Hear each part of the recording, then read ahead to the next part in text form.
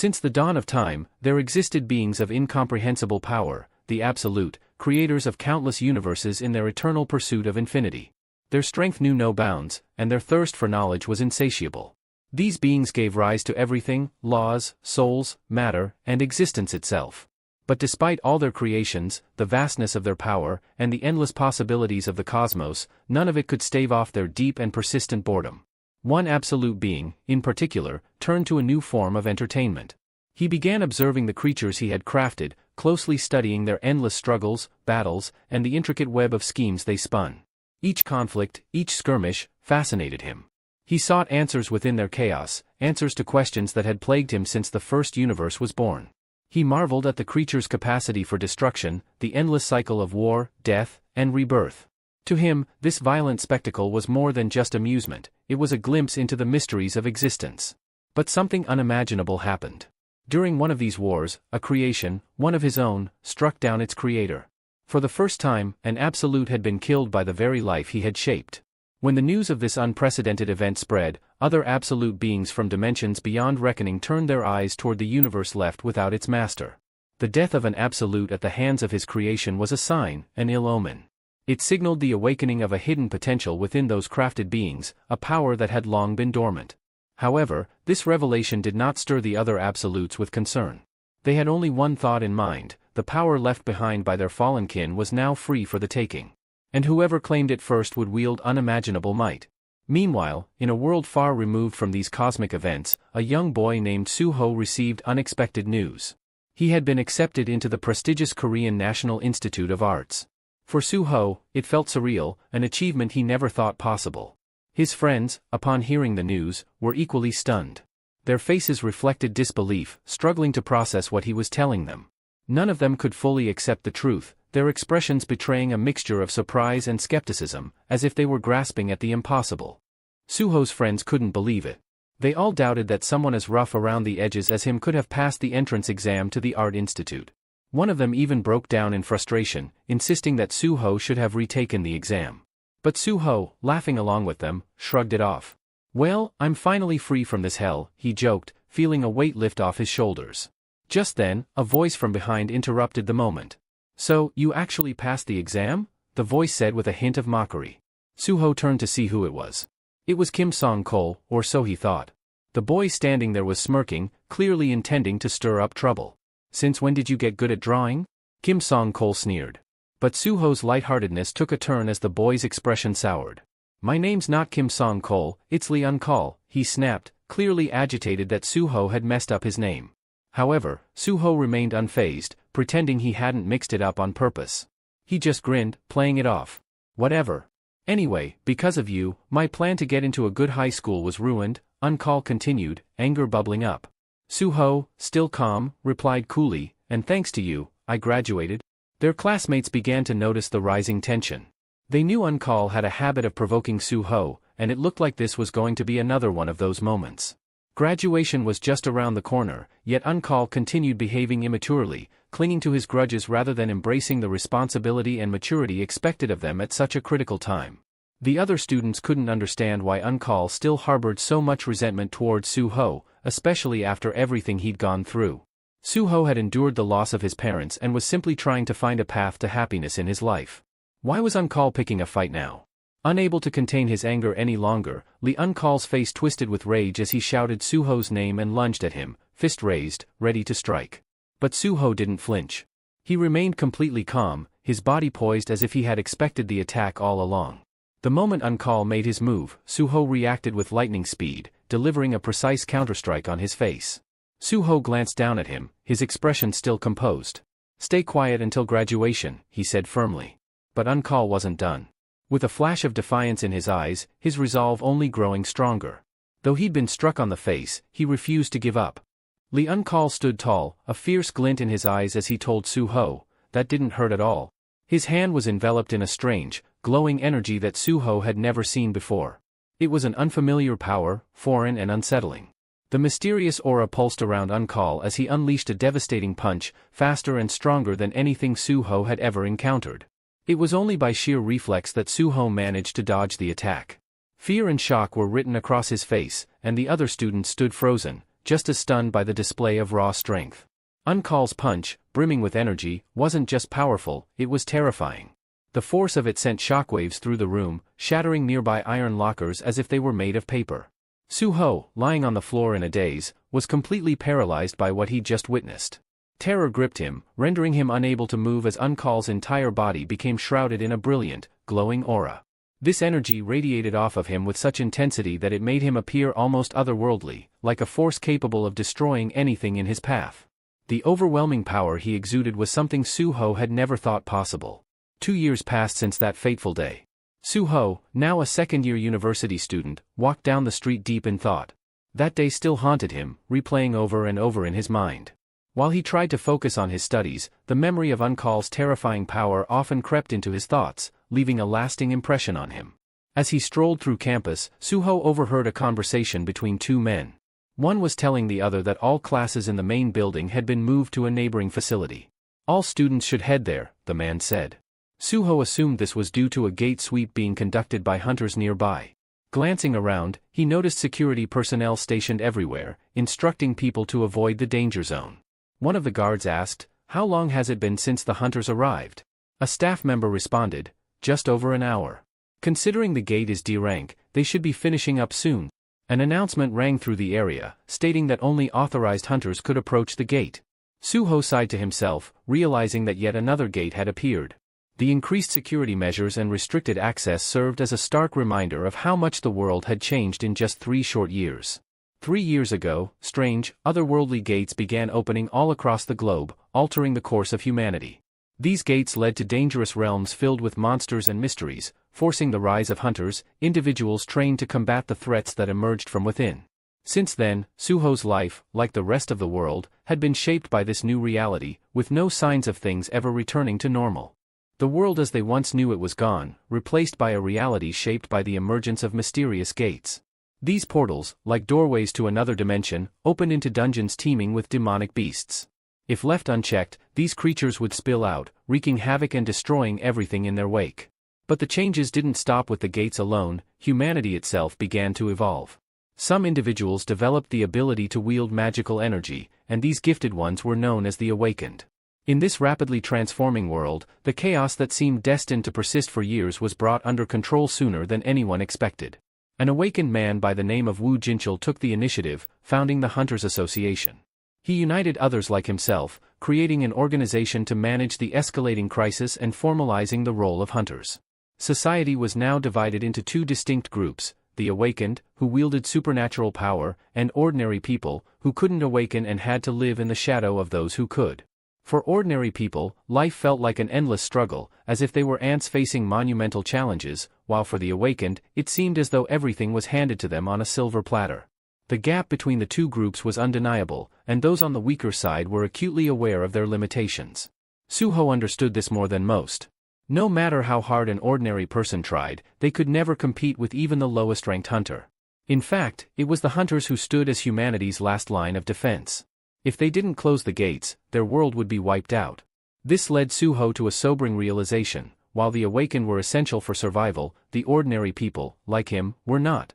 Despite his gratitude toward the hunters for making it possible for unawakened people to live in peace, a lingering sense of anxiety gnawed at him. Could he ever accept the fact that he lacked the power he so desperately wanted? His unease stemmed from the feeling of being powerless, a vulnerability that had haunted him ever since his parents disappeared. It gnawed at him, filling the space left by his lost sense of security with helplessness. He often thought about his mother's words, how she would tell him he had taken after his father. Suho found himself wondering what his father would have done in his place. How would he have handled the loss, the dependency on others for survival, the sense of inadequacy? These questions weighed heavily on him. Just as he was lost in thought, a voice snapped him back to reality. His teacher had approached, breaking through his memories. "You were really focused today," the teacher said with a smile. Suho blinked, still caught between the past and present, before nodding in acknowledgement. The teacher glanced at Suho's drawing, tilting his head with mild curiosity. "Is it fun drawing like this?" he asked. Suho, looking at his work, shrugged. "I didn't really think about it. I just drew whatever came to mind." The teacher chuckled softly, then leaned in for a closer inspection. "Your aunt is quite imaginative," he mused. But then his expression changed. "Wait, it's not just an ant, is it? It's a human ant?" Suho stared at the sketch, confused. Why had he drawn such a strange image in the first place? The unsettling picture left him with an odd feeling, as though it carried a meaning he couldn't grasp. Meanwhile, outside near the gate, the staff were preparing to meet the returning hunters. The atmosphere was calm and relaxed, signaling that the raid had been a success. People gathered around the gate, exchanging relieved glances. One of the staff members approached a hunter and greeted him. "Thank you for your hard work, Hunter Kim Jong-soo," he said gratefully.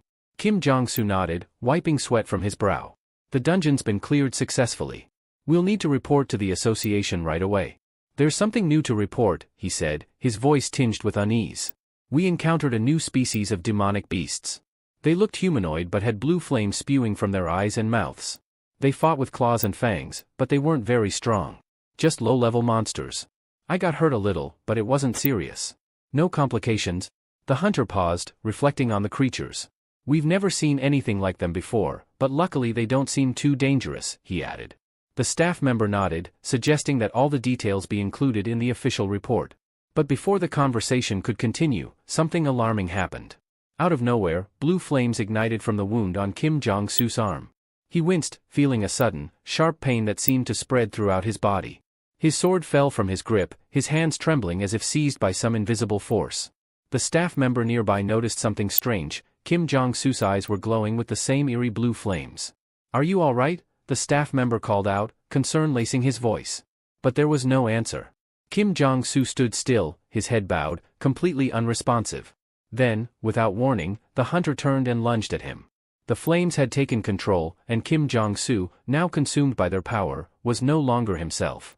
The staff member barely had time to react as the possessed hunter attacked, his actions driven by the mysterious blue fire that seemed to strip him of his will. The force that enveloped him was unlike anything they had faced before. The blue flames consumed the employee in an instant, leaving nothing but devastation in its wake. The hunters trailing behind Kim Jong-soo were frozen in disbelief. Their leader, who had just cleared the dungeon alongside them, had now annihilated a man who posed no threat. It became painfully clear to them that the flames within this dungeon weren't ordinary. The fire had infected Kim Jong-soo, turning him into a vessel of destruction, capable of spreading the affliction to anyone he bit. Panic erupted. The crowd near the gate realized the gravity of the situation and began to flee in terror, fearing that the infected hunter would turn on them next. People scrambled, searching desperately for shelter, trying to distance themselves from the chaos. Meanwhile, back in the classroom, the peaceful routine of the drawing lesson was abruptly shattered by the commotion outside. The noise grew louder, and the students rushed to the windows, curious and anxious to see what was causing such a disturbance. Suho glanced up from his drawing, confused by the rising shouts. Looking outside, the students were horrified. What they saw defied logic, people attacking each other in a frenzy, their bodies wreathed in blue flames. The flames had an eerie glow, and the people's eyes burned with the same unnatural light, filled with demonic energy. The students quickly deduced that the dungeon hadn't been fully cleared after all. Panic began to spread within the classroom as well. Outside, people were in chaos, some trying to find shelter, others shouting for help, calling for the hunters to save them. But fear was mounting. One student turned to Professor Talum, who was standing by the door, and urgently reminded him that he was an awakened too. "You've got to do something," the student pleaded. But the professor shook his head, his expression grim. "I'm only an E-rank hunter," he said, helplessly. "There's nothing I can do against that." At that moment, Suho's eyes widened as he noticed something alarming. A hunter, engulfed in blue flames, was barreling straight toward the building. Instinct kicked in, and he shouted, "Get away from the windows. Now!" His voice cut through the rising panic as the students scrambled to find safety. But it was too late. The hunter's flaming body crashed through the classroom window with a deafening smash. Glass shards flew everywhere, and the possessed hunter, lost to the blue flames, began attacking anyone in sight. The classroom descended into chaos as the hunter, no longer in control of his own body, unleashed devastation on everyone inside. Suho spun around and bolted toward the exit, yelling for the other students to follow his lead. As he sprinted down the hallway, his heart pounded in his chest. Amid the chaos, his eyes caught sight of a girl lying on the floor, writhing in pain. She was crying, her voice barely audible over the panic, pleading for someone to help her. Her legs were injured, leaving her unable to escape. Frozen for a moment, Suho didn't know what to do. His mind raced. How could he possibly save her? Fear gnawed at him, and without thinking, he turned away and continued running, shouting over his shoulder, "I'll get help. I'll bring the hunters." The words tasted bitter as they left his mouth. He was running away, abandoning her to her fate. But as he fled, the weight of his actions pressed down on him. Guilt clawed at him, the thought of leaving the girl behind gnawing at his conscience. What good was he, an unawakened person, in a situation like this? He couldn't fight, couldn't save her. His powerlessness filled him with frustration. It's all because I'm not awakened, he thought bitterly. Yet, deep down, Suho knew that blaming his lack of abilities wouldn't change anything. If he wanted to make a difference, he had to act. He closed his eyes for a brief moment, remembering his father's words, imagining what his father would have done. His father would never have left someone in danger, no matter the risk. Determined, Suho turned back, eyes wide with fear but also resolve.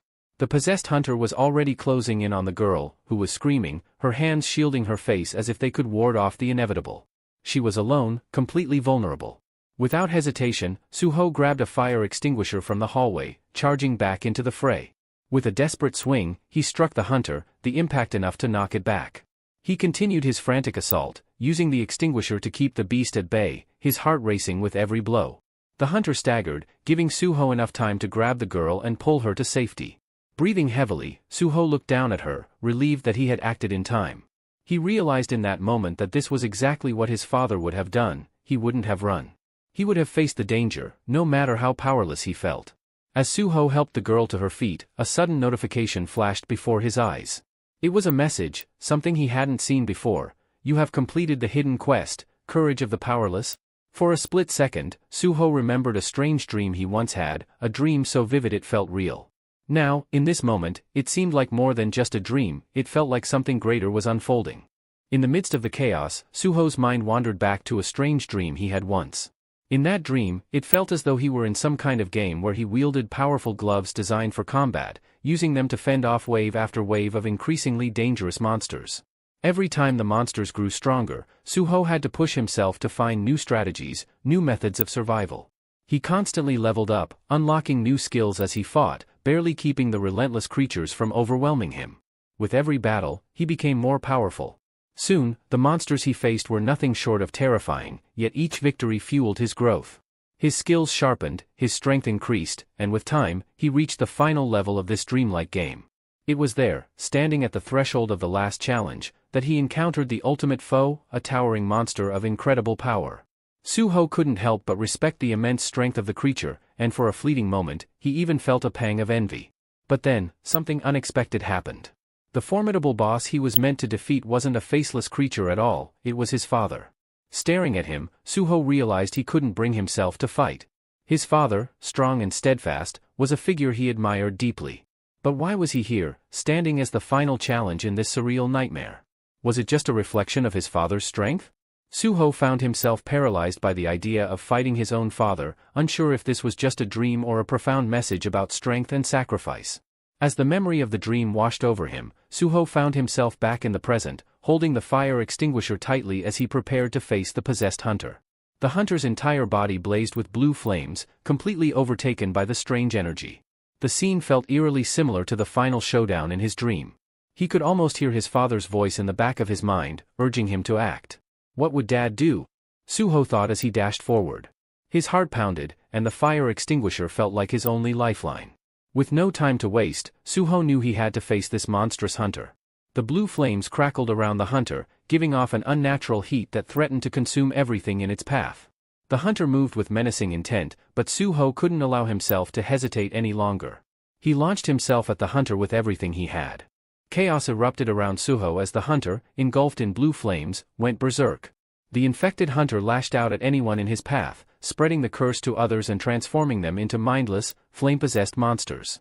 Desperation fueled Suho's actions as he swung the fire extinguisher with all his might, desperately trying to prevent the hunter from biting the other students. With every blow, he thought of his father, the man who would have sacrificed himself without hesitation to save an innocent life. In that moment, Suho resolved to do the same. He managed to hold the hunter at bay, giving the others a chance to escape. But deep down, he knew it wouldn't last. The situation was dire. Suho had no magical abilities and knew that as an unawakened person, he was virtually powerless against monsters like this. The reality of his own recklessness hit him hard. He charged in to save the girl without a plan, and now his life was hanging by a thread. There was no way he could defeat the hunter without magic, and yet here he was, facing down a monster far beyond his capabilities. Then something strange happened. The hunter, who had been advancing with terrifying force, suddenly stopped.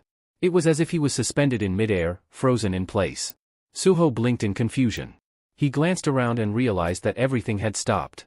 The girl he had just saved stood motionless, and the air itself seemed frozen in time.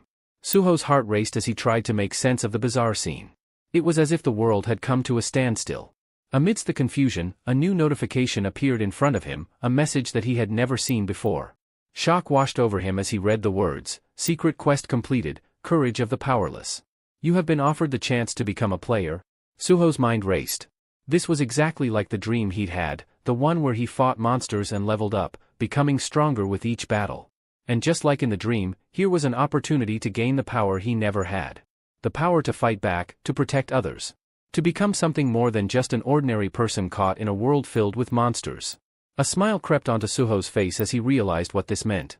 The system was offering him a way out of his helplessness, a way to finally fight back.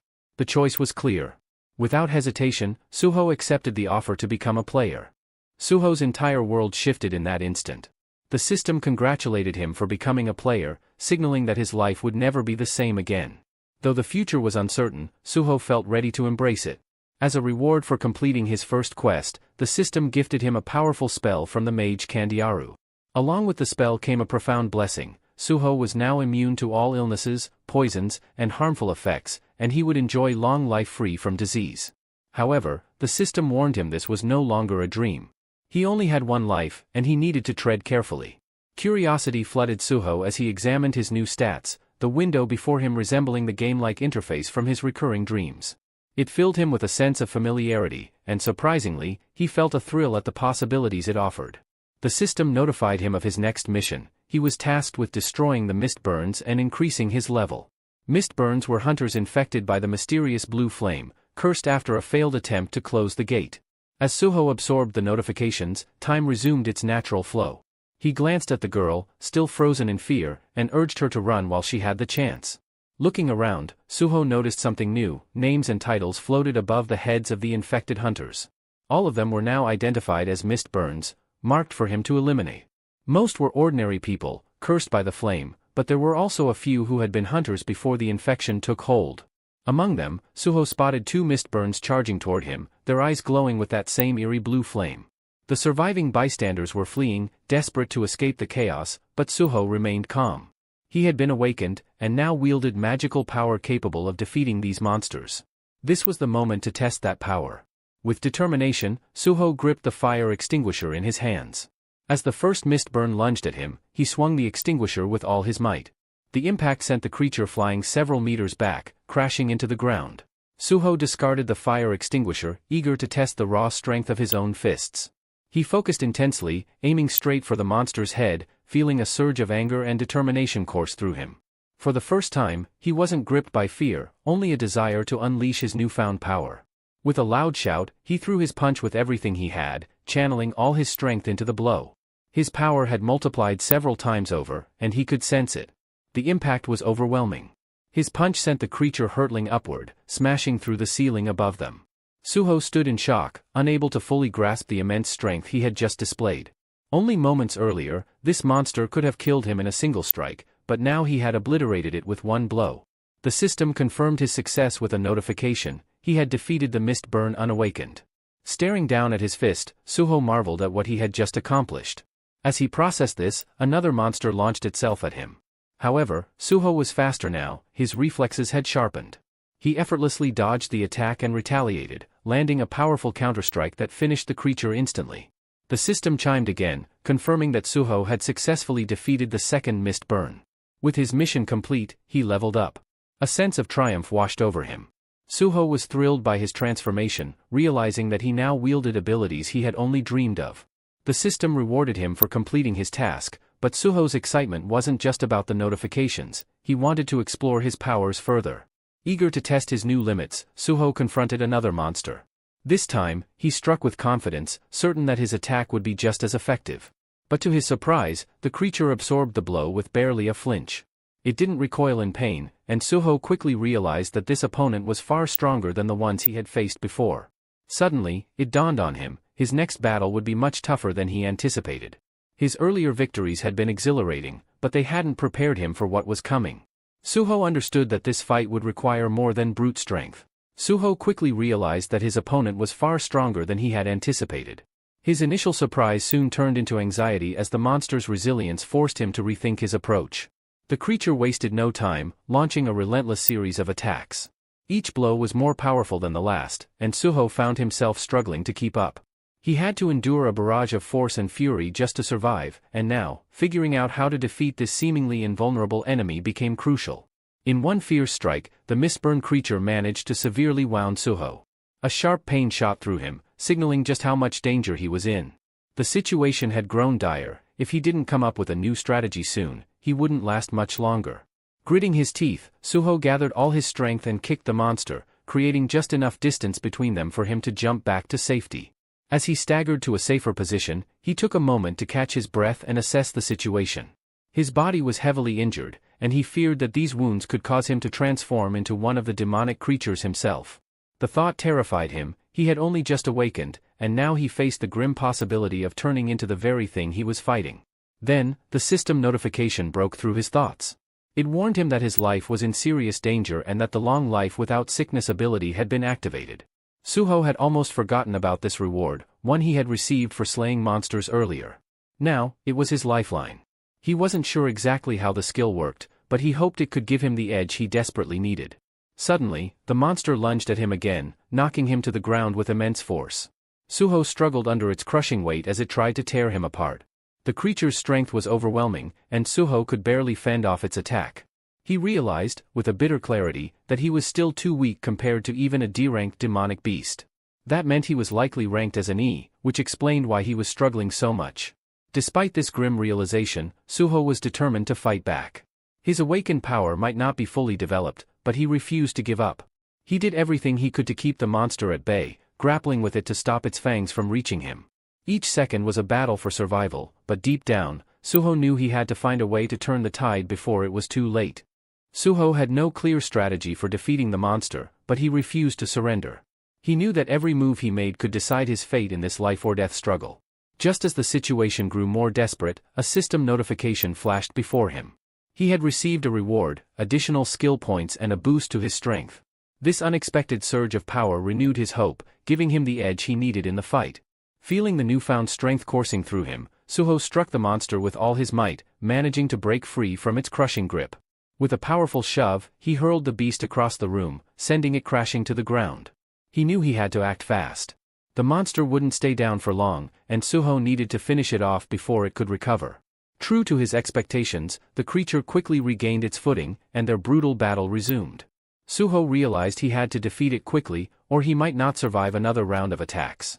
With a deep breath, he launched a devastating strike, hitting the monster so hard that it reeled from the impact, visibly stunned. Sensing an opportunity, Suho pressed on, refusing to let up as he pummeled the creature with everything he had. Despite the relentless barrage, the monster stubbornly endured each blow. To Suho's disbelief, it still fought back with a fury that seemed unshakable. He was beginning to doubt whether he could actually overpower this beast, even with his enhanced abilities. That's when a thought struck him: he hadn't fully utilized his skill points yet.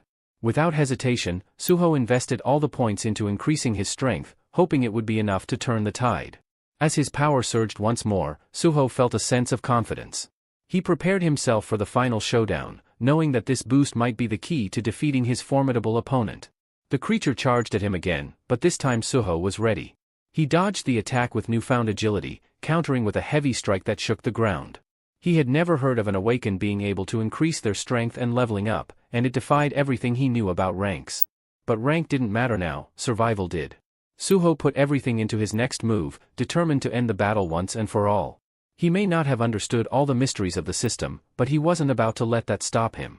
All that mattered was bringing down the monster before it had a chance to inflict a fatal blow. Suho faced the monstrous threat before him, determined to end it once and for all. As he stood there, he realized something important: he was no longer bound by the unfair limitations of the system.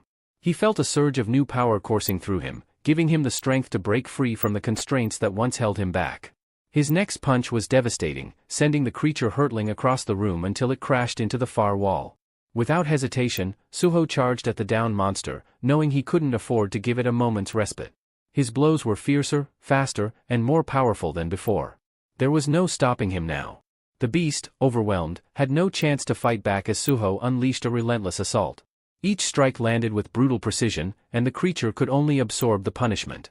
Suho's determination fueled him through the fatigue, his focus locked on one goal: to destroy the monster. After what felt like an eternity of relentless blows, Suho delivered a final, crushing strike, hoping it was enough to end the battle. Panting heavily, his body screamed in exhaustion, but he knew he had to confirm the monster's defeat. As he approached its motionless form, the system chimed in with a notification: he had defeated the creature. Relief washed over him as he realized he had leveled up, gaining not just strength but also new abilities that bolstered his confidence. Finally allowing himself to rest, Suho sank to the ground, catching his breath as the weight of the battle settled in. He glanced down at his hand, noticing the blood staining his knuckles. Clenching his fist, he felt an overwhelming sense of pride. He had awakened.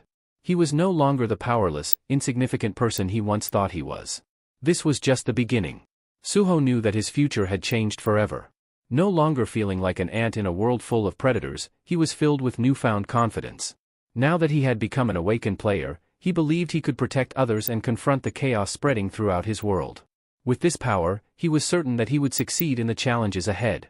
The unknown hunter moved silently through the sea of monsters, steadily making his way toward the building where Suho was hiding. In his hand, he dragged a massive sword, its weight evident as it scraped along the ground, leaving deep grooves behind. His movements, despite the heavy weapon, were unerringly smooth and agile. As he neared the building, the hunter launched himself into the air with incredible speed and precision, his focus locked on his target. Inside, Suho peered out of a window, trying to make sense of the chaos unfolding outside. Suddenly, without warning, a fierce attack was launched in his direction. Suho barely registered the swift motion of the fog burn, a fearsome, awakened monster, drawing its sword and moving toward him with deadly intent.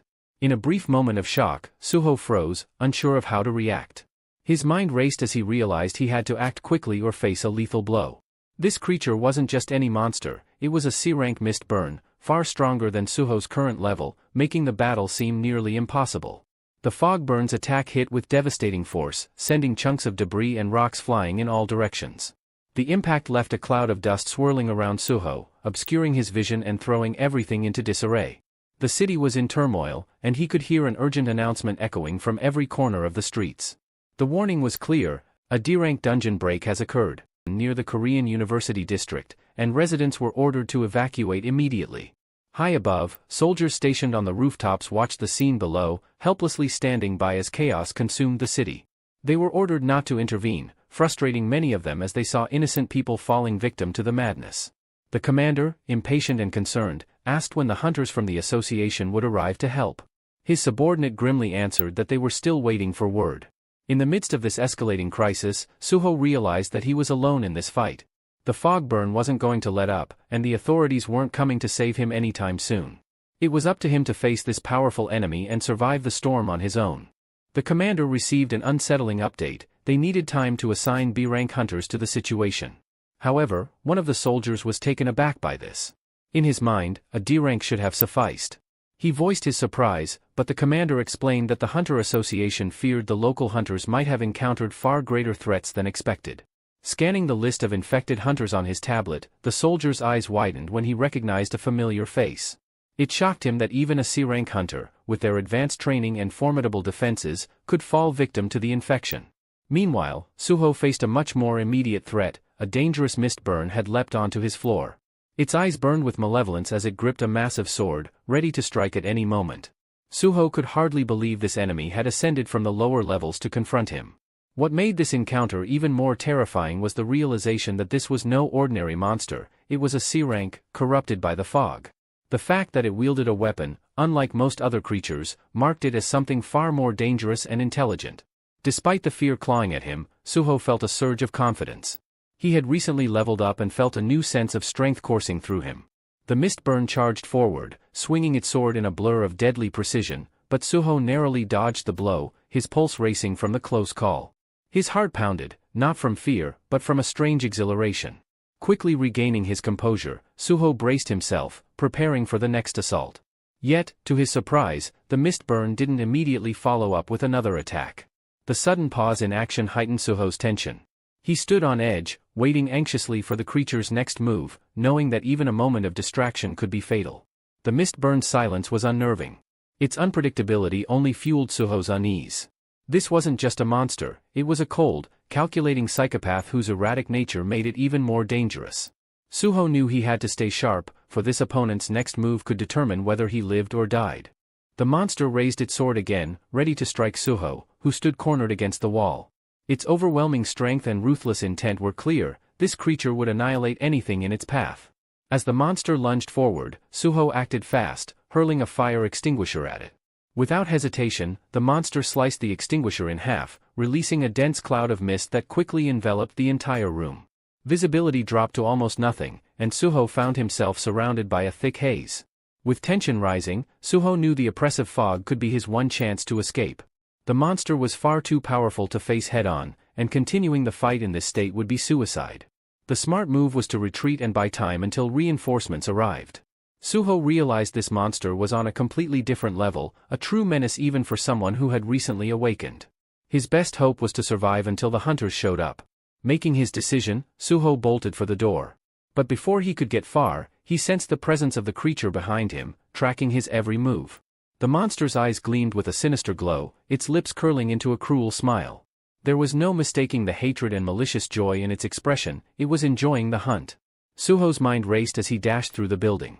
He knew the danger was far from over, and every step he took needed to be precise. As he passed a window, he noticed the monster halt suddenly, its gaze fixed on something outside. Peering through the window, Suho saw what had drawn the creature's attention: 3 young girls huddled together on the rooftop. They were terrified, completely unaware of the danger lurking just below them. Realizing the opportunity, the monster shifted its focus, leaping out of the window and setting its sights on the defenseless girls. They had no chance to fight back or flee, the monster's fatal blow was imminent. Suho, now free of its pursuit, paused as he processed what was happening. The monster had abandoned its hunt for him and was about to attack innocent bystanders. He watched in horror as the creature closed in on its new targets. This was no longer just about survival, he now had to make a choice. Would he flee while he had the chance, or would he intervene and risk his life to save them? The monster swung its sword at the girls, but they managed to dodge, their terrified screams echoing through the city. Hearing their cries, Suho's anger surged. He knew he couldn't just run anymore, he had to confront this powerful foe. Without a second thought, he sprinted and leaped from the window, pursuing the monster that was chasing the fleeing girls. Waiting for the hunters was no longer an option. If anyone was going to save them, it would have to be him. The monster, oblivious to Suho's pursuit, was caught off guard when Suho attacked from behind. The sudden strike only momentarily fazed the beast, who quickly spun around, eyes blazing with fury. Suho, bracing himself for a counterattack, realized just how outmatched he was. The monster barely seemed to register his blows, and with a swift swing of its sword, it launched a devastating attack. Suho narrowly dodged, the blade passing just inches from his body. Breathing heavily, Suho took a step back to evaluate the situation. He was keenly aware that a single hit from this monster would be fatal. Glancing around, he noticed the destruction the creature had already caused. Several girls on the rooftop had already fallen to its rampage. Anger flared again in Suho's chest, and he resolved not to let the monster take any more lives. Determined, he launched a relentless barrage of punches, aiming to slow the beast down. Blow after blow, Suho hit it with all his strength, his fist slamming into the creature's body. But no matter how hard he struck, the monster remained standing, unfazed by the onslaught. Suho's attacks began to weaken as fatigue set in, and the realization dawned on him: this monster was far tougher than he had anticipated. Just as Suho's strength was waning, the monster saw its opportunity. With frightening speed, it swung its sword and landed a brutal hit on Suho, cutting deep into his flesh. Staggering from the wound, Suho realized just how dangerous his situation had become. Suho writhed in agony from the deep wound as the monster closed in, determined to finish him off. With one powerful strike, it sent Suho crashing into the wall, his body collapsing to the ground. Struggling to move, he could barely register the pain. His health was critically low, and he felt the cold grip of death creeping closer. For a brief moment, Suho believed it was the end. He had lost. But strangely, he hadn't perished instantly. The system hadn't let him die, at least not yet. As the monster approached, it began to laugh, a dark and malicious sound that filled the air. It relished its victory, confident that Suho's defeat was certain.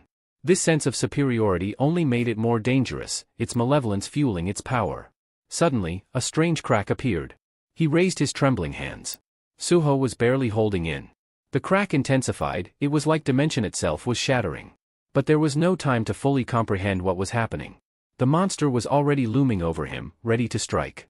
The system's notifications warned that Suho's fatigue was at critical levels. His vision blurred, and his consciousness began to fade. He was too weak to defend himself, too exhausted to continue fighting. Just as the monster raised its weapon for the final blow, the sky above them started to crack. The sound echoed like a thunderclap, and before either of them could react, the entire structure began to collapse. Suho's eyes widened as the sky crumbled, and chaos erupted around them. The roof suddenly gave way as an unknown creature burst through, shattering the structure. Suho could barely comprehend what was happening. He had no idea what this new monster was, but one thing was clear, it had unintentionally saved him by interrupting the deadly battle. Both Suho and the monster plummeted down from the rooftop, unable to stop their descent. Suho's body, weakened and exhausted, had no strength left to brace for the impact. He hit the ground hard, the force of his fall sending shockwaves through the earth. The ground beneath him cracked, chunks of debris flying in all directions. His vision was blurred, and his strength was draining fast. Blood seeped from his wounds as he lay motionless, barely conscious. In those fleeting moments, thoughts raced through his mind, and oddly enough, he recalled an ant, a figure he often drew. It was a strange memory to surface at the brink of death, but it brought a sense of calm. As darkness began to consume him, Suho heard a voice, one that apologized for arriving too late. A large ant-like figure stood over him, confirming it was the one who had saved him. Suho, still disoriented, realized this creature had come just in time to prevent his demise. The ant-like being turned its gaze to the monster that had almost killed Suho, seething with rage. It vowed to make the creature pay for what it had done, and without hesitation, it launched a swift, deadly attack. The once menacing monster stood no chance as it was obliterated, reduced to nothing but shattered remnants in a matter of seconds. Meanwhile, other creatures roamed the Institute grounds, hunting for more victims to infect with their cursed blue flames. One of them locked onto a man standing nearby, completely unaware of the danger creeping toward him. The man, deep in thought, was gripping a mop, entirely oblivious to the approaching terror. When he finally noticed the creature, terror froze him in place. His face drained of color, paralyzed by the fear of the monstrous thing now advancing on him. Panic gripped the man as he realized the danger. His mind raced, desperate to figure out how to save himself, but fear had frozen his body. In a frantic burst of energy, he threw his mop aside and started yelling for help, clutching his head in terror.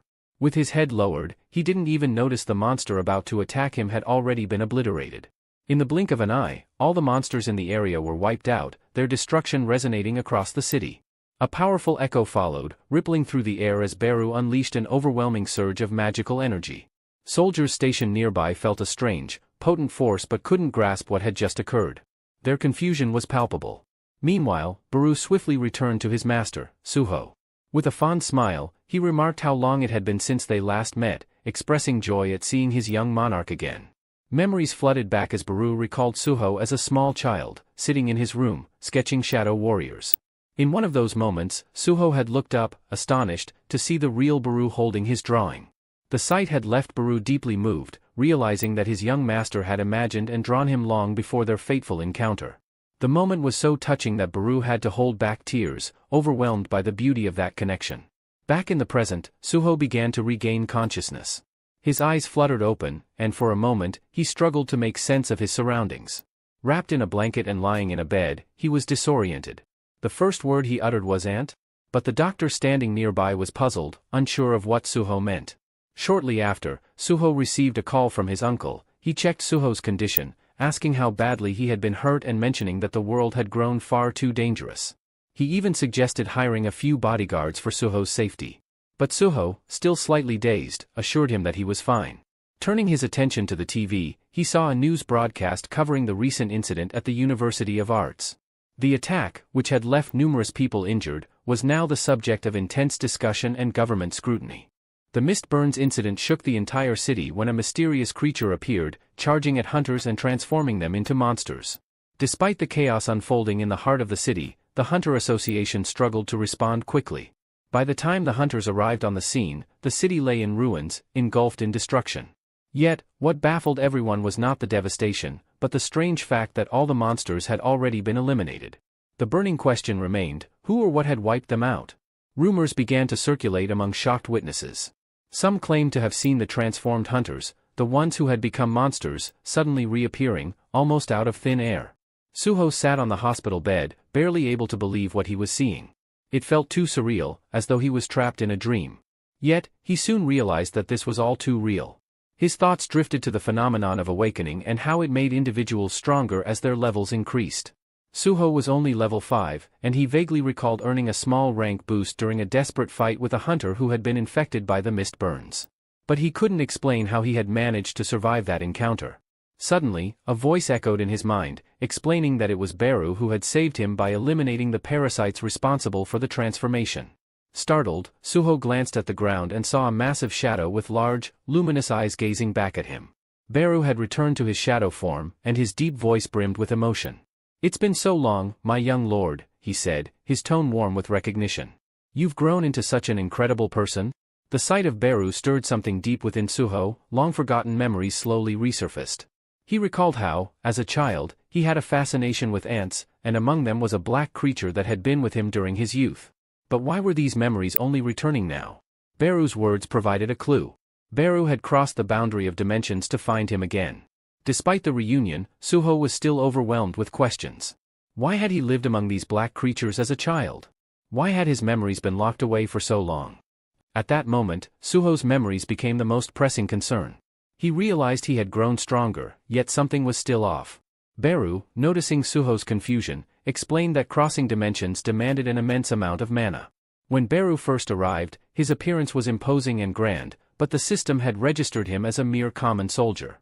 Upon learning this, Beru was enraged, displeased with the fact that his power had been diminished to such a lowly rank. The thought of being reduced to a common soldier insulted him. Suho quickly stood up, trying to reassure him. "I feel better now, was that because of you?" he asked, piecing things together. Beru confirmed this with a nod. "Yes, I healed you," he said. Suho, amazed by Beru's abilities, felt grateful, but the conversation soon shifted to something deeper. Beru revealed that Suho's true mission involved dispelling the Shadow Seal, a powerful restraint that had bound him. However, Beru also noted that Suho had already broken the seal on his own, perhaps unknowingly. This revelation unsettled Suho. What did the seal have to do with him, and why was Beru talking as if Suho had some greater destiny? Beru began to explain further. "Everything you've seen, everything you've lived through, it's all real. And you've grown much stronger since we last met. The great Shadow Monarch, Sung Jinwoo, sealed both your power and your memories long ago. He did this to allow you to live a normal life, free from the burdens of your lineage." Suho's mind raced, struggling to process what he was hearing. Sung Jinwoo, his father, was the one who had sealed away his powers? The realization hit him like a tidal wave. "My father? He did this?" Suho stammered, his voice barely audible. He had always assumed his father had simply left their family, abandoning them for reasons unknown. But Beru was quick to clarify. "No, your father didn't leave home. He ascended to another plane of existence, into the vast expanse of space," Beru explained, his voice filled with reverence. Suho's confusion deepened. Space? What did that mean? He couldn't comprehend what Beru was telling him. Beru continued, his tone serious. "The Shadow Army now fights a cosmic battle. Your father, Sung Jinwoo, is out there, defending our world. He's risking his life, fighting against unimaginable monsters to keep this realm safe. His opponents are powerful entities, and among them is Iterim, the absolute being seeking to conquer our world by sending its apostles to Earth." Beru explained that he had to slay countless monsters in his way to meet Suho. As Beru spoke, Suho's thoughts drifted to his mother, who had vanished years ago. "What about my mother?" Suho asked hesitantly. "She disappeared when I was still with my father." "Are they together?" Beru's expression softened. "No, your mother is not with him. Her disappearance is tied to other forces at play, but she's not with Sung Jinwoo." This only raised more questions for Suho. His father was battling for the survival of their world in space, and his mother had vanished under mysterious circumstances. The more Beru explained, the more Suho felt like his entire understanding of his life had been turned upside down. Upon hearing Suho mention his mother, Beru's anger flared. He couldn't comprehend how someone as important as Miss Hain had simply vanished. His suspicion immediately turned toward the apostles, convinced that this was a result of their trickery. There was no doubt in his mind. Suho, taking in Beru's words, asked if the Iterim were responsible, if these creatures had interfered in his parents' lives, preventing them from returning. Beru saw the deep desire in Suho's eyes, realizing just how much the young lord longed to reunite with his parents. "Of course, I want to see them," Suho responded with determination. But it seems the only way to do that is to become stronger, to rescue my mother and meet my father. Beru, however, explained that because of the ongoing war with the Iterim, Suho's father couldn't return to Earth. If Suho wanted to save his mother, he would have to grow powerful enough to do it on his own. Beru told him there was a path forward, a key to unlocking greater strength. As they spoke, a notification window suddenly appeared before Suho, outlining a new quest, Shadow Test. The system revealed that Suho, as the son of the great Shadow Monarch, had immense innate abilities, but they were all sealed away. To regain his power, Suho would need to prove himself. His first step was to enter the Dark Dungeon, where he would be tested. The key to the Dark Dungeon would grant him access, but it could only be used in the shadow of the Sacred Protector. Beru immediately urged Suho to use the key. You must place it in your own shadow, Beru instructed. As Suho followed the guidance, a shadow gate materialized before him. The portal inside it shimmered, waiting for him to pass through. Beru gave him one final piece of advice before Suho entered the portal. Go inside, young master, and reclaim the powers that are yours by right. But even as Suho stood at the threshold of the portal, doubt swirled in his mind. How could all of this be real? A cosmic war, gods, Shadow Monarch, it all seemed so impossible. Yet, despite his confusion, one thing was clear: he had to gather his strength, to reunite with his family. He knew that the only way to do this was by leveling up and becoming strong enough to face the powerful enemies standing in his way. Resolute, Suho stepped forward, determined to push his limits and gain the strength necessary to protect those he loved. No matter how long it took or how difficult the path ahead might be, he would fight to save his parents and uncover the truth behind the forces that tore them apart. As Suho gave his determined speech about growing stronger to save his family, Beru felt a surge of excitement.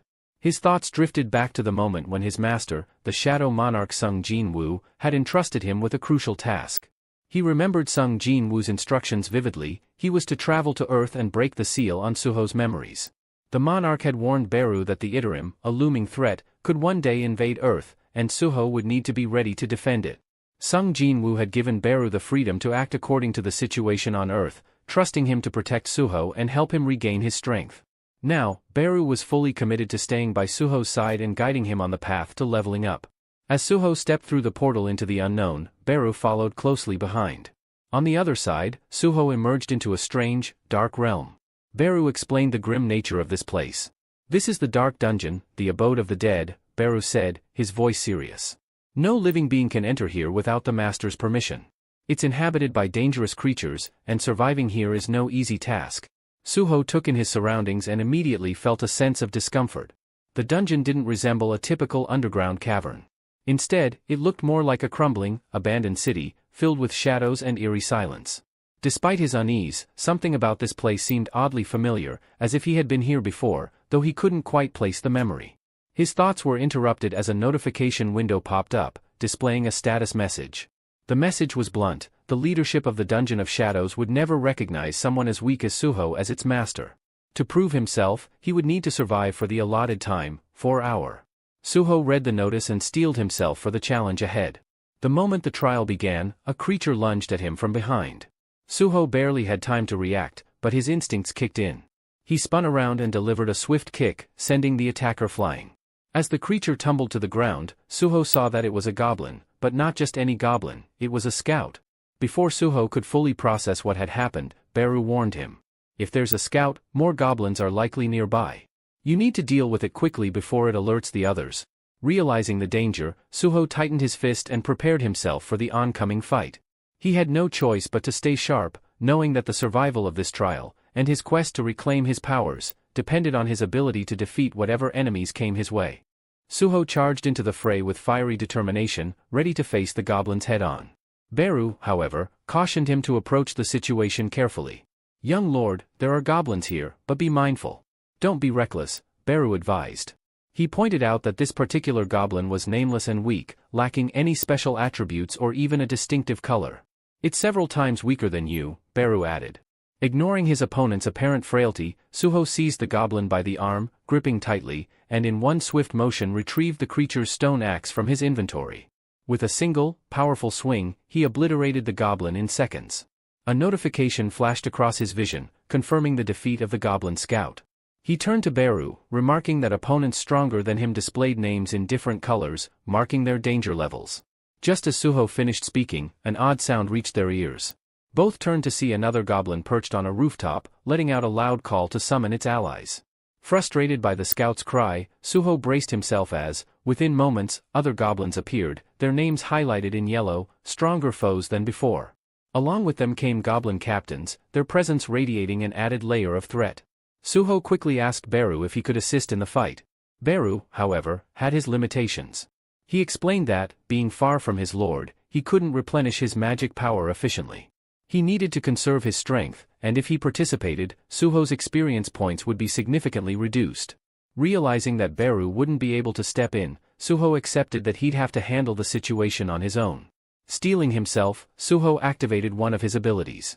With a focused thought, he called upon the skill, and the goblin's battle axe behind him began to lift into the air, seemingly under its own power. The weapon hovered, then surged forward, guided by Suho's will. As he manipulated the axe with skillful precision, he struck down one goblin after another, the weapon cutting a path through the crowd as if wielded by an invisible hand. The status window displayed a new skill acquisition, hinting that Suho's command over the weapon was like that of an invisible hand. Pleased with his success, Suho pressed on, determined to prove his strength and hone his abilities as he took down each opponent in his path. Just then, an arrow whizzed past Suho's head, narrowly missing him. Reacting swiftly, he raised his hand and caught it mid-air, his gaze snapping upward to locate the archer. Perched on a rooftop was a goblin with a magical bow, drawing back the glowing string for another shot. However, Suho didn't give it a chance. Within seconds, he launched a counterattack, obliterating the goblin archer with swift precision. Observing the unfolding battle, Beru felt a sense of adaptability, a reminder of the old memory. He recalled stories of the Little Lord, a mythical figure who wielded the power of the lords freely, which he inherited from Monarch. Although this power was immense, it brought unintended chaos to the peaceful lands around him. Now, however, with the apostles invading once again, Beru sensed that his power would be used to protect rather than destroy, a rebirth of the Little Lord's legend in his own hands. As Suho continued fighting, he felt a surge of strength within him, leveling up and unlocking even greater potential. He sensed that he could now exert more force, even if it was still modest. Just as he acknowledged this newfound power, another goblin stealthily crept up behind him and struck, grinning in twisted satisfaction as it believed it had gained the upper hand. But Suho was faster. He retaliated instantly, taking down the goblin in one decisive blow. Beru watched closely, assessing Suho's endurance and asking how he was faring. Yet Suho's attention quickly shifted as a new, intimidating presence entered the battlefield, emitting an overwhelming aura of red energy. It was a goblin centurion, towering over the others and radiating sheer strength. Suho kept his composure, barely acknowledging the goblin's might. He steadied his weapon, positioned himself in a defensive stance, and prepared for the swarm of enemies that now surrounded him. With fluid precision, Suho launched into battle, slashing his way through goblin after goblin, his blade cutting down every creature that dared to face him. In the heat of combat, he saw an opportunity and hurled his dagger straight at the goblin centurion. The blade streaked through the air with remarkable speed, striking its target perfectly.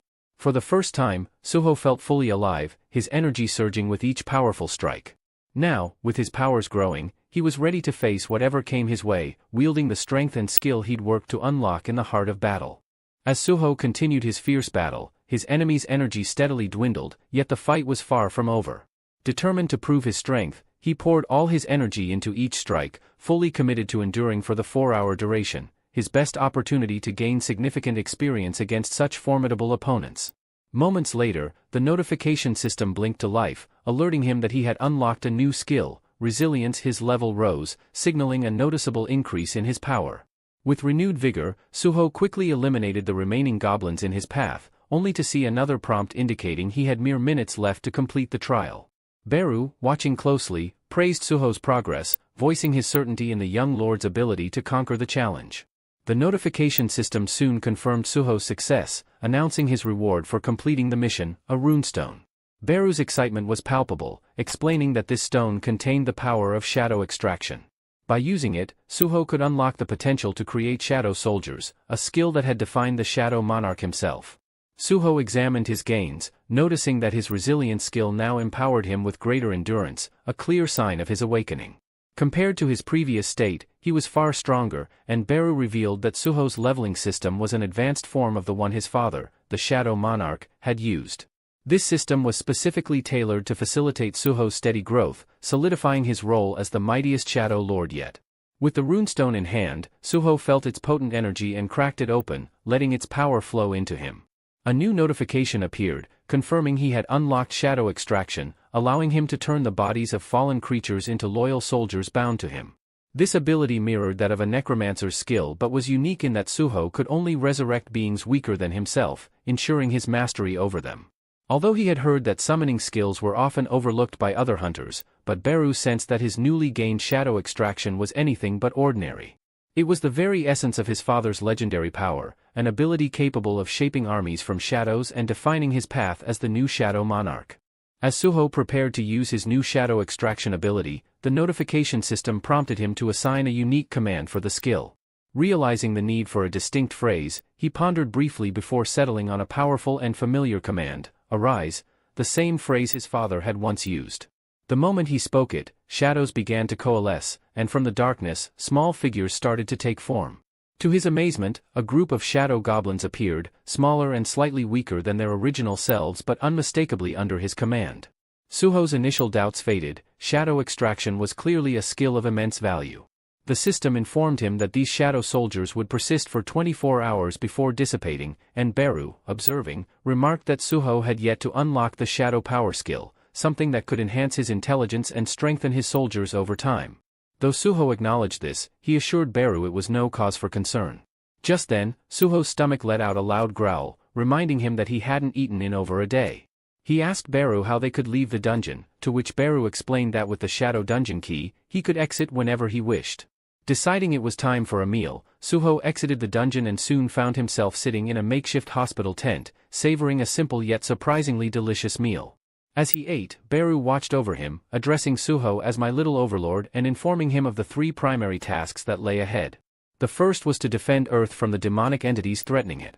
Suho suggested they could tackle this by delving into dungeons to hunt these creatures, an idea Beru approved, noting that such hunts would strengthen both Suho and his soldiers, thus securing Earth further.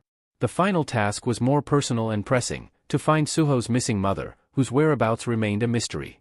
Determined, Suho knew that with Beru's guidance and his growing powers, he'd be able to fulfill each of these missions and unlock the full potential within him. Suho asked Beru if there was any possible way to locate his mother. Beru replied that, while they couldn't pinpoint her exact location, defeating more of these creatures in dungeons might eventually reveal clues. They both knew the third task, finding Suho's mother, was crucial. For now, however, Beru emphasized his need to regain lost strength. He wanted to unleash his true power, something he felt had faded after serving as a regular soldier. When Suho inquired about how to restore Beru's strength, Beru explained that he could absorb certain magical items, which would be converted into shadow energy. Although it wasn't as efficient as pure magic, it could still boost his strength. With a plan forming, Suho decided to begin dungeon training to prepare for what lay ahead. To enter the dungeons officially, however, Suho needed his magical abilities evaluated by the Hunter Association. While he had been rapidly leveling up since his awakening, Suho hoped for a high grade, ideally S rank. Yet, to his disappointment, the association's assessment placed his magical ability at E rank, branding him one of the weakest hunters.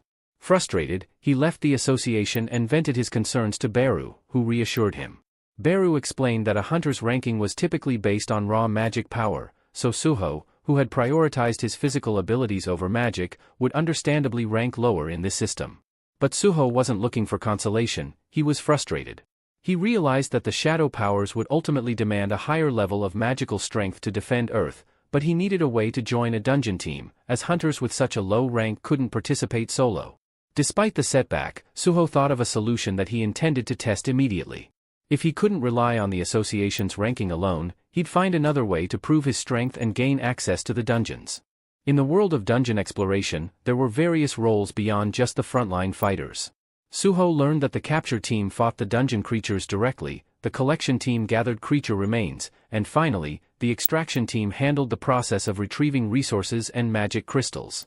To his surprise, he discovered that even lower-ranked hunters, like himself, could join the extraction team, which meant he had a ticket into the dungeons, albeit in a supporting role. One day, as Suho stood by while workers hauled large magic crystals from the dungeon, he couldn't help but scratch his head, realizing how grueling this job was. Turning to a nearby hunter, he greeted him gratefully. This man was one of the few familiar faces around. The hunter introduced himself as a teaching assistant in the art department at a university in Korea. Also an E rank, he had awakened on his own and was thankful for the opportunity to work in the dungeon. Out of nowhere, the man began apologizing, explaining that he hadn't been much help back when Suho was a student. Suho remembered his reaction when he'd first learned he was awakened. He'd mentioned his E rank status, which didn't inspire confidence. But now, Suho reassured his former teacher's aide, encouraging him to raise his head, as they were both in the same boat. The association usually advised E-rank hunters to retreat from any creature they encountered in the dungeon, but Suho's determination had been different. The aide, however, seemed both puzzled and impressed. He recalled a time he'd seen Suho battling a creature on a rooftop, but he'd thought his eyes must have deceived him.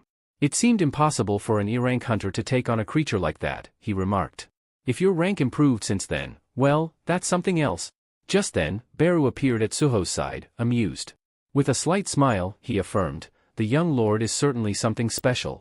The guy spun around, eyes wide, at the unfamiliar voice. When he spotted Beru, the shadow soldier, he instantly stumbled back, yelling that a demonic creature had somehow appeared inside the dungeon.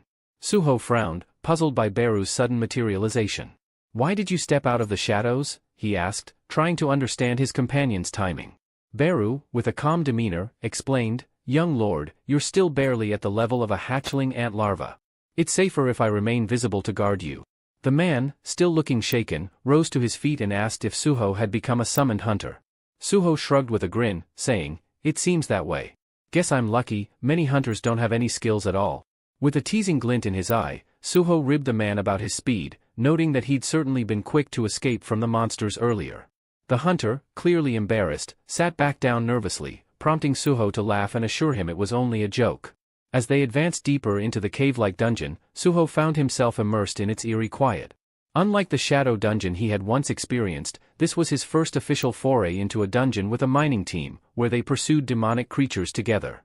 Few hunters peered into the dungeon, noting they had only encountered demonic wolves so far, but knew that wolf pelts fetched a high price on the market. They needed to gather these pelts and look out for valuable magic stones, too. The idea of a big reward kept them moving, eager to reach the dungeon's core to see what awaited them. Then, one of the hunters spotted something strange up ahead. As they entered the next chamber, they found themselves standing in a massive, brightly glowing room. The walls were covered in intricate symbols and carvings, but they couldn't make sense of what these ancient markings meant. Unsure what they were facing and suspicious of the room's unsettling silence, one of the hunters suggested calling for backup. Despite the vast, illuminated space, they could see no sign of demonic creatures, though the room had a foreboding atmosphere. Suddenly, their eyes were drawn to a peculiar object resting on a pedestal in the center of the room, a strange, ancient-looking weapon, unlike anything they had ever encountered. The entire team paused, sharing bewildered glances. Was this some kind of hidden treasure, or a deadly trap waiting to be sprung? Cautiously, they edged closer, determined to uncover its secrets. The hunters debated in excitement, wondering if the mysterious weapon embedded in the ground might be a rare treasure instead of the dungeon's boss. Most were captivated by the thought of treasure hidden here, especially as the weapon itself appeared to radiate power. One hunter, skeptical but curious, suggested they test it to see if it was real, though another quickly warned him to be cautious, such valuable objects could be booby-trapped. Ignoring the caution, the captain approached the weapon confidently, reaching out to grasp it. As his fingers wrapped around the hilt, the blade ignited in a brilliant flash, bathing the chamber in a dazzling glow. The captain murmured something about his C rank, certain he could handle anything the weapon threw at him. But as the light enveloped him, his surroundings morphed into a strange and unfamiliar realm, bewildering both him and the others. One of his comrades, standing nearby, noted that while no immediate trap was evident, the captain should tread carefully with the weapon. Just as they reassured themselves, the captain swung the sword, and, to everyone's horror, struck down one of his own teammates. The other hunters recoiled, struggling to process the brutality of his action. Slowly, they watched as the captain's form distorted and twisted, his voice morphing into something darker. Declaring himself as the sword of monarch of the Fang, he vowed to destroy any who dared intrude upon his domain, the Fang monarch's territory. With terrifying precision, he proceeded to tear through his former allies, striking them down one by one. Meanwhile, in another part of the dungeon, the support crew remained blissfully unaware that a gate had just sealed them off from the main team. In the midst of this, Suho turned to his companion, displaying his ability to summon goblins as allies. His comrade, astonished, remarked that most summoning abilities allowed for one or two creatures, yet Suho had conjured 3 with ease. This power was clearly out of the ordinary, yet his rank remained bafflingly low. He continued, noting the constraints of Suho's power. Shadow extraction required a body to work, which limited its usefulness.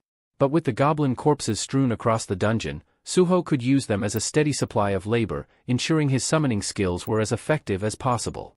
Suho was beginning to appreciate the immense potential of his shadow extraction ability. Being a lower-ranked hunter, he knew the Hunter Association strictly prohibited solo dungeon entries for those classified in his tier. However, he also recognized that the classification system wasn't foolproof. Over time, more errors surfaced in the grading process, often due to malfunctions in the evaluation machines. Suho speculated that as he leveled up, he might get reassessed and earn a higher rank. Turning to Beru, he brought up their third mission. Remember our objective? If it involves gaining strength by consuming magical energy, these crystals are the perfect source, Suho suggested, gesturing toward the magic crystals strewn about. Beru agreed, affirming that the crystals, though usually left as loot, contained latent magical power that could be harnessed. Beru went to absorb mana from magic crystals. Just then, he sensed something.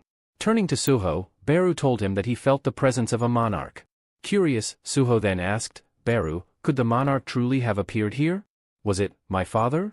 Beru shook his head, explaining that although Suho's father held the title of monarch, he wasn't the only one with that title. If it were your father, my powers would have been restored by now. No, this presence is something else entirely, Beru warned, advising caution. Meanwhile, in another part of the dungeon, the diggers were oblivious to the impending danger until a rumbling echoed ominously from a cavern ahead. Turning toward the sound, they froze in shock as a monstrous form began to emerge. At first, they couldn't comprehend the source of the disturbance, assuming it might just be a large animal. But as they drew closer, horror dawned upon them. It was an unmistakably demonic creature, something that hadn't been there when the hunters first entered the dungeon. The workers scrambled to flee, panic erupting as they dashed toward the exit. One miner, trapped between terror and desperation, swung his pickaxe wildly, waving it at the demon as if to ward it off. But as the monstrous creature lunged forward, his pickaxe did little to keep it at bay. The demon advanced, ready to strike, while the workers' frantic retreat continued in sheer panic, the dungeon filling with echoes of their desperate flight. The miner watched in horror as the demon dog's powerful jaws crushed his pickaxe into splinters in mere moments. Shocked by how quickly the weapon was destroyed, he felt a wave of panic rise. He knew his own life was likely next. Heart pounding, he yelled for help, hoping that one of the hunters might hear him in time. The demon dog lunged for him, but he managed to leap backward, buying himself a precious second. In that instant, Suho appeared from nowhere, striking the demon dog squarely on the head with a powerful blow. I'll hold them off. You get out of here, he shouted urgently to the miner. His partner, barely able to process what had happened, nodded gratefully and took off as fast as his legs could carry him, glancing back once to mouth a silent thank you. With his companion safe, Suho assessed the pack of demon dogs before him. Their names were displayed in a fierce orange, signaling their threat level. These creatures were far from easy prey, far tougher than any mist burners he'd faced before. But Suho felt confident. His recent level gains had bolstered his power, and he was more than ready to face them. Irritation sparked as he considered the miner's hesitation.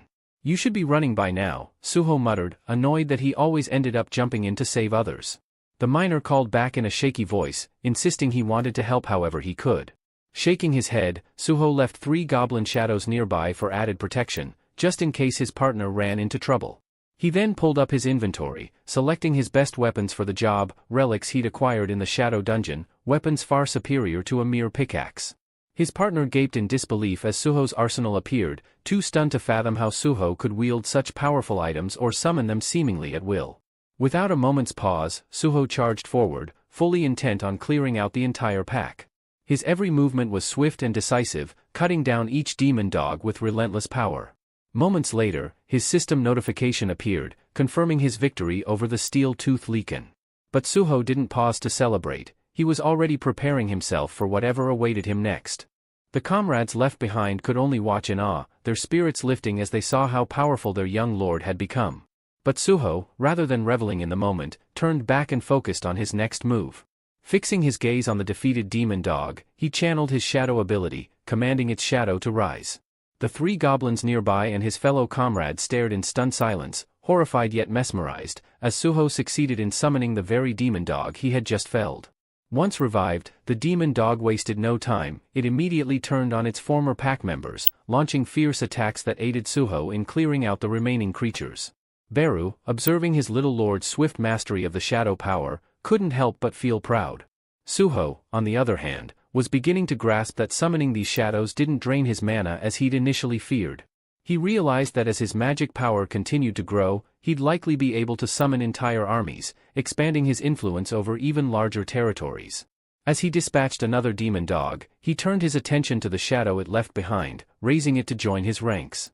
The goblins and his comrade gawked in silent astonishment as Suho repeated the process, this time summoning a third demon dog, each shadow adding to his control. A system notification appeared, announcing that Suho had defeated another steel-tooth Leaken and gained a level, further enhancing his strength. Without missing a beat, Suho summoned the last of the demon wolves he had slain, and older shadow goblins started to disappear. At this point, his comrade could no longer contain his disbelief. Suho, what kind of power is this? This can't possibly be a Ranky ability. How? How can you bring these demonic creatures back to life? Suho hesitated, realizing he may have pushed things too far this time, his abilities inadvertently drawing unwanted attention. He scrambled to explain, turning back with a half-smile and casually saying, "Oh, it's just a unique feature of my Ranky abilities." But his comrade seemed unconvinced, muttering something about how it all seemed far too powerful to be classified as rank E. Could it be that Suho had deliberately registered himself under a lower rank? He wondered aloud, eyeing Suho with a mixture of respect and suspicion. Suho quickly redirected his attention toward the cave entrance, where the demonic creatures had first appeared. Despite the clear path now, he felt a lingering presence and knew there was one enemy left.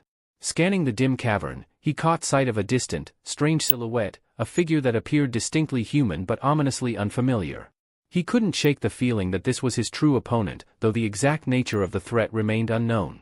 As Suho and his comrade moved cautiously through the dimly lit cavern, they spotted what seemed to be a familiar face, a member of the capture team. Relief crossed Suho's comrade's face as he stepped forward, calling out, "You survived? How did you escape the ambush?" But the instant the figure turned to face them, his expression shifted ominously, sending a chill down Suho's spine. Realizing something was wrong, Suho yanked his comrade back just as a massive sword whizzed past, slicing close enough to shatter his comrade's glasses. The blade slammed into the ground with a powerful thud, barely missing them. Reacting swiftly, Suho ordered his summoned wolves to attack the crazed hunter without hesitation. The wolves lunged from all sides, each launching itself toward the hostile figure to keep him at bay. Suho seized this moment to drag his comrade further away, explaining as they moved, "That hunter's no longer himself, he's been corrupted, a demon in human skin now. Worse, his name color has turned red, marking him as a high-threat enemy." Suho remembered encountering a red-level creature once before, during the incident at his art university of Korea. The power gap had been severe, and he was all too aware that fighting red-ranked enemies was a daunting challenge. If anything, the sensible option would be to retreat now while they had the chance. Once they put some distance between themselves and the corrupted hunter, Suho turned to Beru, pressing him about what he'd sensed earlier. "Beru, what did you mean when you mentioned sensing the monarch's energy?" Beru frowned thoughtfully and replied, "The hunter carries a faint trace of monarch's essence, though his power doesn't come close to a true monarch's might. But the mere fact he wields that energy makes him a formidable opponent." Suho nodded, taking it all in. He opened his inventory, scanning through his items to come up with a plan. Beru looked at him, concerned. "Little lord, do you really intend to face him?" "Yes," Suho responded, his tone unwavering. "The system assigned me this task for a reason. It's a safeguard designed to push me to my limits and ensure my growth. It means there's a way to overcome this challenge." His determination intensified. "If I ever want to stand a chance against real threats, I need to grow stronger now, not later. Destroying this creature will boost my level, and that's the only way forward." Suho took a deep breath, scanning his inventory and scattering every weapon he had at his disposal onto the ground around him. His determination was absolute. He was ready to face this possessed hunter head-on to secure his victory and strengthen himself. Beside him, Beru watched with admiration, his voice softening as he spoke. "You never back down, no matter the challenge. With each trial you face, you prove yourself as more than just a warrior. Your strength is worthy of a monarch." As the possessed hunter inched closer, Beru pointed out an unusual detail. "The force controlling him, it's bound to that sword. If you can disarm him, he won't be able to attack." With this revelation, Suho signaled his shadow wolves to attack. The wolves moved swiftly, circling the hunter and lunging in from all directions to overwhelm him. One wolf finally managed to clamp its teeth around the hunter's weapon. Watching closely, Suho saw the hunter struggle against the wolf's grip but stay bound to the blade. Buru turned to Suho, explaining, "Your shadow soldiers have an advantage. As long as you supply them with magic, they can regenerate indefinitely." Suho saw the immense potential of his shadow warriors. They were truly a power he could depend on. But even with this insight, he observed how the hunter tore through one of his wolves with a single swing. It was clear his own magic was still lacking compared to the hunter's strength. Then, the hunter's gaze shifted to Suho, his voice dripping with disdain as he mocked, "How could someone like you wield the powers of a shadow monarch?" Suho was taken aback that the hunter could speak, but Beru stepped forward, indignant. "You dare insult one from the shadow monarch's bloodline? Show some respect." The hunter's expression twisted into something dark, and he growled, "Never thought I'd encounter the shadow monarch's kin here." His eyes narrowed, and with a menacing tone, he shouted, "You are an enemy of the Fang monarch." Suho's resolve only hardened. He knew that defeating this hunter would require both his strength and strategy. Without hesitation, Suho gripped his weapon tightly, declaring that it was time to push his abilities to the limit. He launched a rapid series of strikes, targeting both the sword and the hunter in his path. But the hunter skillfully deflected each attack with ease, demonstrating just how formidable a red-name opponent could be. Realizing he couldn't overpower the hunter through sheer force, Suho scattered his weapons across the battlefield, shifting his strategy. This time, he chose quantity over precision, unleashing a flurry of attacks from multiple directions. Beru, observing from behind, recognized Suho's innate ruler's power at play, a strength that had been with him since his early years. But even with this newfound approach, the hunter managed to fend off each strike, eventually shattering Suho's weapon with a swift blow. As their eyes met, Suho could see the cold, menacing intent in the hunter's gaze, and he quickly dodged, knowing that a single hit could be his downfall. The hunter, unfazed, taunted him, shouting, "Is this how you fight?" Avoiding every blow, hiding behind shadows like a coward. Suho only smirked, replying, "Your petty insults won't draw me closer. You're more interested in provoking than actually approaching me." The memory of his recent conversation with Beru surfaced. If Suho's seal truly held back his powers, then why hadn't he fully reclaimed his mastery? Beru had explained that Suho's powers had been sealed since his youth, allowing him to rediscover shadow control gradually. Now, facing this hunter, Suho felt his own strength building with every dodge and counter, and he knew he was on the edge of unlocking something even greater. Suho understood that with these powers, he could rival even the mightiest warriors, perhaps even Iterum himself. But this realm wasn't exactly reality, nor was it a dream, it was a trial, designed to see if he could truly wield such powers. Physical strength would fade regardless of success, and Suho realized it was all like a game. The experience in the Tower of Trials hadn't been for nothing. He could vividly recall each sensation, every struggle, and every victory. If only he had something like the iron gloves he once wielded there. Beru's words echoed in his mind. Shadow soldiers were practically indestructible, able to regenerate endlessly so long as magic sustained them. Beru himself could also shift forms when needed. With this flexibility, Suho devised a new plan. Once he had prepared, he summoned his shadow dogs again, but the red hunter laughed as he struck, taunting, "Back to these worthless shadows, Suho? Haven't you realized they're useless against me? I'll slice you down so they won't even dare to approach." Just then, the battlefield shifted as Suho called forth shadows, compressing them into solid matter that enveloped his fists. The red hunter lunged with a powerful strike, an explosion ripping through the air on impact. As the dust cleared, the hunter noticed his attack had been stopped cold. Lowering his gaze, he saw Suho standing firm, fists cloaked in shadow armor, absorbing the blow. "Leaken steel Fang," Suho murmured with a grin, acknowledging the weapon's strength. He glanced at his hands as the notification system confirmed his success. He had unlocked the iron glove transformation. With a newfound confidence, he understood that this skill was exactly what he needed to bring down the hunter for good. The clash between Suho and the red hunter erupted with such force that the very air in the dungeon shifted, becoming charged with tension and raw energy. Watching from behind, Beru's eyes widened in disbelief as he witnessed Suho wielding the weapons of his shadow soldiers.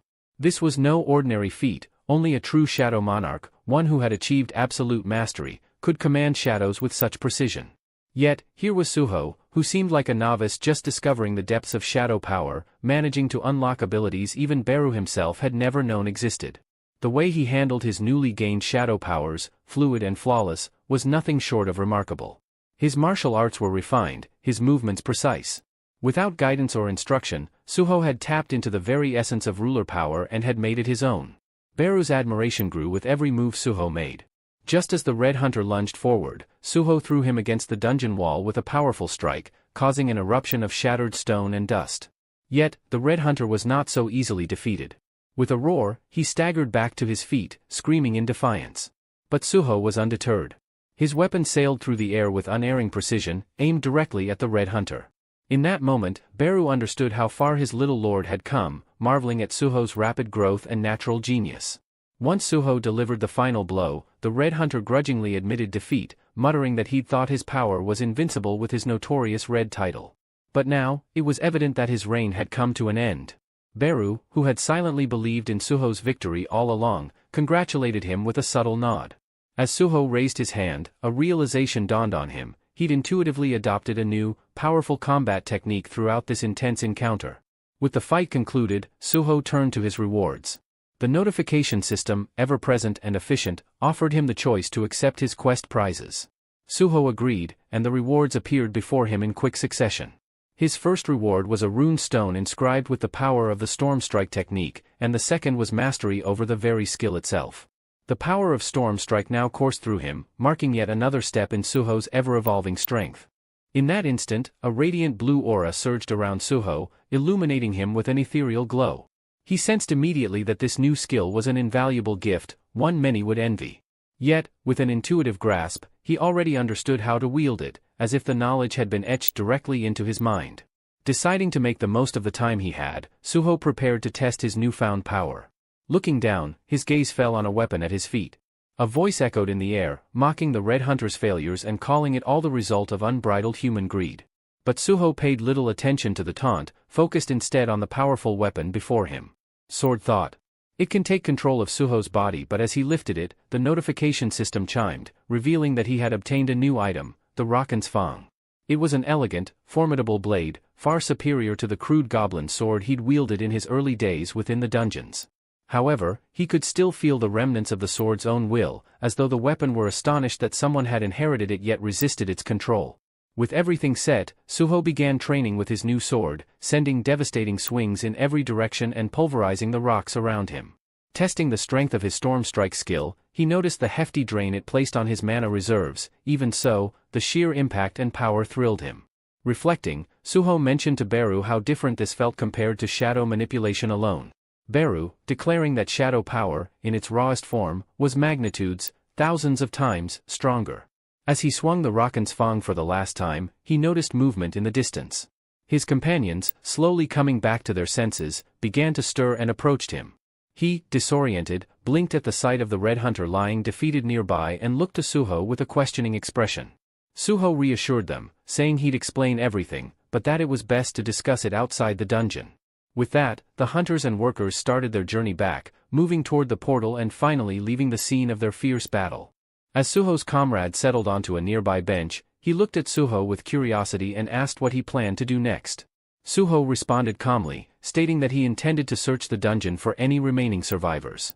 His comrade watched as Suho walked back into the ominous dungeon depths, astonished by the strength Suho now displayed. How had he grown so powerful, and was he truly able to summon in such a high-stakes situation? It seemed unbelievable. But in that moment, none of those questions really mattered. What mattered was that, thanks to Suho, the survivors were safe. Families and friends were reunited outside the dungeon, grateful and bewildered, many not fully grasping what they'd endured. Meanwhile, deep within the dungeon, Suho was already in action, cutting down iron demon hounds with precise, relentless strikes. After dispatching a group of them, he turned to Beru, noting that there still seemed to be an endless number of wolf-like monsters prowling within the shadows. Beru chuckled, reminding Suho that every one of them counted as experience and should be taken advantage of. As he continued to fight, Suho noticed that his sword's attack power had diminished. Just then, a voice emanated from within the weapon, attributing the power drop to the sword's alliance with the Shadow Lord's heir. Beru quickly retorted, saying it was a shameful display for such a proud weapon to diminish its power simply because Suho, someone much stronger, was wielding it. The sword's voice argued back, claiming that it had never witnessed a true hunter wasting effort on prey so weak.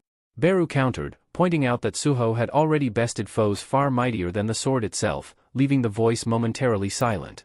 Suho paused, momentarily struck by the strange reality that he was conversing with both a talking insect and a sentient sword. It was surreal, but he pushed on, reaching the very place where he had originally retrieved the sword. Observing his surroundings, he discovered a grim scene. All of the hunters who had been in that area had been utterly wiped out. Just then, the sword's voice echoed ominously, stating that anyone who dared enter this space would face destruction.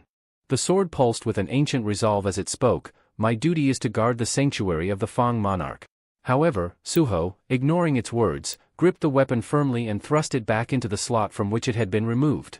Turning his attention elsewhere, he gazed solemnly at the fallen hunters around him. Suddenly, a notification flashed before him, alerting him to a target eligible for shadow extraction and asking if he wished to proceed. Suho hesitated and turned to Beru, questioning if it was truly possible to use shadow extraction on humans. Beru confirmed, explaining that as long as the body was dead, any creature, human or otherwise, could be converted into a shadow soldier. But instead of taking the opportunity, Suho quietly began lifting the remains of the hunters, carrying them carefully towards the dungeon's exit. Perplexed, Beru watched, unsure why Suho was refraining from utilizing shadow extraction. When he asked, Suho simply replied that binding someone to fight after death felt too close to punishment. Beru was taken aback by this response. He hadn't expected such a choice from his young master. The respect Suho showed even in battle left Beru stunned. Then, Suho asked another question, confirming with Beru that this place was indeed a sanctuary for the Fang monarch. Beru nodded and went on to explain further. Suho mused aloud about his father and how the defeated lord, whom he had confronted earlier, was somehow entangled with a group known as the Teetering. Beru took a moment and then elaborated, "The Teetering are current enemies of the Shadow Monarch. But other monarchs are the past enemies." Beru continued, detailing the 9 great monarchs, each of whom was powerful beyond imagination. Among them was Suho's father, Sung Jinwoo, the king of death and monarch of shadows, a revered protector who had saved the world countless times. Beru recited their titles with solemn respect: the Beast King, also known as the Fang monarch, who wielded a power equal to any of the monarchs, the Queen of Insects, the Plague monarch, the iron-bodied monarch of monstrous humanoids, the King of Demons, known as the Monarch of White Flames, the Colossal Giant Monarch, Lord of the Beginning, the Frost Monarch, ruler of the Snowfolk, the Monarch of Transfiguration, sovereign over spectral demons, and finally, the Berserk Dragon King, Monarch of Destruction. 8 of these monarchs had fallen when they sought to conquer Earth, leaving only Sung Jinwoo, the Shadow Monarch, victorious over them all. And it was this same Shadow Monarch who had defeated the Fang Monarch, Suho's current opponent. As the tales of the past hung heavily in the air, the sword's voice growled with malice. "Were my power restored," it sneered, "I'd rip apart the descendant of the Shadow Monarch's bloodline and toss him to the wolves for sport." Suho regarded the sword with a measured gaze, addressing the voice within. "It's not that I don't understand your perspective," he began. "But my father defeated the other monarchs to protect this world. His only goal was to shield it from destruction. In the same way, aren't you here to guard this place from invaders? Whatever side we stand on, we're both simply defending what matters to us. You wish to fight me purely because of our blood connection, but that seems pointless if your mission is to defend this sanctuary." He paused, then added, "I want nothing more than to meet my parents, those whom I can't see because of past invasions. For that purpose, I'm willing to draw on any strength. When the Teetering come again, even this place won't remain safe. If you aid me, together we can protect both this sanctuary and our world." The spirit within the sword fell silent, contemplating Suho's unexpected proposition. Could this young heir of the Shadow Lord truly mean to join forces? Suho grasped the sword's hilt firmly, waiting to see if it would submit to his resolve, prepared to unite shadows and fangs in a common cause. For a moment, an aura of understanding seemed to pass between them, as though the sword were weighing Suho's words deeply. Meanwhile, in a bustling cafe, a group of reporters gathered with several of Suho's friends, eager for any first-hand account of the previous day's harrowing dungeon incident. They had been keen to speak to anyone who could give them the full story, and one of the survivors, Lim Dog-yoon, who still bore signs of exhaustion, took the opportunity to share his experience. Holding his coffee, he addressed the reporters, wanting to bring attention to Suho's bravery, despite his rank as an E-class hunter. "It's important people hear what happened," Lim said. He detailed how Suho had stepped forward without hesitation to protect the others, painting a picture of courage that would be hard to overlook. The reporters listened closely, capturing every word to relay in the next headline. Not long after, articles began circulating, highlighting the unlikely hero, a rank E hunter who had shielded his fellow hunters from certain doom. The reports recounted Suho's selfless stand against the dungeon monsters, featuring interviews from many survivors who owed their lives to him. Elsewhere, editors and writers gathered to discuss their next steps, pens tapping thoughtfully as they selected the best story angles to bring this extraordinary event to the public. Suho's resolve had begun to echo far beyond the dungeon walls, giving rise to a story of heroism that would inspire many more. In a bustling guild management office, murmurs filled the room as the team discussed recent staffing needs. One of the assistants noted that the intel department was short-handed and would benefit from hiring a few additional E-rank hunters. The second-in-command, seated at the main desk, quickly agreed, instructing his colleague to find a suitable candidate. The man at the computer scanned through profiles, stopping at one that caught his attention, an E-rank hunter who had recently faced down monsters in a dungeon, coordinated the evacuation of a minor team, and single-handedly rescued an injured hunter. Upon realizing the candidate's rank, those around him were visibly surprised. But the second-in-command merely shrugged, assuring them, "Don't be so quick to judge. Bringing him into a high-ranking guild like ours could be beneficial. It wouldn't hurt to have him here and resolve a minor scandal or two." A staffer then inquired if Hunter Suho had responded to their initial outreach. The mention of Suho's name drew interest, particularly because they had learned he'd received an invitation from the prestigious Black Turtles Guild. He must be thrilled, one of them assumed. However, the colleague at the desk turned, stating, "Actually, Suho declined the offer." The second-in-command blinked in disbelief. Declined? An E-rank rookie refusing a guild like that? What's he thinking? He shook his head, grumbling. Does he believe he's some kind of S-rank hunter? It doesn't make any sense. Another staffer chimed in. Apparently, Suho has no interest in joining any guild. The leader's irritation deepened, unable to grasp how a rookie with such a low rank could afford to pass up such opportunities. "Mark my words, he'll come around," he muttered. "Sooner or later, Suho will realize how challenging it is to survive without a guild support." Meanwhile, back at his apartment, Suho checked the notifications popping up on his phone. Since his last dungeon expedition, he had been inundated with guild invitations. A flood of offers filled Suho's inbox, though he noticed that nearly every guild wanted him for menial roles as a porter or gatherer. He couldn't quite understand the overwhelming interest, but he dismissed the offers. To him, joining these guilds would only limit his potential and slow his progress with the system. There was simply no reason to waste time on tasks that would sidetrack his path to growth. Turning his focus to his sword, Suho looked at Fong Raken. "About what we discussed in the dungeon," he began, combining Shadow and Fong. "Are you still open to that?" Fong Raken's voice responded skeptically, clearly stunned. "Are you serious? You think a Shadow can become a true ally and not an adversary?"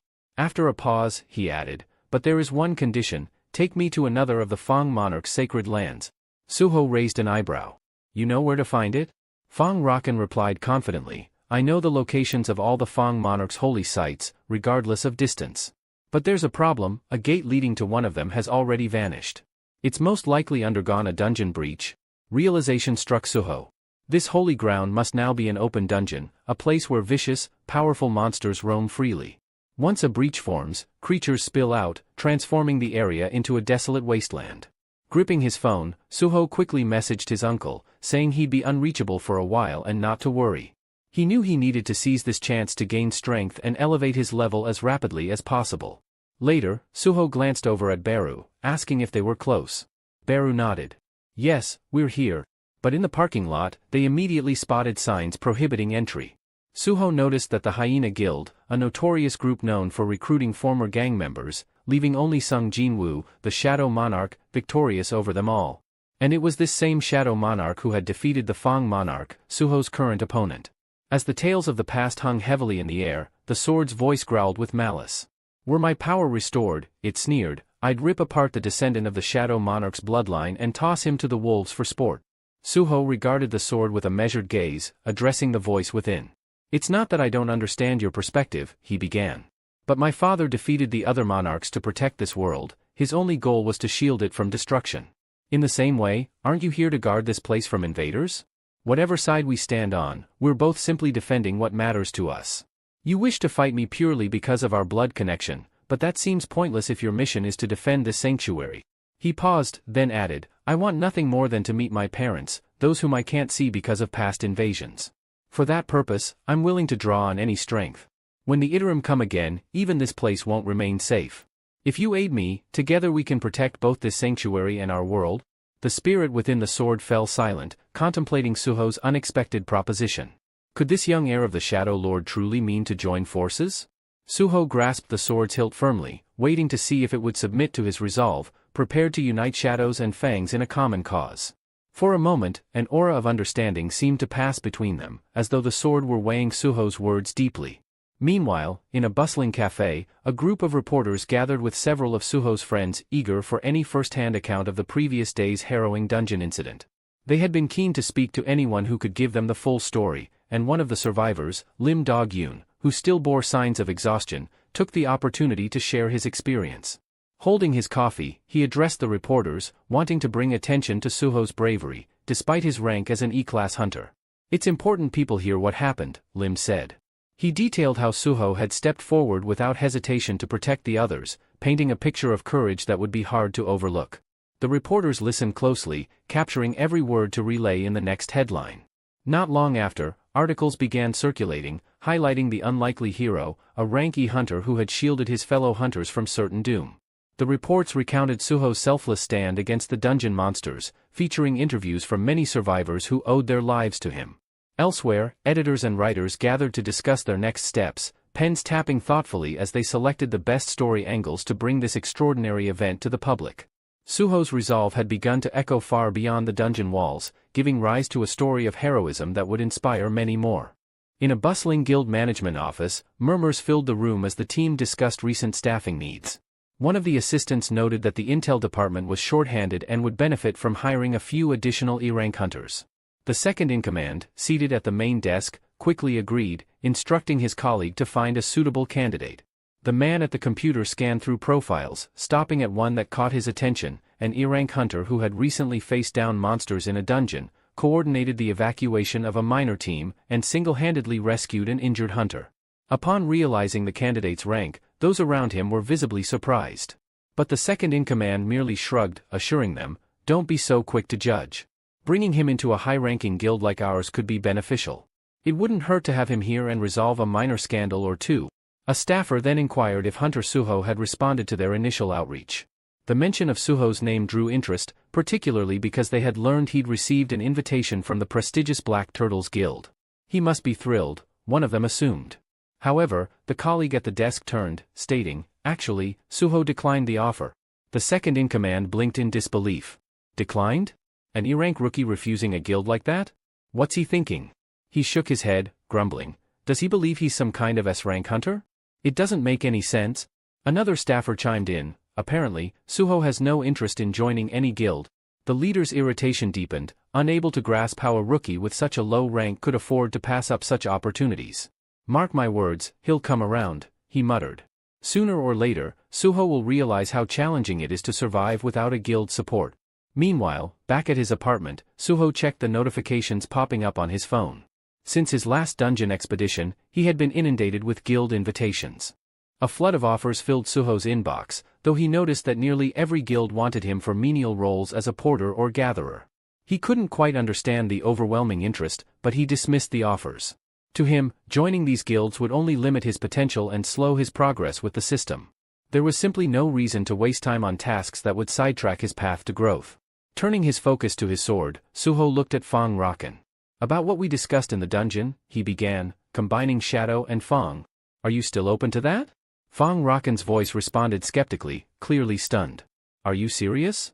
You think a Shadow can become a true ally and not an adversary?" After a pause, he added, "But there is one condition, take me to another of the Fong monarch's sacred lands." Suho raised an eyebrow. "You know where to find it?"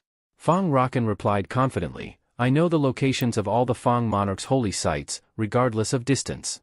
But there's a problem, a gate leading to one of them has already vanished. It's most likely undergone a dungeon breach." Realization struck Suho. This holy ground must now be an open dungeon, a place where vicious, powerful monsters roam freely. Once a breach forms, creatures spill out, transforming the area into a desolate wasteland. Gripping his phone, Suho quickly messaged his uncle, saying he'd be unreachable for a while and not to worry. He knew he needed to seize this chance to gain strength and elevate his level as rapidly as possible. Later, Suho glanced over at Beru, asking if they were close. Beru nodded. "Yes, we're here." But in the parking lot, they immediately spotted signs prohibiting entry. Suho noticed that the Hyena Guild, a notorious group known for recruiting former gang members, had claimed the area, adding a layer of tension. Understanding that a direct approach might be met with hostility, Suho steeled himself, ready for whatever awaited him beyond the barrier. Beru advised Suho to ignore the petty creatures and focus on leveling up. As Beru and Fang bickered, Suho cut them off, irritated, demanding to know what they were doing. He stated he was ready to break in and would use his powers to make it happen. With that, he began shattering the surveillance cameras one by one. Beru questioned what would happen if the guild noticed, but Suho confidently responded that he had a plan for that. When he broke the final camera, it shattered into tiny fragments, ensuring there'd be no evidence. Beru observed with amusement, noting that Suho's approach reminded him of the monarch. Upon entering, Suho was struck by the eerie, blue mist filling the open dungeon. Beru explained that this mist was actually mana from another realm, seeping through dimensional walls and leaving a trail. The mist originated from the monarch's sanctum, filtering to earth through a dimensional rift. Beru continued, revealing that beings from the outer worlds were trying to tear a large breach between realms to send their armies through. Due to the dense concentration of mana required, only the weaker creatures could currently slip through, the strongest forces hadn't arrived yet. Realizing the urgency, Suho knew he had to level up fast, especially before other hunters could interfere. Suddenly, he glanced up and noticed colossal creatures lurking in the trees, a sharp-clawed Briga and a shadowy figure known as Ramon. Fang eagerly encouraged Suho to unleash his strength, but Suho replied that while he appreciated the support, he wouldn't use Fang as his main weapon, leaving Fang momentarily puzzled.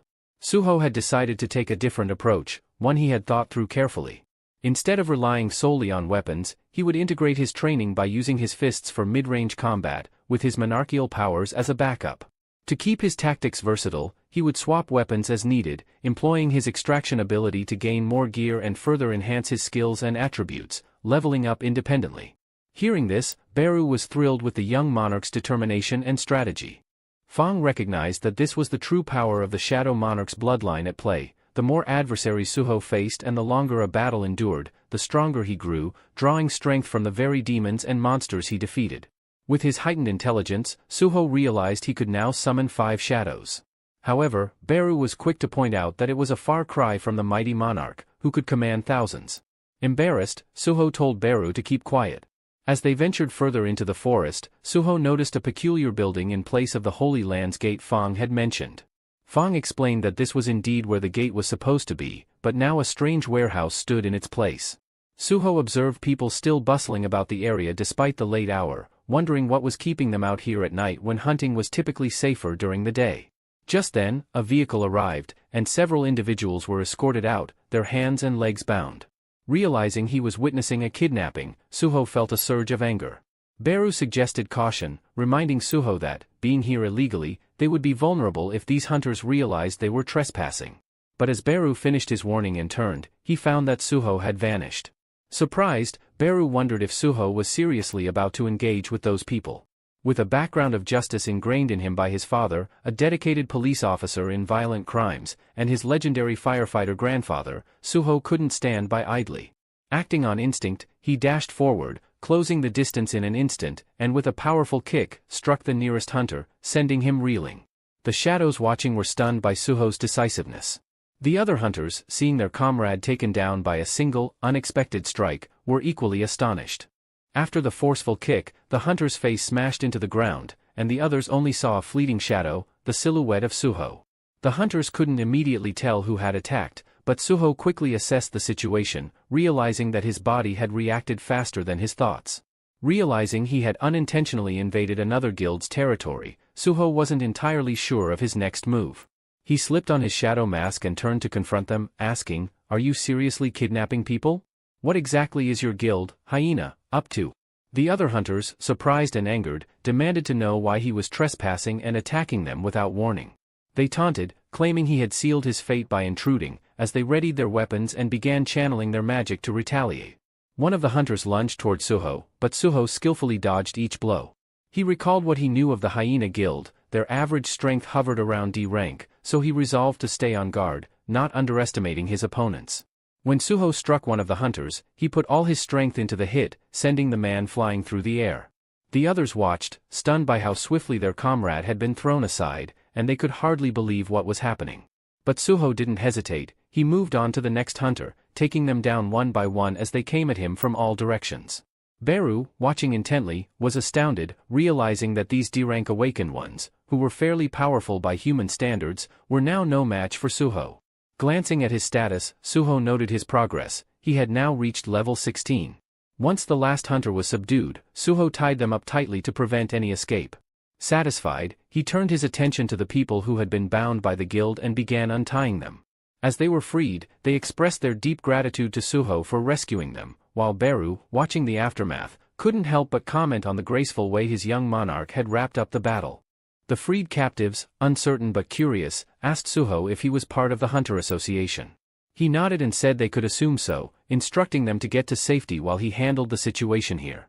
Once they hurriedly got into their car and drove off, Suho lingered, puzzled about why the Hyena Guild would go to such extremes as to kidnap people. Just then, Fang's voice echoed in his mind, saying he could sense something nearby.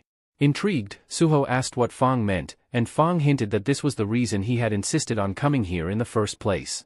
Suho and his companions moved toward a building on the other side of the fence. Entering the dimly lit room, Suho was taken aback by what he found. Rows of cages lined the walls, and a faint, strange energy filled the space, barely noticeable yet present. Beru pointed this out as well, though the source of the energy was difficult to pinpoint. As Suho scanned the room, his gaze settled on a small creature locked in one of the nearby cages. Initially, he thought it was a mere dog, but Fang quickly corrected him, suggesting that the creature was, in fact, a young wolf, a descendant of the legendary beast monarch, Fang. Hearing this revelation, Suho could hardly believe his ears. Fang then elaborated, explaining that after a brutal conflict with the Shadow Monarch, the beast monarch Fang had given the order for the last of his bloodline to be hidden in a shrine. He had hoped that one day, if his lineage survived, another Fang monarch might rise. Fang admitted that he hadn't expected to find a Fang descendant here of all places. Moved by the story and the little wolf's plight, Suho broke open the cage and gently lifted the wolf cub into his arms, feeling the faint traces of a noble aura that had suffered greatly and was almost depleted. Fang warned him that the young wolf's energy was so low it wouldn't survive if left in its weakened state. Beru then asked Suho what he planned to do next. Suho, eyes blazing with newfound resolve, muttered that while he had expected to find a few minor figures here, he now understood there was one last foe he would have to deal with. At that moment, Suho sensed a twisted aura. Turning, he spotted a demonic figure emerging from the shadows, its voice dripping with malice as it sneered that trust in others was a futile sentiment. The creature introduced itself as Brokey and claimed to have survived by any means necessary.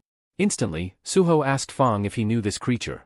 Fang confirmed, explaining that this was the guard responsible for taking care of the descendant he had just described. Brokey smirked as he approached Fang, sneering that it had been ages since they last saw each other and taunting Fang Rakan by mentioning how glad he was to see him still alive. Fang's expression grew darker, and he responded sharply, reminding Brokey of his duty to protect the descendant. All this time, while this wolf cub was in chains, what exactly were you doing, Brokey? Fang demanded, his voice thick with contempt. Suho held the wolf cub protectively, but before he could react, Brokey lunged at him with blinding speed. With a menacing glare, Brokey growled, "How dare you touch what's mine?" Without warning, Brokey swung his tail, striking Suho with a brutal force that sent him crashing through the wall and into a pile of containers outside. Beru, witnessing the violent impact, flew to Suho's side, shouting out to see if he was all right.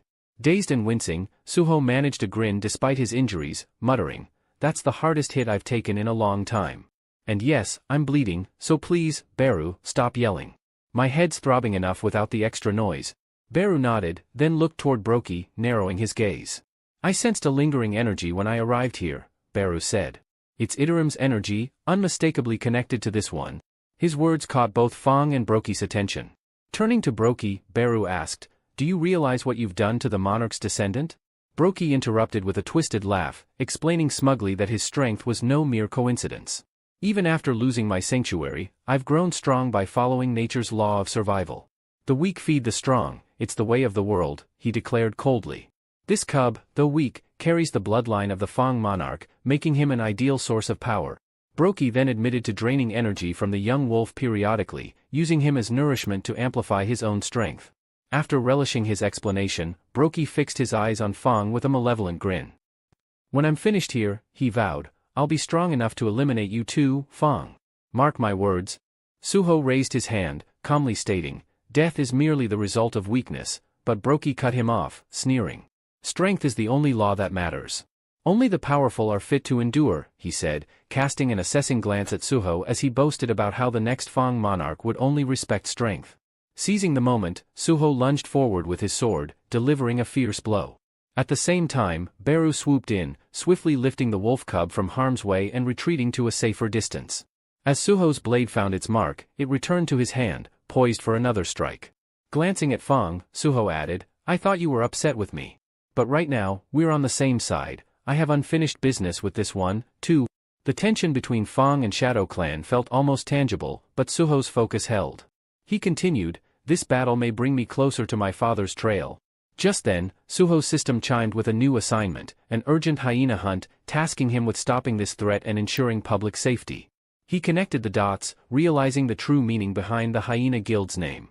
Brokey wasn't simply another monster, he had founded an entire organization, kidnapping people to grow his influence, all intertwined with the same sinister energy linked to Iterim. The hunters nearby, once loyal to Brokey, struggled against their restraints. "Brokey, release us," they yelled. "This guy isn't someone to face alone. Let us help." But Brokey turned on his own followers in a heartbeat, silencing them with a brutal, dismissive blow. "You think I need help with him?" he snarled. "The minute you forget your place, you become prey." Witnessing Brokey's merciless strike against his own people ignited Suho's fury. He charged forward, fist clenched and ready to strike. As he launched his sword, Brokey countered instantly, blocking with an unyielding grip. Suho demanded, "Did you slaughter those people just for amusement?" Brokey's response was cold. "The strong need no reason. We decide who lives and dies, as we see fit."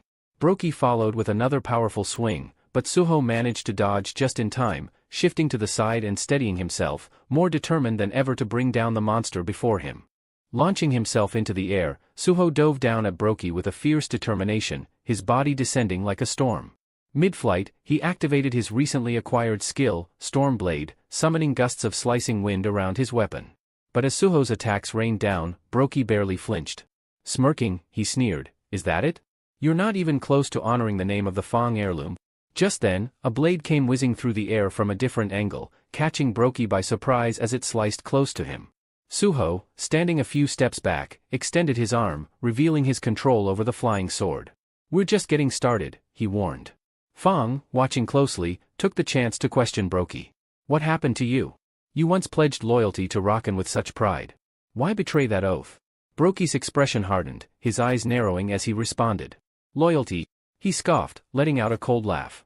"There was never honor, only fear. I respected Rakan's power, nothing more. Living like that, shackled by fear, I couldn't bear it any longer. So, when the chance came, I decided to seize my own future by any means necessary." Brokey caught Fang, and destroyed it. With a sudden burst of speed, he struck Suho with a devastating punch, sending him reeling. Suho felt pain tear through his body as if every bone were fractured, but his mind latched onto a powerful memory. Images of his father flashed before him, a figure battling somewhere unknown, never backing down. That memory rekindled a strength within Suho. It reminded him that surrender was not an option. Steeling himself, he summoned the shadows around him, cloaking his fists in shadowy armor. Channeling all his remaining strength, he launched a powerful blow straight into Brokey, determination blazing in his eyes. Watching from a distance, Beru marveled at his young lord's resilience and power. Despite his age, Suho was wielding strength beyond what anyone expected. Fang, lying battered on the ground, glanced at his shattered sword and the memory of its former power. Everything, the survival of his descendants, the future of the Fang lineage, all rested on Suho's shoulders now. The fight wasn't over, it had only just begun. Fang could sense that Suho, just like him, was ready for the battle still to come. At that moment, the young wolf cub began to stir, slowly rising to its feet despite the strain and pain it felt. Fang Rakan watched, understanding that this cub, the last descendant of Lord Rakan, was summoning the strength to stand. Inspired by Suho's fierce determination, the cub struggled to its paws, its resolve mirroring Suho's own. Realizing what he had to do, Fang Rakan thought, "The least I can do now is offer the remainder of my power to the next generation." As Suho continued his fight, each clash echoing through the battlefield, he barely held off his opponent's relentless onslaught. With a powerful strike, Brokey sent him crashing to the ground. Lifting his head with difficulty, Suho noticed a system notification displaying his remaining hit points. The monster loomed closer, radiating an ominous aura and taunting, impressive endurance for such a lowly creature. Brokey raised his arm to deliver a finishing blow, but suddenly, a sharp set of claws swiped across his paw. The young wolf cub had intervened, striking just as Brokey was about to end Suho. Suho blinked, surprised by the wolf's sudden appearance and courage. Standing firm, the cub positioned itself protectively in front of Suho, its eyes blazing with determination. A notification appeared in front of Suho, showing that the Fang descendant had acknowledged his bravery and offered to join him as an ally. Suho hesitated, uncertain. Is this little cub really the descendant of the Fang? The monster, equally shocked, glared at the cub, snarling, is that truly a descendant? Has he absorbed the power of Rakan Fang? At that moment, Suho pieced it together. The cub had inherited the essence of Rakan Fang, who must have sacrificed himself to infuse his power into this young wolf. Suho had intended to align with the Fang from the start, and after a quick look at the system's notification, he decided there was no reason to hesitate. Accepting the Fang descendant as an ally, he confirmed the bond. Almost immediately, a new system window appeared, indicating that data synchronization was underway. Suho felt a strange influx of energy, memory seeping into his mind as if he were tapping directly into the wolf cub's past. The images formed into fragmented memories, an ominous cave, where Brokey told Fang's descendant that they lost the war to Shadow Monarch and he must become stronger. Soon after, shadowed figures gathered around a small, trembling wolf cub. Among them, Suho saw beings vowing to challenge the powerful lord, declaring that the survival of the fittest ruled their world. The Fang clan member asserted that, no matter the risk, they would grow stronger to secure a future for their kind. As one figure extended a hand, the little cub cowered, and a creature laid a hand on the cub's head, transferring some mysterious energy while muttering, I choose you. Use this power wisely, it's a gift that will help you survive, depending on your resolve.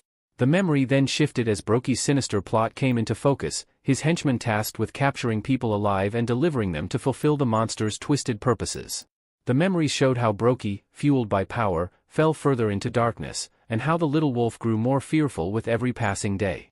Witnessing the memories, Suho realized that these beings, who marked the wolf's mind with such fear, were somehow linked to the dark force of Iterim.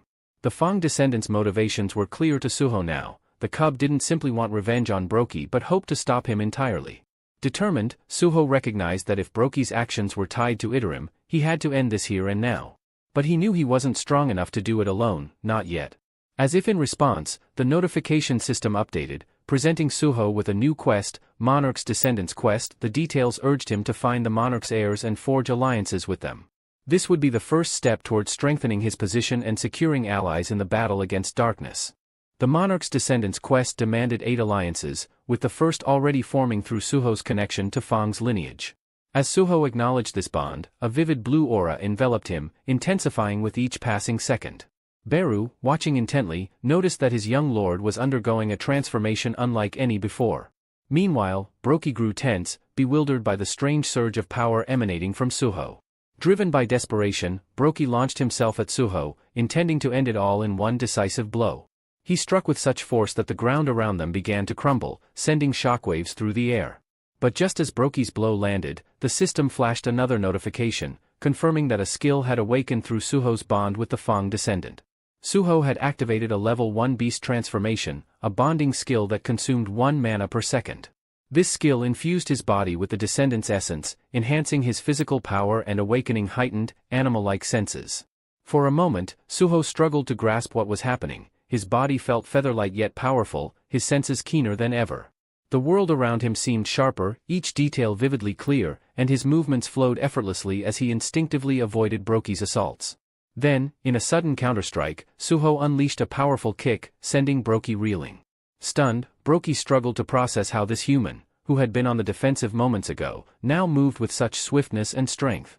Enraged and confused, Brokey roared, insisting he could not be losing to the same mere mortal he had dominated minutes prior.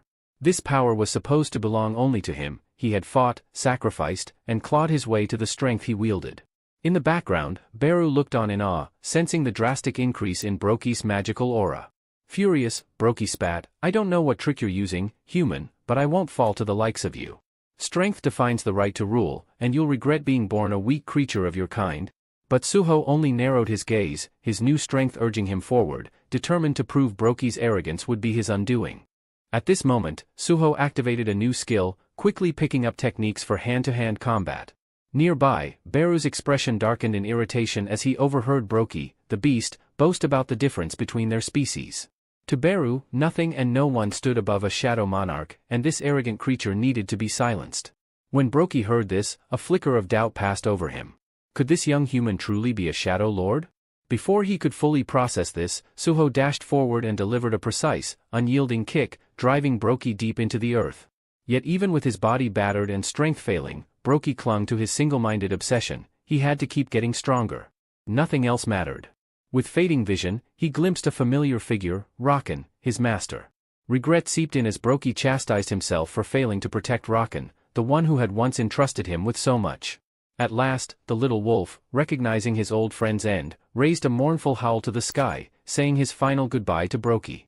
Suho observed the fallen Brokey, a notification informing him that he had leveled up from the victory. He glanced over to see the little wolf gazing sorrowfully at Brokey's lifeless form, saddened by the realization that he'd had to confront and ultimately lose someone who had once been his guardian. The silence was thick, and both Suho and Beru stood quietly for a moment, respectfully watching the somber scene unfold. Finally, Beru broke the silence, commending Suho for his strength and skill in taking down Brokey. Suho, however, remained focused and asked Beru if he sensed any trace of Iterim's power lingering nearby. Suho shared that, through his bond with Rakan's heir, he had glimpsed troubling memories. He described a scene in which hunters had attacked Brokey and the little wolf, inflicting a strange curse upon Brokey's eye that had twisted his mind, turning him against his own. Could these hunters be agents of Iterim? Suho wondered aloud, his gaze darkening. And what could their real purpose be? Hearing this, Beru frowned and replied, Iterim are the outer gods. These types don't involve themselves directly with mortal affairs. They send apostles to handle their errands and impose their will from afar. But one thing is certain, if hunters aligned with Iterim are acting openly here, then Earth is already part of their plans. Suho was still puzzled, desperate to learn more about Iterim. Beru, noticing his curiosity, suggested a way they might glean some insight into Iterim's secrets. Suho looked at him, surprised, as Beru explained, if I devour Brokey's body, I could access his memories, plus, I'd regain some of my powers. Think of it as getting two rewards in one. Suho, bewildered, asked Beru when he acquired this kind of ability. Then, he glanced at Rakan's heir, who was observing the exchange, clearly uncertain.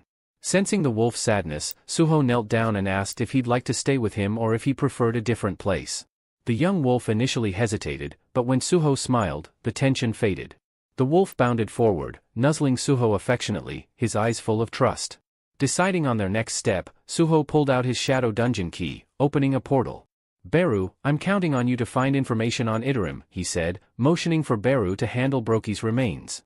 While Beru devoured Brokey's corpse with enthusiasm, Suho led the wolf through the shadow dungeon portal, explaining that he wanted a safe haven for him. Beru chuckled to himself, wondering why Suho was bothering with the dungeon instead of just staying home. Inside the dungeon, Suho looked at his wolf companion, thoughtful yet concerned.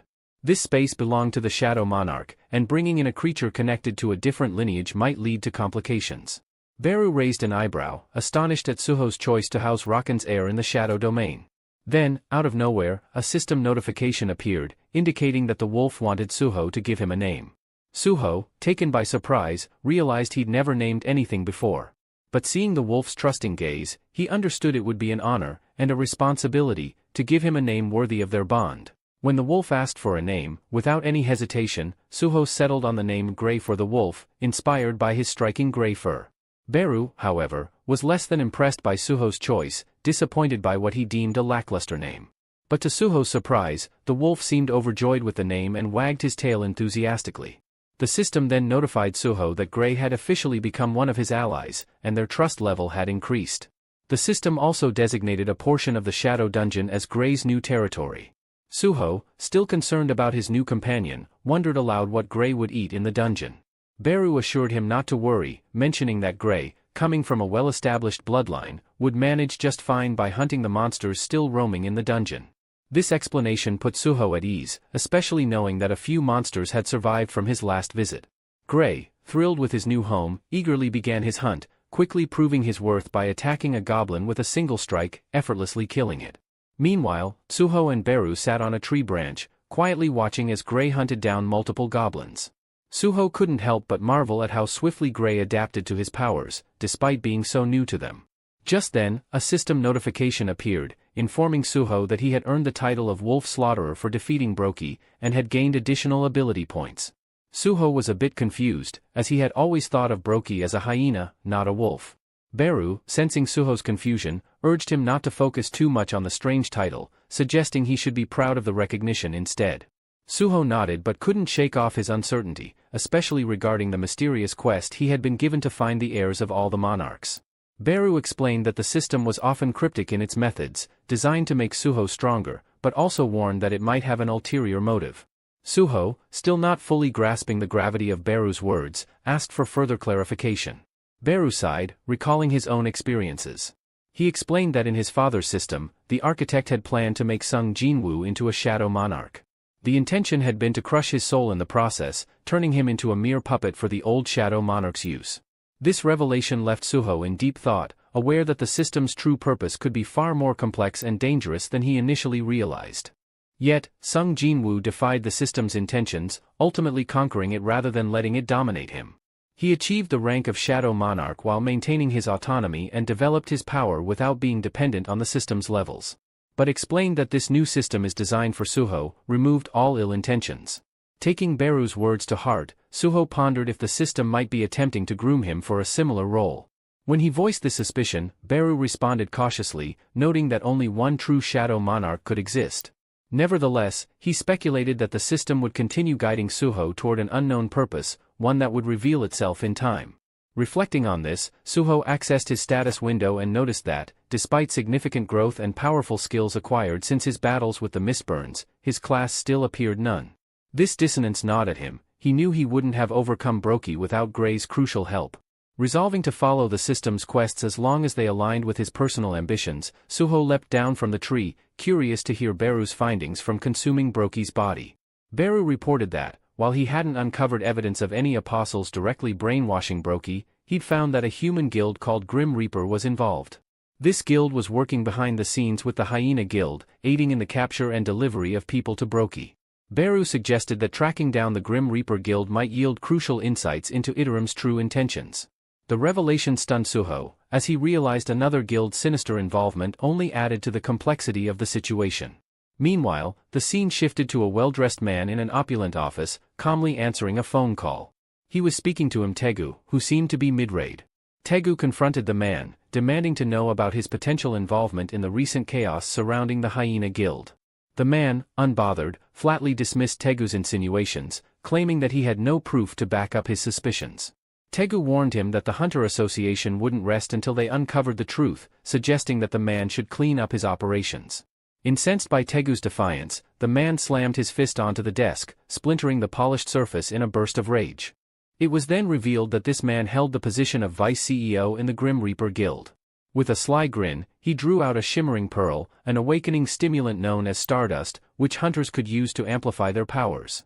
As he examined it, he mused on how this rare substance could become a lucrative asset in expanding his influence. Meanwhile, in the Shadow Dungeon, Gray was tearing through goblins with ease, his strength advancing at an astonishing rate. Each strike was more powerful and precise than the last, earning even Beru's admiration.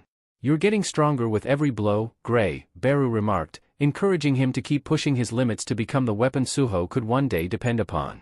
Watching from the shadows, Suho was equally stunned at the wolf's rapid progress. But what truly stood out was the bond forming between Beru and Gray, a respect built on shared trials and aspirations. Then, something unexpected caught Suho's attention. A system message appeared in his vision. It read that Suho had gained experience from Gray's kills. Startled, Suho muttered, How is that even possible?" Bewildered, he called Beru over, who was casually scratching Gray behind the ears. "Beru, do you understand this?" "I just received experience from Gray's hunting," Suho explained, still baffled. Beru inspected the notification and explained, "It's similar to how your father once gained experience through his shadow army. You're sharing in the rewards of battle, almost like splitting the gains in a game." The realization hit Suho. Even if he was only receiving a fraction of the experience, it was still an immense advantage. His excitement grew. "Gray, from now on, you're in charge of clearing out the enemies," Suho announced, his eyes glinting with anticipation. Gray, overhearing this, was hit by a mix of shock and exhaustion, but before he could react, a new system notification appeared: "Dungeon cleared. New quest unlocked. Daily quest." "Finally," Suho said, eager to see the next challenge. The daily quest seemed straightforward: defeat goblins and clear the dungeon. Yet a question lingered in Suho's mind: Why was he now receiving daily quests? Then, the answer dawned on him, hinting at the system's deeper intentions. Daily quests meant daily rewards, which meant Suho had an opportunity to grow stronger each day. Beru chimed in, noting, "It looks like the system wants you to seize control of this entire dungeon as part of your domain." Suho nodded, but then he faced a new challenge. How am I supposed to gather 100 goblins in such a massive place? A thought struck him as he recalled an item from a previous dungeon, a horn flute that could summon nearby goblins. Wasting no time, Suho pulled the flute from his inventory and blew into it. Within seconds, goblins began charging from every direction. Perfect, he thought, feeling the adrenaline kick in. Beru, watching his master's strategy unfold, gave an approving nod. With a confident grin, Suho launched himself into the fray, his fists crashing down on the goblins with crushing force. As he tore through the swarm, Suho realized the thrill of fighting goblins was fading. They no longer presented a real challenge. But he had a quest to complete, and he'd make it interesting. Suho blew the horn again, summoning an even larger horde of goblins, and decided to take things up a notch.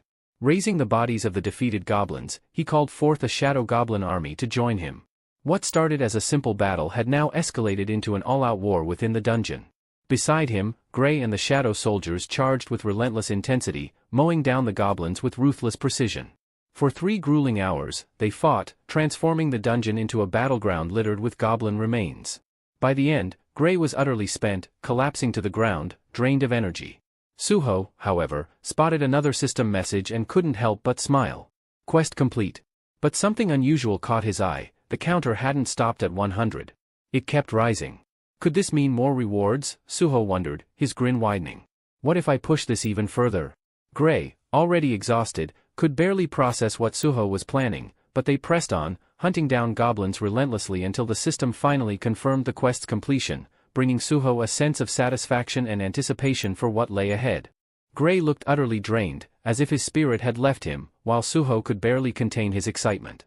His gamble had paid off. He had unlocked hidden rewards from the system, a full status recovery, 3 stat points, and 2 rare items, the blessed random box and the cursed random box. The full heal alone felt like leveling up, restoring his strength, and the extra stat points were a great bonus. Now, he faced a choice: should he go for what he needed or what he desired? After weighing his options, Suho decided on practicality and opened the cursed box. His eyes widened in astonishment as Vulcan's gauntlets emerged, weapons that boosted his attack power by 40% and increased physical damage by an additional 30%. Incredible, he murmured, slipping the gauntlets on. I can't turn my shadow soldiers into weapons forever, but with these, who needs that? They're perfect.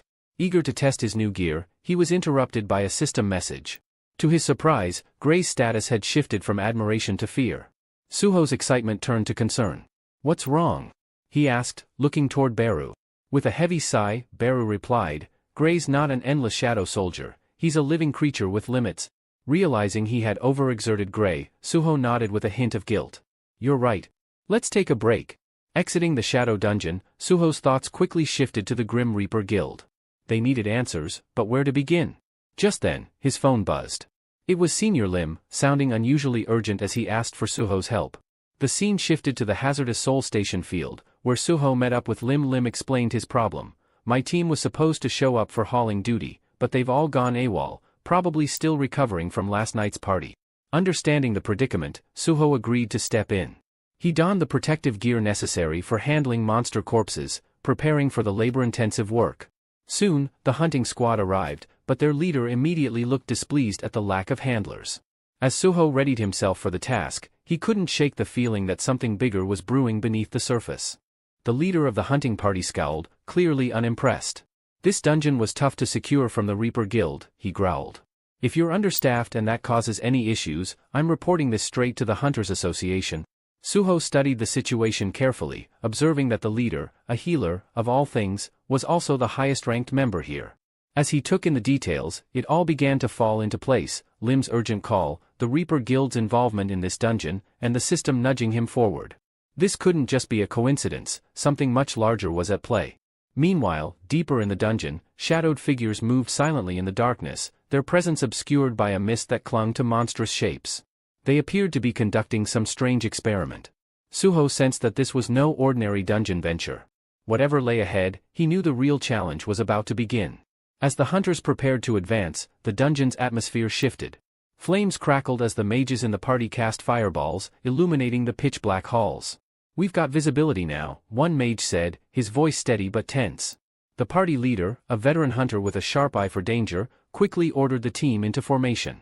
From the shadows, the enemy emerged, lizard-like creatures, their eyes blazing with a fierce hunger as they approached in packs.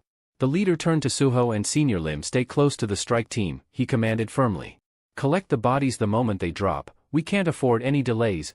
Lim frowned, obviously uncomfortable with the idea. "You want us to be right in the middle of the fight?" he muttered, but the leader's attention had already shifted back to the approaching creatures. Suho, however, was deep in thought. "Lizard monsters?" he murmured to himself, unimpressed. These creatures were hardly the kind of threat he had been hoping for, especially after recently acquiring Vulcan's horn. He had anticipated facing a more formidable opponent, something truly worthy of his evolving skills. Yet, he recognized an opportunity here. By watching the hunters handle the lizard monsters, he could learn something valuable about team-based combat, a skill he rarely practiced due to his preference for solo battles. As the hunters faced off against the monsters, Suho braced himself. While this might not be the challenge he expected, there was still much to gain from the coming skirmish. As the strike team clashed with the monsters, Suho crouched low, pressing his hand against the damp earth. In a quiet voice, he whispered, "Arise." Instantly, from the shadows, his summoned army of goblins materialized, each ready and waiting. Suho couldn't help but feel a surge of pride. Summoning 7 shadow soldiers now was proof of his growing power. Without a moment's hesitation, the goblins got to work, collecting the fallen monster bodies with surprising speed and precision, even leaving Suho impressed by their efficiency. Meanwhile, the hunters continued their fierce battle, swords and spells meeting the resilient hides of the lizard creatures. As the fight reached its conclusion, the team leader glanced over his shoulder and froze, dumbfounded. The collection work was already finished. Suho's shadow goblins had completed it all in record time. What are those?" the leader managed, his eyes wide with astonishment. Suho stood calmly amid the aftermath, a slight smile playing at his lips. "They're my summons," he replied, as if it were perfectly ordinary. Senior Lim, nervously watching the exchange, braced himself, hoping the leader wouldn't start a confrontation. But to their surprise, the leader suddenly grasped Suho's hand, his expression shifting to excitement. "Join our strike team as an exclusive collector," he said eagerly, his tone filled with enthusiasm. "I'll pay you top rates." Suho raised his brows, momentarily surprised by the offer. "I don't see collection work as a long-term path," he replied carefully, though he couldn't help but appreciate the offer. Unfazed, the leader pressed further. "Then name your price," he insisted. Before Suho could respond, a team member approached them hastily, his face pale and voice trembling. "Captain, we found something unsettling." Curious and alert, the leader and his team followed the man to a small clearing. There, a human corpse lay on the ground, its body shrouded in a strange, ethereal blue flame. Despite the flames, it was evident that this person had been dead for a while. The leader knelt beside the body, his expression darkening. It's definitely human," he confirmed, his voice low and filled with concern. Suho and Senior Lim shared a tense look. "Is this who we think it is?" Lim murmured, his voice barely audible. Suho's face darkened, nodding in affirmation. "Yes, it's a mistborn. I've encountered one before." Not wasting any time, Senior Lim turned to the leader and spoke up. "Captain, this is a mistborn, a creature of immense power. They recently attacked our university, creating widespread chaos. We have to be careful." Before the leader could respond, more corpses appeared nearby, each radiating the same eerie blue flames. One of the hunters hesitated, suggesting they halt the mission and alert the Hunters Association about the strange findings. The leader weighed the situation, noting that the bodies seemed like ordinary humans rather than hunters. With several C-rank hunters in his party, he decided they could handle it. "We're pressing forward," he declared firmly. A hunter, clearly excited for the fight, smirked. "That's what I was hoping for." Suho, however, felt a deep unease. "Mistborn are far more lethal than you realize," he cautioned, but the leader brushed him off. "I'm the one in charge here," he replied, cutting Suho off. "Follow my lead. Let's keep moving." They ventured deeper into a dark, ominous tunnel, the air around them growing colder and heavier. The mages lit the way with flickering flames, casting unsettling shadows on the rough stone walls. The atmosphere felt charged, as if the dungeon itself was warning them to turn back. Meanwhile, deeper within the dungeon, screams reverberated off the stone walls, punctuated by the crackling of blue flames licking at fallen bodies. Watching from the shadows, 3 cloaked figures observed the macabre scene. Their faces hidden behind sinister masks, one figure, wearing a skull mask, growled in frustration. The flames aren't strong enough. We're running out of resources. Beside him, another figure, resembling a giant rat, gave a grim nod.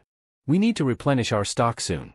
With the hyena guild wiped out, we've lost our main supplier, muttered the figure in the skull mask, his voice tinged with frustration.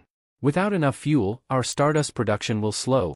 The rat-like creature beside him narrowed its yellowed eyes, baring sharp teeth in a twisted grin.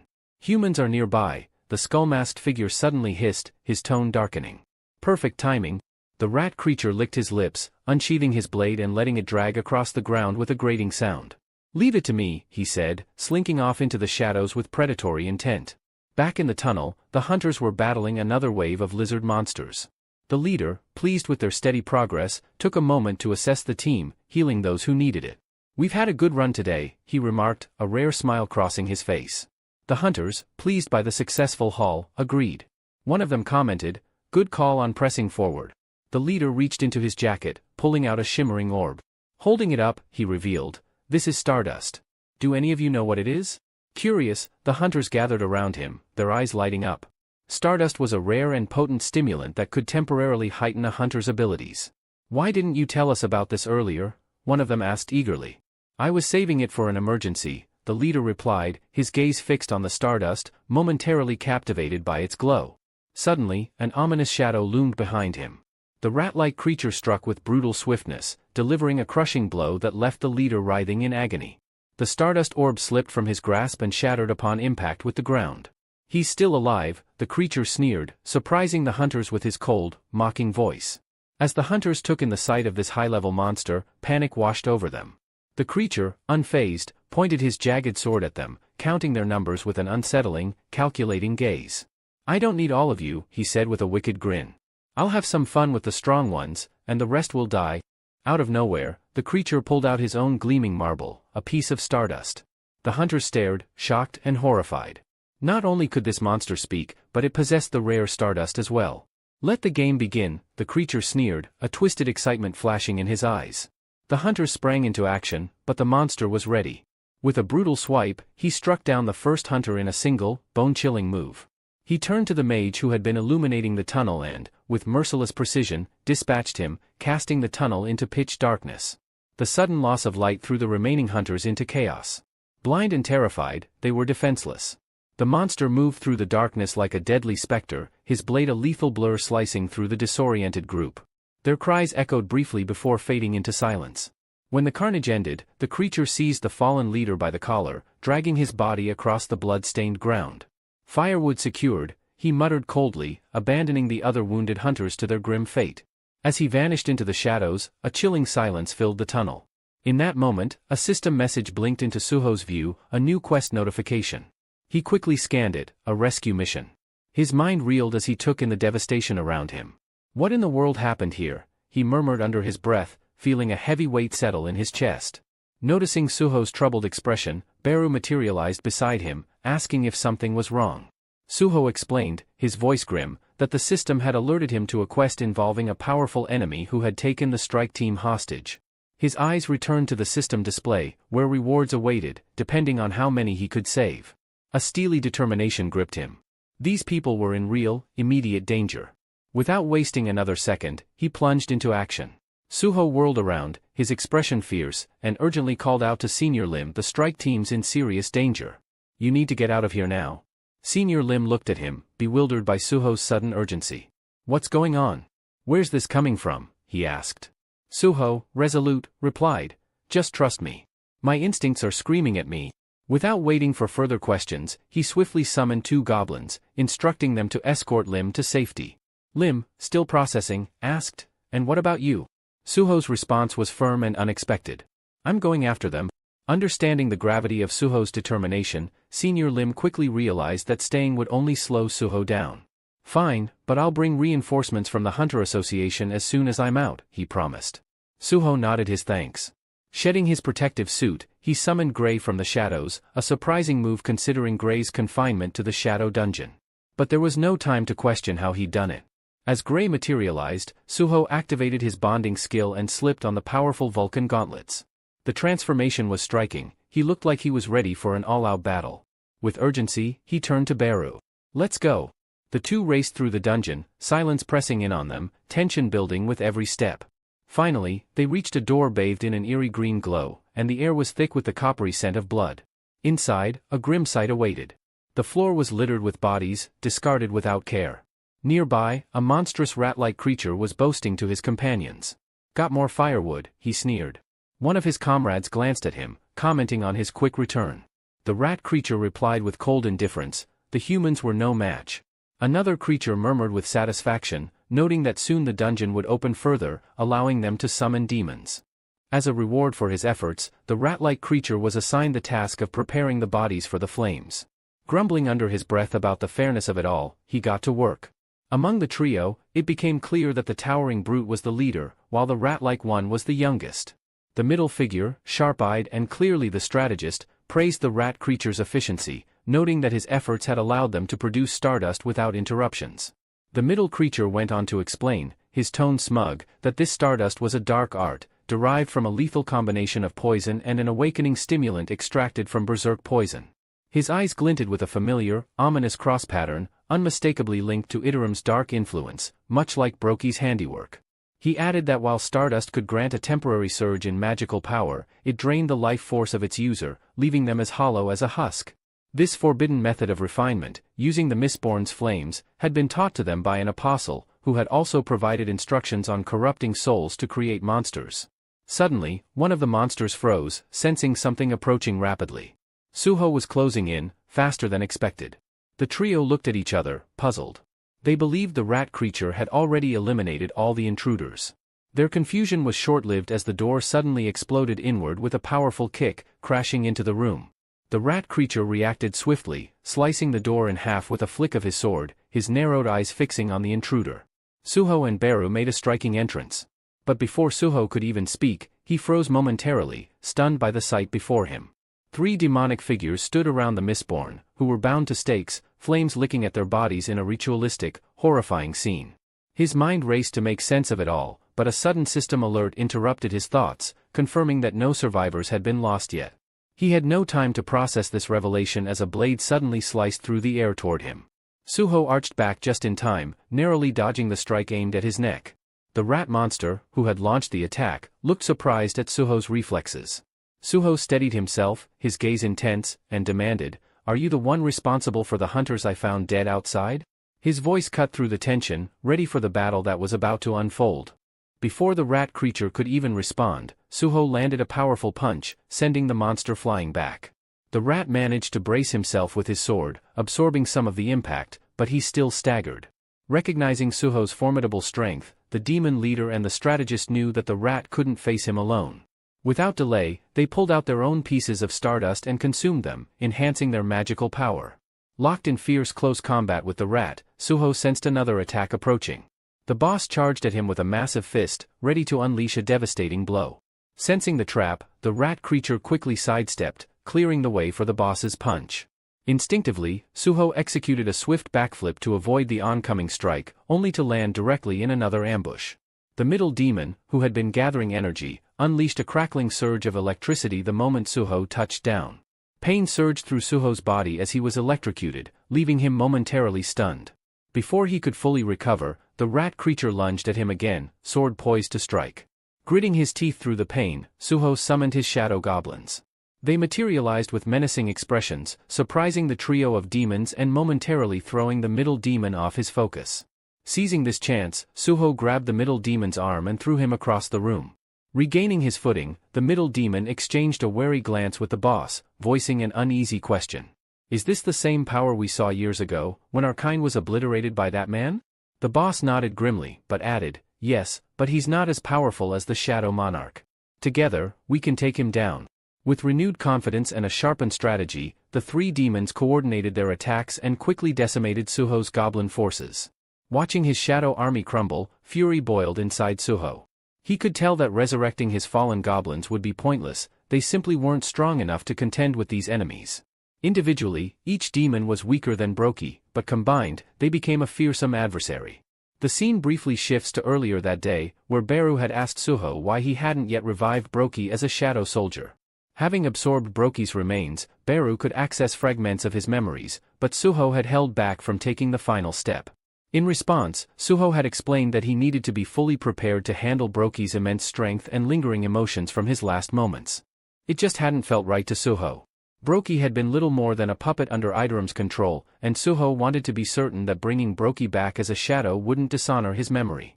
So he held off, wanting Gray's approval before taking that step. Then, unexpectedly, Gray approached Suho with a soft smile, offering his blessing. Gray longed to be reunited with his friend, even if it meant in death.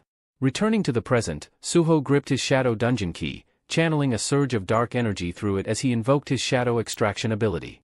Shadow energy pulsed violently, filling the space with a foreboding atmosphere. Suho called out with a resolute voice, "Broki, if vengeance is what you seek, I'll give you the chance now. Arise." With that command, the shadow stirred, and Broki emerged, a towering, terrifying presence, even at his base level. His roar shook the dungeon walls, echoing with primal rage. The trio of demons froze, their faces etched with horror as they recognized the shadow. The middle demon's eyes widened, disbelieving. Broki had returned, and standing by his side was the very man who had once defeated him. Beru, refusing to be overshadowed, quipped, "Seems the numbers are fair now, with Broki and me on Suho's side." Suho's expression was cold and unyielding as he gave the signal. "Then let's get started." With that, he and Broki lunged forward, clashing fiercely with the demon trio. The battle began in earnest, each side pouring their strength into every strike, shaking the dungeon's foundations. Then, suddenly, the entire dungeon's blue glow shifted to a sinister red. Everyone could feel it, something major was coming. As the chaos raged on, a figure slipped silently through the shadows, watching from a distance. Her identity was concealed, leaving an air of mystery about her allegiance. Was she here as backup for Suho or reinforcement for the demons? Her answer, hidden beneath her calculating gaze, would soon become evident in the escalating conflict. The woman, watching the brutal struggle unfold before her, furrowed her brows in confusion. "How on earth did I end up here?" she muttered. A wry smile crept onto her face as a thought crossed her mind. Did some demon summon me for a sacrifice, or just target practice? Her musings shifted to sharp focus when she realized who the combatants were. The woman could hardly believe what she was seeing, a shadow soldier locked in a brutal fight with a demon. Things were definitely taking an odd turn. Meanwhile, Suho and the youngest demon clashed in a battle that felt like something out of legend, their blows ringing loud and sharp in the dark. Suho, with his Vulcan gauntlets gleaming, looked like a true brawler, deflecting the demon's sword strikes as if they were nothing but pesky insects. Then, spotting a split-second opening, Suho delivered a crushing kick straight into the demon's stomach. The demon's eyes bulged as he staggered back, gasping as though he'd taken a bite out of the hottest pepper imaginable, his pride as bruised as his body. Wasting no time, Suho pressed his advantage, aiming to put the demon down and free himself up to take on the others. Just as he prepared to strike the final blow, a bright, crackling surge of energy hurtled his way. Fantastic, an electric surprise, Suho thought dryly, twisting to dodge as the bolt forced him to step back, putting some unwanted distance between him and his target. It seemed the middle demon wasn't there just to cheer on his teammate, the electric blast was his attempt to rescue the younger one. "So, they're running a full-on family business here," Suho mused sarcastically, unimpressed with the interference. The middle demon barked orders to his younger comrade, warning, "Stay sharp. One mistake, and you're done for." Annoyed, Suho knew that this team's coordinated attacks were going to be a major headache. His mana was draining steadily from maintaining his bond with Gray, and he couldn't afford to let the fight drag on. Meanwhile, even Broki was struggling against the demon leader, his strength far below its prime. Suho realized he needed to find a way to split up the trio if he wanted any chance of taking them down individually. Just as he was racking his brain for a solution, an unexpected event turned the tide, a stroke of luck that might just tip the scales. Out of nowhere, Essel suddenly sprang into the fray, landing between Suho and the demons. Both sides paused, utterly bewildered by her entrance. With a fierce expression, she declared, "Tell me where Mr. Sung Jinwoo is, or prepare to face the consequences." Suho blinked, caught off guard. "Wait, she's looking for my dad?" he thought, astonished. He had no clue who this stranger was, nor why she appeared as if she'd just stumbled out of some disaster. Meanwhile, Beru, Suho's faithful shadow ant, looked more disappointed than any giant insect had a right to. He approached her cautiously and managed, with an almost painful amount of restraint, to ask, "Essel, what are you doing here? Why did you come?" Essel's face brightened at the sound of his voice. Without considering the chaos around them, she rushed over and scooped him up in a delighted hug. "Beru, I can't believe it. You're here too, she squealed with surprising enthusiasm, giving him a once-over. Wait, why are you so small? And, oh my goodness, you're so cute. Her grin was infectious, completely oblivious to the serious situation they were in. The questions poured out in rapid fire. Where's Mr. Sung Jin-woo? And who's that other human standing over there? She pointed at Suho, who now looked like he was struggling to process everything happening around him. Beru, teetering on the edge of patience, managed to hold his irritation in check, replying simply, "It's a long story." The two demons, meanwhile, exchanged skeptical glances, wondering who exactly this newcomer was. After a few moments of assessment, they reached a quick decision. Yep, she'll make the perfect sacrifice for our next batch of Stardust. But the middle demon, the strategist, warned, hold on, if she knows our enemies and joins them, things could get complicated. Essel, however, remained entirely oblivious to the demon's calculations and thrilled to be reunited with her old friend Beru. To her, this was nothing short of a happy reunion. If Beru was here, surely Jinwoo must be alright too. But Beru, ever the realist, cut through her enthusiasm with a hint of urgency, muttering, "Hey, Essel, we can catch up later. Right now, we have a battle to finish. We're kind of in the middle of a fight here, so since you're already here, why not give us a hand?" Beru said, as if Essel had just shown up with a surprise delivery. He waved her toward the demons at the back, casually assigning her to deal with them like it was no big deal. Essel blinked, her expression shouting, "Wait, what?" Meanwhile, Suho was still standing there, his mind racing to catch up. Who is this person? And where have I seen her before? He thought, thoroughly confused. But the demons weren't about to let her arrival throw off their plan. The middle demon sneered, "Let's take her first. She's injured, and we could use her blood for more Stardust." With that, he signaled to the others, clearly eager to move. Just then, Suho's memory sparked faintly. "Hold on, I think I've seen her before, but I can't quite place it," he murmured, scratching his head. Then, noticing her weakened state, he questioned, "Can she even take on these guys?" But Beru's confidence was unwavering. "No need to worry," he assured, almost smugly. "Low-ranking demons like these are no threat to her. That's Essel, the eldest daughter of the latter household, a noble demon. The Shadow Monarch spared her when he wiped out her world. Her strength is equivalent to an S-rank hunter." Suho's eyes lit up, practically buzzing with excitement at the thought of seeing an S-rank hunter in action. But just as he was anticipating an impressive display, reality took an abrupt turn. The youngest demon lunged at Essel, and with one swift, brutal strike, sent her sprawling. Her weapon flew from her grip, and she skidded across the ground like a forgotten rag doll. Suho and Beru stared in stunned silence, their excitement deflating instantly. This is not S-rank material," Suho muttered, his disappointment painfully clear. Face down in the dirt, Essel slowly, painfully dragged herself back toward them, looking like she'd just survived a disastrous party she was ready to leave. Beru, barely concealing his irritation, leaned down and asked sharply, "What happened to you? How did you get this weak? Even your mana levels are pathetic?"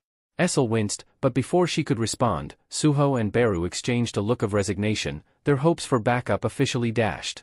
Tears welling up, Essel sniffled miserably. "It's not my fault. Half a year ago, there was a rebellion. My entire household fell, and while I was escaping, they took my blood, my powers, everything," she whimpered, looking up at Beru with the saddest puppy dog eyes. "Can you lend me some of your power?" Beru didn't even bother responding. He simply turned his back with a withering, disappointed glare that could rival any disapproving dad. Essel's lip quivered, and she pouted as if denied her favorite candy. "You're so mean," she whined, while Suho looked on, deadpan. "Perfect. Now there are two people around here with no powers. Just fantastic."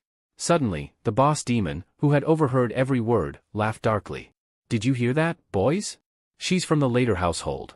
A survivor, huh?" He stepped forward with a gleam in his eye. "If we consume her blood, we'll grow even stronger." Suho groaned. "Right back to square one. If only I could separate them for a one-on-one fight, I'd take them down without a problem." But then, Beru, ever the tactician, raised his hand with a smirk, red energy swirling around him. "I think I have a brilliant solution," he said, voice dripping with smug confidence. "I've got some mana back, and I'm about to put it to good use." He activated his skill, Harsh Orders, directing a surge of red aura into Essel. Her stats shot up by 50%, but as a trade-off, she also got hit with a nasty side effect, a curse of insanity. "Go get M, you useless demon!" Beru barked, thoroughly enjoying himself.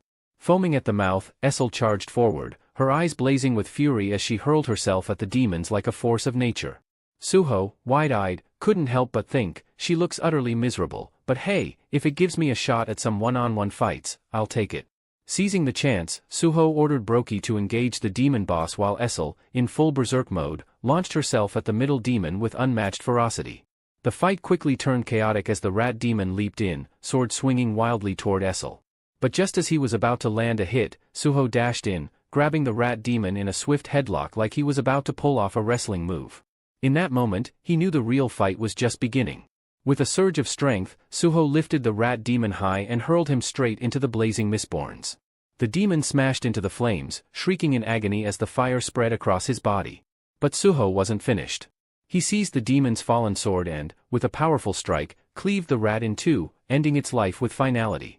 Standing amidst the chaos, Suho caught his breath while Essel, still lost in her berserk fury, continued her reckless charge at anything within range. A system notification blinked before Suho's eyes, congratulating him on defeating a low-ranking demon and immediately granting him a level up. Another alert informed him that his Vulcan gauntlets had absorbed the demon's soul, boosting his physical damage by 31%. The newfound power coursed through him, an electric surge that amplified his strength. Nearby, Essel fought like a whirlwind, relentlessly assaulting the middle demon. Her attacks, though uncoordinated and wild, forced the demon on the defensive. He suddenly realized, with rising horror, that his rat companion had been slain. As he processed this, a system message popped up, indicating Essel's exhaustion. Harsh orders had worn off. The moment the skill faded, Essel collapsed face-first into the dirt. The middle demon hesitated, surprised at her sudden fall. But before he could act, Suho closed the distance like a wraith in the shadows.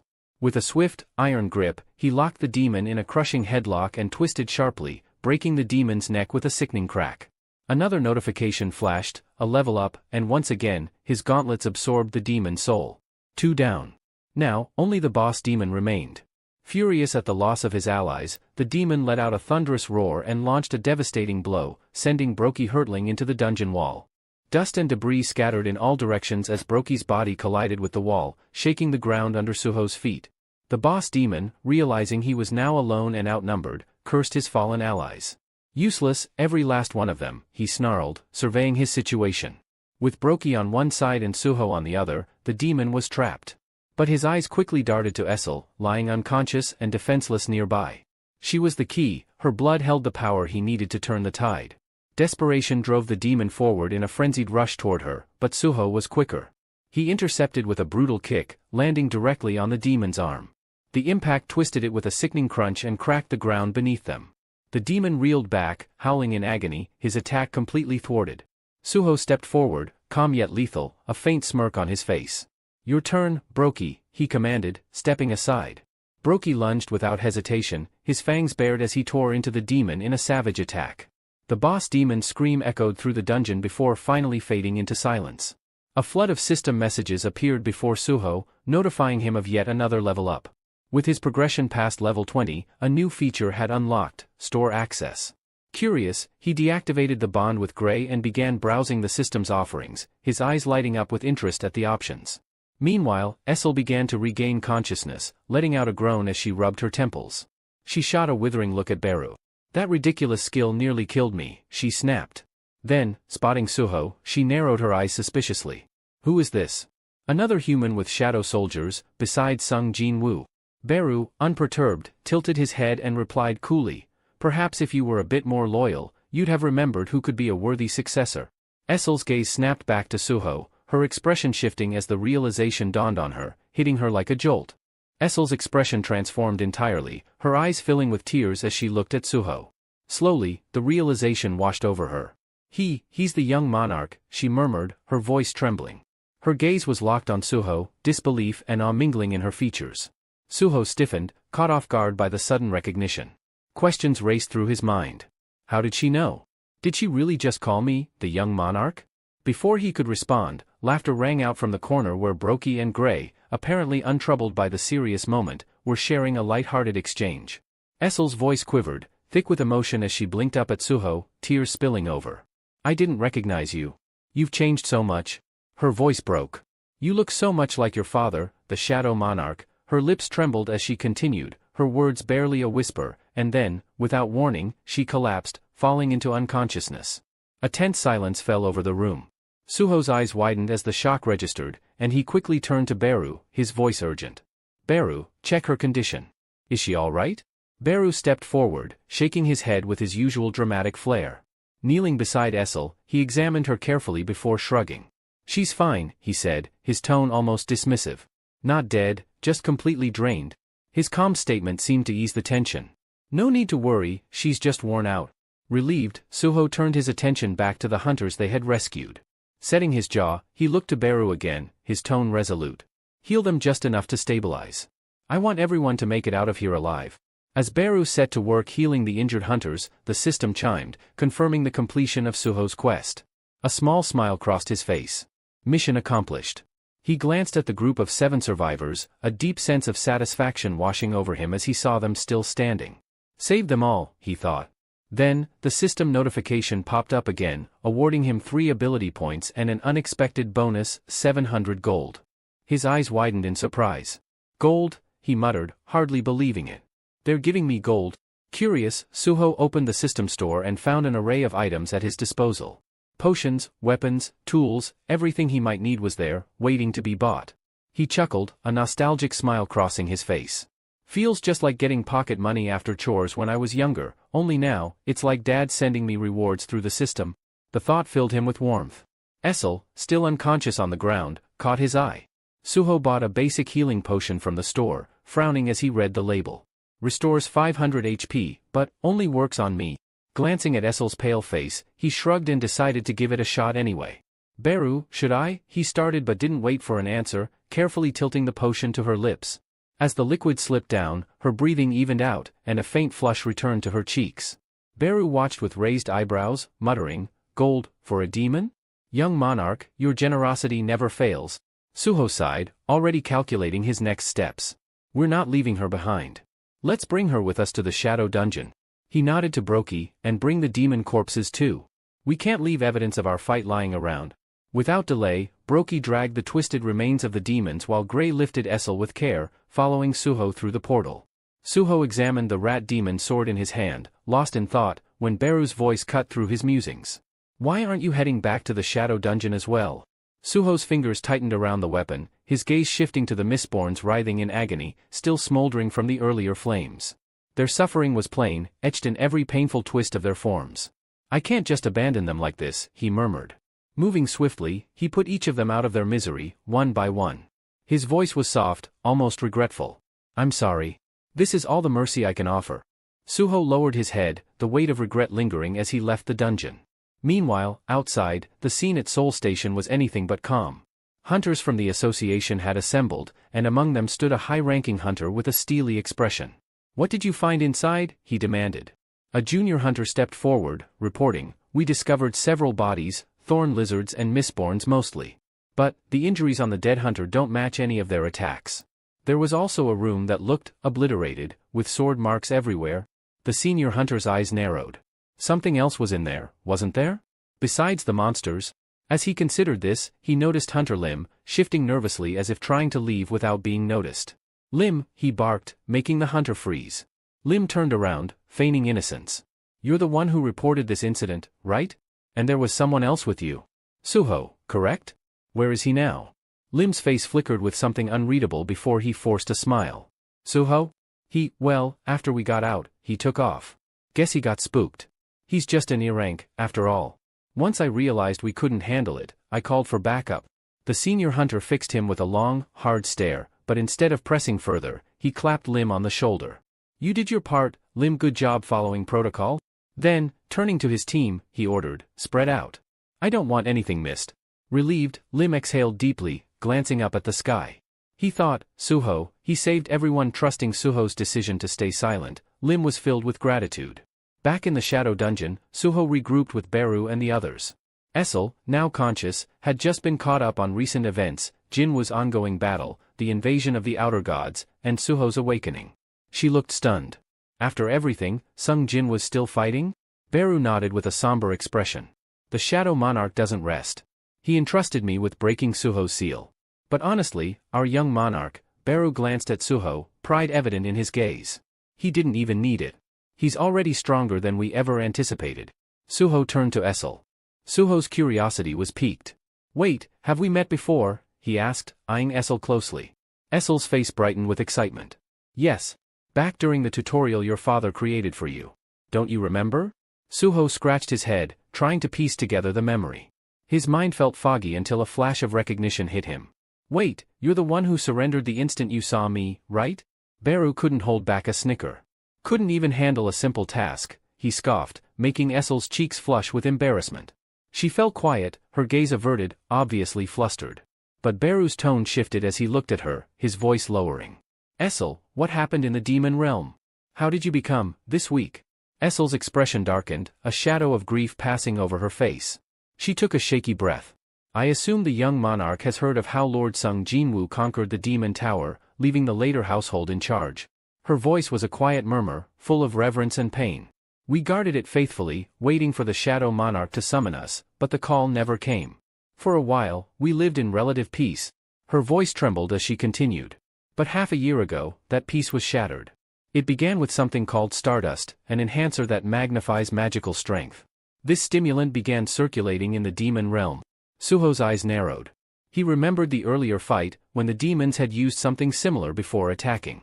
Stardust, so that's what it was, he muttered to himself. Essel's voice grew tense with resentment. It doesn't do much for high-ranking demons, but for the low-ranked? It grants power with no apparent cost. For them, it was both a blessing and a curse. With the Shadow Monarch gone so long, these low-level demons saw it as their opportunity. They formed alliances, banded together, and eventually rebelled against the later household. As she spoke, her hands trembled, and her voice became strained with the weight of painful memories. What started as unrest became a war. We fought to hold our ground, but they were relentless. The rebellion only grew, and before we knew it, the demon realm was consumed by chaos. Essel's voice quivered as she spoke, each word heavy with sorrow. We fought, my family, my entire household fought with everything we had to protect the demon castle, the stronghold entrusted to us by the Shadow Monarch himself. But each passing day, we grew weaker, more exhausted. Tears began to gather in her eyes, and her body trembled as painful memories resurfaced. In the end, we lost. They destroyed us. Every last member of my household was sacrificed. Her voice broke, and a tear traced a path down her cheek. I barely survived by chance, but even so, they drained so much of my blood that I lost my powers. How could I possibly face the Shadow Monarch now, after failing like this, after losing everything? The grief in her words cast a somber stillness over the room, each unspoken sorrow weighing heavily in the air. But then, unexpectedly, Suho's voice rang out, firm yet gentle. You did everything you could. Essel looked up at him, startled, disbelief etched into her tear-streaked face as if she couldn't believe her ears. Suho stepped closer, his expression sincere. You gave everything for your household, for my father.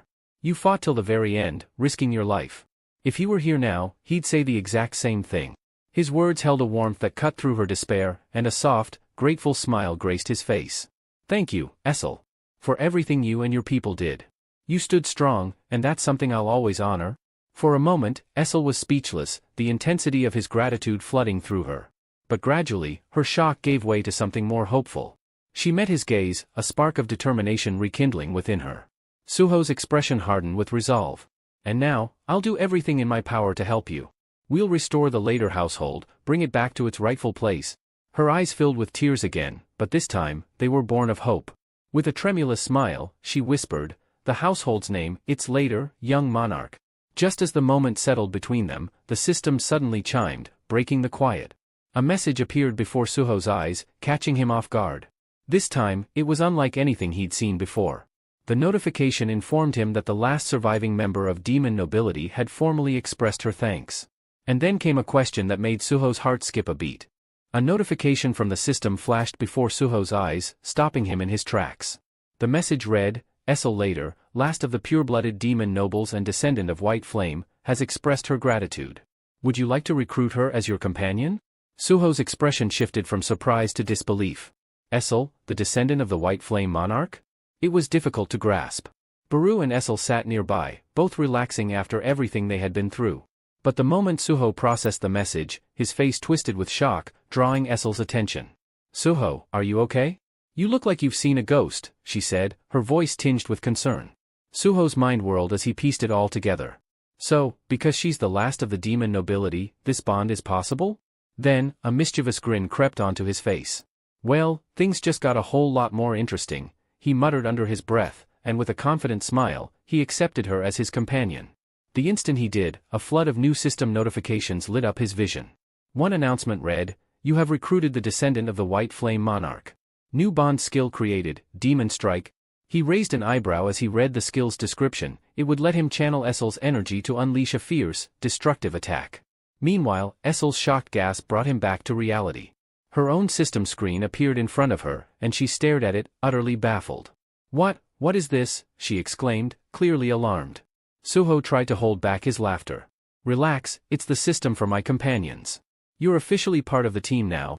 He glanced at Baru, raising an eyebrow. "So the system shows up for my companions too. No wonder Gray never mentioned it, he can't exactly tell us anything." Baru nodded, smirking. "That explains a lot. But this also means she's truly the White Flame's descendant." Essel looked between them, still in shock. "White Flame's descendant? What are you talking about?" "Me." Suho gave her a reassuring smile, though he didn't answer her just yet. "Let's put our new bond skill to the test, shall we?" He nodded at her encouragingly. "Are you ready to give it everything you've got, Essel? We need to see what Demon Strike is capable of."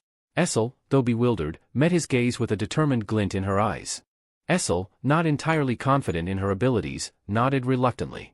"All right, I'll try, but no promises." The system notified Suho that the bond skill was now active, and suddenly, Essel's entire aura shifted. Her purple hair faded to a haunting white, her appearance transforming into something ghostly and ethereal, as if she were a spirit from another realm. Suho watched in fascination as her mana condensed into a swirling orb of energy, which then channeled directly into his fist, catching him by surprise. "That's new," Suho muttered, glancing at his hand now brimming with power. But as the transfer finished, Essel slumped to the ground, her appearance returning to normal. Suho raised an eyebrow, smirking. "You know, the whole spirit look kind of suits you," he teased, only to realize Essel was thoroughly drained, looking pale and exhausted as if she'd just fought a war. With a shaky voice, Essel managed to apologize. I'm sorry, Suho. That took everything I had. I can't even stand." Suho reassured her with a nod. "Take it easy. Just rest." But he was already buzzing with excitement, thinking, if it drains her this much, then this skill must be insanely powerful. "I can't wait to see its full potential." He clenched his charged fist, brimming with anticipation, while Essel lay on the ground, feeling utterly depleted yet relieved. At least now she could actually transfer her energy to him. "Maybe I'm not so useless after all," she thought. With all the energy gathered in his fist, Suho aimed at the nearest wall, expecting a colossal impact. He threw the punch, waiting for something spectacular. But when the dust settled, the outcome was disappointing. A small dent marred the wall, hardly anything impressive. Suho and Baru stared at the pitiful mark in silence, their expressions a mix of confusion and embarrassment. "This is it," they both thought, disheartened. Baru rubbed his head, breaking the awkward silence. "Honestly, this doesn't look much different from your regular punch." Suho sighed, exasperated. "Yeah, this is nothing compared to my bond skill with Gray." At that moment, Gray appeared, giving Essel a smug look. "But that was pretty weak," he taunted with a mocking grin. Essel, feeling the sting of failure, shrank back, her confidence deflated. Her immense energy barely left a mark on the wall. Undeterred, Suho frowned and checked the skill description once more. That's when it hit him. Hold on, the charge rate is at 0%? No wonder it didn't work. He scanned the description again, frustrated. It doesn't even say how to charge it. Realizing they were stuck for now, Baru seized the moment, gesturing toward the scattered demon corpses. "Young monarch, I have a humble request," he began, his tone oddly eager. "Since these demon corpses are just lying here, could I eat them?" Suho's expression darkened immediately. "No way. I'm going to turn them into shadow soldiers." Baru shrugged, unfazed. "Then you'd better hurry. Shadow soldiers weaken the longer the corpses remain dead." Suho hesitated but realized Baru had a point. With a reluctant sigh, he raised his hand toward the nearest corpse and channeled his mana. "Arise," he commanded. Nothing happened. He tried again, but still, the corpses remained lifeless. The system chimed with a notification: extraction failed. The corpse's mana is corrupted, preventing shadow conversion. "Great," Suho muttered in frustration. He turned to Baru. "The mana in these demons is tainted. I can't extract their shadows." Baru nodded knowingly. Even the Shadow Monarch couldn't create shadow soldiers from corrupted beings. He used contracts instead, like with the later household. Essel, sitting quietly nearby, flinched at the mention of her fallen household. Though the memory stung, she kept her head low, saying nothing to avoid drawing attention to herself. With the corpses now useless to him, Suho relented. Fine, Baru. Go ahead and eat them. Baru's eyes gleamed with satisfaction as he began devouring the corpses, while Suho turned his attention back to Essel. He crouched beside her, offering a small vial. Here, drink this. It'll help you recover. Essel blinked, startled by his gesture. I don't deserve this. I've done nothing but fail you, she murmured, her voice tinged with guilt. Suho's expression softened, his tone reassuring. You're being too hard on yourself. We're companions now. You can rely on me a little? He paused, then added with a grin, besides, I've already set aside a space for you to stay. You can rest here in the shadow dungeon? Essel's eyes widened in surprise. A space, for me? Before Suho could answer, the system chimed again. A section of the shadow dungeon has been designated for the descendant of the White Flames. Essel later had officially become the ruler of her designated area within the shadow dungeon. However, the peaceful moment was shattered when Baru let out a sharp, alarming cry. Both Suho and Essel immediately turned toward him, their faces etched with concern. What's wrong? Suho asked, his voice steady but tense. Baru, still finishing the remnants of his macabre meal, paused. Swallowing hard, he fixed them with a grave expression. I've uncovered something critical, he said, his tone growing darker. A heavy silence descended over the group. The weight of Baru's discovery was palpable as Suho, Essel, Gray, and Brokey gathered around him. It was clear that whatever Baru had learned could change everything. I've finished consuming the demons, Baru began, his eyes narrowing with intensity. Their memories revealed a lot, but before I explain everything, there's one thing you need to know first. He paused, his voice colder than ever. Stardust isn't just circulating in hell. It's on Earth as well. Essel gasped, her eyes widening in shock. Stardust, on Earth? She repeated, her voice trembling with disbelief. But Baru wasn't done. He turned to Suho, his expression unreadable. And the Mistborn? They aren't just some random monstrosities. They're creatures, from outer space. The revelation hung in the air like a storm cloud. Suho's mind raced, struggling to comprehend the enormity of Baru's words. What they faced wasn't just confined to hell. This was a battle far greater in scale, one that spanned realms and dimensions. And it gets worse, Baru continued, his gaze now shifting to Brokey. This isn't just some isolated incident. By sheer misfortune, Brokey is tied to this mess too. But it's not just him, the entire hyena guild is involved. Baru raised a hand, conjuring shadowy images in the air. The visual projections played out the grim truth, their horrifying details striking a nerve with everyone present. The demons were supplied with humans, Baru explained. And those humans came from the hyena guild. Once captured, they were subjected to a horrifying process, transformed into Mistborn. But that's not all. The Mistborns were then harvested. Their very essence was extracted and used as the core ingredient for Stardust. Essel recoiled in horror, the truth shaking her to her core. Meanwhile, Suho clenched his fists, his mind ablaze with fury. The sinister connections Baru outlined painted a far more grotesque and widespread conspiracy than he had anticipated. Baru's voice grew colder as he continued. There are facilities dedicated to this atrocity. Stardust isn't made in hell or by some rogue alchemists. It's manufactured on Earth, in places called Stardust factories. And there's more than one? The room seemed to darken under the weight of Baru's revelation. The sinister network of demons, Mistborns, Stardust, and human traffickers was more insidious than they had imagined. For Suho and his companions, the battle ahead was no longer just about survival, it was about stopping an interdimensional nightmare from consuming both Earth and Hell. Baru's voice remained calm but carried an ominous weight as he explained the sinister operation. The Hyena Guild abducted the humans, and then the Reaper Guild transported them to these factories. There, the factories extracted materials from the Mistborn to mass-produce Stardust. He paused, his sharp gaze locking onto Suho. The Iterim are behind all of this. There's no question. The revelation struck Suho like a hammer. The Iterim, the invasion, it was all tied together in a web of darkness. His mind reeled, trying to make sense of it, but before he could speak, Baru's next words hit even harder. There's a human pulling the strings behind this entire Stardust network, Baru revealed, his tone dropping to a menacing growl. Someone created this system, a human architect? Suho's eyes widened in shock. A human, he echoed, disbelief coloring his voice. How could a human mastermind something this vile? Baru nodded grimly. Not just any human. This one is the apostle of the Iterim. They're already on Earth, hiding among us.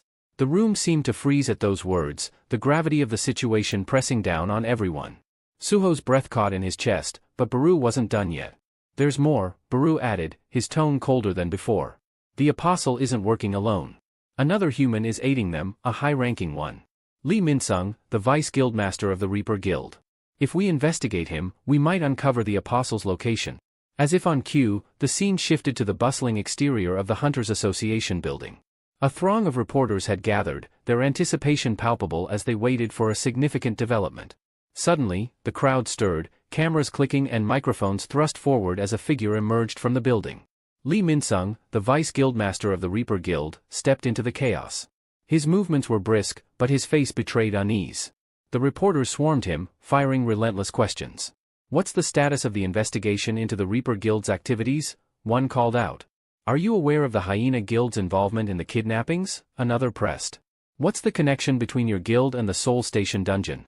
The barrage of inquiries clearly rattled Lee. He raised a hand, attempting to calm the storm, but his voice trembled as he responded. "The Reaper Guild has been doing everything it can to navigate this chaotic world since the cataclysm 2 years ago. We've worked tirelessly to maintain order." His words, though delivered in a measured tone, lacked conviction. As he pushed through the crowd, his discomfort grew more evident, leaving the reporters and the public with more questions than answers. Lee's voice trembled as he addressed the crowd, feigning remorse. "We partnered with the Hyena Guild because they specialize in public service. Most of their hunters are D-rank, and they've always been efficient," he explained, his hands subtly shaking to emphasize his supposed distress. "Regarding the Soul Station dungeon," he continued, "we saw it as an ideal training ground for new hunters to hone their skills. But now, after all that's happened..." His voice cracked, his head bowing slightly. "It's clear I made terrible misjudgments. This disaster is my fault." The reporters, momentarily caught off guard, exchanged glances as Lee's words hung in the air. Then, as if on cue, tears welled up in his eyes. He began to sob, his shoulders shaking as he choked out, "If only I had been better. No one should have had to die because of my incompetence." He wiped his face, the image of a broken man crushed under guilt. The crowd of reporters softened, their initial skepticism melting into sympathy. Camera flashes slowed, and murmurs of understanding rippled through the throng. Many began nodding, convinced by his apparent sincerity. Lee turned and slowly walked toward his car, his steps heavy with false regret. Yet, as soon as he was out of the spotlight, his entire demeanor shifted. A sly grin curled on his lips, his posture relaxed and arrogant. "Fools," he thought smugly. They swallowed every word. His tearful act had worked perfectly, as it always did. Though the Hunters Association's leniency puzzled him, he dismissed it with a shrug. "They'll never tie the Stardust operation to me. I'm untouchable." He approached his car, radiating confidence. In the shadows nearby, Suho observed him silently, his presence masked. "Beru," he whispered to his loyal companion standing at his side, "do you sense any trace of the Iterim's influence on him?" Beru focused for a moment before shaking his head. "No. He's not controlled by the Iterim like Broki was." Suho's expression darkened, his mind racing. "Then we'll find out the truth another way," he muttered, preparing to act. Beru's hand shot out, gripping Suho's arm firmly. "Don't act recklessly," he cautioned, his voice low but firm. "I've seen your strength, Suho. I've watched you overcome enemies no one else could face. But this is different. If you rush in now, it could cost us everything. And if it comes to that, I'll stop you myself, even if it costs me my life." Suho's gaze locked onto Beru's, a flicker of frustration flashing in his eyes. But beneath that, he saw the unwavering loyalty in his companion's expression. After a tense moment, Suho relented, his clenched fists relaxing at his sides. "All right," he said, his tone measured. "We'll wait, for now." As Lee Minsung approached his car, he suddenly stopped, his body tensing unnaturally. His crimson eyes flickered, scanning the surroundings with a penetrating gaze. His head tilted slightly, as if sensing something unseen. After a moment of silence, he seemed to brush off the feeling and resumed his stride, his casual demeanor returning. Hidden in the shadows, Beru's expression darkened. "The mana radiating from him, it's extraordinary," he murmured to Suho, his voice heavy with unease. "I've never felt anything like it. He's far stronger than he appears." Suho's fists clenched, the frustration evident in his tightened jaw. "What are you saying, Beru?" he demanded quietly. Beru met his gaze. "Lee Minsung isn't just a vice guildmaster. His power rivals that of an A-rank hunter, perhaps even higher. If we're going to confront him, we must tread carefully." The scene shifted to a lavish lounge, a setting dripping with opulence. The plush velvet chairs, ambient lighting, and meticulously crafted dishes spoke of extravagant indulgence. The air was thick with a sense of exclusivity, a place where only the elite could afford to relax. Lee lounged in one of the oversized chairs, exuding a casual arrogance. His fingers scrolled lazily across his phone as he smirked, his face lit up by the glow of the screen. Articles flooded his feed, all singing his praises. The Hunters Association clears Lee Min-sung of all allegations, one headline blared. Seoul Station dungeon to reopen, thanks to the Reaper Guild's efforts, proclaimed another. Lee chuckled under his breath, leaning back with a satisfied grin. A little bit of acting, he murmured to himself, and they eat it up like sheep. His eyes gleamed with smug satisfaction as he relished the adoration of the media and public. His self-indulgent moment was interrupted by the soft click of heels against the marble floor. A woman entered the lounge, her presence commanding attention. Her sharp gaze locked onto Lee immediately, her perfectly poised smile betraying a hint of sarcasm. "Well, well," she said smoothly, her voice carrying a biting edge. "What's the hero of the hunter industry doing lounging here instead of basking in the public's admiration?" Lee's smirk faltered momentarily, but he quickly recovered, raising an eyebrow at her. She strode confidently across the room, brushing past the other women surrounding him as if they were insignificant. Without hesitation, she took a seat beside him, her polished demeanor never wavering. With a simple flick of her hand, she dismissed the girls lounging around him. They hesitated for a moment but obeyed, casting curious glances as they left the room. Her gaze remained fixed on Lee, sharp and unyielding. "You should have contacted me first when you got here," she said, her voice calm but laced with authority. The woman maintained her sweet smile, her tone light but her gaze sharp as she poured Lee a drink. "Still, you could have let me know," she added. Lee shrugged her off with a dismissive wave, his eyes never leaving his phone. "I don't need to report every little thing to you," he replied coolly, his tone laced with indifference. The woman chuckled, masking her contempt with a veneer of politeness. Arrogant fool, she thought, her mind painting a picture of the man before her. Born into privilege, he was blind to his flaws, too full of himself to recognize how far he had fallen. As she handed him the drink, her thoughts drifted to the aftermath of the cataclysm. His pride had taken a hit when he awakened as only an A-rank hunter. The once celebrated star of South Korea's hunter world had been overshadowed by his former driver, Lim Tae-yu, one of the rare S-rank hunters in the country. The power dynamic had shifted dramatically, and Lee's ego had yet to recover. What puzzled her most was why Lee had joined the Reaper Guild, a guild established by Lim Tae-yu himself. Still, she pushed the thought aside and leaned in closer, her voice dropping to a near whisper. "Shall we talk business now?" Lee's expression didn't change as he scrolled through his phone. "What business?" he asked flatly, disinterest dripping from his tone. Her lips curled into a cunning smile as she leaned closer, her voice soft and conspiratorial. "Stardust," she said, her eyes glinting with calculation. "You know what I mean. I want to buy it in bulk." Lee's demeanor shifted, his fingers tightening around his glass before he slammed it onto the table, irritation flashing in his eyes. "Haven't you heard?" he growled, his voice low and tense. "I've lost a distributor and a factory recently. Meeting demand is out of the question right now." The woman's smile didn't waver. If anything, it widened. "Oh, come now," she said sweetly, ignoring his frustration. "A man of your resourcefulness must have other options. Surely, the vice guildmaster of the Reaper Guild can find a way to meet his client's needs." Lee studied her for a long moment, weighing his options. Finally, he leaned back in his chair, his expression cold. "I could put some pressure on my business partner," he said slowly, his tone calculated. "I knew you wouldn't disappoint," she purred, satisfaction gleaming in her eyes. But Lee's thoughts were already elsewhere, his mind churning with frustration. "I'll have to deal with him again," he mused, irritation bubbling to the surface. "That damned partner of mine has grown too defiant lately." The scene transitioned to a high-rise office overlooking the glittering Seoul skyline. A figure stood silently by the window, his back turned, the city lights casting an eerie glow around him. His yellow eyes gleamed unnaturally, exuding a menace that could chill even the bravest soul. This was no ordinary man, he was the apostle of the Yttrium, Lee's enigmatic and dangerous partner in the Stardust operation. Meanwhile, deep within the shadow dungeon, chaos reigned as waves of goblins surged forward. Gray moved like a phantom, his blade slicing through the air with lethal precision. He darted between the goblins, each strike finding its mark, leaving a trail of lifeless bodies in his wake. His movements were fluid, efficient, a testament to his growth as a hunter. Nearby, Essel held her ground, her spear a blur as she struck down multiple goblins at once. Her skill had improved significantly, her attacks were sharp and controlled, though they lacked the raw brutality that defined Suho's combat style. And Suho was a force of nature.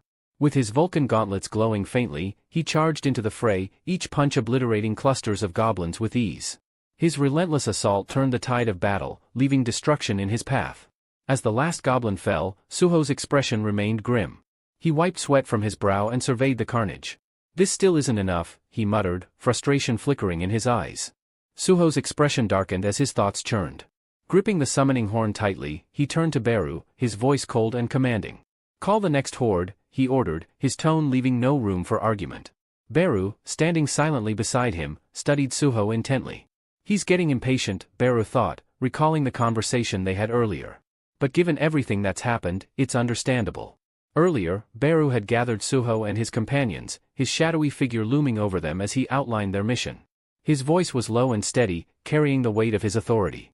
"Our objective is to uncover information about the Apostle of the Yttrium from Lee Min-sung.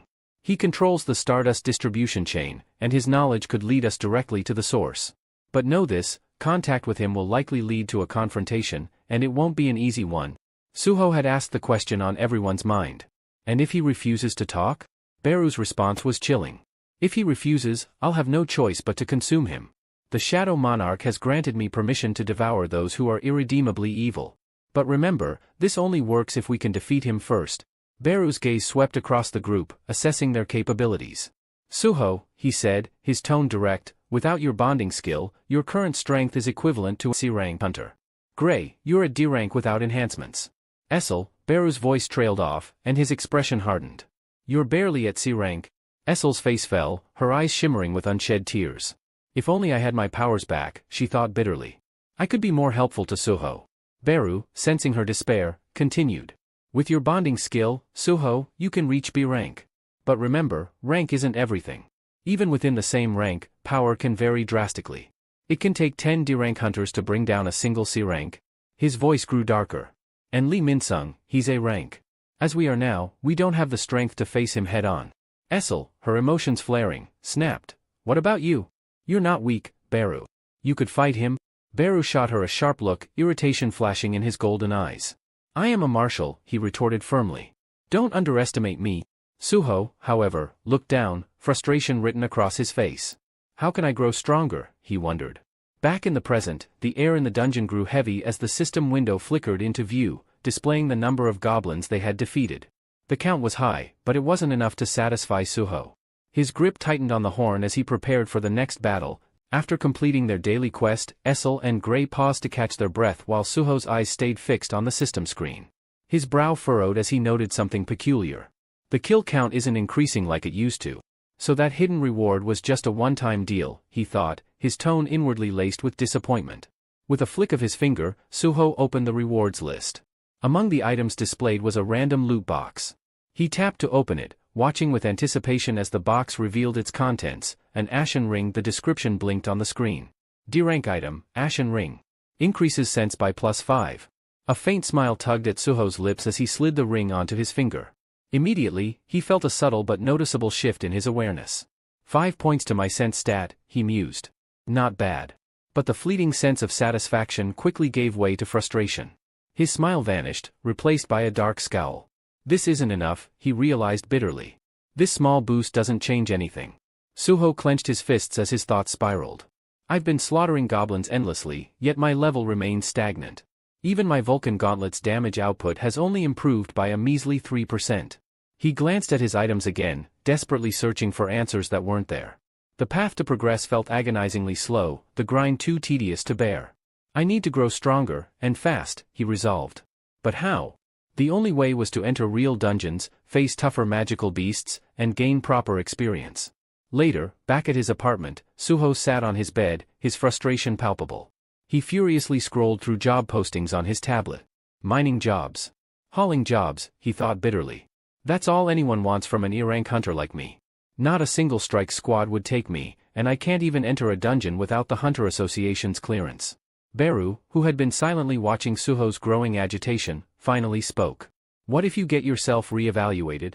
Suho sighed deeply, the idea exhausting him before he could even consider it. Re-evaluation?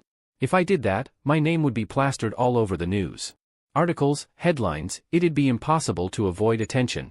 His voice grew more serious, tinged with frustration and caution.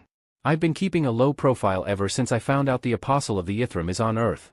If my identity becomes public, I'll be a target, an easy weakness to exploit against my father. And right now, I'm not even strong enough to face Lee Min-sung, let alone the Apostle. Suho's expression shifted slightly, his thoughts aligning as he reflected on his situation. Sensing the moment, Beru offered his insight, his voice calm and reassuring. If the apostle is what concerns you, Beru began, you can rest easy, for now.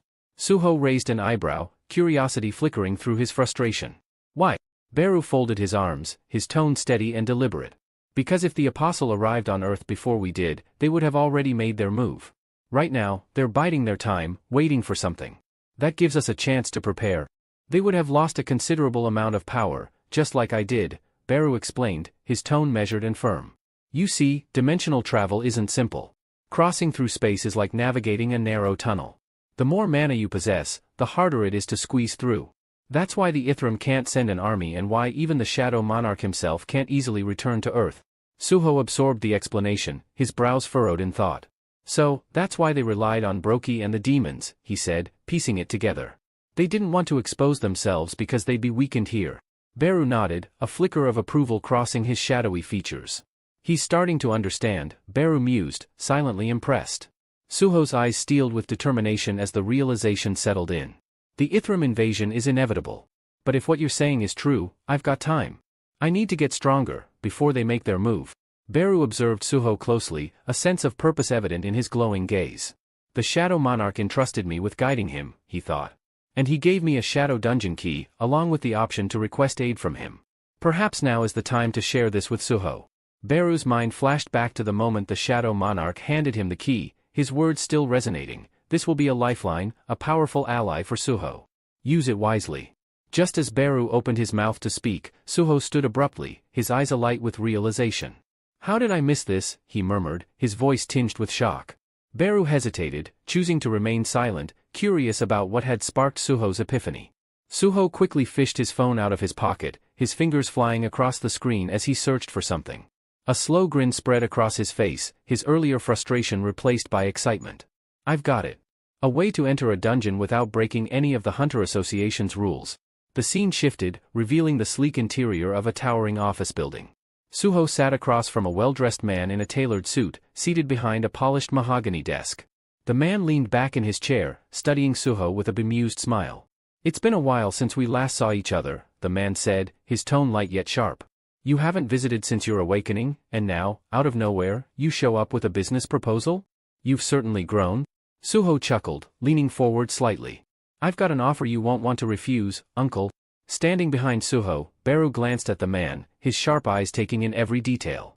So, this is the uncle, he thought. The young monarch is as resourceful as ever. He already knew exactly who to approach. The man was none other than Eugene Ho, now the president of Gene Software, a highly influential figure in Korea. Gene Ho smiled, his amusement barely hidden as he steepled his fingers. So, Gene Ho said, his tone half teasing, you've come to ask for your dear uncle's help sneaking into a dungeon, haven't you? Suho leaned back in his chair, exuding quiet confidence. Exactly. A massive, radiant poster hung on the wall, showcasing Beautiful World, the virtual reality game that had taken the world by storm. With millions logging in daily, it had dominated the gaming scene for 4 consecutive years, becoming an unprecedented global sensation. No one could have predicted its meteoric rise, and behind this digital empire stood none other than Gene Ho and his company, Agensoft. The magnitude of the game's success was beyond imagination, and the way the world had become so immersed in it was staggering.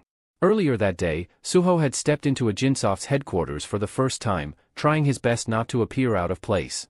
The sleek building felt like a maze of glass and steel, and Suho couldn't shake the feeling that he was walking into an unfamiliar territory. As soon as he entered, a man approached him with the kind of energy you'd expect from a game show host. Are you Mr. Sun Suho? The man asked, his voice dripping with rehearsed enthusiasm. Suho blinked, momentarily thrown off guard. He felt as if he had accidentally walked into the wrong building, but he nodded anyway, unsure of what to make of it. The man's face lit up as though he had just won the jackpot. Ah, fantastic. The CEO's been expecting you, he exclaimed, his voice almost too eager. Suho followed the man, trying his hardest to maintain a neutral expression, though he couldn't help but wonder why he was being treated as though he were the guest of honor. What was going on? As they walked through the corridors, Suho's eyes were drawn to a group of awakened individuals lounging casually in the hallways. These were tough, battle-hardened individuals, people who had the look of warriors, yet here they were, idly hanging around a tech company. Shouldn't they be out fighting monsters or something? Suho thought, feeling oddly out of place among them. It felt strange seeing people with such immense power working at a tech firm instead of battling through dungeons, wielding their abilities for something more heroic. Just as Suho was pondering this, the man in front of him turned around with a knowing smile, as if reading his thoughts. The man ahead turned with a friendly grin, his eyes twinkling with amusement. "Let me guess, you're wondering why we've got so many awakened employees hanging around, right?" Suho's eyes widened in surprise. What is this guy, a mind reader, he thought, startled by how accurately the man had guessed his thoughts. The man chuckled, his tone light-hearted. "Not everyone's cut out for dungeon crawling, you know. Some of them prefer a steady paycheck and a safe environment. No risk of getting your head bitten off by some monster. Sounds like a pretty good deal, don't you think?" Suho nodded slowly, still trying to reconcile the image of powerful hunters settling for office work. "Yeah, I guess it beats the whole getting eaten alive scenario," he muttered, though the curiosity in his voice was evident. Unable to suppress his intrigue, he asked, "So, what exactly does a game company need hunters for? Seems a little out of place."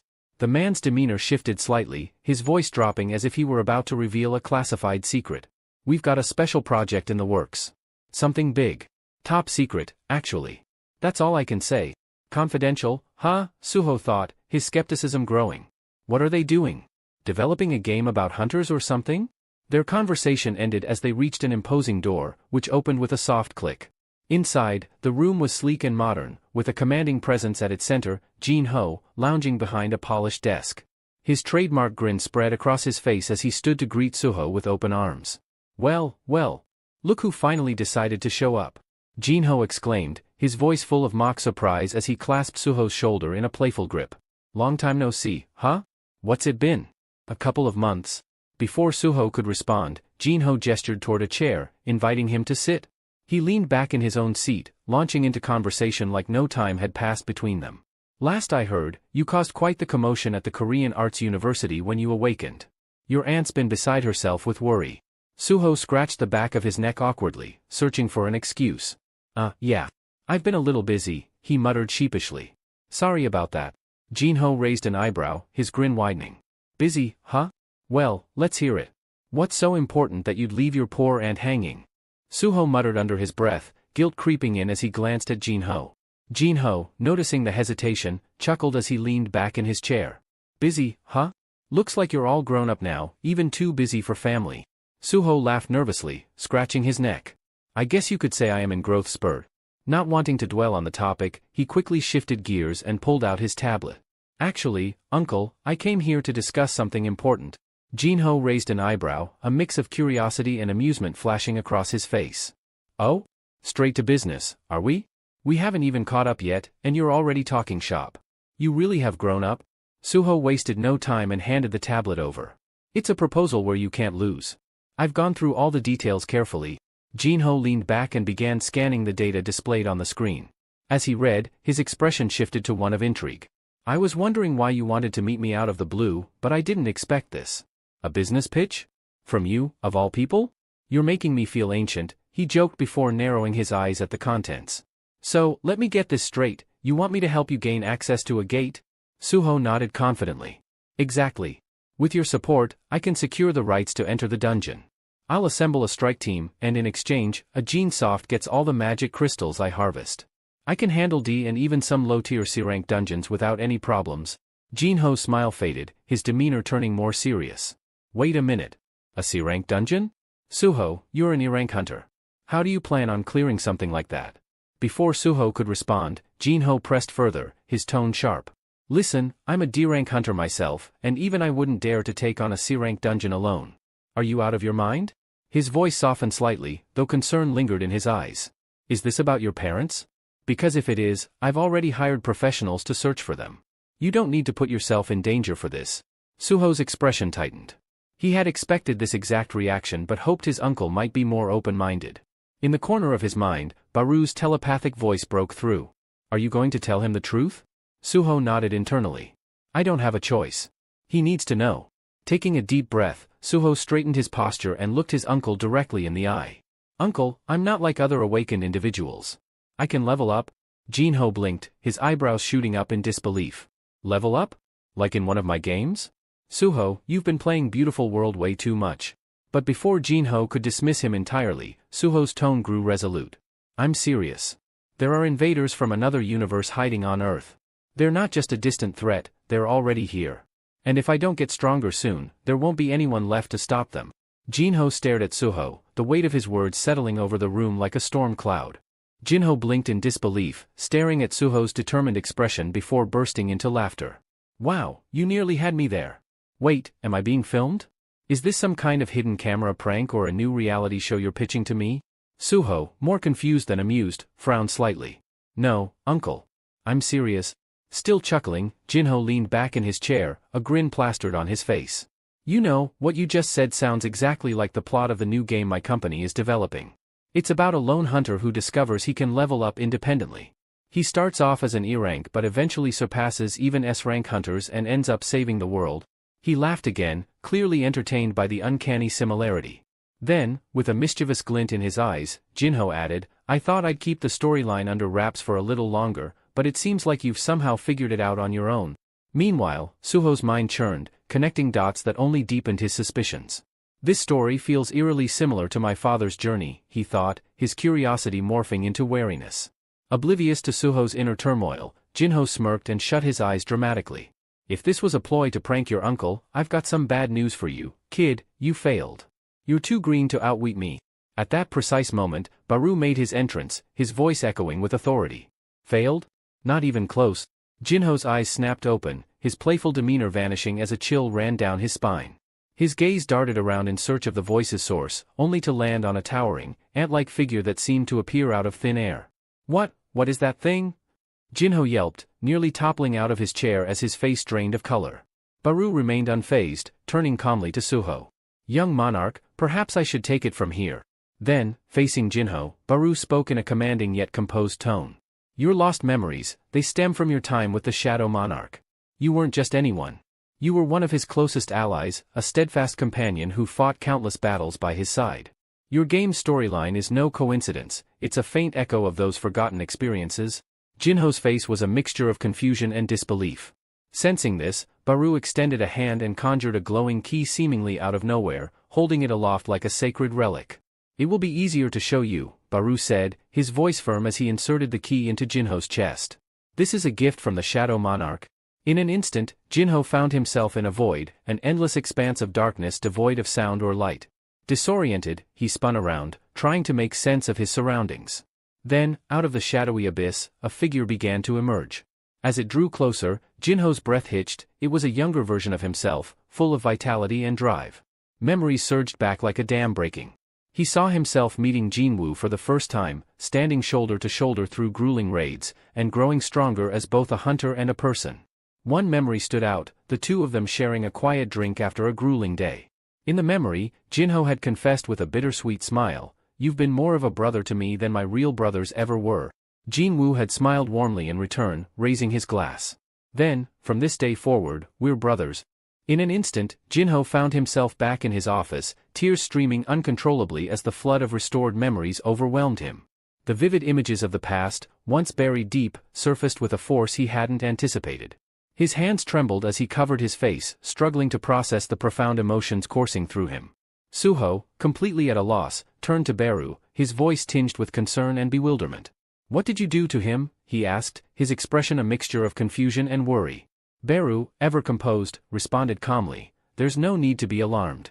All I did was return the memories he had lost from the previous world, nothing more." Jinho sat there, his face buried in his hands, unable to stem the tears. As the afternoon sun dipped lower, casting a golden glow into the office, he slowly regained his composure. He wiped his eyes with trembling fingers and, after a moment of silence, looked at Suho. "So, you can level up, just like your father could," Jinho said softly, his voice carrying the weight of realization. "No limits, right?" Suho nodded but quickly added, "It's a bit different for me, though." Jinho leaned back in his chair, his gaze distant as memories of Jinwoo filled his thoughts. He's still out there, protecting Earth from the invaders, he thought, his chest tightening. Always putting others before himself, never changing. Breaking the silence, Jinho sighed heavily. "So, it's really that urgent, huh? And you came to me with a business proposal, just like your father would have done?" A small, bittersweet smile crossed his face as he shook his head. Suho scratched the back of his neck, his laugh nervous. "Well, you know how it is," he said with an embarrassed chuckle. Jinho, now fully grasping the seriousness of the situation, reached out and placed a firm hand on Suho's shoulder. I understand now. I shouldn't treat you like a kid anymore. You've inherited your father's strength, and you're capable of standing on your own.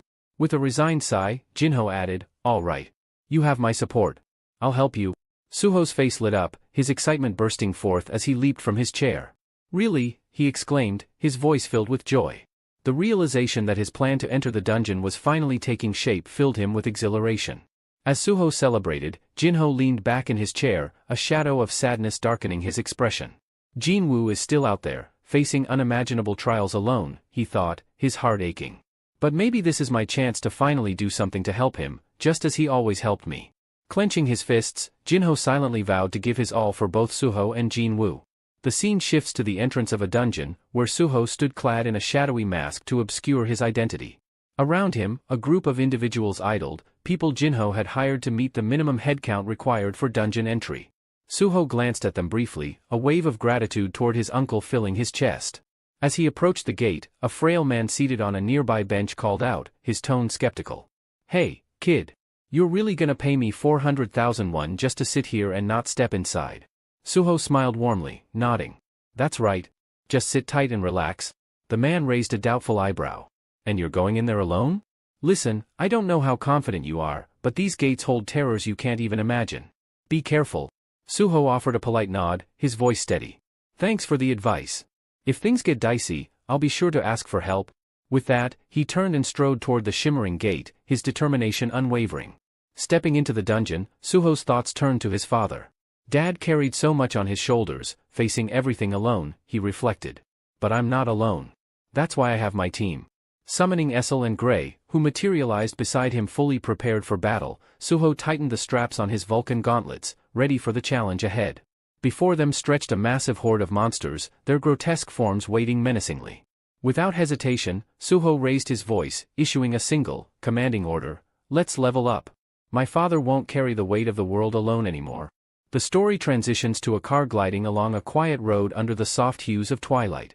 Eventually, the vehicle halts in front of an imposing structure, its ominous aura casting long shadows. Lee Min-sung steps out, his face obscured by a sleek, minimalist mask, an obvious attempt to keep his identity under wraps. Without glancing back, he speaks to his driver in a measured tone, stay close. I won't be long. The atmosphere was heavy, thick with a tension that matched the darkening sky. As Lee strode toward the foreboding building, his mind churned with thoughts. 3 months, he murmured to himself, his voice low and bitter. It's been 3 months since my last encounter with the Apostle of Iterum, and I've despised every moment since. Pushing open the doors, he entered a dimly lit lobby where a lone guard busied himself tending to a potted plant. Lee kept his head down, his steps careful, aiming to slip past unnoticed. Yet the guard's keen gaze locked onto him. Hey, aren't you that guy from the news? The guard asked, his voice slicing through the silence. Vice CEO of the Grim Reaper Guild, right? Lee Min-sung. Irritation flickered across Lee's hidden face. Noticed. So much for anonymity. Quickly adapting, he removed his mask, offering the guard a charismatic smile that felt more rehearsed than genuine. Play the role. Maintain the image. Impressive observation, Lee replied smoothly, his tone calm and disarming. You've got sharp eyes. Have a great evening. The guard straightened, beaming with pride at the recognition. Good luck, hero of the hunters, he called out enthusiastically, his admiration evident. As Lee walked deeper into the building, his mind drifted to his past, pulling him into memories of his youth. Born into privilege as the son of the vice CEO of Eugene Construction, he had been destined for greatness. His life had been a parade of accolades, wealth, influence, and the unwavering adoration of millions. He had been hailed as the Prince of Asia, a man for whom success came effortlessly. But then, the great cataclysm shattered that golden existence. His thoughts turned to a pivotal moment with his driver, Lim Taeyu. Once an unassuming man who simply opened car doors and navigated traffic, Lim had awakened as an S-rank hunter. You awakened too? Lee had asked, struggling to keep the disbelief from his voice. With a broad grin, Lim had replied, yeah, S-rank. They're even suggesting I start my own guild. His casual tone was like a hammer to Lee's pride. Lee had been left stunned, his wide eyes betraying the impact of the revelation. His once unshakable world crumbled in that instant. A driver, a mere driver, had become an S-rank hunter? From that day forward, Lee's perspective on life shifted dramatically. His fame and fortune, which once felt like the pinnacle of achievement, seemed hollow and fragile. The established hierarchy had been overturned. Those he once viewed as powerless were now seated at the top. The world, as he knew it, had been turned on its head. In the present, Lee leaned against the wall of the elevator as it ascended, his mind still entangled in those haunting memories. "I'll bring the world back to the way it was," he vowed silently, his jaw tightening with determination. "Even if it means bargaining with demons, I'll restore order to this chaotic structure." The elevator doors slid open with a soft chime, revealing a dark, silent room that exuded an almost suffocating eeriness. Standing before Lee were several men, their faces twisted into grotesque smiles that made his stomach churn. Their eyes gleamed with malice, a sinister light that only deepened his disgust. His lip curled in contempt as he growled, "Wipe those revolting grins off your faces before I rip your mouths open." His voice was sharp, cutting through the oppressive silence as he strode past them without breaking stride. His icy gaze swept across the room. "Where's your boss?" he demanded, his tone biting and unyielding. "It's been a while since I last saw him. Aren't you even going to welcome me?" The men remained silent, their unsettling grins fixed in place. The oppressive stillness of the room seemed to grow heavier with each passing moment until a chilling voice sliced through the darkness. "Lee Min-sung." Lee's eyes widened, the shock momentarily freezing him in place.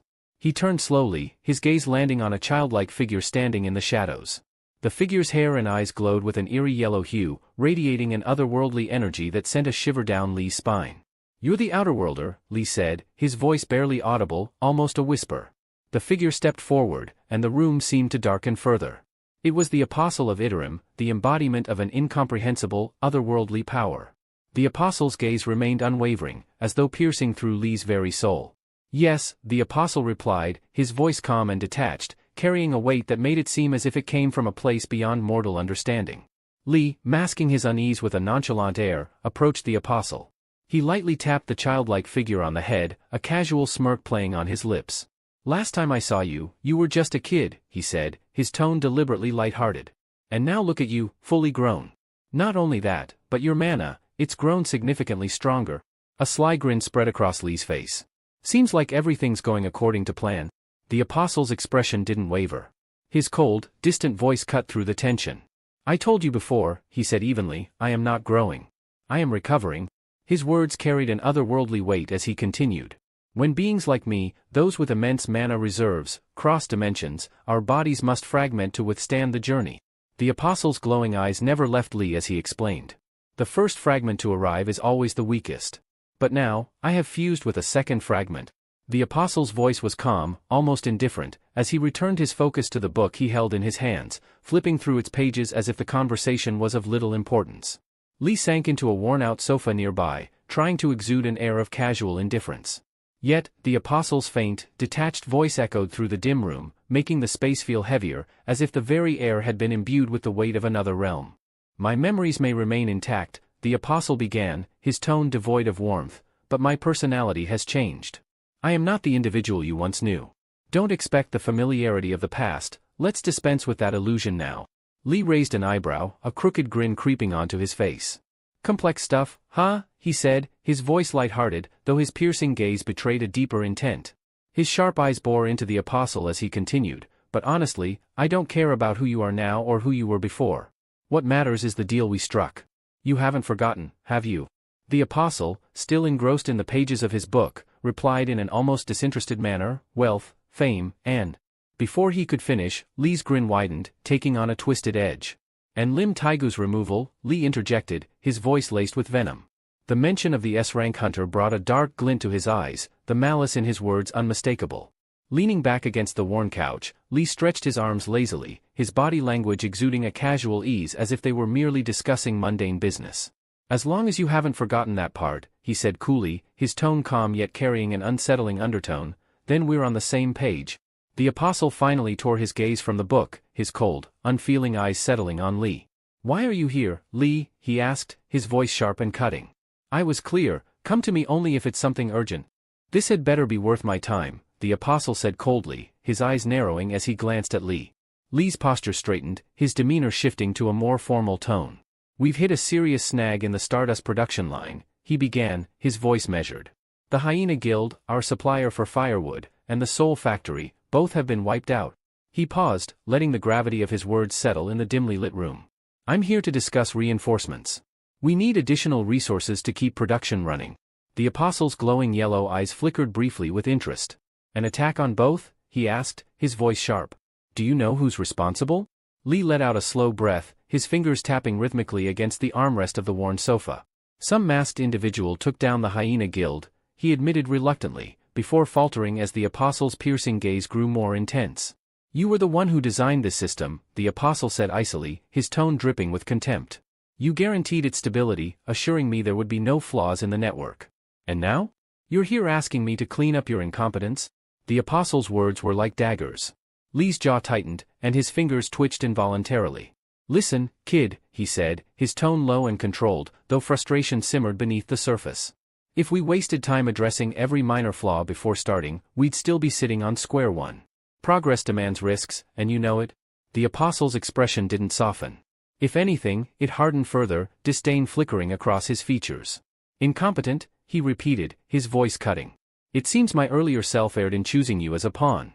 That miscalculation is becoming glaringly obvious. The insult hit like a sledgehammer. Lee's pride, already frayed, snapped under the weight of the apostle's words. A dangerous glint appeared in his eyes as his hand slid almost instinctively to the hidden blade concealed beneath his pant. In one fluid motion, he was behind the apostle, the cold edge of the knife pressing firmly against his throat. Listen here, outer worlder, Lee hissed, his voice low and venomous. Adrenaline coursed through his veins as he leaned in closer, the knife pressing against the apostle's skin. Don't make the mistake of thinking I'm just another one of your mindless pawns. I'm no brainwashed lackey. His grip tightened, the blade grazing the apostle's cheek as his voice dropped even lower. I'm an A-rank hunter. I could end you here and now before you even have a chance to recover your full power. Don't push me. The apostle, however, remained unfazed. His glowing yellow eyes stayed locked on Lee's, cold and unyielding, his voice as detached as ever. And yet, here you are, proving exactly what you are, a pawn, easily manipulated by your own emotions? Human hunters, the apostle said with a tone of disdain, his gaze sharp and piercing. You cling to such primitive metrics, measuring strength by mana levels, as if that's the ultimate gauge of power. How utterly unsophisticated. Without warning, a sudden surge of energy radiated from the apostle. The very air seemed to shift, growing thick and oppressive. Lee's instinct screamed at him to move, but before he could react, the apostle's influence spread like wildfire throughout the building. What the hell is going on? Lee thought, his eyes darting around as the immense surge of power pressed down on him. In the lobby below, the guard Lee had passed earlier stood frozen, his demeanor entirely changed. His once human eyes now glowed with the same sickly yellow hue as the apostle's. Lee's chest tightened as realization struck him like a thunderbolt. He's taken control of everyone here, Lee thought, his pulse racing. This isn't just a display of power, it's domination. The walls seemed to vibrate with an ominous hum, a manifestation of the collective force of every mind under the apostle's command. It was as if the entire building had become a part of the apostle's will. The sinister realization clawed at Lee's confidence. What he had initially dismissed as a childlike figure now loomed as an unfathomable threat. The apostle brainwashed the entire building. The apostle's voice sliced through the tension, calm yet chilling. The reason my earlier self tolerated your incompetence was simple, survival. But now, with my strength returning, the nature of our arrangement is subject to change. He paused, his glowing yellow eyes narrowing. That depends entirely on whether you can prove yourself to be anything other than a liability. As if on cue, the brainwashed humans within the building began to move. Their steps were unervingly synchronized, their faces devoid of emotion save for the terrifying gleam of bloodlust in their yellow-tinged eyes. Lee's heart thudded loudly in his chest as he watched the horde closing in. Weapons materialized in their hands, the sharp edges glinting under the dim light. The atmosphere was suffocating, the tension thick enough to choke. The mob was like a coiled spring, ready to unleash their fury with a single command from the apostle. Lee's muscles tensed, his instincts screaming at him to act. But the odds were staggering, and he knew he couldn't fight his way out of this. His mind raced for a solution as the mob drew closer. With a calculated movement, Lee tossed his knife onto the floor, raising his hands in a gesture of mock surrender. His voice, though laced with strain, took on a forced cheerfulness. Whoa, take it easy, he exclaimed, his tone light but strained as he struggled to mask his rising panic. It was a joke, all right? Just a bit of fun. No need to get all serious on me. Lee's grin stretched unnaturally across his face, his attempt at humor barely masking the tension in the air. I just wanted to see if you were really up for killing an S-rank hunter, he said, his voice light but forced. No need to get all worked up about it. The apostle's cold, unwavering gaze bore into him, analyzing every nuance of his words. Then, with deliberate calm, the apostle shut his book with a decisive snap. "You're fortunate," he stated, his voice unsettlingly even. "I'll spare you, for now. There's still some utility left in you." With a flick of his hand, the oppressive energy in the room dissipated, and the mind-controlled crowd began to stir. Slowly, they returned to their normal selves, oblivious to the bloodlust that had consumed them moments ago. Almost on cue, one of the apostle's subordinates entered, a heavy suitcase in hand. She approached silently, placing the case in front of Lee. With a soft click, she opened it, revealing rows of shimmering vials glowing faintly with a captivating brilliance. "These," the apostle said, his lips curling into a faint, unsettling smile, "are stimulants refined from stardust, condensed 100 times over. Dilute them, and you'll have enough to fuel your entire operation." Lee's eyes narrowed, suspicion flickering in his gaze as he examined the vials. Where did he get something like this, he wondered. As if reading his thoughts, the apostle added with an air of superiority, "This isn't the low-grade stardust you've been peddling to weak hunters. These are far more potent, strong enough to elevate even an A-rank hunter like yourself." His smile deepened, though it carried a mocking undertone. "Why don't you test it out? See for yourself." Lee hesitated, picking up a vial and scrutinizing its contents. He forced a chuckle, setting it back in the case quickly. "I think I'll pass," he muttered, his tone evasive. "I'm not about to use something I don't fully understand." Turning toward the exit, he called over his shoulder, "Don't forget our deal. I'll be expecting you to hold up your end." But as he walked away, his mind churned. "I might have just let an unimaginable monster loose on Earth," he thought grimly, "but that's not my problem anymore." His footsteps echoed in the corridor as the weight of the situation bore down on him. Meanwhile, back in the room, the apostle dropped the book he had been reading. His gaze drifted to the window, his hand rising. "It's coming," he murmured, his voice barely above a whisper. "Another fragment is near." The scene shifted to a cavernous dungeon where Suho and his party battled for their lives. Before them stood a massive serpent, its scaled body shimmering ominously under the dim light. With every movement, it lashed out with immense force, sending tremors through the ground. Essel and Gray struggled to hold their ground, their movements sluggish under the relentless assault of the beast. "We've got to hold it back," Essel shouted, his voice strained with exhaustion. The serpent struck again, its tail smashing into the wall, narrowly missing Gray. Without hesitation, Suho leaped high into the air, his body a blur of motion as he latched onto the serpent's massive frame. His hands gripped its scales with unyielding determination as the beast roared, thrashing wildly in a desperate bid to throw him off. "Suho, get down from there." Essel's voice was filled with panic as the serpent slammed its body into the dungeon walls, each impact reverberating through the cavern. But Suho was resolute. Gritting his teeth, he wrapped his arms tightly around the serpent's thick neck. With every ounce of strength, he began to squeeze. The serpent writhed violently, its roars turning into agonized screams. Blood seeped from its mouth and nostrils as its movements grew weaker. With a final, thunderous crash, the serpent collapsed, its massive body slamming onto the dungeon floor. The ground shook with the impact, dust rising in thick clouds. Suho landed gracefully, his chest heaving as he wiped the blood from his hands. His expression remained stoic, his resolve unshaken. Back at the room, a sinister smile stretched across the apostle's lips as his aura darkened, his presence growing more oppressive. "Once I've merged with it, there'll be no need for this facade anymore." His tone turned ominous, dripping with malice. "That's when the real invasion begins." The focus shifts to a young woman whose face is a canvas of unease, her lips pressing into a thin line. She glances nervously at the others, her voice tinged with skepticism. "This isn't risky, is it?" she asks, her gaze darting toward the shimmering gate in the distance. "We're being paid 5 million won each just to sit here and wait for that hunter to come out. All we have to do is keep quiet about whatever we see or hear. Doesn't that sound too easy?" Her fingers fidget with the brim of her cap as she shakes her head, clearly struggling to make sense of the situation. Why would Suho throw around this kind of money for something so simple? Sitting nearby on a weathered bench, a man with a crippled leg observes her with weary eyes. His voice is steady, almost detached, as he replies, "This is the 4th time they've hired us. They've always paid, no exceptions. For a hunter, clearing gates is routine, practically second nature. To them, it's like doing a bit of community service."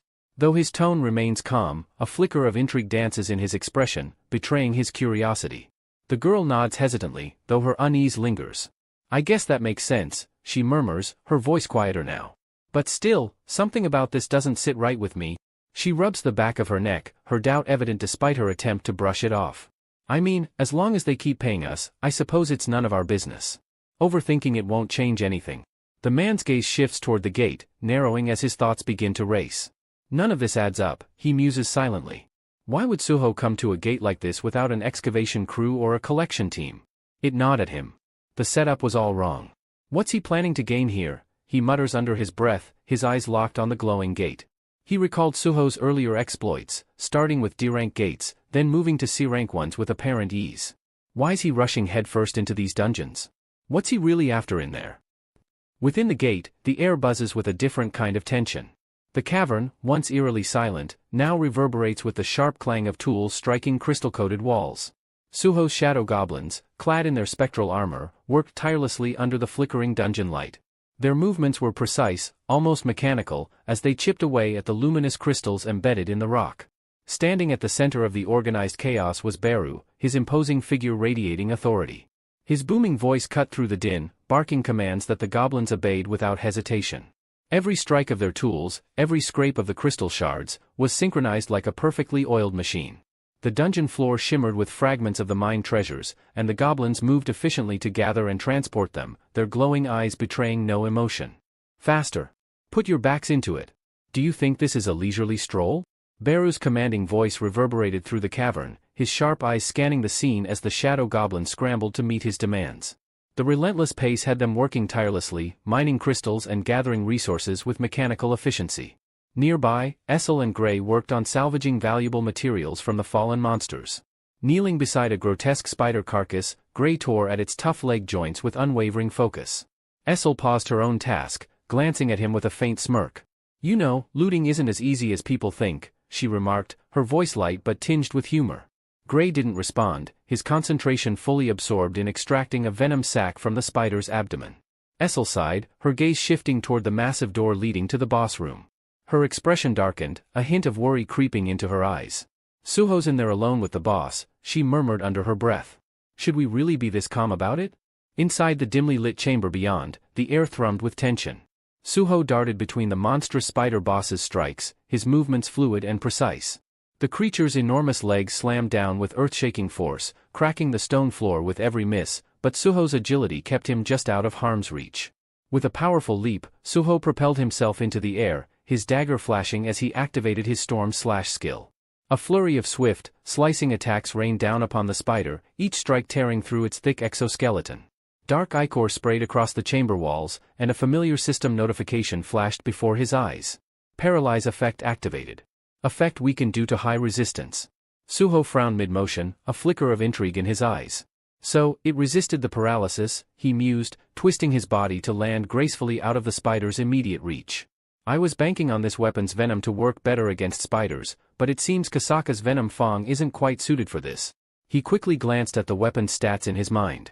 The dagger, a trusty C-rank blade, boasted both paralyze and bleed effects. Yet, the spider boss's natural resistance was proving to be a formidable obstacle. Adjusting his strategy, Suho gripped the dagger tightly and hurled it with pinpoint precision. The blade struck the spider's grotesque face, embedding itself deep into its bulbous eye with a sickening crunch. The creature let out an ear-piercing screech, reeling from the sudden attack. Seizing the moment, Suho launched himself forward in a blur of motion. His fists clenched, energy rippling through his body as he delivered a devastating punch to the spider's head. The force of the blow created a visible shockwave, reverberating through the chamber as the spider's massive body staggered backward, ichor dripping from its wounds. Suho landed nimbly, his breathing steady despite the intense exertion. If venom won't work, brute force will, he muttered, his eyes locked onto the wounded beast, ready for the next move in their deadly dance. The spider recoiled violently, its shrill screeches echoing through the cavern as its massive form trembled from the devastating blow. You're nothing but a pathetic bug, Suho sneered, his lips curling into a dangerous grin. Without wasting a moment, he extended his hand, and his dagger flew back to him, summoned effortlessly through his command of shadow authority. Armed once more, Suho launched a flurry of precise slashes, each strike landing with brutal accuracy. His movements were fluid and calculated, his body a blur of relentless energy. As he pressed his assault, a thought crossed his mind, a spark of realization. I've reached a point where taking down C-rank bosses feels almost trivial. His confidence swelled with each successful hit. Maybe it's time to aim higher. B-rank dungeons should provide more of a challenge. The spider, sensing its imminent demise, thrashed about wildly, its legs flailing in a desperate attempt to dislodge the relentless predator. But Suho was far from finished. A glimmer of inspiration lit up his eyes as an idea took shape. What if I combine ruler's authority with my strikes? Until now, he had only used the skill to manipulate objects from a distance. But what if it could amplify the force of his attacks? Pivoting midair, Suho gathered the invisible energy of ruler's authority into his fist.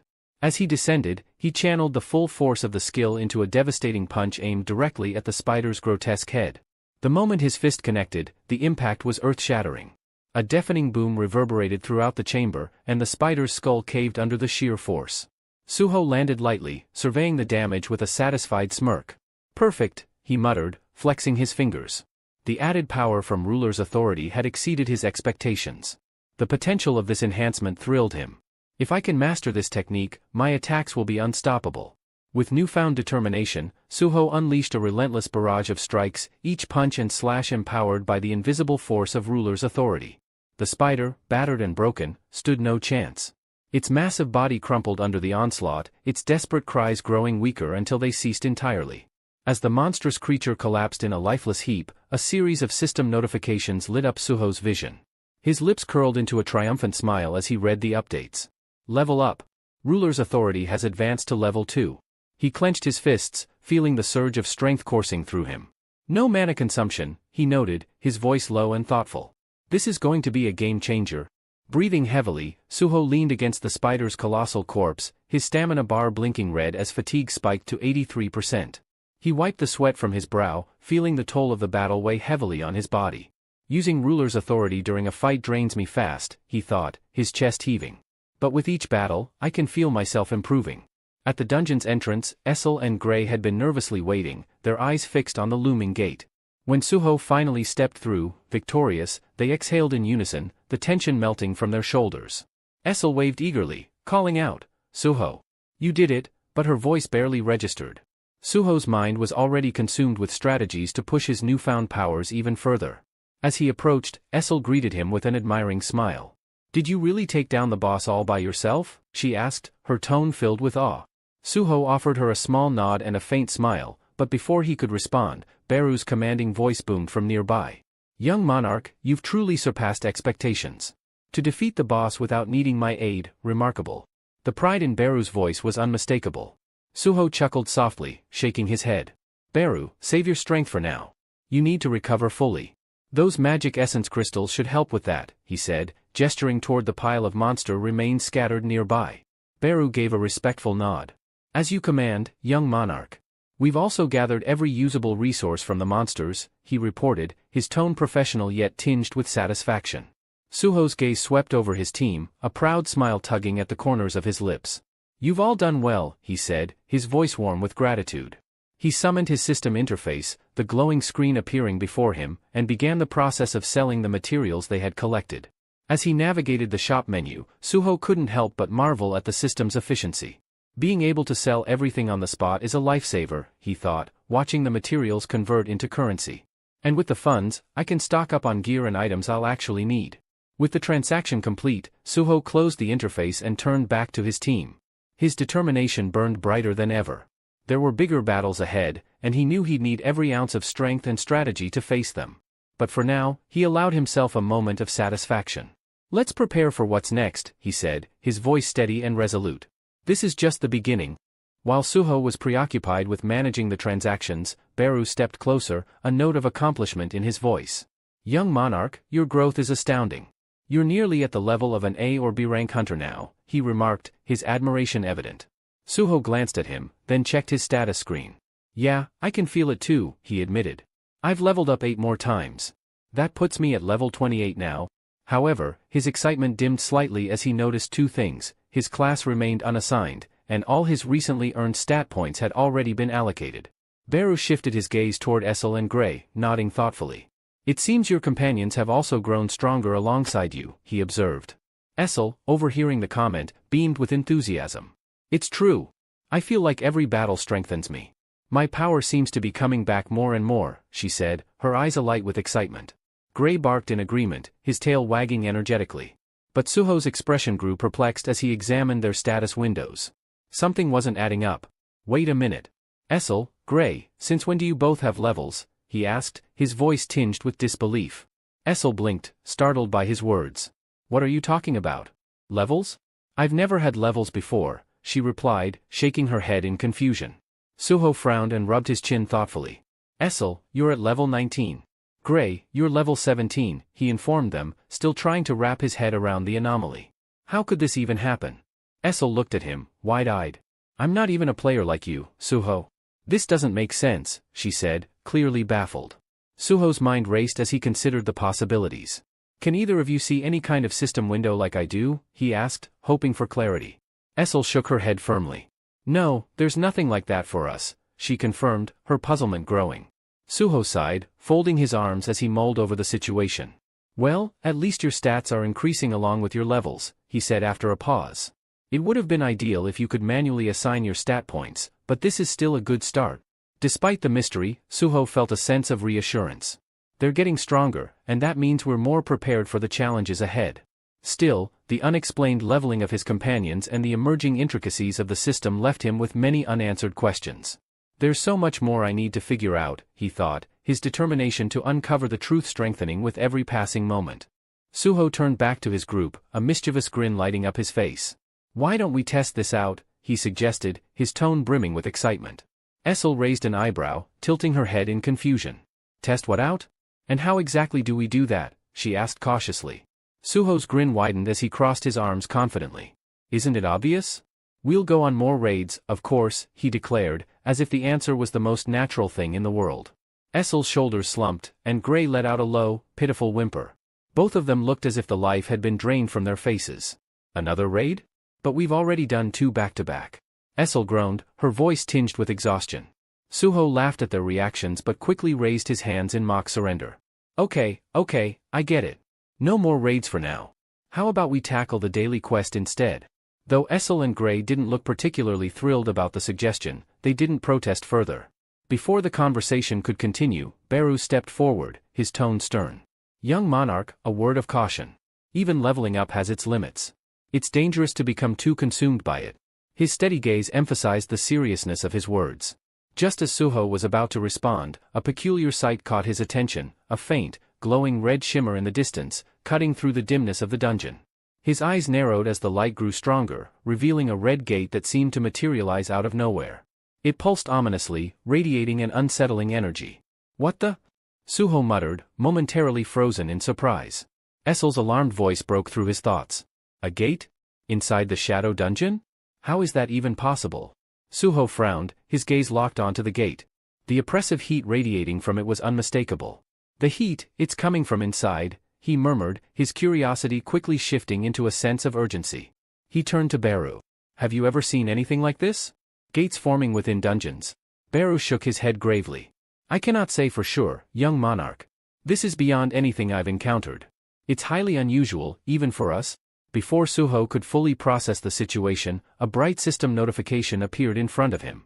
Urgent quest, dimensional crack. Objective, eliminate the cause of the dimensional crack. Suho's initial confusion gave way to a spark of exhilaration. A wide grin stretched across his face. Perfect timing, he said, his voice laced with anticipation.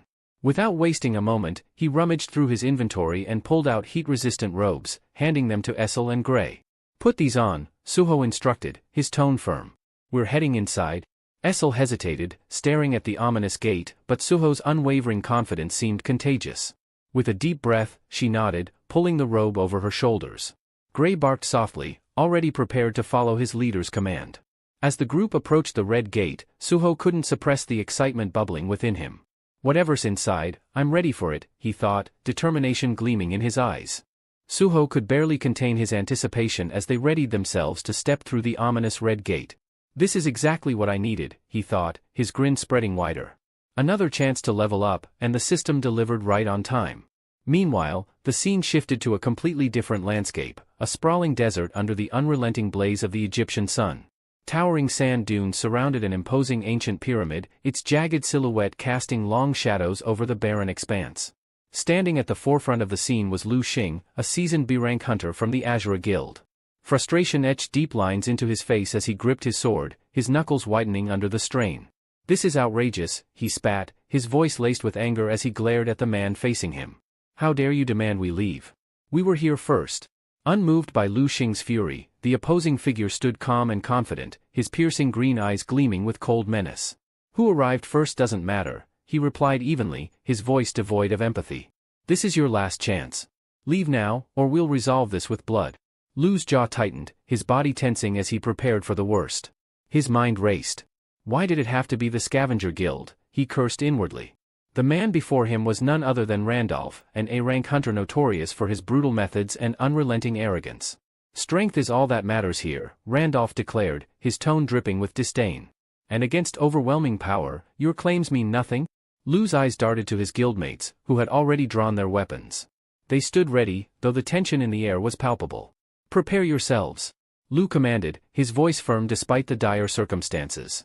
Randolph sighed, his disappointment evident as he waved a hand at his own guild members, signaling them to ready for combat. But before the first blow could be struck, a casual voice interrupted the standoff. Hey! Both Lu and Randolph turned, startled by the unexpected intrusion. A figure stood off to the side, cloaked in shadow and mystery. The person wore a mask, their relaxed demeanor a stark contrast to the tension thick in the air.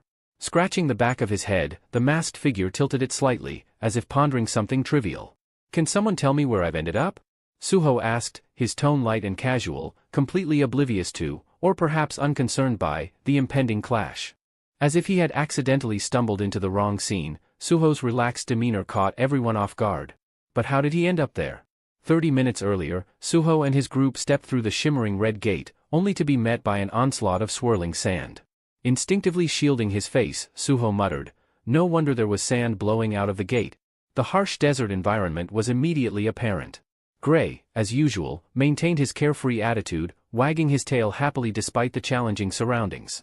Around them stretched an endless expanse of dunes, with a pyramid-like structure faintly visible on the horizon. Suho squinted toward it, assessing the situation. "Looks like we've landed in a desert-type dungeon," he observed. As they debated their next move, Beru stiffened, his eyes narrowing as he gazed toward the distant pyramid. "I sense a powerful mana source coming from there," he said, his tone tense. Suho followed Beru's gaze and noticed something odd. Scattered across the sand were trucks, machinery, and various other pieces of equipment. "What's going on here?" Suho murmured, his brows furrowing. Machines shouldn't even function inside a dungeon.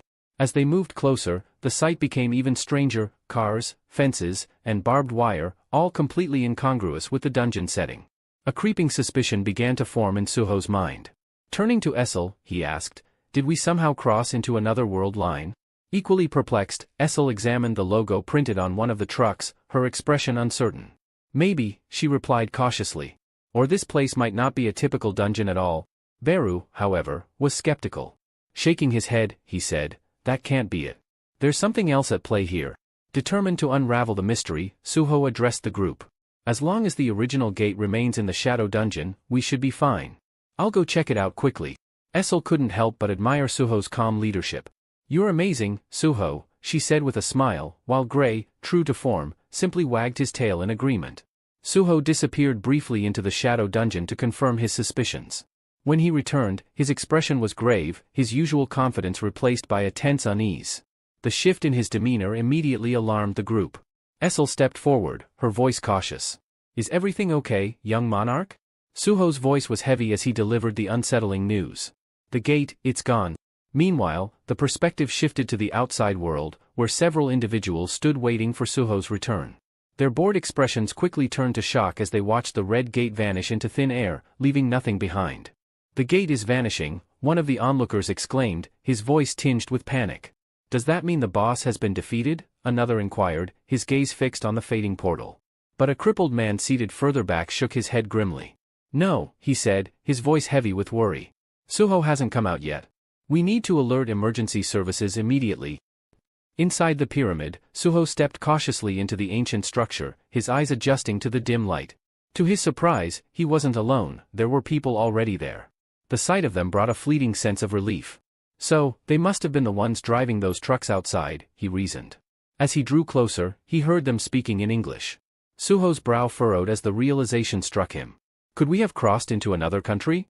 Deciding to test the waters, Suho put on his most approachable expression and addressed two of the individuals nearby. In clear English, he asked, "Excuse me, but could you tell me where I am and what this place is?" He silently thanked himself for taking his college English studies seriously. The practice was now proving invaluable. One of the men, a lean figure with sharp features, turned his attention to Suho, his eyes narrowing in suspicion. This was Lu Xing. Another hunter? Xing thought, irritation flickering across his face. As if dealing with the scavenger guild wasn't bad enough, now hunters from the east are showing up too. Beside him stood a towering man with a muscular build, wielding a hammer almost as large as he was. This was Randolph, his presence exuding authority. He let out a long, weary sigh. How annoying, Randolph muttered, shaking his head. I didn't expect this many people to converge on the dungeon. His thoughts briefly wandered back to the prophecy he had heard before arriving. A life born from death, rising from the fractured seal. It will appear at the tomb, wielding the power to command the dead. The words had stuck with him. The prophecy spoke of a fateful connection between the pyramid, the tomb, and death itself. Randolph's master had sent him with explicit orders to secure the dungeon before any other group could interfere. Snapping back to the present, Randolph's gaze hardened as it fell on Suho. He took a step forward, his imposing presence magnified by the weight of his hammer. If you're here for this dungeon, he said coldly, this is your only warning. Turn around and leave now, and I might let you walk out alive. Suho's mind raced as he analyzed the situation. His earlier suspicions were confirmed, this was undoubtedly a dungeon. But now, he faced a new challenge. The man before him wasn't just hostile, he was a formidable threat. Suho's mind raced as he assessed the situation. If this truly is a dungeon, then I have no choice but to clear it. I can't walk away, not with this urgent quest hanging over my head. Locking eyes with Randolph, he spoke firmly, his voice unwavering. And what if I decide not to leave? Randolph's lips curled into a mocking smirk, his grip tightening around his massive hammer. Then it's simple, he replied coldly, suddenly surging forward with surprising speed. I'll kill you. The tension in the air was palpable as Randolph charged. Essel and Gray's faces were stricken with horror, watching the colossal weapon arc through the air, leaving devastation in its wake. The hammer crashed down with a deafening roar, shattering the ground beneath it and sending debris flying in every direction. Even Xing, who had seen Randolph's might firsthand, couldn't help but flinch at the sheer ferocity of the attack. As the dust settled, Randolph's eyes darted around, searching for his target. To his astonishment, Suho stood a short distance away, entirely unscathed. Calm and composed, Suho had evaded the attack with uncanny precision. You attacked first, Suho muttered, his tone icy as he clenched his fist. Without hesitation, he darted forward, delivering a powerful punch to Randolph's abdomen. The moment Suho's fist connected, his mind raced. I've grown far stronger, but I still don't know my limits. If I go all out, I might kill him outright. The blow landed with a resounding thud, causing Randolph to stagger backward, his face twisting in pain. The force of the strike was enough to crack the armor encasing Randolph's torso, leaving him momentarily stunned. Randolph's thoughts spun as he realized that Suho's restrained punch had been powerful enough to deal serious damage. If he had hit me any harder? But instead of fear, fury ignited in Randolph's eyes. Gritting his teeth, he steadied himself, channeling all his strength into a counterattack. Moving with unexpected speed, he launched a brutal punch that caught Suho off guard. The force of the strike sent Suho hurtling backward, his body skidding across the sand. How dare you hold back on me? Randolph roared, his voice brimming with indignation. His rage boiled over, and his gaze shifted to his men. Raising his hammer, he barked an order that echoed across the desert. Kill them all.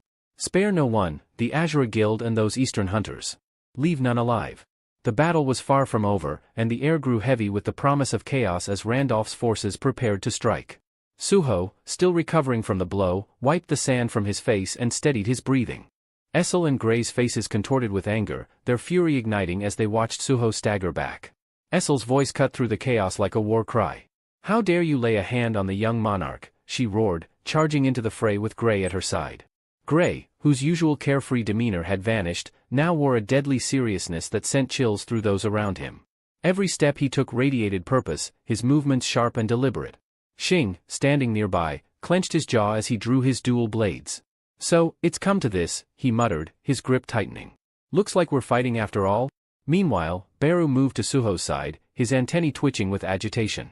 My liege, are you unharmed? He asked, his voice heavy with concern. Suho brushed off the sand clinging to his clothes, suppressing a wince as he stood upright. I'm fine, he replied, though the determined glint in his eyes told a different story. His gaze swept over the battlefield, assessing the growing chaos as hunters clashed on every side. We have no choice now, Suho said firmly. If we want to clear this urgent quest, we'll have to win this fight. Beru nodded, his stance firm. It seems that way, my liege. Suho's expression darkened as his eyes locked onto Randolph, who stood amidst his men. The Scavenger Guild, Suho muttered. They've made themselves our enemies. Without another word, Suho leaped into action. His movements were swift and precise, his form a blur as he bounded off the ancient pyramid's walls, using the structure to propel himself forward. Spotting one of the Scavenger Guild hunters, he zeroed in on his target, his body coiling like a spring before unleashing a powerful kick aimed directly at the man's face. The impact was solid, but to Suho's surprise, the hunter barely flinched, taking the blow with a sneer. Is that all you've got? The man taunted, his voice dripping with contempt. A weakling like you should know better than to challenge the Scavenger Guild. You should have just obeyed your betters. The hunter's arrogance was palpable, but Suho remained calm. His fists clenched at his sides as he deliberated. Should I use the ruler's authority and my enhanced techniques? He hesitated, the thought of accidentally killing the man weighing on his mind. That momentary pause was all the hunter needed. He pressed his attack, lunging forward with surprising speed. Before Suho could react, Shing appeared, his blades flashing as he intercepted the strike. Don't just stand there, Suho. Shing barked, holding back the enemy's weapon with sheer force. This isn't the time for hesitation. Suho snapped out of his thoughts, his resolve hardening. With a swift arc of his blade, Shing lunged at the Scavenger Guild hunter. In one seamless motion, his weapon found its mark, severing the man's neck with precision. The hunter's lifeless eyes widened in disbelief as his body crumpled to the ground, collapsing into the sands below. Suho stood frozen, his mind grappling with the brutal finality of the scene. Thanks, he said at last, giving Shing a brief nod of acknowledgement. Shing turned to Suho, his face set in a grim expression. You dodged Randolph's attack earlier, I saw that much, but you hesitated, he said, his tone sharp yet steady. His piercing gaze bore into Suho's. Tell me, are you afraid of killing someone? The question hung in the air like a blade poised to strike. Shing continued, his voice edged with experience. Listen well. Magic beasts aren't the only danger we face as hunters. You need to understand that. Men like this, he gestured to the lifeless hunter on the ground, are often far worse. If you want to survive, you'll need to steel yourself for what lies ahead. Suho's gaze shifted to the fallen hunter, his mind swirling with Shing's words. Am I afraid of killing? He asked himself, unsure of the answer. I thought I was prepared to fight, even ready to lay my life on the line. But is that enough? Memories flashed through his mind, of past battles where he'd fought fiercely yet managed to avoid taking lives, even against those who had wronged him, like the Hyena Guild. His strength had always allowed him to hold back, to spare his enemies. But how long could he maintain that approach? His eyes flicked to Essel and Gray, locked in fierce combat nearby. What happens if the day comes when holding back isn't an option? Suho clenched his fists tightly, his thoughts growing heavier. What if killing is the only way to survive? To protect them? His resolve began to harden, a cold determination setting in. I can't afford to hesitate anymore. This isn't just about leveling up or gaining strength. If I'm going to face someone like Li Minsung, I need to cast aside all weakness. Shing's voice broke through his thoughts. I'm Shing, from the Azura Guild, he said, offering a brief introduction. Looks like we're in the same boat, both standing against the Scavenger Guild. What do you say? Shall we form an alliance? Before Suho could respond, a figure approached from behind Shing, emanating murderous intent. The attacker moved swiftly, his weapon poised to strike. But Suho was faster. In an instant, he darted forward, his body reacting instinctively. Shing barely had time to register the blur of motion before the sickening sound of Suho's fist colliding with bone echoed through the air. The assailant was sent sprawling, the force of Suho's punch leaving no room for retaliation. Shing turned to Suho, his expression a mix of surprise and newfound respect. Suho lowered his fist, his eyes cold and resolute.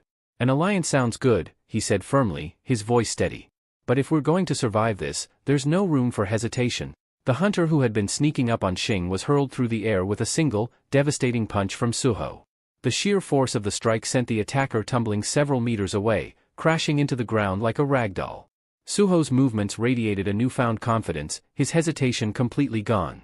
Shing, momentarily taken aback, could only watch as Suho strode past him, the intensity in his eyes unmistakable. Suho's determination was now etched into every step he took. No more holding back, he vowed silently, his resolve as unyielding as steel. The fallen hunter's battered body landed near Randolph's feet with a sickening crunch. Blood smeared the sand as Randolph looked down at the crumpled figure, his expression shifting from mild surprise to a sinister grin. His gaze rose to meet Suho's, the amusement in his eyes growing darker. Well, now, Randolph drawled, his tone laced with mockery. You just sent a B-rank tank flying with one punch. Seems like this fight might actually get interesting. Suho ignored the taunt and turned his attention to Xing. I'm Suho, he said simply, his voice steady. From Korea. Let's go with that alliance. The battlefield erupted into chaos once more as the Azura Guild and the Scavenger Guild clashed, the air thick with the sounds of metal clashing and war cries echoing. The arrival of Suho seemed to ignite a spark within the Azura Guild fighters. They pushed back harder, their attacks becoming sharper, their resolve unwavering. Yet, across the field, the Scavenger Guild fighters sneered with contempt. One of them jeered, "What's this?" The Azura Guilds picked up a few stray dogs to fight for them. Another chuckled darkly. "Numbers and strength are on our side. Let's crush them already." Their arrogance was palpable, but Suho remained unfazed. Taking a calm step forward, his expression unreadable, he reached into his pocket and retrieved a key that glimmered ominously. Holding it up, he glanced at Xing, his voice low but filled with conviction. "They're in for a rude awakening." Before anyone could question his words, Suho raised the key high and spoke a single word with authority. "Arise." The air trembled, and the ground beneath their feet began to quake. A swirling portal of shadows burst forth, dark and foreboding, exuding an unearthly energy. The battlefield momentarily stilled as the shadow dungeon opened, its ominous presence washing over the warring factions like a tide of dread. The Scavenger Guild fighters stared in shock, their earlier bravado faltering. Xing's jaw dropped, though his eyes betrayed a flicker of unease. "What the hell did you just unleash?" he muttered under his breath, gripping his weapon tighter.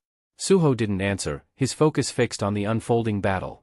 The darkness of the shadow dungeon seemed to echo his own resolve, unyielding, unstoppable, and ready to consume all who stood in his way. From the swirling portal emerged Suho's army, a terrifying horde of enormous spiders with gleaming, predatory eyes, followed by a legion of shadow creatures, each more grotesque and menacing than the last. The Scavenger Guild's mocking jeers died in their throats, replaced by stunned silence and widening eyes. Xing could only stare, his mouth agape as the tide of shadows spilled forth. "This can't be real," he murmured, his disbelief palpable. "Suho's not just a fighter? He's a summoner? And not just any summoner, he commands an army like this." Suho's voice cut through the stunned murmurs, commanding and resolute. "Attack." The shadow army surged forward like an unstoppable wave, their roars mingling with the clash of steel and the cries of the Scavenger Guild. Chaos erupted on the battlefield as the creatures tore into the ranks of their enemies with savage ferocity. Randolph, the towering leader of the Scavenger Guild, stood firm amidst the mayhem, his lips curling into an ominous grin. His sharp eyes followed the advancing shadows before locking onto Suho. "So, you've been hiding your true power all this time, kid," he sneered, his voice dripping with disdain. "Guess I've been playing nice for no reason." With that, Randolph hefted his colossal hammer and swung it in a devastating arc, cleaving through one of the massive shadow spiders in a single blow.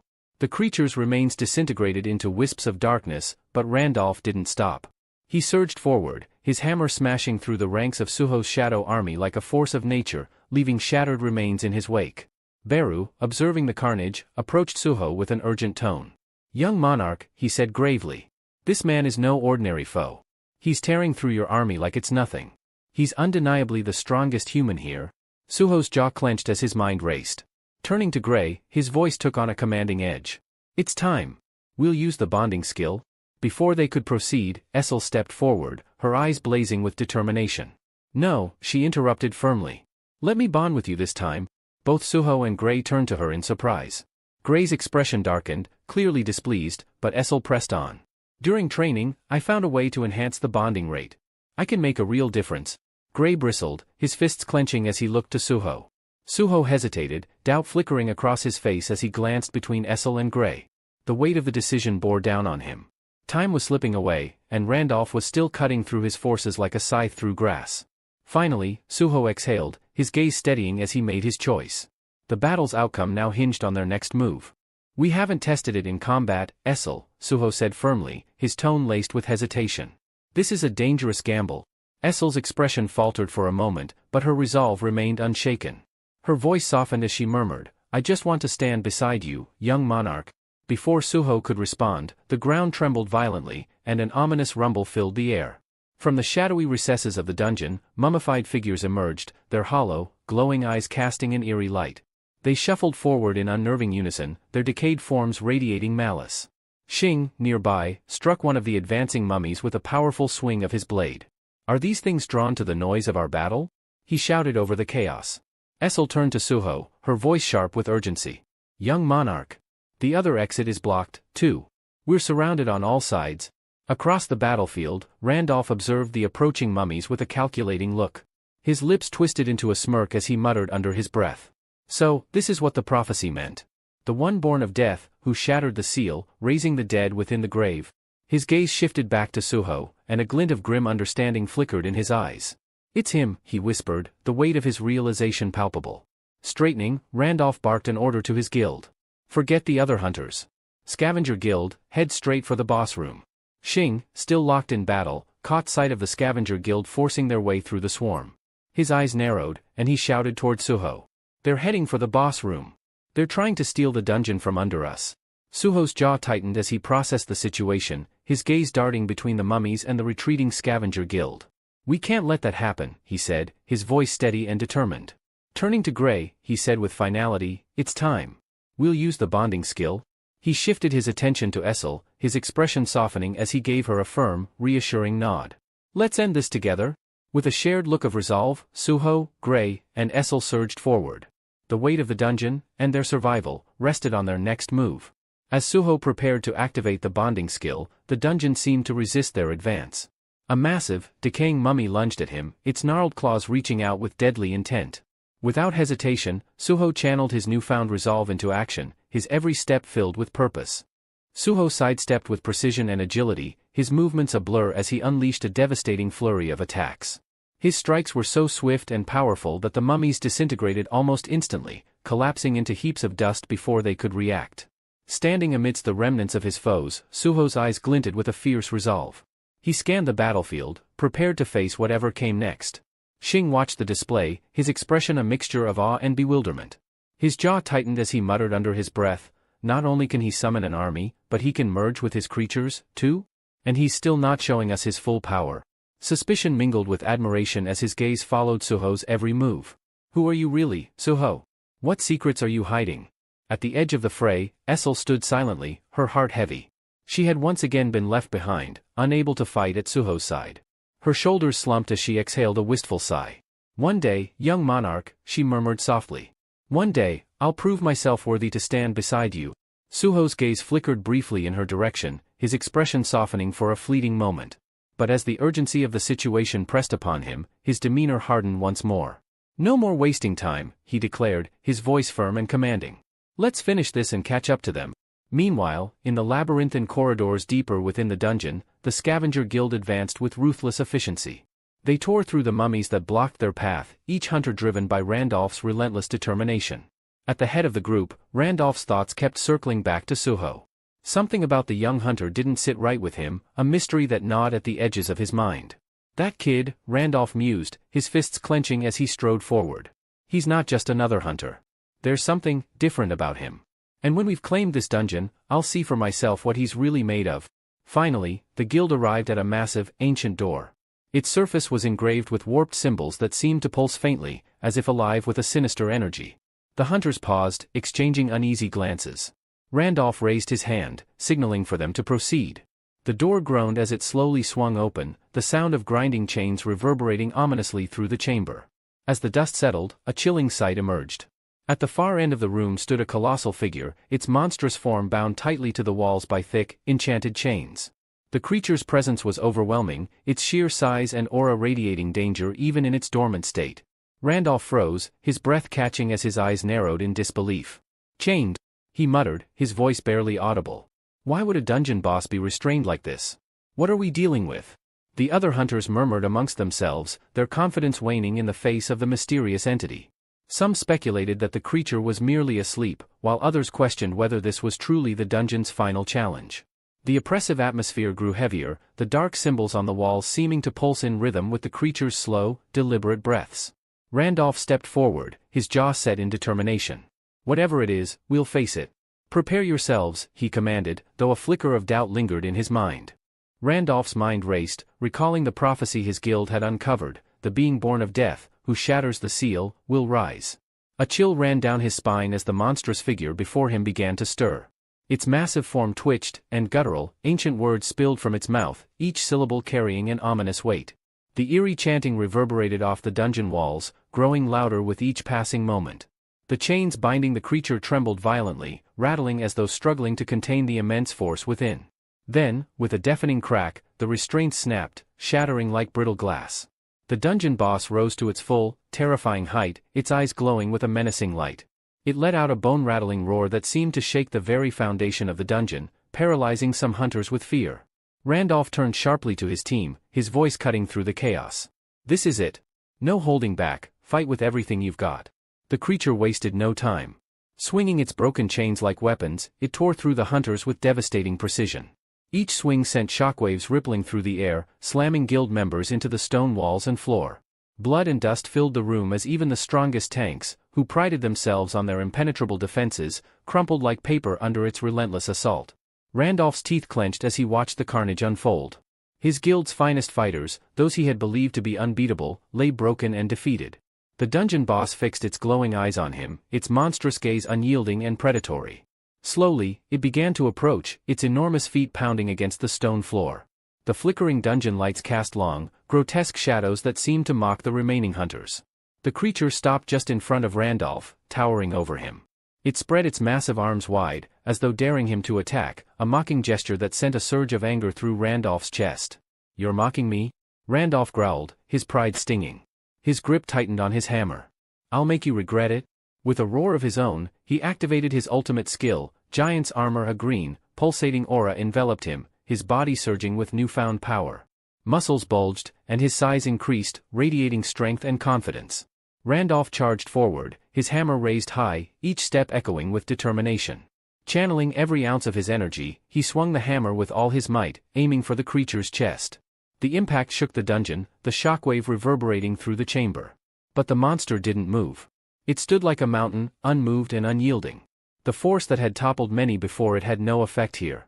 Randolph's heart sank as realization struck. "Impossible," he muttered under his breath. Sweat dripped down his brow, and his breathing grew heavy. He had poured everything into that attack, only to be met with utter futility. The dungeon boss let out a low, guttural laugh, its voice dripping with cruel amusement. Its glowing eyes narrowed, and a massive fist began to crackle with dark, otherworldly energy. Randolph froze, terror washing over him as the creature raised its fist. "Master, forgive me," he whispered, his voice barely audible. "I should have waited. But it was too late." The monster's fist descended, and Randolph's world plunged into darkness. The creature's massive fist descended with devastating power, slamming Randolph's body into the far wall with an earth-shattering impact. The sound of the collision reverberated through the chamber as his broken form crumpled to the floor, half of his body mangled beyond recognition. Standing tall and triumphant, the dungeon boss gazed down at Randolph's shattered figure with a cold sneer. "The first human to reach me," it rumbled, its voice laced with disdain. "And he barely lasted a heartbeat. How pitiful." With a malicious grin, the creature turned its attention to the chamber entrance. Its glowing eyes gleamed with anticipation as it muttered, "But there are more intruders in these depths, aren't there? Let's see if they provide better entertainment." Meanwhile, elsewhere in the dungeon, Suho was locked in a relentless battle. His fists and feet struck with incredible speed and precision, each blow shattering mummy monsters into heaps of dust. The battlefield was chaos, but Suho moved through it like a storm, a blur of calculated fury. Yet no matter how many he defeated, more kept rising from the darkness. "They just won't stop," Suho muttered, frustration bubbling under his calm exterior. His gaze swept the battlefield, searching for a way to shift the tide. A sudden idea sparked in his mind, and he decided to test his shadow extraction on one of the defeated mummies. Extending his hand, Suho activated his ability. But instead of the usual surge of energy, a cold, mechanical response echoed in his mind. Shadow extraction failed. Old souls cannot be extracted. Suho frowned, confusion clouding his features. "Old souls, so I can't extract them either?" he murmured. "First demons, now this. These restrictions are becoming a problem." Behind him, Beru stood silently, his sharp gaze fixed on the battlefield. Though he said nothing, his presence was a steadying force, a silent reminder of the strength Suho could still rely on. Suddenly, the ground beneath them trembled, a faint vibration at first, but it quickly grew into a violent quake. Suho froze, his instincts screaming that something was terribly wrong. The earth beneath their feet began to crack and split, jagged lines snaking outward as the dungeon itself seemed to rebel. Without warning, the ground gave way entirely, collapsing into a yawning chasm. Suho and the scattered members of the Azura Guild fell, their shouts of alarm blending with the thunderous sound of crumbling stone. Amidst the chaos, the ground erupted with a deafening roar. A massive centipede-like creature emerged, its segmented body glistening with a metallic sheen. Towering above them, its countless legs writhed in an unsettling rhythm, each movement radiating predatory intent. The centipede's glowing eyes locked onto Suho and the hunters, its gaze dripping with malice. It let out a piercing screech that reverberated through the cavern, sending a shiver down their spines.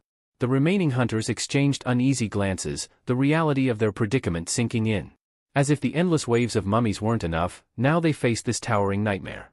Without warning, the massive centipede lunged forward with terrifying speed, its grotesque, segmented body moving far faster than seemed possible for its size. Hunters scattered in desperation, some narrowly diving out of its path, while others were caught in its charge, sent flying like ragdolls by the sheer force of its momentum. Screams and the sound of shattering bones echoed across the battlefield, amplifying the chaos. Amidst the pandemonium, Essel's sharp eyes locked onto the creature's movements. Seizing an opening, she sprang forward with precision, her spear aimed at the centipede's armored flank. The weapon struck true, but instead of penetrating, the blade glanced off the monster's hardened exoskeleton, leaving no more than a faint scratch. Frustration flashed across her face as she withdrew, shouting, "Its armor is too strong. My attacks can't get through." Her voice rang out over the cacophony, carrying both determination and a tinge of worry. Nearby, Xing battled furiously against the relentless tide of mummies, but his attention darted toward Suho. His expression was grim as he called out, "This is spiraling out of control. We're already overrun, and the scavenger guild has seized the upper hand in the dungeon. It's only getting worse." Ducking under a swipe from the centipede's mandibles, Suho nodded, his face set in a grave expression. "You're right. We might need to pull back." But inside, his thoughts churned. The urgent quest to resolve the dimensional crack still loomed over him. Could he trust the scavenger guild to deal with the root cause, let alone complete the mission? A knot of doubt tightened in his chest. Is retreating really the answer? Before he could decide, a suffocating aura swept across the battlefield, halting him mid-thought. The air grew heavy, and the scattered dust seemed to thicken, heralding something far more ominous. From the direction of the scavenger guild's path, a towering figure emerged through the haze, its presence commanding instant, dreadful attention. The creature radiated an oppressive energy so dark and malevolent that every hunter froze in place, their instincts screaming at them to flee. Xing's face turned pale as he stared in horror at the advancing figure. He swallowed hard, his voice trembling. "The boss, it's coming from where the scavenger guild went." Suho's gaze locked onto the approaching monster, his mind racing even as his body instinctively tensed. The creature's glowing eyes scanned the battlefield with cold calculation, its disdainful gaze reducing the hunters to insignificant obstacles. A quiet but unyielding resolve began to rise within Suho. Every fiber of his being told him to retreat, that this foe was beyond anything he had faced before. Yet the looming presence of the boss monster stirred something deeper, an unrelenting will to stand his ground. The battlefield, already nightmarish, had transformed into something far worse. Suho's inner voice whispered of the monster's overwhelming danger, but he pushed the fear aside, clenching his fists. Retreat was no longer an option. The oppressive dread that weighed on Suho grew heavier, an unrelenting pressure that seemed to intensify with every heartbeat. Is this because of my heightened sense stat? He wondered, his gaze fixed on the entity before him. Above the monster, glowing in a sinister red that pulsed with an aura of calamity, was a name that sent chills through his core, Amit, the prisoner of the tomb. This wasn't just a boss, it was a harbinger of destruction, a creature born of pure malice. The darkness surrounding Amit wasn't merely an aura, it seemed alive, a shadow given form. It shifted and writhed, a palpable manifestation of the monster's immense power. With an air of unchallenged authority, Amit's glowing eyes swept across the battlefield, focusing briefly on the mummies that had been relentless moments before. His voice, deep and resonant, carried a command that sent ripples of unease through the air. "Disappear." The single word echoed like a decree, and the mummies immediately faltered. Their previously unyielding aggression melted into terror as they scurried away, their retreat a testament to their overwhelming fear of Amit. Essel, standing amid the chaos, felt her breath hitch. Her fingers tightened around her spear as she whispered, Did that thing just speak? And the mummies obeyed it?" Before anyone could respond, Amit's massive form descended, landing near Essel with an impact that cracked the earth beneath his feet.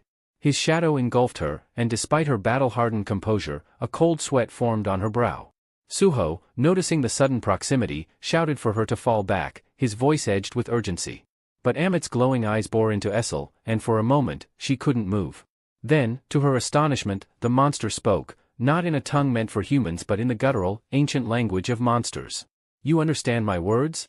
His tone carried more curiosity than hostility, which only deepened her unease. Gripping her spear tightly, Essel forced herself to answer, her voice steady despite the tension in her body. Yes. I am of the demon race. A low, chilling laugh rumbled from Amit, a sound that resonated with a mix of amusement and menace. How long it has been, he mused, since I've encountered a creature capable of understanding me.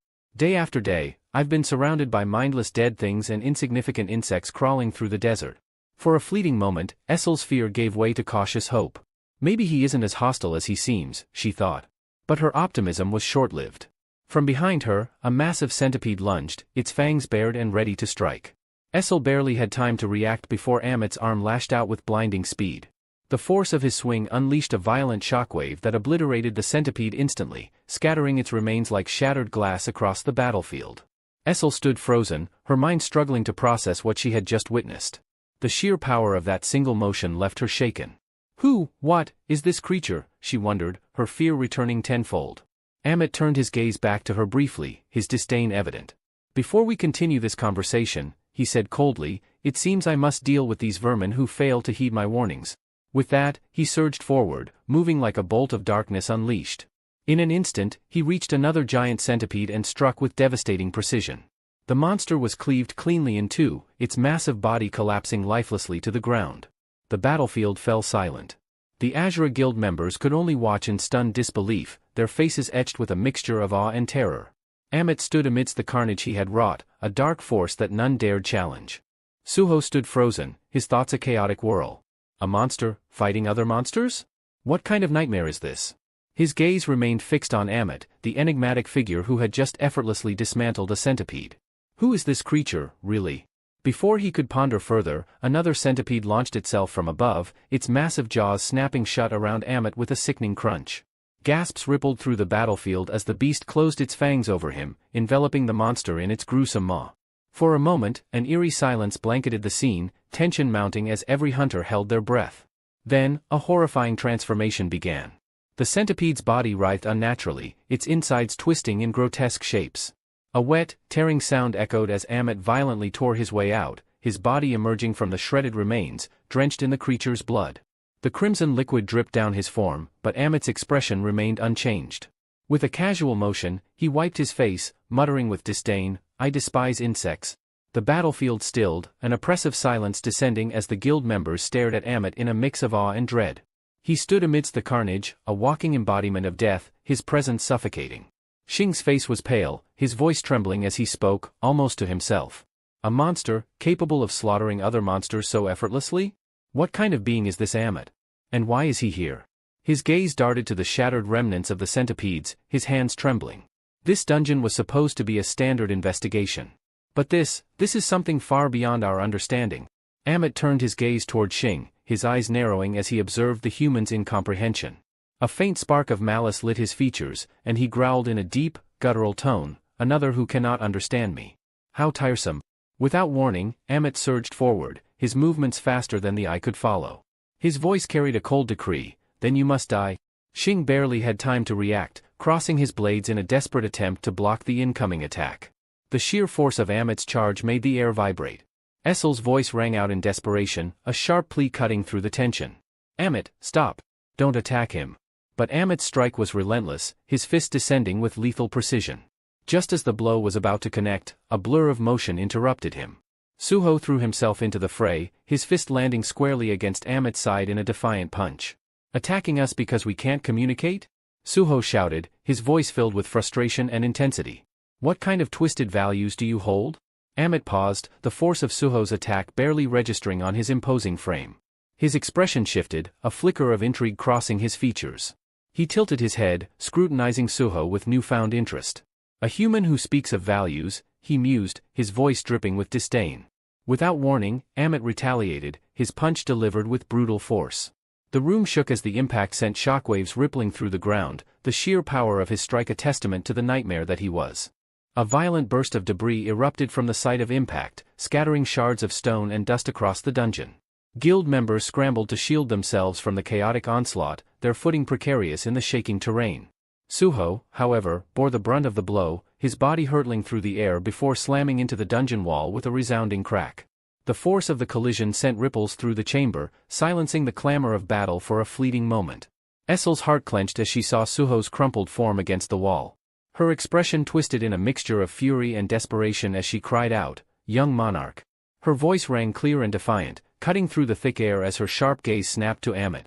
With venom in her tone, she spat, "You fiend! How dare you strike down the young monarch?" Amit responded with a low, mocking laugh, a sound that sent chills down the spines of all who heard it. His laughter resonated like a sinister melody, his expression one of bemused disdain. "That human?" he said, tilting his head as though pondering a trivial matter. "He's your ally, then?" The edges of his tone softened slightly, though the menace in his words remained palpable. "Consider this mercy," Amit said, a sinister smirk creeping across his face. "I'll spare you for now. If you truly hail from the demon race, you may hold knowledge that intrigues me." Amit's gaze bore down on Essel with an intensity that seemed to pin her in place. His next question, calm yet razor-sharp, carried a weight that froze the very air. "Tell me," he demanded, "is the war between the other monarchs and the Shadow Monarch over? And if so, who emerged victorious?" Essel's face remained firm, though beads of sweat began to trickle down her temple. Her mind raced, grappling with the implications of Amit's words. How does this creature know about the war between the monarchs? Who, or what, is he? Around them, the battlefield was strewn with the fallen. Suho and Gray lay crumpled near the dungeon wall, their forms battered and broken. The strain of their battle had pushed their bonding skill to its limit, leaving Gray unconscious and Suho barely clinging to life. Beru knelt beside them, his usually composed face tinged with uncharacteristic concern. He placed a steadying hand on Suho's shoulder, his voice a low murmur as he urged him to wake. The dungeon seemed to hold its breath as tension stretched across the space. Hunters and monsters alike had ceased their movements, caught in the heavy stillness that Amit's presence commanded. Amit's gaze returned to Essel, his expression hardening, his voice as cold and unyielding as steel. "So, you refuse to answer," he said, his tone dripping with disdain. "It seems that whether it's a mindless beast incapable of thought or a demon who chooses silence, you're all the same to me." With that, he lifted his foot high into the air, his actions a terrifying promise of devastation. The oppressive weight of his curiosity and wrath loomed over the battlefield, threatening to shatter the fragile standstill at any moment. "You all must die." Amit's voice thundered through the dungeon, drenched in merciless intent as he prepared to unleash his wrath. His looming figure radiated a dark energy that promised annihilation. Amidst the chaos, Suho lay sprawled on the ground, his body battered and broken. Blood trickled from the corner of his mouth, painting a grim picture of his state. Every breath felt like fire, his ribs aching under the strain, yet his resolve remained unbroken. With immense effort, he whispered hoarsely, "Claim reward. Status recovery?" A soft green light flared into existence behind Amit. The gentle glow enveloped Suho, mending his wounds and washing away the pain that had racked his body moments ago. Renewed strength coursed through him as he slowly pushed himself to his feet, one hand gripping his shoulder for balance. He exhaled, a faint smirk playing on his lips.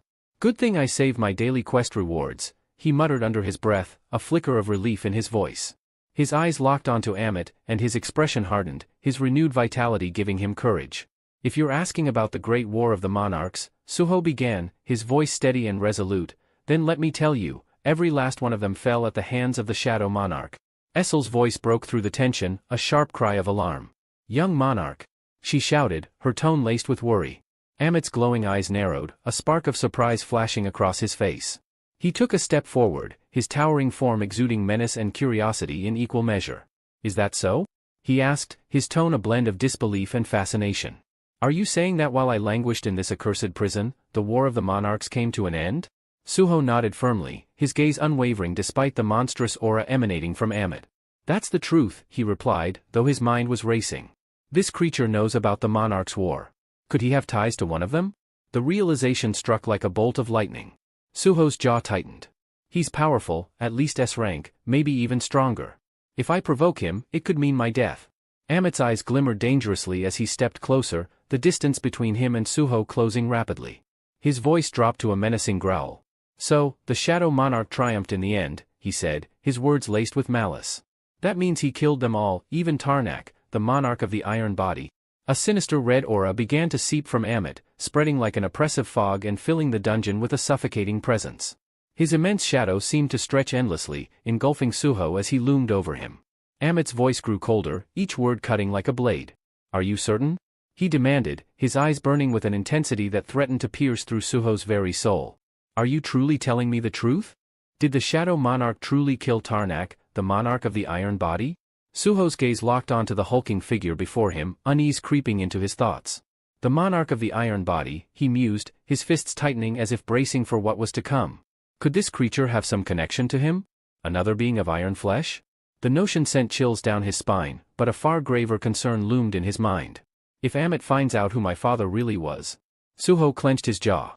The devastation he might unleash would be catastrophic. Amit, however, seemed to have no patience for Suho's internal struggle. Before Suho could piece his thoughts together, the monstrous entity moved. Without warning, Amit's massive foot came crashing down, descending with the force of a meteor. "Young monarch, look out!" Essel's voice rang out, shrill with panic. The impact was earth-shattering, sending tremors across the dungeon. The ground beneath Amit splintered like glass, and cracks raced up the dungeon walls. Dust and debris filled the air as Suho narrowly evaded the attack, flipping backward just in time. His heart pounded furiously in his chest as he landed, steadying himself with a sharp exhale. "What the hell, man?" Suho shouted, his voice laced with frustration. "I thought we were talking." Amit's glowing eyes narrowed in irritation, his voice a deep rumble like stones grinding together. "You're taking too long," he snapped, his tone cutting. "Only liars hesitate." His towering form loomed closer, and the threat in his voice was unmistakable. "Speak the truth now, or I'll crush you where you stand." Suho swallowed hard, the weight of the moment pressing down on him. He's not bluffing, he thought grimly. One wrong move, one word too slow, and I'll be dead. Amit's voice boomed again, colder than before. "Answer me. Did Tarnak, the monarch of the iron body, fall to the shadow monarch or not?" This time, Suho didn't falter. "Yes," he said firmly, his voice steady despite the tension. "The shadow monarch killed every one of the monarchs." Suho's fists tightened as he braced himself for Amit's reaction. Would he explode in rage at the confirmation of Tarnak's demise? The thought made Suho's pulse quicken, but what followed caught him entirely off guard. Amit's face twisted into something unexpected, a grin. His lips curled upward, and then, with a sudden, booming laugh, he threw his head back.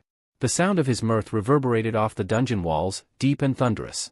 Suho stared in disbelief as Amit's laughter echoed, his massive form shaking with amusement.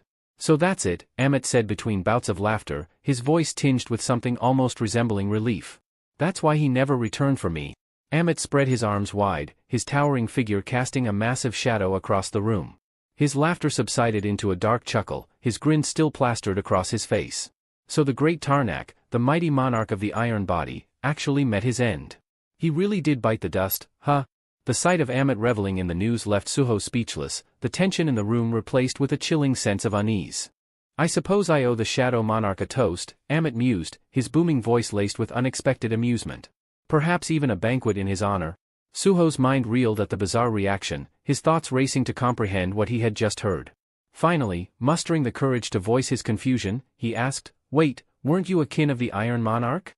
The laughter that had echoed moments before disappeared as if sliced away by an invisible blade. Amit's expression darkened instantly, his eyes narrowing with venomous intensity. "Kin," he hissed, his tone dripping with contempt. "Don't you dare accuse me of such filth." His massive hands clenched, crackling energy sparking violently around them, growing denser with every breath. "His kin," he repeated, his voice rising to a thunderous growl. "How dare you insult me with that blasphemy?" The power coalescing around him surged in intensity, the very air trembling under its weight. "You've gone too far," he snarled, the malevolent glow of his energy reflecting in his eyes. "And now, you will die for it?" Before Suho could react, Amit lunged forward, his massive fist aimed directly at him. The strike carried an overwhelming force that left no room for escape. Suho crossed his arms in a desperate defensive stance, fully aware that it might not be enough. But just as the attack was about to connect, something extraordinary occurred. From the shadows and cracks of the dungeon, chains, thick, radiant, and pulsating with an otherworldly light, shot forth in every direction. They moved with impossible speed, coiling around Amit like vipers striking their prey. The force of the chain stopped Amit's attack mere inches from Suho's face. His fist hung frozen midair as the bindings tightened with an unyielding grip, pulling him backward and halting his assault entirely. Suho stumbled back, his breath caught in his throat as he watched in disbelief. "What? Where did these come from?" he murmured, his voice barely audible over the creaking and rattling of the chains. Their power was palpable, a force that felt both ancient and indomitable. Amit, too, froze for a moment, his expression shifting from rage to grim realization. His struggles against the chains only seemed to strengthen their grip, each link constricting tighter as if responding to his resistance. "These damn chains!" Amit growled under his breath, his mind racing. "Again, they come to haunt me. Have I overstepped my bounds once more?" The chains tightened further as if answering his unspoken question. The unrelenting force began to drag Amit backward, each pull a reminder of his limitations. No, he snarled, his muscles straining as he attempted to break free. Not again. But his defiance was in vain. The chains, imbued with a power that surpassed his own, yanked him further away from Suho, pulling him back toward the void that had once imprisoned him. The room echoed with the sound of grinding metal as the chains clanged and groaned, their purpose clear and their will unyielding. Amit stumbled, his enormous frame struggling against the merciless bindings. Each step backward felt like an eternity, his roars of frustration filling the air. Yet the chains did not falter, dragging him inexorably back toward the domain he had dared to leave behind. With a deafening roar, Amit cursed the chains that bound him, the memory of Tarnak, and the enigmatic caster who had sentenced him to this unending torment. His struggles were futile as the relentless chains pulled him back. Shadows surged around his form, enveloping him entirely until his massive figure disappeared, leaving only a swirling cloud of dust in his wake. Suho stood rooted to the spot, his breath shallow, his expression frozen in utter disbelief. His wide eyes and slackened jaw betrayed his struggle to comprehend what had just unfolded before him. What were those chains, he wondered, his mind racing. Where did they come from, and why did they suddenly drag that monster away? Essel hurried to his side, her face pale with worry. "Young monarch, are you all right?" she asked, her voice quivering with concern. Suho gave a brief nod, masking the confusion brewing within. "Yes, I'm fine," he replied tersely, though his thoughts screamed otherwise. "I have no idea what just happened, but for now, I'm just relieved Amit is gone." Taking a steadying breath, Suho surveyed the ravaged dungeon. His gaze lingered on the crumbled walls and battered bodies. "We need to tread carefully now that we know of that creature's existence," he said grimly. "Let's focus on getting Grey and the injured Azura Guild members the help they need." But just as he finished speaking, his expression shifted. His eyes widened, and his lips parted slightly in disbelief. The system's interface suddenly glitched, the urgent quest text flickering erratically, distorting in a way Suho had never seen before. "What's happening?" Suho thought, alarmed. Noticing his unsettled demeanor, Essel moved closer, her worry deepening. "Young monarch, what's wrong?" Without taking his eyes off the screen, Suho pointed toward the flickering interface, frustration tightening his features. "The emergency quest," it changed on its own. He read the new prompt aloud, his voice tinged with disbelief. "Free the heir of the iron body, Amit, from the pyramid." The words reverberated in his mind like a tolling bell. Amit is the heir of the iron body? Is this real? The scene shifted abruptly to a dim chamber suffused with an eerie glow. Scattered across the cold stone floor were the mangled remains of scavenger guild members and the carcasses of slain beasts, their blood pooling and staining the ground. The air was heavy with the acrid stench of death, making every breath a challenge. As Suho and Essel entered, their eyes were drawn to the carnage. Suho's expression hardened, understanding the grim reality before him. These were scavenger guild members. Amit must have slaughtered them without mercy. His gaze then fell upon the center of the chamber, where a massive figure loomed, bound tightly by a web of luminous chains. The chains pulsed faintly, their glow casting long, twisted shadows across the room. Amit's piercing gaze met Suho's, filled with a mixture of disdain and intrigue. The chains binding him creaked as he shifted slightly, his voice dripping with dark amusement. "I can't believe you've come looking for me," Amit growled, his tone laced with a sinister edge. "You've got guts, human. I wonder if they'll be your undoing." Suho stepped forward, his face calm and unreadable. "I came to finish what we started. Our conversation was cut short before," he said, his tone steady but laced with curiosity. Amit scoffed, his laughter low and menacing, echoing off the chamber walls like distant thunder. "Conversation," he said mockingly. "The only lesson Tarnak ever taught me was how to kill. If you've got grievances, go scream at his grave." Listening to the beast's sneering tone, Suho couldn't help but notice a strange innocence hidden in Amit's bluntness. There was a raw honesty there, almost childlike, despite the monster's terrifying presence. The irony of attempting to reason with him wasn't lost on Suho, yet he pressed on. "It sounds like you didn't have much love for the monarch of the iron body," Suho remarked carefully. "Why is that?" Amit's eyes flickered with surprise, his demeanor shifting slightly. "You came all this way just to ask me that?" he asked, his voice tinged with both suspicion and intrigue. After a brief pause, he sighed, the chains rattling as he adjusted his posture. "Well, I suppose talking is the only pastime I've got. I'll indulge you." His voice darkened, carrying an undercurrent of bitterness. "I am Amit," he began. "I was created by Tarnak, the monarch of the iron body, and a spellcaster whose name I'll never forget. They forged me into what I am, only to abandon me here, discarded like a broken tool, entombed in this cursed prison. The weight of his words hung heavy in the air, and Suho felt the raw pain and fury behind them. Amit's voice grew colder, his rage palpable. Those two turned a man into a monster. They locked me away, leaving me bound by these damned chains amidst a tomb of rotting corpses. Suho frowned, his mind racing as he tried to grasp the depth of Amit's suffering. Why haven't you broken the chains? He asked, hoping for a straightforward solution. Amit's glare sharpened, and he leaned forward, the chains pulling taut. These aren't ordinary chains, he growled. They're woven with powerful magic. No matter how many times I destroy them, they reform if I stray too far from this spot. I've spent centuries trying to break free, but they always return. His voice cracked with frustration, a tremor of helpless rage echoing in his words. I've been trapped here for longer than you can imagine, unable even to explore this accursed tomb. Tarnak and that wretched spellcaster condemned me to a life worse than death. I will never forgive them. Suho studied the chains carefully, noting their peculiar glow and the unnatural way they coiled around Amit. Something about them didn't add up. If they truly were unbreakable, why were they designed to reform only when Amit moved beyond a certain distance? There had to be a reason behind this enchantment. Turning to Amit, Suho asked, were these monsters already in the tomb when you were imprisoned? Amit's expression darkened further as he nodded. Yes. They've always been here, he confirmed, his voice dripping with bitterness. Suho glanced around the chamber, piecing together the puzzle. Essel, standing beside him, looked increasingly confused. So, you're not the dungeon's master? Suho pressed. Amit's confirmation sent a wave of realization through Suho. The spellcaster must have ensured the chains would hold Amit here for a purpose, he thought. There's more to this than just imprisonment. After a moment of contemplation, Suho took a bold step forward. If I manage to break these chains, he said, his voice steady, would you be willing to hear me out? Amit's eyes widened slightly, his surprise quickly replaced by suspicion and a flicker of hope. You're serious? He rumbled, his tone heavy with disbelief. Are you actually considering freeing me? The room seemed to grow quieter as Amit's voice dropped to a menacing pitch. If you can undo the spellcaster's work and release me, I swear on my rage, I'll grant whatever request you make. His piercing gaze locked onto Suho, searching for any hint of deceit. But tell me, Amit continued, his tone dark and foreboding. Do you truly have a way to break the magic that binds me? Amit's aura erupted like a storm, flooding the chamber with a suffocating, oppressive force that made the very walls tremble. The chains binding him groaned under the strain, rattling violently as if they, too, feared his wrath.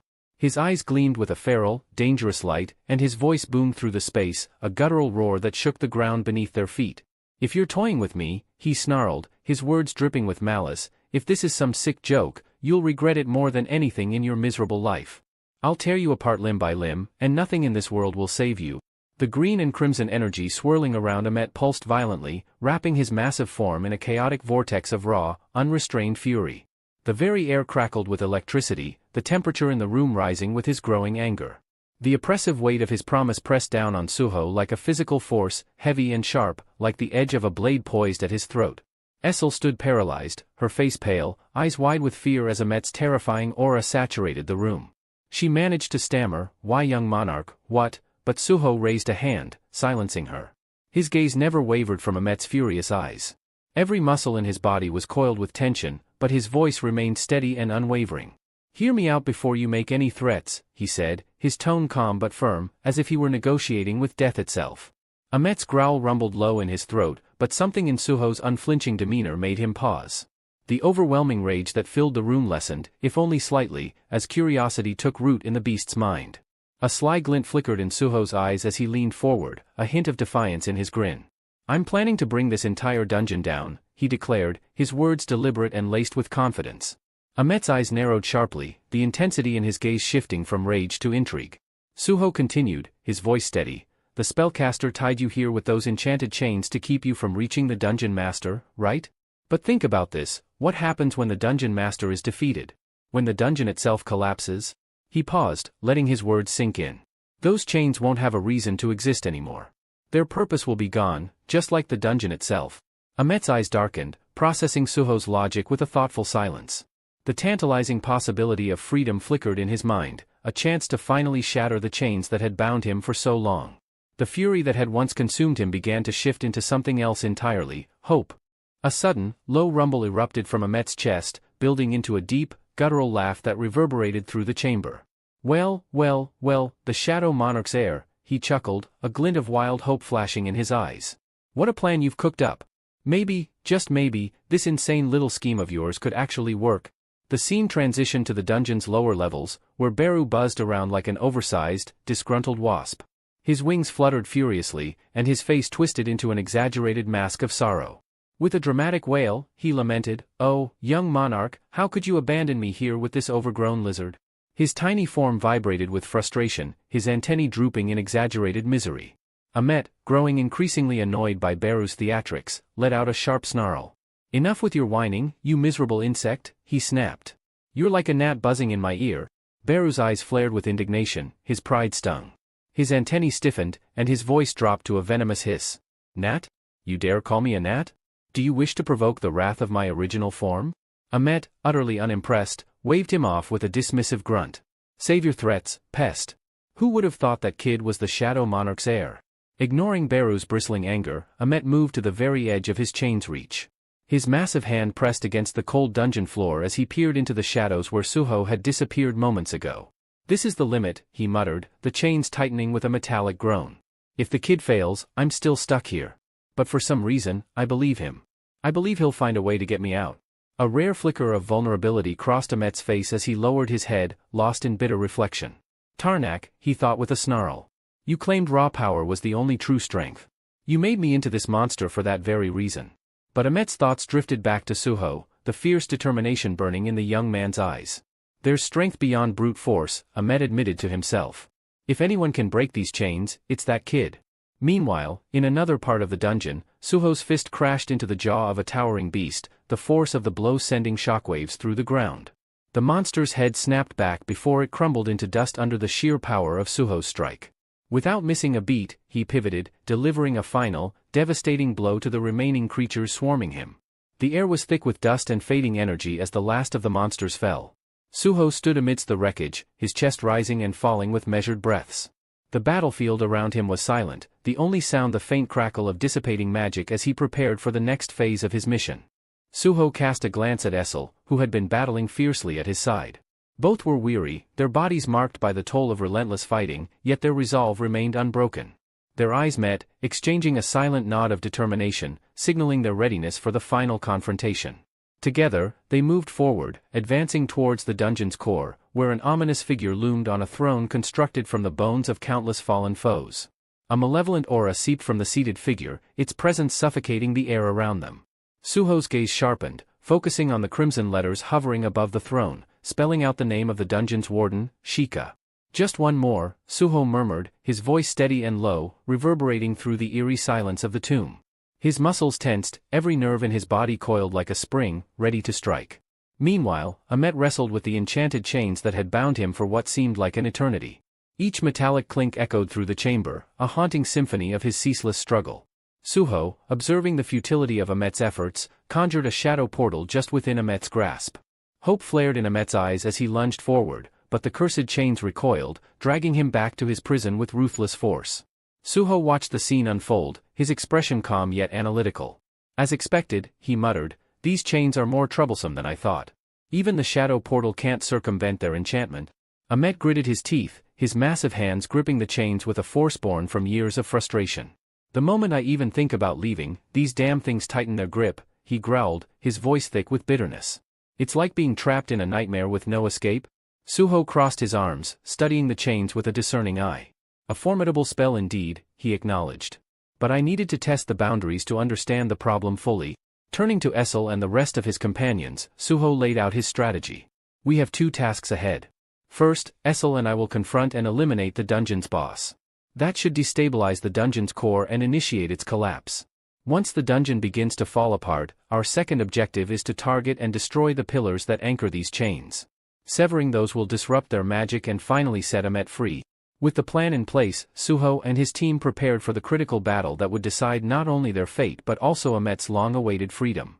After laying out the plan, Suho added with a calm finality, "Once we've brought the dungeon down, we'll regroup with Beru and retreat into the shadow dungeon before this entire place collapses."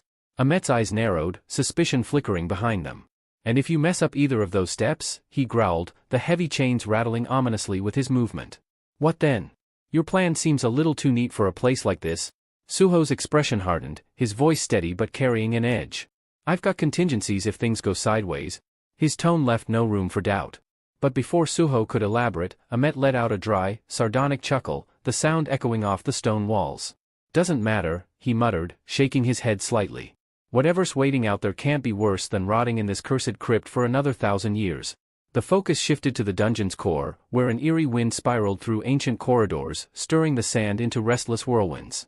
At the eye of this unnatural storm stood Shika, the tomb's guardian. His towering silhouette was framed by an ominous crimson glow, his presence suffocating the air itself. In his hands, an orb of dark energy pulsed with sinister intent, tendrils of red lightning flickering along its surface. With a flick of his wrist, Shika hurled the orb forward, and mid-flight, it disintegrated into a horde of sand-born monstrosities. The creatures surged like a living avalanche, their forms twisting and writhing as they barreled toward Suho with feral hunger. Suho didn't flinch. His grip tightened around his blade, and with a burst of speed, he lunged into the oncoming wave. His eyes blazed with unwavering determination. The sword in his hands became a blur, slicing through the creatures with surgical precision. Each strike resonated with power, the sand beasts crumbling into dust under the force of his blows. The swirling sandstorm thickened, concealing him within its chaotic embrace, but then, through the haze, Suho's figure burst forth, cleaving the final monster clean in half with a single, powerful stroke. Just as Suho allowed himself a breath, the ground beneath his feet betrayed him. The sand, no longer passive, coiled upward like serpents, wrapping around his legs with vice-like grip. His eyes darted to Shika, who stood motionless atop his throne of bones, one hand outstretched. The warden's fingers twitched slightly, and the sand responded in kind, tightening its hold as if Shika himself were puppeteering the very dungeon. Suho's gaze flicked to the red letters floating ominously above Shika's head, a chilling reminder that this foe wasn't just another obstacle. An A rank, he murmured under his breath, his jaw tightening. Figures it wouldn't be easy. From the corner of his eye, he saw Essel seizing an opportunity. With a determined cry, she hurled her spear toward Shika, her aim true and force behind the throw. But Shika didn't even blink. With an almost bored wave of his hand, the spear veered off course, clattering harmlessly to the ground as though it had never posed a threat. Essel's eyes widened in disbelief, but Suho's focus remained locked on the warden. This isn't just about brute strength, he thought grimly. This one's got control over the dungeon itself. The sand's hold on Suho constricted tighter, threatening to drag him beneath the swirling storm like an anchor pulling him into the depths. His muscles strained against the relentless grip, teeth clenched as he fought to break free. With a defiant roar, he summoned every ounce of his strength, channeling his energy into a single explosive burst. The sand shattered away from his legs, dispersing like smoke in the wind. Gasping for breath, Suho shouted over the howling storm, his voice cutting through the chaos like a blade. "Essel! Now's the time. We need the bond skill, there's no other way out of this." Essel hesitated for just a heartbeat, her eyes widening at the command. But understanding flooded her features almost immediately, and the surprise was quickly replaced by fierce determination. "Understood, young monarch," she responded, her voice steady and resolute despite the swirling mayhem around them. A brilliant transformation overtook her as she summoned the depths of her power. Her hair turned a dazzling white, glowing like moonlight against the dungeon's oppressive gloom, while a dark crimson aura flared around her body, pulsing with raw energy. Essel gathered this power into a crackling red sphere, her focus unwavering. "This is the moment I've trained for," she thought, her heart pounding with anticipation. "I can't afford to falter now." As the orb in her hands grew brighter and more unstable, Essel's mind flickered back to her past missteps, the failures that haunted her. "I've been weak before. But not this time." Her jaw set with grim resolve. "This time, I'll be the one to change the outcome." With a final surge of will, she sent the blazing energy toward Suho. The moment it connected, it surged into him like a lightning strike, electrifying every nerve in his body. Essel's aura dimmed instantly, her mana reserves fully depleted. Her knees buckled, and she crumpled to the ground, her hair returning to its natural color. "Young monarch," she whispered faintly, her voice barely audible, "I hope this is enough." Suho felt the power flood through him, an overwhelming tide that reinvigorated his body and sharpened his senses. His entire being hummed with this newfound strength, and his gaze locked onto Shika, the tomb's warden who still loomed atop his throne with an air of malevolent calm. A fierce grin spread across Suho's face as he squared his shoulders. "Playtime's over," he growled, his voice dripping with defiance. "Now it's my turn." Fueled by Essel's bond skill, Suho exploded into motion. His body became a blur, moving faster than the eye could follow as he hurtled toward Shika like an unstoppable force. The very walls of the dungeon trembled beneath his feet, the ground itself quaking in anticipation of their impending collision. Shika remained unmoved, his expression cold and unreadable. But as Suho closed the distance, the warden raised his hand, the crimson energy around him flaring violently. His fist pulled back, crackling with dark power, prepared to unleash a devastating counterstrike. Suho charged forward, his unwavering resolve blazing hotter than the oppressive aura radiating from Shika. The warden's overwhelming presence, thick with raw, unbridled power, seemed to weigh down the very air, but Suho pushed through it, undeterred. Just as he neared striking distance, a glowing system notification flickered into view. Bond skill, Demon Blast, 67% charged. Suho's mind raced. This is it. My one chance. There's no room for hesitation. He clenched his fists tighter, feeling the energy coursing through him like liquid fire. Letting out a primal roar that echoed through the crumbling tomb, Suho unleashed every shred of his strength and willpower into a single, earth-shattering punch. The moment his fist connected, the impact was nothing short of apocalyptic. A massive shockwave exploded outward, tearing through the dungeon walls and sending shards of stone and bone hurtling in every direction. Shika's imposing figure disintegrated under the sheer ferocity of the attack, his body fracturing into countless fragments before vanishing entirely, consumed by the overwhelming force. Far deeper within the dungeon's labyrinthine corridors, Beru's antennae quivered violently as the very ground beneath him trembled. Cracks raced up the ancient walls, dust cascaded from the ceiling, and the oppressive atmosphere shifted. The dungeon itself groaned as it began to collapse. Turning sharply to Amet, Beru's voice rang with urgency. The dungeon's falling apart. The young monarch, he's done it. The dungeon master is defeated. Amet's sharp gaze followed the trembling stakes that bound his chains as they began to loosen, each one falling to the ground with a resonant clang. His breath hitched, something fragile and long dormant stirring deep within his chest, a faint, flickering spark of hope. Barely above a whisper, he murmured to himself, could it be? After all these years, am I finally free? Beru, ever the impatient one, flapped his wings with frustration and barked, hey! Oversized lizard. Quit staring and move. We need to find the young monarch before this place caves in. But Amet didn't move. He stood rooted to the spot, his mind clouded with disbelief. Is this real? He wondered, the weight of centuries of imprisonment pressing down on him even as his chains loosened. Can I truly walk out of this cursed tomb? The memories surged unbidden. He saw Tarnak's twisted grin, the gleam in the spellcaster's eyes as they conducted their cruel experiments. He felt the phantom pain of his body being shattered, rebuilt, and destroyed again, over and over in an endless cycle of torment. They had molded his suffering into strength, but at the cost of his sanity. In a desperate act of rebellion, he had gouged out his own eyes, hoping to escape the agony by plunging himself into darkness. And yet, through all that pain, one memory clung to him like a lifeline, the vivid image of the world beyond this tomb.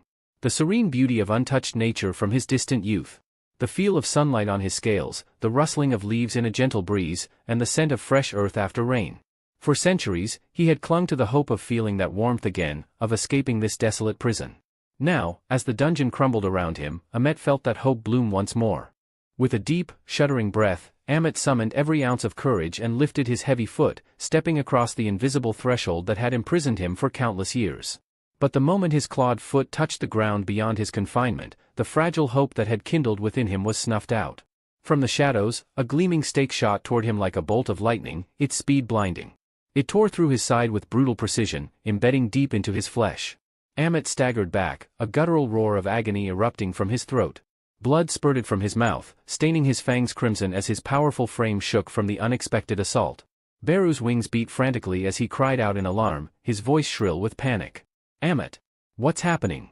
What is this? But Amet barely heard him. More stakes, sharp as razors and relentless as a storm, hurtled toward him in a deadly barrage. His furious roar echoed through the crumbling tomb, shaking the very walls. Tarnak! Spellcaster! You'd rather see me dead than let me taste freedom? I will never forgive you for this treachery. Just as another stake spiraled toward Amet's chest, Suho appeared, his body battered and bruised, but his spirit unbroken. Without hesitation, Suho launched himself into the fray. Acting on pure instinct, he spun midair and drove his foot into the incoming stake. The force of the impact reverberated through his leg, a sharp jolt of pain radiating up to his hip. He gritted his teeth as his leg nearly buckled beneath him, but there was no time to falter. The stakes kept coming, merciless and unending. Suho's eyes darted to the glowing chains binding Amet, realization dawning in an instant. These aren't just physical restraints, they're cursed to keep him trapped, no matter what. His mind raced. If I can't break the chains, I'll have to sever their source. With a swift motion, Suho summoned a portal to the shadow dungeon, a swirling vortex of darkness opening beside him. He positioned himself between Amit and the barrage of enchanted stakes, his body a living shield. As each stake flew toward them, Suho kicked, punched, and deflected them, redirecting the deadly projectiles into the shadowy void. Each impact sent fresh waves of searing pain through his already fractured body, his bones groaning under the strain, but he pushed through it all. Amit, watching Suho's relentless efforts, felt a surge of disbelief flood his chest. His voice trembled, not from pain, but from sheer confusion. "Why?" he rasped, his eyes wide. "Why are you doing this? What could you possibly gain by shedding your blood for me?" Suho didn't answer. His face was slick with sweat, his muscles screaming in protest with every movement. But his resolve remained unshaken. He didn't need words, his actions spoke louder than any explanation could. Suddenly, one final stake tore through the air, its tip gleaming ominously as it zeroed in on Suho's heart. Suho, exhausted beyond measure, barely had the strength to react. But before the stake could pierce him, Amit surged forward with a roar that shook the walls. His massive fist crashed into the stake, sending it hurtling into the shadow portal with a deafening clang. Blood dripped freely from Amit's wounds, but his eyes burned with a newfound fire as he turned to Suho. His voice, though ragged, was steady. "I see it now," he said, his words heavy with understanding and gratitude. "Why Tarnak?" Amit growled, his voice thick with bitterness. "No, why did all the monarchs fall to the Shadow Monarch?" His eyes burned with a fierce clarity as he turned toward Suho. It wasn't just power. It was conviction. Suho's breath hitched. He hadn't anticipated such words, let alone from a being as formidable as Amit. The towering beast's respect, spoken aloud in the midst of chaos, struck deeper than any weapon could. In that moment, Suho realized Amit no longer saw him as a mere opponent but as an equal, a comrade bound by shared struggle. Amit's voice boomed through the crumbling dungeon, echoing off the cracked stone walls. It was a roar filled with defiance, but also with something more profound, purpose. "If all that stands between us and freedom are these cursed stakes, then let's end this nightmare together," sung Suho. Suho shook his head, his voice firm despite his exhaustion. "No, young monarch." Side by side, the two faced the incoming barrage of stakes, each gleaming like a shard of death sent to finish them off. Without a shred of hesitation, Amit swung his colossal fists, sending the enchanted stakes flying into the swirling maw of the shadow dungeon portal. Suho, though his body screamed in protest and his bones felt like they could shatter at any moment, mirrored Amit's determination. He delivered precise, desperate strikes, redirecting each deadly projectile with unwavering focus. Meanwhile, deep within the shadow dungeon, a faint stir broke the silence. Essel's eyelids fluttered open, her body weak, her limbs heavy, but her spirit still burning with determination. As her vision cleared, she was met with the familiar, unamused gaze of Beru, his antennae twitching slightly. "Took you long enough," Beru muttered, his tone as dry as ever. Essel jerked upright, her heart racing. "Beru, what happened? Where's Suho? Amit, are they okay?" Beru raised one of his claws to his lips, silencing her with a sharp motion. "Quiet. They're resting now. Don't disturb them." Confused but obedient, Essel followed Beru's gaze. Her breath caught in her throat, and her eyes welled with emotion. There, lying peacefully nearby, was Suho. His chest rose and fell with steady, rhythmic breaths, the tension in his face eased by hard-won victory. Beside him, Amit lay free of his chains, his massive form relaxed, a rare serenity softening his features. Essel couldn't hold back the tears that welled up in her eyes. Her voice trembled as she whispered, He actually did it. The young monarch, he saved Amit." Just as her words hung in the air, a series of soft chimes echoed through the dungeon. System notifications flickered into view above Suho's sleeping form. System notification. "Congratulations. You have successfully recruited Amit, heir of the Iron Body, as a companion. Urgent quest, Dimensional Crack, completed. You have leveled up. Quest rewards acquired. Would you like to view them now?" Elsewhere, in a dimly lit office adorned with minimalist decor, a man in a sharp black suit delicately sipped his tea. The faint glow from his tablet illuminated his face as he studied a digital profile, his piercing eyes locked on the image of Sung Jin-woo. A complex mix of admiration and unease flickered across his expression. "Something shifted after Hunter Sung Jin-woo vanished," he murmured, his voice low and contemplative. "The Hunter Gates started appearing again, but the memories he left behind allowed me to establish the Hunter Association quickly and avoid another catastrophe like the Great Cataclysm." Setting the tablet aside, he leaned back in his leather chair, letting out a slow, deliberate breath. His thoughts drifted to recent developments, his brow furrowing. But Stardust. That wasn't part of the previous timeline? His fingers drummed against the armrest, the name lingering in the air. And its distribution by Li Min, Sung of the Grim Reaper Guild. It doesn't add up. Especially with their guild master's absence. Is he acting on his own? Before he could dive deeper into this puzzle, his phone vibrated aggressively on the desk, shattering his focus.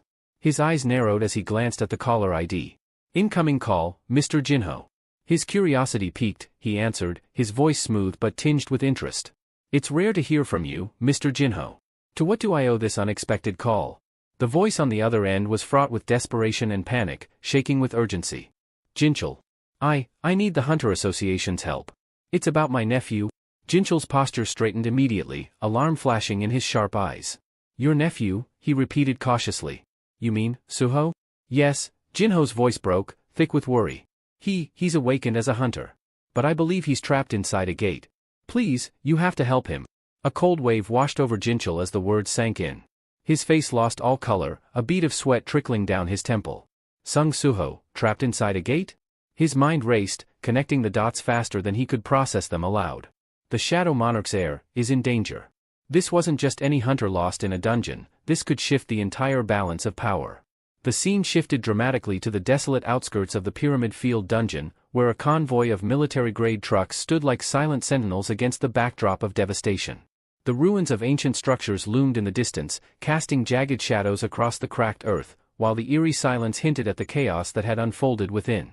Inside one of the battered trucks, the surviving members of the Azura Guild lay sprawled across the metal floor, their breathing labored as if they'd sprinted through a sandstorm with no end in sight. Among them, Xing stirred, his mind foggy, weighed down by exhaustion and fragmented memories of the chaos they had just endured. A voice, sharp and insistent, pierced through the haze like a blade cutting through thick fog. Xing, hey, wake up. You've been napping long enough. It was Suho. His voice wasn't loud, but it was impossible to ignore, like a persistent alarm you can't snooze. Xing groaned, bringing a hand to his pounding head, feeling like he'd been hit by something large and unforgiving, maybe even pyramid-shaped. His memories flashed in brief, disjointed fragments, the storm, the dungeon, the overwhelming terror. The more he remembered, the worse the headache throbbed. Meanwhile, Suho stood over him, arms crossed with the casual patience of someone waiting at a bus stop in the middle of nowhere. His expression was calm, almost too calm given the circumstances. Dungeons cleared, Suho announced with a shrug, as if he'd just finished sweeping the floor. Oh, and by the way, can I borrow your phone? Need to make a quick call. Kinda important. For a moment, Xing's brain lagged like a computer struggling under too many open tabs. He blinked up at Suho, the words not quite registering. But when they finally clicked, it hit him like a freight train. What? Xing shot upright, ignoring the protest from his aching muscles. The dungeon's cleared? His gaze darted to the truck's grimy window. Outside, where the once imposing pyramid had loomed like a sinister monument, there was now only an empty wasteland. The monstrous structure had vanished, leaving behind nothing but a barren expanse of cracked earth. It looked as though someone had performed the world's most dangerous disappearing act. The scene shifted to the bustling Cairo International Airport, its halls alive with the hum of travelers, blaring announcements, and the rolling of suitcases over polished floors. Amid the chaos, Suho and the remaining Azura Guild members gathered near the departure gates, their faces marked by exhaustion but also relief. It was a bittersweet farewell. The group shared quiet words and firm handshakes, the weight of their shared ordeal hanging heavy in the air. Xing extended his hand to Suho, his gratitude clear in his eyes. I won't forget what you did back there, Xing said, his voice steady despite the emotions beneath. Let's stay in touch, yeah? Even after you're back in Korea. Suho scratched the back of his head, a sheepish grin tugging at the corners of his mouth. Thanks, man. And I appreciate you guys helping me get a flight back home, and, well, reconnecting me with my uncle, Suho replied, his grin softening as he thought about the call he'd made. The memory of his uncle's voice, panicked and on the verge of a heart attack after learning Suho had been in Egypt battling something that made an S-rank monster look like a stray kitten, echoed in his mind. Suho's smile faded slightly, the weight of his uncle's worried words lingering in his thoughts as he prepared to board his flight back to Korea, unsure of what challenges awaited him next. The incident had been quietly reported to a contact within the Hunter Association, and now a summons to their headquarters loomed like a storm cloud over Suho's head. As if sensing the tension, Xing's eyes narrowed, suspicion flickering across his face like a detective piecing together a conspiracy in a late-night drama. You know, Xing started, his tone laced with curiosity, it's kinda weird, don't you think? An S-rank demon just walked away and let the dungeon collapse like it was no big deal. Suho forced out a laugh, trying to sound casual, though his clenched fists betrayed his nerves. Yeah, weird's the right word, he replied with a weak grin. Guess I just got lucky. But inside, Suho winced. If Xing ever found out the truth about Amit, I'd never hear the end of it. Meanwhile, deep within the shadow dungeon, a realm pulsing with dark energy and oppressive silence, Amit stood tall. Though still wrapped in heavy chains that clanked ominously with every slight movement, his presence radiated undiminished power. Suho and his companions observed from a distance, the weight of the situation sinking in. Essel sighed, her voice tinged with resignation. So, in the end, the chains couldn't be broken? Suho glanced at Amit, his expression unreadable. So, you're stuck here because of those chains, huh? Suho asked, his tone calm but pointed. And since I didn't fully unseal you, does that mean you're backing out of your promise? Amit let out a deep, booming laugh that echoed through the dark expanse like thunder. Relax, kid, Amit rumbled, his voice filled with amusement. The deal was to get me out of that cursed tomb, and you did exactly that. Flexing his massive arms, the chains rattled like oversized ornaments. These? Amit scoffed, shrugging his shoulders. They're just for show now. I can move better here than I ever did trapped in that dusty coffin. Suho blinked, caught off guard by Amit's sudden shift in attitude. The once terrifying overlord now sounded more like someone enjoying a spa retreat rather than a chained beast of destruction. Before Suho could form a reply, Amit's enormous hand shot out, gripping the back of Suho's jacket like he was scooping up a misbehaving child. Hey! What the? Suho began to protest, but his words were cut off as Amit launched them both into the air with a powerful leap. The ground below cracked under the sheer force of his takeoff. Essel's panicked voice echoed behind them. Amit! Where are you taking the young monarch? After soaring through the dense darkness, Amit landed atop a towering structure within the Shadow Realm, releasing Suho, who stumbled slightly before regaining his footing. Standing tall, Amit spread his arms wide and inhaled deeply, as if savoring the atmosphere of his new domain. It's faint, Amit murmured, his deep voice carrying a hint of nostalgia. But I can sense it, the essence of nature. It's been far too long since I felt this. Turning toward Suho, Amit's eyes gleamed, not with menace, but with something closer to respect. As I promised, young monarch, I will follow you. Suho met his gaze, a rare smile tugging at the corners of his lips. He gave a firm nod. Then let's get started. Back in the present, Suho offered Xing a casual wave before stepping through the boarding gate. The automated doors slid shut with a soft hiss, leaving Xing standing there, watching him go. As Suho walked down the terminal, his thoughts drifted. The shadow dungeon, the urgent quest, meeting Amit, none of it was random. It all felt like pieces of a larger puzzle falling into place. Everything had led to this, gaining Amit not as an enemy, but as an ally.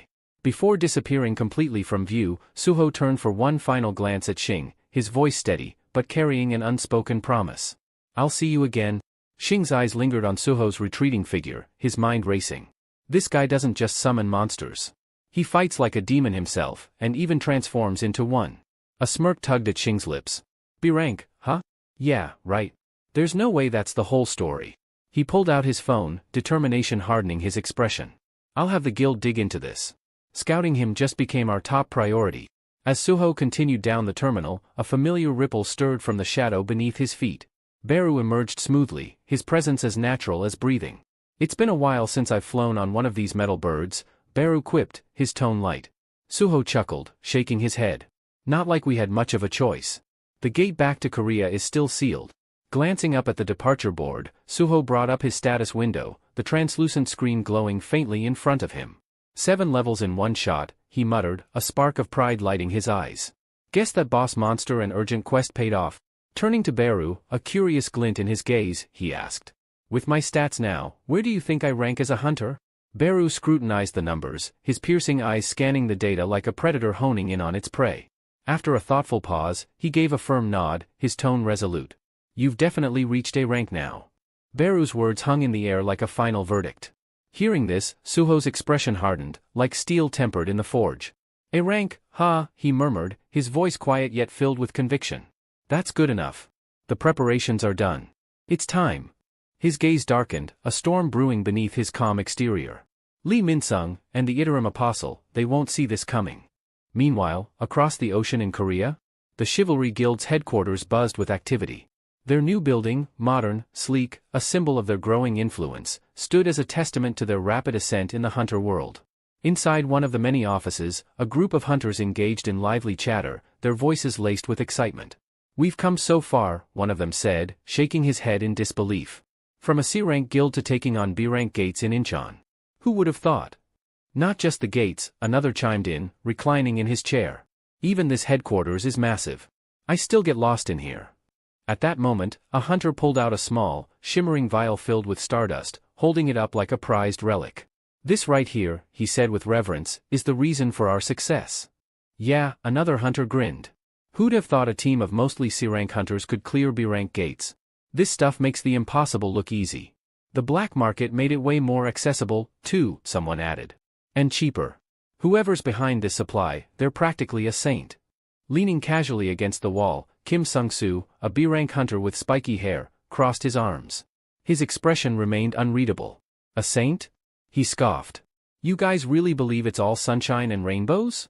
His sharp gaze flickered to the vial. Something about that stuff feels off. A few hunters rolled their eyes.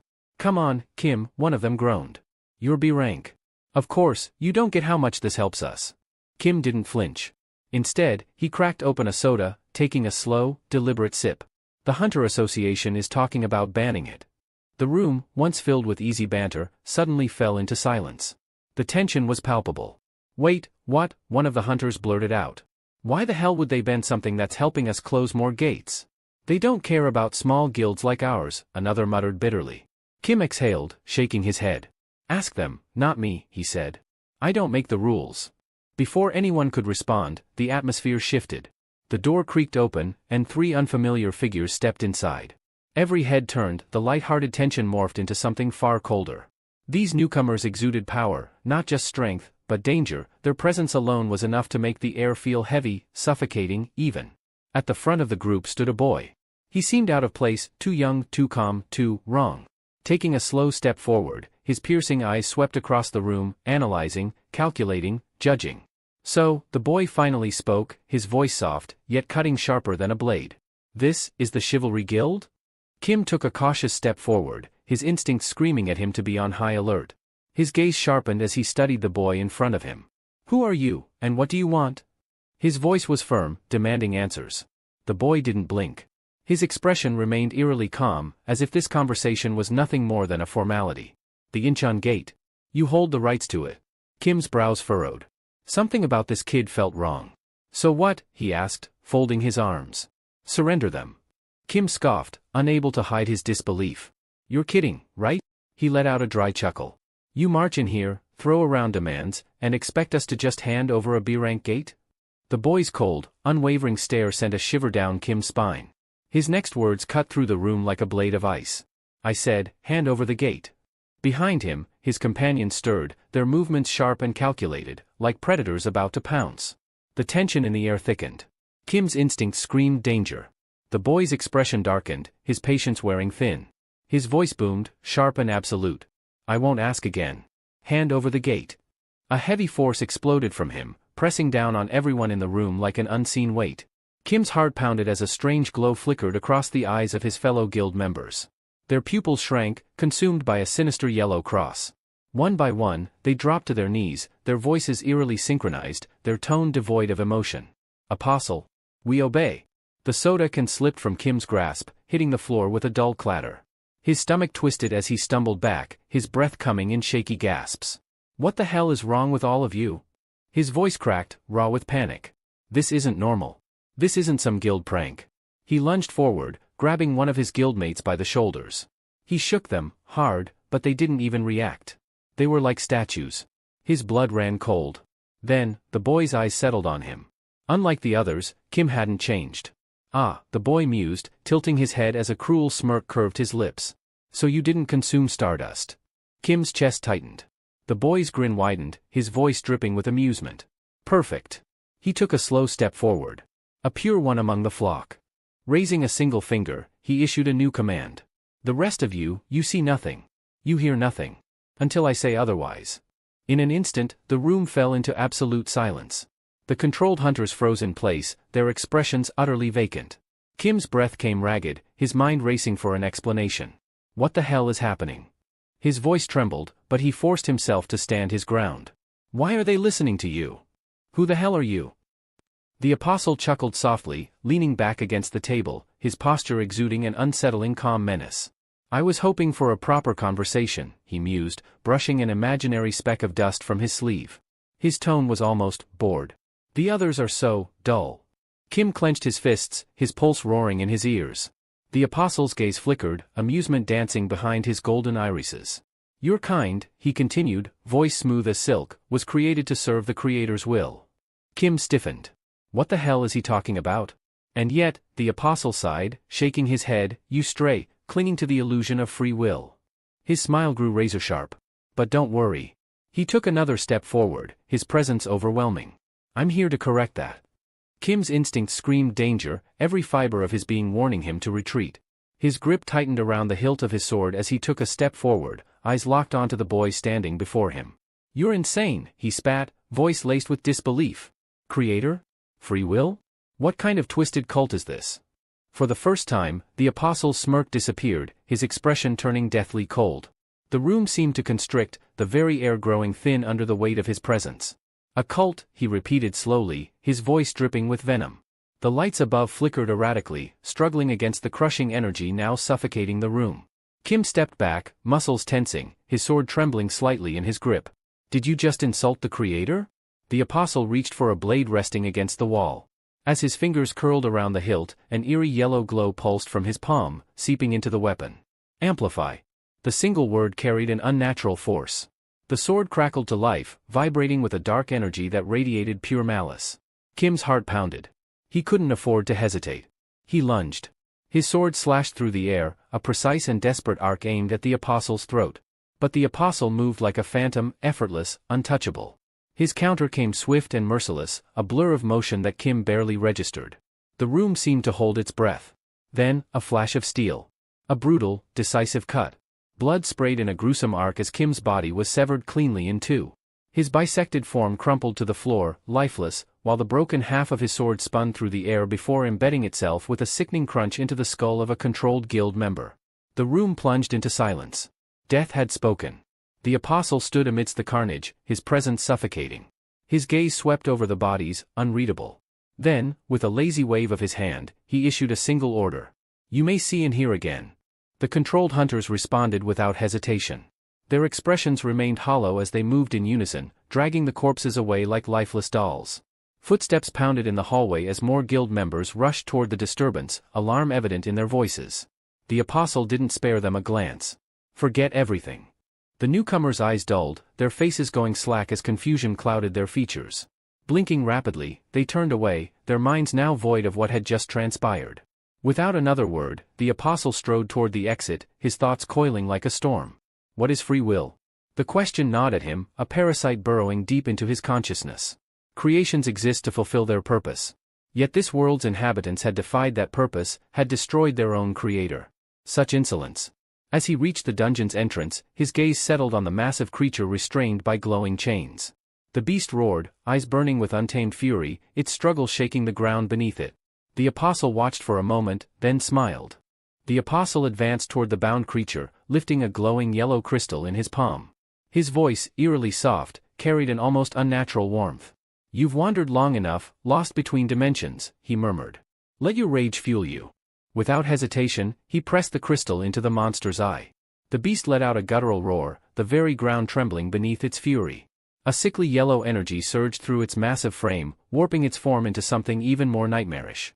A slow, satisfied smirk crept onto the apostle's lips. Go forth, he whispered. Unleash destruction. The will of the Creator must reign supreme. A deafening explosion of force erupted as the transformed creature broke free, charging into the world like a harbinger of devastation. Standing amidst the rising storm of chaos, the apostle's gaze burned with an unholy radiance. This world will know its rightful order, he vowed. Its purpose shall be restored. The airport bustled with activity, a steady stream of travelers weaving through the automatic doors, luggage in hand. Outside, taxis lined the curb, their horns blaring impatiently as vehicles crawled through the congested drop-off lanes. Near a discreet surveillance van parked by the entrance, 3 members of the Hunters Association stood watch, their sharp eyes surveying the crowd. To any bystander, they seemed like ordinary security personnel. But beneath their calm exteriors, a subtle tension brewed. Then, without warning, a faint red glow pulsed in the distance. It throbbed rhythmically, like the beat of a heart. One of the hunters stiffened. "This isn't normal," he muttered, taking a cautious step forward. The others followed, moving toward the disturbance. As they neared, a wave of oppressive mana slammed into them, thick and suffocating. The second hunter instinctively gripped the weapon at his side, his expression darkening. The energy pouring out of this gate. "If we don't handle the boss inside soon, we're looking at a full-scale dungeon break." The third, seemingly the leader, studied the swirling mass of crimson light with an unwavering stare. The energy crackled dangerously, its instability worsening by the second. "At an airport this busy?" His voice dropped, laced with urgency. The destruction would be catastrophic. Before they could react, something changed. Their eyes flickered, an unnatural yellow hue overtaking their irises. One of them, his posture unnervingly rigid, slowly turned. From the darkness beyond the gate, a figure emerged. Tall, poised, and exuding a suffocating aura of command, the Apostle of Iterum stepped forward. Silent figures flanked him, their presence ominous, their intentions unreadable. The first hunter, his voice now devoid of emotion, spoke in a flat monotone. "There is no threat here," he stated. "We'll inform the association that everything is under control, Apostle." The Apostle's gaze shifted to the gate, its chaotic energy writhing like a living thing. A smile ghosted across his lips. The Apostle stood in silence, his expression unreadable as the inevitable unfolded before him. The dungeon, its structure strained beyond its limits, finally shattered. From the gaping rift, monstrous entities poured forth, their grotesque forms twisting with primal fury. They moved like a relentless tide, flooding the surroundings with chaos. Yet, neither the Apostle nor his followers showed the slightest sign of fear. Instead, his gaze remained distant, as if lost in thought. While others would have seen only the carnage before them, he was drowning in memories, visions of a time long past. His thoughts surfaced, an unspoken monologue reverberating within his mind. Creations. Beings forged solely to enact the will of their makers. If they wished for war, we led countless battles in their name. If they desired treasures, we stripped them from the hands of the undeserving. A shadow flickered across his face as his mind sank deeper. Our existence had but one purpose, to fulfill their desires, to be the instruments of their will. Then, a memory surfaced, one that hardened his expression. One day, our Creator spoke. "One of our kin has fallen in another realm. Go forth and seize dominion over the world left without a master." The moment replayed vividly, as if time had folded in on itself. His voice, heavy with both reverence and disdain, echoed within him. And so, we obeyed. The grand army of the divine was mobilized, countless faithful gathered to fuel the crusade. But the passage between dimensions demanded an unfathomable toll. With each step forward, the void narrowed, allowing fewer of us to continue. Those left behind were lost forever, swallowed by the abyss between worlds. A flicker of red reflected in his cold eyes, mirroring the glow of the dungeon as his mind delved further into the past. For ages, we pressed onward, sacrificing all that was necessary. Until finally, we arrived. We stood upon the threshold of the forsaken world. His thoughts sharpened, each word in his mind carrying the weight of a blade. But what awaited us was not an empty domain ripe for conquest. No, standing before us was the very embodiment of terror. Darkness. An abyss so vast and absolute that it eclipsed all hope of victory. A grim stillness settled over him as the memory continued to unfold. It was not merely a barrier, it was a force. An entity beyond comprehension. In an instant, entire battalions were erased, swallowed by the infinite void. And from that abyss, an army emerged. A legion forged of shadow, led by generals whose power dwarfed even the greatest of the divine. The Apostle's fingers curled slightly, a rare display of emotion as he relived the nightmare. The darkness had not simply been an obstacle. It had been annihilation itself. The battle that ensued was unlike any conflict they had ever waged. Every warrior who fell did not simply perish, instead, their very essence was devoured and reshaped by the abyss, twisting them into ghastly shadows of their former selves. The divine army, once unshakable, found itself facing an enemy that grew stronger with every fallen comrade. The more they resisted, the more the darkness fed on their despair, its power swelling with each passing moment. What had started as a conquest in a world abandoned by its master soon spiraled into a war that bled into other realms. The divine forces, who had once marched with certainty, now staggered beneath the weight of their losses. The apostles, beings once revered for their unwavering faith, felt the first stirrings of doubt creeping into their minds. The apostle clenched his fists as the bitter memory resurfaced. Defeat, a notion they had never entertained, had become an undeniable reality. The casualties mounted, morale crumbled, and even the strongest among them began to waver. It was in this moment of desperation that Teal, God's chosen envoy, stepped forward, his presence radiating an aura of unwavering certainty. "This is not a loss," Teal declared, his voice cutting through the despair like a blade. "This is an opportunity." The apostle had listened in silence as Teal explained his reasoning. "Our passage between dimensions came at a great cost. The same applies to the darkness. It has withdrawn from the masterless world, and it cannot return easily, for the expenditure of mana was immense." More importantly, Teal's eyes gleamed as he delivered his final revelation. "The life forms of that world, they are devoid of mana." A murmur spread through the ranks. If that were true, then. "If we release the mist burns," Teal continued, his tone brimming with certainty, "we can seize control from within." The apostles exchanged glances, their intrigue evident. "The mist burns," Teal elaborated, "are the most fragile among our ranks. Their bodies are weak, their minds fractured, but their faith is absolute. Once ignited by divine fire, they become conduits of belief, spreading it like an unstoppable plague. And among those who lack mana, their influence will be unchallenged." A plan took form, one that was as audacious as it was brilliant. Instead of engaging in direct warfare, they would infiltrate, convert, and consume.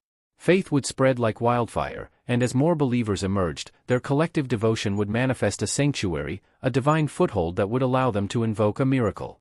It was a risk, but it was one they could not afford to ignore. Without hesitation, the divine army accepted Teal's strategy. Acting swiftly, Teal divided his divine essence into 5 fragments, each entrusted with a different purpose. The weakest among them was imbued with the embers of the mist burns, a mere sliver of power, barely perceptible. It was small enough to slip past the abyss' ever-watchful gaze, and so, undetected, it crossed into the masterless world. The plan had unfolded exactly as intended. The fragment infiltrated the world unseen, spreading its influence among the inhabitants. But just as their victory seemed assured, an unforeseen complication arose, one that threatened to upend everything. Contrary to their understanding, not all life forms in the masterless world were powerless. Some had awakened mana. A revelation that could jeopardize their entire plan. The fragment unearthed a truth that defied prior understanding. This world's sudden connection to mana was not a natural occurrence, but the aftermath of an event known as the Cataclysm. It was this moment in history that had reshaped the world's very foundation, infusing it with the energy that had once been absent. In the present, the apostle stands amidst the restless flow of the airport, his mind lingering on these revelations. The first fragment, upon encountering this anomaly, chose to bide its time, awaiting reinforcements rather than acting rashly. "When it merged with me, the second fragment, our strength solidified, and our purpose became clear," he reflects. But doubt creeps into his thoughts. A change so sudden, so precise in its timing, cannot be mere coincidence. It must be orchestrated. With an unreadable expression, he casts his gaze over the crowds bustling around him. Mortals move about their business, oblivious to the presence of something far beyond their comprehension. His golden eyes narrow slightly. There can be no more disruptions. The mission must proceed unchallenged. Yet, there remains one factor he cannot ignore: humans who have defied their natural state, those they call hunters. Individuals who wield mana not as a passive force, but as a weapon. He must understand them. Their limitations. Their true power. To gauge the pinnacle of their kind, I must witness an S-rank hunter in battle. As if the world itself conspires to answer his thoughts, a thunderous explosion erupts, shaking the airport's foundation. The impact sends shockwaves through the air, glass shattering and debris flying in all directions. Panic spreads like wildfire. Travelers scream as they scramble for safety, their fear drowning out the sounds of wailing alarms. Unmoved by the chaos, the apostle remains a silent observer. Through the swirling dust and settling rubble, monstrous figures emerge, hulking, grotesque creatures, their forms bristling with crude, jagged weapons. Their eyes sweep over the terrified masses before unleashing guttural roars, their predatory instincts driving them forward in a merciless charge. Among the fleeing crowd, a desperate voice cries out, "It's a dungeon break. Someone call the Hunters Association." The sheer terror in those words fuels the hysteria, sending people surging in every direction like a tide of helpless prey. The apostle, however, remains composed. If these creatures wreak enough havoc, a hunter of notable strength will surely appear, he muses. Perhaps, even an S-rank. As if on cue, a figure dashes into the battlefield, weapon drawn and eyes ablaze with resolve. A dungeon break, here of all places? The apostle's golden gaze locks onto the hunter, his piercing stare dissecting every movement with chilling precision. Were these hunters already stationed here, or is this merely coincidence? The apostle's thoughts turned sharp as he observed their movements. Their coordination, their seamless use of mana, it was too precise to be happenstance. His golden gaze narrowed slightly. All of them, users of stardust. A flicker of intrigue crossed his expression as he took a step forward, the cacophony of battle raging around him like a chaotic symphony. To him, this was not an accident. This was fate revealing itself. His voice dropped into a murmur, laced with quiet disdain as his thoughts deepened. Stardust. The word held a weight of reverence in his mind, yet his tone carried a chill of calculation. An amplifier born from the distilled faith of the mist burns, it was ordinarily insignificant, a flicker in the grand design. But under the influence of Amplify, a gift bestowed upon him through Teal's divine ability, that minute faith became a force capable of warping reality itself. A faint pulse of crimson light emanated from him, subtle yet undeniable. The hunters closest to him, eyes already tinged with yellow from prolonged exposure to his influence, suddenly froze, as if an unseen force had bound them. Their expressions slackened, their postures stiffened, and in mere moments, their minds crumbled beneath his will. One hunter, his grip still firm on his sword, turned his vacant stare toward the apostle. "You are an obstruction." His words were devoid of warmth, spoken as an absolute decree. "Leave." Without hesitation, the hunter sheathed his weapon and bowed slightly. "Yes, apostle. As you command." With mechanical obedience, he turned and walked away, disappearing into the chaos as if his presence had never mattered. Meanwhile, the monsters continued their brutal rampage, unchallenged. A goblin, its jagged dagger glistening with malice, darted toward a defenseless woman. She barely had time to scream before the blade plunged into her back, driving her to the ground. The creature cackled gleefully as it continued stabbing, each thrust of its weapon met with a fresh spurt of crimson. The apostle stood motionless as blood splattered at his feet. The woman, gasping through the agony, extended a trembling hand toward him, her last act of desperate hope. A silent plea. A wordless cry for salvation. Her wide, fear-filled eyes met his. And he simply stared. Cold. Unmoved. Creations exist solely to fulfill the will of their creator. This was the truth he had always known. Life has only one purpose, obedience. Nothing more. As her fingers slackened and fell lifelessly, the apostle's expression grew unreadable, his eyes shadowed with a storm of thought. Why, he pondered, do humans possess such insatiable desire? What force compels these fleeting, fragile creatures to strive for something greater, their willpower rivaling even that of their makers? Turning his head slightly, he surveyed the chaos unfolding before him, the relentless slaughter carried out by the monstrous horde. The screams of the dying, the scent of blood thick in the air, and the sight of destruction fed his contemplation. Could it be, he wondered, that these insignificant beings held some higher purpose, some unknown strength beyond mere survival? Meanwhile, amidst the devastation, a lone man dashed frantically through the blood-stained streets, his breath ragged with panic. His wild, terror-stricken gaze caught sight of another figure moving against the tide of fleeing survivors. Unlike the rest, this one walked forward, closing the distance toward the carnage with an unsettling calm. "What kind of lunatic runs straight into a massacre?" the fleeing man gasped, stumbling over debris, his mind struggling to process what he was witnessing. The approaching figure was none other than Suho. With a quiet scoff, he adjusted the black mask concealing the lower half of his face, his tone laced with irritation. "A dungeon break, huh? What a warm welcome." Nearby, a desperate scream rang out as a man lost his footing and hit the ground hard. He barely had time to raise trembling hands in a feeble attempt to shield himself before a towering beast loomed over him, its crude weapon poised to strike. The fatal blow never came. A powerful kick crashed into the monster's face, sending it hurtling backward as its club tumbled to the ground with a heavy thud. The rescuer landed smoothly, his stance unwavering. "Get up," Suho commanded, his voice cutting through the chaos like a blade. "I'll handle these. You, just run." From his vantage point, the apostle observed the scene with sharpened interest. Unlike the helpless masses, this masked warrior moved with seamless precision, each motion efficient, calculated, and lethal. His strikes were neither reckless nor hesitant. Every swing of his blade carried the weight of mastery, carving through the enemy with effortless control. The battlefield itself seemed to shift around him, as though the tide of battle bent to his will. The apostle's gaze narrowed. This hunter was unlike the others. There was something about the way he moved, the way he carried himself with absolute certainty, an air of power that transcended the ordinary. And then, recognition flickered in his mind. That mask. Lee Min-sung had spoken of a man who wore a black mask. The one who annihilated the Hyena Guild. A sliver of intrigue crept into the apostle's cold, impassive stare. His lips curled slightly, though not in anger, rather, in something akin to curiosity. The saboteur, so, this was the man who opposed him. Fascinating. Meanwhile, chaos engulfed the airport as goblins rampaged unchecked, their grotesque forms moving with bloodthirsty eagerness. Wielding crude, rusted weapons, they hacked through anything in their way, reveling in the terror of their prey. Screams filled the air as civilians scrambled for shelter, only to be mercilessly cut down by the savage creatures. The terminal, once a place of bustling movement, had transformed into a battlefield soaked in blood and despair. Then, in the midst of the carnage, a shadow moved.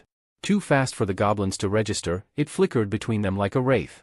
In an instant, bodies dropped where they stood, a precise slash or a crushing blow ending their miserable existence before they could react. Suho's movements were seamless, every strike carrying lethal efficiency. There was no wasted effort, only swift, decisive execution. A group of goblins, still clutching their weapons, barely had time to register their vanishing comrades before a devastating punch sent them sprawling. Their bodies crumpled to the ground, motionless. Suho exhaled, adjusting the hood over his head, his mind briefly assessing the situation. This doesn't add up. A gate of this magnitude, one capable of producing such a disastrous outbreak, should have been detected long before reaching this level of destruction. The Hunter Association would never allow a dungeon break of this scale to spiral out of control, especially in such a densely populated area. Something was wrong. His sharp gaze flickered to the slaughtered goblins at his feet. Whatever was behind this, it wasn't natural. But right now, speculation could wait. First, get the civilians to safety.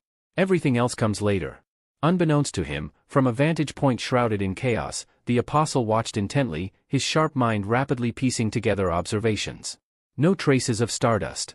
That alone set the masked man apart from most powerful individuals. The apostle's eyes narrowed slightly.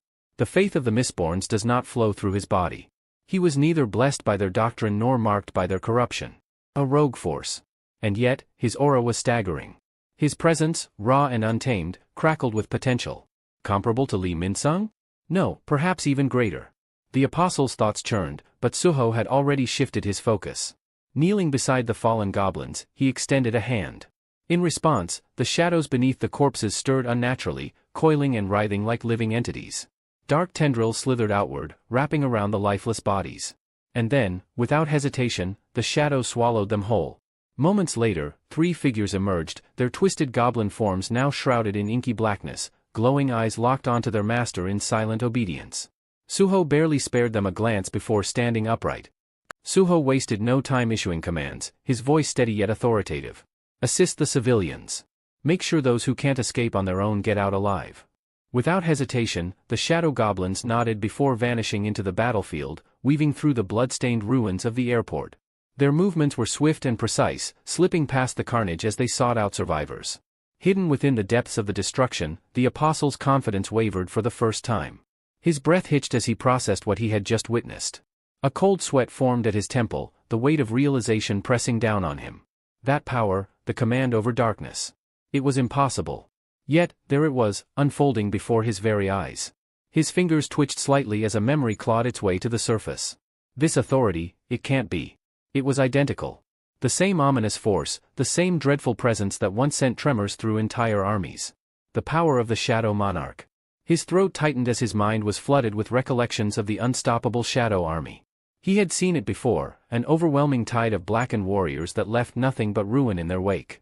The apostle clenched his jaw, his unease deepening as he watched the shadow goblins cut down the remaining monsters with effortless precision. A human wielding the power of darkness? The implications were terrifying. If this masked man was truly connected to the authority of shadows, then everything suddenly made sense. The annihilation of the Hyena Guild, the destruction of the Stardust Factory, all of it had been orchestrated by him. Every act of sabotage, every disruption to their plans, it was his doing. Just as the apostle was beginning to piece everything together, Suho's gaze shifted sharply. His eyes locked onto something in the distance, his expression unreadable yet piercing. A shudder ran through the apostle's body. He's seen me. His heartbeat surged as he instinctively attempted to suppress his presence, willing himself to disappear into the background. He couldn't afford to be discovered. Not here. Not now. If the remnants of the Shadow Monarch's authority still existed in this world, then their entire mission was at risk. I must leave. He cannot learn of us. Before he could act, a deafening crash shook the building. A massive truck came hurtling through the air, spinning wildly before slamming into the terminal.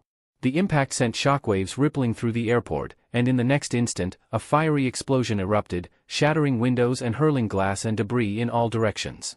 The force of the blast roared through the structure, swallowing everything in a blinding inferno. Reacting instantly, Suho lunged forward. Without hesitation, Suho positioned himself in front of the boy, shielding him as the explosion ripped through the area. Flames and jagged shards of glass slammed against his back, but the force barely fazed him. His body remained unshaken, an unyielding shield against the chaos. As the fire and smoke cleared, Suho turned his head slightly, his voice calm despite the destruction surrounding them. "Hey, kid. You alright? Any injuries?"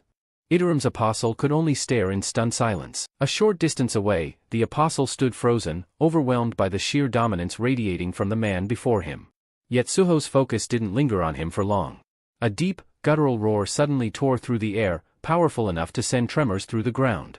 Suho's sharp gaze snapped toward the source. From the gaping hole where the truck had crashed, a monstrous, bull-like beast emerged, its glowing yellow eyes burning with raw hostility. Towering over the wreckage, the creature exuded a menacing aura that made the very air feel heavy. Suho's muscles tensed instinctively. Is that the dungeon boss? He wondered, his stance shifting in preparation for battle. Before he could make a move, a shadow rippled at his feet, and from its depths, Beru materialized, his regal form imposing as ever.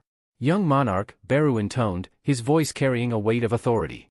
"I sense the presence of Iterim's energy within that beast." Suho's brows drew together as he processed the revelation. "If that's true," he murmured, his eyes narrowing, "then this dungeon break, it's connected to Iterim." Just then, Beru's antennae twitched, picking up another faint trace of the same energy, but this time, it came from behind them. With a sharp turn, his piercing gaze locked onto the apostle. For a fleeting second, Beru tensed, his instincts honed for battle.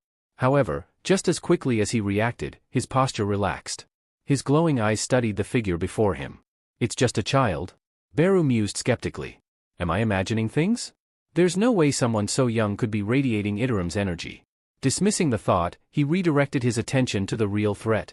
The bull-like monster, clearly growing impatient, stomped its colossal hooves against the shattered pavement, unleashing an earth-shaking bellow. Then, with alarming speed for its size, it lunged forward, fists clenched, aiming directly for Suho. Yet Suho didn't flinch. Instead, he tightened his grip, his own fists curling with resolve. "I'll need to give it everything I have," he thought, already making a swift decision.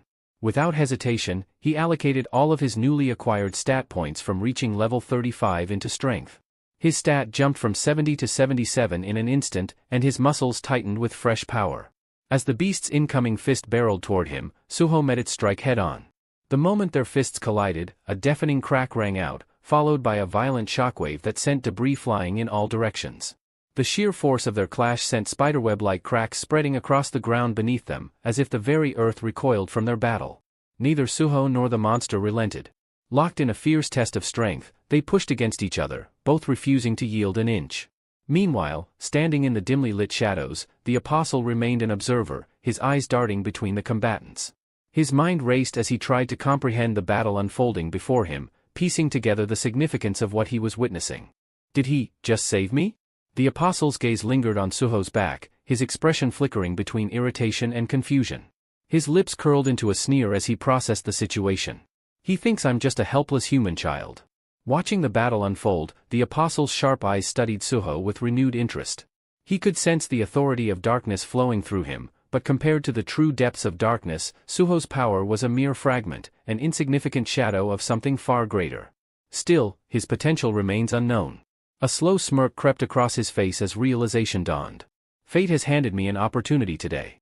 Meeting him here, this is perfect. If I eliminate him now, I can erase any future threats before they arise. Just as he resolved to act, a sudden voice shattered the tense atmosphere. "Sorry I'm late." The words echoed through the air, drawing every eye toward the new arrival. A man strode into the ruined airport with effortless confidence, his presence exuding undeniable authority. In his outstretched palm, flickering flames burst to life, crackling hungrily as they fed on his mana.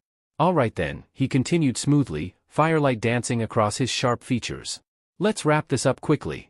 His charisma was undeniable, an aura of raw power radiating from his very being. As he raised his arm, fireballs materialized above his palm, each one burning with an intensity that made the air shimmer with heat. The goblins lurking in the vicinity froze, their beady eyes widening in shock at the sight of the floating infernos above them. Even the apostle, despite his usual composure, couldn't suppress a flicker of curiosity. Who is this hunter? For the first time, his attention wavered from Suho. Meanwhile, Suho, still locked in combat, instinctively took a step back. His sharp eyes darted around the battlefield as he muttered under his breath. Where are these fireballs coming from? His question was answered moments later as the new hunter stepped forward, unfazed by the battlefield's chaos. His piercing gaze burned crimson with fierce determination, and the flames around him roared higher, as if responding to his resolve. With a single commanding motion, the hunter, Choi, unleashed his attack. The fireballs hovering ominously above the goblins rained down in a relentless storm, each one finding its mark with terrifying accuracy. The creatures barely had time to react before they were consumed by the flames, their shrieks of agony drowned out by the roar of the inferno. In mere seconds, their bodies disintegrated into nothing but smoldering ash, the heat distorting the air around them. Suho stood frozen, his eyes wide with shock. This is unreal. He had faced powerful individuals before, but witnessing so many enemies erased in an instant left him momentarily speechless. His gaze snapped toward Choi, scrutinizing him more carefully than before. Who is this man? The crimson glow of his eyes, the overwhelming presence, and the absolute mastery over flames, there was no mistaking it. Could this be Choi Jang, the S-rank fire-wielding hunter? Suho's mind raced, but before he could dwell on the thought, Choi shifted his focus to the monstrous bull that had somehow endured the blazing onslaught. A smirk played at the corner of his lips, his expression unreadable yet laced with amusement. So, you're still standing, he mused, his voice carrying a note of intrigue. You're tougher than I thought. Without wasting another moment, Choi raised his hands, summoning flames that coiled around him like living serpents. The fire twisted and condensed, reshaping itself into a bow, its string crackling with embers. An arrow of pure fire materialized, radiating such intense energy that even the apostle instinctively took a cautious step back. Suho's eyes narrowed. That attack, it's on a completely different level. Choi took careful aim, his fiery weapon poised and ready. His crimson eyes locked onto the bull monster, his focus razor-sharp. Let's see how you handle this, he muttered, pulling the bowstring back. Sensing the lethal threat, the bull monster bellowed furiously and charged, its massive hooves shattering the ground beneath it. It leapt, muscles coiled, ready to strike down the hunter in a single devastating blow. But Choi was faster. The instant he released the arrow, it tore through the air with a piercing screech, moving at a speed beyond comprehension. In the blink of an eye, the fiery projectile struck its target dead center. A violent explosion erupted. Blinding flames engulfed the bull monster, the sheer force sending shockwaves through the battlefield. The creature's massive frame was hurled backward, crashing through layers of concrete and steel, obliterating everything in its path before vanishing beyond the horizon. Then, silence. All that remained was a trail of smoke and the distant glow of embers. Choi lowered his arm as the firebow disintegrated into wisps of flame, his breath steady, his expression calm. Surveying the destruction he had wrought, he let out a quiet chuckle. Well, he said casually, brushing off stray embers from his sleeve, that's that. Suho, still rooted to the spot, barely registered the words. His fists clenched as he tried to process what he had just witnessed. He defeated that thing in a single strike. Just how strong is he? Around them, the remnants of the battlefield flickered with dying flames, casting eerie shadows across the wreckage of twisted metal and shattered glass. The tension that had gripped the air moments ago broke as the remaining civilians finally grasped what had happened. Whispers turned to cheers. It's him, it's really Hunter Choi, someone shouted, their voice filled with awe. As expected of the human weapon, another added, trembling with excitement. He's invincible. Choi merely lifted a hand in acknowledgement, a modest smile tugging at his lips. Glad you're all safe, he replied smoothly. Yet, even as the applause echoed around him, his demeanor subtly shifted. The warmth in his expression cooled as his sharp gaze swept over the battlefield once more, scanning the rubble with careful calculation. Choi's eyes scanned the wreckage, his gaze sharp and searching. He was certain he had seen a child just moments ago. Where did he go? His eyes landed on a torn jacket lying amidst the debris. Brow furrowing, he knelt and picked it up, inspecting the fabric with quiet contemplation. The hunter who was fighting before I arrived? Did they really just slip away without taking any credit? Why? Meanwhile, hidden behind a collapsed pillar, Suho remained crouched in the shadows, his breathing measured and silent. His sharp eyes followed Choi's every movement, analyzing the seasoned hunter's actions. I should be grateful he arrived when he did, Suho thought, his mind racing. But I can't afford to let my identity be exposed. It's too soon. I need to vanish before anyone realizes I was here. His gaze flickered over the scene one last time, taking in the destruction, the fading embers, and the lingering energy of the battle. A chill ran down his spine as his thoughts darkened. The Iterum always operate from the shadows, manipulating events from behind the scenes. But this, attacking civilians in broad daylight? This wasn't random. His fists tightened. They're planning something far bigger. With that, Suho slipped deeper into the ruins, merging into the wreckage as effortlessly as a shadow fading into the night. As dusk settled over the city, the sky transformed from a fiery orange to a brooding shade of midnight blue. The sun's dying embers gave way to the silver glow of the rising moon, casting long, eerie shadows across the shattered streets. The air was thick with the remnants of smoke and dust, an unsettling stillness draping itself over the ruins. Far from the battlefield, in a dimly lit room tucked away in the depths of an abandoned building, the apostle stood motionless, his gaze fixed on the world outside through a cracked, grimy window. His mind was a storm of thoughts, replaying the events of the day with cold, calculating precision. Then, without warning, the air beside him rippled, distorting as though reality itself was unraveling. The distortion widened into a swirling, obsidian vortex, its edges pulsating with an unnatural energy. The apostle did not flinch, though his sharp eyes flickered with recognition. The portal expanded further, a deep void swallowing the dim candlelight. From its center, a pulsating red sphere emerged, radiating a malevolent aura. The room was instantly drowned in its eerie crimson glow. Then came the voice. Low, resonant, and dripping with authority. It has been some time, second fragment. The apostle remained seated, his expression unreadable. He did not turn to face the entity, but his voice remained eerily calm. So, you've arrived? Third fragment. His words carried a finality, like a man speaking his last before an inevitable fate.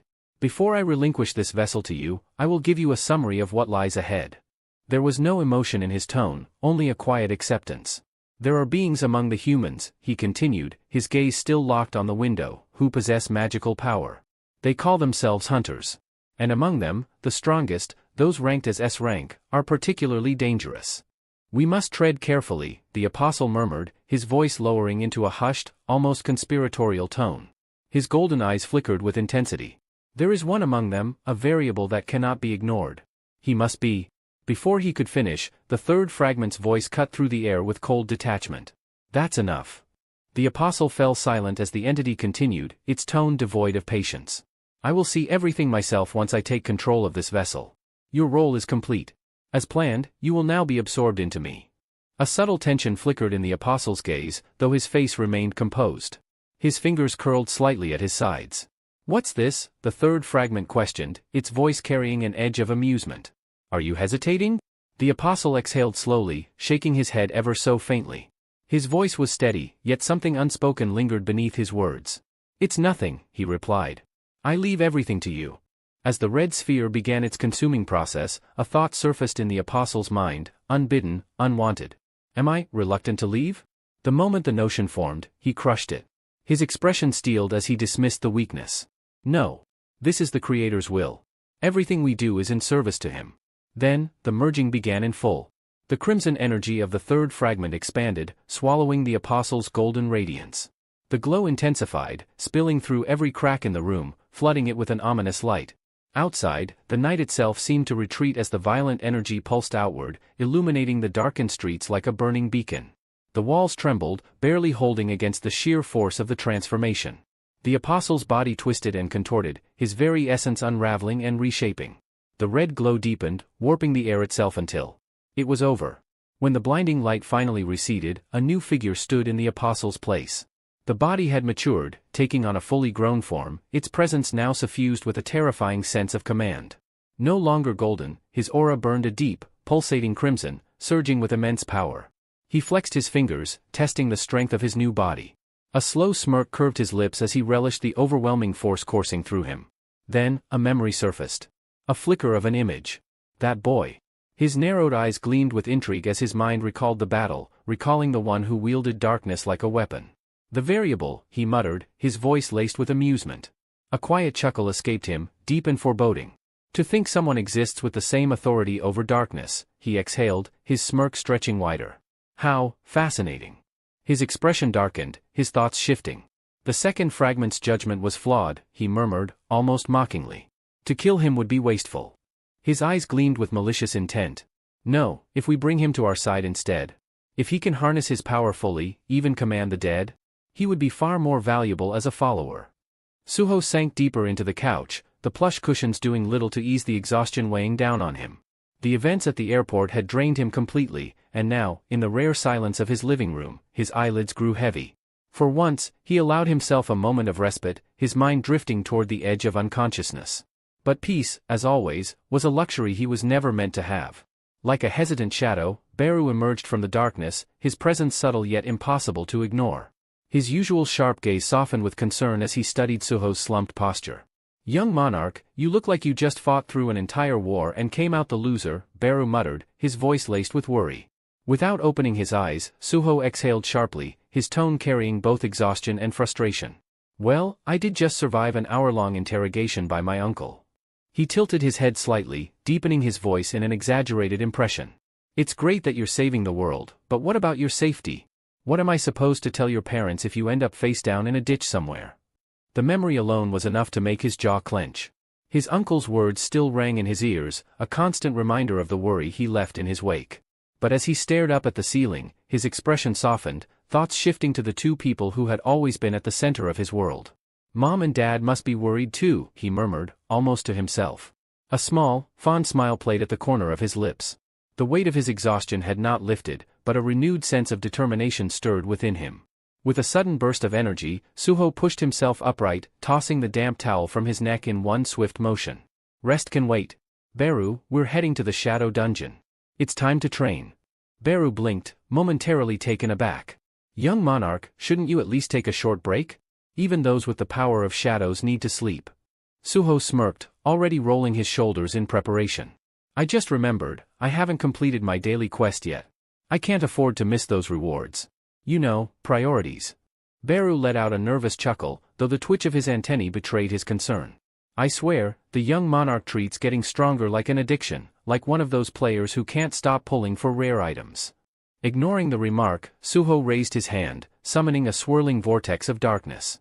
The portal to the Shadow Dungeon spiraled open before them, an endless abyss stretching beyond its borders. Without hesitation, they stepped inside. However, the moment Suho set foot in the dungeon, his confident expression shattered. His breath hitched, his body going rigid as his eyes widened in sheer disbelief. Suho's group stood in an awkward silence, the tension in the air thick enough to cut with a blade. His eyes darted between them, searching for some kind of explanation. What did you just say?" His voice wavered, barely above a whisper. A sinking feeling took root in his stomach as he hastily summoned his status window. The color drained from his face. His daily quest had expired. The goblins, the very creatures he had been relying on to advance, were gone. Every last one of them. A cold dread settled in as he turned toward his companions. Essel, Gray, and Emmet stood before him, and though none of them spoke, their expressions told him everything. "What the hell happened here?" he demanded, barely keeping his composure. Essel fidgeted nervously, like a student caught red-handed in the middle of an exam. "Well, about that," her voice trailed off, avoiding his gaze. It was Emmet who stepped forward, utterly unfazed. "I simply eradicated them," he declared, arms crossed over his chest, his tone matter-of-fact. "They were an infestation, a blight upon your domain. It was long overdue." Suho's jaw tensed. "Wait, you're telling me you killed all the goblins?" His voice cracked slightly as realization dawned. Emmet's grin widened, completely unfazed. "Every single one," he confirmed. "And as promised, not a single human was harmed." For a long moment, Suho simply stared at him. Then, with an audible smack, his palm met his forehead. He exhaled sharply, frustration bubbling over. "You wiped out all of my training targets in a single night. Do you realize what that means? My growth rate just plummeted." Emmet chuckled, clearly unbothered by Suho's outburst. "If you seek strength, young monarch, then why limit yourself to mere goblins?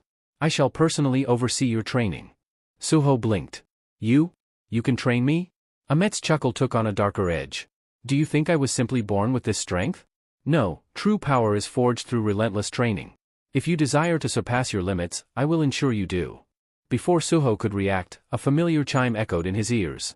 His system window materialized in front of him, displaying an unexpected notification. "Congratulations. You have unlocked a hidden quest, preparation to become stronger." He blinked, scanning the text, his mind scrambling to process what had just happened. "Well," he muttered, rubbing his temple. "I guess I don't have much of a choice." With a resigned sigh, he accepted the quest. Emmet's laughter rang out, deep and ominous, like a villain reveling in his master plan. Uneasy, Suho opened his quest log, skimming over the requirements. "Let's see. 100 push-ups, 100 sit-ups, 100 squats, and a 10-kilometer run." He squinted at the screen before deadpanning. "What is this, the Saatama training regimen? Ahmet's grin turned positively wicked. Oh, but there's more. A second notification appeared. New condition added, you must complete all tasks while carrying Ahmet. Suho's head snapped up, his expression one of pure disbelief. You want me to do what? Are you insane? Ahmet merely placed a hand on his chest in mock reassurance. Don't worry, young monarch. I will make myself lighter. Before Suho could argue, a thick mist-like aura enveloped Ahmet's form. His body began to shrink, his once imposing figure gradually compressing until he was barely the size of a child. Suho, Essel, and Gray could only stare in stunned silence. That is equal parts horrifying and impressive, Suho muttered under his breath. Ahmet stepped forward, placing a hand on Suho's shoulder. His now smaller fingers gripped firmly, his gaze unyielding. This should suffice. Now, let us begin. Suho, already questioning his life decisions, lowered himself into the push-up position. All right, let's get this over with, he muttered. Despite his outward determination, panic clawed at the edges of his mind. How is this even remotely fair? Before he could dwell on it further, the system chimed, a new notification flashing before his eyes. Bond skill is currently locked due to the power gap between player and Ahmet. Requirement, level 80 to unlock. Suho's soul nearly left his body. Fantastic, he groaned internally. Just what I needed. Ahmet wasted no time, hopping onto Suho's back with an ease that felt almost mocking. The instant he did, Suho's arms buckled, his body trembling under a weight that felt less like a person and more like a collapsed building. A deep crack echoed from the ground beneath him. Essel and Gray watched, frozen in shock. Meanwhile, Beru murmured, I think the young monarch is about to die. Ahmet let out a hearty laugh. Ah, I may have forgotten to mention, while I can shrink my size, my weight remains unchanged. Suho's face contorted in agony. You're crushing me, he gritted out, his entire body quivering. Sweat poured from his forehead, dripping like a leaking faucet. Ahmet leaned closer, his expression amused. That's the idea. To grow stronger, one must first be broken down. Suho clenched his teeth, barely holding himself together. Yeah, well, I'm definitely about to break. Ahmet's laughter rang out, unbothered. Good. Now, give me 99 more push-ups, young monarch. Suho let out a strangled groan. Just kill me already. Miles away, in a derelict structure on the outskirts of Paiju's field-type dungeon, a different kind of suffering unfolded. The air inside the ruined building was thick with the sound of muffled screams. A mistborn creature convulsed violently, its distorted form writhing in agony. Dim, flickering lights cast eerie shadows on the walls, which were smeared with unsettling stains. The place resembled a crude, makeshift laboratory, half-destroyed equipment littered the floor, and the scent of rusted metal and burnt flesh lingered in the air. Standing amidst the chaos was Lee Min-sung, his sharp eyes locked onto the tortured creature. He exhaled slowly, the smoke from his cigarette curling lazily around him. The approaching sound of footsteps barely registered to him. He didn't even bother turning around. So, you finally decided to show up, he muttered coolly. Taking another long drag from his cigarette, he exhaled before speaking again, his tone laced with barely restrained irritation. How much longer am I supposed to keep doing this? Before he could continue, a low, guttural voice cut through the air. Human, you should feel honored to be a part of this. The voice belonged to the figure standing just behind him, a towering presence cloaked in darkness. Murmu, the overseer of the Stardust Factory, stepped forward, his grotesque form barely illuminated by the dim lighting. His presence was suffocating, an ominous shadow that loomed over everything. A twisted grin spread across his monstrous face. You wouldn't want to disappoint us, now would you? Murmu's expression shifted, his voice taking on a reverent tone. The Chosen One delivered us from our miserable existence. He granted us purpose. At those words, something inside Lee Min-sung snapped. With a flick of his fingers, he discarded his cigarette, its ember hissing softly against the cold floor. In the same motion, he whirled around, his blade flashing through the dim light. A sharp shlick echoed through the room as his sword carved through the demon's writhing tentacles, severing them cleanly. The amputated limbs hit the ground with a grotesque squelch, oozing dark ichor onto the already stained floor. His voice was low, but each word dripped with venom. A wretched life? Lee's glare burned into Murmu, his grip tightening on the hilt. And a monster like you dares to judge me?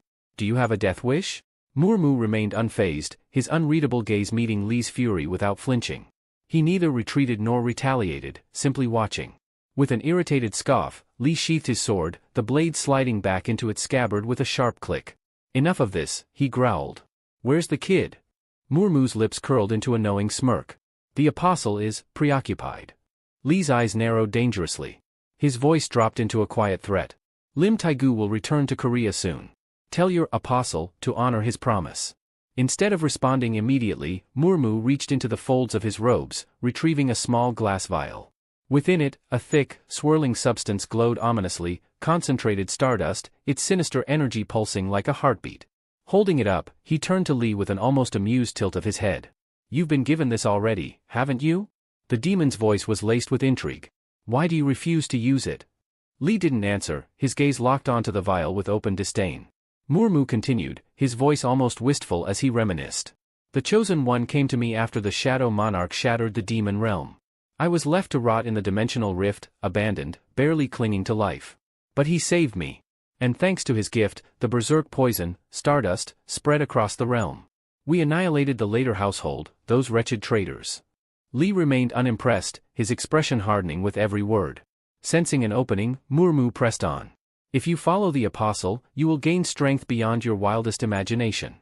You could crush this Lim Taegu without effort. Is that not what you desire? Lee's response was swift, his voice sharp as a razor's edge. Don't act like you understand S ranks. Without another glance, he ground the smoldering remains of his cigarette under his boot and turned for the exit. Keep your cultist garbage to yourself, he muttered coldly.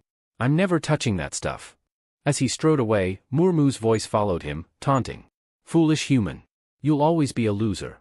Lee didn't react, but his clenched jaw spoke volumes. Once outside, he headed toward his car, his mind clouded with grim thoughts. I just have to endure this until that kid takes out Lim Taegu. His fingers drummed restlessly against the steering wheel. After that, I'll hand them all over to the Hunter Association. Let them deal with this mess. He exhaled slowly, his eyes dark with something unreadable. I was untouchable once. I'll make sure things go back to how they were supposed to be. With that, he started the engine, disappearing into the night. Unbeknownst to Lee Min-sung, a silent observer lurked in the darkness, carefully watching his every move. The hunter pressed a finger to his earpiece, speaking in a measured tone. Association Chairman, Lee Min-sung just exited Paiju's field dungeon. I'm willing to bet that's where stardust is being produced. On the other end of the call, the chairman's face darkened. Understood. Hunter Miho, keep tracking him. As the call ended, Chairman Lee turned toward Choi, who stood nearby, flipping through a stack of reports. Without looking up, Choi spoke, a hint of satisfaction in his voice. It seems we're finally closing in on Lee Min-sung's activities, Chairman. The chairman's expression remained severe. During the airport dungeon break, all staff assigned to monitor the surrounding gates reported experiencing simultaneous memory loss. His fingers tapped lightly against his desk. Every single one of them had ingested stardust. Choi adjusted his glasses, his expression sharpening. Reports of hunters behaving erratically have surfaced across multiple regions. And they all have one thing in common, stardust.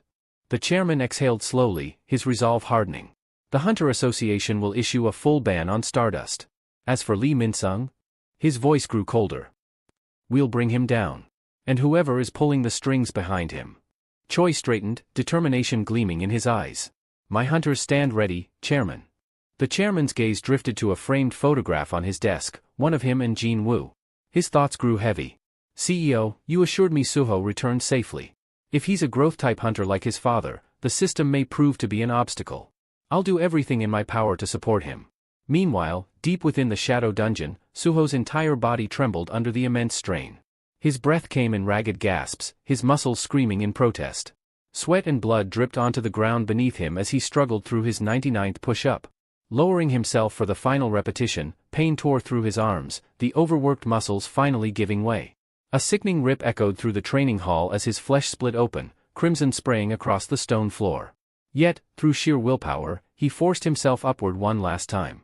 The moment he completed the 100th push-up, his body collapsed with a heavy thud, motionless against the cold ground. Ahmet climbed off Suho's back, stretching casually. Young monarch, are you finished already?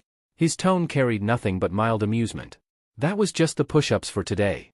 Essel and Gray gawked at Suho's broken form, their expressions filled with horror. Essel's voice cracked as she cried out, his arms, his bones, he's completely shattered. Even Beru, usually unfazed by such things, bared his fangs in fury. You reckless beast, he growled, fists clenched. What have you done to the fragile young monarch? This training ends now. But just as Essel reached out, Suho stirred. His bloodied hand twitched, then lifted slightly. His voice, weak yet unyielding, cut through the heavy silence. Status window, he rasped. A radiant interface flickered into existence before Suho, the translucent glow illuminating his battered frame. Without hesitation, he navigated to the system store, swiftly purchasing a set of healing potions.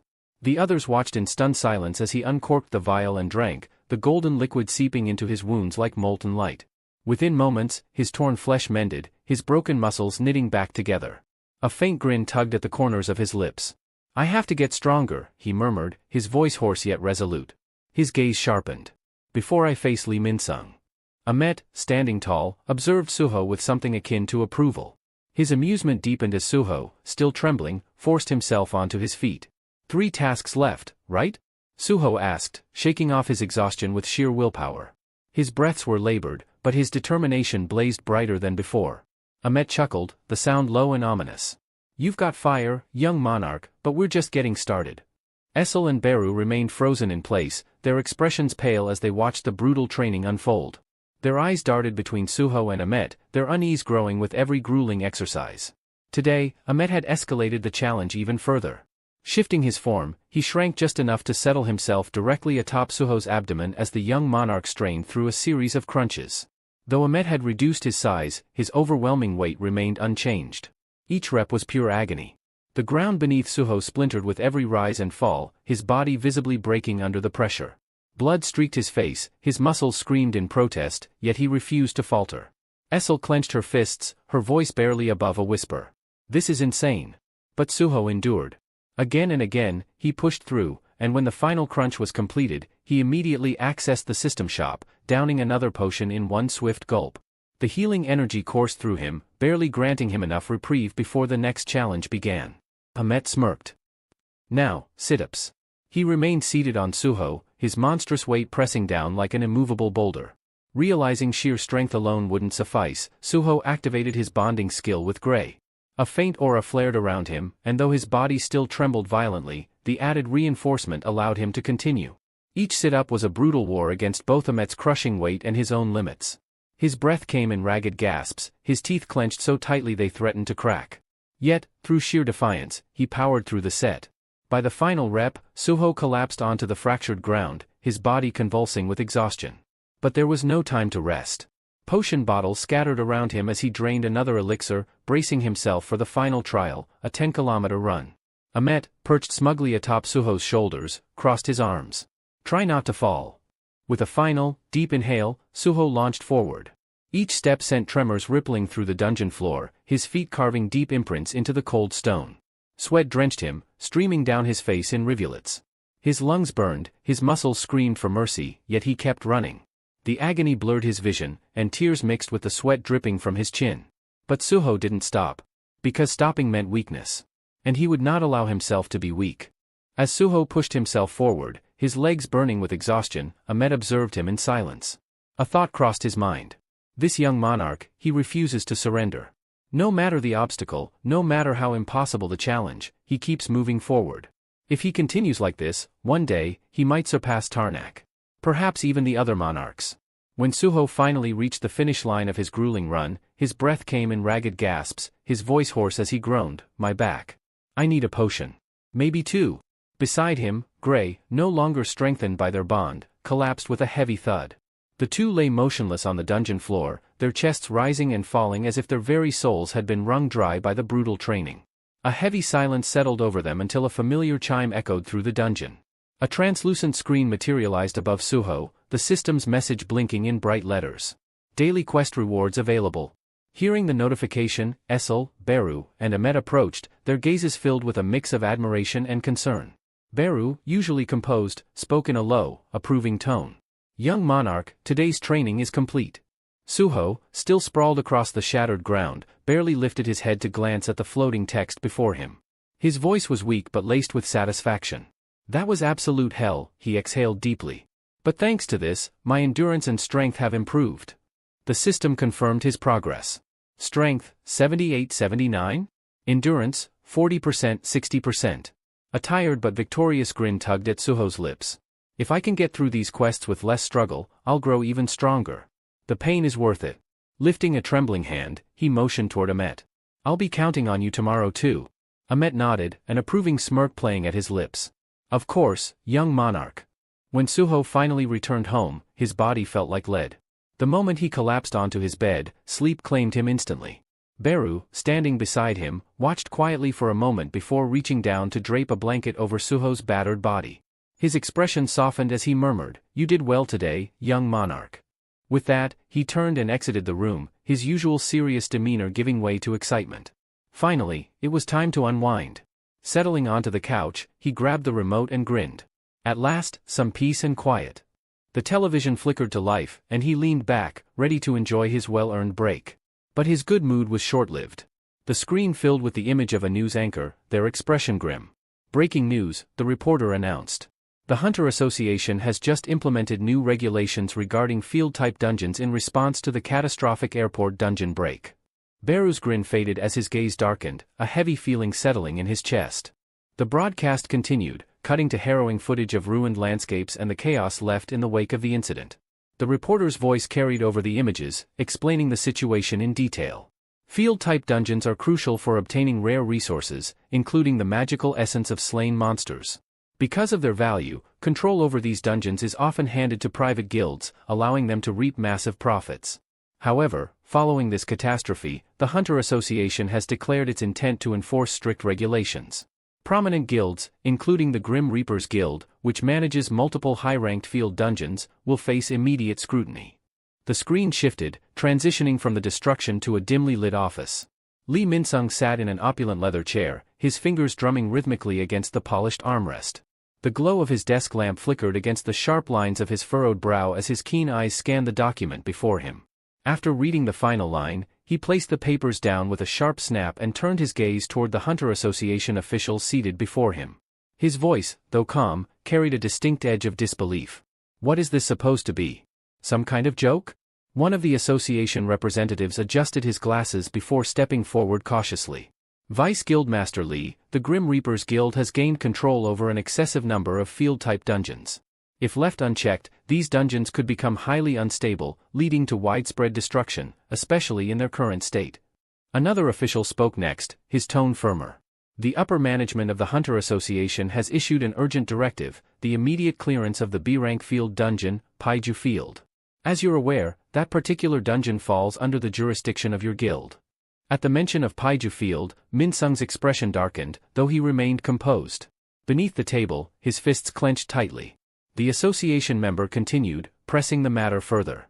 "In addition, Vice Guildmaster, our records show that you haven't participated in any hunter-related activity for over 6 months. If you refuse to take part in this raid, your hunter license will be subject to review." A storm brewed in Min-sung's eyes as he processed the implications. "This is Chairman Wu's doing," he thought bitterly. "That cunning old man is making his move, and he's aiming straight for Paiju Field.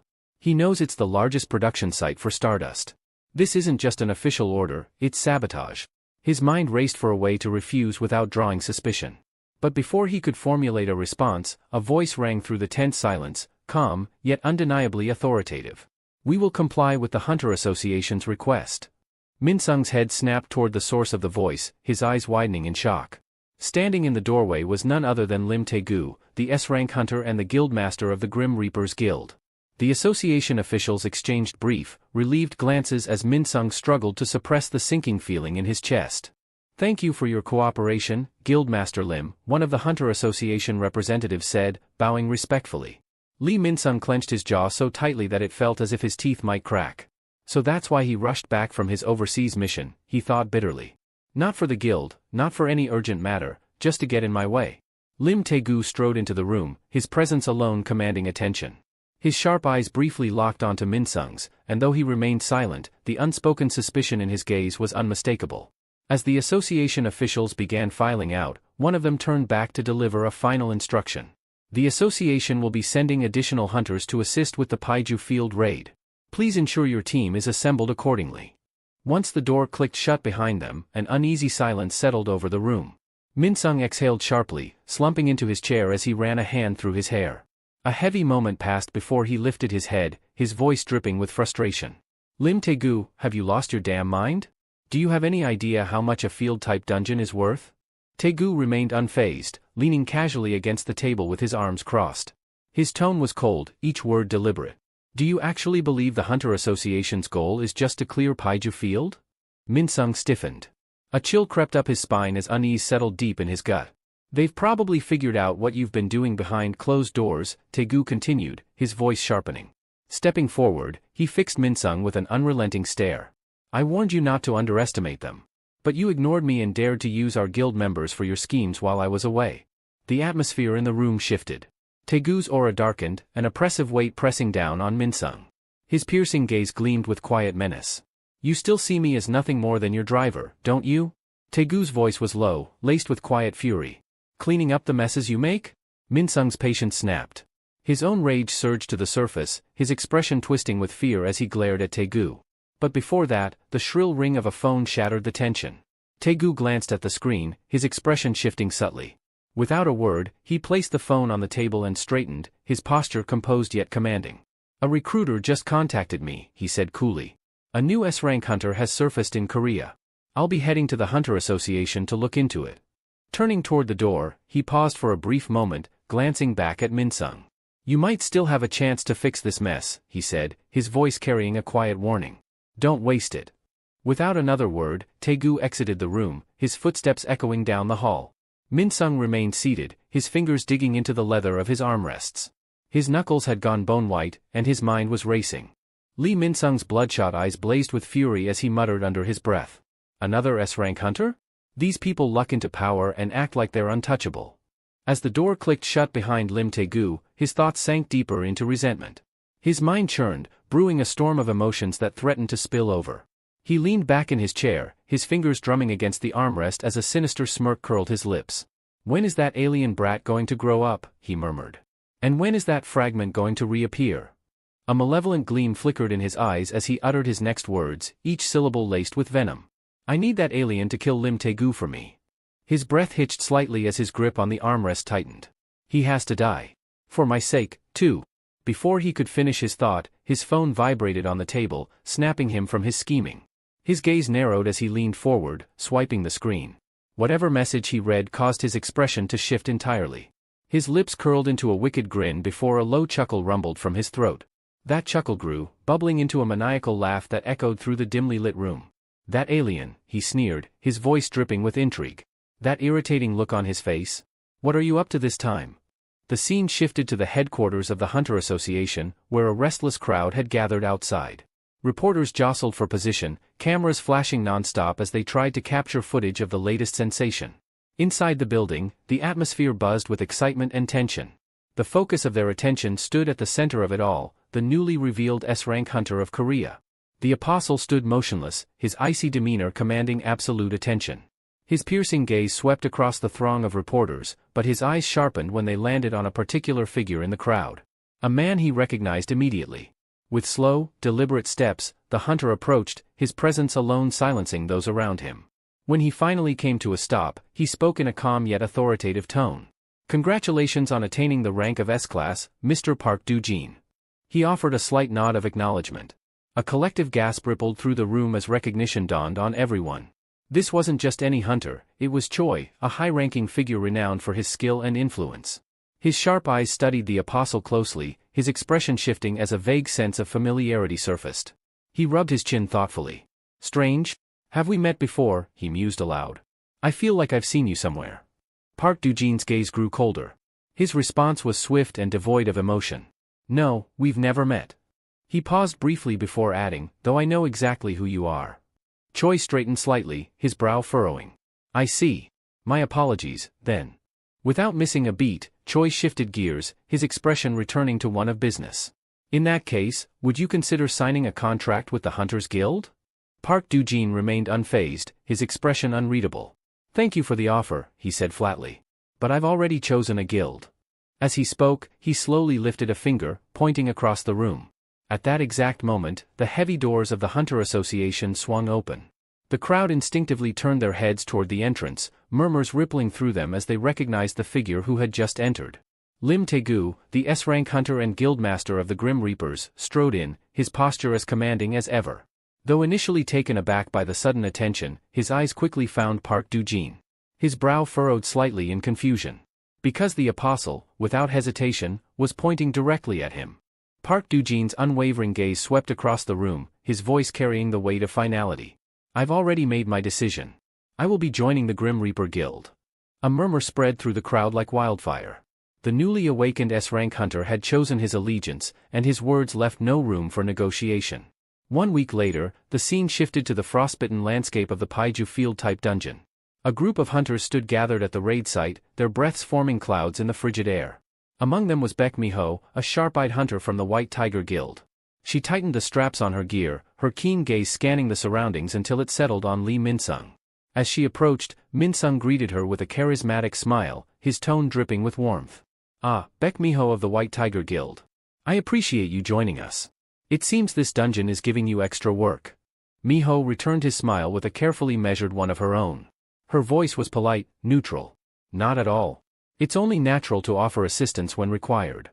But behind her composed demeanor, her thoughts were sharp and cutting. He's good. That charming facade, so polished, so convincing. But underneath, he was rotten to the core. Today, everything that happens inside this dungeon will come to light. That mask of his? I'll rip it off myself. Her expression shifted, becoming focused as she swept her gaze across the frozen terrain. A sudden presence behind her made her pause. She turned slightly, catching sight of him, Park Do-jin. The new S-rank hunter. The latest addition to the Grim Reaper Guild. Miho's brows knitted together as she studied him. His aura was commanding yet enigmatic, radiating a quiet authority. An unexpected variable, she mused. If things went south, he could either become a serious problem or an advantage. The perspective shifted to a group of excavation workers stationed nearby. They were being instructed to grab pickaxes for the mission's objectives. Among them, a man named Suho silently took hold of his pickaxe, his expression unreadable as he braced for the grueling task ahead. The timeline rewound to a few days earlier. Sunlight filtered through the grand windows of the Grim Reaper Guild's headquarters, casting golden patterns across the polished floors. Inside, Lee Min-sung lounged comfortably in an opulent chair, his fingers idly swirling a drink in his hand. A smug grin tugged at his lips as he regarded the figure seated across from him. "To think you've changed so much since the last time we met," Min-sung mused, his tone laced with mockery. "I suppose aliens evolve quickly, huh?" Across the table, the apostle remained impassive, barely reacting. He lifted a porcelain teacup, taking a slow, deliberate sip. When he spoke, his tone was cool, detached. "My earlier form was chosen for optimal survival," he stated flatly. "Now that I have regained my strength, appearances are irrelevant." Min-sung let out a short chuckle, leaning forward with a smirk. "And the name Park Do-jin?" he pressed. "Becoming a hunter? What's your endgame?" The apostle didn't so much as blink as he set his teacup down with meticulous precision. "A name is merely a tool," he replied. "Park Do-jin grants me the ability to move freely in this world. Becoming a hunter ensures I can operate without restriction." The air between them crackled with unspoken tension. Each word exchanged was a calculated move in an invisible game, one where the true stakes remained obscured beneath the surface. The Grim Reaper Guild's hall, though vast, felt stifling under the weight of their conversation. The atmosphere was thick with unspoken tension, a silent battle of wills playing out between the two figures seated across from each other. Lee Min-sung's lips curled into a smile, but it was devoid of warmth. His voice carried a note of irritation as he spoke. "Thanks to your little show at the airport, the Hunter Association has been breathing down my neck. They're investigating every move I make, citing civilian casualties and damages. If they dig too deep and uncover what's happening at the Paiju Field facility, we're both finished." Across from him, the apostle remained unfazed. His cold, calculating gaze met Min-sung's, his tone barely above a whisper but brimming with quiet authority. "That's precisely why I joined the Grim Reaper Guild, to make sure that doesn't happen." He leaned forward slightly, the intensity in his eyes sharpening. "During the raid, I'll turn every hunter in that party into followers. Once that's done, they won't find a single trace of what's there." Min-sung's arms folded across his chest as he let out a low chuckle. Externally, he appeared amused, but inside, his mind whirred with silent calculations. "That's a bold strategy," he mused before narrowing his eyes. "But let me ask you something, do you really think you're ready to face Lim Tae-gu, an S-rank hunter, right now?" The apostle's expression darkened as memories of his prior encounter with Lim resurfaced. "So you're asking about my promise to kill him," he murmured. He paused, his eyes glinting with something unreadable. "After meeting him, I'm certain that if I were to fight Lim Tae-ju right now..." He let the sentence trail off, leaving the conclusion unspoken but ominous. Min-sung's smirk widened slightly as he studied the apostle, his mind dissecting every nuance of the conversation. Like a predator gauging its prey, he was already several moves ahead. Keep your promise, he thought, masking his malice behind a composed exterior. I don't care if you both end up dead. Just follow through with what you said. The scene shifted to the Hunter Association headquarters, where the president sat behind a sleek, polished desk. The soft glow of his monitor bathed the dimly lit office in a cool light. He gazed out the window, his fingers tapping rhythmically against the armrest of his chair, his mind deep in thought. The Paiju Field raid is set to begin soon, he murmured, his expression hardening. His sharp eyes flickered toward the documents neatly stacked on his desk. Lee Min-sung and Stardust. This raid was their best chance at securing undeniable proof against them. He inhaled deeply, steadying his thoughts. Their preparations had been thorough. With the White Tiger Guild's cooperation, they had managed to secure A-rank hunter Baek Mi-ho for the mission. And if things escalated beyond control, they had an additional failsafe, Choi Jong and another S-rank hunter standing by as reinforcements. Yet, despite the solid groundwork, a shadow of doubt lingered in the back of his mind. His fingers stilled, his gaze sharpening as he focused on one particular name. Park Do-jin. The newest S-rank hunter. The wild card. His eyes narrowed. He joins the Grim Reaper Guild just as we're preparing for this raid, he muttered under his breath. That timing is far too convenient. His jaw tightened as suspicion gnawed at him. This is no coincidence. Chairman Wu leaned back in his chair, the faintest smirk playing on his lips. He had done everything to tip the scales in his favor, yet an unexpected name crept into his mind, Suho. His gaze flicked to the stack of paperwork on his desk, eyes settling on the unmistakable signature of approval. He exhaled slowly, reading the line once more. Suho, joining the excavation team, he muttered. His fingers drummed against the wood. Coincidence? Or something more? His instinct screamed at him, urging caution, but logic told him the move had already been made. He had signed off on it, yet now, uncertainty gnawed at him. Was that the right decision? He whispered under his breath. His hand clenched into a tight fist, the weight of his choices pressing down like an unshakable burden. If this was part of Suho's larger plan, then there was no avoiding it. Fine, he said, a sharp edge in his tone. If he's moving his pieces, then I have no choice but to move mine. The battlefield of the Paiju Field raid was utter chaos. The stench of burning rock and molten metal filled the air, thick smoke billowing across the dungeon as flames surged violently from a monstrous behemoth's maw. The fire-breathing colossus towered over the gathered hunters, its guttural roars sending tremors through the cavern walls. With each exhale, waves of scorching heat rippled outward, threatening to consume everything in their path. At the front of the formation, the team's tank braced himself, his shield glowing red-hot as it absorbed the brunt of the attack. Sweat dripped down his face, but he gritted his teeth and held firm. Strike team, now, he bellowed, voice strained against the inferno. I can't hold out much longer. Before the flames could fully engulf him, a sharp tap on his shoulder made him falter for just a second.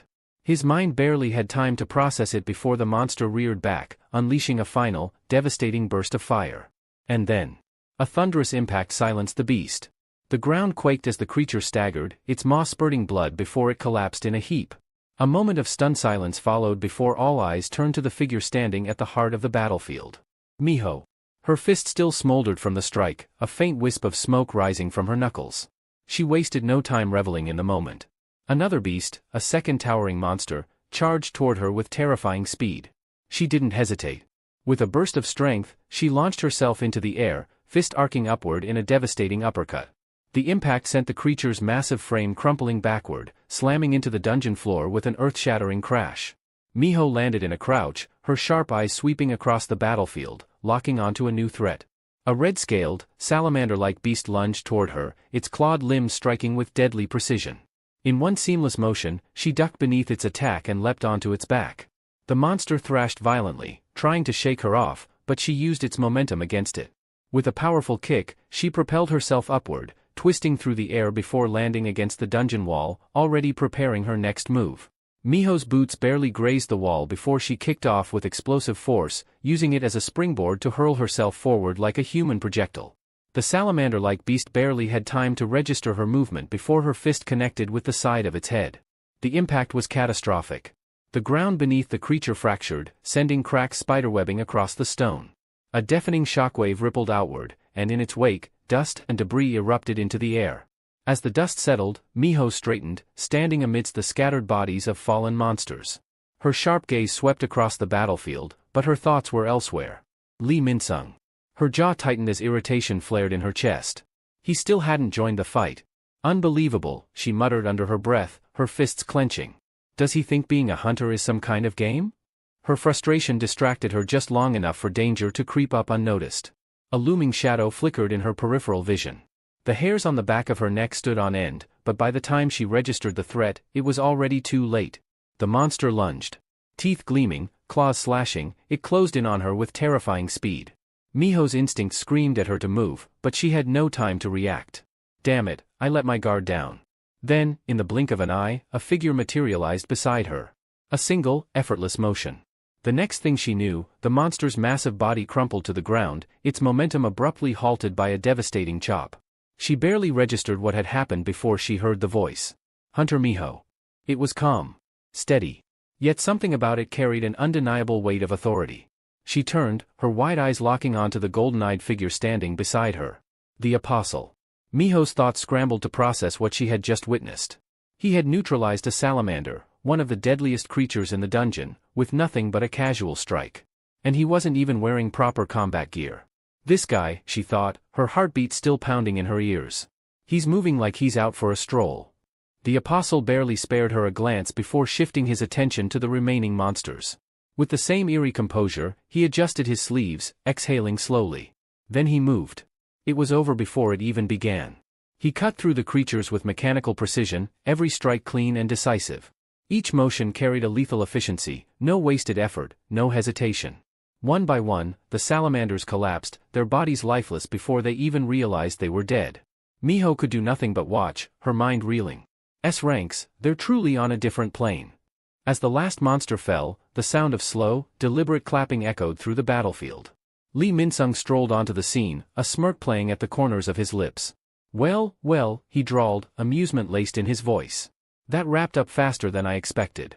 Miho turned to him, her brows furrowed, her thoughts still racing. Something's off, she murmured.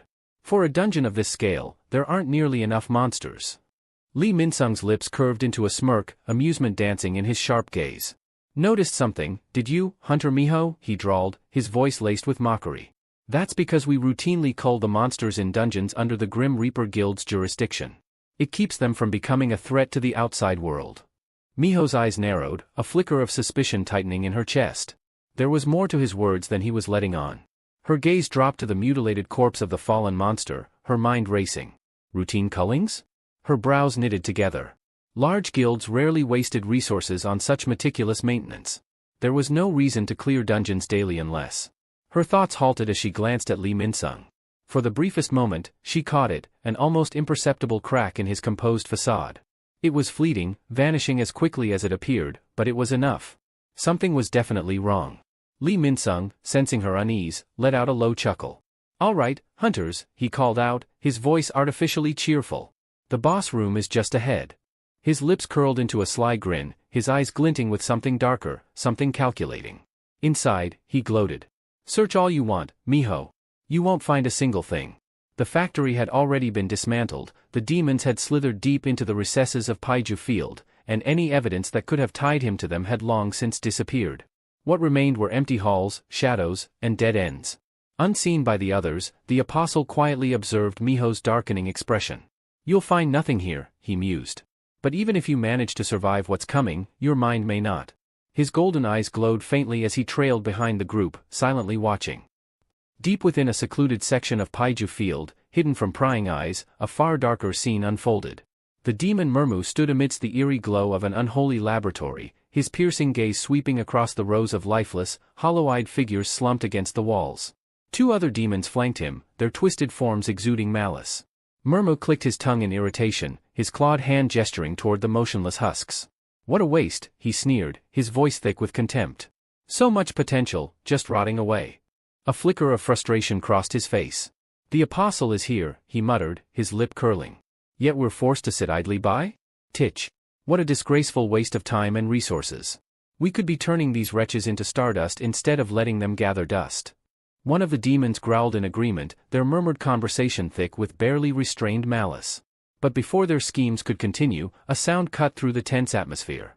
The demons froze. A lone figure stood silhouetted in the doorway, clad in black, his very presence exuding an air of unshakable authority. The room grew eerily silent. Then, his voice rang out, calm, controlled, yet carrying an unmistakable undercurrent of anticipation. Beru. You're certain a demon is here? Suho asked, his voice calm yet firm. Yes, young monarch, Beru replied without hesitation, his tone carrying both reverence and anticipation. Their foul presence lingers. It's unmistakable. Without another word, Suho pressed his palm against the door. A mere push sent the locked frame splintering apart, the heavy door slamming open to reveal the horrific scene within. At the sudden intrusion, Murmu whirled around, his glowing eyes narrowing. Who dares? He never got to finish. Suho moved in a blur, closing the distance in an instant. His fist crashed into Murmu's face, the sheer force distorting the demon's features before sending him hurtling across the chamber. The impact was so violent that the walls cracked upon collision, a sickening crunch echoing through the room. Suho didn't pause. He shot forward, delivering another devastating blow before Murmu's broken body even had the chance to hit the ground. The second strike embedded the demon deeper into the ruined wall, leaving only a splatter of dark ichor and a barely recognizable figure. The remaining demons stood frozen, their expressions twisted in shock. Their ally, one of their strongest, had been turned into nothing more than a pile of shattered bones and torn flesh in mere seconds. Beru's voice cut through the silence, brimming with approval. You've grown, young monarch. To think a single punch sent a demon's head flying, he mused. It seems those training sessions with the crocodile are paying off. Suho barely reacted to the praise. His sharp gaze swept across the room, settling on the rows of lifeless humans slumped against the walls. His expression darkened. They're not in control of their own minds, he muttered. His eyes narrowed. So it's true. This place, it's a stardust factory. A grotesque noise interrupted his thoughts. The mangled remains of Murmu twitched. His shattered limbs snapped back into place at an unnatural speed, his disfigured face knitting itself together. A hoarse, broken groan turned into a chilling, guttural laugh. A black mask, Murmu rasped, his voice dripping with malice. His glowing eyes locked onto Suho with twisted glee. So you're the one meddling in the apostles' plans. How delightful. His body convulsed violently. A surge of crimson energy erupted from within him, flooding the room with suffocating heat. His twisted frame expanded, limbs stretching grotesquely as writhing tendrils burst from his back. His form swelled, once, twice, until he towered over Suho, his monstrous silhouette pulsing with a dark, menacing aura. This is wonderful. Murmu roared, his jagged teeth glinting as his laughter reverberated through the room. You'll make the perfect offering for the apostle. Despite the towering monstrosity before him, Suho remained still. His cold, calculating eyes met Murmu's gleaming ones without a hint of fear. The air itself seemed to grow heavier as the inevitable battle loomed. Elsewhere, in the heart of the dungeon, the rhythmic clang of pickaxes echoed through the tunnels. Miners, their bodies slick with sweat, swung their tools with weary determination, striking against the crystal-infused walls. One of them let out an exhausted groan as his pickaxe met resistance. Does this ever end? He muttered, glancing at the endless veins of glimmering mana crystals. How the hell did so many magic essence crystals accumulate here? Isn't this dungeon supposed to be under guild control? Another miner, pausing mid-swing, exhaled sharply. Who knows? Maybe they've got another way of making money besides selling these, he muttered, eyeing the cavernous expanse around them. For a moment, the two men stood still, catching their breath. One wiped his forehead, his face drawn with fatigue. By the way, he said, lowering his voice, I heard an E-rank collection member came in with us today. Did you see him? His companion snorted. An E-rank? In a B-rank dungeon? Now that's a joke. What were they thinking, sending an E-rank in here? The first miner shook his head in disbelief, his grip tightening on his pickaxe. His companion chuckled, his tone light-hearted. Come on, don't be too hard on the kid. He's still young. It's rare to see someone that age putting in real effort. The first miner smirked. Don't tell me, you're the one who assigned him to the entrance where it's safest, huh? He shot his companion a knowing look. You always manage to weasel your way out of the tough jobs. Meanwhile, I'm stuck up front where it's the most dangerous. The second miner shrugged, not bothering to deny it. Took you long enough to catch on, he said with a sly grin. Besides, that rookie's pushing a cart loaded with 4 times the usual haul. Once we finish here, let's go help him out. The first miner let out a sigh, shaking his head. You're way too nice for your own good. Nearby, carts piled high with mana crystals lined the cavern walls. The tunnels stretched into the darkness, winding deeper into the dungeon's labyrinthine corridors, their depths untouched by natural light. Elsewhere, Suho stood motionless, facing a group of demons. His piercing gaze locked onto Murmu, silently assessing him. A ripple of energy stirred behind him, and from his shadow, Beru emerged. His voice was low and urgent. Young monarch, this one's magic power. I know, Suho interrupted, his expression unwavering. I can feel it. His heightened sensory abilities had grown even sharper, allowing him to gauge Murmu's power instinctively. The demon's strength was comparable to an A-rank hunter, on par with Randolph, the formidable foe he had clashed with in the Pyramid Field dungeon. That realization alone was enough to make Suho's stance shift subtly, his fists clenching. There was a reason the Hunter Association had tasked the Grim Reaper Guild with clearing this dungeon. That's why he had infiltrated the excavation team, to uncover the truth behind the Stardust operations. His thoughts churned, his blue eyes flashing with determination. If the Hunter Association's scrutiny on Lee Minsung intensifies, getting information about the Iterim's apostle from him will become even more difficult. His gaze snapped back to Murmu, his voice firm and commanding. Where is the apostle? The demon regarded him with cold amusement, tilting his head as if evaluating him. So, just as the apostle hunts the man in the black mask, this one is hunting the apostle, Murmu mused. Without warning, the demon's tendrils lashed out, one coiling tightly around Suho's ankle. Murmu's lips curled into a sneer. You'll meet the apostle soon enough, he hissed. More tentacles surged toward Suho, twisting and writhing like living serpents. Because before I deliver you to him, Murmu roared, I'll break you so thoroughly that you won't wake from the coma I put you in. Yet, Suho remained completely still, unbothered by the tendrils constricting around him. His expression barely shifted, save for the faint raise of an eyebrow. Let him try. You think just because your tentacles are wrapped around me, I can't break free? Murmu sneered, tightening his grip. Now that I've got you, there's no escape. My strength is absolute. Suho let out a slow breath, then rolled his eyes. Absolute strength, he echoed, his tone laced with mockery. For a brief moment, his mind drifted to the past, the brutal training sessions under Amet's watchful eye.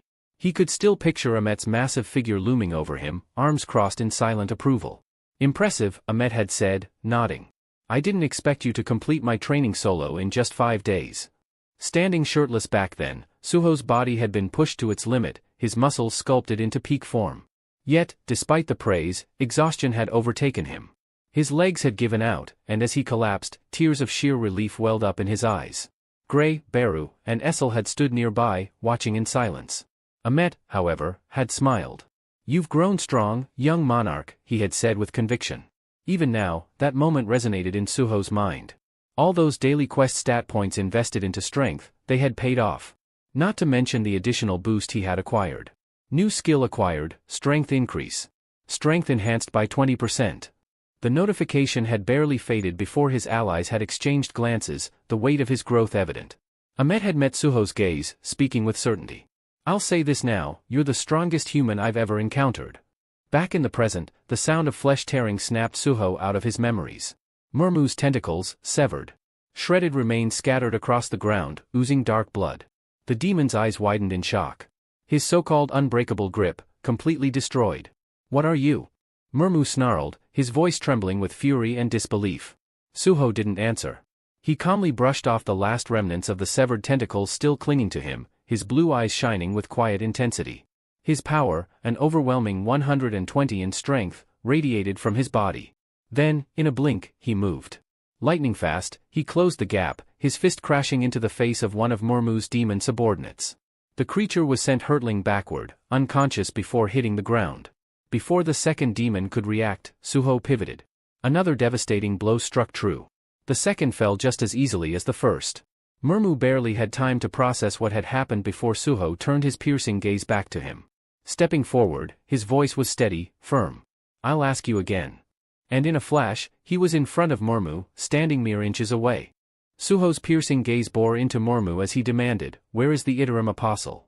The demon, rattled by Suho's speed and sheer dominance, clenched his fists.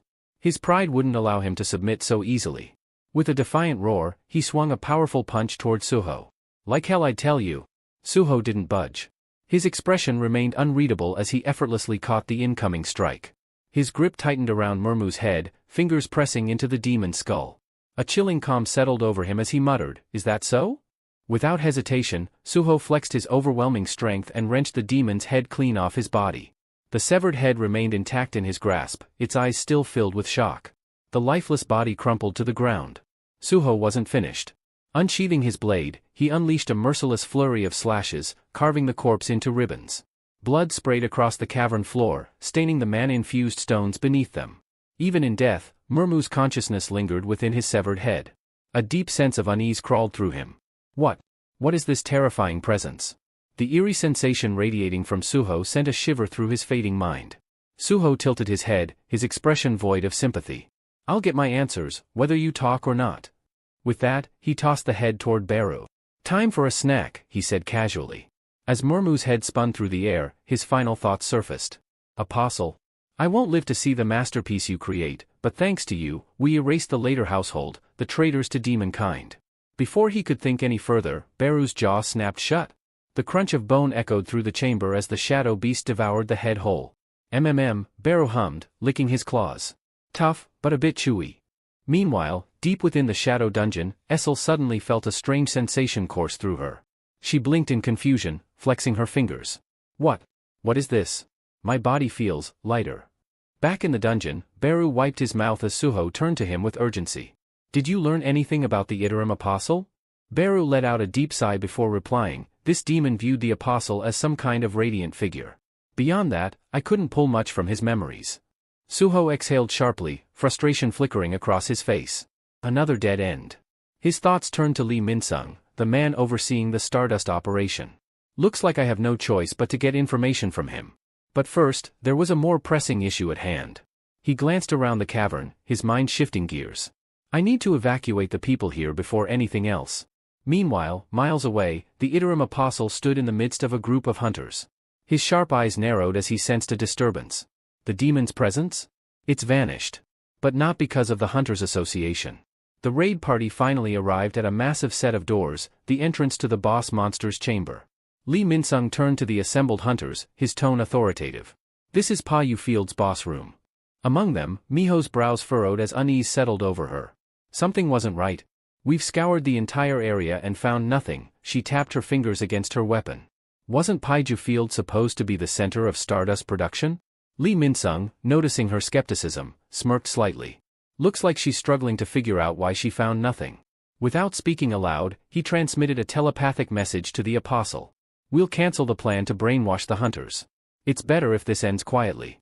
The Apostle's eyes flickered with irritation. That won't do, he muttered, displeased. Miho, still deep in thought, mulled over another possibility. Could it be located somewhere on the surface instead? She exhaled. If that's the case, then there's no choice but to shift focus.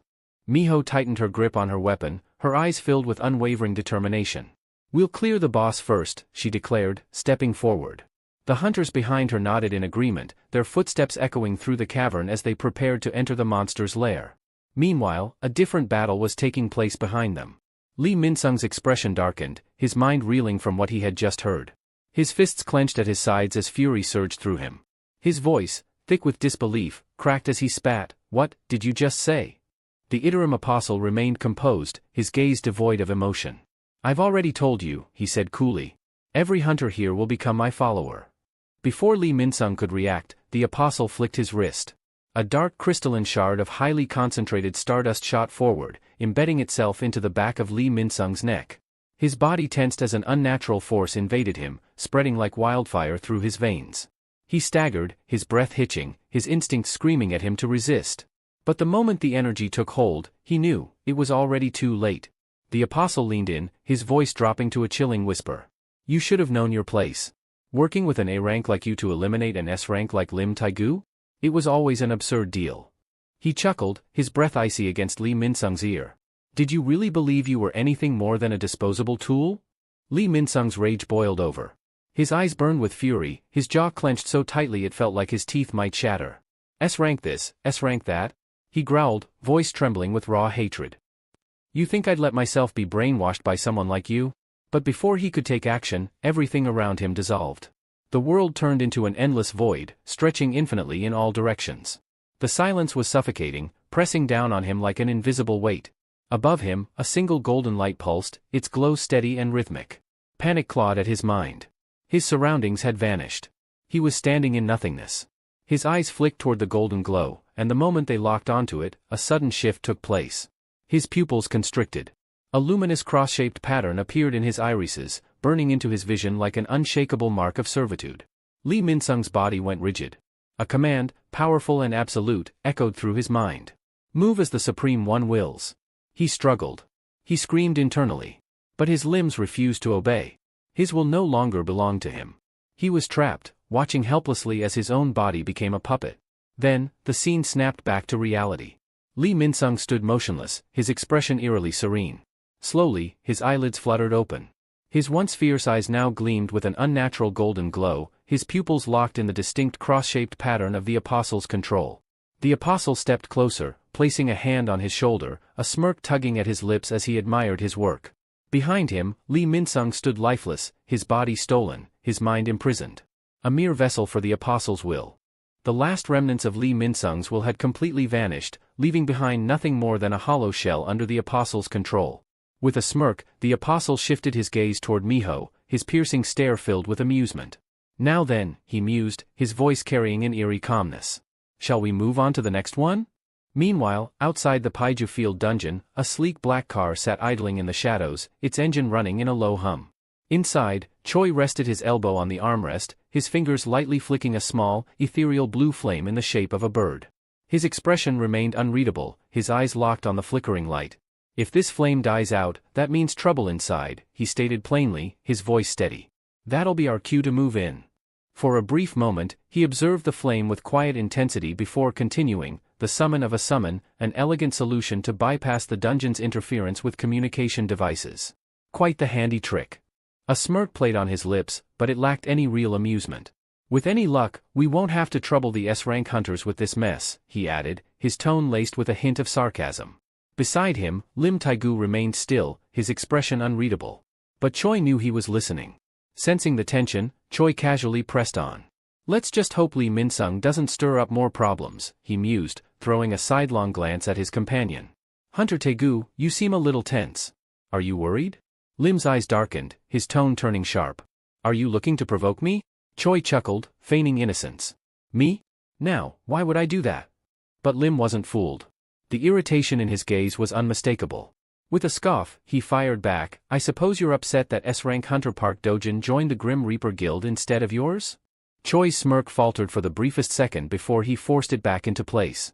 Not at all, he responded, his tone carefully controlled.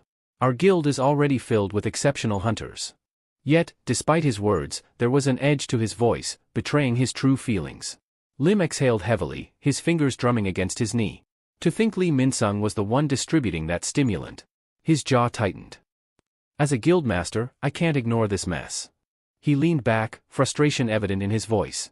If things go sideways, he continued, turning to Choi with a firm gaze, I expect you to keep your word. If I can handle it myself, you stay out of it. Choi crossed his arms, his expression unreadable. I'd be glad if you could, he replied smoothly. I don't enjoy unnecessary conflict. The scene cut back to the dungeon, where chaos was unfolding. A massive, salamander-like boss monster reared back, its maw glowing an intense orange as it gathered flames for a devastating breath attack. Heat radiated from its body, distorting the air around it. The raid party held their ground, each member prepared for the impending strike. The tank stood at the forefront, gripping his shield tightly as he braced himself. A torrent of fire erupted from the boss's mouth, engulfing him in a scorching inferno. Yet, despite the overwhelming heat, he remained steadfast, holding the line. Through the haze of flames, Lee Min-sung surged forward. His sword gleamed under the fiery glow, his grip firm, his movements unrelenting. His expression, once filled with arrogance and determination, was now disturbingly vacant. Yet, his body moved with the same fierce precision, cutting through the flames like a relentless force. The battle had begun. Miho couldn't shake the unsettling feeling gnawing at her. Something about Lee Min-sung was off. His movements were sharper, his attacks more relentless, but what truly unsettled her was the Apostle's behavior.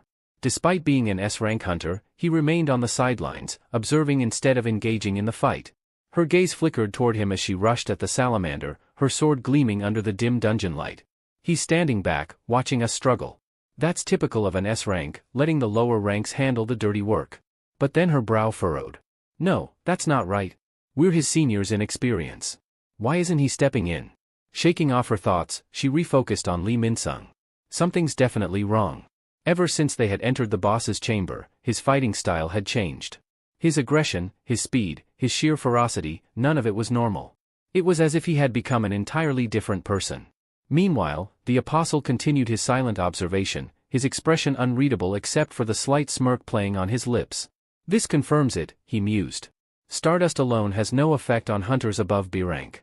But its concentrated form, the star fragment, that's a different story. As if to validate his thoughts, Lee Min-sung lunged forward in a blur of motion, his sword carving through the air with brutal efficiency. Every strike found its mark, each one faster and more precise than the last. Then, with an astonishing display of agility, he launched himself high into the air, angling for another devastating blow. Miho hesitated for a split second, momentarily stunned. She had fought alongside Lee Min-sung before, but never had she seen him fight with such overwhelming force. The sheer savagery of his attacks left her uneasy. The salamander reeled back, roaring in fury as deep gashes marred its scaled hide. Its burning gaze locked onto Lee Min-sung, rage fueling its next move. Without warning, its massive tail whipped through the air, slicing toward him with lethal precision. The strike was swift and deadly, but Lee Min-sung's reflexes were just as sharp. He raised his sword in time to intercept the attack, the impact sending a violent shockwave through the cavern. Though he managed to block the blow, the sheer force behind it sent him skidding backward, his boots carving trenches into the rocky ground. His arms burned from the strain, but he remained steady, unyielding. From the shadows, the apostle's expression darkened with intrigue. His eyes flickered with a knowing glint as he watched the battle unfold. Even with the awakening effect of the star fragment, an A-rank still struggles against an S-rank creature, he noted, his fingers tapping together in quiet contemplation. A faint golden glow flickered around him as he slowly clasped his hands together. If that's the case, he murmured, his voice laced with something ominous. The air around him shifted as radiant energy pulsed from his body. Then it's time to invoke one of the 5 abilities of TL, a fragment of the main body, he whispered. The blessing of amplification. The apostle's voice carried an almost reverent tone as he continued, his words laced with anticipation. This will amplify the unique traits of its wielder.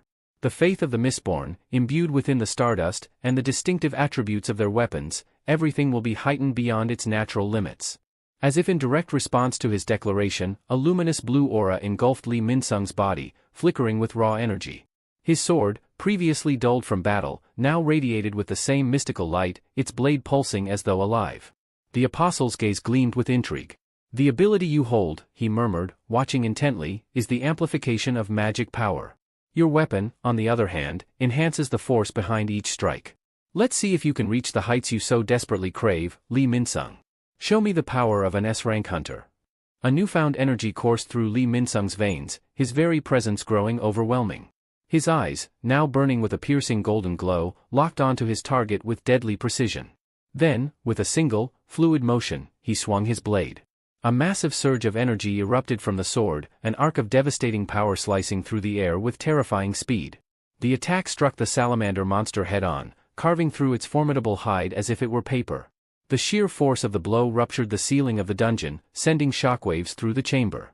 A deafening explosion followed. Chunks of debris rained down as the impact rippled outward, shaking the very foundations of the dungeon. Far beyond the battlefield, on the outskirts of the dungeon, Choi and Lim Tae-gu sat in their vehicle, their gazes locked onto the distant blast. Flames and smoke billowed into the air as the ground trembled beneath them. What in the? Choi's voice trailed off as disbelief settled in. Lim Tae-gu's expression darkened. That power? It wasn't something an A-rank should be capable of. Back inside the devastated dungeon, Miho stood frozen in shock. The aftermath of Lee Min-sung's attack was unlike anything she had ever witnessed.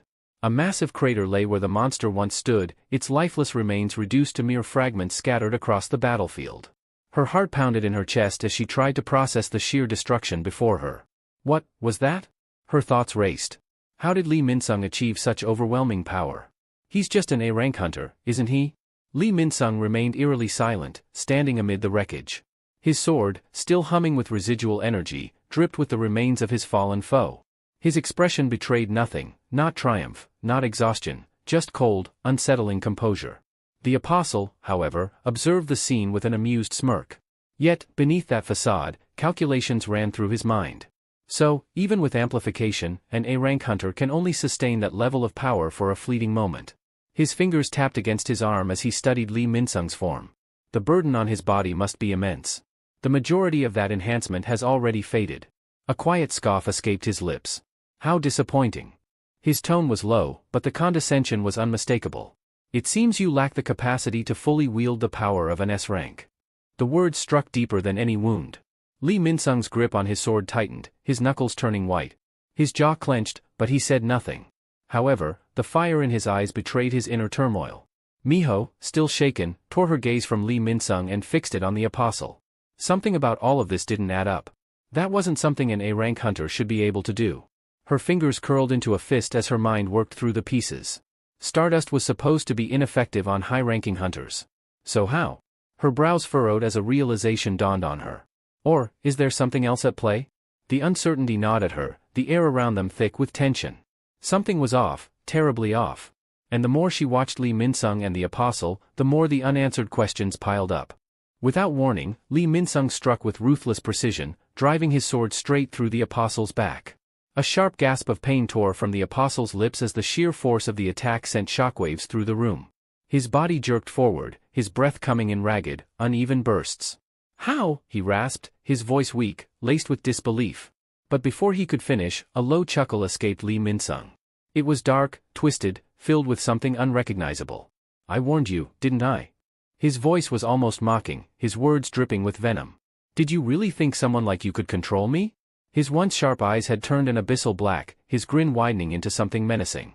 Shadows flickered across his face, accentuating the eerie madness creeping into his expression. "The power you forced onto me. I'll make good use of it." With one brutal motion, he wrenched the sword free.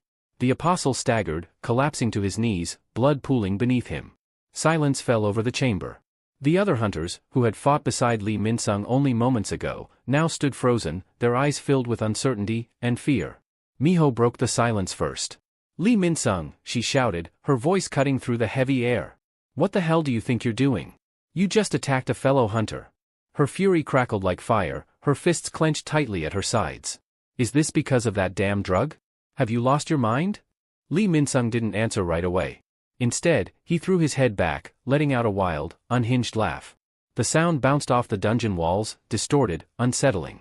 His free hand clutched at his forehead, his fingers digging into his skin as though he was trying to ground himself. "Damn it, so this is how it turned out." His voice was strained, erratic. Sweat streamed down his face as his glowing yellow eyes flickered, shifting between gold and deep black, as if the power inside him was at war with itself. Then, through the haze of chaos, a whisper echoed in his mind. "They're here. Outside. Waiting." A grim realization struck him like a blade to the gut. S-rank hunters? The association sent them. If I stay here, I won't make it out alive. His eyes darted toward the only remaining exit, the gaping hole in the ceiling. But the other hunters had already moved, blocking his path. "I don't have time for this," he muttered under his breath, his muscles tensing. Miho, seeing his intent, didn't hesitate. "Stop him," she commanded. "Don't let him escape." A deadly aura surged around Lee Min-sung as he exhaled sharply. His grip on his weapon tightened. "Move." His voice was cold, laced with barely contained rage. "Unless you're ready to die." The next second, he exploded into motion. His speed was blinding, a blur of destruction as he tore through anyone who stood in his way. Blades clashed, screams rang out, but the resistance was futile. He cut them down without hesitation, his strikes swift and merciless. Blood sprayed across the battlefield, bodies crumpling in his wake. Then, in a single bound, he launched himself upward, vanishing through the hole in the ceiling. The remaining hunters stood motionless, their minds struggling to comprehend what had just happened. The scent of blood lingered in the air, mixing with the dust and debris left in the wake of his escape. Miho swallowed hard, forcing herself to push past the shock. She turned sharply to one of the hunters still standing. "Send the signal," she ordered, her voice sharp with urgency. "Alert the S-rank hunters outside. Now." Despite her quick thinking, a gnawing sense of unease clawed at her. Something wasn't right. Something felt terribly wrong. Her gaze darted back to the apostle's fallen form, only to feel her breath hitch in her throat. The man who should have been on the brink of death was rising to his feet. Blood trickled from the wound in his back, staining his robe, but he remained standing. A crooked smile played on his lips as he pressed a hand against his injury, staunching the bleeding. "Interesting," he mused, his voice eerily calm despite the pain. His eyes gleamed with something far more dangerous than anger. He let out a soft chuckle. Even with overwhelming magic power, resisting the Mistborn's divinity is still possible, if the will is strong enough. His fingers twitched, and his smile grew wider. "That's good to know." The apostle's voice dripped with unsettling satisfaction, a twisted sense of calm settling over him despite the grievous wound. His smirk widened, dark amusement flickering in his eyes as he ran a bloodied hand through his hair, the crimson staining his fingers. He made no attempt to answer, standing tall despite the attack that should have ended him. The silence that followed was suffocating, thick with an unspoken menace. Miho's breath hitched, her voice barely above a whisper. "Hunter Park? That strike should have gone straight through your heart. How are you still standing?" The apostle's grin only deepened, his posture exuding an eerie confidence. He said nothing, but his silence alone was enough to send a chill down Miho's spine. Meanwhile, beyond the dungeon's confines, Lee Min-sung darted through the dense forest, his breaths ragged, his mind a storm of frustration. His newfound power surged within him, yet he found himself on the run, hunted like an animal. An S-rank strength, and I'm still forced to flee like this? This is absurd. His muscles ached, and his thoughts raced wildly. Every faction, every force seemed to be against him. Damn those extraterrestrials, the Hunter Association, even the Grim Reaper Guild. There's no one I can trust anymore. He needed to disappear, find a safe haven where he could regroup. A nearby city would have to do, at least for the time being. Just as he settled on a plan, a sharp whistling sound sliced through the air. A blade. It embedded itself in the dirt mere inches from his feet, halting him in his tracks. His instinct screamed at him, this wasn't a coincidence. Someone's here. His eyes darted around, searching for the source. Before he could react further, a voice emerged from the shadows, steady and authoritative. "I figured you'd come out on your own after that explosion." Lee Min-sung spun around, his body tensing. A figure stepped into view, moving with quiet confidence. Suho. His presence alone was suffocating, his gaze cold and calculating. He closed the distance between them, his expression unwavering. "Tell me everything you know about the Stardust, and the Interim's apostle," Suho demanded, his tone leaving no room for argument. The tension between them thickened, the forest around them eerily silent. Lee Min-sung's mind whirled. Who the hell is this guy? Not only did Suho know about the Stardust, but he was also aware of the apostle's existence. That wasn't common knowledge. Lee Min-sung's gaze flickered downward, landing on Suho's hands, more specifically, the Vulcan gauntlets covering them. A chill ran down his spine as a realization hit him like a hammer. Wait, wasn't there a rumor about a masked figure who dismantled Brocky's operations and crippled the Stardust supply chain? A bead of sweat trickled down his temple. Could it be him? Lee Min-sung's sharp gaze flickered across the surroundings, calculating his options. His mind raced, but the answer was clear, he had no time to waste. If he hesitated even for a moment, the pursuing hunters would catch up. I don't have the luxury to drag this out. With that thought, he tightened his grip on his sword and lunged forward, his blade slicing through the air with lethal intent. A surge of confidence flooded his chest. Judging by the aura Suho emitted, he was far beneath him in terms of raw magic power. This fight was already won. "You're nothing," he sneered, his voice filled with arrogance. "Die, weakling." The attack was swift, merciless, but Suho didn't so much as flinch. He stood rooted to the ground, his expression unreadable. Just as the sword was about to connect, he shifted his weight ever so slightly, moving with an effortless grace. Then, in a motion so fluid it was almost surreal, he reached up and caught the blade with his bare hand. A sharp metallic screech rang through the forest as Min-sung's blade came to a jarring halt. His breath hitched, disbelief crashing into him like a tidal wave. His fingers tightened instinctively around the hilt, but no matter how hard he pulled, the sword refused to budge. What the? His mind reeled. How did he stop my attack, with his hand? A chill crawled up his spine. Before he could process the impossible reality before him, Suho moved. With a shift of his stance, he twisted his body and delivered a lightning-fast kick straight to Min-sung's jaw. The impact was devastating. Pain exploded through his skull as his vision blurred, his body sent flying backward from the sheer force of the strike. Blood sprayed from his mouth as he tumbled through the air before crashing into the ground with a resounding thud. His head spun, his body screaming in agony. This can't be right. He struggled to breathe, his thoughts a tangled mess. His magic power is weaker than mine. So why is he so much stronger? From the shadows, Beru watched the scene unfold, a knowing smirk playing on his lips. Ah, so that's why Min-sung is so shaken, Beru mused, his voice laced with amusement. Hunters measure strength by the size of their magic power. But true strength. His eyes gleamed as he observed Suho's fluid, unstoppable movements. True strength is something else entirely. The battle raged on, Suho pressing forward with relentless force. Each strike landed with brutal precision, pushing Min-sung further and further back. The difference in power was undeniable, this wasn't a battle between equals. It was a one-sided slaughter. Beru's gaze lingered on Suho, his smirk widening. The young monarch, he's been sharpening his body, honing his strength beyond what an A-rank hunter could ever dream of. His training with a met has propelled him far beyond the realm of ordinary hunters. Minsung's movements grew frantic, his initial confidence crumbling under Suho's overwhelming pressure. His sword, which he once wielded with supreme arrogance, now felt like dead weight in his hands. A realization settled in his gut like a stone. I can't win. The scene shifted abruptly to the depths of the Paiju Field dungeon, a battlefield of wreckage and despair. The air was thick with the scent of blood and dust, the remnants of a brutal clash still lingering. Miho stood amidst the destruction, her breath ragged, one hand clutching her injured arm. Pain pulsed through her body, but it was nothing compared to the shock gripping her mind. Her gaze locked onto the apostle before her, her expression a mixture of disbelief and dread. "Park, Hunter Park," she breathed, voice trembling. "You should be dead. That attack, it went straight through your heart." Yet, there he stood. The apostle's lips curled into the faintest hint of a smirk, but he said nothing. Instead, he slowly raised his hand, summoning a pulsating stardust crystal. The eerie glow cast shifting shadows across his bloodied face, illuminating the quiet malice in his eyes. The sheer energy radiating from the crystal sent a chill crawling up Miho's spine. She knew what it meant. He's going to finish this. Before she could react, a sharp voice rang through the dungeon, cutting through the tension like a blade. "Miho! What the hell is going on?" Her head snapped toward the sound, her heartbeat hammering against her ribs. There, standing at the edge of the broken ceiling, were two towering figures. Relief flooded her expression as she exhaled shakily. "You made it," she murmured, her voice laced with exhaustion. Hunter Choi, and Hunter Lim Taegu.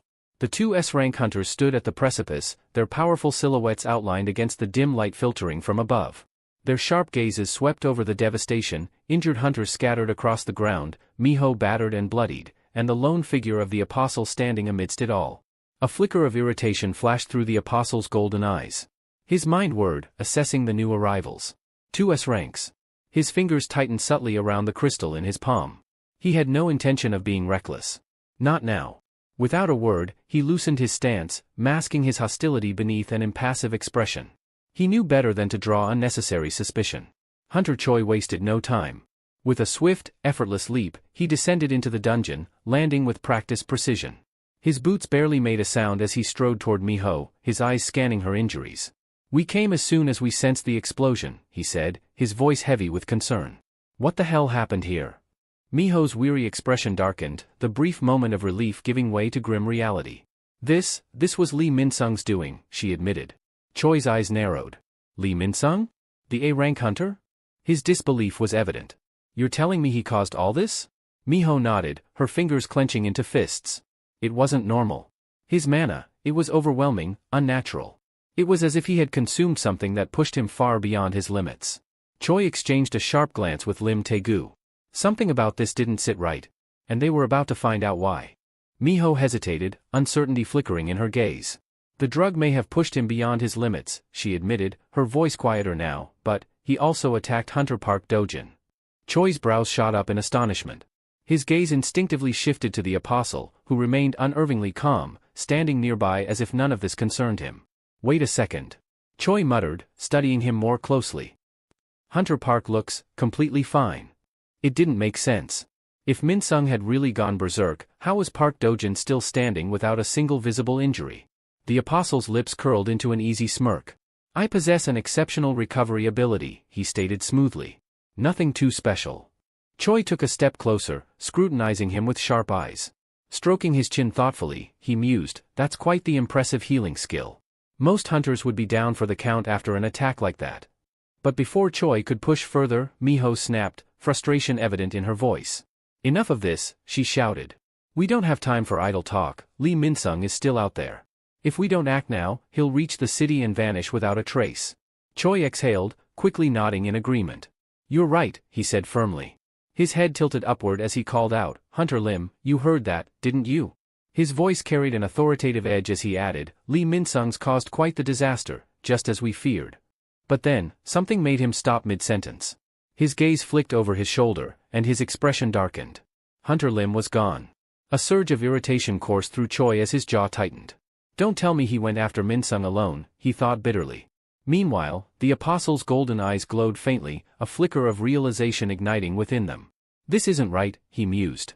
"My connection with Lee Minsung hasn't been severed, so why is he resisting?" His thoughts spiraled deeper, troubled by the unpredictable nature of human will. desires, emotions. His lips pressed into a thin line. They always make things complicated. As Choi and Miho prepared to move, the apostle remained still, lost in thought. It's unlikely anyone would believe whatever Minsung says, he reasoned. But if I stand here doing nothing, I'll only draw suspicion. Closing his eyes, he reached inward, focusing his energy. A thin tendril of divinity extended from him, seeking to re-establish his control over Minsung. If I must, I'll discard him. A chilling resolution took hold. It would cost him a considerable amount of divinity, but he could still force Minsung's body to turn on itself, to end his own life. After all, he was nothing more than an A-rank hunter. I can always find another puppet. Just as the thought solidified in his mind, his vision blurred. His consciousness latched onto Minsung's, and suddenly, he was seeing through his pawn's eyes. The scene before him made his breath catch. What? Something was terribly wrong. Is he fighting? Panic twisted in his gut as he focused on the chaotic battle unfolding through Minsung's perspective. And for the first time in a long while, unease gripped him. The apostle's jaw tightened as a grim realization took hold. Don't tell me, he's already encountered an S-rank hunter? His focus sharpened, his awareness tunneling into the battle through Minsung's eyes. Within moments, he recognized the figure relentlessly attacking his pawn, Su-ho. The masked hunter moved with lethal precision, each strike calculated, each step unwavering. A flicker of unease passed through the apostle's glowing yellow eyes. His expression darkened as his gaze fixated on the black mask. Why is he here? Tension settled deep in his chest. Could he be after Lee Minsung as well? Or is this just a coincidence? His hands clenched into fists beneath his coat, his mind racing. Nothing has gone as planned since we arrived in this world. I never expected to encounter the black mask this soon. He exhaled slowly, lifting his collar to partially obscure his face as if shielding his turbulent thoughts. Back then, everything unfolded exactly as foretold, as if guided by the word of God. But now? A shift occurred within him. The unease faded, replaced by something far more chilling. His lips curled into a slow, twisted grin. The earlier frustration gave way to a thrill that sent a shiver of anticipation down his spine. But why am I smiling? His grin widened, his pulse quickening. This is exhilarating. Meanwhile, Su-ho continued his unrelenting assault, his blade carving through the air with ruthless efficiency. Each strike forced Lee Minsung further back, the overwhelming pressure giving him no room to counter. Minsung gritted his teeth, sweat beading on his brow. He struggled to block, his frustration mounting with every passing second. If this keeps up, I won't get another chance. Desperation flared in his eyes. Then, he made a bold move. Wait! Minsung's voice rang out, cutting through the chaos. Su-ho's instinct screamed at him to ignore it, but his body hesitated for just a fraction of a second. His sharp gaze narrowed as he halted mid-attack. What? His tone was edged with both irritation and curiosity. Minsung straightened slightly, his stance shifting as he spoke with deliberate seriousness. If I answer your questions, will you let me go? Su-ho blinked, momentarily caught off guard by the sudden shift in Minsung's demeanor. His suspicion deepened. What are you playing at? He asked coldly. You were working with the Iterum Apostle, weren't you? A dark fire ignited in Minsung's eyes, a crimson glow flickering within them. His jaw clenched as he spat out his next words with bitter resentment. That alien betrayed me. Su-ho and Beru, who had been watching from the shadows, exchanged brief glances. Betrayed? Su-ho's mind raced. Did things fall apart between them? His grip on his weapon tightened as he pressed forward. Then tell me, if he turned on you, why were you helping him distribute stardust? Minsung lowered his sword slightly, his fists trembling as he suppressed the fury boiling inside him. Lee Minsung exhaled sharply, his frustration bleeding into his voice. Because he promised me something, he admitted, his tone bitter. He swore he'd kill someone for me. Su-ho's eyes narrowed, his brows furrowing in disbelief. You allied with the Apostle, just for revenge? Minsung's fingers twitched, his hand forming a fist before he gestured sharply. His voice remained steady, yet the anger simmering beneath it was unmistakable. After the great cataclysm, everything I built collapsed. My entire life was turned upside down. And then, someone, a complete nobody, suddenly awakened as an S-rank hunter and had the audacity to look down on me. He paused, his expression twisting with resentment. To continue being who I am, there was someone I had to erase. His burning gaze locked onto Su-ho. And weren't you searching for that alien too? To kill him. Su-ho stiffened, caught off guard by the sudden shift in conversation. His grip on his weapon tightened, but his voice remained firm. No, he said, his tone resolute. I don't intend to kill him. Not if this can be settled with words. For a brief moment, silence hung between them. Then, Minsung's lips curled into a mocking smirk. You don't plan to kill him, he repeated, his voice dripping with scorn. Even though that creature is here to take over our world? A low chuckle escaped him. You remind me of a character I despised when I was an actor. Something dark flickered in his crimson eyes. The lingering power of the apostle pulsed through him, corrupting his aura with a sinister energy. The air grew thick, the oppressive force radiating from him suffocating. His grin widened as he took a step forward, his voice low and taunting. A fool who clung to hope yet had no real conviction. That's what you are. The pressure around them grew heavier, the forest itself seeming to respond to the ominous shift. His red eyes burned even brighter as he sneered. If you hadn't stumbled upon that power by sheer luck, you would have remained nothing more than a nameless extra. But mark my words, Suho, one day, you'll be forced to make a choice. A defining moment that will shatter your delusions. A laugh, dark and full of malice, echoed through the trees. And when that moment arrives, the person you'll have to kill is. But before Minsung could finish his sentence, his entire body jerked unnaturally. His breath hitched, his limbs locking in place as if an unseen force had seized control.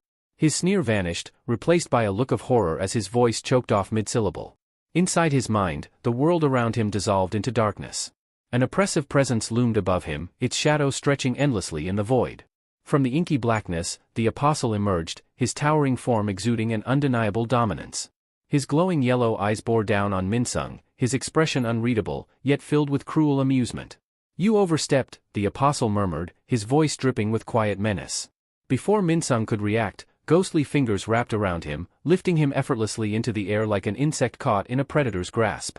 His struggles were meaningless. The apostle's smirk deepened into something far more sinister. Lee Minsung? I won't allow you to speak another word. A slow, mocking chuckle rumbled from the apostle's throat as he regarded Lee Minsung with amusement. I must admit, you've turned out to be far more useful than I anticipated, he mused, his voice dripping with condescension. Thanks to you, I've gained so much. His golden eyes gleamed with cruel delight as he added, so perhaps I was too hasty in calling you incompetent. But now. He leaned in closer, his gaze scorching like molten fire. I'll be borrowing that body of yours one last time. Panic surged through Minsung like a tidal wave. His breath hitched, his muscles tensing as raw terror seized him. What? No. I won't let you. Before he could finish, the apostle's spectral hands slammed together with a force that resounded like a divine decree, the sound echoing through the void like a thunderclap fracturing reality itself. In the real world, Minsung's body was suddenly engulfed in an ominous glow. A violent surge of energy burst forth from him, sending waves rippling through the air, distorting the very fabric of the space around him. The forest trembled beneath the sheer force of the power erupting from within him. Debris shot through the air, trees groaning under the pressure as an unrelenting wind howled across the battlefield. Suho instinctively raised an arm, shielding his eyes from the onslaught. His pulse pounded in his ears as he took a step back, his mind struggling to process what was unfolding before him. What is this? He muttered, his voice nearly lost in the roaring storm of energy. From the shadows, Beru's voice rang out, grim and foreboding. This is Iterim's power, he stated, his tone heavy with dread. And it surpasses even what we faced against Braki. A piercing scream shattered the night. Lee Minsung's body convulsed violently, his back arching unnaturally as golden light erupted from within him. His mouth stretched wide in agony, yet no coherent words came, only a soundless, soul-wrenching wail. His very form was changing. The golden energy twisted and coiled around him like living chains, embedding itself into his flesh. His sword, which had once been merely a weapon in his grasp, fused seamlessly with his arm, its metal gleaming with an eerie brilliance. Then, as if the heavens themselves were splitting open, radiant wings unfurled from his back, vast, luminous, and pulsating with Iterim's overwhelming presence. Their glow was blinding, their edges sharp like celestial blades.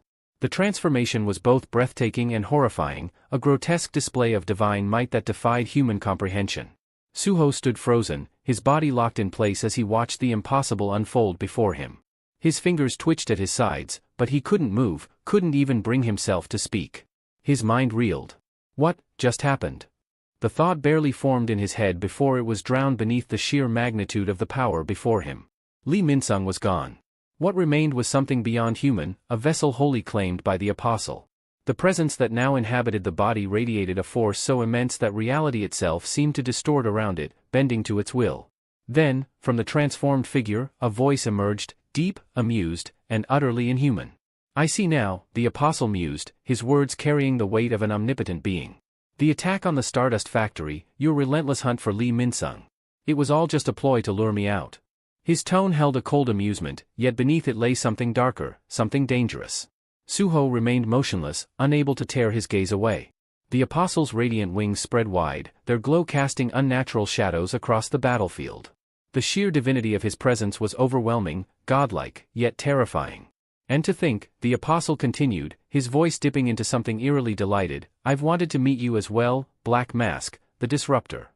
He leaned forward slightly, his burning golden eyes locking onto Suho with predatory intent. The apostle leaned in slightly, his luminous golden eyes locking onto Suho with an eerie glint. A slow, amused smile curled across his lips. Now then, let's make this interesting.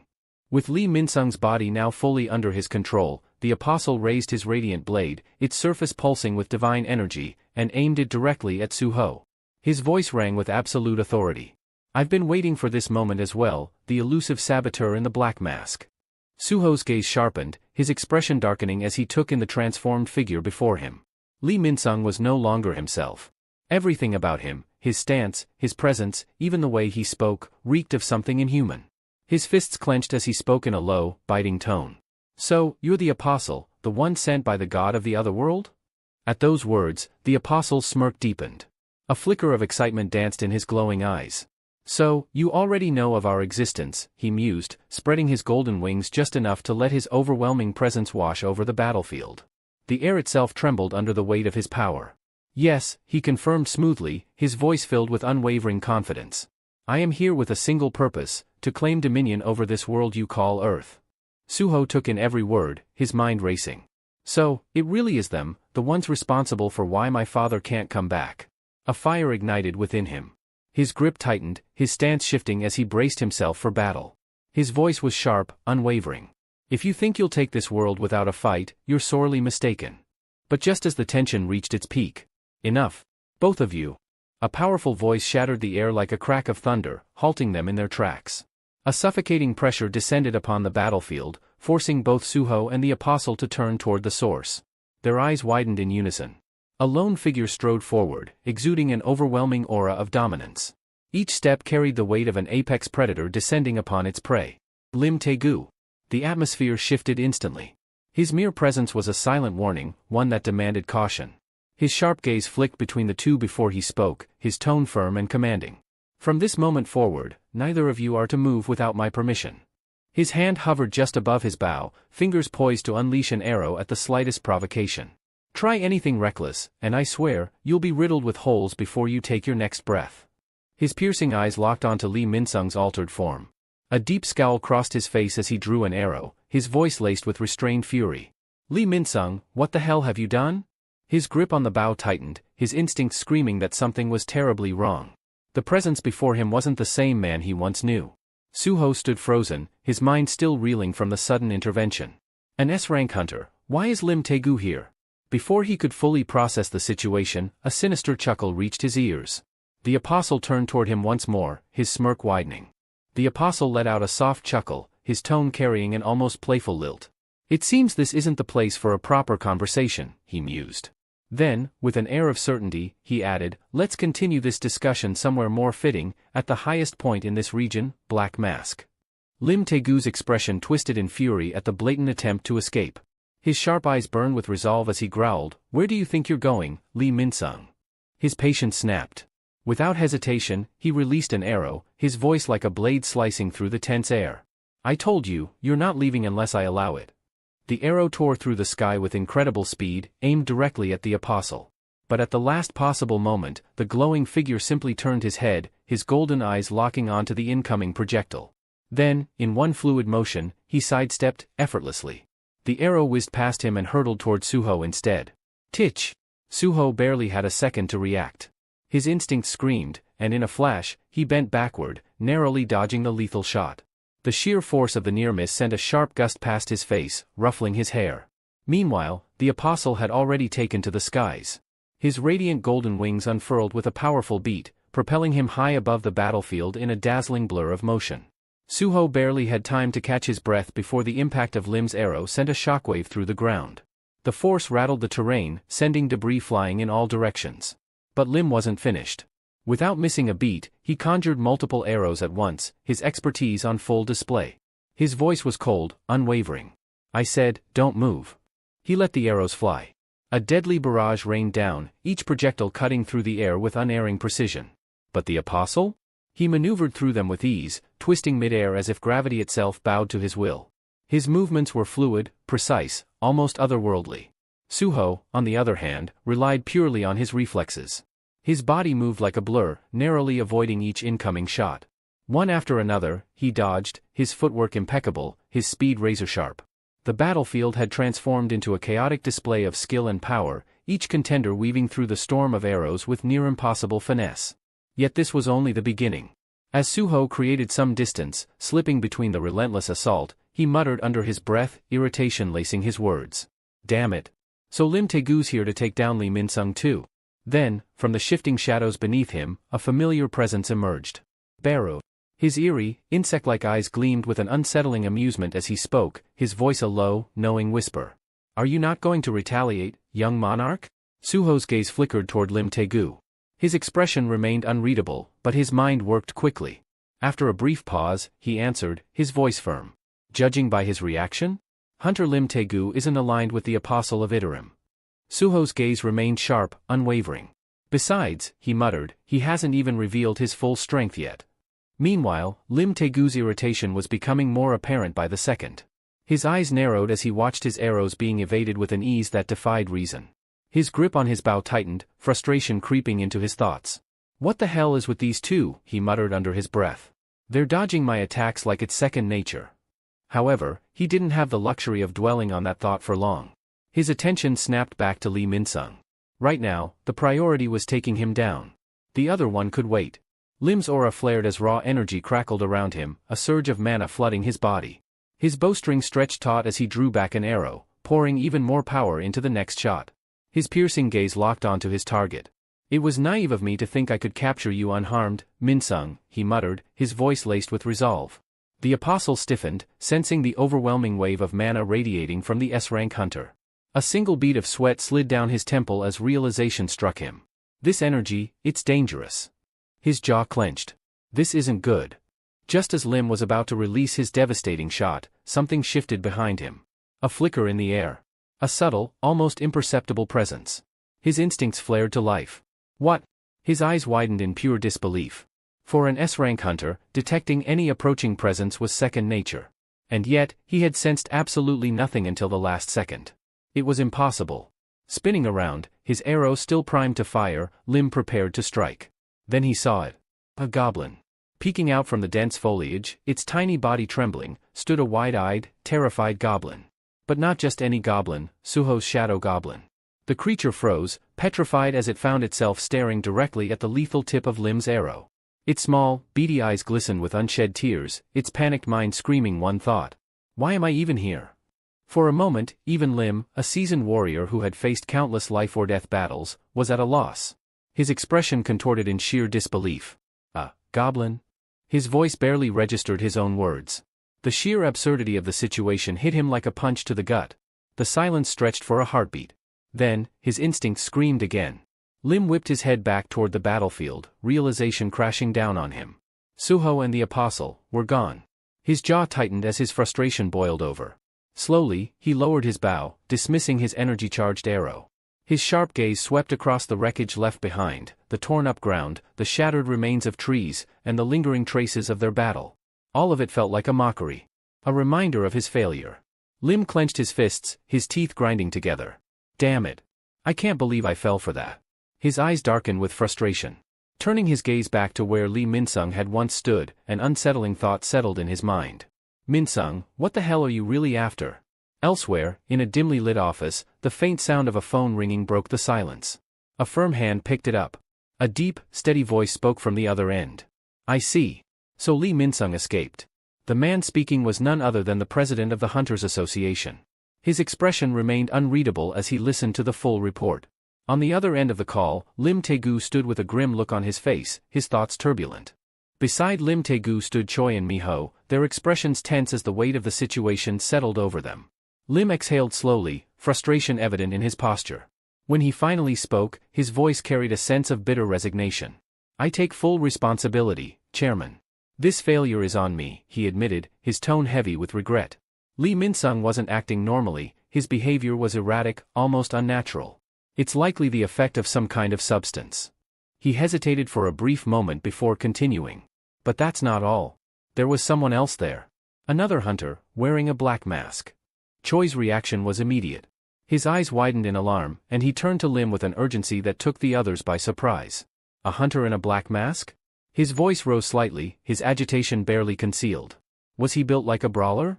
Lim blinked, momentarily caught off guard by the sudden shift in Choi's demeanor. He narrowed his eyes. You've seen him before?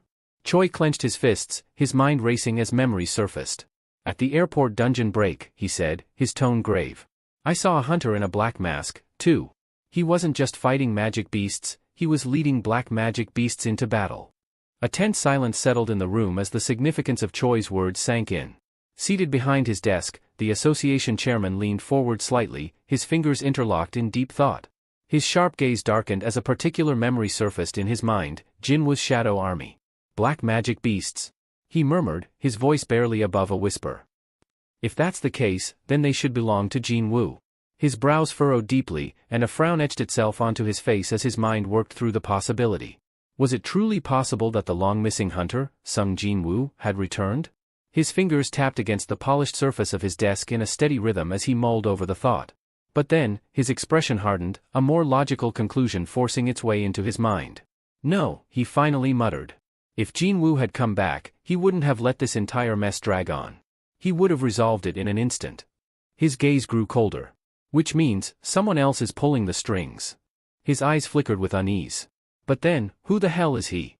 Atop the highest peak in the region, where the apostle had chosen as the battleground for their confrontation, Suho arrived, his steps steady and unrelenting. The air was thin, the wind sharp as it howled through the desolate mountaintop, carrying a haunting stillness between them.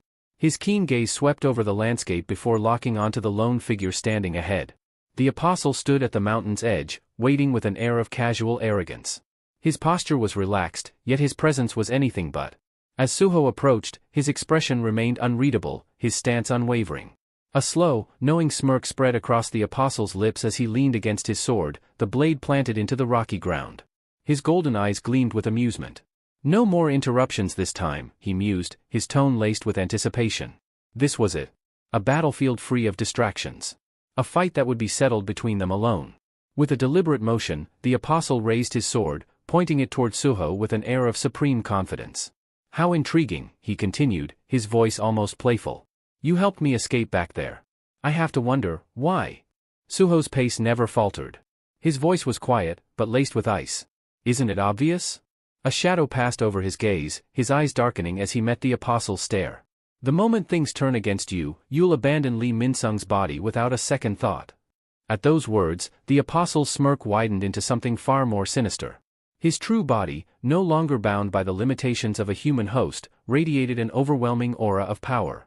A sense of suffocating presence filled the space between them. A low chuckle escaped him, dark and full of amusement. I've heard whispers, he mused, tilting his head. The demons speak of a being who commands the darkness itself. They call him the Shadow Monarch. His golden eyes flickered with curiosity, studying Suho intently. So tell me. His smirk deepened, his voice rich with intrigue. What exactly is your connection to him? The wind howled around them as the tension between them thickened. Suho's expression remained cold and unreadable. But in the depths of his gaze, something shifted.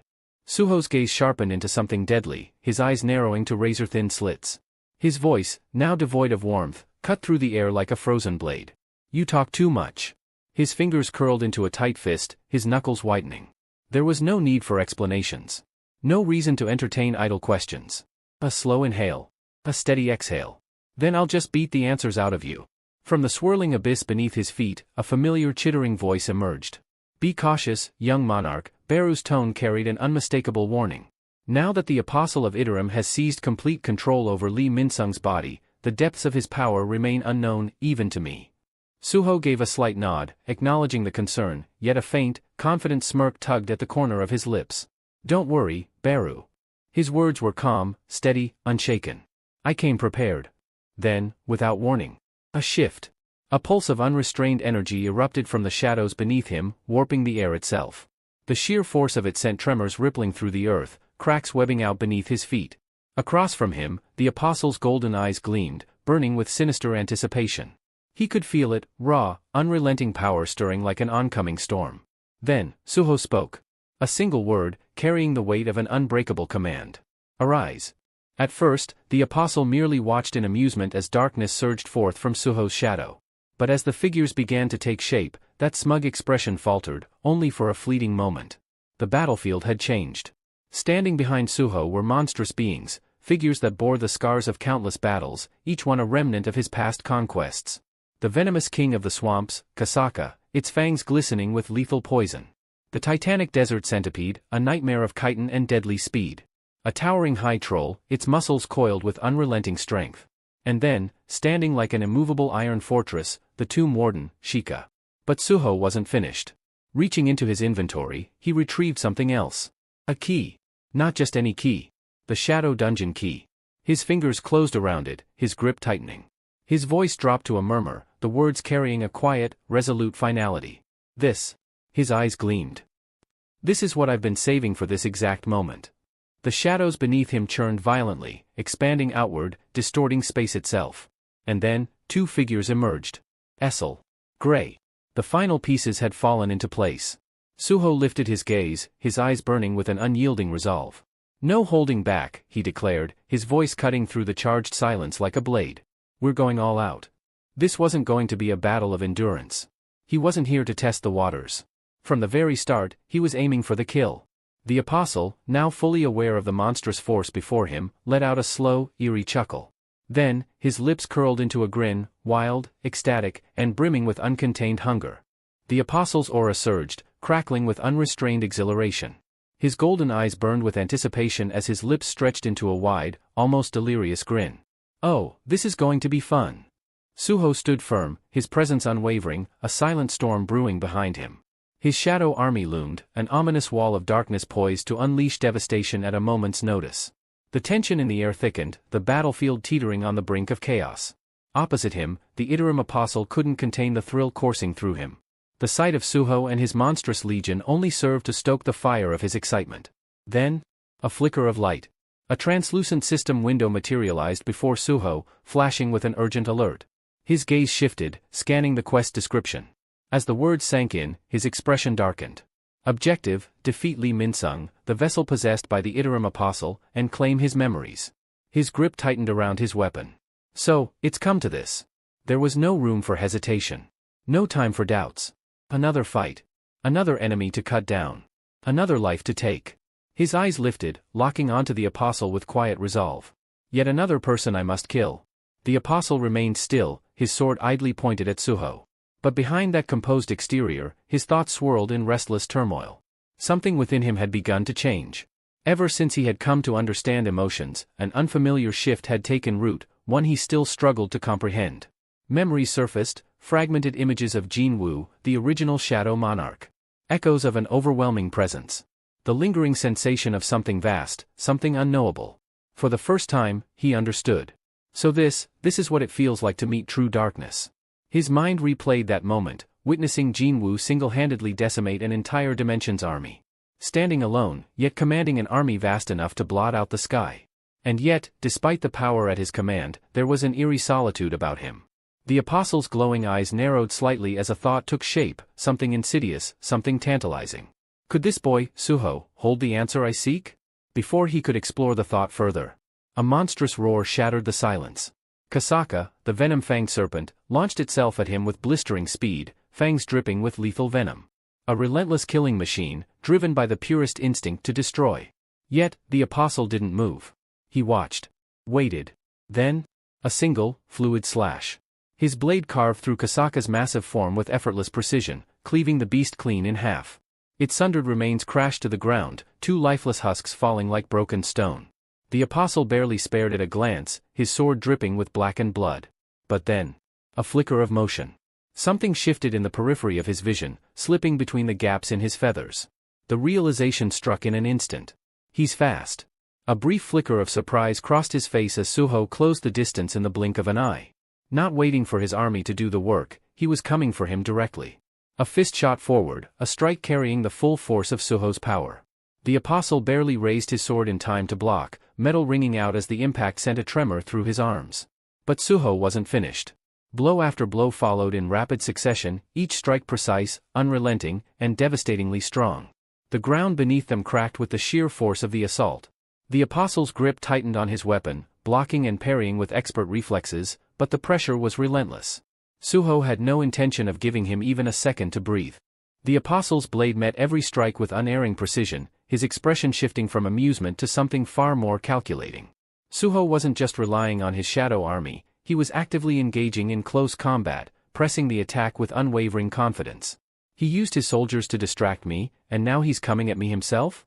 The apostle's narrowed gaze followed the relentless onslaught. He must trust his abilities in hand-to-hand combat. Then, a split-second opening. Suho's stance faltered ever so slightly, an exposed angle appearing in the midst of their brutal exchange. The apostle's instincts took hold, his blade flashing forward in a precise, merciless arc. A sure kill. But at the last possible moment, Suho twisted his body, arching backward with unnatural agility. The sword's edge whistled past his chest, missing him by a hair's breadth. The apostle's strike didn't go to waste, though, the sheer force behind it cleaved effortlessly through the massive shadow centipede looming behind Suho, splitting the monstrous creature in two. Even as its severed body collapsed into inky darkness, the apostle was already moving to capitalize on his advantage. But then, his senses flared. Another presence. Closing in. Fast. Essel. She was a blur of motion, spear gripped tightly in both hands, her eyes burning with fierce resolve. This was her moment. A sharp breath. Then, she struck. The spear carved a perfect arc, driving forward with all her strength, aimed straight for the apostle's back. Yet, at the last possible instant, he shifted.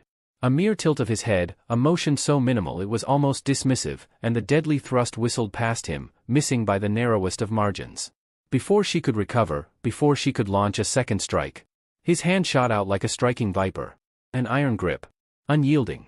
Essel gasped, her breath catching in her throat as her weapon was wrenched from her control. Her feet left the ground as she dangled helplessly, still clutching the spear, utterly powerless in his grasp. A slow, twisted smile crept across the apostle's face. His voice, smooth and laced with cold amusement, sent a chill down her spine. "You're not one of the black soldiers." Essel's heart pounded against her ribs, fear creeping into her wide eyes. Suspended in midair, her weapon held captive, she had no way to defend herself. Panic coiled around her like a vice. Then, a blur. A force like a thunderbolt. Suho crashed into the apostle with all the momentum of a coiled spring unleashed, his body twisting as he delivered a devastating kick straight to the apostle's face. The impact was solid. Violent. Essel was instantly freed, tumbling back as her grip finally broke. Yet, the apostle barely budged. His head snapped back ever so slightly from the force, but that was it. The attack had done nothing more than inconvenience him. Then, slowly, his golden eyes flickered back to Suho. A gleam of something sharp and dangerous. His gaze, once filled with amusement, now carried an unmistakable weight. A cold, controlled fury. His voice, when he finally spoke, was firm. Almost scolding. "Why are you not making proper use of the black soldiers in the main fight instead?" Suho stiffened. What? For a moment, he was thrown off by the strange phrasing. The apostle's words didn't quite make sense to him. But then, realization struck. His expression hardened. Cold understanding settled into his eyes. He met the apostle's gaze, his voice steady, unwavering. "If that's what you want to see so badly." His fingers curled, his aura darkening. "Then I'll show you." Without warning, two colossal hands of shadow burst forth from the ground, seizing the apostle in an unrelenting grip. The force behind them was immense, their fingers tightening like iron shackles around his body. It was Sheikah, one of Suho's elite monsters, who had ensnared him. Almost immediately, the terrain reacted. The surrounding sands twisted and churned, slithering like living entities as they surged toward the apostle, constricting around him to reinforce the hold. What had once been a battlefield now became a prison, the weight of the shifting dunes bearing down to restrict his every movement. Yet, the apostle remained composed. His expression betrayed no concern, his piercing gaze shifting only slightly, to finally acknowledge the beast that dared to restrain him. Sheikah's grip tightened further. The combined force of the sand and shadow should have immobilized even the mightiest foe. But still, the apostle's golden eyes remained locked onto Suho. Unmoved. Unshaken. Suho saw it. Now, summoning every ounce of power within him, he clenched his fists. His muscles coiled like compressed springs, his entire body surging with raw energy. A dark aura pulsed around him, crackling with untamed force. The very air around him warped under the pressure, distorting as he reared back, preparing to unleash a strike that could shatter mountains. The ground beneath him trembled. A sharp, electric tension filled the space between them. And yet, the apostle did not struggle. Did not even attempt to break free. He simply stood there, unbothered, as if Suho's attack was nothing more than an insignificant inconvenience. As if the mere thought of resistance was unnecessary. Then, impact. Suho's fist slammed into the apostle's body with the force of a war hammer, detonating like a missile upon contact. A deafening shockwave tore through the battlefield, splitting the earth as an eruption of sand and debris engulfed the area. The sheer power behind the strike sent violent tremors across the ground, displacing everything in its path. For a moment, nothing was visible. Then, boom! A sudden explosion of force tore through the swirling chaos, sending the binding sand scattering in all directions. A pulse of energy radiated outward, slamming into Suho like a battering ram, knocking him back. He skidded across the battlefield, his boots digging into the dirt as he fought to stay upright. His breathing was heavy. His heart pounded. What just happened? The apostle had broken free. Effortlessly. From within the fading storm of dust, two golden eyes gleamed ominously, cutting through the haze like twin beacons. Then, a flicker. The apostle vanished. His speed was incomprehensible, his movement beyond human perception. I won't be able to feel that same thrill as before, he muttered, his tone eerily devoid of emotion. Suho barely had time to react before the apostle was upon him. Instinctively, he raised his arms, crossing them in front of his chest to shield himself. The moment the attack connected, Suho's entire body screamed in protest. The sheer force behind the blow sent violent shockwaves through his frame, his muscles straining as he absorbed the impact. But the apostle wasn't finished. Without hesitation, he disappeared again, reappearing behind Essel and one of Suho's strongest shadow monsters, a towering shadow troll. Slash! A piercing cry echoed across the battlefield. Essel gasped as a deep gash tore through her shoulder, her spear shattering into worthless fragments. Blood dripped from the fresh wound, her strength wavering. The shadow troll, despite its formidable resilience, barely had time to react before its massive form was riddled with gaping holes, dark energy leaking from its punctured body. Suho's breath caught in his throat. He cut through them, just like that? His mind barely had time to process it before an even more chilling realization set in. A sharp, unsettling pressure against his fists. A faint cracking sound. His eyes darted downward. And his stomach twisted. The Vulcan gauntlets, his trusted weapons, designed to withstand unimaginable force, had begun to crack. Hairline fractures spread across their surface like a spider's web, proof of the devastating power difference between him and the apostle. A bitter truth settled deep within him. Am I really this outmatched? The apostle turned back to him, his gaze sweeping over the battlefield, the destruction he had effortlessly wrought. For the first time, his neutral expression shifted. Disappointment. A slow, measured breath left his lips before he finally spoke. How underwhelming. His words carried a distinct air of disdain, as if the battle had failed to meet even his lowest expectations. These soldiers of darkness, he mused, glancing at the battlefield. They fight like seasoned warriors. They move as one, like an army that has long embraced the art of war. His gaze returned to Suho, and this time, it was laced with something almost pitying. Your power may be similar to his. His voice turned sharper. Colder. But at its core, it's nothing like his. The weight of his words was undeniable. You wield such authority, yet you still can't win this fight. His final words came like a blade to the heart. You're far too weak. Suho stood there, battered and worn, his body aching, his breath ragged. And for the first time, doubt crept into his mind. Hearing those words, hearing the apostle so casually dismiss his strength, ignited something deep within Suho. A slow, simmering heat coiled in his chest, his fingers curling into fists as his jaw tightened. His narrowed eyes burned with unspoken defiance. Damn it. It had become increasingly difficult to fight Lee Min-sung ever since the apostle took control. His power, his presence, was on an entirely different level. He's probably an S rank now? The bitter realization clawed at his mind, but before he could fully grasp it, the apostle moved. A surge of fury twisted his once calm expression, his golden eyes alight with seething rage. A deep scowl marred his face as he stormed forward, his voice laced with an icy edge. The reason darkness feels so isolated, he murmured, his tone void of emotion, is because there is no other existence in this world capable of standing beside it. Then, his sword fell. Suho barely managed to lift his Vulcan gauntlets in time, intercepting the attack before it could split him in two.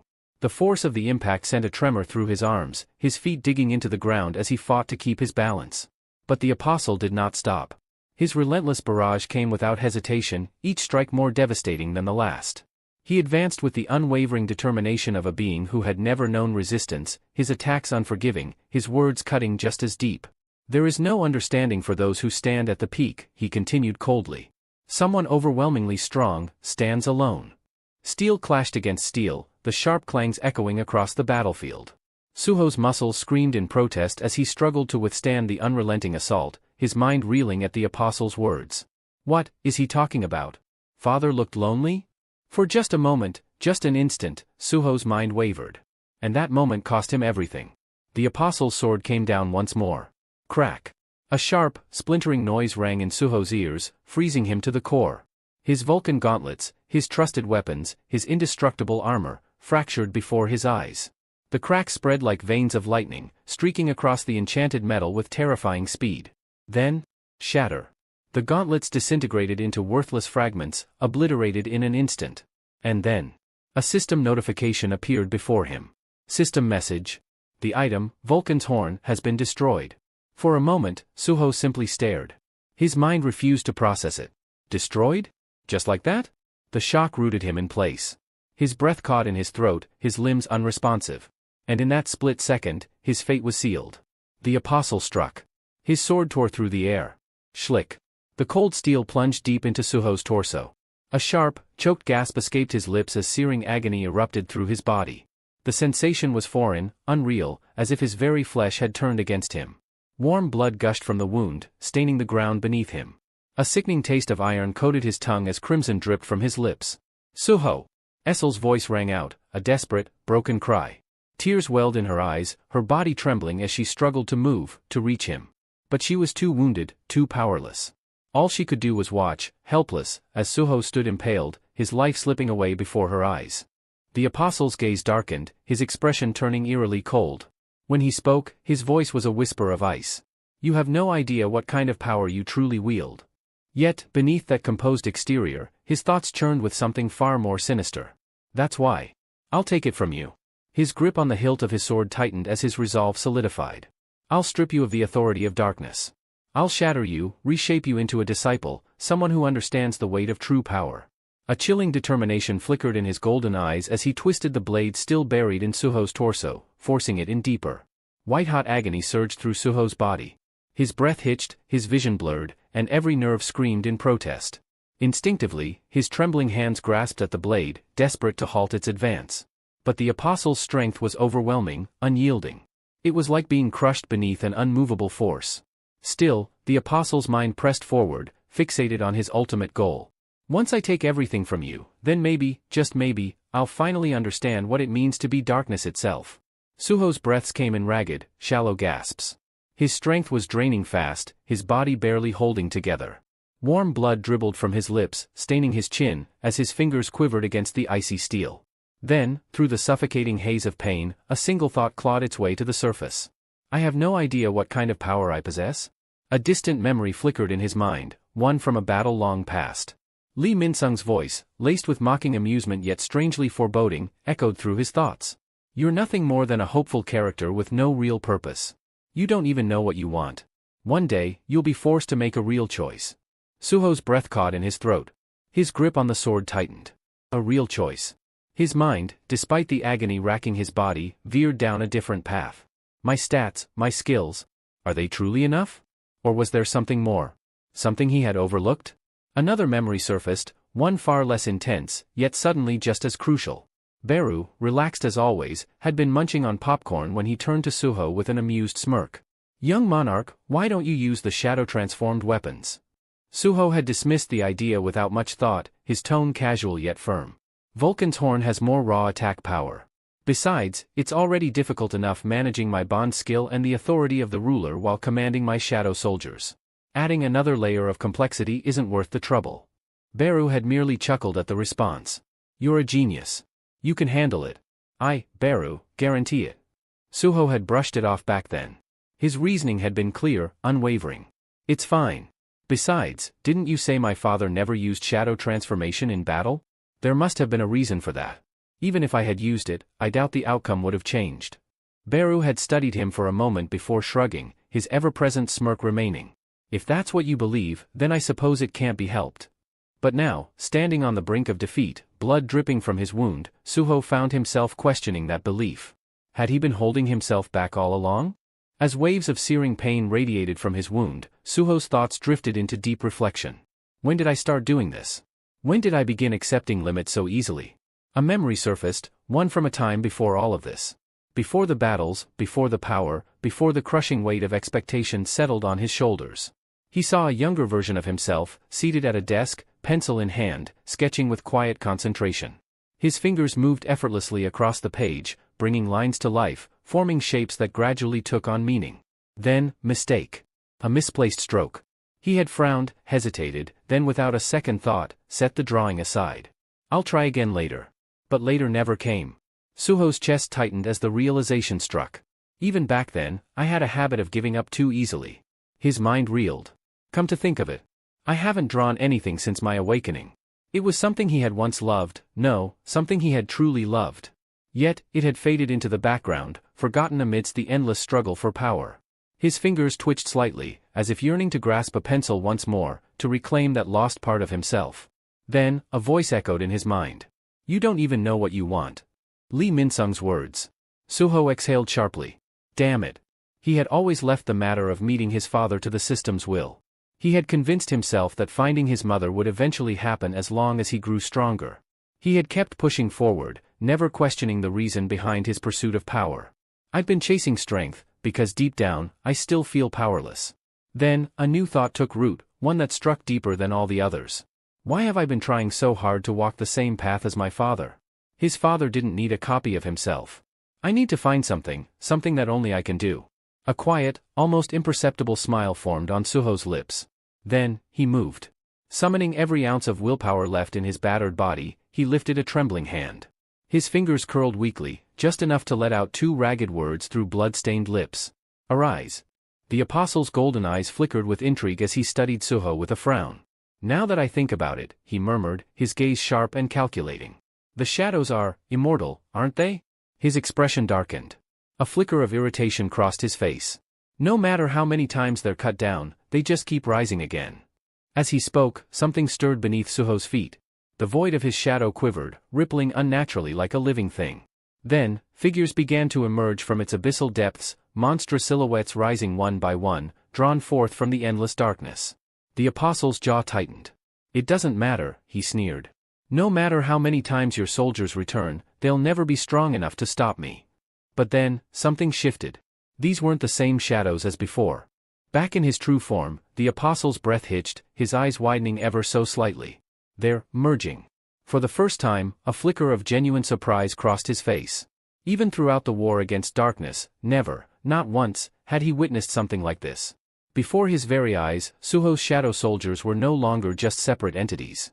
They were fusing, melding together into a grotesque, nightmarish colossus. Its form writhed and contorted as if reality itself struggled to contain its existence. Multiple creatures became one, their combined power crackling through the air like an impending storm, heavy with the promise of devastation. And then? Suho did something unthinkable. With a decisive motion, he severed his bond skill with Grey. Essel gasped audibly, her eyes widening in shock as she watched the fusion between Suho and Grey violently unravel. Why? Why would he do that now? But before the confusion could settle, something even more staggering happened. Suho's aura, already menacing, already otherworldly, shifted.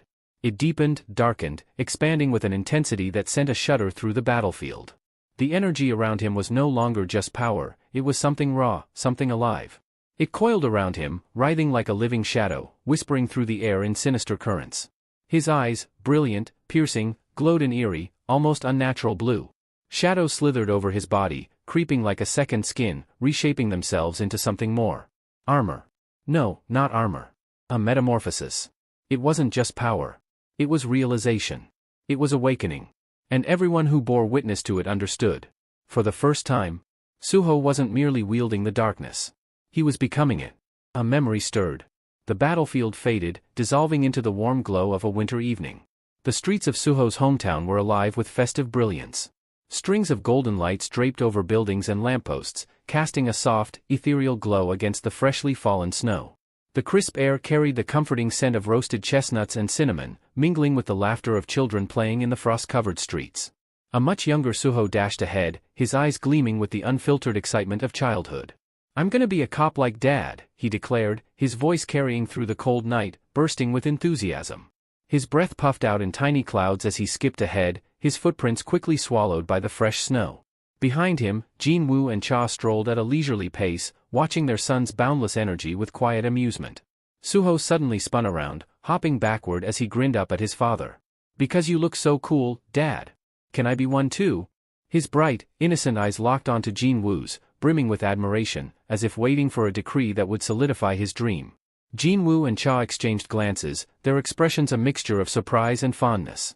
But before either could respond, Suho, unable to contain himself, blurted out another thought.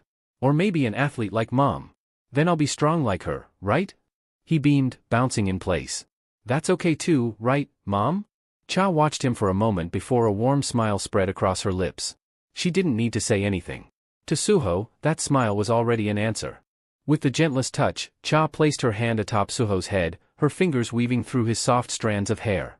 A warm, affectionate smile graced her lips as she spoke in a voice filled with unwavering tenderness. "Suho, when you were born, your father and I made a promise." His excitement faltered, curiosity flickering across his youthful face. He tilted his head slightly, his brow furrowing. "A promise," he echoed, his voice now subdued. Cha lowered herself to his eye level, meeting his inquisitive gaze with warmth. "That we would never choose your dream for you," she said gently. "No matter what path you decide to take, we'll always stand by you." Suho's expression wavered. His small hands balled into fists at his sides, his lips pressing together as if he were grappling with something unspoken. "But I want to be strong like you and Dad," he murmured, his voice barely above a whisper. Cha let out a soft chuckle, brushing a stray strand of hair from his forehead. "If that's truly what you want, then pursue it with all your heart," she said. "But promise me one thing." Suho's eyes lifted to meet hers, a silent question in his gaze. "Always ask yourself if it's what you truly desire." The memory unraveled like snowflakes dissolving upon warm skin, fading into the depths of Suho's consciousness. Why now? Why did his mother's words suddenly resurface? Somewhere along the way, he had stopped questioning himself. He had chased after strength, after power, after the image of his father, never once pausing to ask what he wanted. What am I actually good at? What do I really love? Before he could find an answer, another memory emerged, sweeping over him like a tidal wave. The scent of charcoal and acrylic paint lingered in the air.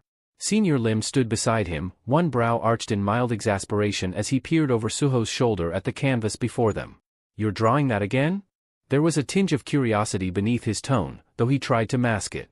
Suho turned slightly, the corners of his lips quirking upward in amusement. "If you look closely, there's a small—" Before he could finish, Lim cut him off with a knowing smirk. Yeah, I get it. Your drawings are different," he sighed. He stepped closer, studying the artwork with an unreadable expression. "Normally, if someone keeps drawing the same thing, they get stuck in a cycle. But you, it's the opposite." Suho blinked, slightly taken aback. "It's like the more you draw, the freer you become." Lim's gaze landed on a particular sketch, and he pointed at it with a chuckle. "Especially this one." Suho followed his line of sight, his eyes narrowing slightly as he examined the piece. Lim smirked. "At this point, can you even call that an ant?" The memory shattered like fractured glass. Reality slammed back into Suho with full force. The present came roaring back, a battlefield soaked in blood, the stench of iron thick in the air. Pain pulsed violently through his body, but his mind was sharper than ever. His fingers clenched around the apostle's blade, the cold steel buried deep in his flesh. Blood dripped from his hand, staining the weapon in a crimson sheen, yet his grip didn't waver. The shadows around him twisted and writhed, alive with an unnatural sentience, responding to his very will. His breathing was steady. His focus, unshakable. The reason I grasped shadow form change faster than my father, was likely because the system synchronized it with my instincts. Suho's eyes burned with unwavering determination. "I won't fight it anymore." The apostle tensed, immediately sensing the shift in Suho's energy. The air thickened, charged with an overwhelming presence as shadows erupted from his body, consuming everything in their wake.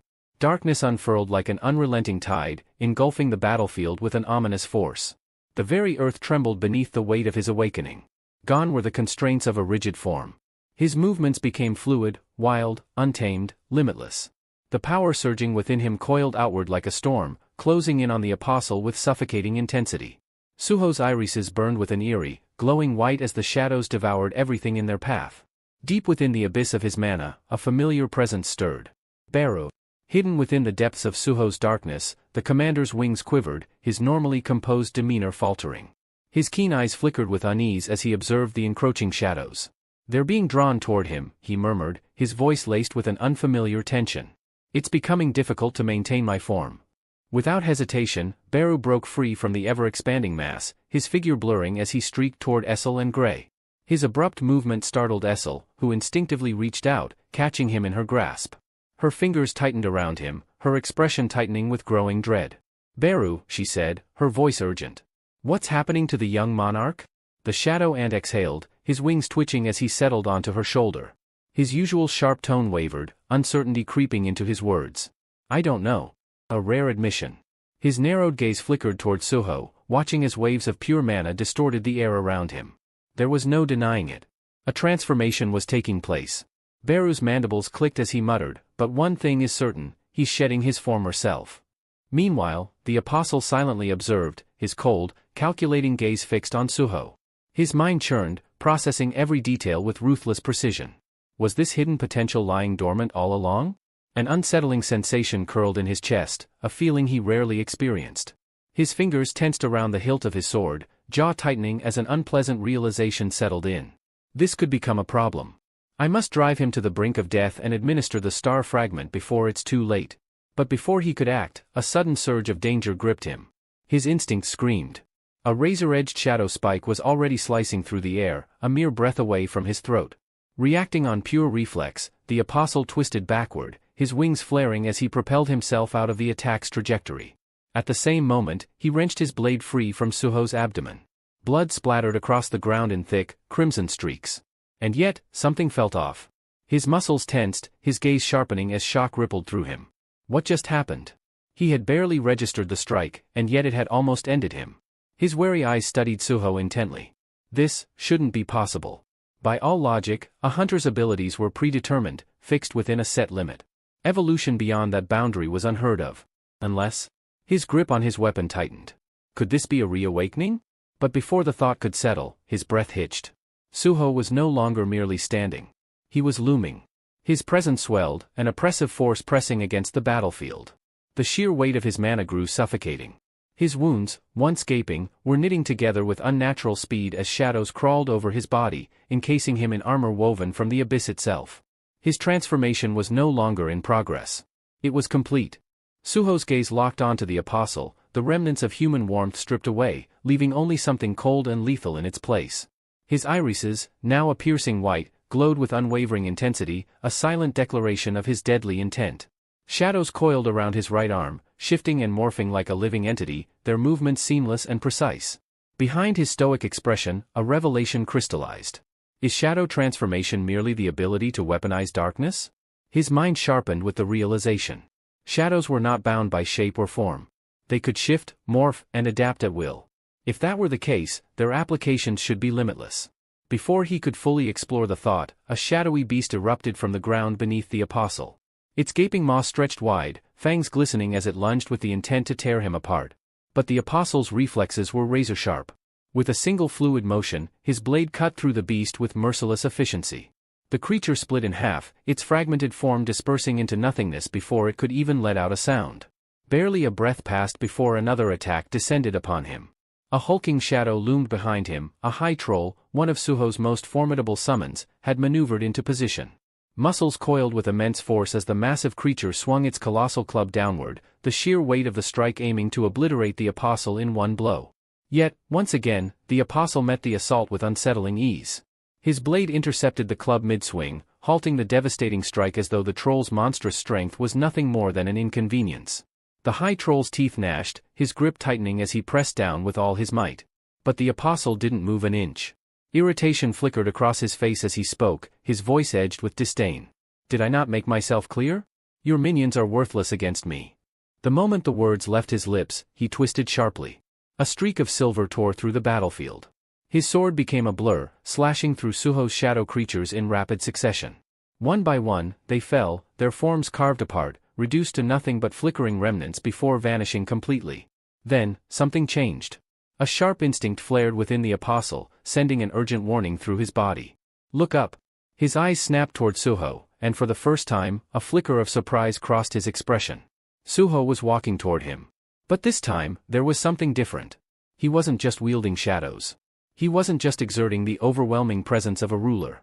The very air around him crackled with something new. Power coiled around his arm, not of darkness, but something far more volatile. A deep crimson aura flared to life, pulsating with raw, untamed energy. It twisted and surged, alive with intent, wrapping around him like a predator waiting to strike. Suho's expression remained unreadable, but when he finally spoke, his words sliced through the silence like a blade. "If this doesn't work either, then it's over." A sudden flicker in his vision signaled an unexpected system notification. Bonding skill activated, Demon Strike. At that moment, a drastic change overtook Essel. Her dark hair turned an ethereal white, her mana surging outward in torrents, pouring directly into Suho without restraint. She wasn't holding back, offering everything she had for one singular, overwhelming strike. The moment her energy merged with his, Suho moved. A deafening boom erupted as he launched himself off the shattered ground, the sheer force of his takeoff fracturing the battlefield beneath him. Cracks splintered outward like veins in stone as he shot forward, his entire being infused with an unprecedented combination of shadow form, the ruler's authority, and the devastating power of Demon Strike. Across the battlefield, the apostle's instincts flared. His body reacted before his mind could fully process the danger, propelling him backward in a blur.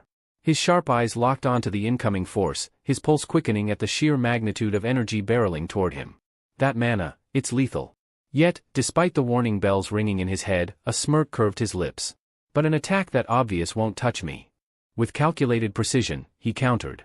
His sword flashed in a rapid series of slashes, each strike forming deadly arcs of light that sliced through the air like relentless waves of destruction. Suho barely had time to react before the first cuts landed. Blades of energy carved into his body from multiple angles, tearing through flesh and muscle with vicious precision. The impact snapped his head back, crimson mist spraying into the cold night. For a brief moment, his vision wavered, the blinding pain surging through his nerves. The apostle inhaled deeply, reveling in the scent of Suho's blood. His smirk widened. "You should still be able to use your authority," he said, tilting his head mockingly. "Even while missing a leg." Suho wavered, his body battered and broken. His breath came in ragged gasps, but amidst the pain, a realization dawned. His eyes flickered, not with despair, but with clarity. "So, this is possible with shadow form?" The apostle's confidence faltered for the first time as a strange shift rippled through Suho's aura. The immense energy he had gathered in his arm, the fusion of shadow form, the ruler's authority, and Demon Strike, suddenly disappeared. But it hadn't vanished. It had been transferred. From the depths of the apostle's own shadow, a figure emerged like a phantom. Sheikah. A split second. That's all the apostle had to register the presence behind him before mana erupted around Sheikah's clenched fist, boiling with violent intensity. Then, boom. The force of the strike shattered the very air. The apostle's mind blanked, his body unable to process the devastating impact that had just crashed into his skull.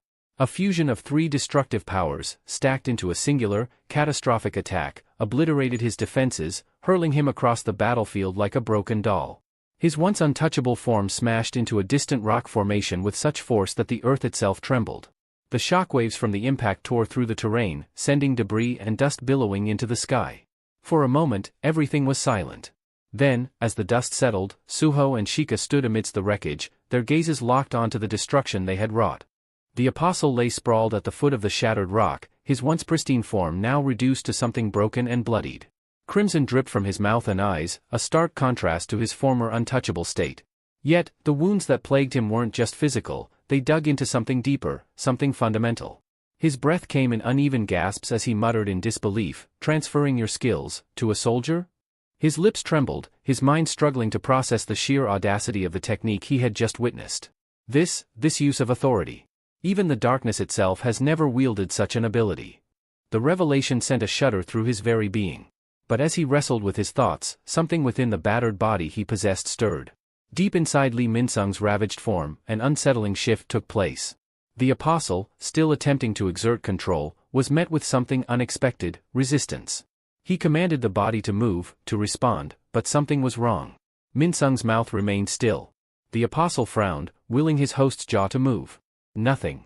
He tried again, only to realize the grim truth: his host's jaw had been completely shattered. A flicker of frustration crossed his features as he tested the body's mobility, flexing his fingers experimentally. The limbs still functioned. He could still fight.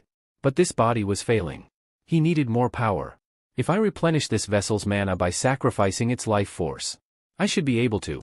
A voice suddenly cut through his thoughts. Irritated. Defiant. Familiar. What the hell is this? The apostle's eyes widened in shock. That voice? It was Lee Min-sung. The consciousness that should have been suppressed had resurfaced. The once proud S-rank hunter, now reduced to a grotesque mess, twisted his disfigured face into a furious scowl. His shattered jaw, hanging at an unnatural angle, only made him look more monstrous, more inhuman. Did that brat do this to me? Min-sung's voice, dripping with venom, echoed through their shared mind. The apostle remained silent, masking his unease. But Min-sung could feel it. A scoff, bitter and mocking, rang through their fractured connection. What's wrong? His tone sharpened with cruel amusement. Did the almighty S-rank just get humiliated? And by someone weaker than him? The apostle's fingers twitched. His patience was wearing thin. Lee Min-sung, he warned, his voice edged with cold fury. If you don't shut your mouth, then. Then what? Min-sung interrupted, his wicked grin widening. What's the worst that could happen to me? A dry, mirthless chuckle followed. You think I'm afraid of dying? His trembling hands curled into tight fists, rage boiling beneath his skin. What I hate, Min-sung whispered darkly, his breathing growing heavier, is being looked down on. His eyes burned with something unhinged, twisted, raw emotion. What I despise the most. With a sudden, violent motion, he drove his own hand into his chest. Mana crackled wildly around his fingers as the impact sent shockwaves tearing through his body. A guttural, primal roar erupted from his throat, filled with hatred so deep it felt almost tangible. Is being ignored. His ragged breaths came in sharp, uneven bursts as his gaze locked onto Suho. And then, he grinned. A slow, twisted grin that spread across his ruined face, the madness in his eyes flaring. Come, you little brat. Suho didn't hesitate. Step by step, he advanced, his presence growing heavier, his power coiling around him like a storm ready to be unleashed. Min-sung, consumed by his frenzy, tore away the apostle's armor. Heavy plates clattered to the ground, discarded one by one as his deranged laughter echoed through the battlefield. If I can't be the protagonist? The final piece of armor hit the dirt. Then I'll play my role to the end. The fragments of his shattered protection swirled in the air like dying embers, obscuring his vision for the briefest moment. And in that moment, Suho was already there. Boom. A fist, wreathed in the abyssal power of shadows and the unrelenting force of the ruler's authority, crashed into Min-sung's stomach. The battlefield shook. The sheer impact sent shockwaves screaming through the earth, shattering stone and tearing through the air like a violent storm. The force of the blow ripped through Min-sung's body, his form crumpling under the devastating power that had been unleashed upon him. The ground beneath them split apart. The battlefield trembled. And in the aftermath of that single, monstrous strike, nothing but silence remained. Suho's fist remained lodged deep in Min-sung's torso, his knuckles slick with blood as the shadowy tendrils coiled and writhed around his arm like living entities. The devastating impact had driven Min-sung's body forward, his breath coming in ragged, uneven gasps. A thick stream of blood spilled from his lips, staining his chin and pooling at his feet.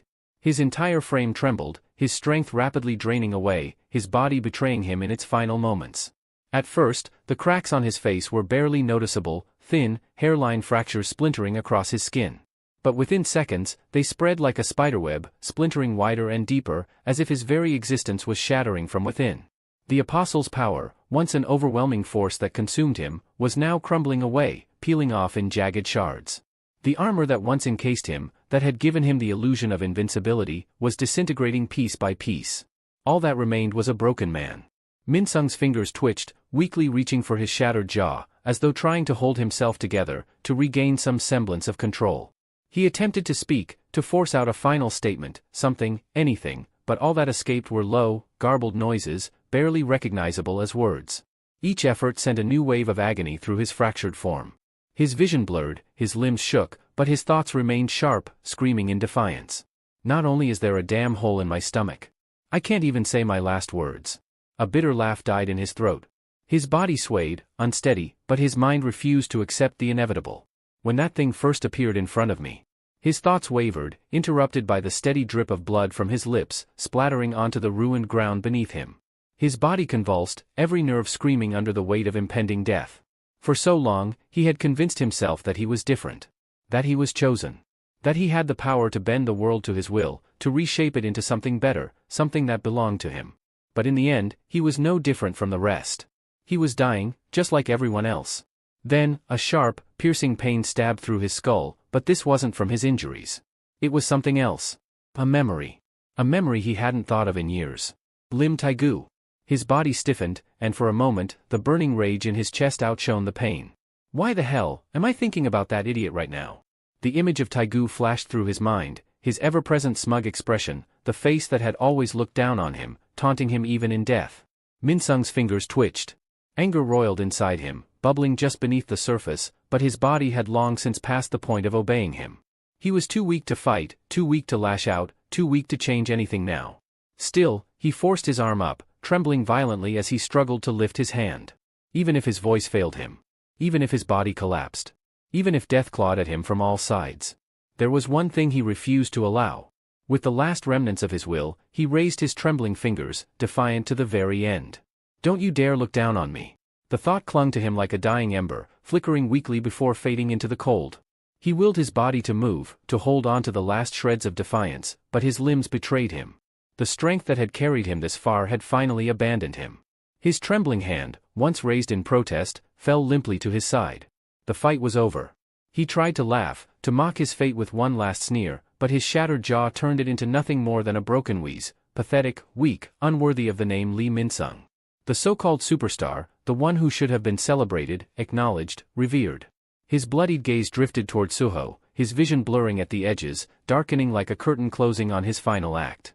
Even as the world slipped from his grasp, he could still make out those eyes staring back at him. Cold. Unwavering. But worst of all, filled with pity. His lips curled slightly, a final mockery twisting on his ruined face. Why? Why are you looking at me like that, brat? But the answer never came. His fingers twitched one last time before falling still, motionless against the blood-soaked dirt. His chest, which had risen and fallen in ragged defiance, gave its final shudder before ceasing altogether. The battlefield, once a storm of chaos and violence, sank into eerie silence. A notification chimed in Suho's mind. You have gained experience points. Level up achieved. Another window appeared. Urgent quest, eliminate Lee Min-sung, vessel of the Apostle of Iterum. Quest complete. Suho didn't move. He remained still, staring at the lifeless body beneath him, as though trying to make sense of something that could never be understood. Slowly, he lowered Min-sung's corpse to the ground, careful, almost reverent, despite the brutal battle that had just ended. Behind him, a surge of celebration erupted. Beru, Essel, and Gray cried out in victory, their voices carrying over the battlefield with unrestrained relief. The weight of their triumph settled in, pushing aside the horrors of the fight. Beru, unable to contain his excitement, stepped forward, his golden eyes gleaming with admiration. You did it, young monarch, he declared, his voice brimming with enthusiasm. The Apostle of Iterum has been defeated. But Suho didn't acknowledge him. His gaze remained fixed on Min-sung's body, unreadable, distant. There was no satisfaction in his expression, no relief. His shoulders remained tense, his fingers curling slightly against the dirt. When he finally spoke, his voice was low, heavy with something unspoken. In the end, it was probably Lee Min-sung who laughed last, wasn't it? The words hung in the air, unmoving, carrying a weight that no celebration could shake. He had never truly known Min-sung. They had never shared a real conversation, never walked the same path. And yet, as he looked down at the man who had fought so desperately to carve out his own place in the world, he felt something gnaw at the edges of his mind. Min-sung had clung to his desires until the very end. Beru, who had been so eager to revel in victory, faltered as he watched Suho's expression. This was different. The young monarch, so fierce, so unshakable, was weighed down by something new, something unfamiliar. A thought surfaced in Beru's mind. This must be the first time. The young monarch has killed one of his own kind. Even for someone as strong as Suho, there was a gravity to this moment that could not be ignored. Still kneeling, Suho exhaled slowly, his thoughts drifting elsewhere, drawn toward something deeper. Something that had been gnawing at him since the fight began. There's something I realized, thanks to him, he muttered. His voice was quiet, almost as if the words weren't meant for anyone else to hear. A fragmented memory surfaced in his mind, his father, his mother, the choices that had brought him here. And the path that still lay ahead. He had stepped onto this path for a reason. To find his mother. To stand beside his father. That had always been his purpose, hadn't it? But now, as he stood amidst the aftermath of battle, a strange uncertainty gnawed at him. Had he ever truly considered his own ambitions? His own goals? A memory surfaced, unbidden. Minsung's voice. That sharp insult, cutting deeper than any wound. You're nothing but a hollow character, lacking any real ego. His jaw tightened. He had dismissed the words at the time, but now, they clawed their way back, demanding to be acknowledged. His mind drifted further, back to the beginning, the tutorial. That first, brutal battle against his father. He could still remember the sheer dominance that had radiated from him, the kind of power that defied reason. Standing before that overwhelming force, he hadn't questioned his own strength or purpose. No. In that moment, all he had wanted was to be like him. To reach his level. To wield that same strength. His fingers pressed into the dirt, the tension coiling through his body. Even now, the frustration from that loss lingered, a wound that had never fully healed. Back then, his thoughts had been simple, almost desperate. If only I could be as strong as him. A slow breath in. Then out. His hands curled into fists as he pushed himself to his feet. His voice, quiet yet firm, cut through the silence. Because I was so obsessed with surpassing him. His gaze wandered over the battlefield, the echoes of the fight still vivid in his mind. The loss he had suffered that day had fueled his determination, but he had never stopped to ask himself why. The wind howled over the mountain's peak, carrying with it the scent of blood, dust, and something else. Something heavier. Something resolute. Suho stepped forward, reaching the edge of the cliffside. Below him stretched the vast, open world, a reminder of how much more there was to achieve. His voice, calm yet laced with newfound clarity, broke the lingering quiet. I always saw my father as something untouchable, too far ahead to ever reach. His words drifted into the wind, heavy with the weight of long-buried realizations. I thought that was enough of a reason to push forward. But until now, I never really questioned why I wanted it so badly. Silence followed, his companions, Beru, Essel, and Gray, watching intently. Their faces bore no immediate answers, only the quiet understanding of those who had fought alongside him. Suho turned back to them, his expression no longer clouded by doubt. But there's nothing wrong with having huge ambitions. His voice carried a new strength, a certainty that hadn't been there before. He raised his hand, pointing toward the sky, his eyes ablaze with determination. If I'm going to grow stronger, he declared, his words ringing with conviction, then I won't settle for anything less than being the strongest. A ripple of energy surged, not from any supernatural force, but from his sheer will alone. It radiated outward, unshakable, unrelenting. His stance firmed, his voice sharpened. Stronger than the apostles of Iterim. His fists clenched. Stronger than the monarchs. His eyes burned. And even strong enough to surpass my father. The final words struck like thunder, reverberating through the still air. It was no longer just a desire. No longer just a dream. It was a declaration, one that shattered every limit he had once imposed upon himself. His companion stood before him, momentarily struck speechless. The weight of his words hung in the air, sinking in. For the first time, Suho wasn't just walking a path laid out for him, he was forging his own. Beru was the first to react, though even he seemed uncertain. A nervous chuckle escaped him, his usual confidence slightly shaken. Young monarch. I can't say I see that happening, but hey, I'll be cheering for you anyway. His words were laced with amusement, but beneath them lay an unwavering loyalty. Essel, still processing the sheer magnitude of what Suho had just declared, tilted her head slightly, her brows knitting together.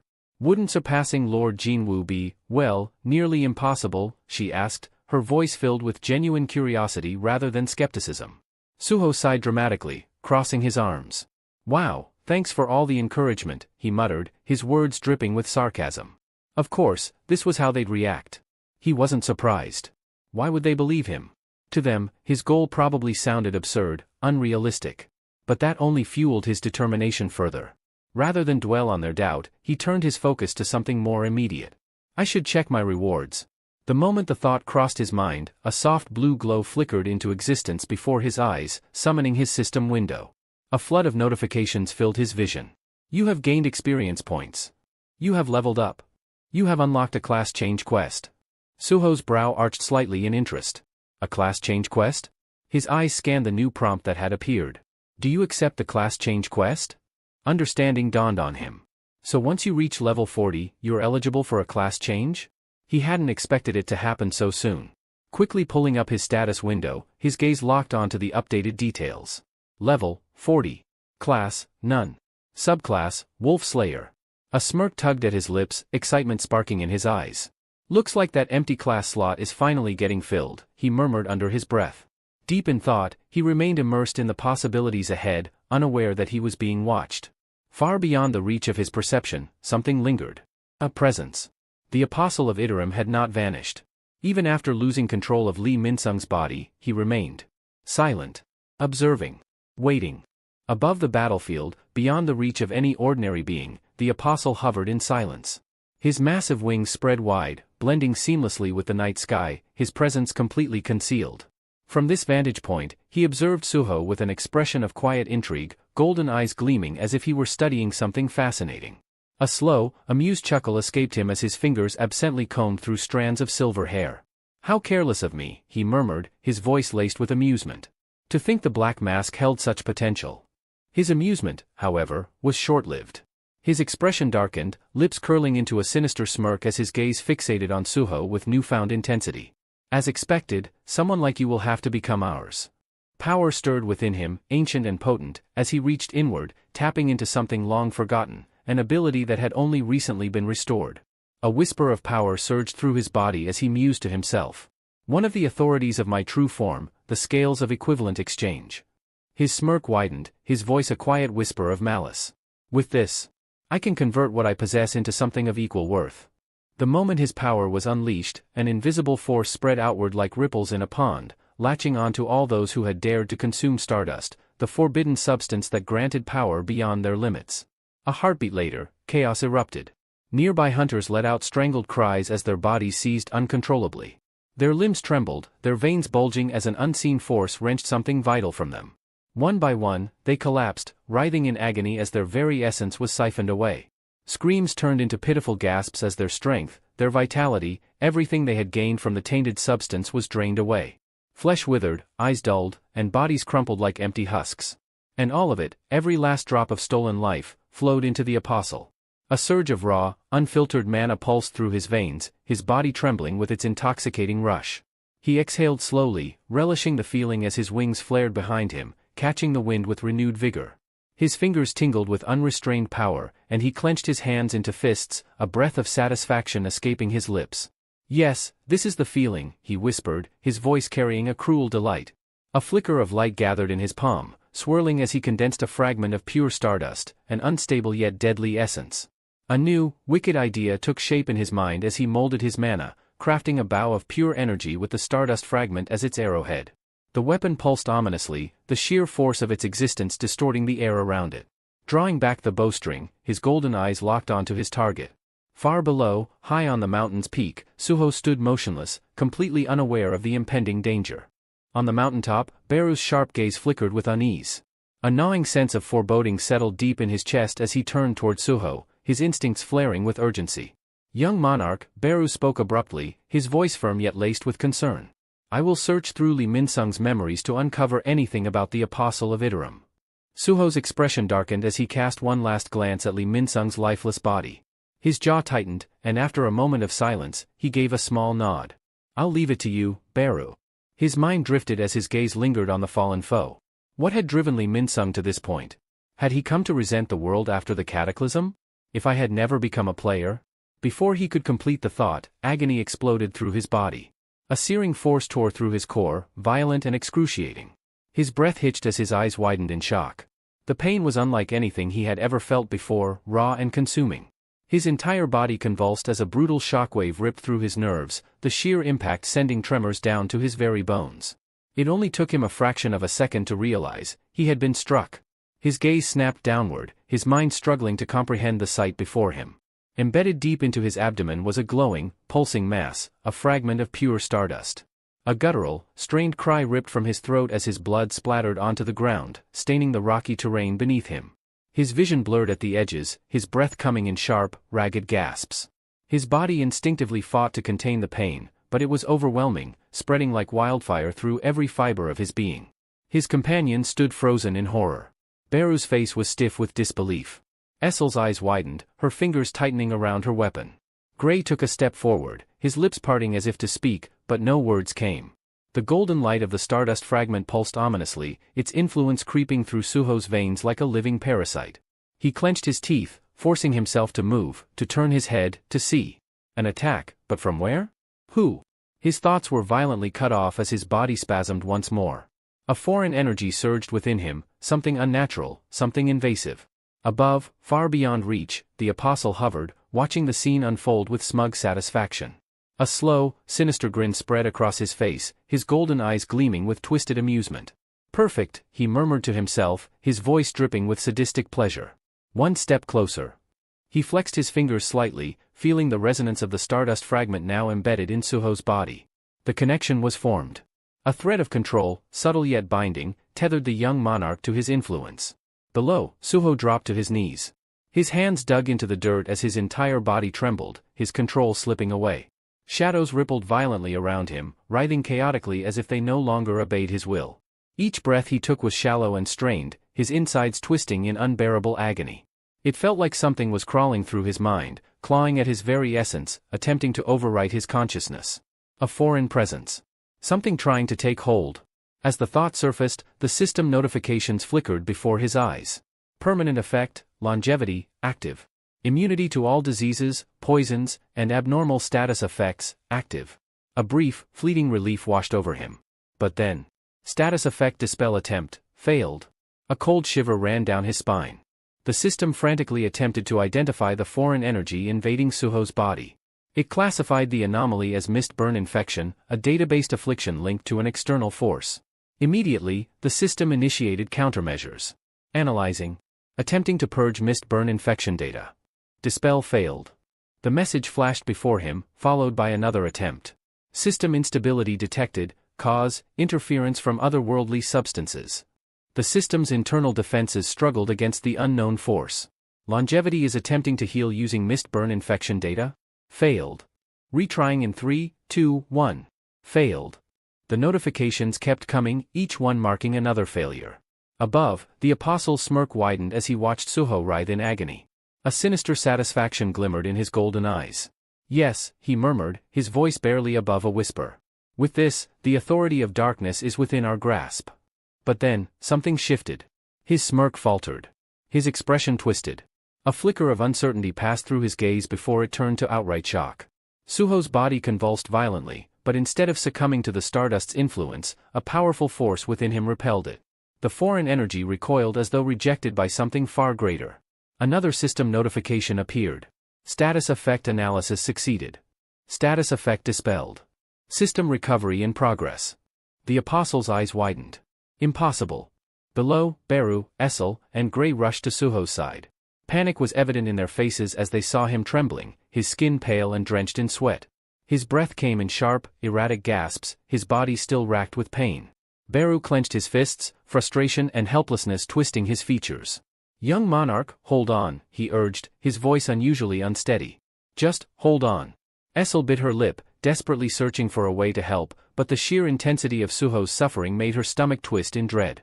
Gray remained silent, yet the tension in his stance spoke volumes. Despite the unbearable pain, Suho forced himself to think. His only hope, longevity, had activated. His vision blurred, a crushing weight pressing down on him, making his head spin. The voices of his companions grew distant, their cries muffled as though coming from far away. His HP was dropping. Too fast. His fingers twitched as he struggled to focus on the system window. If this keeps up, I won't make it. His body screamed for relief, for any escape from the torment. Then, an idea surfaced, a desperate, reckless thought. His only option. With trembling fingers, he lifted his hand. Barely able to move, he pressed the confirmation button. Class change quest, accepted. The system's response was immediate. Class change quest will begin now. Before anyone could react, the ground trembled violently. A massive shadow dungeon gate materialized before them, its swirling black mass absorbing the very light around it. A new system notification flickered. Only the player may enter the class change quest. To ensure smooth progression, the monarch's descendants will be transported inside the shadow dungeon. Beru's eyes widened. What? Essel and Gray staggered back, staring at the ominous gate. Even the apostle, hovering high above, felt an unexpected wave of shock. His golden eyes locked onto the portal, trying to comprehend what had just unfolded. Meanwhile, Suho was on the verge of collapse. His HP had nearly dropped to 0. And then, boom! An explosion of raw energy erupted from his body. A deafening shockwave tore through the battlefield, sending dust and debris flying in all directions. The force of it was so immense that it was visible for miles, a raging black surge of power, chaotic and unrestrained. Then, silence. Darkness swallowed everything. Suho's consciousness snapped back. His eyes fluttered open, but there was nothing. No sky.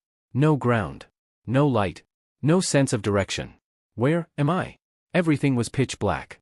His own voice echoed faintly, like it was coming from somewhere far away. For a brief moment, a terrifying thought crossed his mind. Am I dead? But the pain in his limbs, the burn still crawling across his skin, told him otherwise. He could feel everything. It hurt. I can still feel it, he whispered hoarsely. Suddenly, a soft flicker of light appeared in the distance, a delicate blue flame dancing in the void.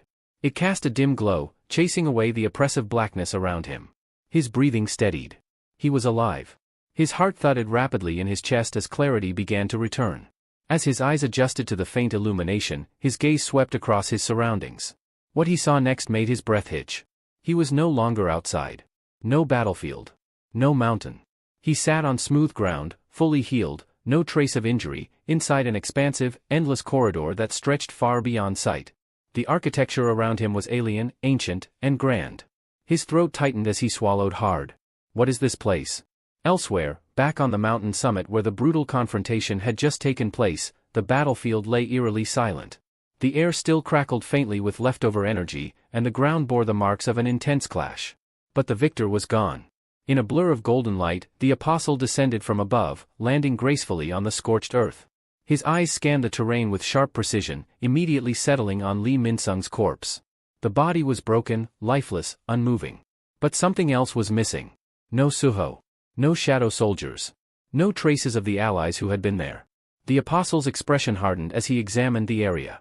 No residual mana, no spatial rift, he muttered under his breath. His instincts flared. Whatever had happened wasn't random, it was calculated. A controlled extraction. A gate must have opened, he surmised, narrowing his eyes. But only they were pulled inside. A slow grin spread across his face. Ah, a selective gate. How curious. His hand brushed his chin, thoughtful. Darkness, and that black mask. Every time I encounter them, something unexpected happens. There was a gleam in his eyes now, not of anger, but fascination.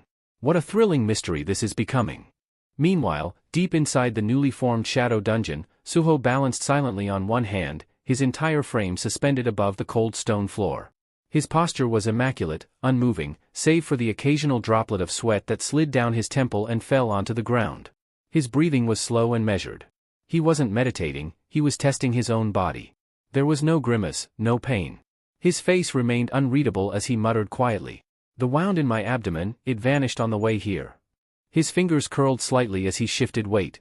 My body feels stronger. Perfect. With a fluid twist, Suho landed lightly on his feet, rolling his shoulders to ease the tension. He opened his mouth, beginning to mutter a thought. If there's an issue, it's probably. But he never finished. A sudden flash of light blinked into view in front of his eyes. The familiar digital glow of a system notification interrupted him, displaying a harsh message across his vision. System alert, advancement quest conditions prohibit the presence of other monarch successors. His brows knitted together. Immediately, he reached for his shadow dungeon key, instinctively attempting to summon the space that had always been his refuge. But before he could even channel mana into it. System alert, the shadow dungeon key is currently disabled. His eyes sharpened. So, bond skills are sealed. Even my dungeons locked away? He turned to face the corridor ahead, stretching endlessly, filled with flickering blue lights that danced along the walls. As he took a few steps forward, the weight of realization settled over him. This place, he murmured, running his hand along the cool, stone surface beside him. It's the same dungeon. The one from my tutorial. Familiar and yet different. He remembered it well. The trial my father prepared, where I bled, suffered, and came out reborn. A shadow passed over his face. The Suho who had endured this dungeon once was long gone. But the memories remained, etched into him like scars that refused to fade. As he wandered deeper into the dim maze, something else gnawed at him. No shadow knights waiting. No enemies lurking in the distance. No weapons or tools offered. And worst of all, Vulcan's horn was shattered. His fists clenched at his sides. Everything, was being stripped from him. It wasn't just a test of power. This quest was designed to leave him bare. He opened the system interface, hoping for guidance, some kind of quest description, even vague. But there was nothing. Just a blank space where details should have been. No instructions? No objective, he muttered, the irritation creeping into his voice. If they expect me to ascend some tower again, how am I supposed to survive without my weapons? Without even bond support? The long, winding corridor continued ahead, twisting and warping with every step. The further he walked, the more reality itself seemed unstable. The walls glitched at the edges, as though part of a digital illusion on the brink of collapse. And then he stopped. Something finally broke the monotony. A door. He blinked, surprised. After what felt like an eternity of wandering the endless halls, a door had suddenly appeared. Exhaling slowly, he raised an eyebrow. A boss room? Here, in the middle of nowhere? He stepped closer, pressing a palm to the cold surface. It didn't feel ordinary. Was this all slapped together carelessly, or is something deeper behind it? The air shifted. His heartbeat quickened, not from fear, but from the rush of anticipation. If I clear this advancement quest, will I return to that level of strength? Will I reclaim what I lost? His mind wandered back to his first ever challenge, the moment his legend began. The one who awaited him back then. A knight, Igris. As the door groaned open, it revealed a shadow-filled chamber that stretched far beyond what his eyes could make out. The silence was unnerving, wrapping around him like chains. At the far end, barely visible, a staircase rose into the darkness above. Suho's eyes narrowed, adjusting to the gloom. Too dark. I can't see what's ahead. Suho's eyes remained fixated on the darkness ahead, every instinct in his body sharpening to a razor's edge. Then he saw it, a silhouette sitting atop a raised platform, motionless like a monarch upon a throne. The pressure in the air shifted, growing denser, almost suffocating, as though the chamber itself had begun to acknowledge the presence Suho was now facing. The moment Suho stepped closer, the seated figure stirred. A slow, deliberate movement. It stood. Suho's breath caught. His steps faltered as his mind reeled against the sight unraveling before him. A form began to emerge from the gloom, descending from the throne with the weight of something ancient, something powerful. The closer it drew, the more defined its outline became, and then the light struck its face. His pupils contracted. No. There was no mistaking it. The face that looked back at him was his own, but not as he was now. No, this version was different. Sharper. Harder. Colder. It was him from the past. The Suho who had clawed his way out of the nightmare that was the tutorial. The one who had been shaped by endless bloodshed, trial after merciless trial. The one who had faced Beru at full power, and survived. That Suho exuded an unshakable dominance. No hesitation, no uncertainty in his eyes. Only pure, refined resolve. His stance was perfect, balanced like a blade honed to kill. Suho swallowed hard, recalling the monstrous force Beru had once embodied, the savage massacre of the mist-burn warriors, the crushing pressure that had left seasoned veterans frozen in terror. And yet, this version of himself had brought that beast to its knees. A pulse of energy rippled through the room. The other Suho's gauntlets lit up with raw, unstable power. Sparks danced across his arms, surging into the air like veins of lightning tearing through reality itself. His aura flared, wild, violent, immense. It wasn't just pressure anymore. It was devastation manifest. The ground fractured beneath his feet, great cracks spiderwebbing outward. The walls trembled, the ceiling groaned. The very fabric of the chamber strained against the weight of the power radiating from him, power that wasn't just brimming, but overflowing, unraveling the boundaries of the dungeon. Suho instinctively stepped back. His breath came in quick, shallow bursts. His heart pounded like a war drum in his chest. What am I supposed to do against that? And then, the past Suho moved. There was no warning, no build-up. Just a blur. A flash. And the world erupted. Why? The word barely escaped Suho's lips before it was too late. The strike landed with a cataclysmic crash that shattered space itself. Suho didn't fly back. He didn't brace. He didn't block. He ceased to exist. In a single instant, he was gone. The impact annihilated everything, no bones left to break, no flesh left to tear. He was unmade by sheer, unrelenting force. The blast didn't simply hit, it erased. No defense. No resistance. No second chances. The chamber fell silent once more. Only the echoes of destruction remained. Not a trace remained. No torn fabric, no scattered limbs, nothing. The space where Suho had once stood was now marked only by the grotesque splatter of blood staining the floor. The only testament to his existence in that moment was the crimson pool left behind, a chilling reminder of how thoroughly he had been obliterated. Then, in the distant shadows of the chamber, something shifted. One of the three ghostly blue flames, previously steady and unwavering, began to flicker erratically. Within seconds, it fizzled out completely, extinguished. Now, only 2 remained, their glow dancing solemnly along the walls. A violent gasp tore from Suho's throat. He reappeared abruptly, his body reforming in darkness like a specter torn from oblivion. His knees buckled the moment his feet hit the stone floor. He stumbled forward, lungs aching, his every breath ragged and desperate. Though there was no external injury, an invisible agony clung to him, one that didn't scar flesh but left a hollow pain deep within his soul. He gritted his teeth and reached for his head, dizzy and dazed. It wasn't just the pain. It was the realization. A truth that hit like a second death. So this is where I return when I die here? His voice trembled. Barely audible. Each syllable carried the weight of disbelief and dread. Sweat dripped from his chin. His eyes were unfocused, pupils still quivering from the trauma he'd just endured. His breathing slowed, but the tremors wouldn't stop. His thoughts were scattered, clashing like debris in a storm. If this was the advancement quest, then what was the point? Was this how it was meant to work? Am I really supposed to defeat that? He muttered. The version of himself that had once triumphed over Beru, could he ever hope to match that now? His hands curled into trembling fists. The despair pressed on him like a weight, but he refused to give in. No. The system had never thrown obstacles at him for the sake of cruelty. Every challenge, every trial, had been part of his growth. A path toward something greater. There had to be another way. A hidden route. A different path forward. His eyes turned to the endless labyrinth ahead. This dungeon, it wasn't like the tutorial.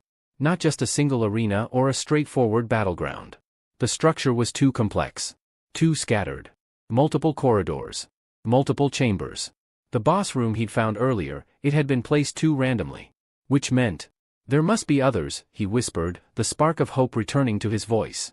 Without another second wasted, he launched into a sprint.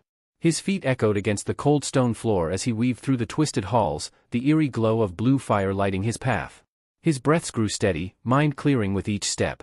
And then, he saw it. Another massive gate. Standing ominously at the end of a hallway. He skidded to a halt, his chest heaving as he took in the sight.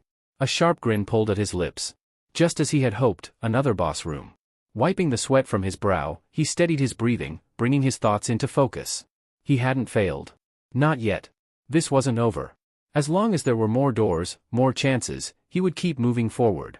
But just as his hand reached out toward the handle, a wave of dread surged through him. His instinct screamed.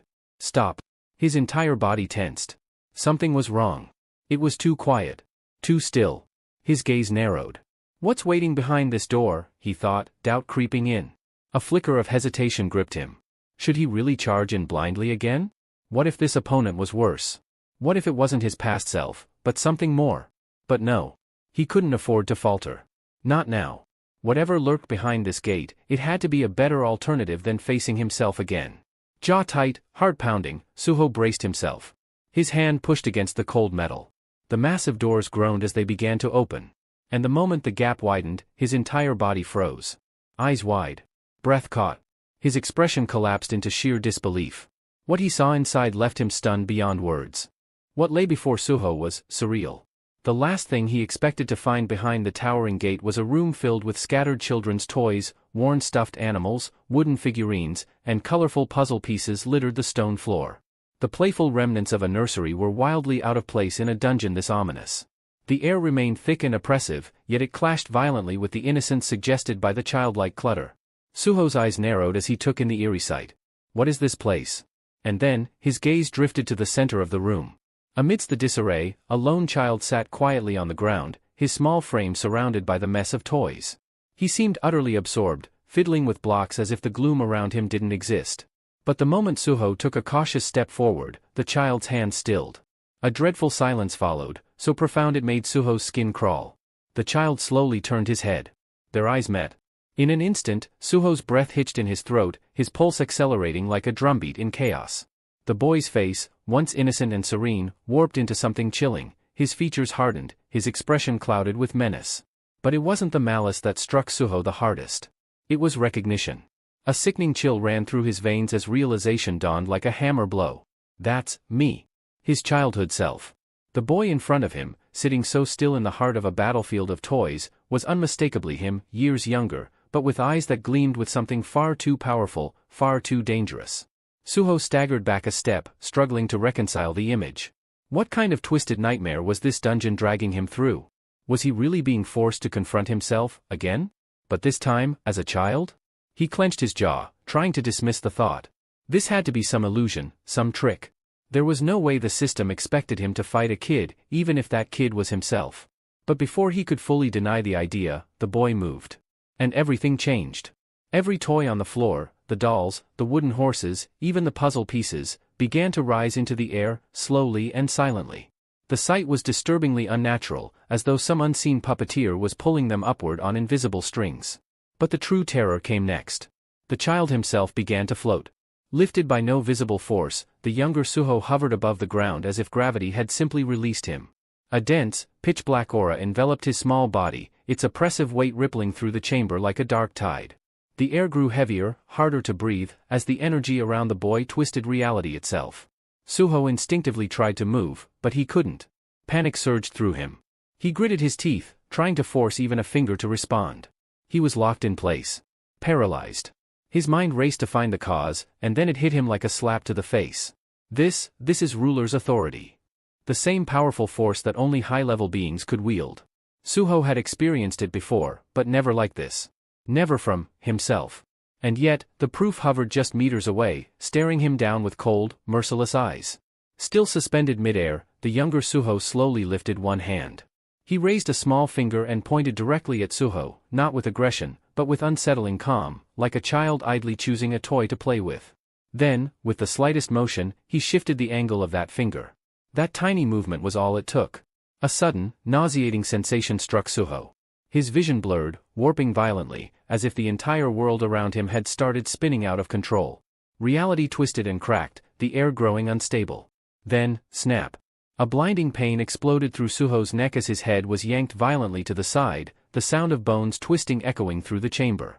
A howl of agony caught in his throat as his entire body convulsed, helpless under the crushing grip of his own childhood's power. He couldn't move. He couldn't fight. And for the second time, Suho was reminded. The greatest enemy in this dungeon wasn't a beast or a monster. It was himself. His breath hitched. But he never got the chance to let it out. Darkness surged in from the edges of his vision, swallowing everything in a haze of numbness. The pain vanished just as quickly as it had come, replaced by a terrifying emptiness. He couldn't even register what had gone wrong. No warning. No resistance. One moment, he was staring at the floating child, and the next, he was gone. Like a candle extinguished by a gust of wind, his consciousness winked out. And in the darkness of the respawn chamber, a second ethereal blue flame sputtered violently, then died. Only one remained. With a harsh gasp, Suho's body rematerialized in the suffocating dark. His lungs screamed for air as he instinctively clutched his throat, the memory of the snap still fresh in his nerves even if the injury was gone. His fingers trembled as they traced the unbroken skin at his neck, still half expecting to feel bone protruding. He was drenched in cold sweat. His knees buckled beneath him, and he collapsed into a sitting position on the icy floor, body shaking as panic clawed at his mind. The scene from seconds before played over and over, refusing to let go. He had died.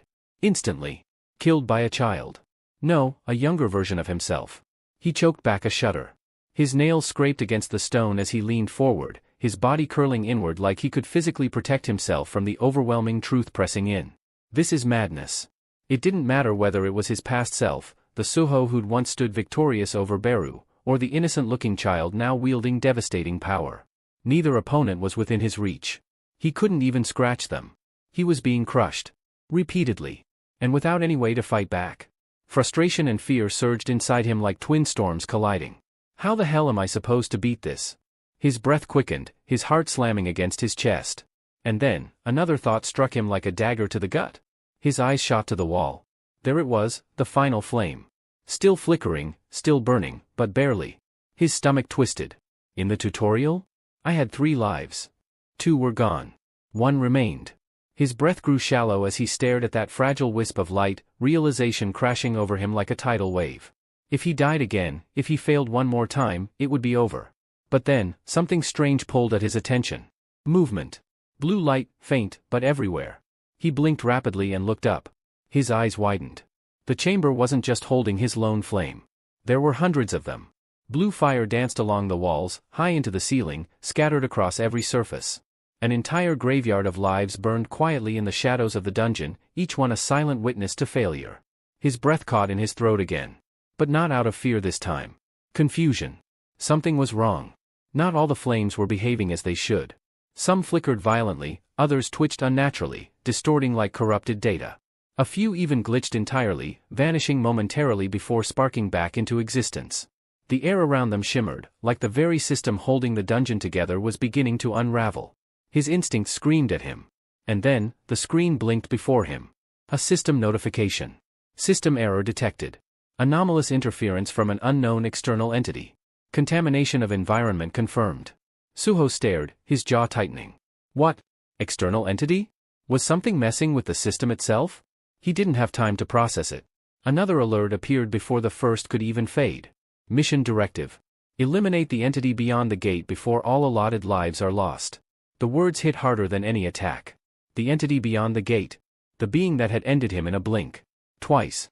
Whether it was the adult version of himself or the twisted child, both were beyond him. Yet the mission was clear. He had no choice. And the next notification stripped away any false hope he still had left. Dungeon escape disabled. Class change process must be completed before exit. His breath seized in his lungs. There was no exit. No failsafe. This wasn't a trial. It was a trap. He stood there, frozen, staring at the screen as the cold crept up his spine like a whisper in the dark. One death away from oblivion, surrounded by glitched flames and unraveling code, with monsters that wore his own face waiting behind every door. There was no running. The only way out was through. Suho's breath came in ragged bursts, his chest rising and falling unevenly as he stood amidst the sea of flickering blue flames. The ghostly light danced along the chamber walls, casting shifting shadows that seemed to breathe with every second. His wide eyes scanned the endless torches, each one pulsing faintly, as if alive. "What are these?" he whispered, voice nearly swallowed by the eerie silence. A knot formed in his stomach. Do these represent lives? The thought alone made his skin crawl. If that were true, then either he had more lives than the system said, or, something much worse, these flames belonged to others. Perhaps challengers who had come before him. Or failed versions of himself from other timelines. Echoes of those who never made it out. He didn't know which answer was worse. Even if these were his, what use were they? He clenched his fists tightly, fingernails digging into his palms. What was the point of having multiple lives if he couldn't grow strong enough to survive even one encounter? There's no leveling system here, no mobs to grind, no gear drops, no training. Nothing. Just death. His voice was hoarse, nearly breaking as he said it. His gaze shifted to the series of translucent messages still floating before him. Their text remained unchanged, still flashing ominously with the same cold, mechanical clarity. System error. Dimensional contamination detected. Unauthorized elements have infiltrated the dungeon environment. So that's what this was. That had to be the reason. The sheer unfairness of this trial. It wasn't just a challenge, it was corrupted. Twisted by something not meant to exist here. His heart pounded as he read the second message again. Objective. Eliminate the entity beyond the gate before all allocated lives are consumed. And the third one. Dungeon lock active. Escape denied until class evolution is complete. A bitter expression formed on Suho's face. So even if those flames do mean extra lives, there's no telling how many I really have left. For all I know, that last death was already my final shot. The weight of that possibility pressed down on him like iron chains. But even so, he refused to break. His body still remembered the pain. That unbearable snap. The cold, empty sensation as life was ripped from him. But he pushed past it.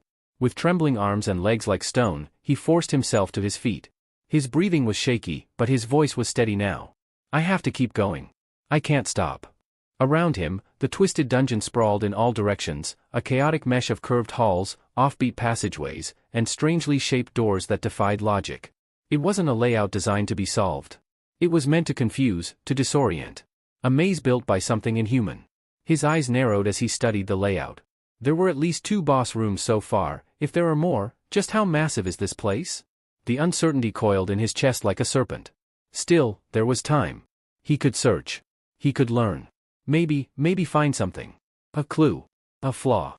But just as that fragile hope sparked in his mind, a chill swept across the corridor. He froze. A terrible sensation crawled across his skin, like unseen fingers brushing the back of his neck. His muscles locked in place as an oppressive weight settled over the entire hall ahead of him. He knew this feeling. Something was there. Something wrong. Breathing shallow, Suho slowly turned his head toward the passage cloaked in shadows. His heart beat like a war drum in his chest. There was something waiting for him in the dark. At first, there was only silence, deep and suffocating. Suho's eyes strained against the blackness, searching for the source of the ominous pressure bearing down on him. The silence dragged, thick as tar, and just as he began to wonder if his senses had betrayed him, something moved. A faint glint broke through the darkness.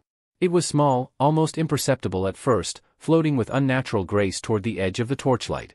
Its shape wavered slightly, flickering like a mirage. Suho squinted, trying to make sense of what he was seeing. Then realization struck like lightning. A toy.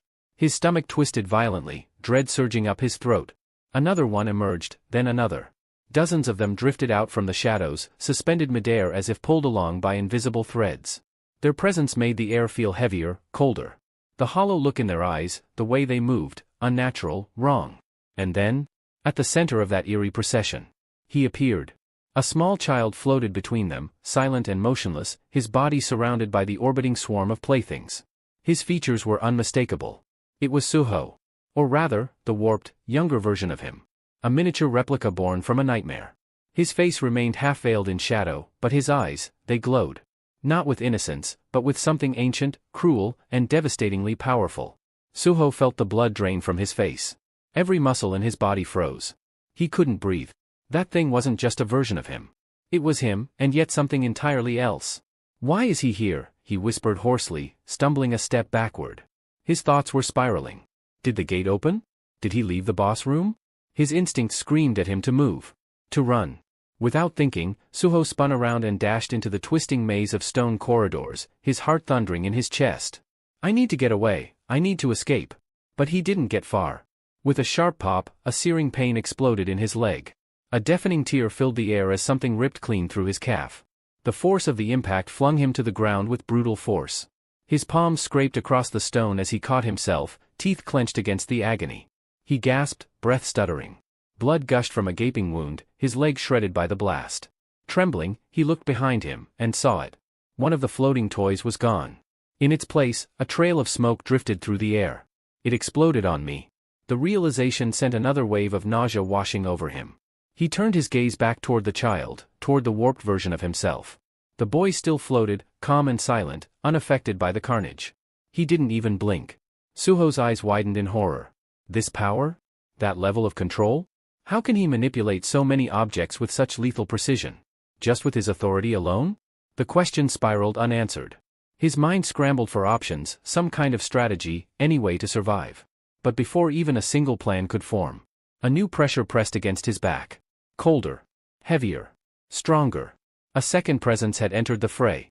And it was standing right behind him. Suho's veins ran cold as a massive shadow fell across his broken form. A single footstep rang out, measured, deliberate, and with it came an overwhelming force, thick enough to crush the air in his lungs. He didn't need to look. Every nerve in his body already knew who was standing behind him. But instinct overpowered reason. He turned. And immediately regretted it. There he was, his old self. The one forged by the brutal, unrelenting hell of the tutorial. The Suho who had once killed him with a flick of his wrist now stood tall, a walking storm of destruction wrapped in Vulcan gauntlets that radiated lethal heat. The sheer aura surrounding him was suffocating. It pressed down on Suho like the weight of an entire mountain. Suho's breath hitched. His body shook uncontrollably from a mix of pain and terror. Blood still streamed down his mangled leg, and his limbs refused to respond properly. His voice cracked from sheer desperation. No. No, not again. But there was no pity. No hesitation. Tutorial Suho's figure moved with inhuman precision, vanishing for a split second before reappearing right in front of him. The blow came instantly, a single, brutal swing of his leg. The world went dark as Suho's head was severed clean from his shoulders. The next thing he knew, he was gasping for breath, lungs heaving as he reappeared at the dungeon's starting point. The dull orange torchlight greeted him once more. His hands trembled with rage. He staggered to his feet and punched the nearest stone wall hard enough to bruise his knuckles, his breath ragged and uneven. His fingers dragged down his face in a slow, frustrated motion. "This is insane," he growled. "Bosses can just leave their rooms now? What kind of nightmare difficulty is this?" The sheer unfairness of it all gnawed at him. The rules made no sense. If bosses were allowed to roam the maze, if they could attack him outside their designated areas, how was anyone supposed to survive? His mind spun, and his thoughts drifted to his father. Had he experienced the same torment? Was this twisted quest part of the same legacy? But as the question echoed in his head, something shifted. A realization sparked behind his eyes. Wait. A flicker of understanding gave way to a grin, one filled not with amusement, but with raw, stubborn resolve. If I'm respawning here, he murmured, that means those torches, they really are my lives. That changed everything. His eyes narrowed, the fire in them reigniting. And if my goal is to defeat a boss inside a room, then I don't have to fight them. His smirk widened. I just have to find another boss room.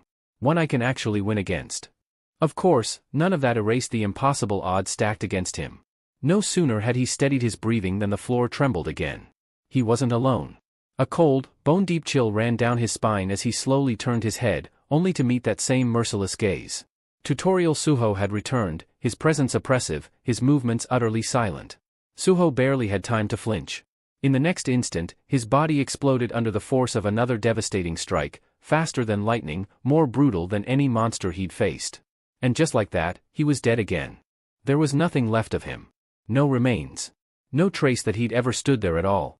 Again and again, Suho was reborn, only to be killed moments later. His deaths blurred together, a nightmarish loop of agony and helplessness.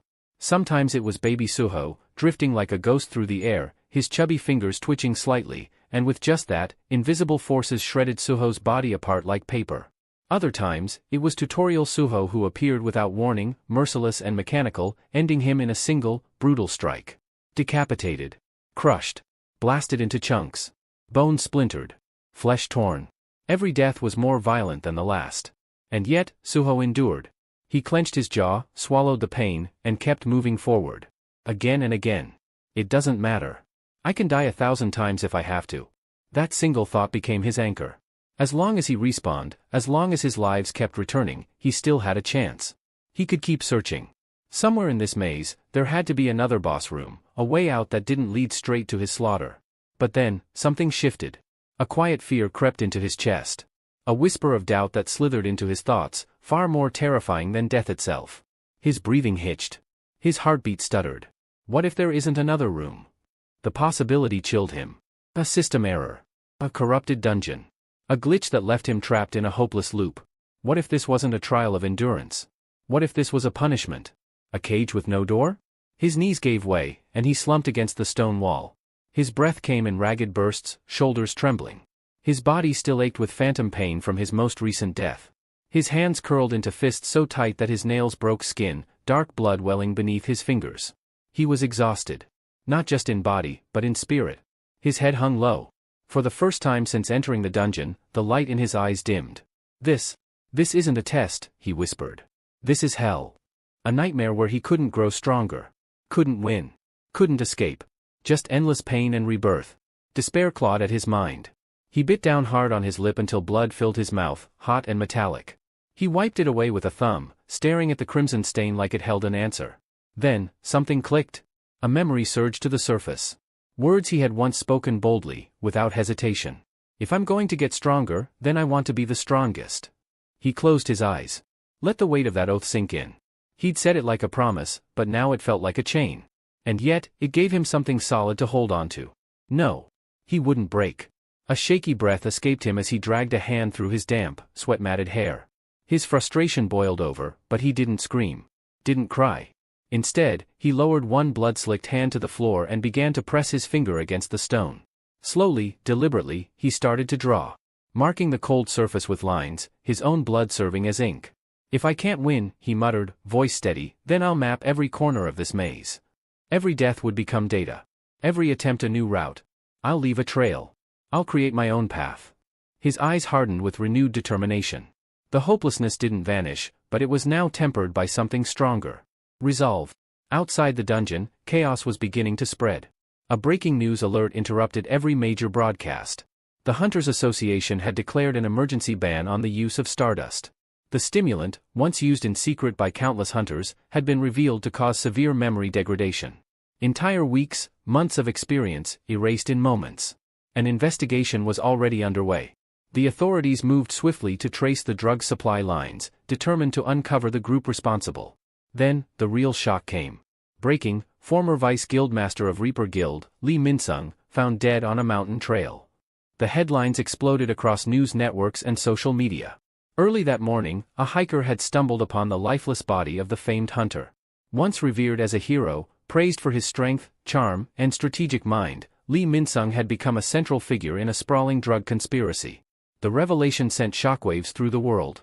A beloved public figure, now exposed as the mastermind behind a black market empire, and found dead under mysterious circumstances. The Stardust crisis had just begun. And deep in the dungeon, Suho still bled. Still died. Still fought.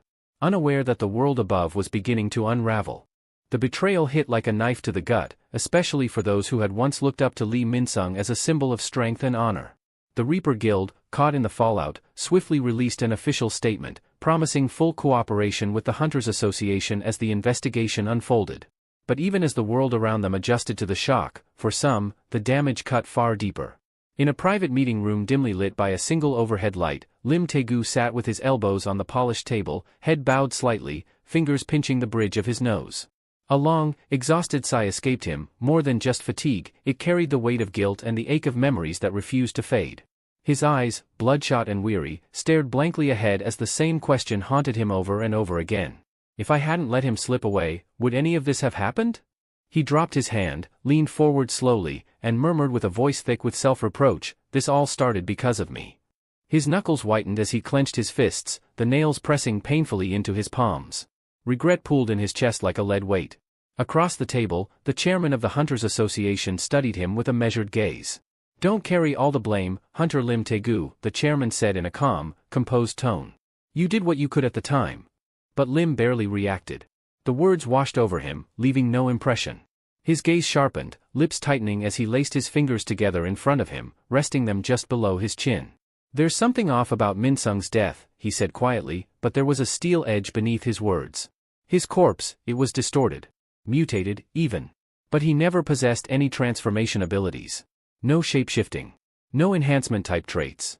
The silence that followed was heavy until Choi, who had remained quiet until now, finally leaned forward. His brows furrowed, eyes narrowing slightly.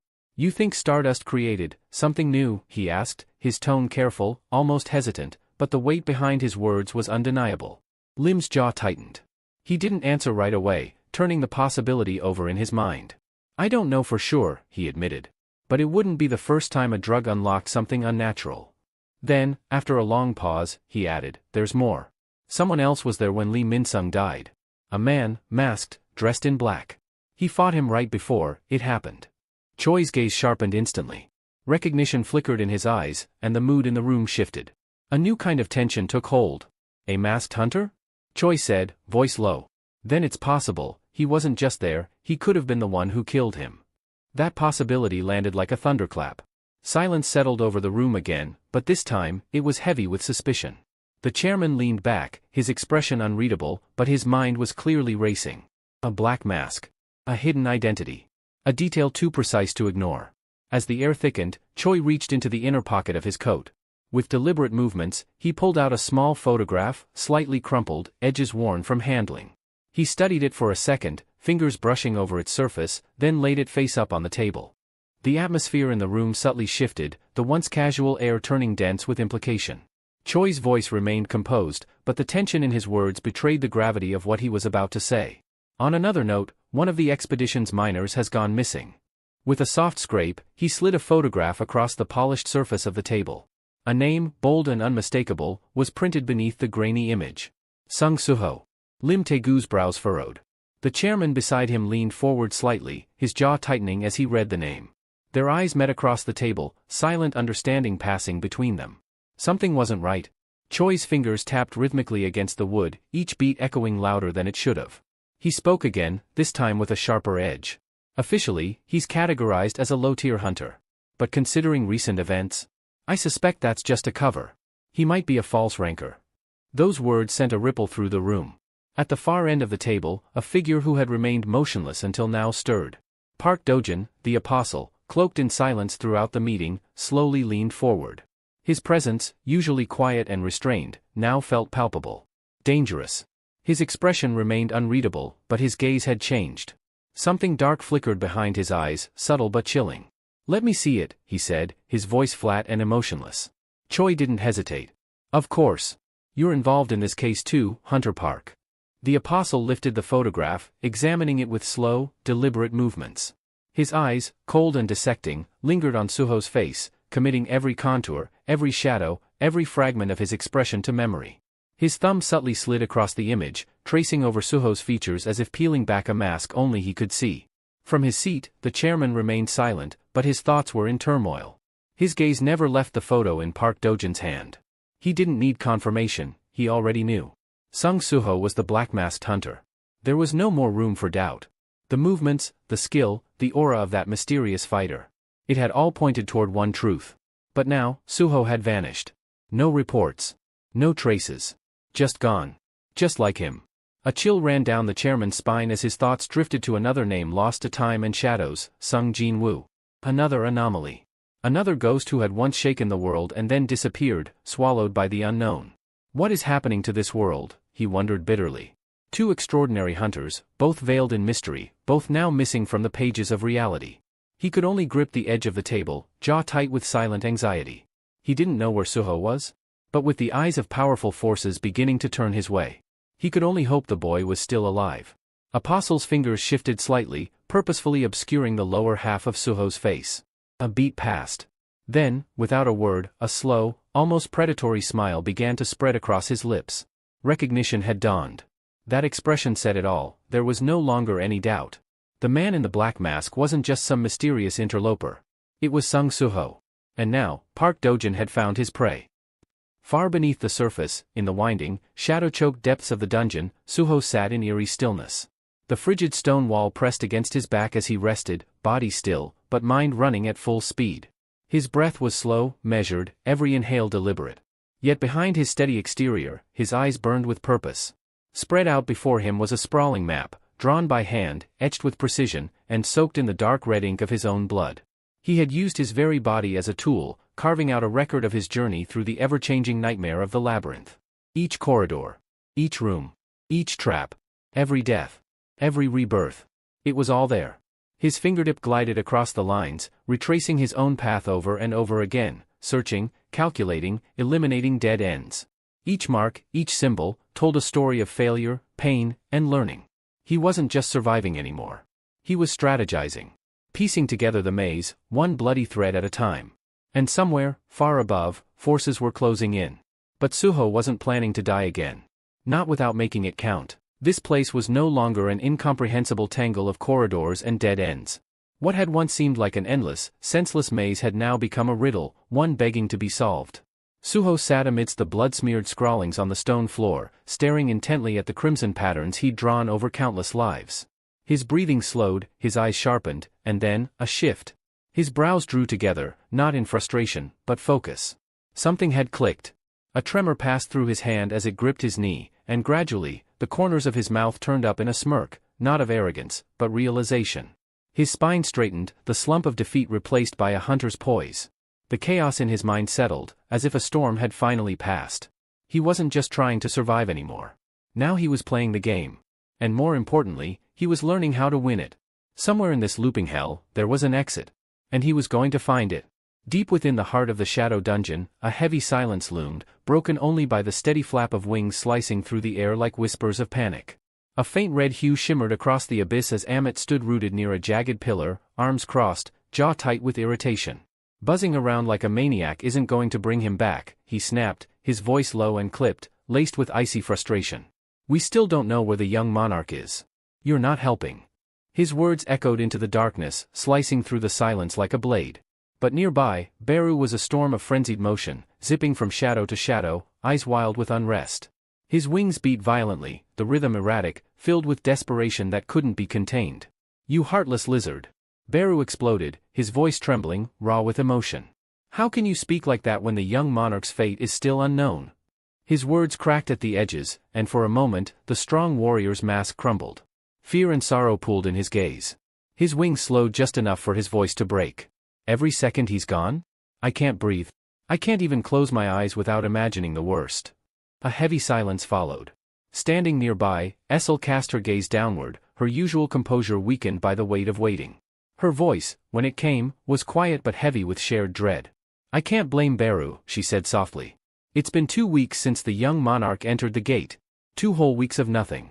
Her words hung in the stillness, stretching across the gloom like a veil of unease. Amit didn't flinch. He stood firm, his arms still folded, gaze locked on the unseen horizon. "So, you're worried too, huh?" he muttered, unmoved. But Essel's expression hardened. Her eyes narrowed sharply as she turned toward him, voice sharp enough to cut. "You're acting like this doesn't matter," she hissed. "Aren't you one of us? Don't forget, you're his companion, too." Her words struck like a stone dropped in still water.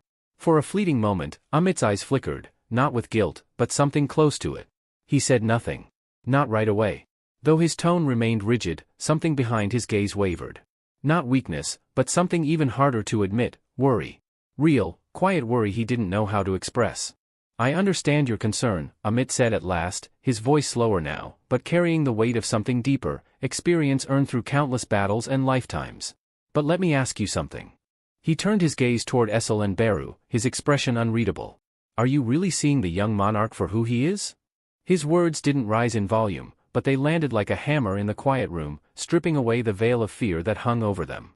For a moment, no one replied, the silence heavy, oppressive. "I know to you, he still seems like a child. Fragile. Incomplete. A shadow compared to the legacy of the original monarch," Amit continued, his arms unfolding as he stepped forward. "But that's where we differ." He looked upward, as if searching for a memory in the shadows. "I never met the shadow monarch. I never stood beside him or watched him raise an army. I didn't see that legend." His voice grew softer then, the edge fading into something almost reverent. "But I have seen Suho." He closed his eyes for a moment, recalling those brutal days. The bruises that didn't heal overnight, the silent screams through shattered ribs, and the blood he'd coughed up after surviving training most grown warriors would have abandoned. "I saw him bleed without complaint. I saw him break, body and mind, but not once did he beg for it to stop. He stood back up. Every single time."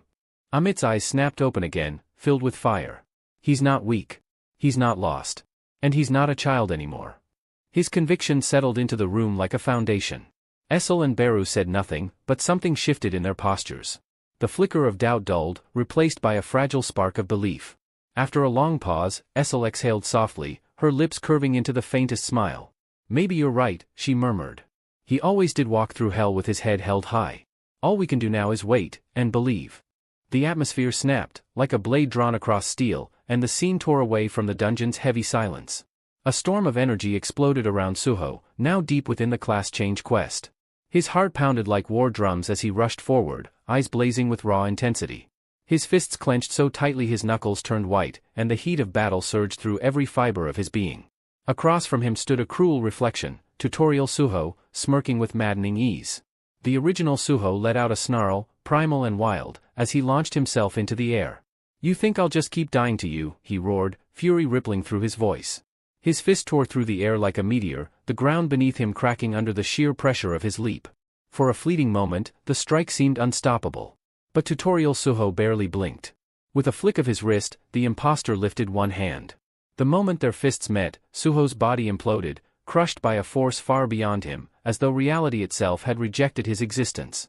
In a blink, he shattered into fragments, vanishing like broken glass caught in the wind.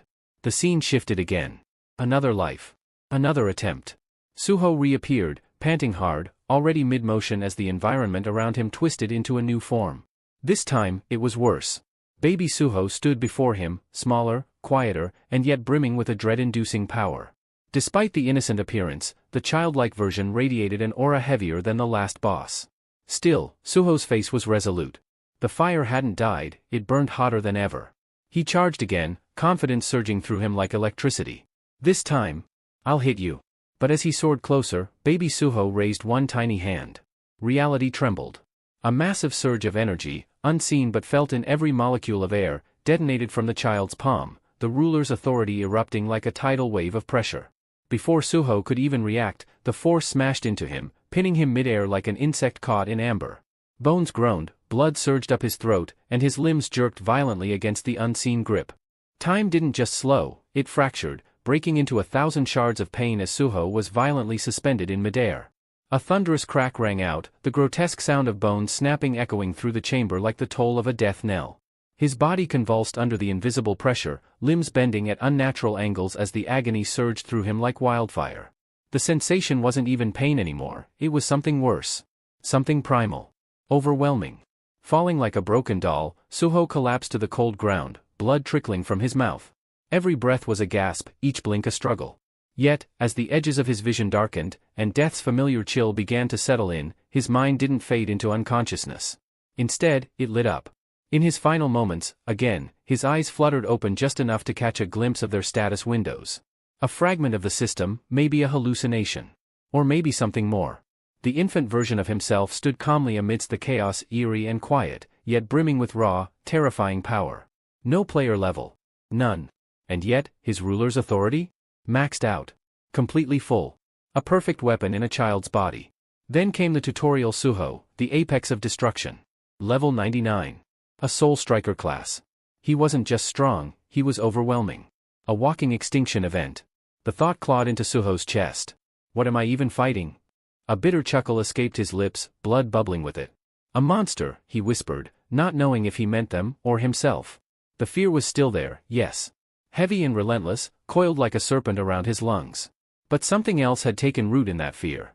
Something colder, sharper, clarity. Each death etched something into his soul. He wasn't just dying anymore. He was adapting. Every time his body shattered, his mind was forced to replay every move, every failure, every detail. It was pain sculpting him, and slowly, it was chiseling away his hesitation. Suho's breath hitched as his eyes flew open, life violently yanking him back again. No hesitation. No groaning. No hesitation. He forced himself to his feet, his limbs screaming in protest, muscles twitching from phantom wounds. But there was no time to linger. The dungeon sprawled out before him, a twisting abyss of corridors and death, yet something in his eyes had changed. He wasn't just searching for an exit anymore, he was hunting for it. His boots pounded against the stone as he ran, each step carving a rhythm into the silence. I didn't even get far enough to mark it down. The thought buzzed in his skull, gnawing at him. A reminder that he had nothing to show for the suffering, no checkpoint, no progress. Just pain and the same cruel loop. And yet, something else lingered just beneath the frustration. Familiarity. Facing his two twisted selves over and over again, something had begun to settle in his chest. Not calm, not fear, acceptance. He was beginning to understand what made them dangerous. What made him dangerous. I'm getting used to this, somehow, he thought, the idea sending a chill down his spine. There was a time when his own gut spilling onto the floor would have broken him. But now? Now, it was an inconvenience. A setback. Something to overcome. Another time, he'd nearly reached the infant form, his hand just a breath away, before that cruel, invisible grip had snapped his spine like a twig. I got closer, he reminded himself, clenching his jaw. I'm not done. No matter how many times he died, something shifted with each encounter. He wasn't regenerating, he was evolving. Every death was another thread in a web of knowledge. Every loss, a step forward in a path paved with blood. And then it hit him. This progression, it shouldn't matter. Not in a place like this. This place was built to break you, not build you. But he was changing anyway. His thoughts sharpened, burning with a fresh edge. I can't afford to die carelessly. Not here. Not ever. I'm not just fighting to win anymore. I'm fighting because I have to. I'm fighting to survive. And if he had to crawl through death 1,000 times to do it, so be it. No matter how many times he was forced to crawl back from the jaws of death, Suho pressed on. Each death wasn't just suffering, it was a stepping stone. Another scar etched into his soul. Another layer of unshakable resolve woven into his being. Back at the respawn point, he crouched low over the map sprawled out before him. His blood, still fresh from his most recent demise, smeared across the parchment as he made precise adjustments. His fingers trembled slightly, not from fear, but from the weight of accumulated exhaustion. And yet, in that moment, something inside him was solidifying. I'm changing, he thought, eyes scanning the labyrinth of inked corridors and hastily scrawled notes. Every failure, it's making me harder to break. His gaze locked on a blank patch near the center of the map, an area he had yet to set foot in. It wasn't marked with danger, traps, or notes. Just an eerie silence. That's the only section I haven't touched, he murmured to himself, his tone carrying a grim certainty. He stared at it for a moment longer, then straightened his back, drawing a deep breath that steadied his nerves. If there's no gate there, his voice trailed off before sharpening like a blade. Then it means the only way out is beating them. His eyes glinted, not with hope, but with fire. A fire kindled by every brutal death, every moment he clawed his way back from the void. He'd been meeting the baby and tutorial versions of himself far more frequently now. Something was shifting in the dungeon's rhythm, accelerating, cornering him. They're not giving me breathing room anymore, he realized, lips curling into a slight smirk. Just then, as if summoned by thought, he appeared. The baby version of Suho floated effortlessly above the ground again, surrounded by his levitating toys. He looked almost serene, like a child lost in play, until you saw the unnatural stillness in his expression. Until you felt the crushing pressure that surrounded him like a noose tightening around reality itself. Suho's smile twisted with dry amusement. He's guarding that path, he thought, tension tightening across his shoulders. Figures. He doesn't want me going that way. But Suho had already made up his mind. He'd burned too many bridges to retreat now. Too many bones shattered, too many screams swallowed. This path, the one toward the unknown, was the only one left.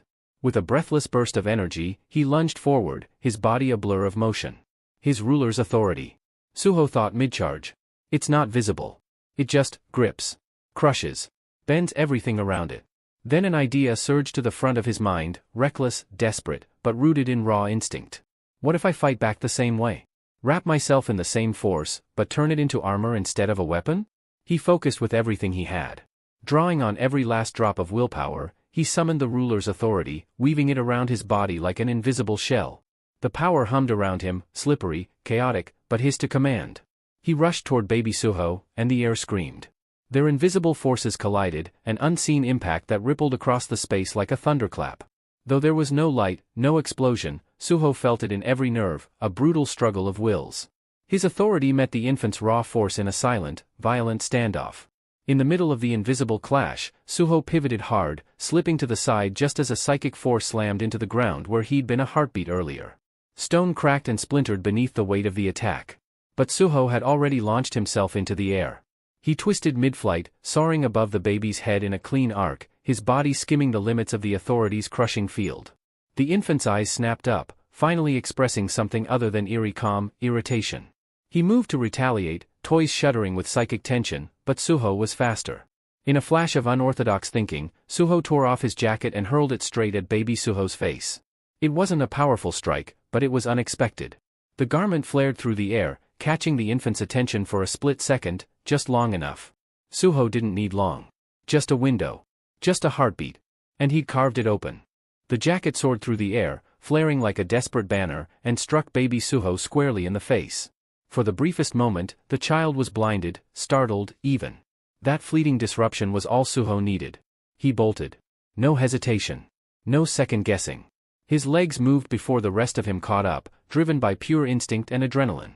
Every heartbeat thundered in his ears as he dashed down the corridor, the stifling air of the dungeon ripping past his face. He didn't look back. He couldn't afford to. Then, suddenly, his eyes locked onto it. A hallway. Narrow and dimly lit, veiled by shadows he hadn't yet touched. Suho's eyes widened, recognition flooding in like a jolt of electricity. That's it. The left corridor. The last unmarked path.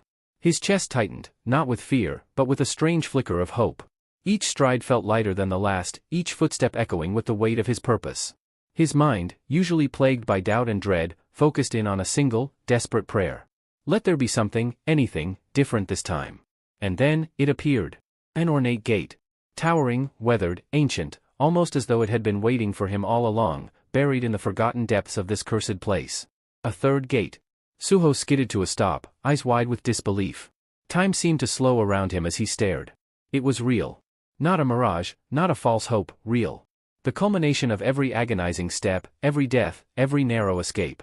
A smile tugged at the corner of his lips, shaky but genuine. I was right, he thought. There was another one. Someone, something besides those two. But as the rush of discovery bloomed in his chest, it was quickly choked by an ominous chill that slithered down his spine. He felt it. A heavy, dreadful presence closing in. His heart sank. The air thickened. And before he could even turn to confirm it, he knew. The soul striker is coming. His breath caught in his throat. Crap, Suho muttered under his breath, his voice tight with panic. The dungeon itself seemed to recoil at the incoming force. A deafening rumble echoed through the walls. The floor trembled under the pressure of rapidly approaching footsteps. Stone cracked, pillars groaned. Every footfall sounded like a hammer blow against the world. There wasn't time. Driven by sheer desperation, Suho lunged at the gate. His palms slapped against the cold, iron doors. His fingers scrambled over the handles, slick with sweat and blood. I have to get through. If those two were guarding this, then this is what they were trying to keep me from reaching. Behind him, the temperature dropped. Not physically, but spiritually. A suffocating aura slammed into him like a tidal wave. It wasn't just powerful, it was absolute. An authority born from sheer dominance. And then he felt it. A presence so sharp it cut through his thoughts. The soul striker had arrived. Suho turned his head slowly, almost unwillingly. And there he was. The figure strode toward him with lethal grace, the very walls bending under the strain of his aura. His eyes were locked onto Suho, cold, emotionless, and brimming with bloodlust. In that moment, Suho didn't need words. That gaze alone told him everything. You're not supposed to be here. But Suho clenched his jaw, heart racing. And still, he didn't back down. Damn it, he's already here. Suho's breath hitched as he felt it, the soul striker's suffocating presence pressing in like an invisible storm. The air seemed to bend around him as the figure advanced, every movement eerily smooth, precise, and devoid of emotion. There was no rage in those steps, only the cold certainty of execution. Every footfall echoed like a countdown. Suho's body tensed. He could feel the pressure closing in, a weight that made his knees want to buckle. Then, without warning, the soul striker surged forward, a blur of raw speed and lethal intent.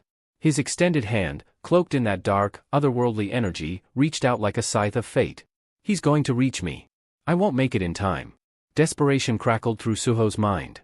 His thoughts scrambled for any opening, any possibility, until one glimmer of hope struck like a spark in the dark. He can't follow me through the gate, can he? With a sudden surge of adrenaline, Suho turned and hurled himself against the heavy gates. His muscles strained, burning from exhaustion and strain, but he refused to give in. The doors groaned in protest, ancient hinges grinding as he pushed with everything he had left. Come on, open.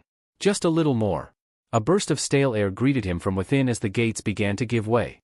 Suho stumbled through the threshold, gasping for breath, just as the soul striker's hand reached toward him, its touch brushing the air just behind his back, a chilling promise of death that missed by inches. With a shout born of sheer will, Suho slammed the gates shut behind him. The impact echoed like a final drumbeat through the chamber. Silence fell. He stood there, hunched over, chest heaving, drenched in sweat. His heart thundered in his ears as the panic slowly bled out of him. His back pressed against the sealed doors, his trembling fingers still clutched the handles. I made it. I actually made it. A bitter smile tugged at his lips as he lowered his head, half in disbelief, half in exhausted relief. I finally got away from those guys, he whispered, barely louder than his own breath. But that fleeting comfort was short-lived. It's not over. Not yet. A creeping unease began to build inside him again. Suho's mind flashed back to the others, the infant, and the soul striker. Each one a distorted echo of who he once was. That thought coiled around his chest like a serpent. There's another version of me in here. That gate, it wouldn't exist unless something, or someone, was waiting. He bit his lip, narrowing his eyes. Could it be me from the early days of the tutorial? When I still carried every high-grade item like a hoarder? No, maybe not. Could it be the version that broke down from the pressure? Or? His speculation froze. A sharp, cold sensation ran down his spine, like fingers dragging ice along his nerves. Suho's instincts flared. He turned slowly, his body tense, his breath caught in his throat. Someone was there. A figure began to emerge from the far end of the room, stepping into the faint glow leaking through the dungeon's fractured walls. The footfalls were deliberate, unhurried, yet filled with purpose. As the figure came into full view, Suho's heart stuttered. It was him. But not the innocent child. Not the monstrous soul striker.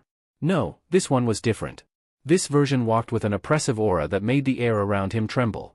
His eyes gleamed with a piercing, unnatural blue that radiated nothing but cold malice. His expression was devoid of emotion, like stone carved into a cruel smile. No hesitation, no flicker of empathy. Just pure, distilled bloodlust. Suho took a step back. What the hell is this version of me? There wasn't even a hint of emotion behind those eyes, just a cold, vacant stare that sent a chill down Suho's spine. Not a shred of warmth or humanity lingered in the figure's expression. As it stepped fully into the light, the form became unmistakably clear. Gripped tightly in both hands were twin blades, sleek, radiant weapons pulsing with dangerous energy. Suho could feel the pressure pouring off this version of himself. It wasn't just strong, it was overwhelming. This wasn't some illusion or random manifestation. No, this was a full-blown threat. A confrontation with a warped mirror of himself. This was his next trial. His doppelganger stood tall and silent, exuding a chilling calm. The piercing blue glow in his eyes made Suho's own muscles tense involuntarily. There was no doubt, this was Suho from the novel world, a version sculpted by battles, molded by victories and defeat, and sharpened into a weapon of precision. Suho's gaze hardened. A twin blade wielder this time. The twin swords glimmered menacingly. The air around them wavered slightly, distorted by their sheer energy. Suho narrowed his eyes, identifying the weapons. One blade was familiar, the sharp edge and crimson hue were unmistakable. Raken's Fang? His brow furrowed. Then his attention shifted to the second weapon, a jet-black sword with jagged curves and a faint, flickering flame encased within. Wait. Vulcan's Horn. Almost on cue, a system notification blinked into view, confirming it. Weapon identified, Vulcan's Horn, high grade. Weapon identified, Raken's Fang, high grade. Suho's stomach dropped for a moment. These were some of the most powerful weapons he'd come across. Why did this version have them both, a glitch in the system? Or was this version assembled from an alternate outcome? Driven by instinct, Suho pulled up the figure's stats. Sung Suho. Level, 32. Strength, 75. Health, 41. Agility, 41. Intelligence, 41. Sense, 46, 41 plus 5 bonus. Suho blinked. That's it? His lips curled into a confident smirk as his own stats came into focus. Sung Suho, player. Level, 40. Strength, 128. Health, 60. Agility, 49. Intelligence, 49. Sense, 59, 54 plus 5 bonus. I outclass him in every category, especially strength. This is doable. Without another second of hesitation, Suho launched himself forward like a bullet, body twisting into a dynamic kick aimed straight for the clone's midsection. His strike landed with thunderous force, but was met by a clean, dual-blade block. Sparks burst into the air from the impact, and the shockwave rippled through the room. The novel Suho didn't budge. Though he slid slightly back, his footing remained unshaken. A gleam of excitement flickered in Suho's eyes. Finally, someone worth fighting. He felt that deep thrill rising, the kind that only came during a true battle. He's tough, but my stats crush his. This'll be over soon? But before he could press the advantage, the novel Suho's expression shifted. The cold blue in his eyes pulsed with a dangerous glow as he shifted into a proper combat stance. His breathing steadied. His grip tightened. Suho's senses flared. Then, boom. An explosion of energy burst from the twinsword version's body. A wave of raw force swept out as a system message popped into Suho's vision.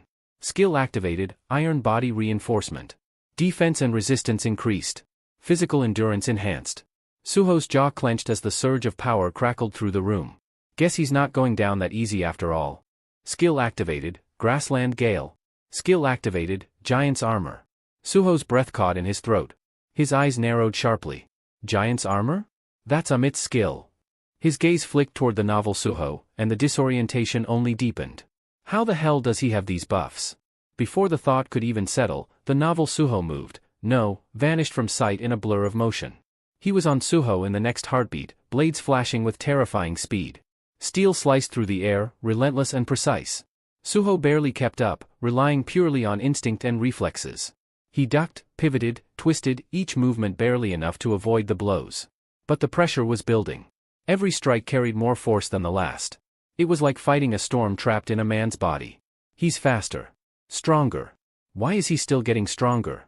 Then the twin-blade version pulled back, his expression still devoid of emotion. In one fluid motion, he raised Raken's Fang, drawing back for a lethal slash that vibrated with raw power. Skill activated, Storm Slash. Suho's heart leapt. He even has Storm Slash. Without hesitation, Suho responded in kind, his own weapon glowing as he triggered the same skill. Skill activated, Storm Slash. Their blades collided mid-air in a deafening explosion.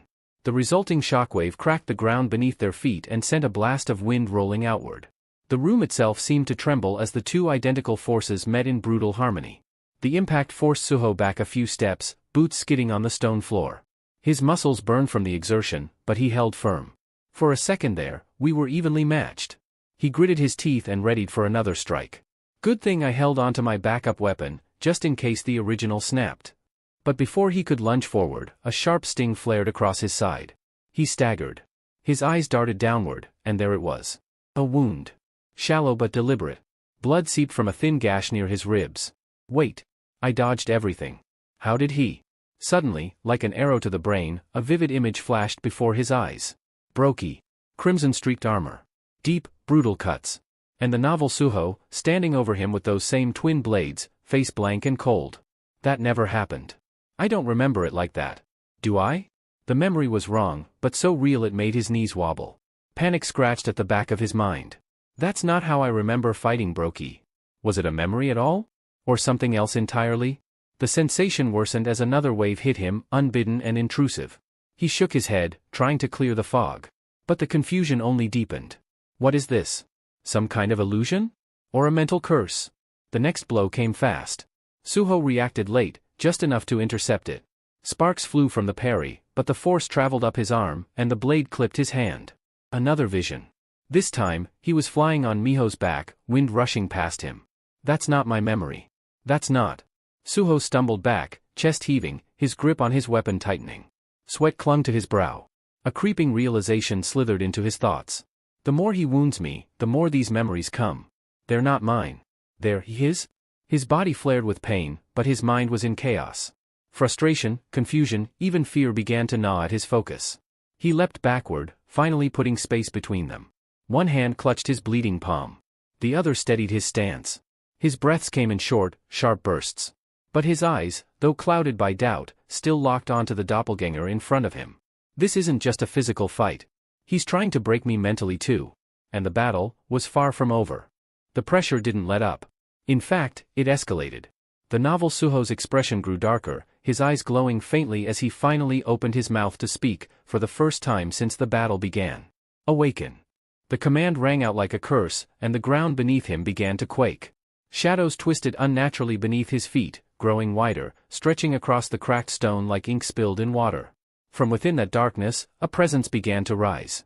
A humanoid figure materialized, fully armored and emanating killing intent, its eyes glowing with malevolence. A shadow knight. Without hesitation, the knight sprang forward, sword raised high as it lunged straight for Suho. The sudden change in momentum forced Suho to pivot hard, his blade crashing against the shadows. Sparks flew. Metal rang. And in an instant, the rhythm of the fight turned to chaos. Even when Suho tried to retreat or reposition himself, the Shadow Knight kept up, closing in with the relentlessness of a starving predator. Every strike was delivered with monstrous strength, forcing Suho to parry and block nonstop. His jaw clenched tight as he gritted his teeth, sweat starting to bead across his forehead. The knight's twisted grin only fueled the pressure. Enemy identified, K, Knight Class Shadow. The system's alert blinked in his peripheral vision, and Suho's brows furrowed as he deflected another blow. K? A Knight Class Shadow? That's not something a level 32 should be able to summon casually. Before he could unravel the implications, a shadow passed overhead.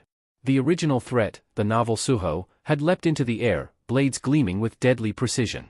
One of them, the Vulcan blade, sliced down toward Suho like a lightning bolt. He barely managed to sidestep it, feeling the heat of the strike as it tore through the floor just inches from him. Now it was a 2-on-1 fight. Every second was survival. Kei resumed his assault without pause, striking in sync with the novel Suho's next advance.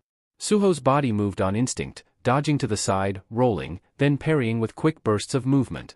The clash of steel on steel echoed around the chamber. He has access to shadow summoning, that means his shadow storage must be unlocked. Level 32. Suho's thoughts raced as he ducked under a blow.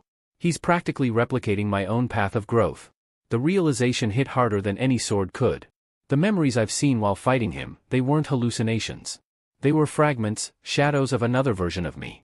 A different timeline. A different world. He gritted his teeth, barely managing to push Kei back. In that world? I walked a path laid out perfectly. Trials came in sequence. I overcame each one and kept rising, just as the system intended. There was another Beru, another Essel, Gray, and even Amit. But here. He didn't get to finish the thought. Kei's blade suddenly struck with greater force, knocking Suho's weapon clean from his hands. It skittered across the stone, far from reach. He stumbled back, defenseless. The Shadow Knight's grin widened as it charged again, its blade gleaming with killing intent aimed squarely at Suho's chest. But just before it could pierce him, Suho's hands caught the blade. Bare-handed. The weapon sliced into his palm, blood spilling instantly. Yet Suho didn't flinch. Instead, his eyes locked on the knight, burning with fury and pain. Why? He growled, voice trembling not with fear, but frustration. Why is it always like this? His grip tightened, holding the knight's wrist in place even as blood ran down his arms. Why do you always throw these impossible trials at me? He shouted, voice rising with anger and exhaustion. His breath came in short bursts, his body trembling, but he didn't let go. Why do you always push me until I break? Then it happened. While Suho held Kei in place, vulnerable and focused entirely on the shadow, the novel Suho made his move. Silent. Lethal. He flickered behind Suho like a phantom, both swords raised high and gleaming under the dim light, ready to strike from the blind spot. And Suho was wide open. Suho stood his ground, unmoving despite the blade still embedded through his bleeding palms. His fingers remained clenched tightly around Kei's wrist, holding the Shadow Knight in place with sheer willpower. His voice trembled under the strain, but each word carried weight. "You never give me trials I'm capable of clearing easily," he growled. "Now, you pit me against a version of myself I don't understand, forcing me to die over and over again, with no explanation." The novel Suho sprinted toward him, sword arcing back in preparation for a fatal blow. Yet before steel could meet flesh, something strange rippled through the air. Kei's body jolted. The knight faltered, its composure cracking, its gaze darting to Suho's hands. A shadowy aura surged around Suho's fingers, which had sunk deeper into the knight's form. Kei's eyes widened in disbelief, but it was too late. With a low hum of power, the dark essence of the Shadow Knight began to fuse with Suho's injured hand. Armor formed, layer upon layer of jagged obsidian, flickering with ethereal energy.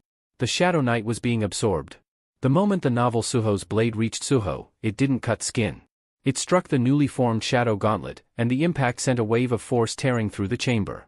The walls groaned, the air crackled with unstable mana, and dust rained from above.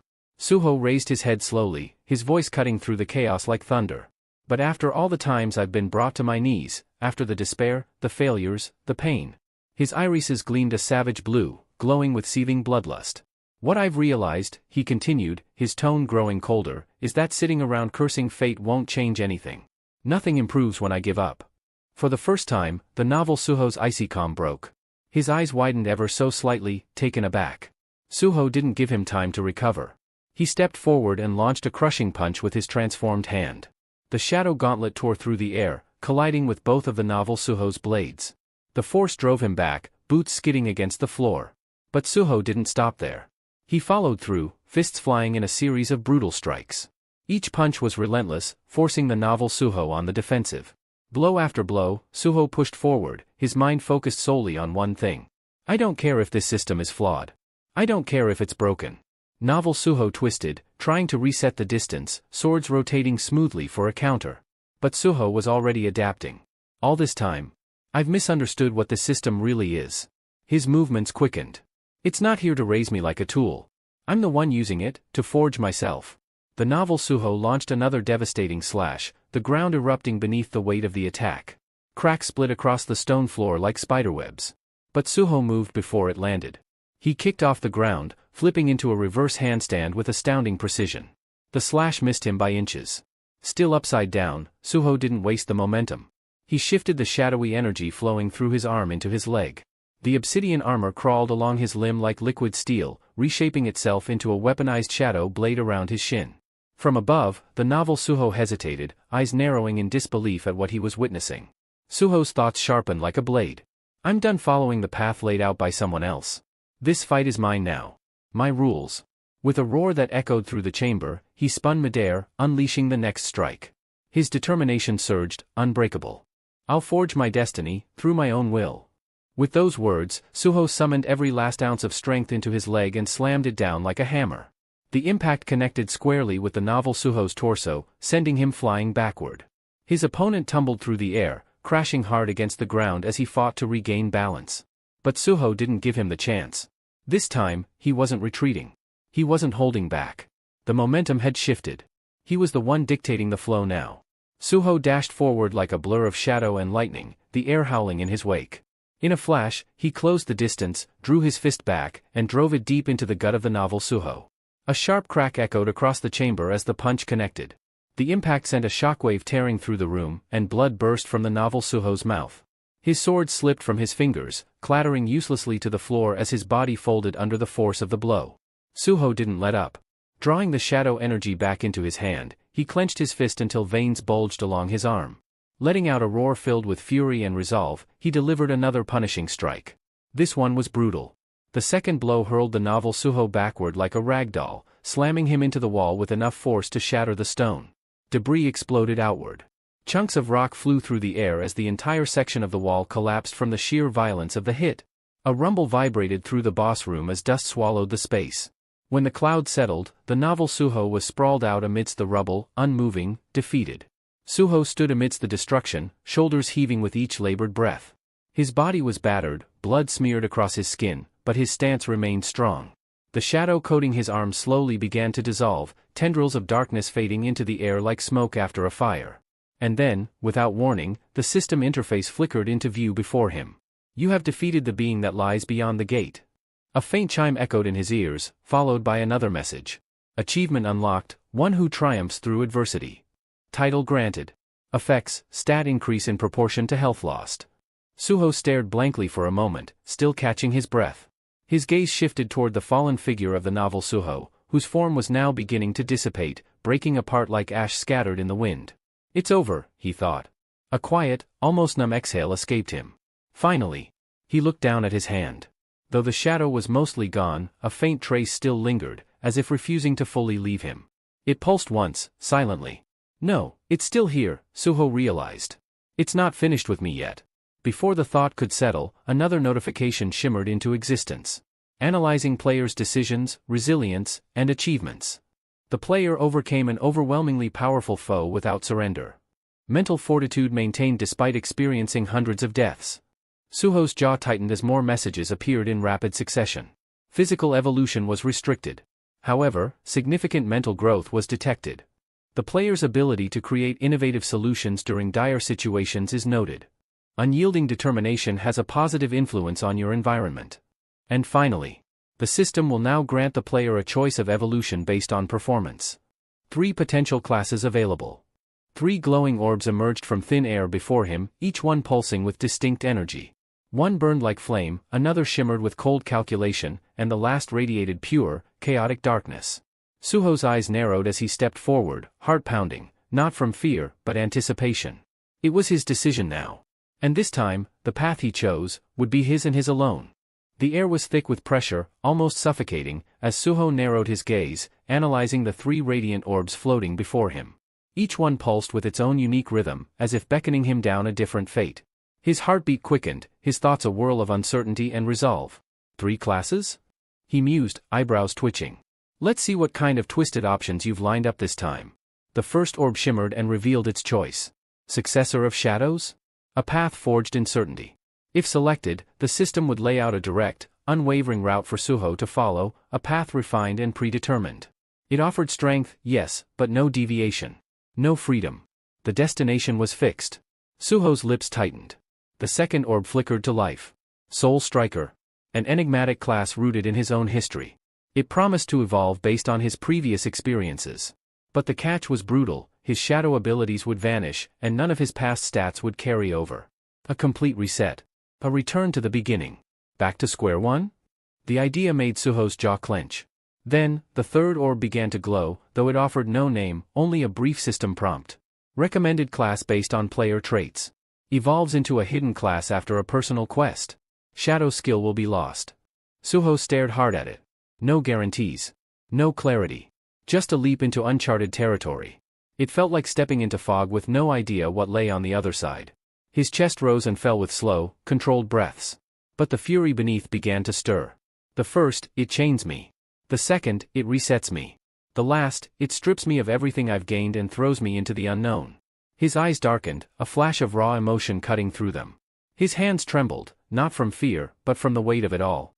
The countless deaths. The torment. The betrayal of the system. And now this? This is what you call a reward? Suho growled through gritted teeth. After all that? After dragging me through fire and death again and again, this is the choice you give me. His voice echoed like a tremor, thick with rage. I'm not your puppet anymore. With a sudden motion, Suho stepped forward and swept his hands through the air, pulling all 3 orbs together. The energies reacted violently, twisting and writhing as they collided, resisting the fusion. But Suho wouldn't stop. I'm not choosing. His voice rose to a defiant roar. I'm taking all of it. With a surge of unrelenting will, he slammed his palm against the converging orbs. A blinding explosion of energy erupted from the fusion point. The boss room was consumed by an overwhelming brilliance, light tearing through every crevice as the swirling orbs merged into a single core of power. The system chimed. Initiating class override. All conditions met. Class transformation, complete. The light imploded into Suho's body, and he stood firm at the epicenter of the eruption, unmoved, expression like steel. The moment burned itself into the fabric of the dungeon. Then, darkness. The scene shifted. Deep within the shadow dungeon, Beru trembled. His clawed hands scratched at the floor in a frenzy, obsidian shards digging into his palms as he paced in circles, wings twitching with nervous spasms. His breaths were uneven, broken by sobs as his panic spiraled out of control. "My lord, where are you?" he whimpered, his voice raw, eyes darting around the dim chamber with dread. "Why won't you answer?" Beru collapsed onto his knees, unable to contain the ache in his chest. His form shook violently, gripped by fear and sorrow. Nearby, Essel stood silently, pale and stunned by the overwhelming pressure still lingering in the air. Then, quietly, she walked over and knelt beside Beru. Gently, she rested a hand on his shoulder, offering a fragile sliver of comfort. "He's not gone," she whispered. "He's still fighting." But even she wasn't sure if those words were meant to reassure Beru, or herself. 3 weeks had passed. And still, no word. Not a whisper, not a trace. The weight of the young monarch's absence pressed down like a suffocating fog. Each day without news felt like another brick laid atop their chests. Essel's voice cracked the silence, her words laced with exhaustion and dread. "It's been too long. I can barely breathe in this silence." Her voice didn't rise above a whisper, but it hung in the air like the low rumble of thunder, impossible to ignore. Nearby, Beru slowly turned his head toward Amet. Tracks of dried tears lined his cheeks, but his glowing eyes blazed with desperation. "Crocodile, tell me honestly," he rasped. "Do you think he's still alive?" Amet didn't answer right away. He stood still, clawed fingers brushing over the edge of his scaly jaw as he mulled it over. For once, the ever-confident lizard warrior didn't have certainty in his eyes. His usual bravado faltered. "This kind of disappearance? I didn't foresee it," he admitted with a grim tone. "No message, no trail, not even a flicker of presence. It's not just strange, it's unnatural. I can't tell where he is, or if something went terribly wrong." Behind them, a low rumble rolled through the room. Gray let out a warning growl, low and guttural, the sound vibrating through the stone beneath his feet. His head dipped slightly in thought, body rigid with alertness. His expression gave away nothing, only a tension that hinted at something looming. And then, like the sudden crack of a lightning bolt piercing the night sky, his ears twitched. He turned sharply. His eyes locked ahead as space itself warped, folding inward. A swirling, radiant portal burst open, its light flooding the chamber with blinding intensity. Everyone whipped around. And from within the shimmering vortex, a figure stepped out. Calm. Composed. Radiant. Suho emerged like a specter returning from myth. His eyes were relaxed, his grin unbothered. He lifted one hand and gave a casual wave, his voice light and teasing. "Yo," he greeted with a cheerful lilt. "You guys look like you saw a ghost. Miss me?" A stunned silence fell over the room. Beru, Essel, Gray, even Amet, they all stood frozen, mouths slightly agape, their brains struggling to process what their eyes confirmed. Suho looked untouched. Not a scratch on him. In fact, he practically glowed with energy, like he had walked straight out of a dream, or a different dimension.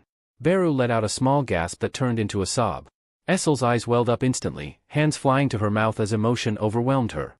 Even Gray's hardened face cracked, his gaze softening ever so slightly. Amet crossed his arms, but the faintest curve of a smile tugged at his mouth. It was subtle, but it was there, relief laced with pride.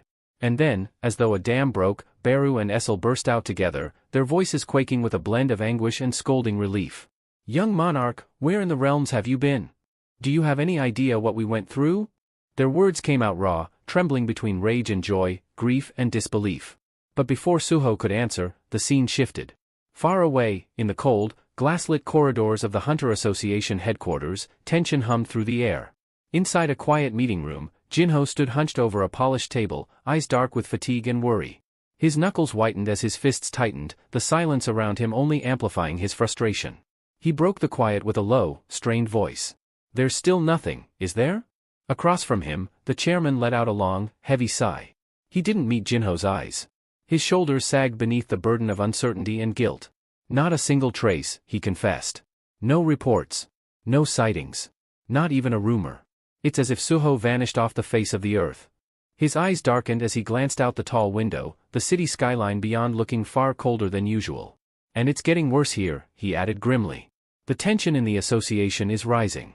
Whispers are spreading like wildfire." Jinho's head snapped up. "What kind of whispers?"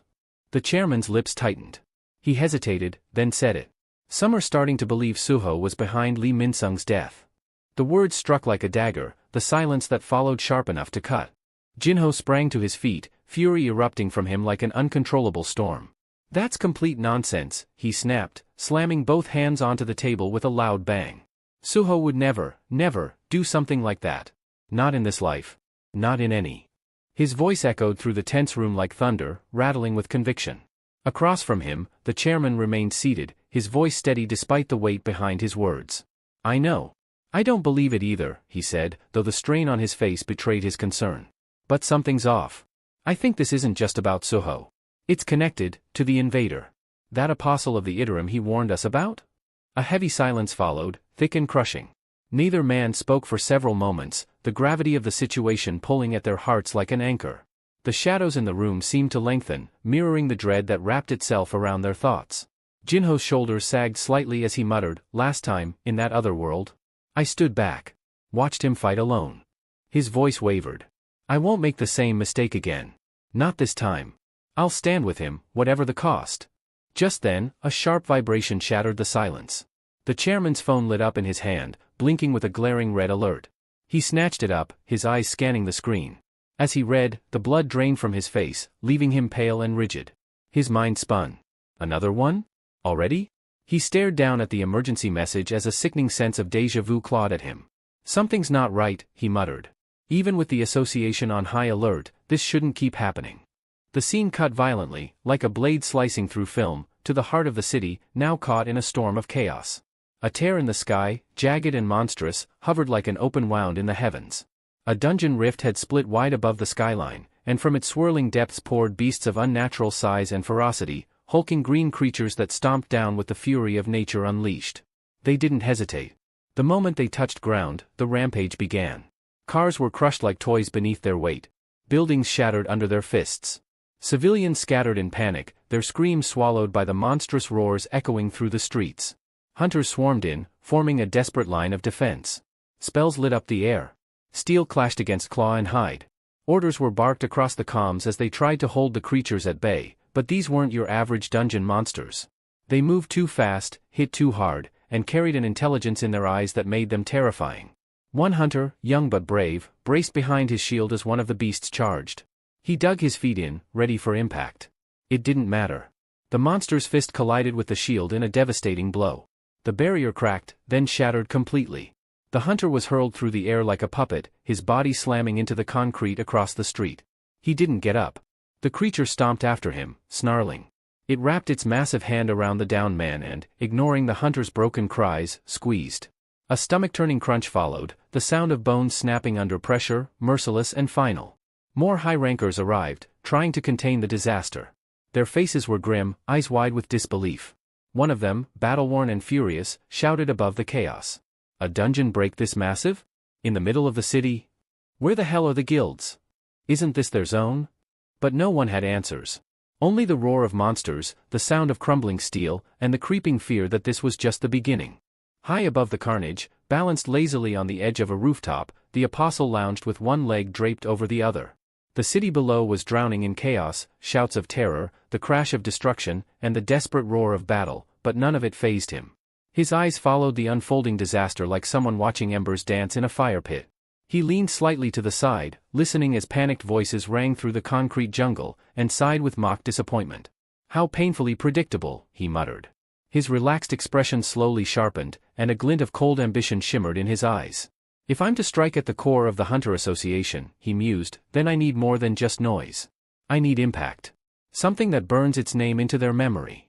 A cruel smirk tugged at his lips. Widespread destruction gets attention. Attention becomes trend. And trends, he chuckled darkly. Trends are immortal. They become stories, legacies, etched into history. From his perch, he watched the chaos unfold below like a puppeteer admiring his handiwork. Flames reflected in his gaze as he murmured. Humans are amusing. They'll forget the brave fool who dies first trying to protect them, but they'll always remember the one who stole the limelight. The loudest. The most vicious. That's who they crown. Down below, the hunters were pushing back. One of them, a veteran with sharp eyes and a precise stance, leapt into action. In a blur of motion, he dashed toward one of the rampaging creatures and delivered a precise upward slash across the monster's face. Steel sliced through flesh with a sickening rip, and the beast let out a tortured screech that rattled every window in a 3-block radius. Blood sprayed as the monster staggered, then thrashed wildly, its fury doubled. The hunter landed lightly on his feet, his coat flaring behind him. His voice rang out with calm authority. "Form a line behind me, now." The other hunters immediately responded, bolstered by his presence. One younger hunter gasped aloud, eyes wide with recognition. "That's Hwang Jae-hyung. He's a B rank. We're not done yet." From his rooftop, the apostle's brows rose ever so slightly. He slowly sat up straighter, his fingers interlacing into a symbol as yellow energy sparked around him. Electricity buzzed in the air, building in waves of raw, coiled force. "A B rank trying to steal the scene," he said, tone dripping with amusement. "How irritating." His fingers twitched, and the yellow aura expanded like a living thing. His voice dropped to a whisper, barely audible, yet brimming with command. "This is my performance. I decide how it ends."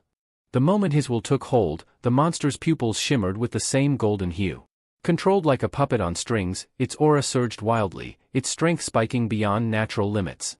Then, without warning, it reared back, and its massive tail snapped forward like a whip, slamming into the battlefield with the force of a wrecking ball.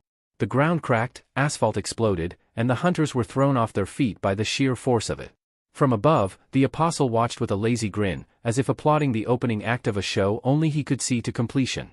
Hwang Jae-hyung barely had time to register the incoming attack before the monster's tail struck him like a battering ram. The impact was cataclysmic, his ribs caved in under the force, and blood erupted from his lips in a crimson arc.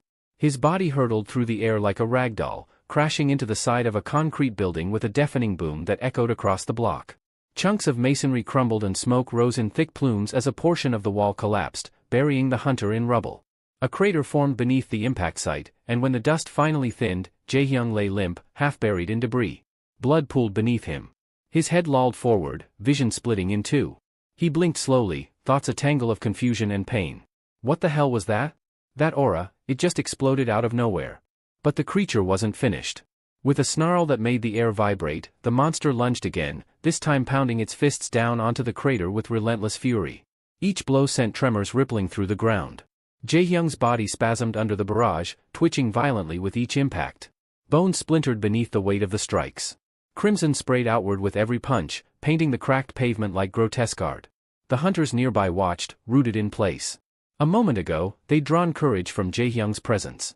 Now, that hope was dashed, shattered alongside his bones. Horror gripped them. Not a single one dared move. One of the younger hunters, a recently recovered D rank, shook uncontrollably. Cold sweat dripped down his back as panic seized his chest. His fingers clutched the hilt of his sword, but it felt impossibly heavy, like it belonged to someone else. "I just scraped together enough to get my leg healed, finally got a weapon. I thought I could fight again. I thought I was ready." His eyes widened in terror as several monsters locked onto him, their snarling maws already closing in. Their charge was merciless, faster than he could process. His breath caught in his throat. Fear locked his muscles.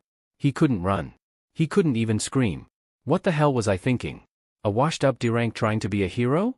He raised his arms in a futile attempt to shield himself, bracing for death. But death didn't come. Instead, a thunderclap of violet light tore across the battlefield. In an instant, a blur shot past him, a streak of energy that seemed to bend space with its speed. The wind howled in its wake. Then, with a sharp twist in midair, the figure spun and slammed his heel into the face of the lead monster. The impact was brutal, it cracked the beast's skull and sent it flying, jawbone splintering like porcelain. The monster dropped like a sack of meat. The D-rank hunter gasped, stumbling back as he tried to comprehend what had just happened. Before the dust had even settled, the figure moved again, blitzing across the street in arcs of speed too fast for the eye to follow. Each movement was surgical, lethal. Suho moved like a living weapon, weaving through the monsters and dismantling them with pinpoint strikes. 1, 2, 3. By the time the fourth creature fell, silence had blanketed the area. The surviving hunters stood in stunned disbelief. Suho landed gently amidst the carnage, the folds of his dark coat fluttering behind him. His face was concealed behind his signature shadowed mask, its edges flickering with dark energy. Even through the silence, his presence was suffocating, an aura thick with killing intent and raw, unnatural power. The D-rank hunter's heart skipped. That mask? No way. That's the guy, the one who soloed a whole raid team, isn't it? But, he's just a D-rank. It didn't make sense, but the proof was in the shattered bodies around them. Suho raised one hand, dark mana spiraling around his arm like coils of mist. His eyes shimmered with a sinister violet hue beneath the mask. Good. A perfect moment, he murmured to himself. Let's see how this new class holds up in real combat. He extended his arm over the battlefield, gaze sweeping across the corpses of the fallen monsters. A single command followed. Arise. As if obeying an ancient decree, a pulse of unholy energy rippled through the air. The shadows beneath the slain beasts began to churn, twisting, unraveling, rising. Figures began to claw their way free from the dark, no longer alive, but not truly dead. A new battle was about to begin, one fought with the army of the abyss. It wasn't just a few, the entire horde reacted. All at once, the monsters' shadows broke free of their owners, slithering across the broken ground like sentient serpents drawn to their master. They gathered around Suho, forming an eerie procession of darkness at his feet. With a deliberate motion, he lifted his other hand, and the writhing mass of shadows obeyed without question, dispersing into the city like a phantom legion sent to conquer. The D-rank hunter stumbled back, overwhelmed. His lips parted in disbelief, but the words refused to come. "What is this?" he finally choked out. Before he could process it, the shadows shifted again, this time toward the bodies of the fallen hunters. But instead of devouring them, something else happened. The darkness didn't consume. It clothed. Like living ink, the shadows wrapped around their limbs and torsos, shaping into sleek, seamless black armor. Weapons shimmered into existence, blades, shields, bows, all forged from pure shadow. It wasn't destruction. It was rebirth. The stunned D-rank looked down, only to see his own gear replaced. His rusted weapon was gone. In its place gleamed a curved blade made of obsidian, alive with pulsing dark light. "Is this mine?" he whispered, awe and confusion etched across his face. "Why am I wearing black tier equipment?" Before he could gather his thoughts, Beru's voice pierced through the air, astonished. "Young monarch," Beru gasped, his compound eyes locking on the shadow-crafted gear. "Wait, are you saying you can now grant shadow gear to others?" Suho turned calmly, the battlefield's noise fading behind him. His eyes met Beru's with an unwavering stare, his tone composed yet firm. "No," he said clearly. "This isn't an enhancement or transformation. What you're seeing, these aren't forms. They're items. Real ones. Crafted and recognized by the system." As if in response, a sharp digital tone rang out. A blue-tinted hologram blinked into existence beside the D-rank hunter. Shadow Naga Warrior's polearm. Grade, common. Origin, Tep Spear. The hunter stared at the system window, blinking. He turned the weapon over in his hand, there was no mistake. Stats. Durability. A registered item. It was real. Energy surged through him.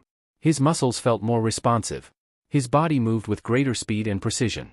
"Is my body being strengthened too?" he wondered aloud. Around him, more system alerts popped up, each showcasing new gear summoned from the darkness. Shadow-woven swords, spears, longbows, every item complete with stats and classifications. Beru's expression deepened into something between awe and reverence. "These aren't enhancements," he murmured. "They're true combat gear. Gear forged from your army? Your ability, this creation of equipment using shadows, even the first Shadow Monarch never achieved such a thing." He looked at Suho with a deepened respect, voice quieter now. "So this is the power of the new class. The anomaly the system couldn't define. The irregular? White shadow. A being unbound by past rules." Suho remained silent, a flicker of thought dancing in his eyes. Slowly, his gaze swept across the battlefield, across the figures now wearing the armor he forged. Then he made a decision. His hand moved to his face, fingers brushing the edge of the mask that had hidden his identity for so long. "There's no longer any reason to stay hidden," he muttered to himself. With no hesitation, he pulled the shadowed mask away. And in that instant, the D-rank hunter standing before him froze, mouth agape, as Suho's true face was revealed, no longer a rumor, no longer a myth. The shadow behind the storm had finally stepped into the light. With a calm air and a soft, knowing smile tugging at the corners of his lips, Suho turned to the battered hunter beside him. Confidence radiated from his posture, unwavering and resolute. His violet eyes gleamed with unwavering purpose as he glanced toward the beast stampeding in the distance. "If you still have the will to fight," he said, voice even yet powerful, "then will you stand with me?" Above the battlefield, on a rooftop cloaked in shadow and smoke, the apostle finally rose to his feet. A wild grin stretched across his face as he basked in the mounting chaos. His heart raced as though it had been waiting for this moment.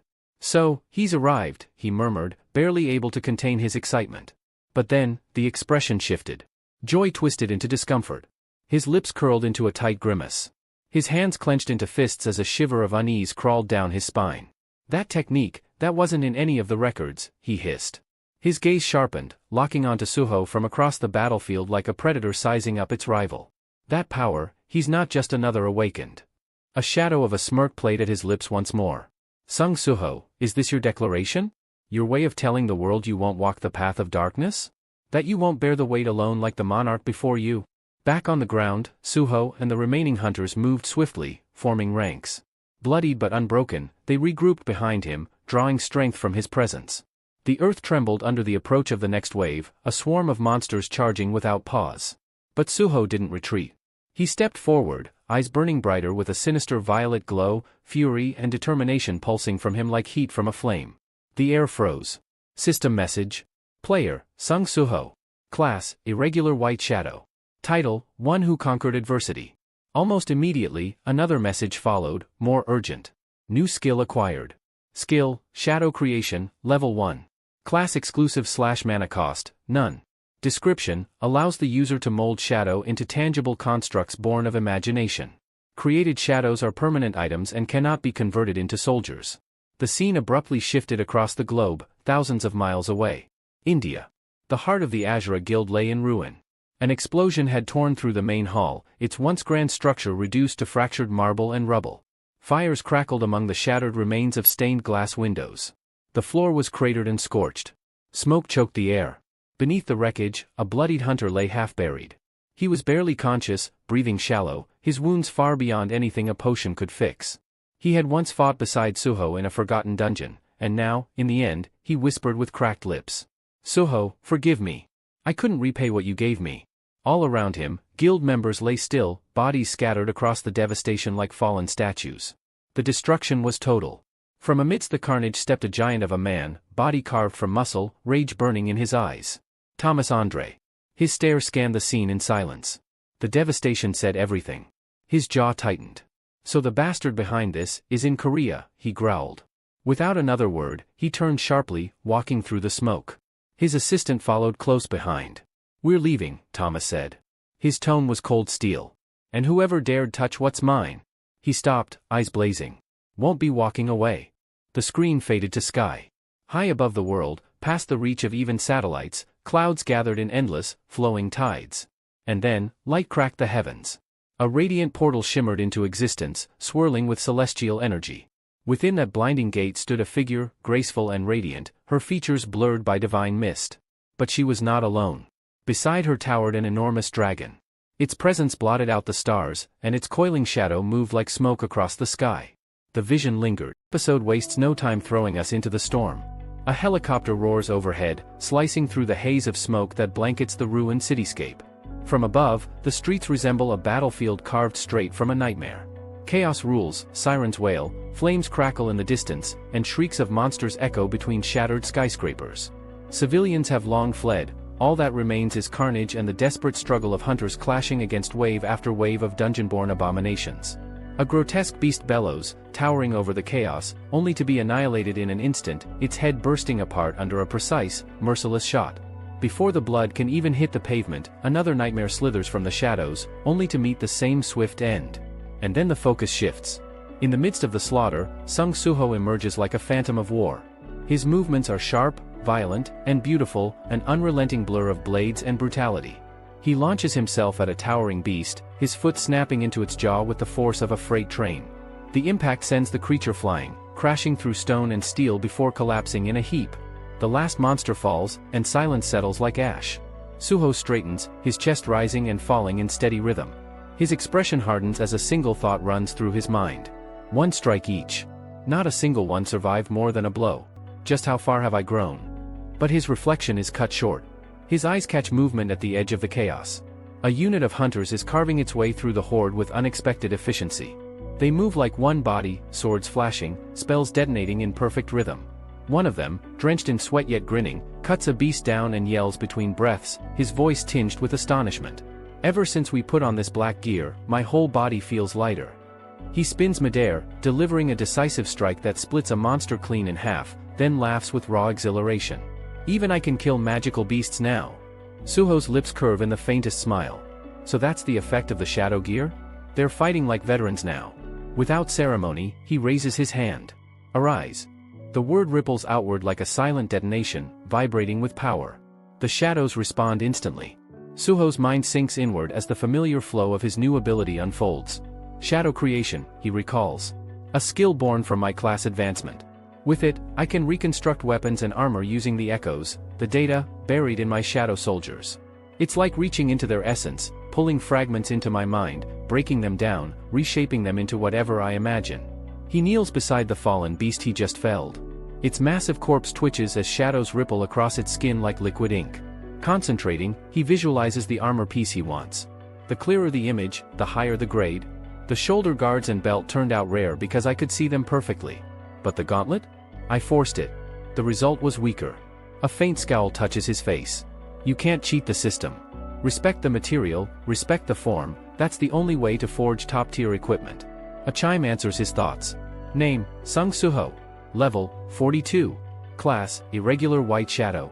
Title, One Who Overcame Adversity. HP, 8525/8525.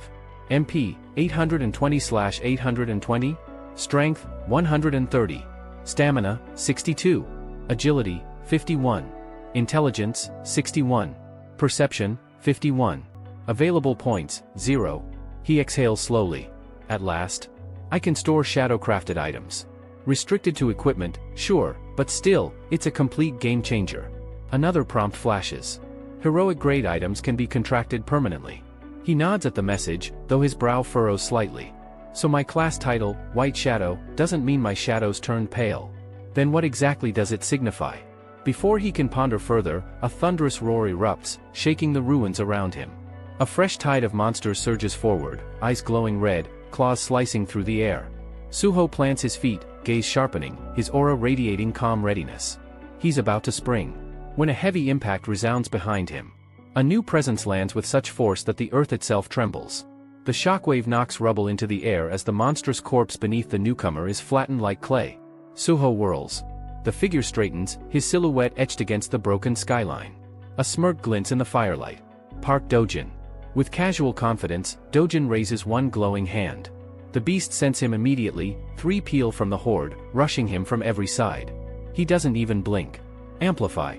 The word is whispered, but the effect is cataclysmic. His arm erupts with radiant force, and in one sweeping strike, the monsters are reduced to ash, their forms erased in an instant. The battlefield stills. Hunters nearby freeze mid-motion, their weapons hanging limp at their sides. One stammers, barely able to speak. He erased them, in one move. Corpses litter the ground, the metallic stench of blood thick in the air. Amid the silence, Suho and Dojin lock eyes. There is no open hostility, only a heavy, unspoken tension. Dojin's smirk lingers as he regards Suho with amusement, while Suho's expression remains guarded, conflicted, caught between curiosity and unease. Something about Dojin's calm, almost mocking composure feels wrong. Far from the battlefield, another story unfolds. In a modest apartment, Yujinho sits frozen before a glowing television screen. His hands tremble as he grips the edge of the table, eyes wide and wet with tears. The broadcast replays the dungeon break, Suho's masked figure unmistakable. So you're alive? Jinho's voice cracks, trembling with relief and fury. You brat, you should have called me the moment you came back. Beside him stands Wu Jingxiel, quiet and observant. His tone is gentle, sincere. It's a relief, truly. But the moment breaks. Jingxiel's phone buzzes urgently. He answers. A sharp voice cuts through the line, Cho Jong-in. Did you see the broadcast? That masked man, it's Sung Suho. Before Jingxiel can reply, another voice intrudes, Lim Taegyu, his breath ragged as he races across rooftops. It's him. I'm certain of it. I saw him before, when Long was with me. He's the masked hunter. I'm heading there now, I'll contact Park Dojin. We'll place Suho under arrest. Jingxiel's face hardens. His voice grows stern. Wait. Don't jump to violence. There's no solid evidence linking him to anything illegal. But Taegyu spits back, his tone sharp and accusing. Then why did he hide his face? Don't forget, Lee Minsung is dead. And the star powder, he's connected. I know it. Cho Jong-in, ever the strategist, interjects calmly, though his words carry weight. I don't believe Suho is a villain. But I agree, he should be brought into the association. My research shows he's Yujinho's nephew. That ties him directly to the chairman. I'm trusting the association because I still believe in your justice, Wu Jingxiel. Handle this wisely. The line falls quiet, leaving tension in its wake. Back on the battlefield, Park Dojin's phone vibrates. He answers, his tone steady. Yes, Guild Master. He's right in front of me. Suho watches every flicker of his expression, cautious. So this is Park Dojin, the one who just rose to S rank. Then why is he smiling like that while staring at me? Dojin ends the call, his smirk unchanged. His eyes pierce Suho's. Hunter Sung Suho, he says with deliberate calm, let's talk. The order came down like a hammer. The guild master of the Reaper Guild has issued instructions, Park Dojin said evenly, his eyes fixed on Suho. I've been tasked with escorting you to the Hunter Association. Suho's brow tightened as he studied Dojin, his tone measured but tinged with suspicion. So that's the Reaper Guild's agenda. Judging by how you threw the Hunter Association's name into this? I take it this isn't a friendly recruitment pitch. Dojin's reply was cold, stripped of any unnecessary warmth. You don't seem to grasp the gravity of the situation you're in. Showing up here in the middle of a dungeon break with cameras capturing everything, it only confirms the association's concerns. His gaze sharpened, his voice cutting like glass. You are a suspect in the murder of Vice Guild Master Lee Min-sung. On top of that, you're under investigation for distributing star powder. The accusation hit like a blow to the chest. Suho's eyes widened, disbelief flashing across his face. Wanted, for murder? Dojin gave a firm nod, his expression serious. Do yourself a favor and don't resist. If you come quietly, this ends without incident. Before Suho could form a reply, one of the hunters who had fought beside him earlier stepped forward, bristling with anger. Hold on. There's no way. He saved our lives back there. You've got the wrong guy. Another hunter chimed in, fists clenched tight. This is ridiculous. You can't just drag someone away on baseless claims. That's abuse of power. Suho raised his hand, silencing them before the outrage could escalate. His voice was calm, composed, and respectful. I appreciate it. Truly. But it's all right. One hunter muttered under his breath, shocked. He's agreeing to go with them? Suho took a steady breath, his eyes resolute. I'll go. Voluntarily. I was heading to the association sooner or later anyway. Dojin gave a curt nod, satisfied. Good. That makes things easier for everyone. As Suho turned to follow, one of the younger hunters whispered with quiet awe. He's something else, even gave us gear without asking for anything in return. Suho froze mid-step. Right. Almost forgot. He extended his hand, shadows writhing at his fingertips. One by one, the equipment he had lent out began dissolving into dark streams before being absorbed back into his body. A glowing system message flickered to life before his eyes. Skill activated, Shadow Item Storage, Level 1. Class exclusive. No mana cost. Allows caster to absorb shadow-forged items into personal storage. Items can be summoned or withdrawn at will. Current capacity, 14/40. A faint smirk tugged at Suho's lips. This ability, way more versatile than I imagined. From the corner of his eye, Dojin observed silently. Though he didn't comment, the hunter's gaze lingered on Suho, thoughtful and heavy. He's not the same as before, Dojin mused. Something happened to him recently, something monumental. His presence, his aura, it's sharper, more refined. Stronger. Suho broke his focus with a glance over his shoulder. Well? You coming? Dojin hesitated a moment before falling into step beside him, his face neutral but his mind restless. The balance of power is shifting. The Star Fragment project, the risk of it spiraling out of control is smaller now, but I can't gamble yet. Before we even consider drawing someone like him into the fold, I'll need the fragment perfected. The two men walked side by side through the ruined streets. The battle was over, but the echoes of destruction clung to the air, burnt stone, blood, and silence. A quiet tension sat between them, unspoken but palpable. Then, the calm fractured. A shrill ringtone broke the silence, buzzing from the hunter's pockets.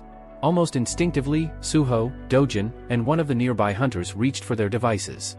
The first hunter to check his phone froze, his eyes widening in shock as the screen's glow reflected across his pale face. His voice trembled as he read the message aloud. Emergency alert? Major prison break reported at Jisan Prison.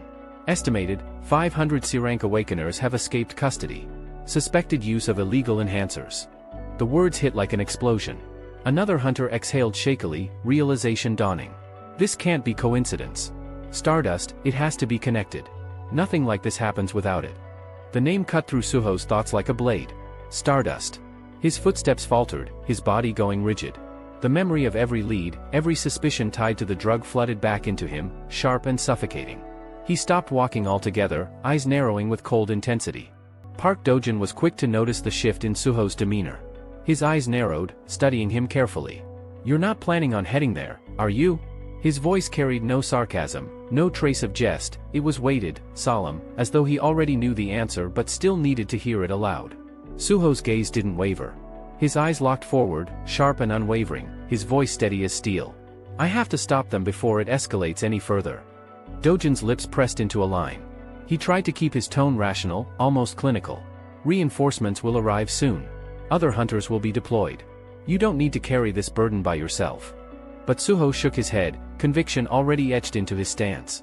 If they're dosed with star powder, the association's response teams won't be enough. I've seen the effects. It doesn't just boost their strength, it warps them, strips away their humanity until all that's left is rage. You send unprepared hunters against that, and it'll be a massacre. Dojin's jaw clenched as he looked away, struggling against the truth of those words. Suho was right, and the thought of letting him vanish into the chaos unsettled him. But restraining him here would only add fuel to the storm already surrounding Suho's name. You understand what you're doing, don't you? Dojin said finally, his voice deliberate, each word laced with warning. If you don't report to the association now, if you disappear instead, you'll be painting yourself as guilty. For both of us, this only gets worse. The silence that followed was long and heavy. Then Dojin closed his eyes and exhaled, shoulders loosening as though resigning himself to the inevitable. Fine. Let's just say I tried to stop you. Suho's reply was a single nod, gratitude flashing in the brief glance he threw over his shoulder. I'll check in at the association afterward. That's a promise. And with that, he was gone. Suho launched himself into the air, his form a blur of motion as he bounded from rooftop to rooftop. Each leap was fluid, silent, controlled, the movement of someone who had mastered both power and precision. He cut across the cityscape like a living shadow, heading straight toward the brewing storm. Dojin remained rooted in place, his gaze following Suho's vanishing silhouette until it disappeared between the buildings. For a while, there was only stillness. Then, slowly, a faint smile crept across his face. Perfect timing, he murmured. Let's see just how far you've climbed. Meanwhile, at Jisan prison, the world was already burning. Sirens had long since faded into the background, drowned out by the chaos of combat. The once impenetrable compound was now a war zone. Entire portions of the outer wall lay in rubble, collapsed into heaps of jagged concrete and twisted rebar. Smoke bled into the sky in greasy plumes, carrying the smell of ash and blood. The ground itself bore scars of violence, scorched earth, shattered stone, the lifeless sprawled across the cracked pavement. The prison yard, once a controlled cage, had become a battlefield. Inmates clashed in brutal brawls, fists and mana colliding with lethal force. Some already lay dead, bodies broken and discarded in the dirt. Others writhed in pain, unconscious or crippled from the sudden surge of power that had ripped through the compound. From atop a mountain of fractured debris, a voice cut through the turmoil. Calm, yet dripping with disdain. Humans always find new ways to outdo themselves in cruelty. The speaker sat lazily, one leg dangling over the ruin as though the carnage below were nothing more than theater. His posture carried an air of certainty, a confidence so complete it bordered on arrogance. It was as if this moment had been inevitable, something he had been waiting for all along. To think, he went on, a crooked smile tugging at his lips, they'd actually shove mana crystals into our necks, like collars, just so they could snuff us out the second we stepped out of line. He chuckled, low and dark, scanning the crowd of awakeners now unchained and bloodthirsty. Tell me I'm wrong, brothers. A ripple of bitter agreement rolled through the yard. Heads turned upward, eyes burning with recognition and loyalty. In this chaos, he wasn't just another inmate, he was a figurehead, the one who shattered their shackles and gave their fury a voice. His voice rose, thundering above the riots. After the cataclysm, what did we do? We used the very powers we never asked for. And what did the Hunter Association do in return? They branded us as criminals. Locked us away. Treated us like beasts. He rose slowly to his feet, every motion deliberate, his clenched fist raised into the smoke-choked air. Well, I say it's time we remind them what they made. The yard filled with bodies, hundreds of awakeners, ranging from low-rank D fighters to once notorious elites now stripped of glory. Their collective resentment simmered, their eyes blazing with vengeance. The silence that followed his words was dense, charged with violence waiting to erupt. Every one of us has been trampled under the same boot, he shouted, his voice like a war drum. Every humiliation, every scar, every day of rot in this hellhole, ends tonight. He thrust his hand into the air, his command a spark that ignited their fury. Trigger the dungeon break. The prison roared in answer. The rioters surged forward, chaos multiplying like wildfire. And at the heart of it all, standing tall amid the ruins, was the man who had turned a riot into a revolution, Hwang Dong-suk. Once a prisoner, now a symbol. The spark of rebellion that promised to engulf far more than the prison's walls. Across the city, alarms erupted. A distorted, metallic voice blared over the emergency broadcast system, echoing through streets and alleys alike. Warning! A large-scale prison break has occurred at Jisan Prison. Citizens are urged to evacuate. All available hunters, report immediately. Windows rattled under the force of the sirens, buildings shuddering as the city itself seemed to cry out in alarm. The storm had only just begun. All civilians within the vicinity must evacuate at once. Follow the instructions of licensed hunters. The automated voice repeated the message again and again, its metallic tone drumming panic deeper into the hearts of those who listened.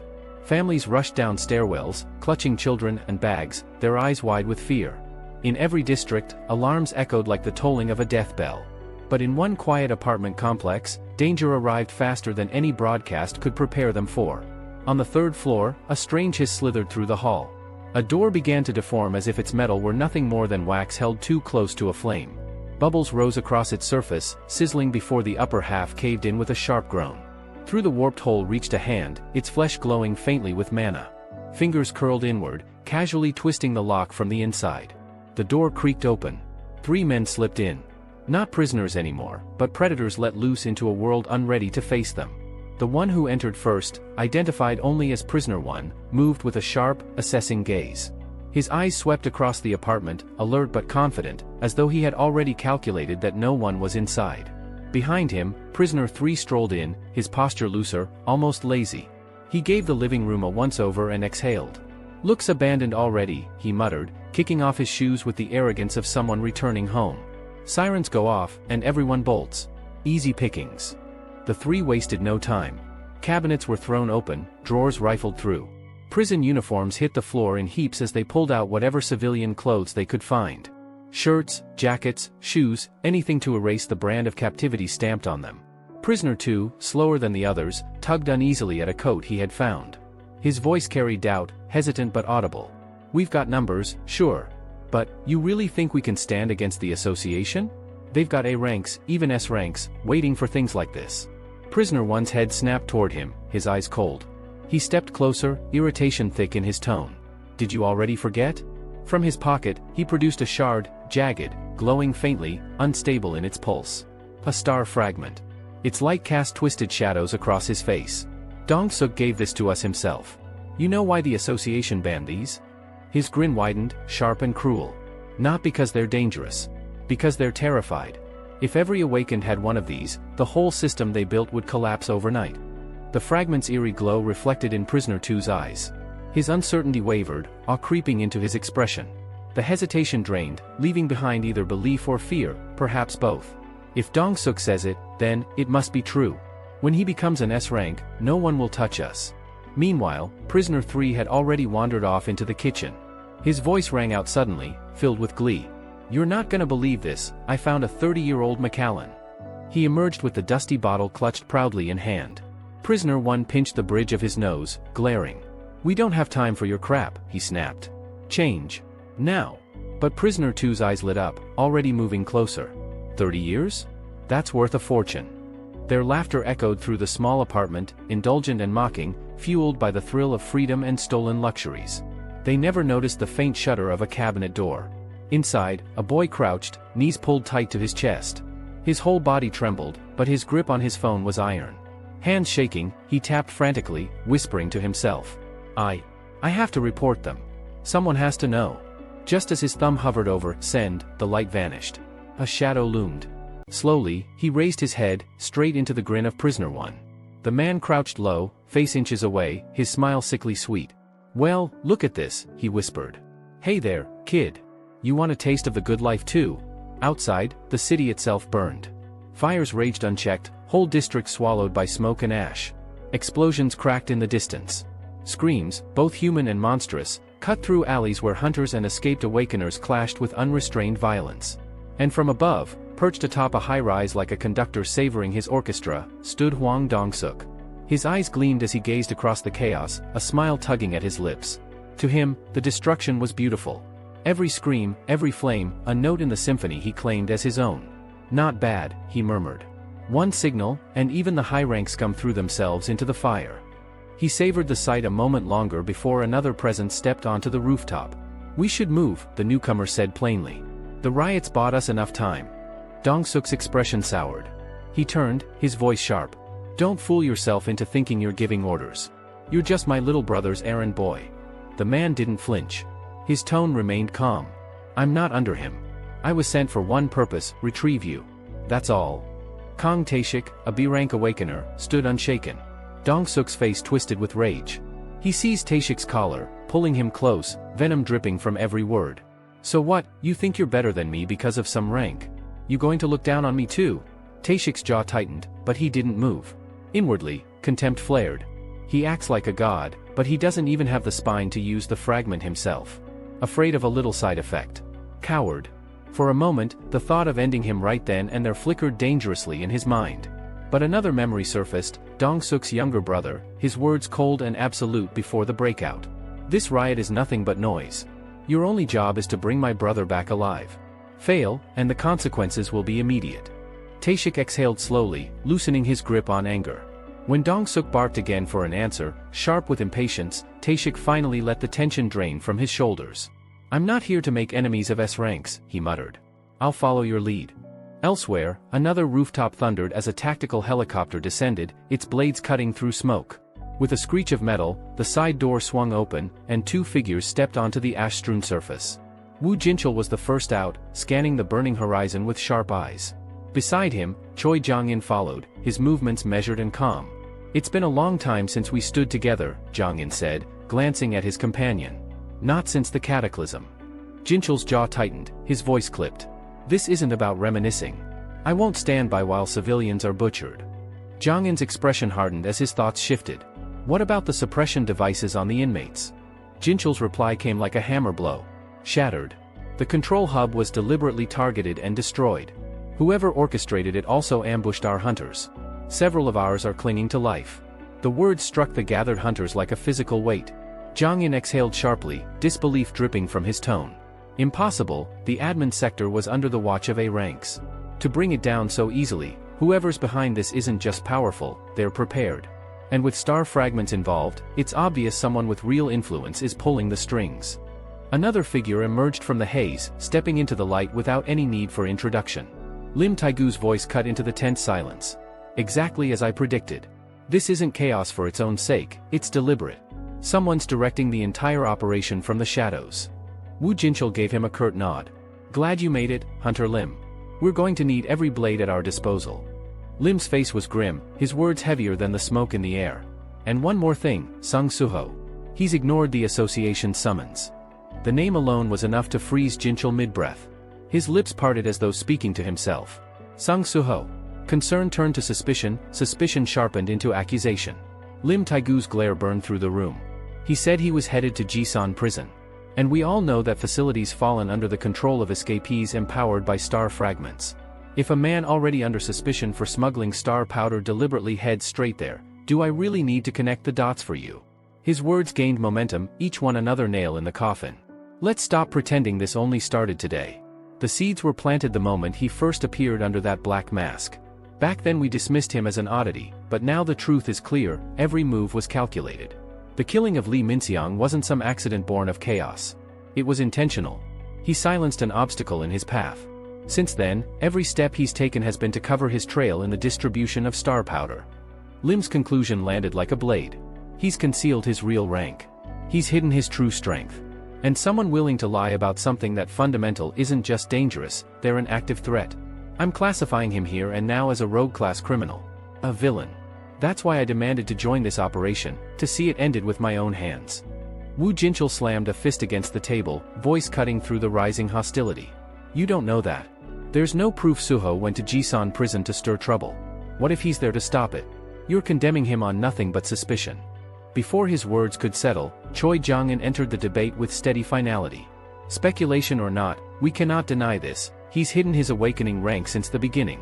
That alone strips him of credibility. And in moments like these, when lives are at stake, trust isn't optional. It's a luxury we cannot afford. Jinchul turned to Jong-in, disbelief etched across his face. You too? His voice cracked with quiet betrayal. Park Dojin stayed silent in the corner, arms folded, gaze unreadable. yet inside, his thoughts churned like a storm. I can't oppose S-ranks. Not now. But Suho must have known this would happen. Rejecting the association was practically begging for suspicion. His mind drifted deeper, to the core of the spreading rot. Star powder should have been choked off when the association banned it. Instead, its evolution, the fragments, spread like wildfire. Even knowing how unstable it is, hunters are still using it. A humorless smile touched his lips. Fine. Let them tear each other apart. I'll wait. And when the pieces settle, I'll find Suho myself. Far from the bickering hunters, Sung Suho's figure tore through a dense jungle, every breath ragged but steady. His body blurred between the trees, branches snapping and foliage scattering in his wake. He didn't let up, not even for an instant. Beast possession should have given me more speed, this terrain's too dense. Gray, hold on a little longer. He pushed harder. Muscles screamed, lungs burned. The tree line broke, and without slowing he launched himself forward, bursting out of the jungle like a projectile into the open sky. Before him sprawled a nightmare, the city. Smoke choked the horizon, flames climbed skyward, and the air trembled with a symphony of terror, explosions, roars, and screams both human and monstrous. He landed hard on the outskirts, boots skidding against cracked asphalt. The moment his senses opened, the noise sharpened into unbearable clarity. Help me. Please, no, don't. I'll do anything, just don't kill me. His chest tightened, the cries slicing through his mind. This isn't just noise, this is the Bond skill. Their fear, their last moments, it's feeding straight into me. He didn't stop to dwell. He sprinted again, vaulting rooftops, weaving through shattered streets. Every second he wasted, someone else died. As he landed in an alley, the remnants of beast possession faded. His aura steadied as exhaustion threatened to take over, sweat pouring down his temple. But the sight before him ripped away any thought of rest. A gang of prisoners, circling terrified civilians.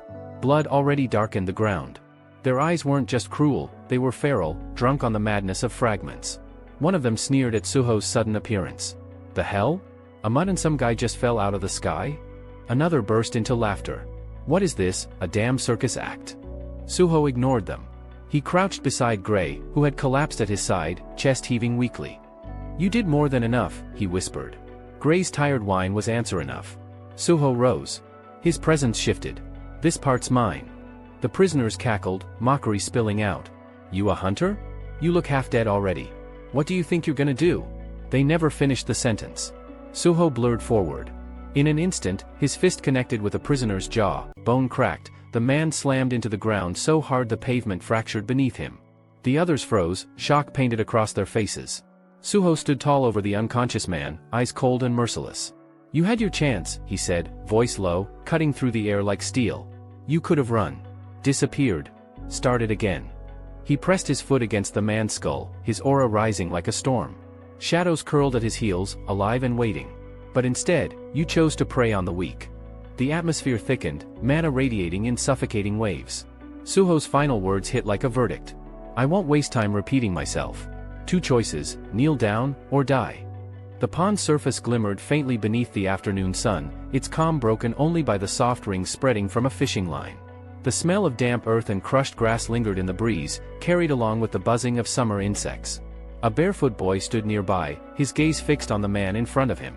Young Suho's eyes drifted over the old man's weathered back, lingering on the pale grooves that carved across his skin like stories etched in flesh. Grandpa, Suho finally asked, cautious yet curious. Why do you have all those scars? The old man tugged gently on his rod, feeling resistance at the end of the line. His hands, calloused and steady from years of work, reeled in the catch. Only after the silver flash of fish broke the water surface did he glance back with a faint, knowing smile. These? He raised his arm, letting the boy see more clearly. These aren't just scars, Suho.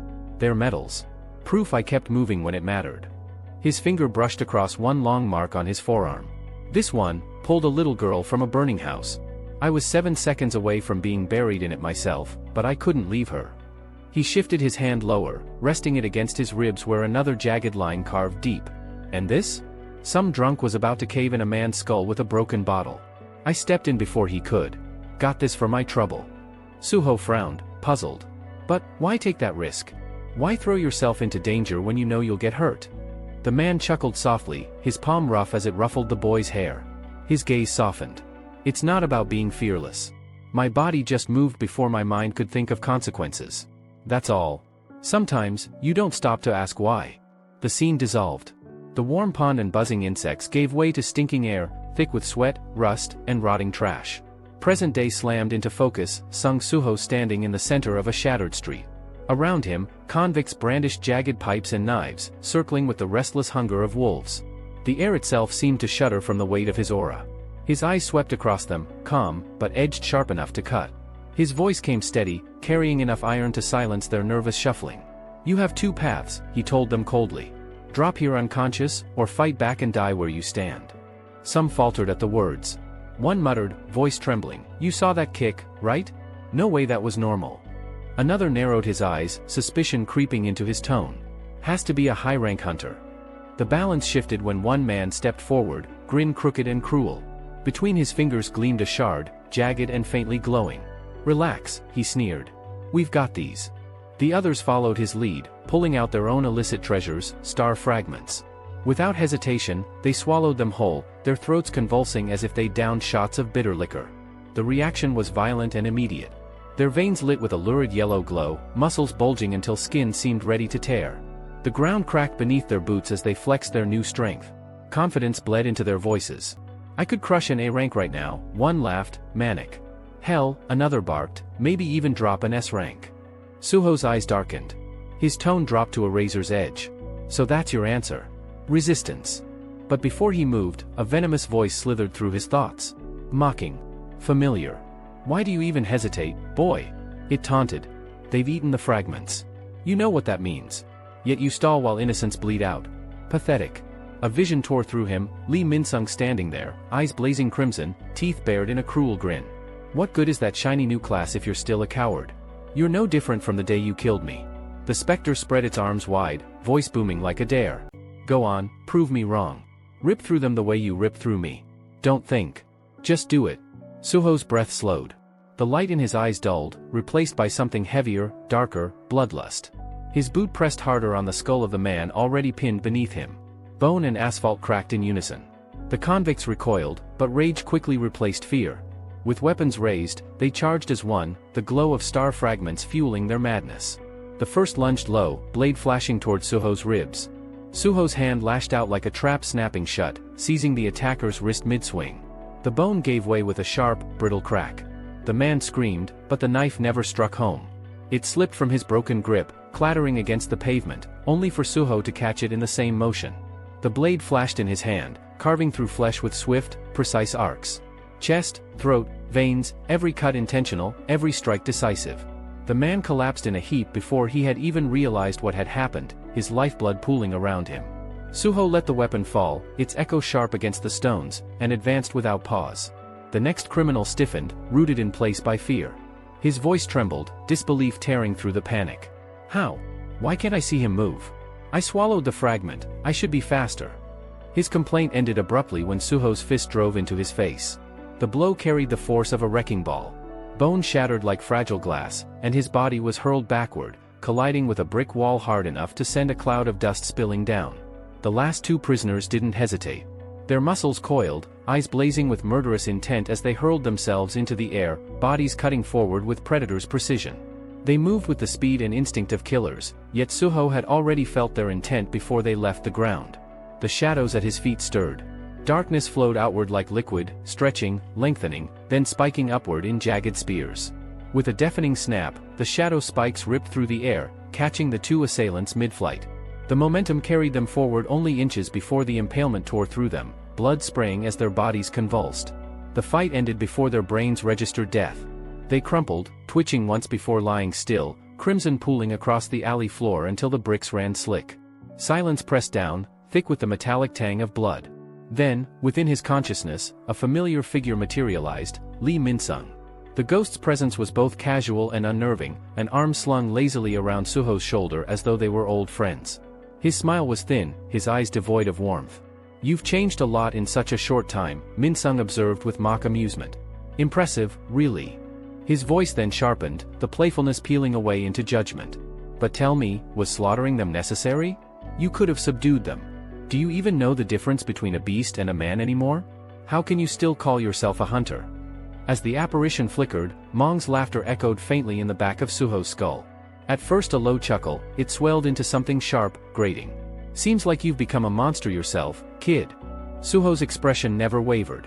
No flicker of guilt, no shadow of hesitation. His voice was cold when he answered. Beru. From the darkness his ant-like shadow soldier rose. Young monarch, Beru said softly, concern threading his tone. Are you well? Suho gave a short nod. His words were quiet, yet unyielding, the voice of someone who had already chosen his path. I'm fine. Beru studied him carefully, unease creeping in. I understand your drive to protect others, he said slowly. But, is it wise to reveal yourself so openly? You aren't hiding your identity at all. Suho's gaze shifted toward the fallen hunter nearby. Kneeling, he reached down and gently closed the man's vacant eyes. When he spoke again, his tone was calm, yet steel lay beneath it. To be honest, I came here to protect people. That was all. His jaw tightened. But the longer I stayed, the angrier I became. With Iterim's apostle looming over us, we should be uniting. Instead, we're tearing each other apart in petty awakeners' wars. If this keeps up, all we'll do is drag my father down. He rose slowly, resolve hardening with each word. His gaze lifted toward the smoke-stained sky above, his voice carrying like a vow. So I won't hide anymore. I'll stand at the front. I'll unite them, hunters, descendants of monarchs, even the scum we call villains. His eyes sharpened, burning with conviction. Magic beasts, anything strong enough to stand against what's coming, I'll claim it all with my own power. For a moment, the world itself seemed to pause, holding its breath. Determination etched itself across Suho's features, hard and absolute. His eyes darkened, the faint glow within them deepening into a vivid, unyielding violet. Beru tilted his head, the corners of his mandibles pulling into a rare, almost amused grin. So that's your goal, young monarch? To force everything in this world to kneel before you. Suho didn't look at him. His gaze remained fixed on the horizon, unwavering. Not servants, he said quietly. Comrades. His attention fell back to the alley below, where the mangled corpses of the escaped convicts still bled into the cracked pavement. His voice lowered, carrying a weight that felt heavier than the blood-soaked air. But before that, I need to sweep out the filth here. Then I'll hunt down the rest, the cowards hiding in the shadows of the city. For that, I'll need numbers. He raised his right hand, fingers curling as the darkness around him stirred restlessly. The atmosphere thickened, energy vibrating in the air like a storm building pressure. Power pooled inside him, swelling until it burned in his throat, ready to erupt. His eyes blazed brighter, violet deepening into something that bordered on radiant, as though conviction itself had taken color. No more hesitation, he declared, the words sharp as steel being drawn. Arise. The command cracked across the night like thunder. Above the city, chaos painted the skyline. Smoke and fire blurred the stars, casting an orange pall over districts already drowning in violence. On one of the quieter roads, a luxury sedan slid across the asphalt with elegant precision, its frame reflecting the dim light of street lamps. The engine's hum was steady, controlled, even as the driver pressed harder on the accelerator. For a moment, the car was nothing but a shadow weaving through the storm. Then the calm shattered. From the darkness ahead, a roaring sphere of flame tore through the night, compressing the air with its sheer velocity. It struck the sedan side in an explosion of light and heat. The world erupted, metal shrieked, glass shattered, and fire consumed. The vehicle spun, then slammed onto the street, flames devouring its bodywork as black smoke poured into the sky. High above, perched on the roof of a building, the same gang of criminals who had invaded the apartment earlier watched with hungry eyes. Their leader leaned forward, grinning with cruel delight at the wreckage. Unlucky bastards, he sneered. Wrong time, wrong place. Guess they didn't hear the city's a battlefield now. But the scene below didn't unfold as he expected. Through the hiss of flames, a calm male voice cut through, steady and composed. Miho. You alright? No panic. No fear. The driver's side door groaned, then was ripped away entirely by a single hand. Metal warped and screeched in protest before being torn clean from its hinges. The tall figure holding it studied the twisted door briefly, his expression almost dry. I'm guessing insurance won't cover this sort of thing, he remarked flatly. Without warning, he spun, hurling the car door upward like a weapon. It cut through the air with a vicious whistle before smashing against the rooftop ledge. The impact was so violent it bounced skyward, leaving cracks across the concrete edge. The criminals flinched back instinctively, their confidence faltering. Survivors? Strong enough to use a car door as a projectile? The leader's smirk died as his gaze locked on the flames. Two silhouettes emerged from the fire, their steps unhurried, steady, untouched by the heat. Embers rained around them, sliding off their figures as though afraid to touch them. The man loosened his tie, rolling his shoulders as if annoyed more than threatened. His voice carried low, tinged with irritation. What a damn mess. And in the middle of our family trip, no less. At his side, the woman flexed her fingers, joints cracking one by one as her irritation boiled over into something far sharper. Her eyes burned, not with fear, but with venomous intent. "The only blessing," she said, her tone sharp enough to cut, "is that we happened to be here when this started." Recognition rippled through the gang. These weren't civilians. They weren't prey. The woman was Beck Miho, Vice Guild Master of the White Tiger Guild, an A-rank hunter known for her relentless power. And the man beside her, straightening his collar with deliberate calm, spoke with authority that left no room for defiance. "If we drag this out, your mother's going to have my head," he muttered, glancing sideways at Miho. He was Baek Yunho, Guild Master of the White Tiger Guild. An S-rank hunter whose very presence bore down like a storm front. His eyes locked on the rooftop, narrowing on the spot where the fireball had been launched. "Let's end this quickly." The scene shifted. 3 criminals lay sprawled across the cracked asphalt, their bodies beaten so brutally that even breathing seemed like an effort. Blood mixed with grime beneath them, forming slick pools that reflected the distant glow of the fires still raging in other parts of the city. Standing over them, Baek Yunho's voice carried an unnerving casualness, as if their groans and whimpers were nothing but background noise. "How many inmates are supposed to be on the streets again?" he asked, his tone calm but his sharp gaze sweeping the chaos around them. Miho, her stance poised and unshaken, glanced down at her phone, the screen reflecting in her eyes. "Roughly 500, she said evenly, her voice detached, though the tension in her jaw betrayed her unease. Yunho exhaled, rubbing the back of his neck with a slow, deliberate motion. 500, he muttered, the words almost a sigh before his tone sharpened, steel lacing his next sentence. "At this pace, your mother's going to rip into us for being late to the family gathering." The light humor in his words barely masked the undercurrent of seriousness running through them. Miho's brows furrowed slightly as she locked her screen and slipped the phone back into her pocket. "The association chairman is en route," she said, her voice quieter now. "He's bringing 3 S-rank hunters with him. It'll take 10 minutes. She hesitated, just for a moment, before adding, "And, there are reports that Sung Suho might be here. Some say he's tied to the star powder incidents." At the mention of the name, Yunho's expression shifted. Thoughtful. Sharp. Sung Suho, why does that name sound so damn familiar? His gaze hardened with resolve as he turned back toward her, his tone leaving no room for debate. "Civilians first. Rescue operations begin now, Miho." She gave him a small, almost wistful smile, a flash of nostalgia breaking through her composure. "This is just like old times," she said softly. "Charging headfirst into danger, back when you were still a firefighter." He didn't get the chance to respond. His head snapped to the side, eyes narrowing sharply. Something unnatural slithered along the edge of his perception, and his focus zeroed in on the shadows between 2 nearby buildings.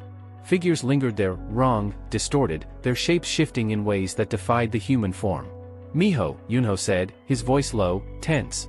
"Any reports of a dungeon break in this sector?" She immediately shook her head. "No. Nothing." His frown deepened, confusion threading through the edges of his tone. "Then what the hell is that thing?" he muttered, his gaze never leaving the figures. "It doesn't look human. Not even close." Elsewhere in the city, the night unfolded into another nightmare. A young woman stood frozen in the corner of a narrow alley, her body trembling so violently her knees nearly buckled. The acrid scent of blood thickened the air, choking her lungs as her gaze locked on the hunter lying just feet away. His face was pale, almost ghostly. His chest barely rose with the effort of a final breath. "Go, run," he rasped, voice raw with pain, before collapsing. His body went still, eyes glassy, the pool of blood beneath him spreading quickly until it touched her shoes. 2 escaped inmates loomed over the corpse, their twisted grins sharp and cruel in the dim light. "Titch.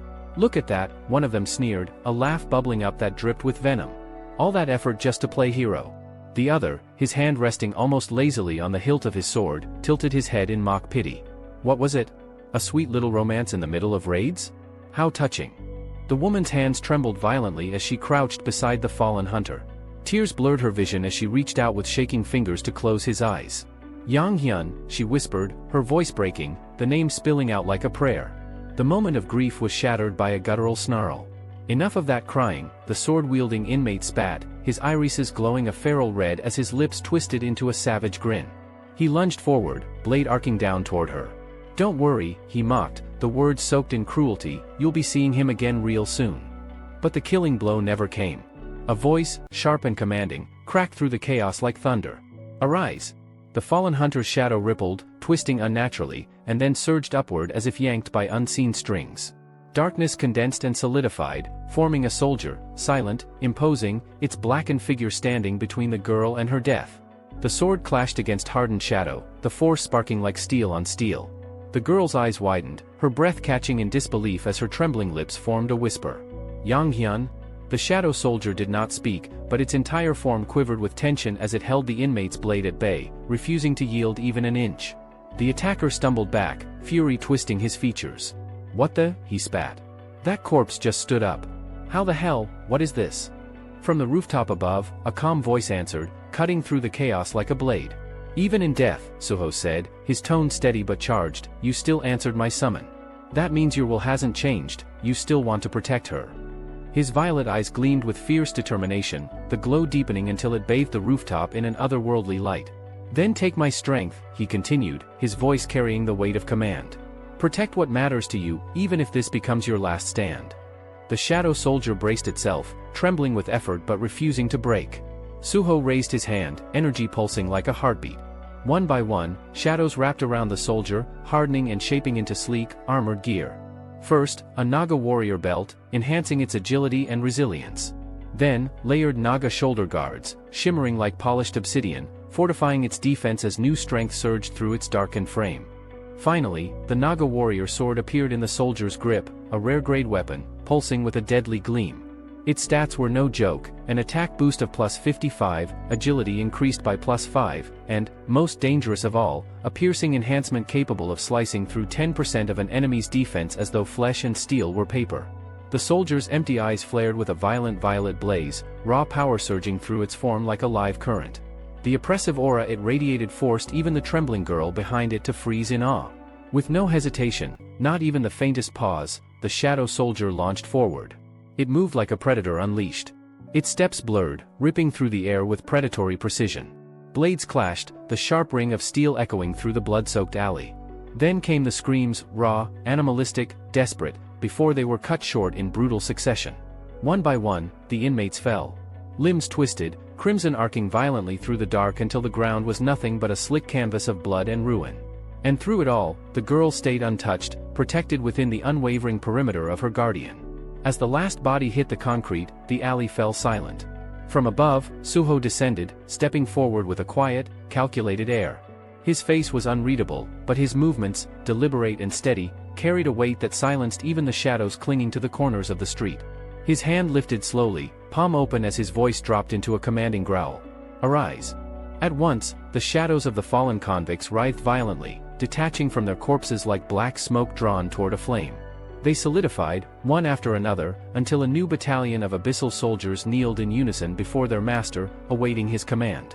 Suho's sharp gaze swept over the new ranks, and his words came out crisp, sharp as a blade. Search the city. Hunt down every last criminal hiding in the dark. Leave no one standing. At his side, Beru stood tall, his expression almost reverent. His voice, brimming with pride and restrained excitement, broke the silence. Exactly as you planned, my liege. The army swells with every passing second. Suho's eyes narrowed slightly in satisfaction, the faintest hint of a smirk curling his lips. At this pace, he murmured, his tone confident but cold, we'll purge the city completely in no time. Beru let out a low laugh, a twisted note of admiration threading through it. Behold, this is the true authority of the Shadow Monarch. For a heartbeat, Suho allowed the smile to deepen, almost private, almost human. You're right, he said quietly, gaze fixed on the sea of shadows. I thought this ability was little more than a gimmick. But now, I see it for what it truly is. His expression softened subtly when his eyes drifted toward the girl, still huddled near the original shadow soldier. Amid the chaos, she and the soldier shared something fragile, intimate, as if time had briefly frozen for just the two of them. Suho's voice dropped to a whisper, meant for no one but himself. Yes, it really is an incredible power. Beru caught the change in his master's expression. Tilting his head, his sharp eyes glinted with curiosity. Will you leave that one there, my lord? Suho gave a faint nod, a quiet smile tugging at his lips. His essence will fade within a day, Suho replied softly. Let him have his farewell while he still can. Beru chuckled knowingly, the sound like gravel scraping stone. Huh. My lord, you're almost unrecognizable from the man who stood here just moments ago, the merciless king who slaughtered villains without blinking. Suho opened his mouth, a wry retort forming, but then froze. His body went rigid. His eyes widened slightly as he felt it, a violent, searing ripple tearing through his network of shadows. Dozens of threads, severed in an instant. His voice hardened, cold and sharp as tempered steel. A large number of my soldiers were just wiped out. The easy grin faded from Beru's face, his excitement bleeding into a dangerous stillness. Then it seems, he said, voice low, we found him. The one orchestrating this entire riot. The perspective shifted. A street, utterly devastated, lay in ruin. Rubble and flames mixed with the dark sludge of melted shadows, dozens of Suho's soldiers lying in mangled heaps. Standing amidst the carnage was a lone man. Kang Taeshik. His presence was magnetic, his sharp eyes glinting with the cold fire of someone who'd crossed countless battlefields. Every line of his posture screamed control, dominance, and an unshakable readiness to strike again. Not far away, Hwang Dong-suk scanned the wreckage, his face twisted in irritation and unease. His voice cracked like a whip, sharp and dripping with disdain. What the hell are these things, he barked, glaring at the dissolving remains of Suho's soldiers. I've never seen monsters like this, not even in dungeon records. His gaze snapped toward Taeshik, temper flaring hotter with every word. Oi, problem solver. Stop standing around and clean this mess up, now. Taeshik slowly turned his head, his expression a cold mask, eyes narrowing with razor-sharp irritation. This wouldn't even be happening, he said, his voice quiet but venomous, if we'd left when I told you to. Quit whining. A dark grin twisted at the corner of his lips as he added, almost smugly. Besides, after consuming a star fragment, I'm beyond A rank now. I've already broken through my limits. The arrogance in his voice was palpable, his confidence radiating like heat. But then, something strange happened. Taeshik's focus shifted toward the remnants of the battlefield, his eyes narrowing sharply, and then widening, just slightly, in stunned disbelief. The surviving shadow soldiers weren't attacking. One by one, they lowered themselves. Kneeling. Bending deeply, as though in reverence to an unseen presence. A chill swept down Taeshik's spine. What the? And then a voice, familiar, steady, and impossibly commanding, cut through the chaos like the crack of a whip.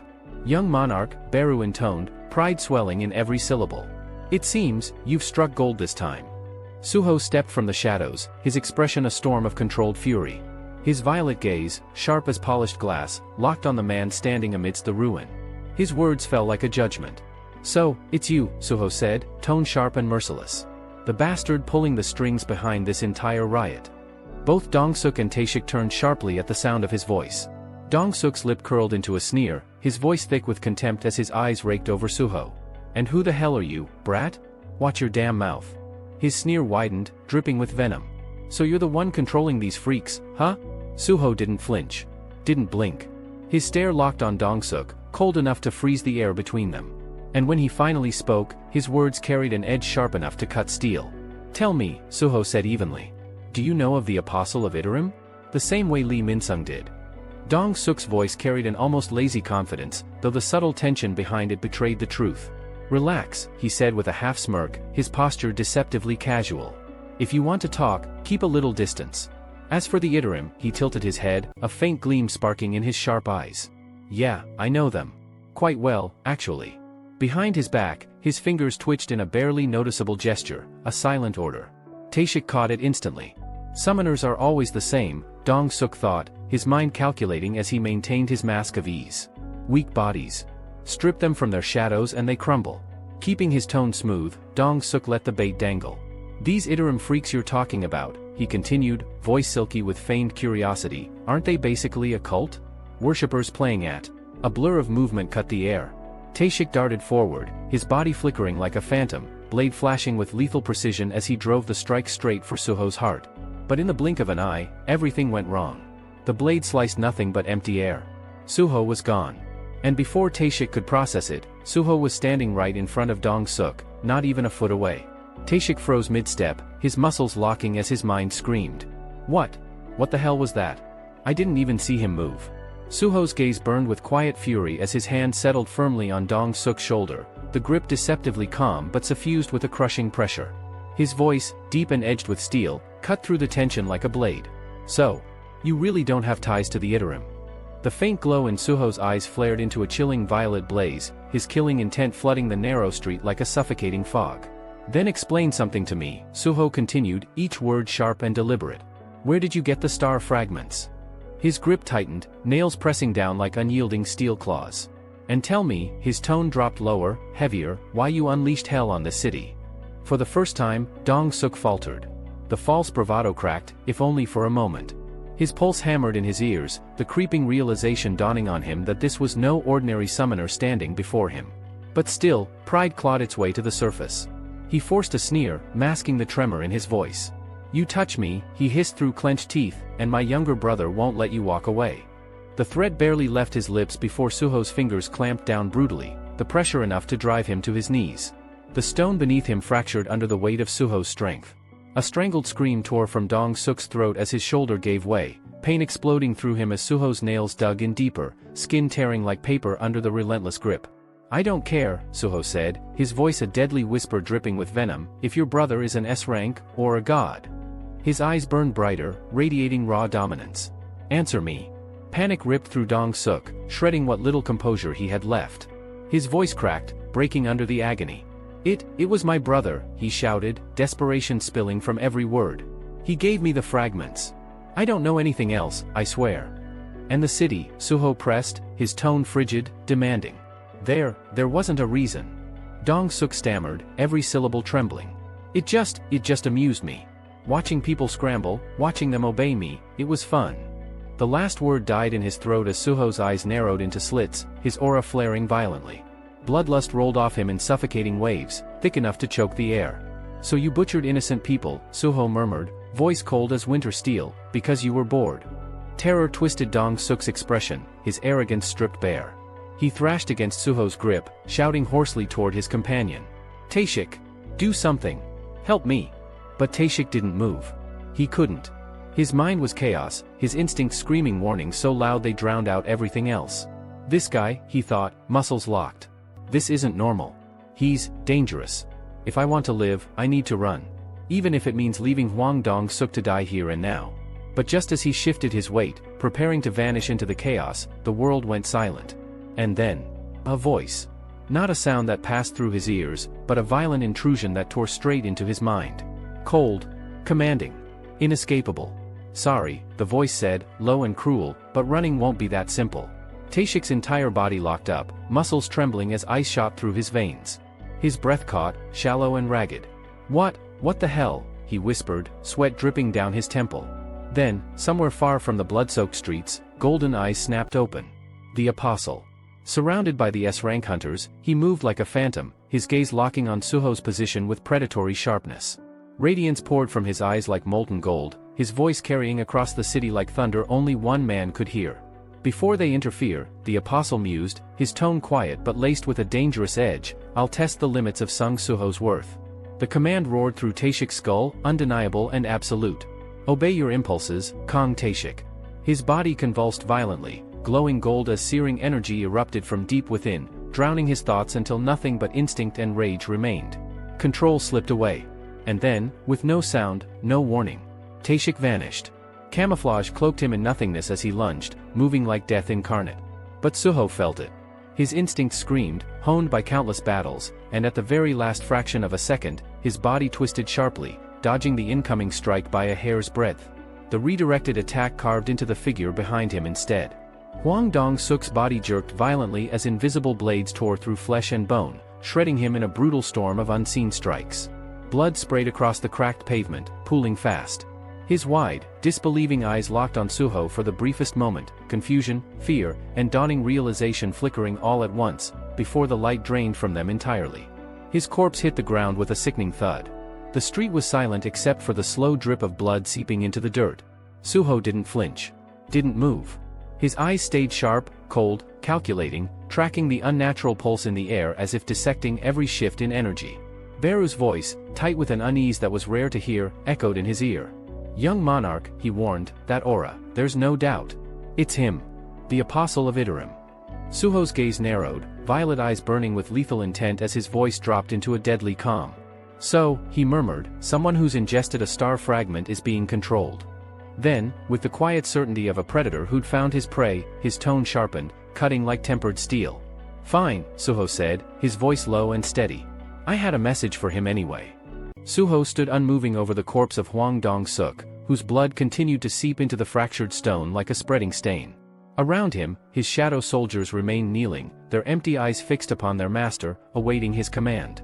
But Kang Taeshik was nowhere to be seen. The assassin had dissolved into the gloom, his presence concealed beneath the shroud of camouflage. Somewhere out in the restless dark, a grin curled across his hidden face. His aura, sharp and suffocating, cut through the air like a blade pressed against bare skin. The grass around Suho stirred unnaturally, bending as though pushed aside by an unseen predator.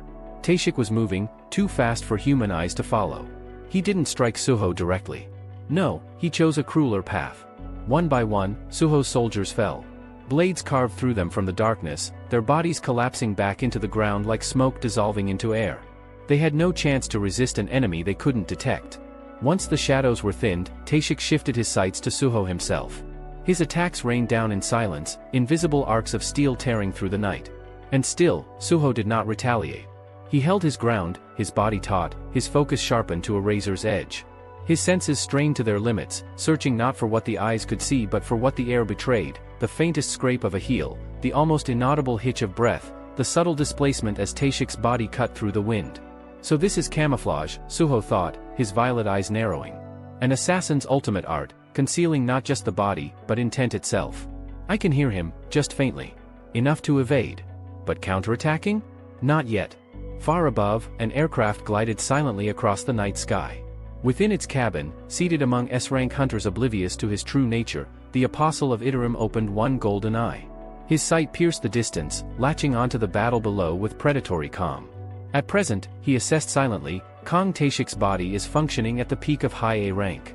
By all logic, Sung Suho shouldn't be able to stand against such an opponent. But then, the apostle's expression stiffened. A voice, firm, resonant, undeniable, echoed not in the air, but directly inside his mind. You can hear me, can't you? His golden eye narrowed, surprise flickering across his otherwise composed features. Suho's voice pressed on, cutting cleanly through the veil of distance. I wanted another word with you. And this battle gave me the chance.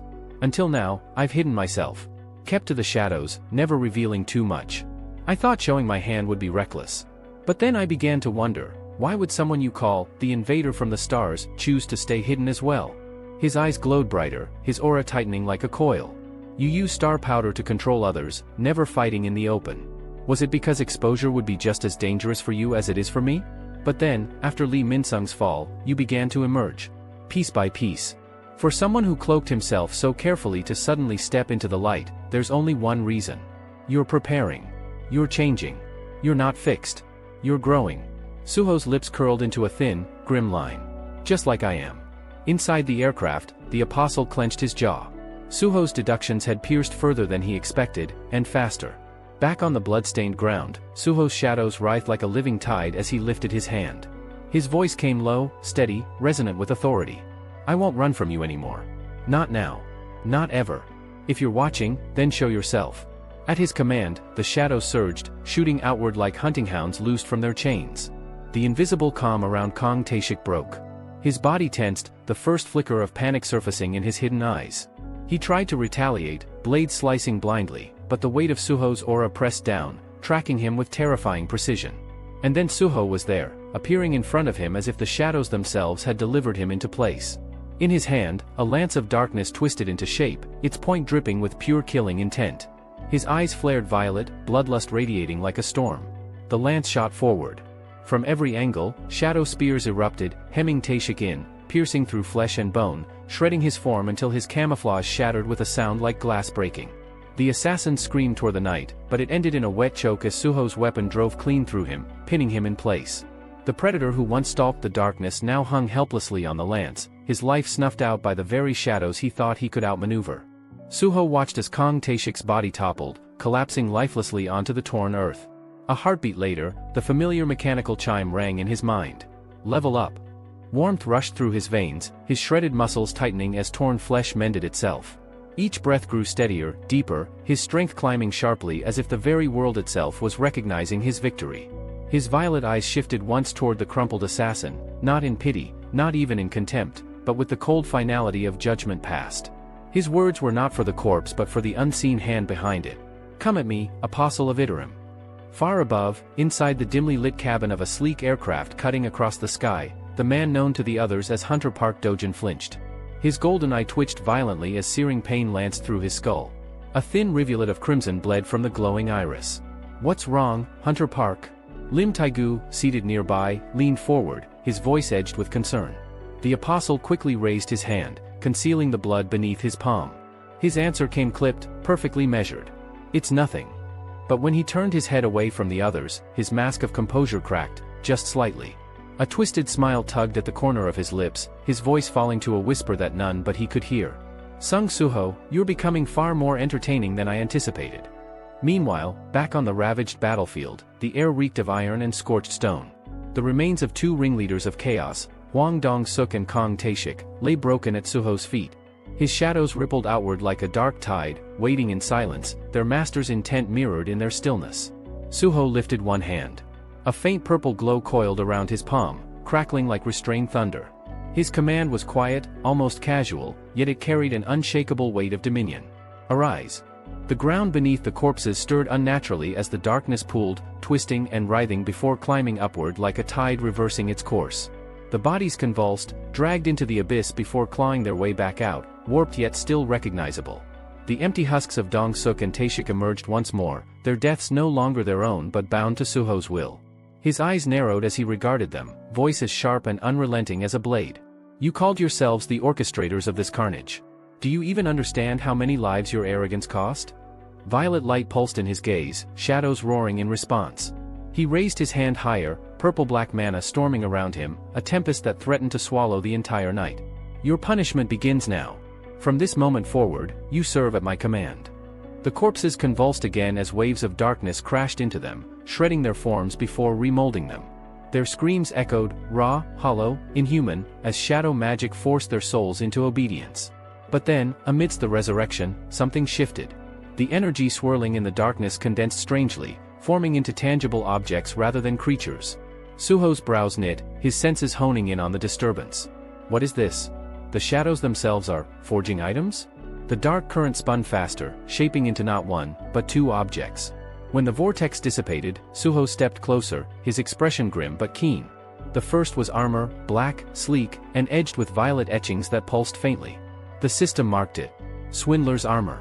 Grade, rare. Effect, increases defense and vitality. Suho's eyes narrowed, his tone low.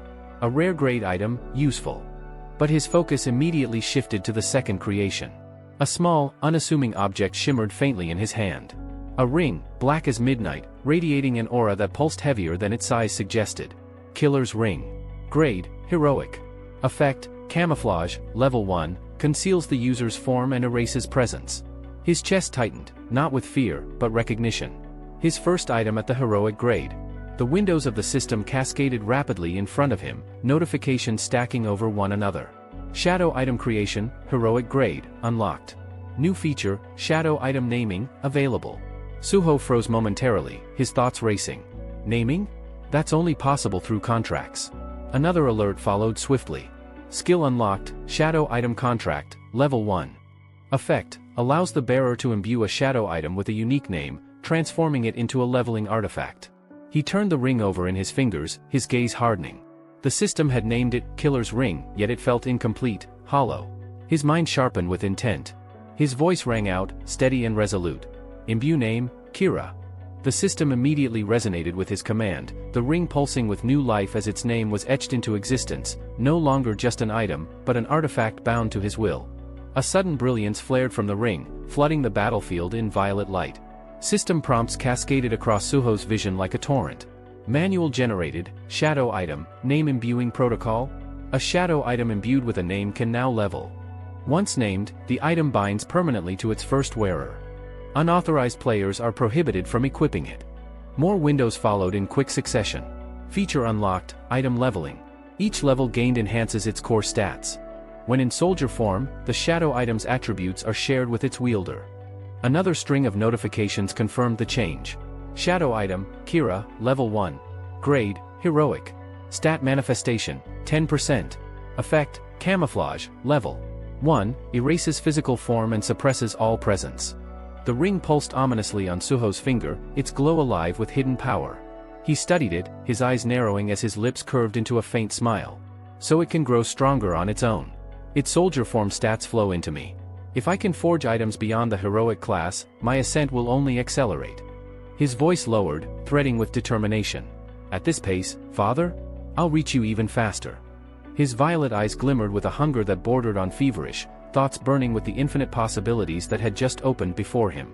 But elsewhere, far from where Suho stood, the night quaked with violence. A monstrous, clawed hand, jagged, immense, dripping with power, ripped through one of his shadow soldiers, erasing it in an instant. The dark wraith screamed as it disintegrated back into the ground. Standing in the aftermath was Baek Yunho, though his human form was long gone. His body was twisted into a colossal beast, skin stretched over rippling muscle, every inch radiating raw might. His expression remained eerily blank as he moved with brutal efficiency. Another shadow soldier lunged, he crushed it in his grip, squeezing until it collapsed into nothingness. He didn't pause. With every stride, with every strike, another shadow fell, scattering like black mist. His rampage cut through Suho's army as though they were paper, each kill carved into the night with terrifying ease. Back at Suho's location, his expression stiffened. A sudden tug within him pulled taut, then snapped, the link to one of his soldiers vanishing. Then another. Then another. His eyes widened, a flicker of shock breaking through his usual composure. They're being erased, too quickly. Beside him, Baru's insectoid voice cut sharp and urgent. Young monarch, what's happening? Suho turned, gaze narrowing in the direction where the connections kept breaking. His jaw clenched as the truth settled in. Something's cutting them down, one after another. And it's coming straight for me. His aura surged violently, dark pressure spilling into the air as his stance shifted. His tone dropped to a growl, steady and unflinching. It's here. The world itself seemed to answer. A deafening explosion erupted through the ruins, the ground trembling as walls buckled and shattered. The blast hurled stone and flame skyward, the impact so violent it sent tremors rippling across the battlefield. A massive shadow soldier, ripped apart and broken, crashed through the side of a building, its body exploding against the rubble before dissolving. The wall gave way, collapsing into dust and debris. A storm of fragments tore into the air. Smoke billowed, choking the space in thick haze. Suho lifted his arm across his face, shielding himself as shards of shattered rock fell like rain. Beside him, a jagged block of stone smashed into Baru's head with a brutal crack. The ant general staggered, mandibles grinding as pain reverberated through his exoskeleton. But he stood firm, unyielding, his eyes fixed unwaveringly on the wreckage. From the rolling clouds of smoke and dust, a colossal figure advanced, its silhouette monstrous, each step pounding like thunder as it broke into the open. Each footstep landed with crushing weight, the ground trembling beneath his advance. His frame had undergone complete metamorphosis, muscles rippling beneath striped fur, his massive form radiating primal strength. In his clawed hand, he dragged the limp body of a shadow soldier, its broken form scraping against the stone like discarded prey. His voice cut through the smoky haze, deep and commanding. I rushed here the moment I saw that black pillar rise. Baek Yunho lifted his head, his burning eyes piercing through the veil of smoke until they locked onto Suho. A flicker of suspicion carved itself across his beast-like face. A hunter? No, what exactly are you? Suho's gaze tightened, his jaw set. To him, the man standing before him bore no resemblance to a human, it was the presence of a predator, raw and overwhelming. Magic beast? He muttered under his breath, his tone edged with disbelief. Why would one appear here? Baek's growl snapped back like a whip. You're wrong. I am no monster. He straightened to his full height, voice rumbling with authority. I am Baek Yunho, Guild Master of the White Tiger Guild. Recognition sparked instantly in Suho's mind. The name alone carried weight, the White Tiger's leader, an S-rank hunter famed for his beast transformation. Baek's features sharpened as his nostrils flared. He stepped closer, claws gleaming faintly in the dim light. The scent of blood clings to you. Thick, suffocating. What are you really? Suho didn't flinch beneath his stare. His voice was steady, cold with conviction. I am a hunter. A hunter who came here to save lives. Baek's eyes narrowed, suspicion lingering. Then tell me your name. There was no hesitation. Sung Suho, he replied firmly. I know the association hunts me, but I have done no wrong. For a breath, silence stretched. Then, Baek's lips curled into a booming laugh, echoing through the ruins. So it's you. To admit your name so openly, such audacity. You, the one suspected of spreading star powder. His claws twitched, catching the light as he stepped even closer, menace radiating from every word. Did you know one of my guild's own nearly perished because of that poison? In a blur, Baek closed the distance. His claw hovered just at Suho's throat, the point sharp enough to pierce with the slightest push.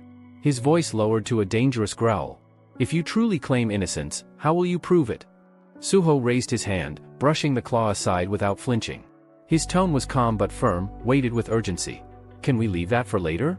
Right now, I'm short on allies. Having an S rank here changes everything. Beck blinked, momentarily thrown by the unexpected answer. His suspicion gave way to confusion as Suho continued, voice unwavering. Let's focus on saving civilians first. People are dying while we waste time on this. Yunho's expression twisted in disbelief. Do you even realize your situation? Suho's gaze sharpened like steel. I do. But a hunter's duty comes before all else. If we hesitate even for a moment, lives that could be saved will vanish forever. The sheer conviction in his words struck something buried deep within Beck. His surroundings seemed to blur as an old memory resurfaced, his days as a firefighter. He stood once again beside a man whose presence was unshakable, Sung Ilwan. Ilwan's voice rang clear in his mind, stern yet steady. Don't waste time weighing every decision. Act first, choose what must be done. Then find a way to make that choice the right one. That's our duty in rescue. The present crashed back around him. Beck's eyes widened as realization thundered through him. His voice trembled. That name, no wonder it felt familiar. He stepped forward, hand seizing Suho's shoulders, his monstrous strength forgotten in the rush of recognition. His expression broke into rare warmth, his hardened face softening with a smile. Sung Suho, the grandson Captain Sung Ilwan always spoke about with pride. Slowly, Beck's beastly form receded, his massive figure shrinking as the fur dissolved, claws retracting back into human hands. His features eased as his humanity returned, a grin spreading across his face. So it's true. You really are his grandson. The city was drowning in unrest, smoke curling up into the crimson sky while sirens and screams blended into a chaotic chorus. On a battered bridge connecting two districts, a squad of soldiers stood guard, rifles trembling faintly in their hands. One of them, younger and nervous, darted a glance toward the horizon where the fires raged and muttered under his breath. Squad leader, do you really think we can stop those rampaging creatures on our own? I've heard bullets bounce off them like pebbles on stone. The man beside him, the squad leader, didn't answer immediately. His jaw clenched as he studied the burning skyline, the rising smoke painting his eyes in shades of fire. His grip on his weapon tightened until his knuckles whitened. After a long silence, he finally exhaled a weary sigh. Orders are orders. Whether we stand a chance or not doesn't matter. What matters is carrying them out. The younger soldier shifted on his feet, his voice wavering with unease. Still, doesn't it feel like something's off? Like the whole city itself is, different somehow. The leader gave a short, sharp exhale, his expression hard. Different? Chaotic doesn't even begin to cover it. While they stood in tense uncertainty, the true war raged below. Becky Yunho was a storm incarnate, his monstrous strength unleashed as he tore through the streets. His claws glistened red as he shredded wave after wave of fleeing convicts, his bestial form cutting them down like paper. Every swipe of his hand shook the ground, his fury leaving no room for hesitation. But he wasn't alone. At his side, Sung Suho cut through the chaos with a chilling composure. His strikes were efficient, calculated, and merciless. Every swing of his blade reaped lives with surgical precision, his calm demeanor belying the deadly power behind each movement. Together, they moved like twin forces of destruction, their auras flaring and pressing down on the battlefield. The pressure was so suffocating it felt as though the streets themselves bowed under their presence. Yet unlike the convicts who cowered before them, their purpose was clear. They weren't here to hunt. They were here to purge. Amid the carnage, Beck glanced sideways, a wide grin splitting his blood-stained face. To think you'd fight like this, even as a summoner. Captain Sung Ilwan's pride, through and through. Suho gave a low chuckle, shaking his head. He knew the stories. Beck Yunho had once served under his grandfather, back when Ilwan was a firefighter. You're not doing too bad yourself. S-rank hunters, built on a different scale entirely. Beck's booming laugh echoed across the street. Ha! Then just call me uncle, boy. The pair carved a path through the convicts until entire blocks lay silent in their wake, littered with broken bodies and rubble. But as the dust settled, Suho's expression darkened. He turned toward Beck with a frown. I've been making noise, tearing through the place as you asked. But won't the real villains just slink into hiding? Beck's grin only widened. His aura surged like a tidal wave, his half-transformed body radiating raw power that even Suho had to brace against. His claws gleamed as he raised his voice. That's where you're wrong, rookie. We're not here to chase criminals. We're here to save lives. The more noise we make, the harder it is for them to move. Fear keeps them caged. And when they hide, it buys the people time to live. Suho fell silent, his chest tightening as he absorbed the words. Slowly, he nodded. It was a perspective he hadn't considered before, and admiration welled in him. This was what it meant to be a guild master. Not just strength, but the burden of thinking beyond battle, of carrying the lives of thousands in every choice. But before the moment could linger, Beck broke the weight of the conversation with a mischievous smirk. "So tell me, Suho, got yourself a girlfriend yet?" Caught completely off guard, Suho blinked. "No." Beck's grin turned sly. "Perfect. My daughter's single, too. Imagine that, huh? Me, in-laws with Captain Ilwan's family." Suho could only stare, baffled, before their attention was ripped skyward. The thrum of rotors cut through the smoky air as military helicopters swept over the city. From the open doors, S-rank hunters scanned the chaos below, weapons ready. Inside one of the choppers, the Hunter Association's chairman leaned forward, his phone pressed against his ear, his sharp gaze never leaving the battlefield below. "Hunter Beck Miho, report." On a rooftop, Beck Miho stood tall, her arm raised high as she guided terrified civilians into safety zones. Her voice carried over the wind. "Confirmed, sir. Civilians and dispatched hunters are secured. Evacuations are underway." The chairman's stern face softened with a brief nod of approval. "Excellent. Well done." But then his eyes narrowed. From his vantage point, he caught sight of strange, dark figures weaving among the villains, shadows that moved unnaturally against the firelit streets. His voice hardened, laced with suspicion. "What are those? Magic beasts?" Miho's expression was steady even amidst the chaos. "Uncertain. Their aura is difficult to identify." Before the chairman could press further, a voice rose from inside the helicopter. Lim Taigu stood, his hand resting on his bow, his expression carved from stone. "Then it should be fine for me to eliminate them." The chairman stiffened. "Hunter Lim, wait." But Lim didn't. He pushed the door open, the rotor wash whipping his clothes as the city stretched wide below him. Without hesitation, he leapt. For a few seconds, he plummeted through smoke and fire, eyes closed, body slicing through the air like a falling spear. Then, he opened them, and they gleamed with predatory light. In that instant, his skill triggered. Across the city, faint red crosshairs shimmered into existence, painted across rooftops, alleys, and ruined streets. Every shadow soldier in range was marked, hundreds of targets caught in an invisible web of his aim. The bow in his hand thrummed, alive with violent energy. He drew it back until it creaked under the strain, then released. What followed was nothing short of devastation. Arrows split apart mid-flight, branching into dozens, then hundreds, each one curving unnaturally through the air as if guided by invisible hands. To the untrained eye, it looked like a missile barrage raining across the city.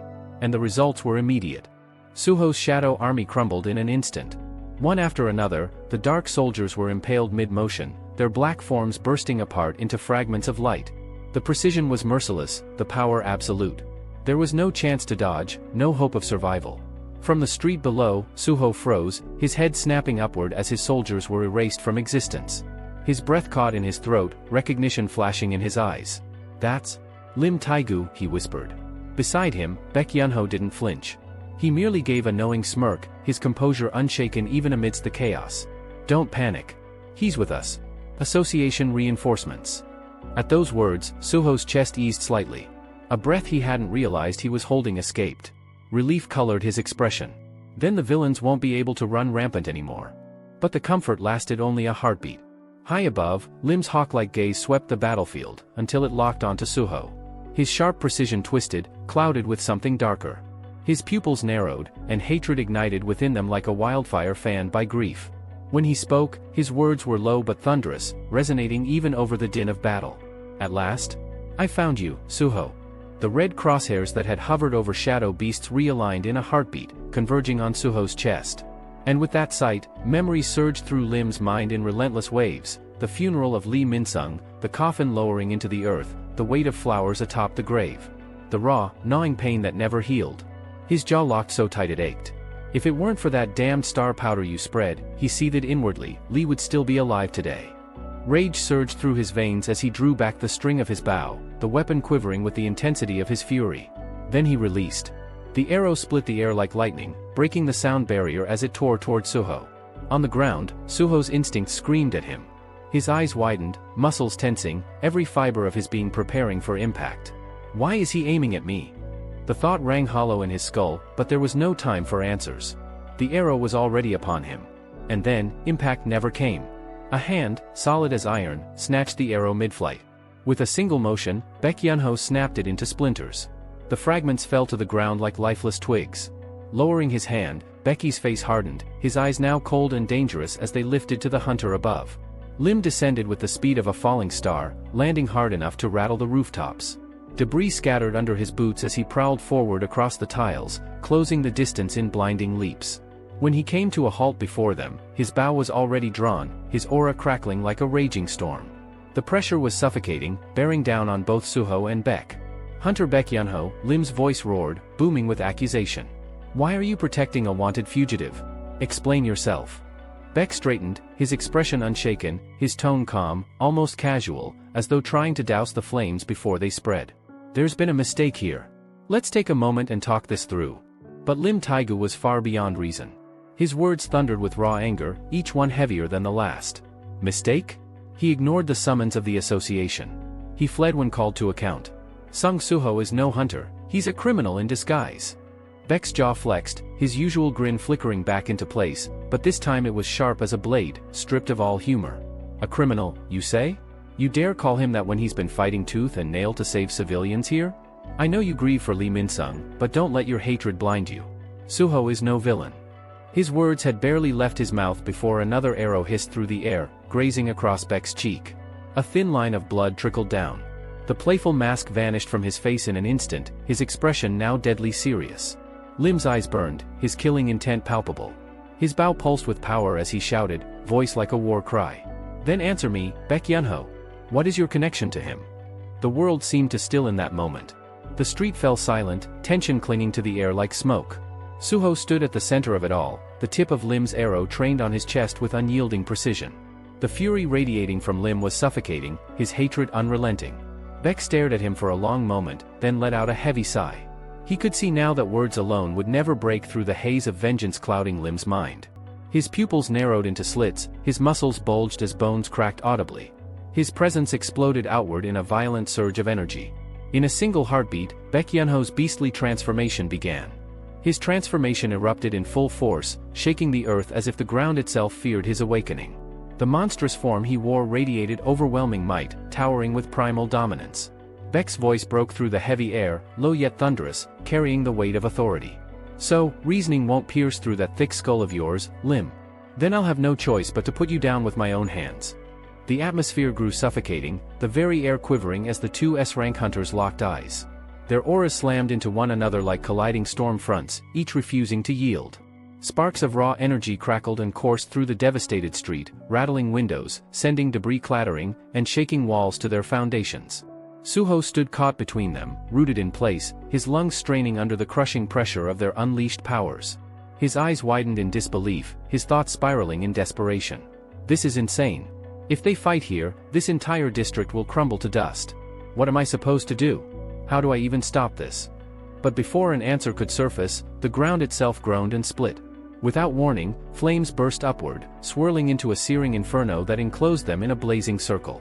The heat licked at Suho's skin, forcing him to shield his face as the firestorm sealed the battlefield.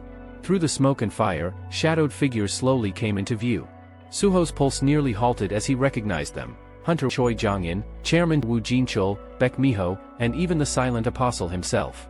The sheer presence of so many top-ranked hunters gathered together was almost unreal, like a dream woven from tension and danger. A commanding voice boomed over the roaring blaze, sharp and unyielding. "That's enough. All of you, stand down." The words sliced cleanly through the chaos. Suho's head snapped toward the speaker, his breath catching when he realized it was the chairman himself. His disbelief left him stunned, his jaw slack. Beck's massive shoulders finally eased, his monstrous features softening as his expression shifted. A faint smirk tugged at his lips, carrying both defiance and resolve. "So it's time I tell the truth, then," he said.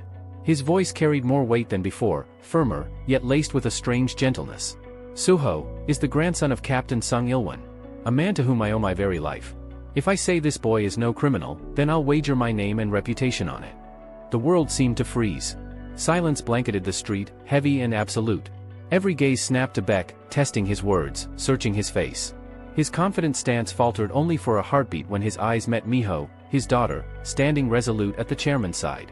Her teeth clenched, her voice like cold steel as it cut across the silence. "You expect us to believe blood ties to someone you once served with are enough to erase suspicion? He's still a fugitive. Sentiment doesn't change facts." Choi Jong-in's glare was just as harsh, his expression sharp as shattered glass. I stand with Hunter Lim Taegu on this. There's no justification to spare someone who has already betrayed the trust of hunters and the association alike. Arresting him is the only rational choice. Meanwhile, the apostle remained wordless, his gaze unreadable. He observed with eerie calm, as though simply waiting to see what path Suho himself would choose. But Lim Taegu's fury only burned hotter, his rage swelling like a firestorm that refused to be extinguished. Lim Taegu's roar split the air, his words drenched in scorn and fury. So this is what you've come to, Baek Yunho? Even now, you'd shield him? You discard your honor, your name, all for some sentimental attachment? His killing intent surged outward like a tidal wave, the flames encircling them trembling as if they might collapse under the sheer force of his aura. The searing pressure bore down on everyone, daring Baek to retreat. Stand aside while you still have the chance, Lim spat, eyes blazing with violent intent. Because if you don't, I'll break you here and now. But Baek didn't move. Not a step. His stance remained firm, his presence unwavering, even as the inferno around them wavered in response to Lim's wrath. Slowly, he turned his head toward Suho, his eyes holding a steady, grounded resolve. Still, Baek said evenly, though his voice carried the weight of a boulder, this should be settled with words, not reckless bloodshed. Before anyone else could speak, another voice descended, a voice heavier than the blaze, sharper than the storm. Woo Jinchul stepped forward. The chairman's presence pressed down like an immovable mountain, silencing the fire, the tension, and even the rage clawing at the edges of the confrontation. Authority radiated from him with every step, crushing the atmosphere into absolute stillness. I, too, believe this must be discussed, before judgment is cast. The declaration crashed into the gathering like thunder, commanding attention without question. Choi Jong-in, Miho, and Lim Taegu snapped their gazes toward him, their faces etched with shock and defiance. Their protests erupted almost in unison, disbelief dripping from every word. Chairman Woo Jinchul, what is the meaning of this? But Woo Jinchul gave them nothing, not a glance, not a flicker of acknowledgement. His focus was fixed solely on one person. Suho. The flames hissed and twisted as though leaning toward the chairman's voice. His words were calm, measured, yet brooked no defiance. Hunter Sung Suho, he said, his tone resonating like a judgment carved in stone, do you have the means to prove your innocence? The question lingered in the suffocating silence, hanging heavy over all of them. Around the fiery circle, every pair of eyes turned toward Suho, waiting, demanding, an answer. The battlefield blurred away as Woo Jinchul's mind sank into silence, pulled into the hidden depths of his memory. A thought gnawed at him, cold and heavy. Why did I awaken with the memories of my previous life? The realization hit him like a hammer to the chest. Perhaps Sung Jinwoo had foreseen this. Perhaps the monarch of shadows had known the day would come when he could no longer remain in this world, and when that time came, someone else would need to remember. The recollection faded like smoke, and Woo Jinchul's eyes refocused on the present. His features tightened, the grim certainty of what lay ahead weighing on him. The great catastrophe was drawing near, the war that would consume hunters and nations alike. His gaze flicked briefly to Suho. And at the center of it all, his son, forced to stand against the darkness alone. He forced the thoughts aside, straightening his back, his presence settling like iron. His voice cut through the tension, sharp and commanding. Hunter Sung Suho, he said, can you prove your innocence? The authority in his tone left no room for hesitation. Suho's eyes narrowed slightly. His reply carried hesitation, but also conviction. I can. Before he could continue, another voice sliced into the moment. Choi Jong-in stepped forward, his expression carved with sharp hostility. This is not the place for such talk, he said coldly, his words quick and heavy with accusation. His tone rose, directed squarely at the chairman. Hunter Sung Suho has fled from the association before. No matter the excuse, whether it was under the guise of saving people or not, responsibility cannot be sidestepped. Woo Jinchul's gaze hardened, his thoughts shifting. As expected, the greatest resistance is Choi Jong-in. But Choi's voice only grew stronger. His sharp eyes fixed on Suho, his words like blades cutting away every defense. He falsified his registration with the association. He was at the scene of every incident tied to Star Powder. He infiltrated a raid group under false pretenses. And above all, his words dropped like a death sentence. Was he not also the one who killed Lee Min-sung? At that name, Lim Taegu exploded. His fury was unleashed, his shout tearing through the air like a crack of thunder. With everything the chairman has said, the verdict is obvious. Sung Suho's punishment is already decided. We must take him into custody here and now. Jinchul's thoughts churned. On paper, Choi and Taegu were correct. Every shred of evidence pointed to Suho's guilt. Arresting him was the logical choice. And yet, a single question burned in Jinchul's chest. Would Suho have done all this without reason? His jaw tightened. Even if his credibility shattered, even if his reputation was ruined, he could not abandon Suho. His voice rang out, unshakable. Hunter Sung Suho arrived before anyone else. He threw himself into danger to protect civilians without hesitation. To drag him away in chains now would be a mistake. A punishment without fairness. Choi's glasses caught the light as he adjusted them, eyes narrowing in calculation. His mind raced. I've worked alongside the chairman for years, and yet this is the first time I've seen him falter like this. Can he truly not see? Lim Taigu is on the verge of unleashing his full strength. To shield Suho here, at the cost of angering the Reaper Guild itself? Why risk everything? Unless, does he know something we do not? Before Choi could press the argument further, a new voice rose, strong, steady, unyielding. Suho. There's no need to keep fighting, he said, his tone deep with resolve. The atmosphere shifted in an instant. His aura erupted outward, shadows writhing around his form, rising like black flames. His entire frame was consumed in the power of darkness, his eyes gleaming with determination. I'll prove my innocence, he declared firmly. Then his voice dropped lower, sharp as a blade. Though the method may be violent. The declaration rattled Wu Jinchul. Wait, Hunter Sung Suho. His usually composed voice cracked with urgency, alarm lacing his words. But Lim Taigu had already snapped. His rage had reached its zenith. His features twisted in wrath, his jaw clenched tight, and his growl tore through the tense silence. Did you think I'd let you run free again? He acted without hesitation, ignoring every order, every warning. His bow drew back in a single fluid motion, and the arrow ripped through the air with lethal speed. The shaft slammed into Suho's shoulder, driving deep. The impact jarred his body, blood splattering from the wound. Suho gritted his teeth, his body rocking slightly, but he did not fall. His legs held firm, his back straight, his eyes unwavering. Baek Yunho's hand twitched as he half-reached toward him, his face tight with alarm. Yet even his speed wasn't enough to intercept the shot. Lim Taigu's eyes widened in disbelief. How is he still standing? Then he noticed it. A ripple of shadow stretched from Suho's feet, sliding like liquid night until it wrapped itself around Taigu's frame. He hadn't even realized until the darkness coiled up his body. Suho's voice rang out like a judgment. Shadow Key. The instant the skill activated, Taigu convulsed. His body stiffened as a surge of alien energy pierced through him. His eyes flew wide, his breath caught as memories not his own, or perhaps once his own, erupted inside his mind. Battles. Blood. Near-death struggles. Moments long buried by time came flooding back, crashing into him with merciless force. His entire body shook, his knees giving way until he collapsed to the ground.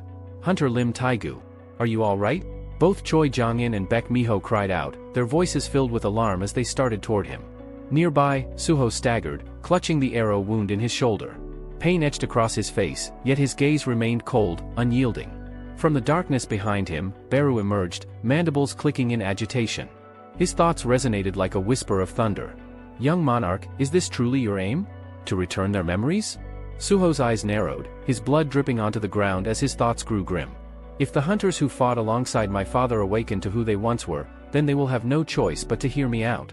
Without hesitation, he kicked off the ground. Shadows burst beneath his feet, launching him high into the air. Suho! Baek Yunho and Wu Jinchul shouted in unison, their voices sharp with urgency as they instinctively reached out to stop him.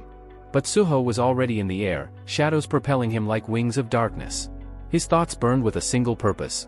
Choi Jong-in must awaken too. Down below, Choi's eyes widened as the young hunter hurtled toward him, his entire body encased in a writhing shroud of shadow that clung to him like living armor. Suho's fist was drawn tight, his jaw set, his expression grim with determination. A single desperate plea echoed in his mind. Hunter Choi, you have to remember. Please, let this reach you. But Choi Jong-in was no novice. His instincts, forged in countless battles, snapped into place instantly. His hand lifted, and with a fluid motion born of years of mastery, a colossal whirlwind of fire erupted to life. The vortex screamed upward, splitting the battlefield with a blazing barrier of destruction. The sheer heat warped the air, flames clawing skyward like a raging inferno. Baek Yunho and Wu Jinchul both cried out at once, their voices heavy with dread. Suho! Choi's face was a mask of stern authority, his voice cutting across the roar of fire. To come at me in such blind desperation? Lim Taigu was right. You are far too dangerous to be left unchecked. But before the judgment could leave his lips, his eyes went wide. The vortex bent. The flames buckled. A shadow-clad figure burst through the inferno, forcing the fire aside with sheer willpower.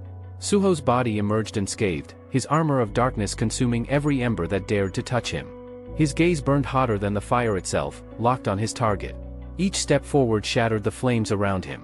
His fist pulled back, the muscles in his arm tightening, his entire being focused on the strike that would deliver the key. His determination was absolute. But the blow never landed. In an instant, two shadows flashed across the field. Miho's kick smashed against the side of his head, her heel cracking against his temple with brutal force. At the same moment, Park Dojin's fist slammed into his gut, the impact detonating like a hammer against steel. The double strike sent Suho spiraling through the air. Blood burst from his lips as his body crashed to the earth, the ground trembling under the impact. He lay there, battered and bleeding, his shadow armor flickering weakly. And yet, his mission was already complete. Choi Jong-in froze, his composure faltering. His hand instinctively went to his chest, where a faint shimmer pulsed against his skin. A strange, foreign warmth spread through him. His breath caught. The shadow key had taken hold. His vision blurred as the dam inside him broke. Memories surged like a flood, scenes long buried erupting into consciousness. He saw the battlefield of a life before this one, comrades screaming, blades clashing, hunters falling in droves against impossible odds. He remembered the endless struggle against the calamities that had once threatened to erase the world. The sheer weight of it forced him down. His knees buckled, and he dropped to the ground, one hand bracing against the broken pavement, his chest heaving under the avalanche of forgotten truths. Across the ring of fire, Miho and the silent apostle exchanged startled glances. First Lim Taegu, and now Choi Jong-in. Suho, barely clinging to consciousness, lifted his head. Blood ran down his chin as his trembling hand pressed against the wound in his shoulder. His voice came out rough, yet unshaken. "I've done everything I can. Now, all I can do is wait." Miho's fury erupted. Her eyes blazed, and she launched herself forward, her fist cocked back, her scream breaking through the chaos. "You bastard! What have you done to them?" But just as her strike was about to fall, a voice stopped her cold. "Wait!" She snapped her gaze sideways. Lim Taegu stood there, his face wet with tears he hadn't realized were falling. His entire frame trembled as if torn apart from the inside. His voice cracked, carrying both awe and fear. "These memories? What are they? Is this just another skill? No, it feels like something far beyond that. It feels like I've remembered something I had buried deep inside. A fragment of my soul I thought was gone forever." At the same moment, Choi's voice cracked through the silence, raw and unsteady. "So this whole time, I lived as if nothing had happened, forgetting something so immense." His hands trembled uncontrollably, his body shuddering as if he had been struck by lightning. The iron mask of his composure split apart, and tears swelled at the corners of his eyes. Absurd, utterly absurd. His gaze shifted sharply toward Suho, his words heavy with turmoil. "Hunter Sung Suho, tell me honestly. What did you do to us?" Suho staggered forward, blood still dripping down from the gash in his shoulder. Each step was strained, yet he forced himself upright. His breaths came ragged, but his face tightened with unwavering resolve. "Good," he whispered hoarsely, a faint, pained smile forming despite the agony. "This means we can finally speak as we should." Steeling himself, he continued, his tone losing any hint of hesitation. "The visions you saw, they weren't illusions. They're pieces of your own past. Fragments of a life erased when this world was remade."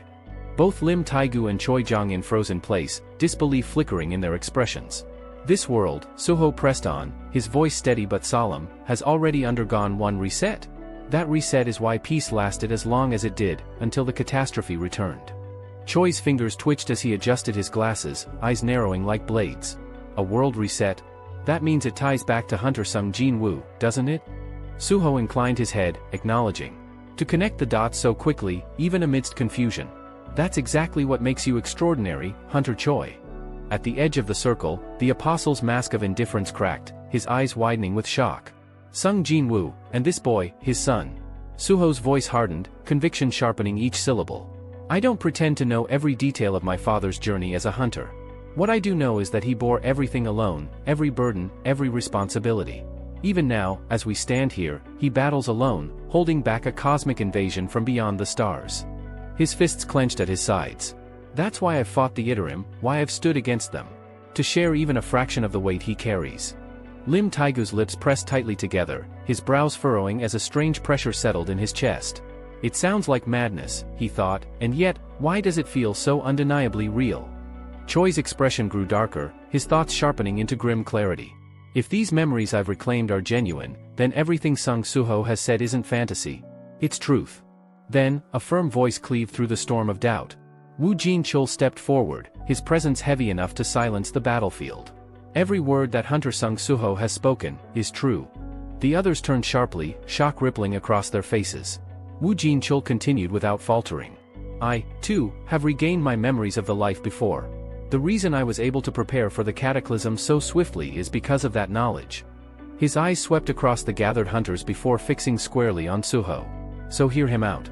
Let us listen before we pass judgment. What followed was a long, heavy exchange.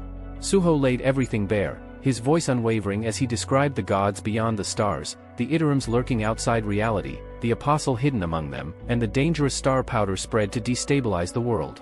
Choi and Lim listened, shock twisting their faces. Choi's voice cracked first. So all the chaos we faced, all of it was tied to the Iterum? Lim's fists clenched tight, his head dipping low. Then, even Lai Minsung's death. It was their doing all along. Wu Jinchul's gaze darkened, his voice grave as he turned toward Suho. Why conceal this from us until now? Suho pulled out a recovery potion, the faint glow of its liquid casting light across his blood-stained features as he swallowed it down. His answer came measured, deliberate. Because if the apostle discovered me before I was ready, I would have been my father's greatest weakness. I couldn't reveal myself until I had the strength to endure that weight. A flicker of realization passed between Choi and Lim as their eyes met. Lim spoke first, his tone hushed but filled with gravity. Then Suho? You're a hunter who can grow stronger the same way your father did. You can level up, can't you? Suho gave a faint nod. That's right. Without warning, Choi suddenly grabbed Suho's hand, his lips curving into a smile that carried both eagerness and unease. Suho, did you know that Hunter Cha Heian was once a member of the Hunters Guild? Suho's eyes went wide, disbelief flashing across his battered face. Hunter Cha Heian? You mean, my mother? Suho's face brightened, his eyes gleaming with unrestrained admiration. His voice carried a note of awe that made him seem almost childlike despite the battlefield around him. So my mom, she was a hunter too. That's incredible. The words struck deep, and for a fleeting moment, the weight of his wounds and the blood on his clothes seemed forgotten. At the edge of the gathering, the apostle's golden eyes narrowed to slits. He remained silent, carefully observing the scene unfold, his thoughts turning grim. The truth of Suho's mission had now been laid bare before the others.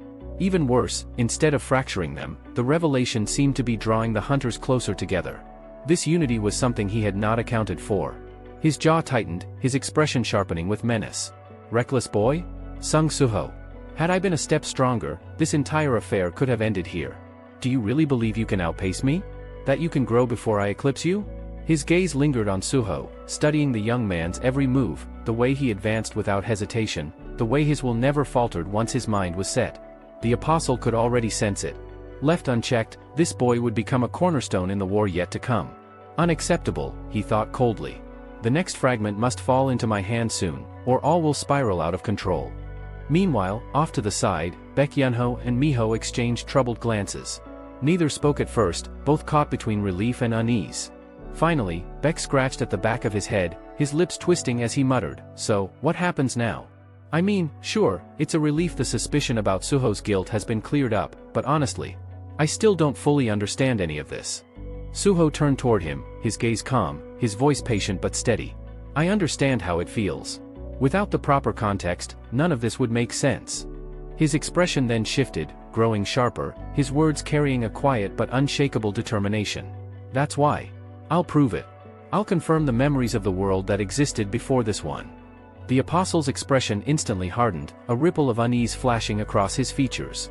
For the first time, genuine fear stirred in his chest.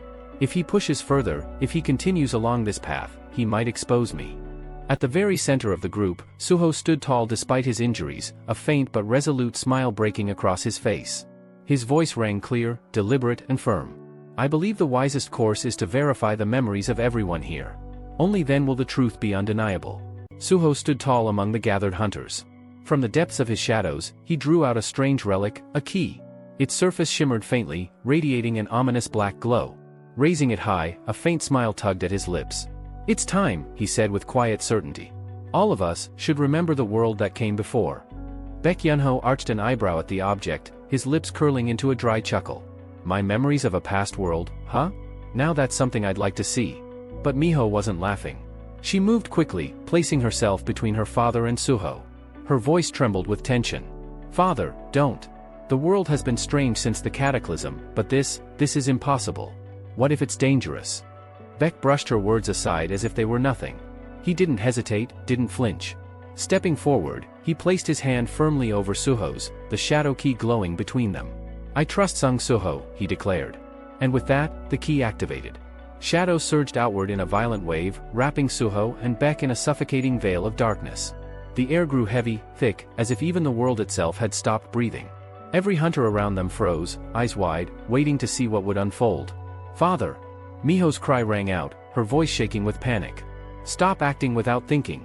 Even the apostle, silent and unreadable at the edge of the gathering, leaned forward, golden eyes gleaming as the ritual unfolded. When the shadows finally receded, Suho lowered the key. Baek Yunho staggered, his body trembling, his breaths ragged. Tears streamed unbidden down his cheeks, yet his lips curved into a soft, bittersweet smile. "This feeling, it's so strange," he whispered, voice heavy with emotion. "To relive warmth from memories I thought were gone forever." Lim Taigu and Choi Jong-in exchanged uneasy glances. They could feel it, the weight of truth carved into Beck's expression. Miho's face crumbled in disbelief. She wanted to reject it, to say it was a trick. But the tears on her father's face told her otherwise. And the apostle, his expression sharpened. "This is bad," he thought grimly. "Very bad." Miho turned to Suho then, her voice quieter, her eyes hardening with resolve. "Then do it for me too." The apostle's eyes narrowed. A thought sliced through him like a blade. "So, the world really has been reset. If that's true, the key won't respond to me. Because I don't belong to this world. If they try it on me, my cover will be blown." His golden gaze darkened further. "Should I risk war with my followers? No. Not yet. It would burn out, just like the prison break." But Suho had already lifted the key again. Shadows swirled around Miho, wrapping her in their embrace. Her breathing quickened, but she stood firm, resolute. Seconds ticked by, until her brow furrowed. "Nothing. Are you sure this works?" she asked flatly. "Because, nothing's coming." The apostle's eyes widened. For the first time, hope flickered in him. Suho frowned, scratching his head. A rare awkward smile tugged at his lips. "That's strange, by now, your memories should have surfaced." And then, a rumble echoed from the shadows. Beru emerged, mandibles clicking with thought. His voice was calm, yet edged with weight. "It is possible, young monarch, that some people simply cannot recall their past lives." Miho shot him a dismissive glance, pointing at him casually. "And what's with this bug? Why does he look so weak?" Beru's compound eyes blazed with fury. His mandibles snapped, his voice booming with rage. "Weak? You dare call me weak? I'll tear you apart where you stand." Before his fury could spill over, Suho lifted his hand, his voice firm. "Beru, finish your explanation." The ant general trembled, barely suppressing his fury, but obeyed. The world before was 20 years ago. That was when mana still existed. But in the peaceful world that followed, some people never existed at all. His eyes glowed faintly. This woman was not born in that world. Miho's breath caught, her voice breaking into a whisper. "I wasn't born?" Suho's expression darkened as he lowered the key. He had seen this before, with Park Dojin. The key did nothing. And the apostle, watching, smirked faintly. "Seems I too cannot remember. Curious, isn't it?" Suspicion flickered in Suho's eyes, but before he could speak, Miho's anguished cry tore through the air. "Father, does this mean I truly didn't exist in that world?" Yunho tried to soothe her, but father and daughter quickly slipped into their usual bickering. Meanwhile, Chairman Wu Jinchul stepped toward Suho, his voice calm, deliberate. "Don't you see it? Isn't this something to be grateful for?" Suho blinked. "What do you mean?" The chairman's expression softened. "This peace, this life, is the world Sung Jin-woo bought with his sacrifice. Countless lives that would never have existed before, are here now. Isn't that worth cherishing?" Suho turned, his gaze sweeping across the hunters. Some were deep in thought, others arguing, some still shaken by their new memories.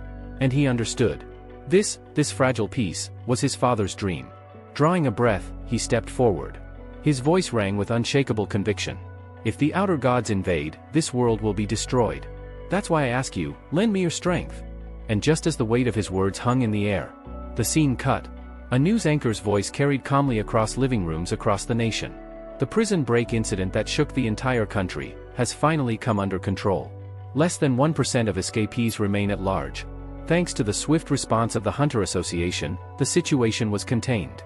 She shuffled her notes, her voice lowering as a clip began to play.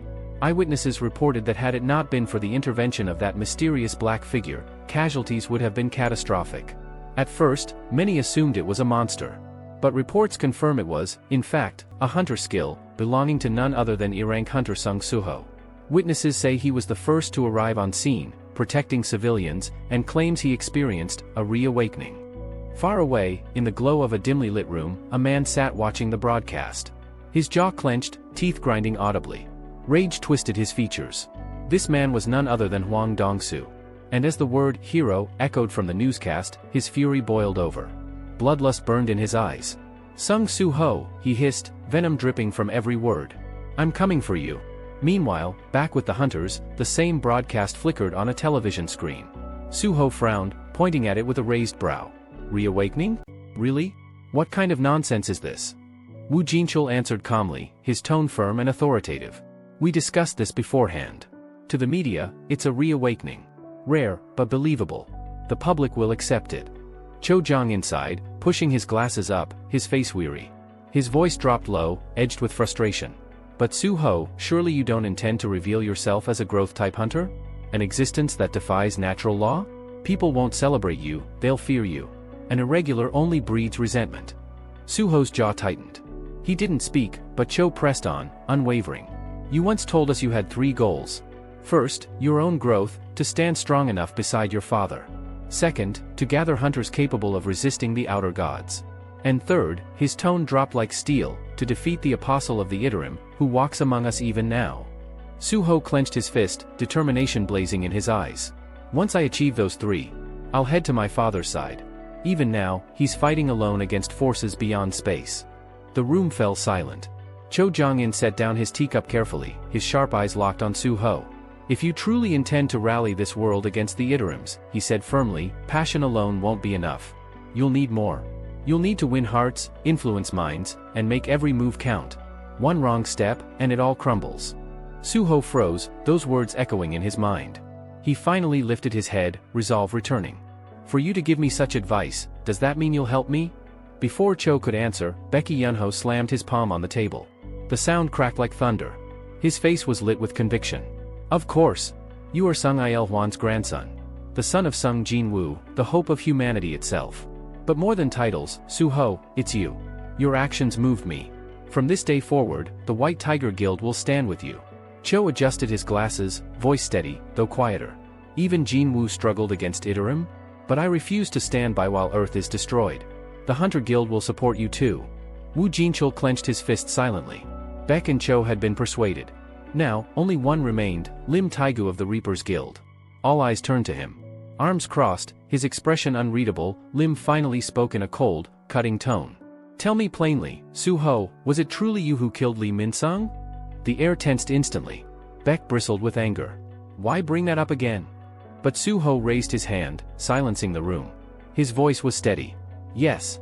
I killed him. Lim's eyes narrowed. Then tell me, what exactly happened to him?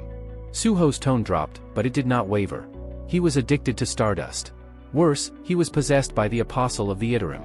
Lim pressed harder. Then why was he working with the apostle? Soo-ho shook his head slightly. That? I don't know. Lim lowered his eyes, his thoughts heavy. I already know you bear no fault, Soo-ho. So why am I even asking? Soo-ho's words broke through the silence. Hunter Lim, what you truly want to know are his final moments, aren't they? Lim's eyes widened in shock. At the very end, Soo-ho said quietly, Lee Min-sung was smiling. Smiling? Lim repeated, disbelief shaking his tone. Yes, Soo-ho replied firmly. I don't know if it was exhilaration, or the emptiness of letting go. But it was bitter. And one thing was clear, he never lost himself. Not even until the very end. I'll admit it, that man left a deep impression on me. Lim closed his eyes, covering part of his face as a long sigh escaped him. Finally, he lowered his hand, voice quieter but resolute. Lee Min-sung, selfish to the end. But fine. The Grim Reaper Guild will also stand with you. Woo Jinchul allowed himself the faintest smile. Soo-ho had done it, he had gained the cooperation of all 3 great guilds. Not because of his bloodline.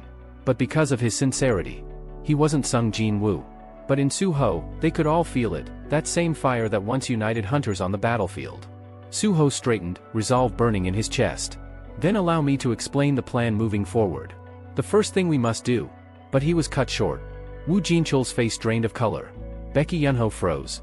Lim Taigu stiffened. Even Cho Jong-in faltered. The chairman's heart thundered in his chest as his thoughts screamed. Hunter Sung Jin Woo. Could Suho's choice truly bring a storm? A storm of blood, inside the Hunter Association itself.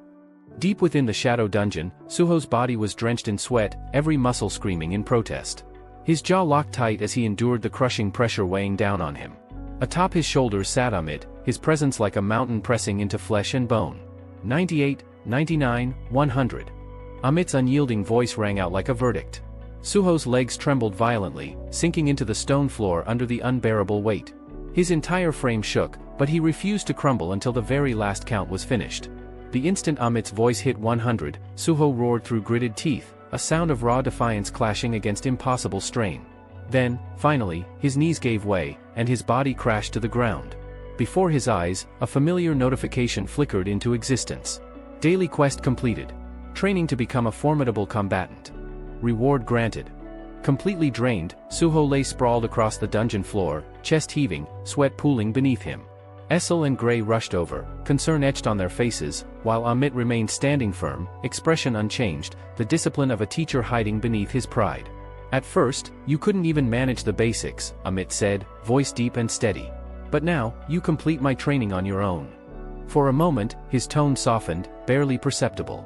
Forcing himself upright, Suho shakily summoned his system shop. His breath came ragged as he admitted, honestly, if I don't train like this every day, my body feels heavier.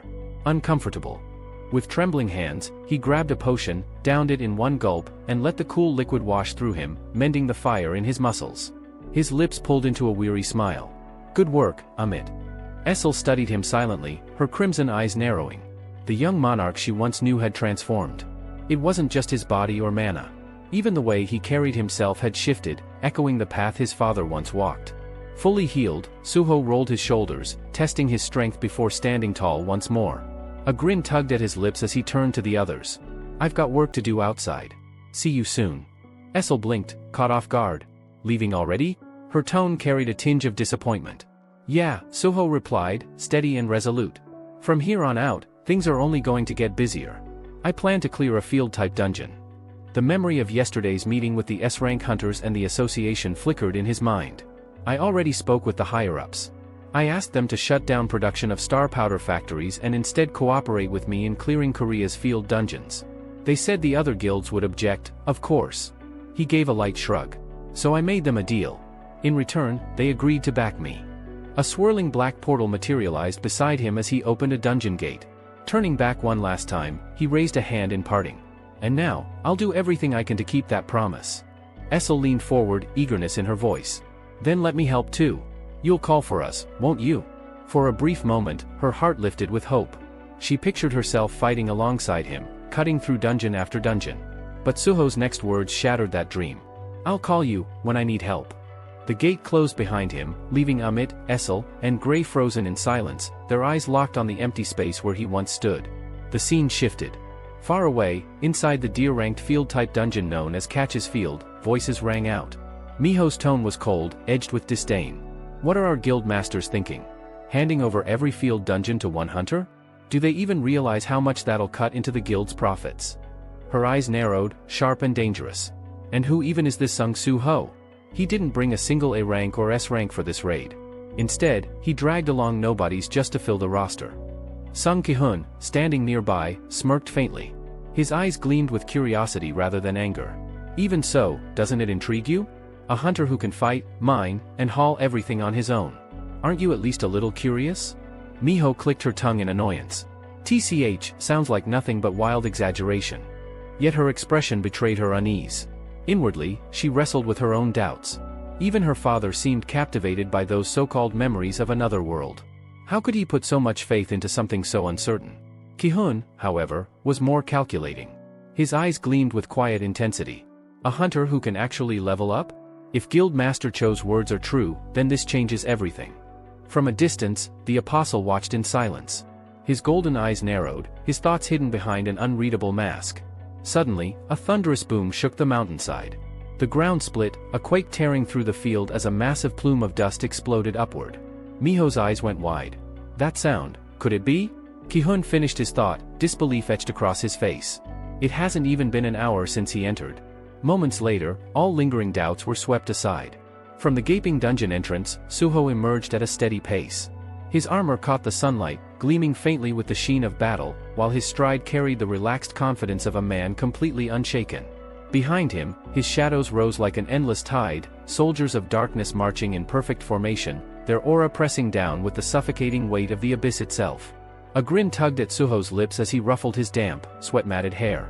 "Sorry to keep you waiting," he said casually, as though he had just finished a jog instead of clearing an entire dungeon alone. "The boss went down fast, but pulling out the essence stones took longer than I expected." The statement hung in the air with casual ease, yet its weight was anything but ordinary. Suho glanced at the gathered hunters, his grin widening into something bolder. "I'm not done yet. I want to hit 3 more dungeons today. So," he tilted his head, "shall we move to the next field dungeon?" The words landed like a hammer. Miho and Ki-hun froze, their breaths caught in their throats as their hearts raced uncontrollably. In his hands glittered piles of mana stones, solid proof of his achievement. Even if the dungeon was only deer rank, the sheer fact he had cleared it alone in just an hour defied all common sense.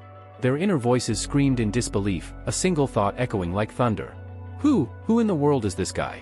Hidden in the darkness, the apostle observed silently, his lips pressed into a thin, severe line. The atmosphere around Suho was shifting rapidly, and he could feel it. Hunters and guilds alike were beginning to gather behind this boy. Even he, the apostle, felt an unfamiliar tremor run through his chest, an uneasy pressure that whispered a dangerous warning. This boy's pace, this boy's rise, if left unchecked, it could slip out of his control entirely. The scene shifted abruptly to a grand hall, where the nation's most powerful hunters and chairman Wu Jin-chul had convened. The air was heavy, the silence oppressive until Choi Jong-in leaned forward, his tone measured yet laced with concern. "Entrusting all our field-type dungeons to one individual, was that really wise? These sites provide mana stones, resources from magic beasts, even materials for factories. Think about what we're relinquishing here." Before the tension could thicken further, Baekhyunho's booming laughter cracked the air like a sudden burst of sunlight. He clapped Choi's shoulder with a hearty slap, his grin both teasing and disarming. "Choi, you've always been the very definition of greed," he quipped. But his smile soon dimmed, and his voice turned heavy. "Listen. If Iterum devours this world, what's the point of clinging to stones, wealth, or even guild pride? All that value turns to ash the moment the world burns." Choi's expression tightened, and his eyes shifted toward Lim Taegu, silently pulling the Grim Reaper Guild Master into the conversation. Lim's face remained carved from stone, his voice sharp enough to cut steel. "Those field dungeons weren't just sources of mana stones. They're also where we discovered factories producing star powder. That poison ruined Lee Minsung's life. I'll see it eradicated, no matter the cost." The personal edge in his tone allowed no rebuttal, silencing the table for a moment. But Choi's gaze dropped, shadowed by an older, deeper fear. The images of ancient monarchs flickered in his memory, world-ending entities unlike anything native to Earth. His words were hushed, yet his question carried the weight of dread. And what if the enemies coming here aren't weaker than them? What if they're the same, or even worse? Would we even stand a chance against invaders of that scale? For the first time, Baekhyunho's confident demeanor faltered. He lowered his head, his jaw clenched tight as the memory of overwhelming forces gnawed at him. The gap between humanity and those beings had been immeasurable. Chairman Wu Jin-chul broke through the heavy silence. His voice was steady, authoritative, cutting through fear like a blade through mist. "You're overthinking it," he declared firmly. "Avoiding this fight isn't possible.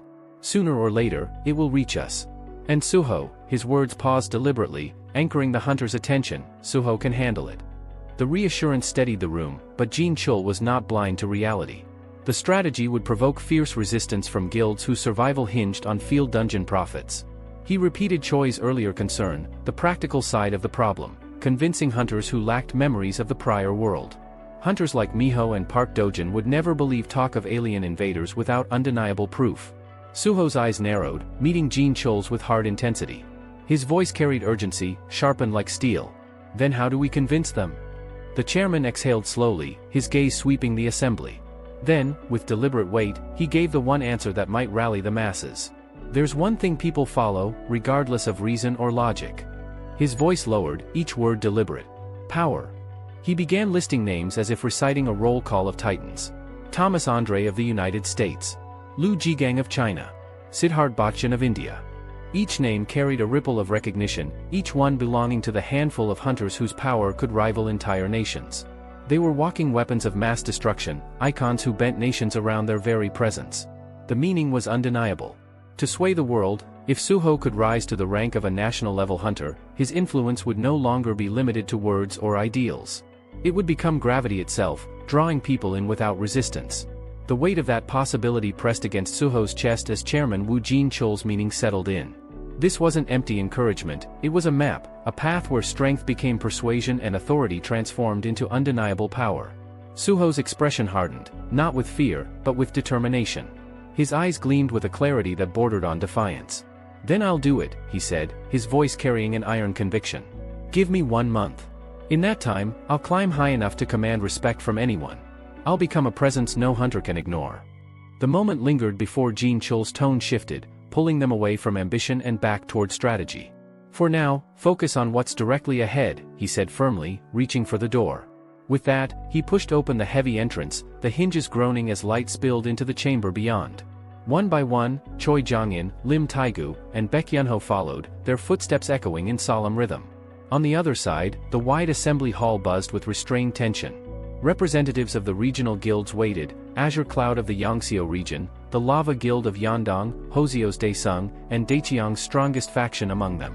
The air crackled with the energy of ambition and suspicion, the atmosphere thick with stakeholders silently weighing losses against gains. As Chairman Wu Jin-chul stepped forward to address them, his mind remained clear and steady. This is for Suho's growth, and for the survival of the world itself. The choice was already made. Now came the execution. Suho's growth was merciless in its pace. For 2 unbroken days, he tore through dungeons without pause. His fists shattered bone and scale, his shadows flowed like black tides, carving paths through hordes of goblins, swarms of venomous insects, and monstrous centipedes that could have broken entire raid teams. Each conquest refined him further. His mana surged higher, the currents of shadow authority coursing through him with an ease that spoke of frightening adaptation. Even Ki-hun, always quick to mock or dismiss, found himself whispering in awe. "This guy, he actually levels up," he muttered, unable to mask the disbelief in his voice. When Suho finally stepped out of the collapsing dungeon gates, his army of shadows trailing behind him like a disciplined battalion, Miho and Ki-hun stood rooted to the ground. Their eyes were wide, their hearts pounding as the sheer scale of his achievement sank in. 8 dungeons in 2 days. 2 at D rank, 4 at C rank, and 2 more at B rank. All cleared, all mined, all completed by Suho alone. Ki-hun's voice cracked as he muttered under his breath, even an A rank would burn out trying to keep up with him. Ki-hun couldn't hold back his amazement. "Every time he clears a dungeon, his mana rises again," he muttered under his breath, almost as if saying it aloud would make it less unbelievable.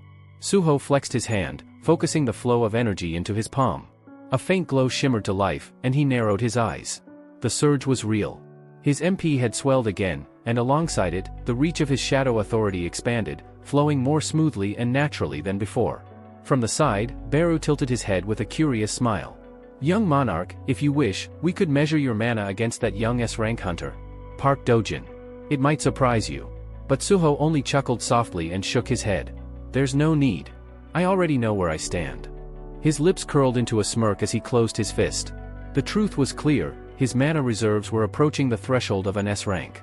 He could almost feel the line he was about to cross, the power building within him like a rising tide. Elsewhere, Park Dojin, the apostle in disguise, gritted his teeth.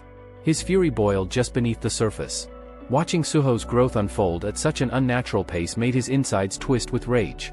The boy was too close to surpassing limits meant to restrain him, and that realization lit a dangerous fire in the apostle's chest. The apostle's unease sharpened into something closer to dread. Power accumulated at this speed was dangerous, too dangerous. If his fragment did not arrive soon, the balance he sought to control might slip irretrievably into Suho's hands. That night, Suho finally returned home. His body was weary, but his spirit burned with renewed purpose. His shadow soldiers dissolved into the darkness one by one, leaving the house cloaked in silence. Yet the stillness felt wrong. The moment he stepped into the hall, instinct screamed. Someone was here. Moonlight spilled faintly through the window, illuminating the figure waiting for him. Seated casually on the couch, as though he belonged there, was Hwang Dong-soo.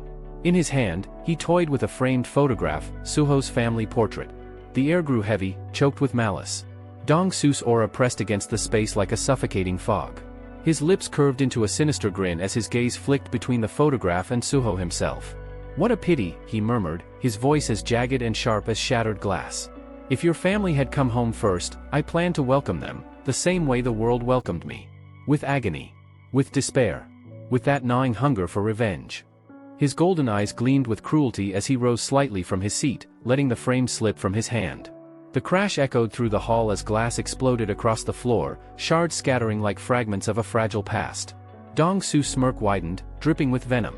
"But fate was kind enough to deliver you instead," sung Suho. The unspoken promise in his words was clear: he intended to shatter more than just glass tonight. The shattered picture frame of Suho's family lay in ruins across the floor, its broken glass glinting crimson under the moonlight. Huang Dong-su's boot ground mercilessly onto the fragments, pressing the smiling faces of Suho's loved ones into the dirt. His mocking laughter scraped through the silence like blades on metal. "What a pity," Dong-su sneered, voice dripping with malice. "If your family had shown up before you, I would have made sure they suffered endlessly. Pain, despair, hunger for revenge. I was ready to gift them all of it." His lips twisted into a cruel grin, eyes gleaming with sick delight. "But you're finally here," sung Suho. "And breaking you will be far more satisfying." Cold fury settled over Suho like a cloak of steel. His face hardened, his eyes narrowing into glacial blades. All warmth drained from him, leaving only an immovable resolve. So this was him. Huang Dong-su. An S-rank hunter. Wu Jin-chul's warnings flashed in Suho's mind, the younger brother of Huang Dong-suk, the man who orchestrated the Jisan prison riot. Some even whispered Dong-su himself engineered the entire escape. With his brother now dead, his rage had turned toward Suho. One of the strongest S-ranks in Korea, and he's standing in my home. Wu Jin-chul's words echoed again: "If you encounter him, don't fight alone. Run." But here he was, face to face. Suho's voice broke the heavy silence, low and sharp. "Huang Dong-su. Did you come here to avenge your brother? Let me save you the trouble. It wasn't me who killed him, it was Kang Tae-shik." Dong-su's brow arched, amusement flashing across his face. His smirk deepened. "Interesting, not only do you know my name, you even know about Tae-shik." His laugh was cruel, grating. "But avenge him? Don't flatter yourself. I didn't crawl here to mourn some fool. I came because someone sabotaged my plans." His eyes burned. "And that makes me very, very angry." Suho's jaw clenched. His voice was ice cold. "Your past redemption." He stepped forward, shadows curling faintly at his feet. "If it's a fight you want, let's take this somewhere else." Dong-su's aura exploded outward like a crimson tidal wave, choking the air with oppressive weight. He grinned, feral and unhinged. "Why should I follow your lead, brat?" The wall beside Suho cracked a sudden punch, the impact rattling the entire building and setting off the alarms. Red lights flashed, sirens wailed, and the room bled an ominous glow. Suho didn't flinch. "In less than 5 minutes, this place will be crawling with security and hunters. My uncle doesn't leave things unchecked. Do you still want to waste time posturing here?" Dong-su narrowed his eyes, grin never fading. He licked his lips, predator savoring prey. "Cocky little bastard. Fine. Let's take this elsewhere." The scene shifted. A skeletal construction site stretched into the night sky, unfinished steel beams jutting upward like the ribs of some fallen titan. The air smelled of rust and concrete dust, the city's neon glow buzzing faintly in the distance. Two figures faced each other across the hollow structure, predators circling before the kill. Dong-su cracked his neck, rolling his shoulders as he stepped closer. "Not bad. You didn't flinch back there. Then it must be true, you reawakened." His voice echoed coldly across the empty site. "Tell me, did you climb to S rank, or higher?" Suho's face betrayed nothing. His eyes locked on Dong-su's, voice calm but edged with fire. "I won't know until I'm reassessed. But before that, I want answers. Where did you get the star fragments?"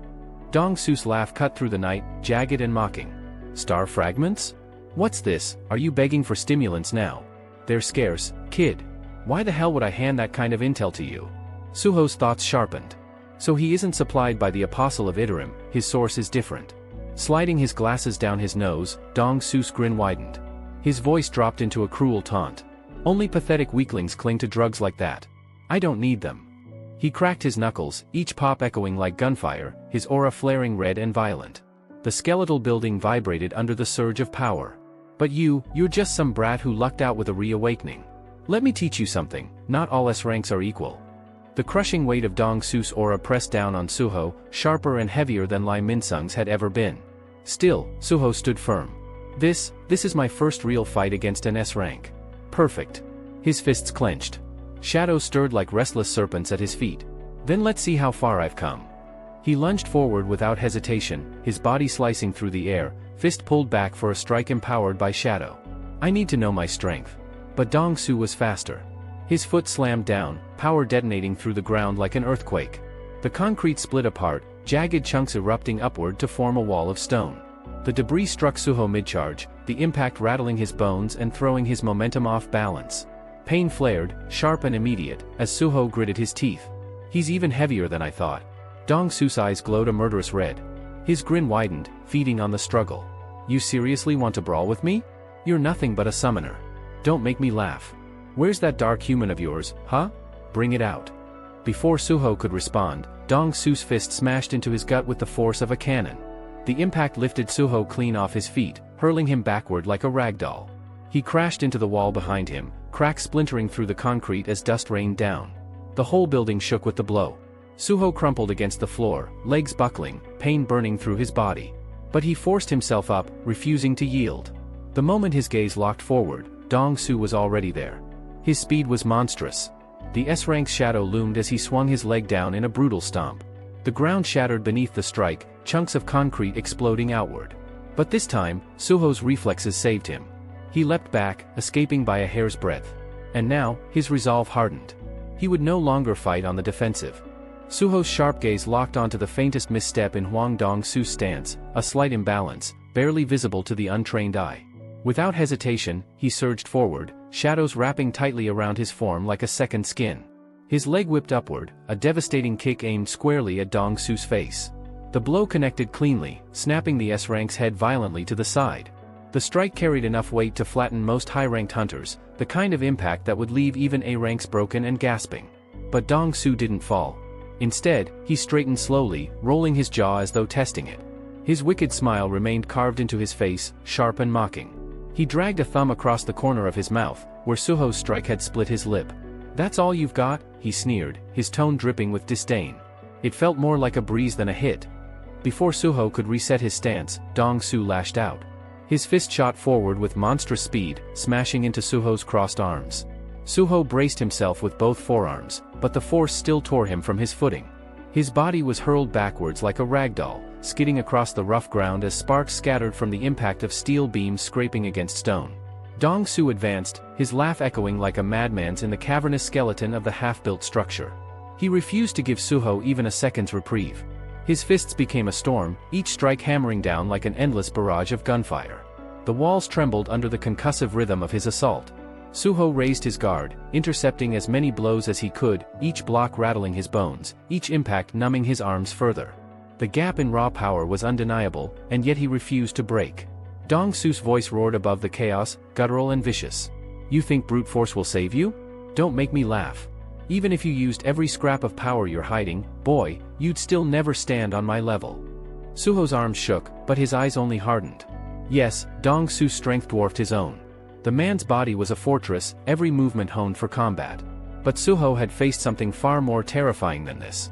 His thoughts flashed back to the trial of his class change, the crushing dread of confronting the shadow of his own past, the suffocating aura of that fight that had nearly broken his spirit. Compared to that abyss of despair, these punches were survivable. Painful, yes. Overwhelming, no. I've faced worse than you, Suho thought grimly, bracing himself. That single flicker of reflection proved costly. Dong Su's sharp eyes caught the lapse instantly. With a predator's precision, he slammed his heel down on Suho's foot, pinning him against the ground. Suho's eyes widened in shock as he realized too late, his movement was sealed. A feral grin stretched across Dong Su's face, his aura igniting around his fist in a blaze of crimson.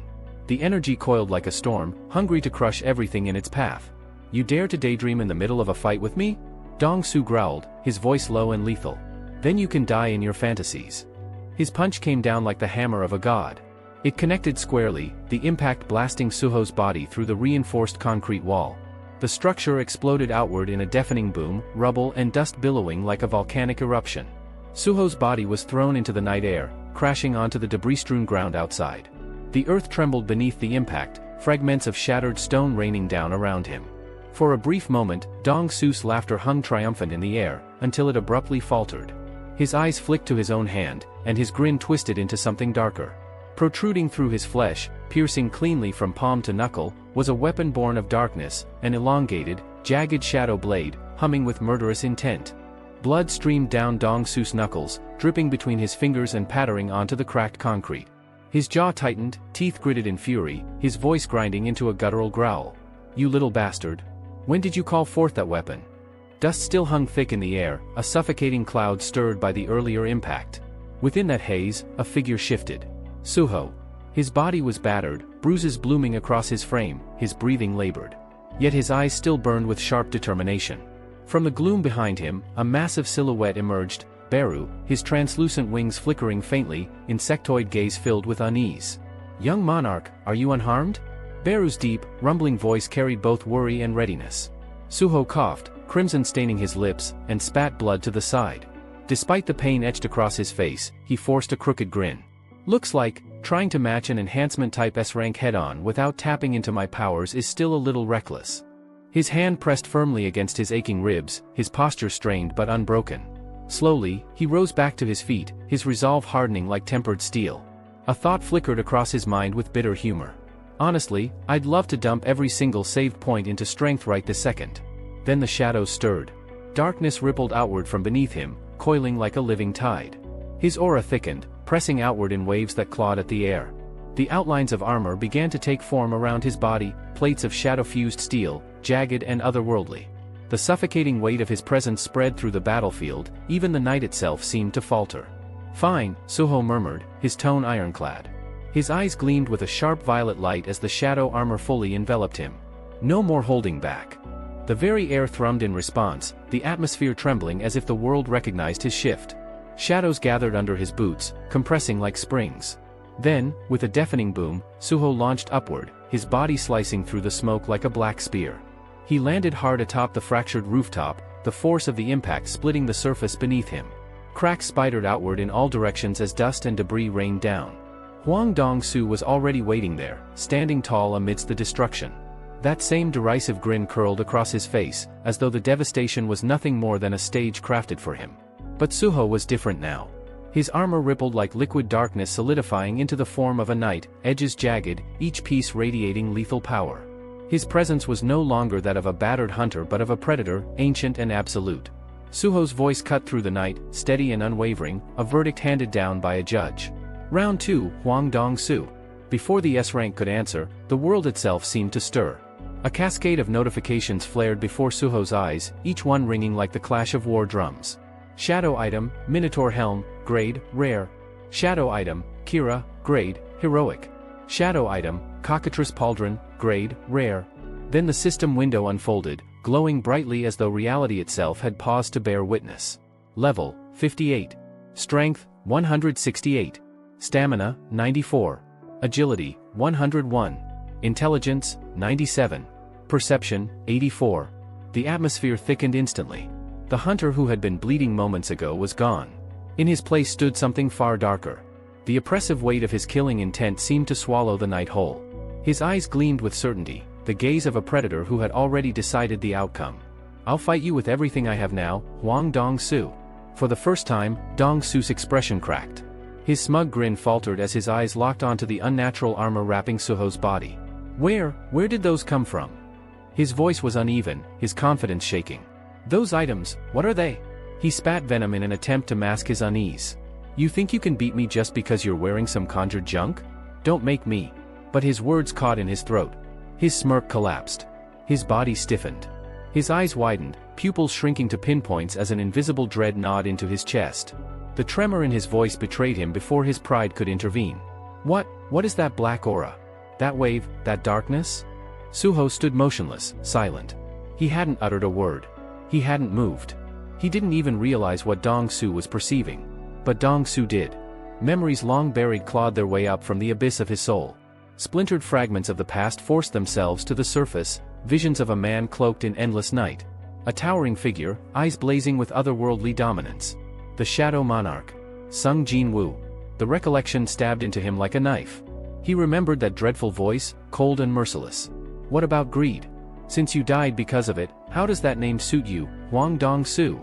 Color drained from Dong-su's face. His body convulsed violently, half of him already unraveling. Shadow seeped from his flesh, clinging to him like tar, dragging him back into a form he had once desperately escaped. Before he could resist, his body twisted grotesquely. His features warped, shifting into something monstrous. The remnants of that forgotten dominion branded him once more. Half of Huang Dong-su's body transformed into the dreaded visage of Sung Jinwoo's old shadow general, Greed. The air around the battlefield warped, heavy with killing intent so dense it made even the shadows waver. Suho stood at the center of the devastated field, his dark armor pulsing with shadow energy, the black steel glimmering faintly like fractured obsidian. His calm demeanor contrasted sharply with the chaos around him, eyes as cold as a winter sea, locked onto Huang Dong-su, who now appeared less human and more like a creature driven mad. His body convulsed, aura twisting violently as if something monstrous within him struggled to burst free.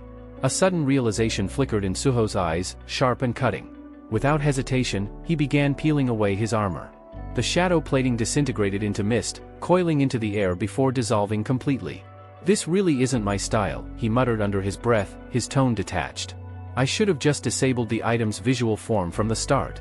As the darkness melted away, only his worn combat uniform remained, scarred from countless battles. His gaze hardened again, fixing on Huang Dong-su, who now clutched his skull, trembling violently. Words slurred from his lips, nonsensical and broken, as fear etched itself across his face. Something was fracturing inside him. Old memories, shattered, disjointed, and half-buried, rose violently to the surface. Visions of another time, another world, replayed in flashes too fast to suppress. He saw himself standing opposite a man who radiated darkness like a living storm, the Shadow Monarch, Sung Jinwoo. He remembered the sound of each footstep, the tremor that followed, and the suffocating aura that crushed all resistance. And above all, he remembered that gaze, cold, merciless, and absolute. "You're beneath me." No matter how hard Dong-su had fought, no matter how fiercely he resisted, his efforts were meaningless. In that battle, he had been defeated, broken, and in the end, devoured by shadow. A shudder ran through him, and his breathing grew shallow. "Am I hallucinating?" he whispered, panic flickering in his eyes. But as the shadow aura around Suho pulsed faintly, realization dawned on him like a curse from another lifetime. "Those memories, they're mine." And when his eyes met Suho's, he froze. That gaze, he had seen it before. Rage ignited, burning away his fear in an instant. His lips twisted into a snarl as he spat the name like venom. "Sung Jinwoo." Suho's brow furrowed, confusion flashing across his face. "How does Huang Dong-su know my father's name?" he muttered. From the darkness beneath Suho's feet, a small figure emerged, Beru, the tiny shadow soldier, wings folded tight against his armored body. "Greed," he rumbled, his deep voice echoing with authority. "It seems he's recovered the memories of his past existence." "Greed," Suho repeated, his tone sharp. "What do you mean, Beru?" Beru's crimson eyes glowed faintly as he looked toward the trembling hunter. "In the world before this one, Huang Dong-su was not your ally. He fought against the monarch, your father, and fell. He was reborn afterward as one of his shadows, bearing the name Greed. What you see now, is that shadow remembering who he once was." Suho's eyes narrowed. "He's remembering everything, without a shadow key." Beru nodded solemnly. "If Wu Jinchul could recall fragments of his past without assistance, then it is possible for others as well." Meanwhile, Dong-su's fury erupted into madness. His mind spun, connecting pieces of the truth. "Sung Jinwoo? Sung Suho," he muttered under his breath. The puzzle clicked together. He remembered the family photo, the boy's name, the uncanny resemblance. His pupils contracted. "That kid, he's Jinwoo's son." His chest tightened as another realization hit him like lightning. "If Sung Jinwoo can't interfere, then this is my chance." Before the thought could even finish forming, his body moved on instinct. The ground split beneath his feet as he exploded forward, a red aura bursting around him like fire. His fist crashed toward Suho's chest with blinding speed. Suho reacted instantly, crossing his arms to absorb the blow. The impact was devastating, an explosion of air and dust rippled outward, shaking the entire construction site. But Dong-su didn't stop. He pressed forward, fists flying in a brutal, unrelenting barrage. Every punch carried monstrous weight, each strike cutting through the air with enough force to gouge the ground. Suho blocked and deflected, shadows reinforcing his defense, but the sheer physical might behind Dong-su's assault left cracks in his guard. Dong-su's grin widened. "This power, this darkness," he thought, fists pounding harder. "That's what Sung Jinwoo used on me back then. But this brat isn't his father. He's still green. This time, I'll win." Yet, as he fought, fragments of his past clawed at his mind, memories of his death, the suffocating feeling of Jinwoo's shadow crawling over his body, consuming him. The shame. The helplessness. The humiliation of kneeling before the one who had ended his existence. His fury boiled over. "You'll pay for that, Sung Jinwoo," he hissed through clenched teeth. "You'll lose your son the way I lost everything." Suho's expression hardened at those words. Without hesitation, shadow energy surged around him once again. Black mist swirled upward as his armor reformed piece by piece, glowing with an ominous brilliance. The battlefield shook as the son of the Shadow Monarch faced the fallen shadow of his father, darkness against darkness, past against present. This time, Suho didn't summon his full armor. Instead, he cloaked only his forearms in shadow steel, dark energy swirling around them like smoke drawn to flame. From the armor's edge, twin blades formed, sleek and razor-sharp, glinting like onyx under the fractured light. His voice came out cold, laced with scorn as he stepped forward. "What's wrong, Huang Dong-su? You look nervous." The taunt hit harder than any blow. Rage flashed in Dong-su's eyes, his aura flaring with violence. He no longer met Dong-su's power head-on. Instead, he slipped past attacks with surgical precision, deflecting a punch with the flat of his blade, pivoting under another strike, and retaliating with a swift upward slash. His blade shimmered briefly, the black mist around it extending outward until it lengthened into a spear, dark, elegant, and humming with power. Then Suho struck. The spear tore through the air, tracing arcs of shadow in its wake. One cut slashed across Dong-su's forearm, another across his chest, and a third raked his side.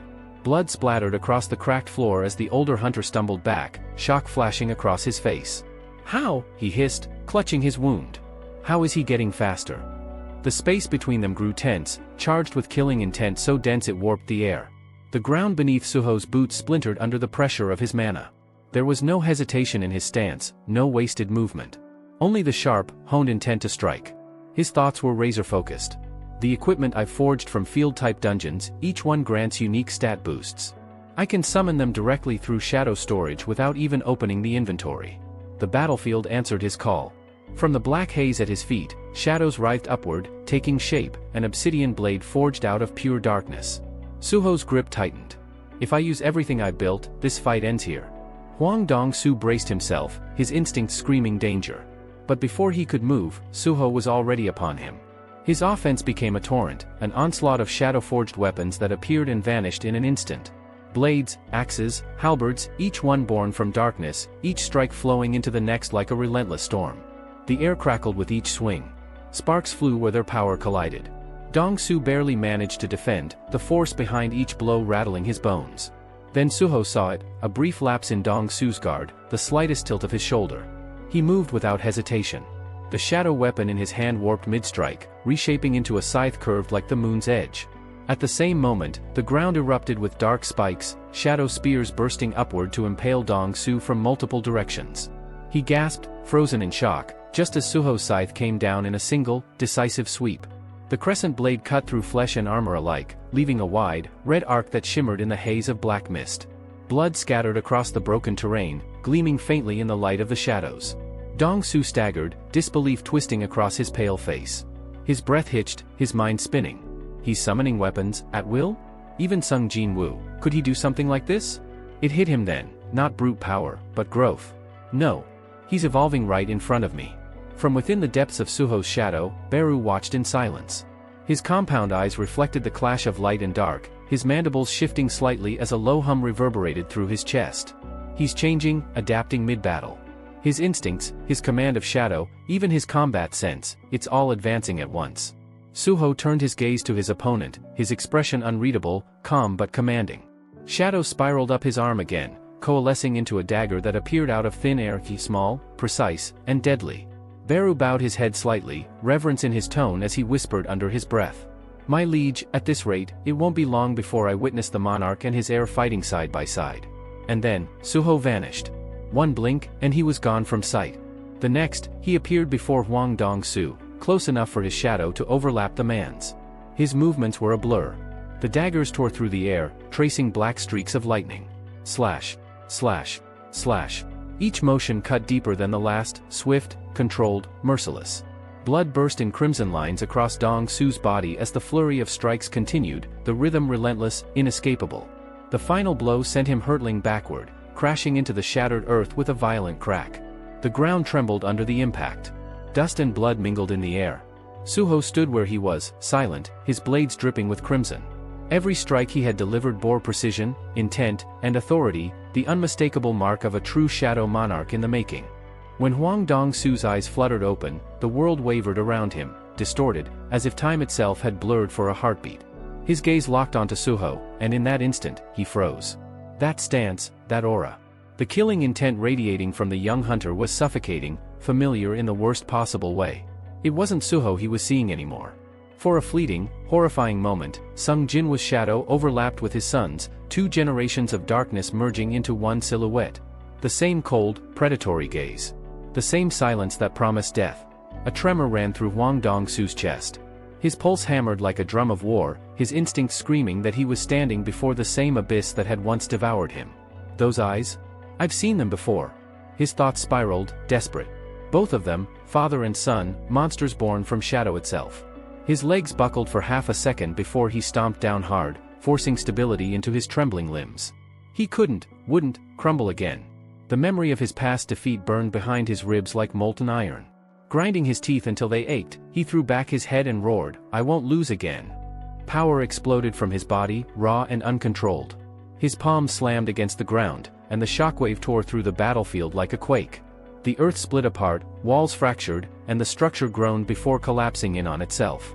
Steel beams fell like rain, dust rising in thick plumes that swallowed the light. Through the chaos, Dong-su pushed himself to his feet, his breath coming fast and sharp. "He's stronger than I thought," he admitted bitterly, his boots crunching on debris as he ran through the crumbling wreckage. "Fine.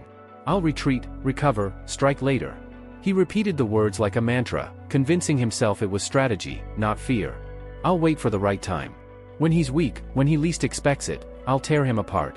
Or maybe I'll take someone he cares about, make him suffer first." His lips curled into a grin that didn't reach his eyes. But the grin faltered almost immediately.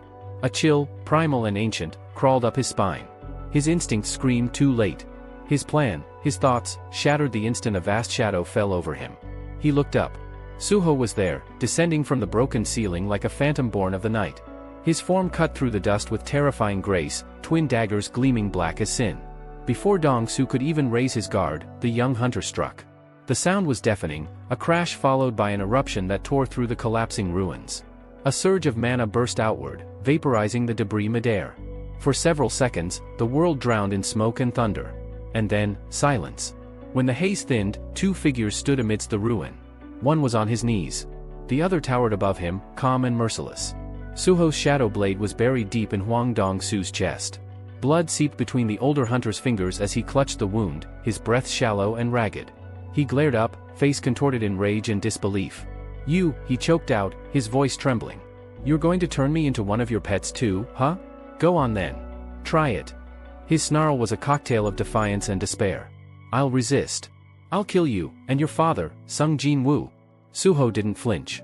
His expression was devoid of sympathy, his tone cutting, steady, final. "Still chasing what you'll never have," he said coldly. "You couldn't even stand against me. What made you think you'd ever reach him?" His hand tightened around the hilt. "But maybe," he continued softly, "those aren't even your thoughts anymore." Dong-su's mouth twisted into one last furious sneer. "Sung Suho," he spat, voice breaking with rage. "I'll kill." The sentence ended in blood. With one swift, brutal twist of his wrist, Suho drove the shadow blade deeper, then dragged it across in a clean, merciless arc. A crimson spray burst through the air, glinting in the dying light. Huang Dong-su's body convulsed once, then fell limp, collapsing into the rubble below. The echoes of battle faded. Only the faint rustle of settling dust remained. Suho stood over the fallen man, his blade dripping scarlet before melting back into shadow. His gaze lingered for a moment, cold and unreadable. The world seemed to still around Suho as the echoes of the battle faded. The air shimmered faintly, and a cascade of glowing notifications unfolded before his eyes. "You have leveled up."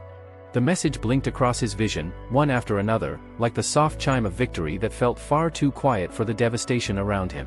He stood tall amid the wreckage, faint ripples of shadow energy flickering around his frame. Below him lay Huang Dong-su, broken, motionless, and silent. Another message appeared, this time pulsing with deep indigo light.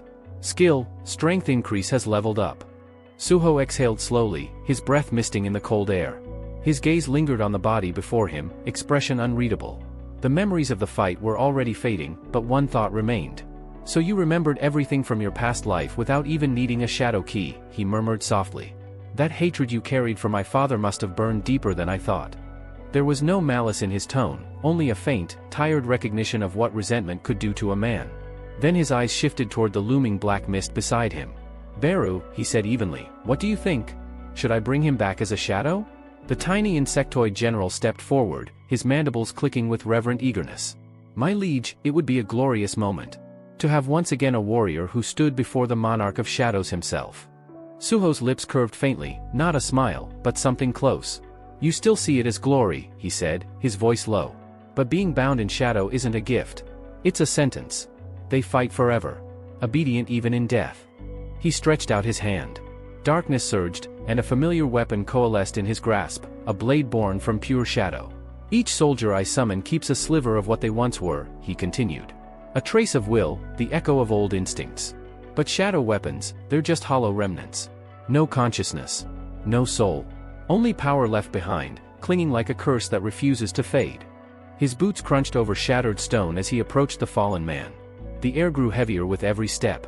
It's like the spirit dissolves, he muttered quietly, crouching beside Dong Su's body, and all that remains is debt, the weight of what it owes. Suho raised his hand high. Shadows rippled outward like living water, spreading from his feet and swallowing the light. His eyes gleamed faintly with the mark of the monarch as he spoke the word that commanded the abyss. Arise. Black tendrils crawled over Huang Dong Su's body, wrapping him like a shroud.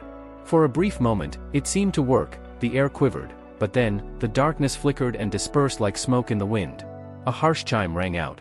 Shadow extraction failed. Attempts remaining, too.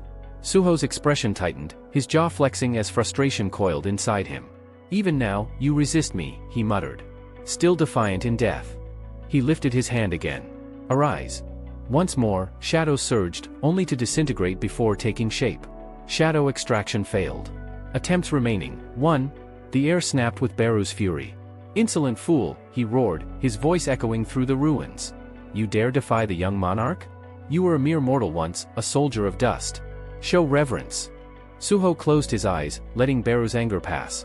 When he opened them again, his expression had softened into something grim but composed. He knelt beside Dong Su's corpse and placed a hand on his chest. That stubborn spark, he said quietly. The last trace of your will. Dark mist seeped from his fingertips, trailing like rivers of night across the dead man's form. The atmosphere thickened until the air itself seemed to hold its breath. No matter how deep your hatred goes, Suho whispered, his voice now colder than steel, I won't seek to understand it. You were a cruel man. I'm not saving you, I'm using what remains. He rose, his shadow spreading like wings across the ground. Your strength won't rot in the earth. I'll make it serve something greater. Now, arise. A third time, darkness surged. The world trembled as Suho's will struck like lightning. Meanwhile, on the street outside, a sleek car screeched to a halt, tires carving black marks into the pavement. The engine sputtered to silence, leaving only the hiss of cooling metal. From within, Wu Jinchul and Choi Jongin burst out, weapons drawn, coats flaring in the wind. Dust and debris clouded the night sky, lit faintly by the glow of emergency lights reflecting off shattered glass. The explosion came from here, Choi shouted, scanning the ruins. Wu Jinchul's face was pale but focused. Too close to Suho's home, he said through clenched teeth. If he fought someone here, we might be too late. The memory of the triggered alarm still gnawed at him. The security feed cut out after the breach, he muttered grimly. Whoever it was, they forced their way in. The two men sprinted across the wreckage, the acrid air stinging their lungs. Just as they reached the edge of the ruined site, a figure stepped out from the haze. What are you doing here? Came a calm, steady voice. Both men froze. Relief and disbelief washed over them as they recognized the speaker. Suho! Choi exclaimed. Wu Jinchul let out a slow breath, the tension in his shoulders finally easing. Thank God, he said, eyes scanning him up and down. You're still in one piece. And behind Suho, as the dust slowly settled, the faint shape of a shadow stirred. Wu Jinchul's voice cut through the dust-filled air, sharp and urgent. What happened here? Where's the intruder? Suho turned his head slightly, his expression calm, almost too calm given the wreckage around him. His tone carried no boast, just quiet finality. Huang Dong Su was here. The words dropped like stones. For a heartbeat, neither man moved. Choi Jong-in's eyes went wide, while Wu Jinchul's face lost all color. Wait, the S-rank criminal Huang Dong Su, he asked, disbelief twisting his voice. Suho nodded once. It was close, he said evenly, but I won. Silence hung between them, broken only by the wind whistling through shattered concrete. You defeated Huang Dong-su? Choi finally managed, as if repeating the question might make it real. Suho's answer came with a faint smirk tugging at his lips. Yes. I did. Then, almost casually, he lifted his left hand. The air rippled around him, dark energy coalescing in his palm like liquid night. It condensed, hardened, and spread across his arm, forming a massive shadow gauntlet, sleek, jagged, and humming with restrained power. Suho studied the new weapon with quiet satisfaction, its surface reflecting faint streaks of blue light. The victory was mine, he murmured, his voice barely above a whisper. Before him, a familiar translucent window materialized in the air, each line glowing faintly. Shadow item created, greed, creation grade, heroic. Form, gauntlet. Skill, smash, unleashes a strike capable of destroying hardened materials. Suho flexed his fingers once, testing its weight. The gauntlet pulsed faintly in response, as if acknowledging its new master. The scene shifted. Outside the grand glass doors of the Hunter Association headquarters, the sound of camera shutters filled the air. Reporters swarmed the entrance, microphones raised like weapons, the murmur of speculation rippling through the crowd. Everyone sensed something monumental was unfolding. Inside, the atmosphere was a blend of nerves and ambition. Rows of newly awakened hunters sat waiting for their turn at rank assessment, some whispering encouragement, others silently praying. One man stumbled out from the testing chamber, face pale, shoulders slumped. A D rank, he muttered bitterly. I awakened for this? From nearby, another hunter patted him on the back. Hey, D rank isn't bad. You'll still get work, mining, patrols. Safer than dungeons. The man gave a faint nod and shuffled off, but his disappointment lingered in the air. A few seats away, someone else had been keeping score. A wiry man with tired eyes and unkempt hair, nervously wringing his hands, counting under his breath. 4 D ranks, 2 E ranks, he whispered. A crooked smile spread across his face. The odds are in my favor. The next one's got to be good. His name was Kim Panseok, an unemployed awakened clinging to hope like a lifeline. His heart pounded in his chest. I don't need to be S rank, he thought feverishly. Even A or B would change everything. Just one good roll of luck, that's all I need. Next candidate, the coordinator called, her voice calm and clipped. Please prepare for measurement. Panseok stood immediately, nerves buzzing under his skin. But then, the name that followed wasn't his. Sung Suho, she announced. Panseok's eyes darted toward the young man rising from his seat. Suho's expression was composed, polite. As he walked past, Panseok's lips curled into a sly grin. Sung Suho, huh? Let's hope you flop, kid, he muttered under his breath. If you score low, my odds go up. Suho, unaware of the silent spite beside him, ran a hand through his hair and exhaled softly. Strange, he thought, I've fought monsters stronger than this, but this still makes my heart race. He stepped into the testing chamber, the door sealing shut behind him. Moments later, Kim Panseok quietly wished, please, anything but E rank. But he was declared an E rank. All the excitement drained from Kim's face instantly. Outside, chaos awaited. The glass doors of the Hunter Association burst open as a wave of camera flashes illuminated the hall. Reporters swarmed the entrance, their shouts echoing across the marble floor. At the center of that storm stood Sung Suho. A new S-rank hunter has been born in Korea, someone shouted. Reawakened, yelled another. The hero of the Jisan Correctional Facility incident. Microphones crowded toward him, voices overlapping in a frenzy. Suho, how does it feel to become an S-rank hunter? Caught in the flood of lights and noise, Suho scratched the back of his neck, smiling awkwardly. The camera flashes painted his face in gold and white as he laughed softly, cornered by a wall of reporters. From the upper floor of the building, Woo Jinchul stood by a window, watching the scene unfold below. His expression was calm, yet pride shimmered in his eyes. As expected, he murmured. Suho reached S rank, just as he promised. Behind him sat Choi Jong-in, Baek Yunho, and Lim Tae-gu.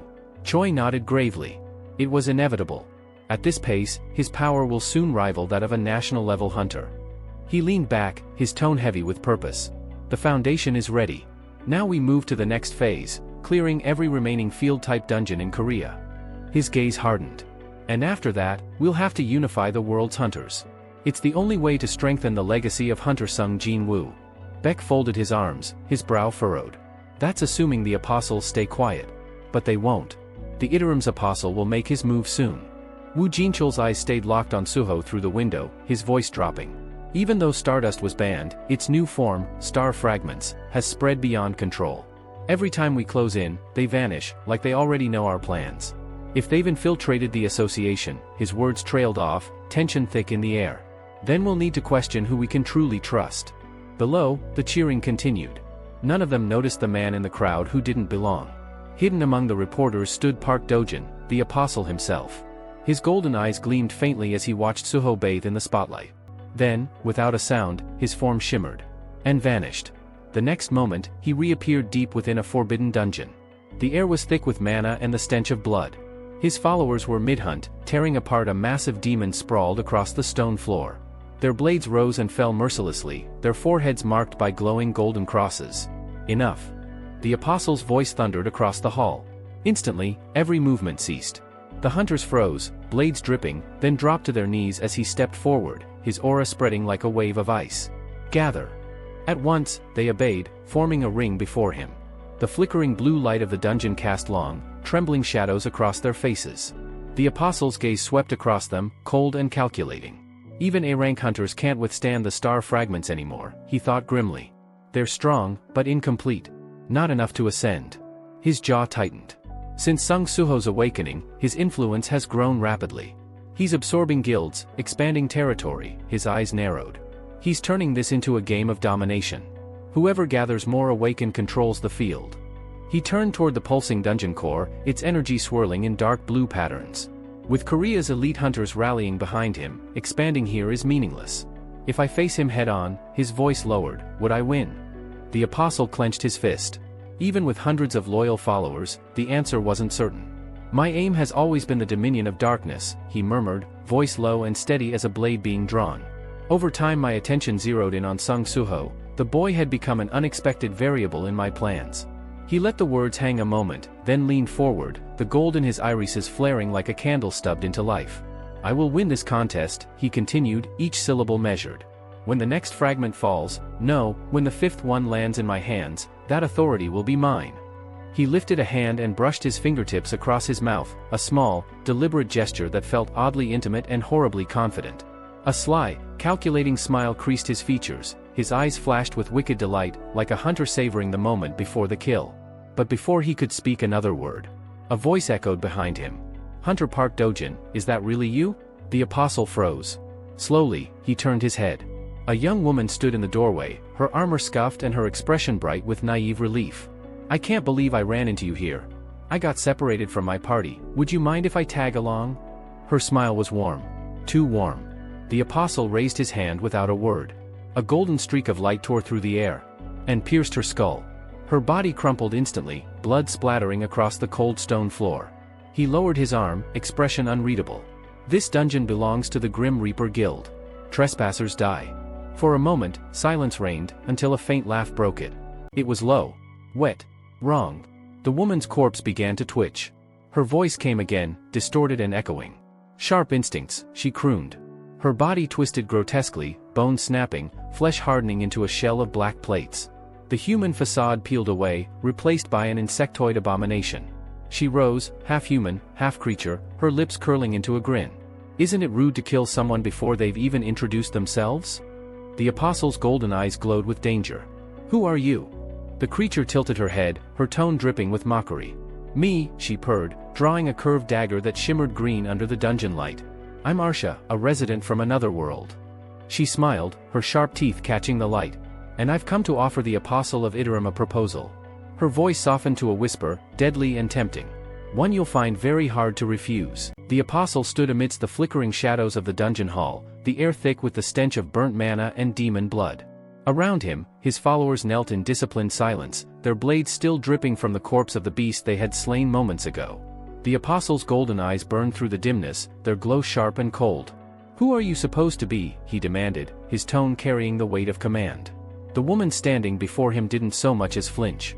Her lips curved into an almost playful smile as she twirled a curved dagger between her fingers. "Arsha," she said smoothly, her voice echoing lightly through the cavern. "A native of this world, though not quite loyal to it. I've come to offer the Iterum Apostle a deal you might find interesting." At her words, the apostle's expression hardened, suspicion flashing beneath his composed exterior. "A deal," he repeated, his gaze narrowing. "Then tell me, how do you even know who I am?" Arsha chuckled softly, tilting her head. Because I make it my business to know what others try to hide, she replied. I've been tracing the source of a little drug you might be familiar with, stardust. Its trail led me straight to the one orchestrating everything behind the scenes.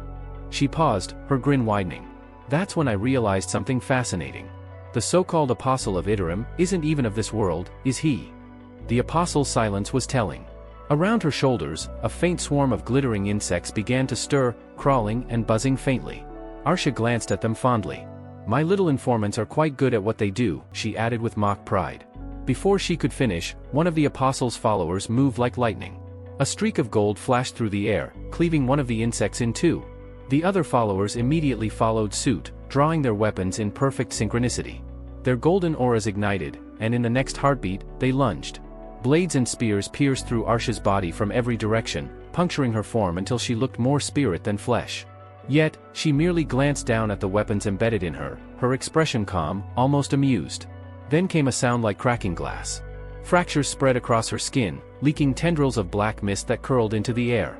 You're wasting your energy, she said lightly. This body's just a projection. You can destroy it 100 times, and it won't matter. The cracks sealed themselves as her form reassembled, her voice echoing eerily through the chamber. Relax, she added, her smile widening. I didn't come here to expose you. I came here to offer you something. Reaching into her cloak, Arsha pulled out a faintly glowing shard, small, crystalline, and pulsating with an inner light. The instant it appeared, the air trembled. A token of trust, she said, holding it out. A star fragment, an enhanced version. Consider it a gift. The apostle's expression shifted as he extended his hand. The shard hovered for a moment before settling in his palm. He examined it closely, golden light reflecting off its surface. This energy, it's far denser than the previous ones, he thought. And yet, it's stable. Controlled. Arsha's voice purred through the silence, confident and cold. That little piece can bend even S-rank hunters to your will. I can provide you with more, enough to strengthen your army and reshape the battlefield. But in return, she leaned forward, her crimson eyes glowing like embers. I want one thing. He looked up, his voice a low rumble. And what would that be? Her smile sharpened. To crush Sung Suho and the Shadow Monarch. Together. The apostle's gaze hardened, his aura darkening. Why would someone from this world side with me? He asked icily. Arsha laughed, a sound that echoed with mockery.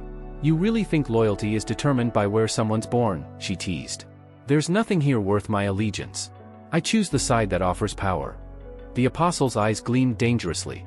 If that were true, he said quietly, you'd have sought me out long before Li Minsung died. Arsha's grin faded for the first time, just slightly.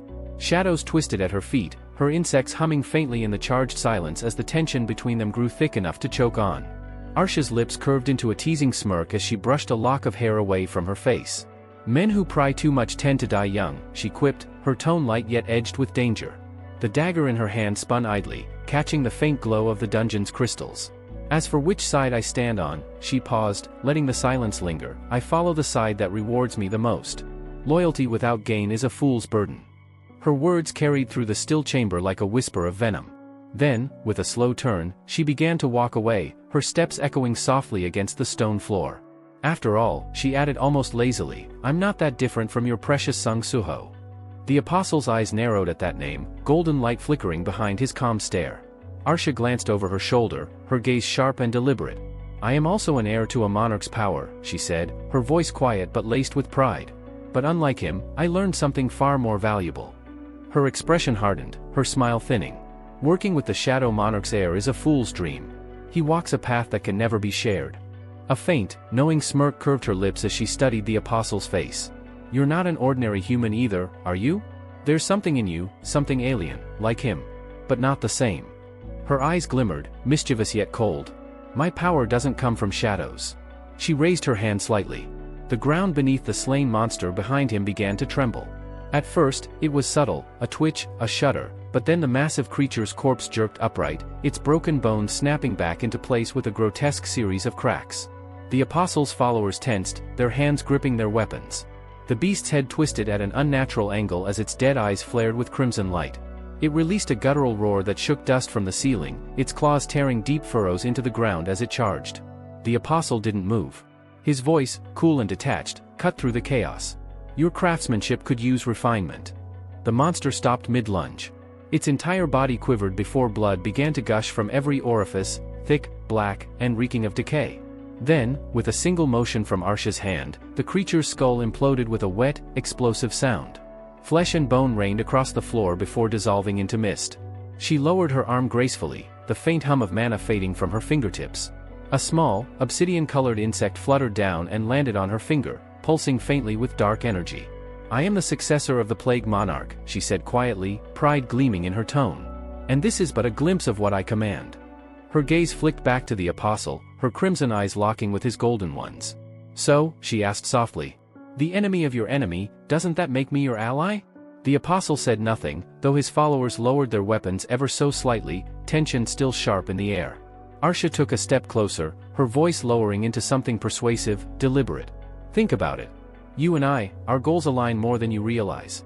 We both seek power beyond the reach of this world. Why fight separately when together, we could dominate it?"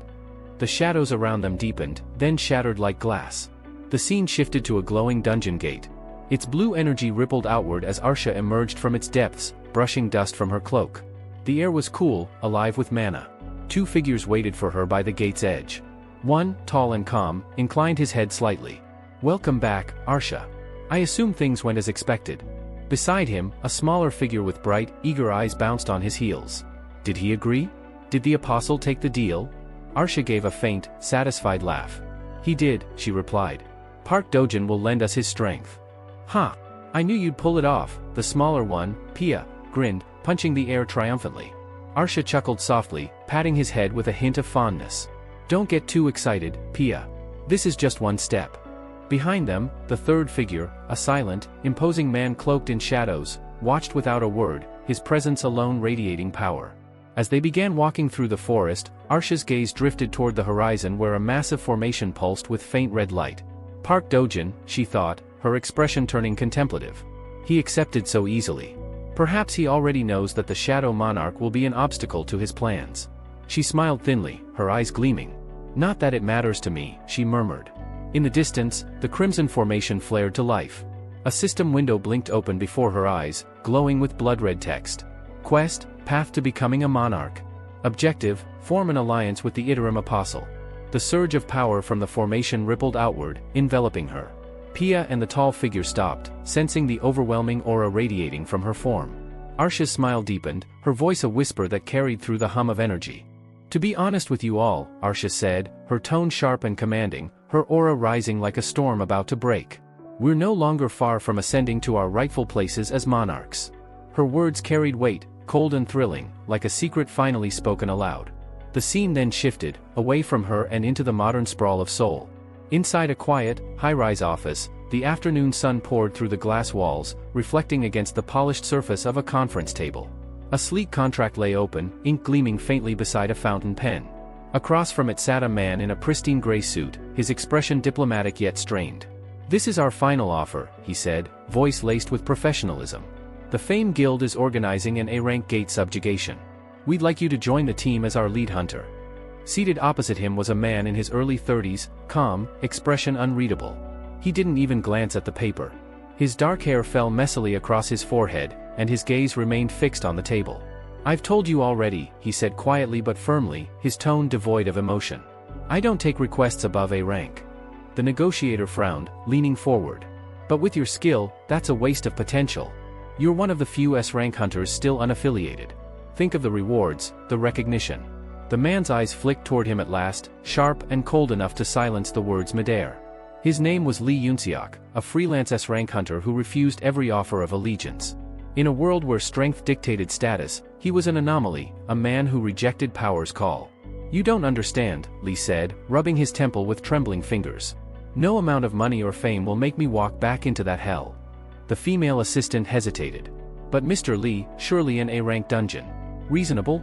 Lee cut her off, his voice rising, cracking under invisible weight. His eyes darted toward the window, unfocused. "Every time I close my eyes, I see them. Those things." He was shaking now, the memory overtaking him. "Monsters that tear me apart over and over. I feel their teeth on my flesh, their claws digging into my bones." His breath came unevenly, his voice trembling with barely contained fear. "You think rank means anything when you're screaming for your life?" The room fell silent. On the corner table, several empty liquor bottles glinted under the sunlight, mute witnesses to sleepless nights. Please, he whispered finally, voice barely audible. Leave. The representatives exchanged uneasy glances before quietly gathering their papers. As they stepped into the hallway, the woman hesitated. Should we really just give up on him? Her superior exhaled slowly, adjusting his tie. You saw it yourself. That man's a shell of an S rank. What use is power when the mind's already broken? They didn't notice the presence that brushed past them, a tall figure moving in the opposite direction. His footsteps were slow, deliberate. His eyes gleamed faintly gold. The woman glanced back, sensing something off. Sir, wasn't that? But the stranger was already gone, climbing the stairs toward Lee's floor. Inside the apartment, the knock came softly. Lee didn't answer. The door creaked open anyway. Who the hell? Lee froze mid-sentence as the figure stepped into view. The man's aura pressed down on the room like a heavy fog. You're from the Reaper Guild, Lee said sharply. You people really don't understand boundaries, do you? The intruder ignored the jab. His voice was calm, almost gentle. I came because I heard there's an S-rank hunter who trembles at the sight of monsters. Lee's jaw tightened. So you came to mock me? No, the man said simply, stepping closer. I came to fix that fear. Lightning crackled across Lee's arms in warning, his mana flaring bright blue. Another step and you're ash, he growled. But the apostle was faster. In a blur of motion, his hand shot forward, pressing a radiant star fragment against Lee's forehead. Light erupted, blinding, searing. Lee's cry was lost in the rush of energy that poured into him. The fragment sank beneath his skin, pulsing once before vanishing completely. The apostle's voice dropped to a whisper. Don't be afraid, Hunter Lee Yunseok. From now on, you'll never have to face monsters again. Lee's pupils widened. His body went still. Golden light spread through his veins like liquid fire. The apostle studied him closely, eyes narrowing with satisfaction. If the fragment takes, he'll serve perfectly. His thoughts drifted to Sung Suho and Arsha, the heirs who stood on opposite sides of the coming storm. The game board is changing. The tide turns in my favor. He turned to leave. Behind him, Lee's body twitched, his aura flickering, reshaping. Golden energy flooded the apartment, crackling through the air. Lee slowly raised his head, eyes burning with divine brilliance, all traces of humanity erased. At the doorway, the apostle paused and allowed himself a quiet, chilling smile. Good, he murmured. Even the strongest walls crumble from within. The quiet hum of routine filled the South Korean air traffic control tower. Rows of monitors flickered with light, radar screens pulsed with steady rhythm, and the low murmur of controllers coordinating incoming flights created a sense of calm efficiency. Dozens of planes were moving through the country's airspace, everything was normal. Until one controller's monitor flashed red. A burst of static tore through his headset, followed by a strained voice, urgent and shaking. This is KAL 472, Control Tower, do you copy? The operator straightened instantly. KAL 472, this is Control. Go ahead. The reply came, uneven, tinged with disbelief.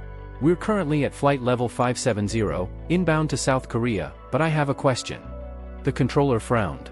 What kind of question? At this altitude, the pilot hesitated. Is it supposed to be snowing? The room stilled. Negative, the controller said firmly. There's no precipitation above the cloud layer. You shouldn't be seeing snow up there. The pilot gave a nervous laugh. Yeah, that's what I thought. Then his tone changed, his voice low and tight. Then what the hell is that? Through the cockpit windows, the clouds were no longer white, they glowed with an eerie blue light. The sky itself seemed to ripple as a colossal shadow took form above them. Space twisted, bending inward like a whirlpool of colorless light. The captain's knuckles went white on the controls. God, it's a gate, he breathed. A dungeon gate, in the upper atmosphere. Down in the control tower, alarms screamed to life. Every radar screen lit up at once, red warnings flashing across the walls. Repeat that, KL 472. Confirm a gate sighting. Static crackled. Then the captain's voice broke through, breathless. There's a storm forming, snow, ice, and wind. Visibility 0, we're losing altitude. Requesting emergency. The transmission cut off. For a heartbeat, silence gripped the room. Dozens of eyes turned toward the operator. His hand trembled against the console, the color draining from his face. What just happened? Someone demanded. He swallowed hard, his gaze locked on the flickering radar. A gate, he whispered. A dungeon gate, is opening in the sky. Far beneath the earth, in a cavern reeking of blood and mana, a monstrous wolf roared. Its fangs dripped black venom, and its crimson eyes gleamed with hunger as it lunged forward. A streak of motion, too fast to follow, cut through the darkness. The beast froze midair. Then, thin red lines traced across its massive body, and in the next instant, it was torn apart, shredded into ribbons of flesh and fur. Sung Suho landed silently among the remains, his shadow dagger humming with lingering energy. The black gauntlet on his arm, Greed, gleamed faintly, its surface pulsing as if alive. Suho exhaled, wiping blood from his cheek. His brows furrowed in irritation. "Wait," he muttered. "I forgot to activate Greed's skill again." He looked down at his hand, sighing under his breath. "At least just wearing it boosts my stats." A system notification blinked into existence before his eyes. Stats increased. Strength plus 14. Agility plus 10. Stamina plus 11. Intelligence plus 7. Sense plus 10. Suho's expression hardened, his eyes narrowing with renewed focus. The air around him darkened, and his shadow stretched like something alive. Something was coming, and this was only the beginning. "As its manifestation grows, my stats keep climbing too," Suho muttered under his breath, flexing his fingers as black energy pulsed faintly around his gauntlet. "At this rate, I'll hit S-rank numbers before I even notice." Behind him, hundreds of shadow soldiers stood in perfect silence, their empty eyes gleaming faint violet. The entire cavern pulsed with the rhythm of their master's mana, the air thick with the scent of crushed mana stones. "Mining's done," Suho said, glancing around the ruined dungeon. "Time to get out before this place caves in." A faint chime echoed in front of him. "Stored shadow items, 340/340. Maxed out again," Suho muttered under his breath, rubbing his chin as he studied the glowing system window before him. "Guess it's time to recycle the low-tier shadows and forge something better." He inhaled deeply, the air inside the dungeon thick with mana. Then, with a slow, deliberate motion, he extended his hand. The shadows around him stirred. Like a storm unleashed, waves of darkness exploded outward, flooding the entire cavern in an ocean of black light. The walls trembled violently, dust raining down as the pressure of Suho's aura surged higher, shaking the dungeon itself. It was the overwhelming weight of a monarch's authority, a force that bent the air and twisted mana to his will. As the shadows pulsed in rhythm with his heartbeat, the dungeon system responded. Skill, shadow creation has leveled up. Probability of generating higher-grade items has increased. Suho froze for a second, blinking in disbelief. Then, slowly, a grin spread across his face. It leveled up? Seriously? His eyes gleamed with excitement. So, it finally evolved. Without hesitation, he summoned his inventory. The air warped as the dimension opened, and a flurry of weapons emerged, hundreds of them, floating in perfect formation before him. Swords with serrated edges, lances tipped with shadow fire, shields humming with protective runes. Each piece shimmered with a faint, black glow, resonating with his mana.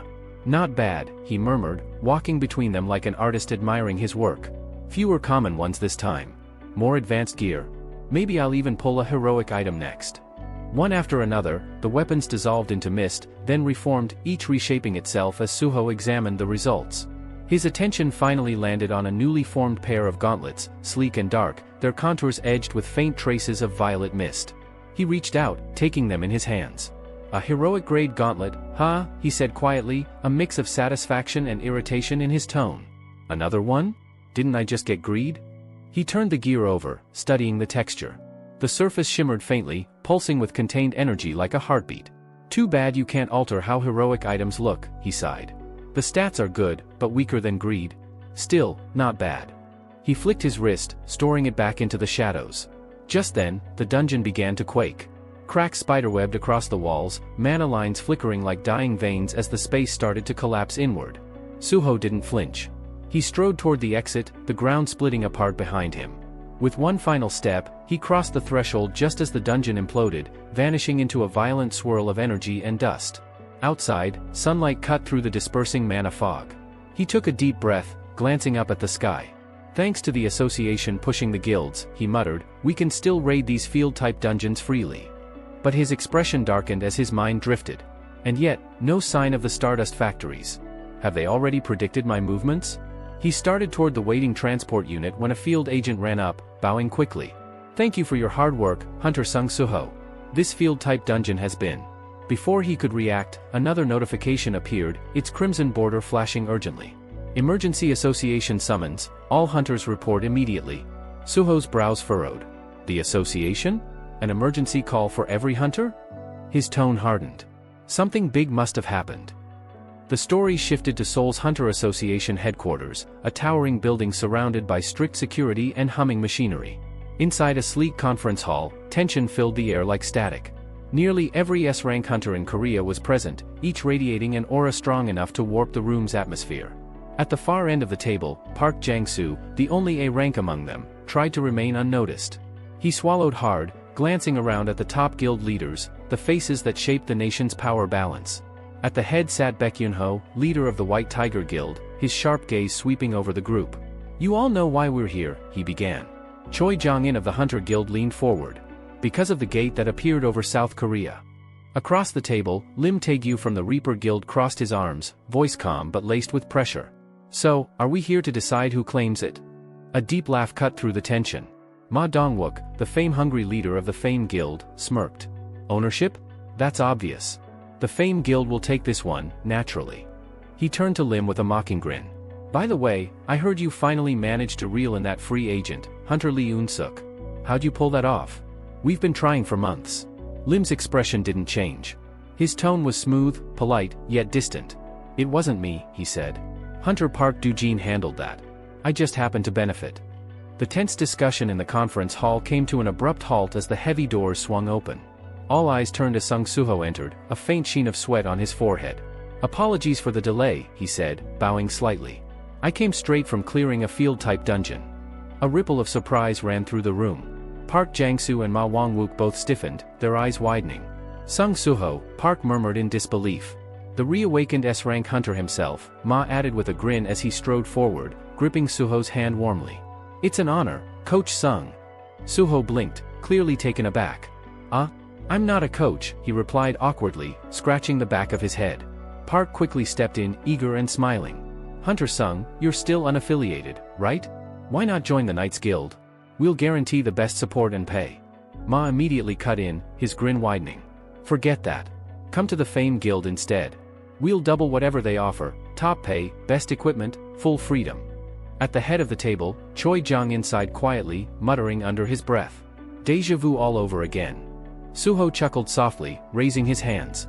"I appreciate the offers, really, but I'll have to decline. I don't plan on joining any guild for now." The two guild masters exchanged sheepish looks, their enthusiasm fading just as quickly as it came. Choi hid a faint smirk behind his hand.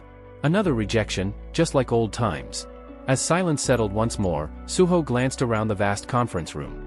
Rows of Korea's most powerful hunters filled the seats, faces he'd seen on battlefields, in newspapers, and during national emergencies. "So I'm the only unaffiliated one here," he thought, eyes narrowing slightly. "Maybe it's time to start my own guild? It could help unify independent hunters." Before he could dwell on the thought, the door opened again. Woo Jinchul entered, his face grim, followed closely by a female assistant carrying a stack of documents. The atmosphere immediately shifted, light chatter vanished as tension reclaimed the room. "Coach Woo, you're late," Ma Wong-wook called out, trying to lighten the mood with his trademark grin. "You don't look too good. Stomach problems?" Woo Jinchul paused for half a second, visibly thrown by the comment before regaining composure. "No," he said curtly, clearing his throat. "Just had to organize the data." His tone was unusually sharp, his usual calm replaced with quiet urgency. He stepped forward, setting the documents on the table, then looked around the room. "Thank you all for responding on such short notice," he began, his voice steady but grave. "As you've probably heard, a gate appeared yesterday, right above South Korea.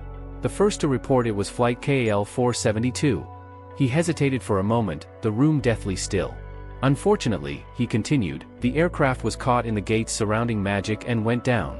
There were heavy casualties." A murmur rippled through the hall. "We sent A-rank teams to assess its energy levels," Wu went on, his expression darkening. "Their readings surpassed all standard limits. The Hunter Association has now officially classified it as an S-rank gate." The room fell silent. Soo-ho's eyes narrowed. An S-rank gate? His mind raced. The first one since the Great Cataclysm. Across the table, Choi Jong-in exhaled sharply, fingers gripping the edge of the desk until his knuckles whitened. This is exactly what we feared," he muttered under his breath. "An aerial S-rank gate. We can't even establish a perimeter safely." Even the most seasoned hunters in the room looked uneasy, their faces pale, their postures rigid. Soo-ho's gaze drifted across them all, noting the fear that lingered in their eyes. If even veterans from the old era are this shaken, just how devastating were S-rank gates back then? He leaned back slightly, breaking the tension with a calm voice. "Still, if we cooperate and plan strategically, we can handle it." But before anyone could respond, a deep, chittering voice echoed from behind him. I'm afraid it won't be that simple, young monarch. The temperature in the room seemed to drop as Beru emerged from Suho's shadow, his tiny insectoid form casting a small silhouette across the conference table. His crimson eyes gleamed like molten rubies as every hunter froze in shock. Even if every hunter here combined their strength, Beru rumbled, his mandibles clicking, you would all still be nothing more than insects before what waits beyond that gate. Beru? Suho barked, his face flushing. Half the hunters had already jumped from their seats, some instinctively reaching for their weapons. Ma Wangwuk's jaw hung open. That's him, he gasped. The rumored summoned beast of Sung Suho. But his words faltered. A cold sweat ran down his back as his body began trembling uncontrollably. Why can't I move? His instincts screamed at him to run. His heart pounded violently in his chest as he met Beru's unblinking, predatory stare. Beru? Suho snapped again, smacking the towering ant soldier on the head. Stop scaring everyone. You don't even know what's in that gate, so quit making wild claims and get back inside. Beru lowered his head slightly, though his voice carried the same grave tone. My apologies, young monarch, he said solemnly, but I do know. Every hunter turned toward him, their expressions frozen between disbelief and dread. Beru straightened to his full height, his gaze distant, voice echoing like a memory from another world. For in the previous world, he began, his tone dark and heavy, the creature that commanded an S-rank gate, the one that annihilated countless S-rank hunters, was none other than me, Beru, the Ant King. A wave of unease swept through the room like a silent tremor. Shoulders stiffened. Breaths caught in throats. Even the most seasoned hunters could feel their instincts screaming at them to bow before the unseen dominance that emanated from the tiny creature. Suho blinked, momentarily speechless.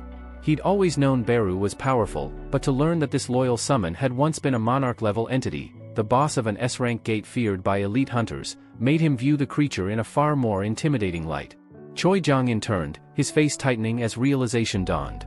Wait, he muttered, glancing at Beru. Baek Yunho's eyes widened as the missing piece clicked into place. That ant, it's the same species hunter Sung Jinwoo once summoned. At that name, Beru's aura flared violently. The atmosphere thickened, heavy and suffocating, as if a primordial predator had awakened within the room. His mandibles curved into something resembling a smirk, and a chilling laughter buzzed through the air. Now you remember, Beru said, voice echoing with ancient pride. Your instincts recognize what stands before you. I am the predator, and you are the prey. The command in his tone was undeniable, regal, ancient, and terrifying. Kneel, he ordered, his words thrumming with authority. Prostrate yourselves before me and beg for mercy. The tension broke with a thunderous smack. Suho's fist had come down hard on Beru's head. What are you doing, Beru? He scolded, his tone sharp. Why threaten people who are on our side? Beru crouched low, his wings folding inward as he muttered, Forgive me, young monarch. It has been far too long since I've felt such dominance surge through me. Before the atmosphere could settle, Choi Jong-in addressed Suho, his voice tense with realization. If what he says is true, then could you not clear an S-rank gate with just that summon alone? Suho exhaled slowly and shook his head. It's not that simple. I don't know how powerful he once was, but right now, he's weakened. In his current state, he can't fight at that level. Beru threw his hands up in mock despair. Young monarch, please, do not speak such cruel words. Across the table, Park Jang-soo and Ma Dongwook exchanged puzzled looks. Park leaned in and whispered, I don't understand a word of this. Ma nodded, sighing. Same here. They sound like they're talking about another world entirely. Choi Jong-in adjusted his glasses thoughtfully. Perhaps an experience would explain it better than words. He turned to Suho. Hunter Sung Suho, can you allow them to regain their past memories as well? Suho nodded. I can. He reached into the darkness beside him and drew out the shadow key. The moment it appeared, its ominous energy spread across the room like rolling fog. Both Park and Ma recoiled, eyes widening as they felt the chilling aura. Past memories, they repeated, confused. Suho gave a faint, reassuring smile. You'll understand soon enough. The next instant, both men trembled violently as fragmented visions flooded their minds, memories of an older world consumed by chaos, titanic monsters tearing through cities, and the sky itself burning under the weight of fear. Park's voice quavered. So, the world truly was reset. Ma's face turned pale. An S-rank gate, like Jeju Island. Don't tell me, we'll have to face a creature of that scale again. Before Suho could answer, Wu Jinchul stepped forward, his tone grave. A dungeon break occurs 7 days after a gate appears. If an S-rank dungeon breaks above Soul, the destruction will be unimaginable. Park's brows furrowed. But if the gate is floating in the sky, wouldn't the monsters fall to their deaths the moment they appear? Wu Jinchul shook his head. The association has already investigated that.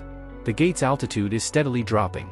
At this rate, on the 7th day, the moment the break happens, it will descend directly above the heart of Soul. The room fell into a heavy silence.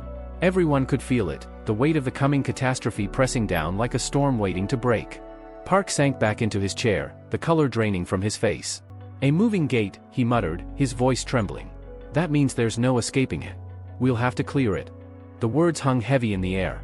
Silence wrapped around the room like a suffocating fog, pressing down on every heartbeat. Baek Yunho sat rigid, staring down at his clenched fists. His knuckles whitened as his thoughts spiraled. He remembered the warnings of the past, the interdimensional invaders, the Iterim beings who shattered entire civilizations. They had once fought a war against entities that defied understanding. And now, even before such horrors reappeared, they were already hesitating before an S-rank gate. His eyes flickered toward Suho. That young hunter, the one who defeated Huang Dongsu without breaking a sweat. Yunho's chest tightened. He's different. Stronger than any of us realized. The tremor in his hands betrayed the storm within him. When was the last time I felt this powerless? No one dared speak. The room pulsed with the weight of unspoken memories, old battles, fallen comrades, and the ghost of the man who had once led them all. Lim Taejo finally exhaled, his voice breaking the silence like a brittle branch snapping under pressure. The only reason we managed to subdue that S-rank dungeon in the past was because he was there. Choi Jong-in's gaze lowered. He didn't need to ask who. If only Hunter Sung Jin-woo were here. The name rippled through the room like a cold wind. No one looked up. No one disagreed. Their silence was their answer. Every hunter present had felt the same thought claw at the back of their mind. Without him, we might not survive this time. Suho, watching them, frowned. Why are they so shaken? To him, these were veterans, people who had faced death 100 times over. Yet now they sat like children before a storm. He turned to Beru, his confusion plain. Why are they acting like this?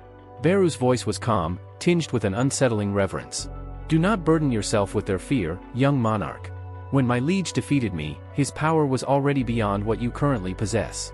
Suho froze. The words struck like a blade of realization. Father was stronger than I am now? For a moment, doubt coiled in his chest. Could he really overcome a threat his father once faced? Could he fill the void that man left behind? But then, like a spark in the dark, he remembered. The night of his class advancement. The feeling of his blood surging, his shadow answering his will. When he cast aside the word impossible. His father's shadow wasn't something to chase, it was a path to surpass. He straightened his back, resolve solidifying in his eyes. Around him, the hunters were drowning in uncertainty. He could feel their fear, their hesitation gnawing away at their strength. They're all thinking the same thing, without my father, we're doomed. Suho clenched his jaw. No. That's not the answer.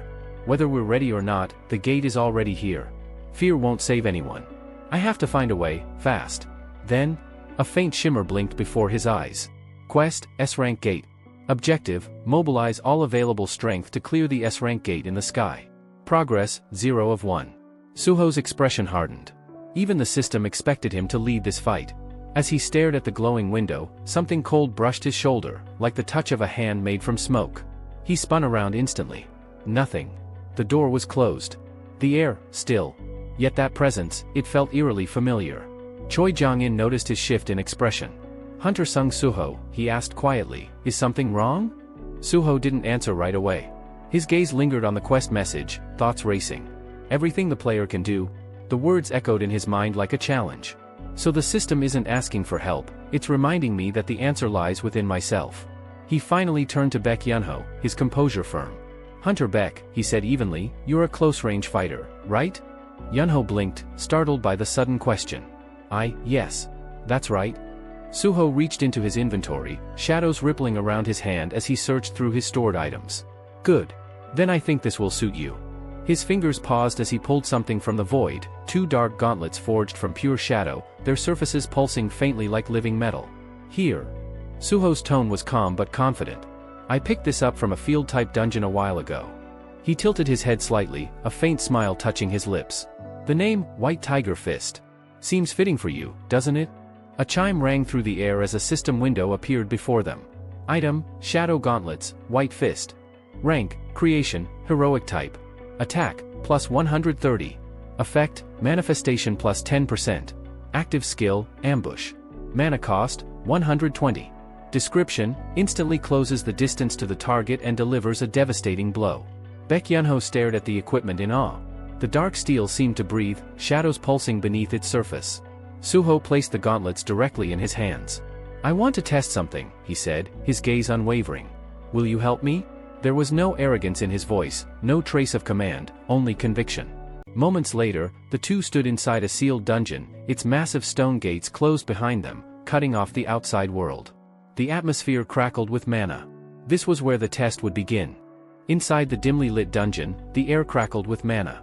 The faint scent of scorched stone and monster blood hung heavy in the atmosphere. Park Jang-soo, Ma Dongwook, Lim Tae-gu, and Choi Jong-in stood in a semicircle near the dungeon's entrance, their eyes fixed on the figures ahead. "This is a B-rank gate," Choi muttered, adjusting his glasses as he surveyed the sprawling cavern. "We followed Suho here, but what exactly is he planning?" Deeper within the dungeon, the sound of battle echoed, roars of mana beasts intertwined with the thundering impact of fists against flesh and stone. At the center of that chaos moved Baek Yunho, wrapped in the black shimmer of the shadow gauntlet Suho had bestowed upon him. His movements were clean, precise, and devastating. Each strike carried the weight of monstrous strength, each blow splitting the air like thunder. The beasts lunged and screamed, but none could withstand the barrage for more than a few seconds. From a distance, Suho stood beside Wu Jinchul, watching closely. Wu's expression tightened as he turned toward the younger hunter. "Suho, why have you sent Hunter Beck to deal with these creatures? This isn't a typical raid." Suho rubbed his chin thoughtfully, eyes still fixed on the battlefield. "It's an experiment," he replied after a pause. "I'm testing something, specifically, how well my shadow-forged equipment performs in live combat." Wu blinked, momentarily stunned. "Wait. Your shadows can create equipment?" Suho gave a quiet nod. "Yes. My ability is similar to my father's, but not identical." His gaze grew distant, his tone dipping with something that sounded like reluctant honesty.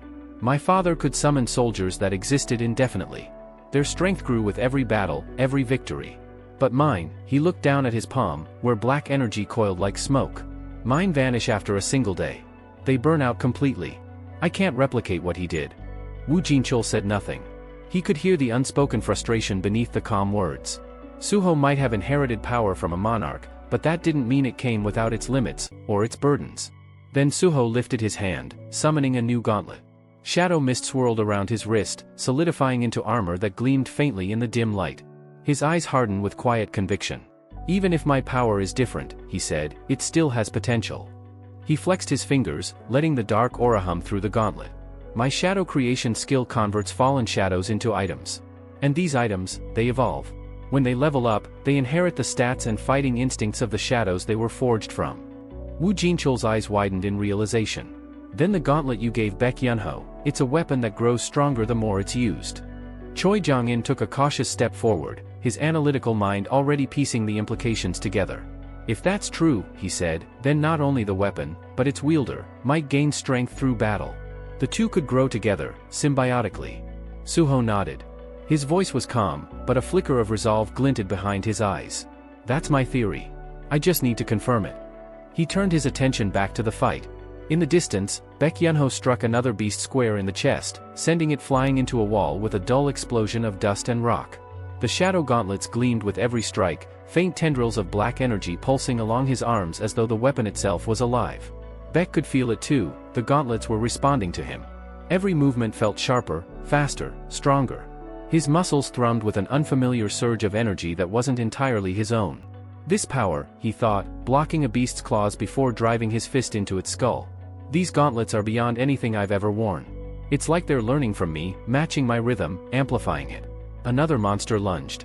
He sidestepped, pivoted, and crushed it with a single blow that shattered the stone beneath his feet. As the creature's body dissolved into mana dust, Baek caught his breath and stared at his shadow-clad hands. "Suho, just what kind of ability have you created?" The instant Baek Yunho equipped the gauntlet, something deep within him stirred, an unfamiliar sensation, primal and powerful, as though a dormant instinct had suddenly been awakened. A system window blinked open before his eyes. Active skill, ambush. Mana cost, 120. Effect, instantly close the distance to a target and strike with explosive force. Movement speed increases by 30% for 1 second after use. Without hesitation, Beck moved.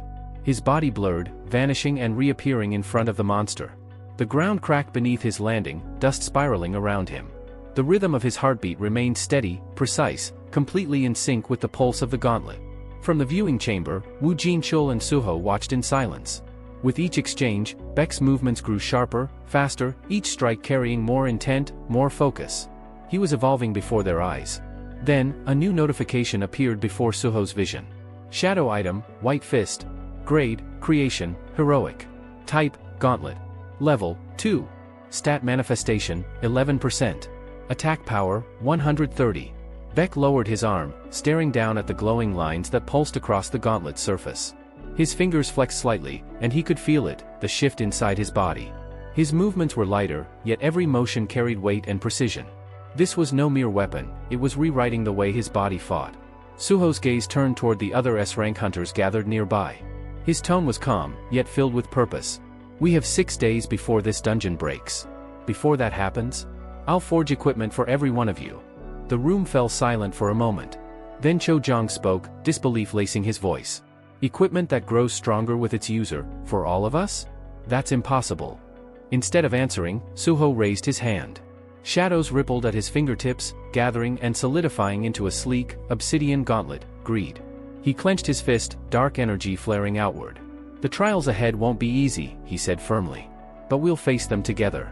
We'll overcome them. His conviction resonated across the room. The tension shifted, no longer heavy with fear, but charged with renewed determination. Park Jang-soo and Ma Dongwook stepped forward first, their excitement barely contained. Can you make one that boosts fire affinity? Choi Jong blurted out. Hold on. We need one for ranged users first, Lim Taigu argued, his tone impatient. Suho chuckled softly, raising both hands as they crowded around him. I don't control the attributes, he explained. They depend on the soldier's sacrifice to forge them. Park Jang-soo frowned thoughtfully. So, if an A-rank equipped one, could they reach S-rank potential? Ma Dongwook grinned. Then priority should go by seniority. Their bickering drew laughter around the chamber, the once grim atmosphere replaced by a rare spark of hope. From a distance, Wu Jinchul observed quietly, his expression softening. It reminded him of another time, another hunter. Sung Jinwoo had carried the weight of the world alone, unmatched and untouchable. His power had been solitary, complete in itself. But Suho's power was different. His strength was meant to connect, to unify. It didn't push others away, it pulled them closer. Watching Suho lead, Wu Jinchul felt something stir deep within his chest. For the first time, he wondered what it would be like to fight beside a monarch of shadows instead of standing behind him. A faint smile crossed his lips as he placed a hand over his heart. This time, it wouldn't be one man against the world. This time, they would fight together. Sunlight spilled over the sprawling estate like liquid gold, glittering across the long stretch of the pool where Thomas Andre lounged as if the world were nothing more than a gentle summer breeze. Reclined on a luxurious chair, sunglasses lazily perched on his nose, he looked every bit like a man without a care, if one ignored the fact that he was a national-level hunter capable of flattening mountains. His assistant approached with practiced caution, a notepad held neatly to her chest. Handling Thomas Andre required patience, precision, and a little bit of courage. Guildmaster, you're overlooking something, she said, voice steady despite the chaos she had come to expect from him. Thomas cracked one eye open. Oh? You mentioned traveling to Korea after your visit to the Azure Guild. A faint smirk tugged at his lips. Ah, right. That boy. Sung Suho. He stretched lazily, as if the mention of an S-rank hunter were no more alarming than discussing the weather. But it's too early to pluck that fruit. Fruit, she echoed, confused. He chuckled. We crushed Azure Guild so thoroughly their reputation still hasn't recovered. Ours dipped as well. And now Suho awakens again, reaching S-rank. If I fly to Korea now, we gain nothing. His tone was disturbingly serene. The assistant hesitated before speaking again. But what about Randolph? Didn't you want to honor him? Thomas's eyes closed, and for a moment the giant of a man seemed almost small, swallowed by a quiet grief. I never wanted vengeance, he murmured. Only to make sure his death wasn't forgotten. He lifted his hand toward the sky as if offering a salute to the fallen. She then extended the notepad. In that case, maybe now is the right time. Thomas accepted it, reading the fresh report. Reflections of the text glimmered in his glasses, Korea's first S-rank gate since the Great Cataclysm. A global call for aid. A slow, predatory grin spread across his face. So, the fruit ripens. He stood, the sunlight catching on the carved muscles of his frame. Ready the plane. Inform Korea the Scavenger Guild is responding. We depart immediately, she confirmed. Thomas Andre's gaze hardened like steel. Randolph. I'll make sure the world pays its dues. Back in Korea. At the Hunter Association, Choi Jong-in sat in deep thought, a strange item resting against his palm. It was a bracelet made of shifting darkness, its surface alive with movement, like smoke molded into jewelry. A system window hovered before him. Creation grade, heroic. Type, bracelet. Effect, flame damage enhancement, increased defense. Active skill, rapid burn. He slid the shadow-forged bracelet, torch, onto his wrist. Across from him stood Suho, looking worn but steadfast. That one's yours, Suho said. I designed it specifically for you. Cho Jong-in nodded solemnly. I appreciate it. Truly. He turned the bracelet again in his hand, feeling the faint heat thrumming beneath the surface. For the first time in years, the idea of becoming stronger didn't feel like a fantasy. I heard you've been making similar equipment for all the hunters, he added. Isn't that too much for one person? Suho attempted a smile, but his voice trembled. I'm handling it. I've already finished crafting the items for everyone from the last meeting. But the truth was written plainly on his face, drained eyes, shaking hands, breaths growing faintly uneven. Before Cho Jong-in could press further, a shadow rippled at Suho's feet. Baru stepped out, wings buzzing faintly as he looked up at his monarch with wordless worry. The little ant knew exactly what Suho had done, 2 days of non-stop hunting to gather materials, followed by nights spent finishing Ajin's daily quests. Even healing potions couldn't mask the strain. Baru's expression, if an ant could be said to have one, was a blend of fierce pride and deep concern. His young monarch was burning himself out for everyone else. Suho's body finally gave up pretending it wasn't exhausted. A long, sleepy yawn escaped him, so wide and unfiltered that even he blinked in surprise afterward. Cho Jong-in watched silently. To him, that yawn was the final proof. Suho hadn't simply worked hard, he had wrung himself dry. He had pushed, strained, and kept pushing just so everyone else could stand stronger. Cho's hands curled into fists. If Suho was going this far, then he, too, needed to rise to meet that effort. No excuses. No hesitation. Suho lifted the last pair of shadow-forged gauntlets and exhaled shakily. Once I drop these off with Association President Woo Jin-chul, I'm done for the day. The relief in his voice was almost fragile. If you're heading there, I'll join you, Cho Jong-in said immediately. You really don't need to follow me. Suho's smile wavered, still gentle. But Cho stepped forward with clear purpose. It's not for you. I have a meeting there as well. He paused. Thomas Andre is visiting. Suho froze. Thomas Andre? The national-level hunter? Transition to the association. The Hunter Association headquarters buzzed like a storm on the verge of breaking. Suho and Cho walked side by side through the hallway, turning the corner toward the conference room. And stopped.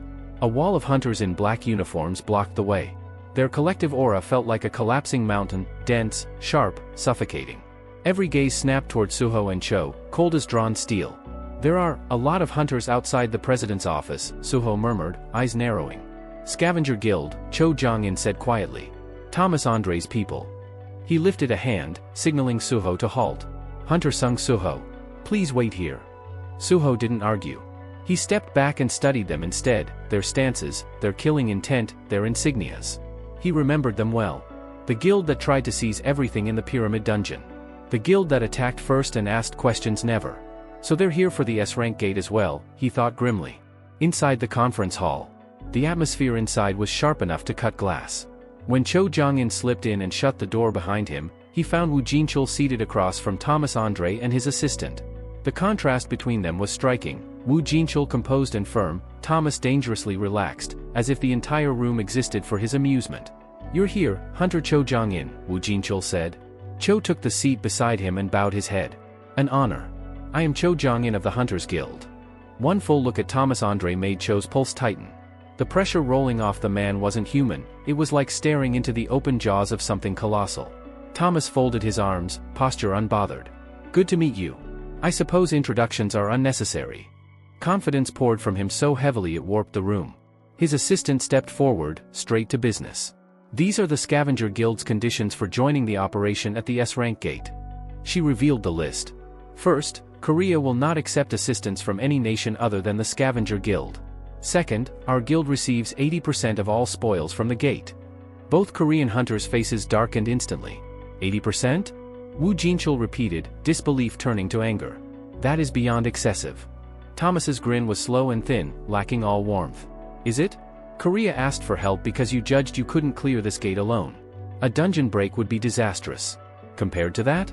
This price is generous. He placed his feet on the table as if claiming the territory. The temperature in the room seemed to drop. Cho muttered under his breath, they didn't come to negotiate, they came to strong-arm us. Wu Jinchul drew in a measured breath, then looked Thomas straight in the eye. We asked for assistance because the S-rank gate's danger is still uncertain. But keep this in mind, Korea now has 2 newly awakened S-rank hunters. He pushed back his chair. Your terms are unacceptable. We will decline Scavenger Guild support and request aid elsewhere. Thomas Andre's smile finally vanished. And the air trembled. Thomas's expression shifted, the easy arrogance melting into something darker. His voice dropped a register. Tell me, have you heard what happened in the field-type dungeon in Egypt? The question alone made the room still.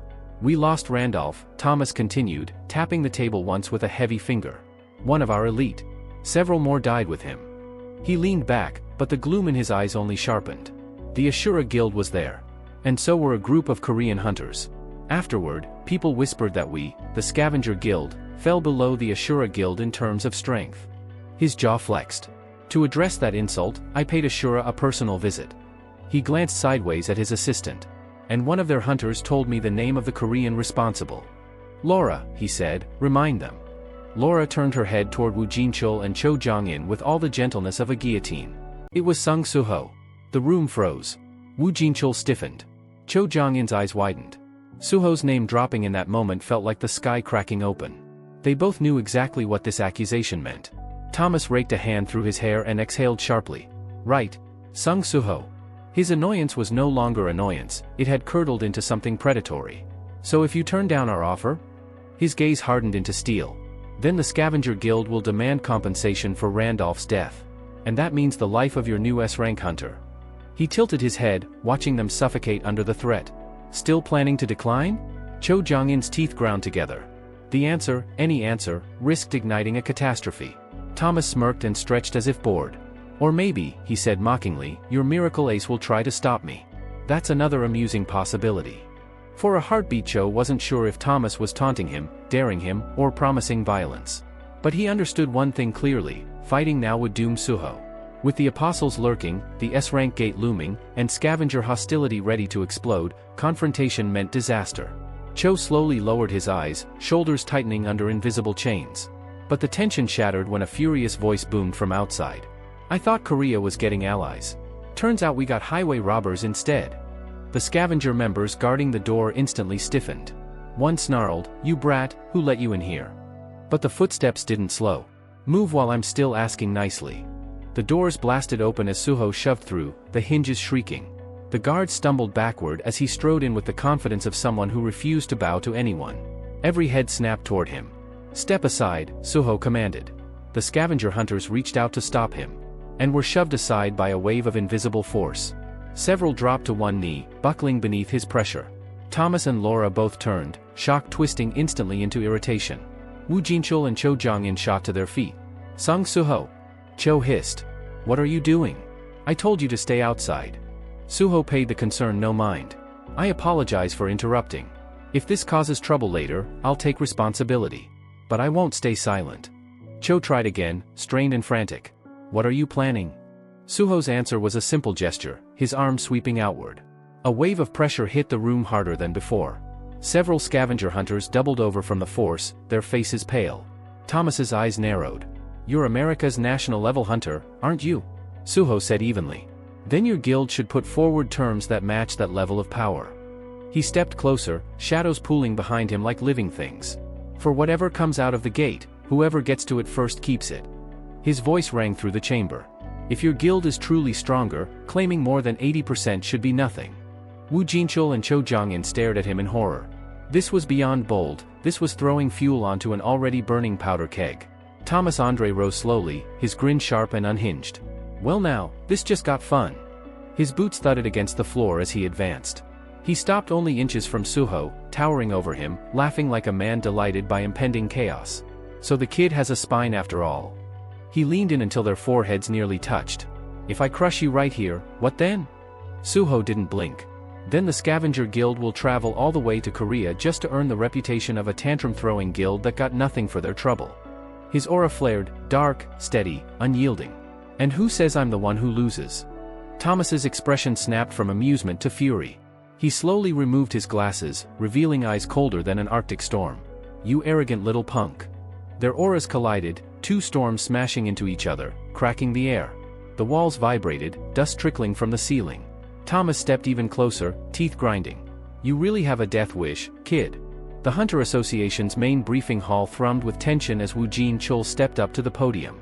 His posture was straight as an iron rod, his expression calm enough to steady the hearts of even the most nervous hunters gathered before him. Rows of awakened individuals, A rank, B rank, veterans, rookies, waited in near silence. We're beginning the S rank raid briefing, he announced, his voice echoing across the chamber. A shift rippled through the crowd. Chairs creaked as hunters leaned forward, every sense sharpened. Woo Jin-chul gestured toward the enormous screen behind him, where the image of the floating S-rank gate hung like an ominous moon over Seoul. Attacking this dungeon comes with a unique threat, he explained. Any mechanical device entering the gate will immediately fail. Aircraft, drones, escape equipment, none of it can be relied on. Anyone falling midair would have no chance of survival. The room thickened with tension. Even the veterans exchanged uneasy looks. After the explanation, Choi Jong-in and Baek Yun-ho shared a brief, troubled glance. The whole operation was sounding more suicidal by the minute. But we've identified a window, Woo Jin-chul continued. As the dungeon nears its break, the gate has been descending bit by bit. Eventually, it will drop low enough for us to enter without relying on machines. He switched the image, a trajectory graph showing the gate slowly lowering. Our strategy is as follows. A hunter capable of aerial control will pilot a plane carrying the raid party. Once inside the gate, protective gear will absorb the landing impact. From there, we eliminate the boss within 24 hours and return through the lowered exit. Unease spread instantly. A hunter in the back whispered, if getting inside is that insane, what kind of monster is waiting for us inside the gate? Another muttered, 1 day to kill an S-rank boss? That's suicide. Before Woo Jin-chul could address their worries, a heavy footstep sounded. Thomas Andre stepped forward. His mere presence swallowed half the hall in shadow, his confidence was a weight in the air. The Scavenger Guild, he said evenly, won't be joining Korea's team. We'll clear the gate ourselves. A stir of murmurs swept through the rows. Woo Jin-chul tried to keep the briefing on track. For a threat at this level, cooperation between nations. It was your association, Thomas cut in sharply, who suggested turning this into a contest. You insisted each team only use what they have inside the dungeon. His gaze drifted to an empty seat near the front row. His eyebrow twitched upward. Suho isn't here? Did the kid run off? Woo Jin-chul froze for half a second. Images flashed in his mind, yesterday's confrontation, the explosive hostility in the air when Suho and Thomas nearly tore the building in half. As expected, he thought grimly. Letting those two meet again would end in catastrophe. Before Thomas's irritation could escalate, another figure stepped forward. The white-haired apostle bowed politely. Sung Suho is currently engaged in a raid. Thomas clicked his tongue, displeased. Still overexerting himself.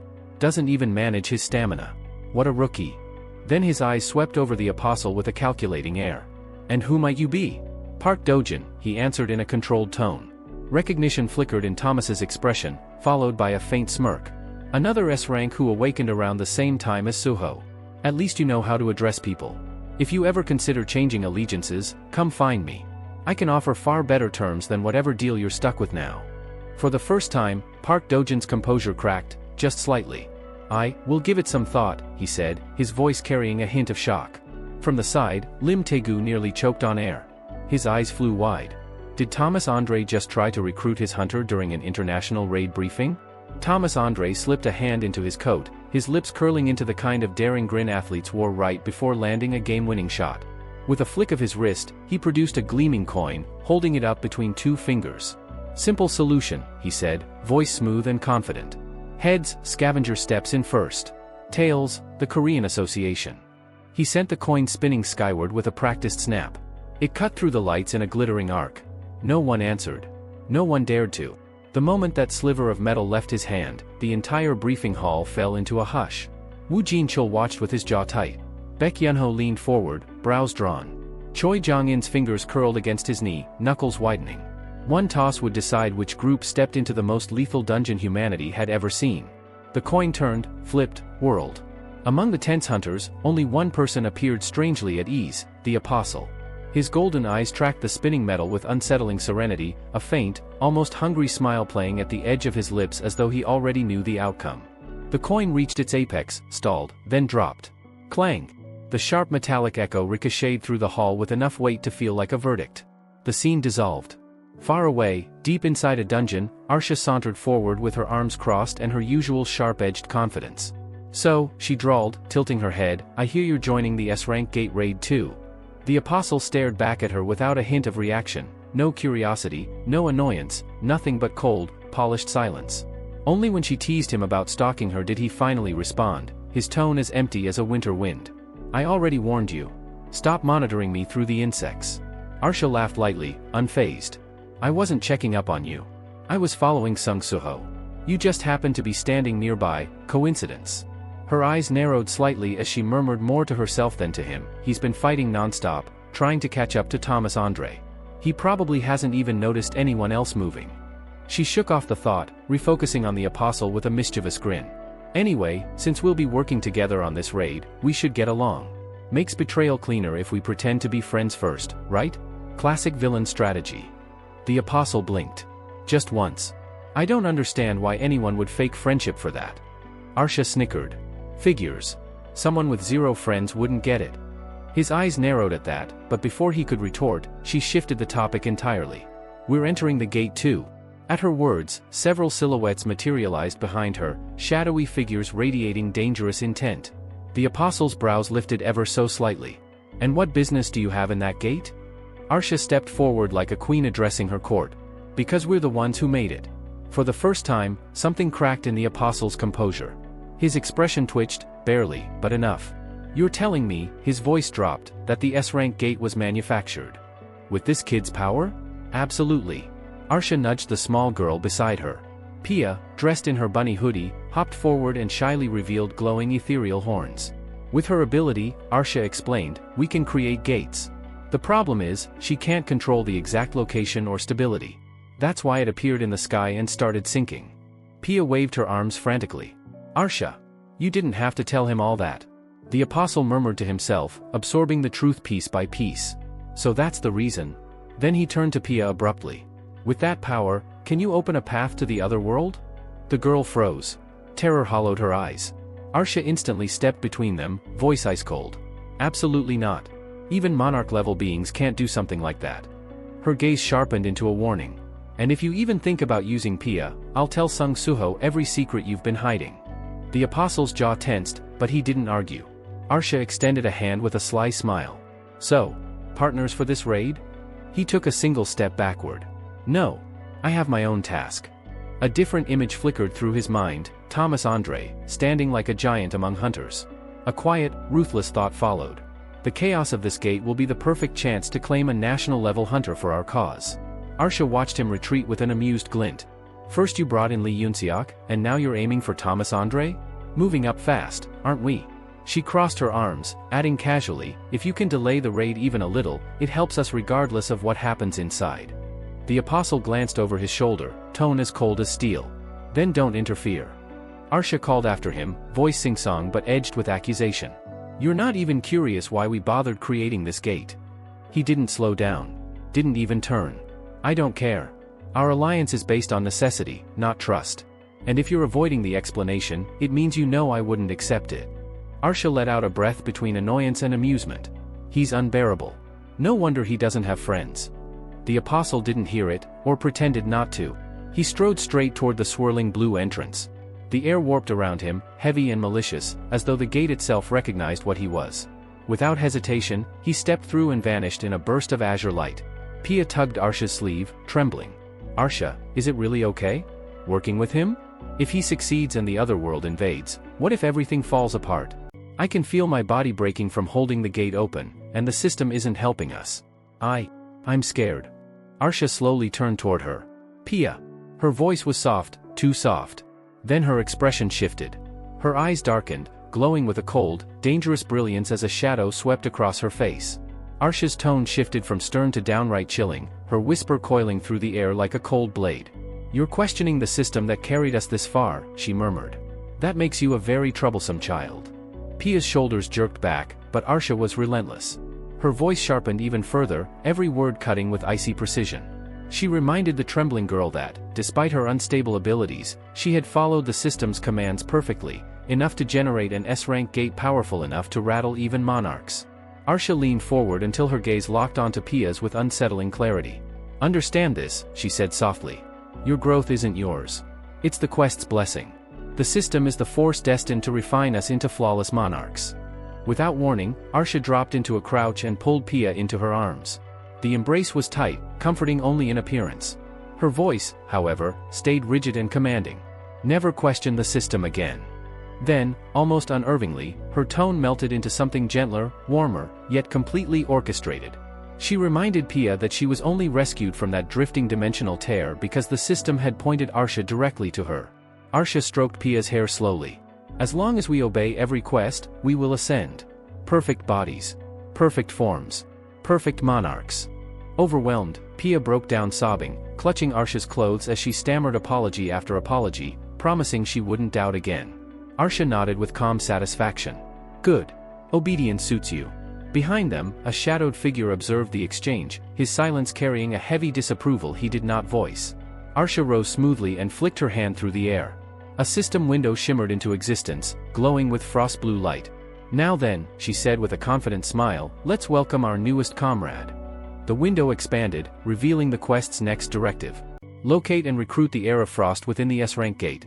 The scene snatched away from the eerie blue glow to the world outside, a restricted zone sealed off with bold warning tape. Military trucks rumbled. Cameras flashed. Reporters yelled over each other. Hunters gathered in precise formation as emergency preparations reached their peak. A massive aircraft slammed down onto the runway, its engines howling like beasts. Through the mayhem strode Thomas Andre, with Laura right behind him. He moved as if the chaos belonged to him. "A raid so massive they even need B ranks for excavation," he mused. Quite the spectacle. Laura didn't break her professional composure. Thomas tipped his sunglasses down slightly, grinning at her. "An unprecedented S-rank gate. Do you know what this means?" She gave him a flat look. "To you? Nothing matters except wealth and power." He burst into laughter. "Exactly. But let me sprinkle in some romance." He gestured at the swirling monstrous gate overhead, its storming vortex twisting violently. "In moments like these, the world demands heroes. And places like this are where heroes are minted." Laura nudged him. "So you're playing hero now?" Thomas shrugged casually. "If the payout is big enough, I can play whatever role you want." His laughter stopped abruptly when someone familiar entered the airfield. Sung Suho. He walked through the bustling crowd with the kind of presence that made the world go a little quieter. The air itself seemed to acknowledge him. Thomas's confident grin faltered for the briefest moment. "Well, look who appeared," Thomas drawled. "Sung Suho. Scavengers entering first this time. That gap between us? It's about to widen. So, what's your plan?" Suho didn't even blink. He didn't take the bait, didn't flinch, didn't reveal a flicker of annoyance. He simply tilted his head slightly, eyeing Andre with unreadable calm. Then he lifted a hand lazily. "I'll treat it as your handicap." A simple remark, yet sharper than any insult. Thomas squinted as Suho walked away. "Laura, didn't we meet him just 3 days ago?" "Yes." His frown deepened. "Why does he look different? That aura, he feels like something wearing a human mask." Before he could decipher it, the gate detonated in a burst of blinding light. The vortex roared open like a cosmic maw. Wind slammed across the field. Hunters shielded their eyes against the pressure pouring out. Suho looked up, sensing the oppressive force radiating from the swirling center. "So this is an S-rank gate," he thought, jaw tightening. "This is on a completely different level." Cho Jang stepped up beside him, with Lim Taiju, Baek Yunho, Ma Dongwook, and the rest of the high-rankers forming up behind. "What's with the grim face?" Cho Jang asked. "Everything went smoothly. You're not worried about losing to Scavenger, are you?" Suho's voice was even and unwavering. "I don't lose." Thomas's grin stretched, delighted by the confidence. A little distance away, Park Dojin, the apostle, stiffened. He sensed something. Something small. Something creeping. A tiny insect landed silently behind Suho. Arsha's familiar. Hidden. Watching. Engines thundered as the first plane launched upward toward the gate. Snow exploded across the runway. 2 more aircraft followed, slicing through the freezing sky. And with that ascent, the S-rank raid officially begun. Inside the gate, the world greeted them with catastrophe. Flaming wreckage sprawled across a snowy wasteland. Broken metal hissed under the cold winds. The downed aircraft lay skewered across the ground, torn apart on impact. Suho materialized first. Snow drifted around him as he surveyed the destruction. Smoke spiraled upward. Fire leapt across the scattered debris. The scene stretched endlessly, a frozen battlefield born from a disastrous landing. Laying alone amid the chaos, Suho let out a slow breath. How did things end up like this? The transport carrier groaned as it tore through the blizzard, slicing into the screaming winds like a metal beast fighting for every inch. The engines trembled, coughing against the cold as the swirling storm cloud ahead revealed the colossal S-rank gate, an enormous, spinning vortex swallowing half the sky. Inside the dimly lit cabin, tension was thick enough to taste. Hunters sat strapped in tight, their breaths fogging the air, knuckles white around harnesses and weapon hilts. Every shutter of the aircraft made the overhead lights flicker. Suho sat with his elbows braced on his knees, staring at the floor while shadows flickered faintly around his fingers. Outwardly, he looked calm.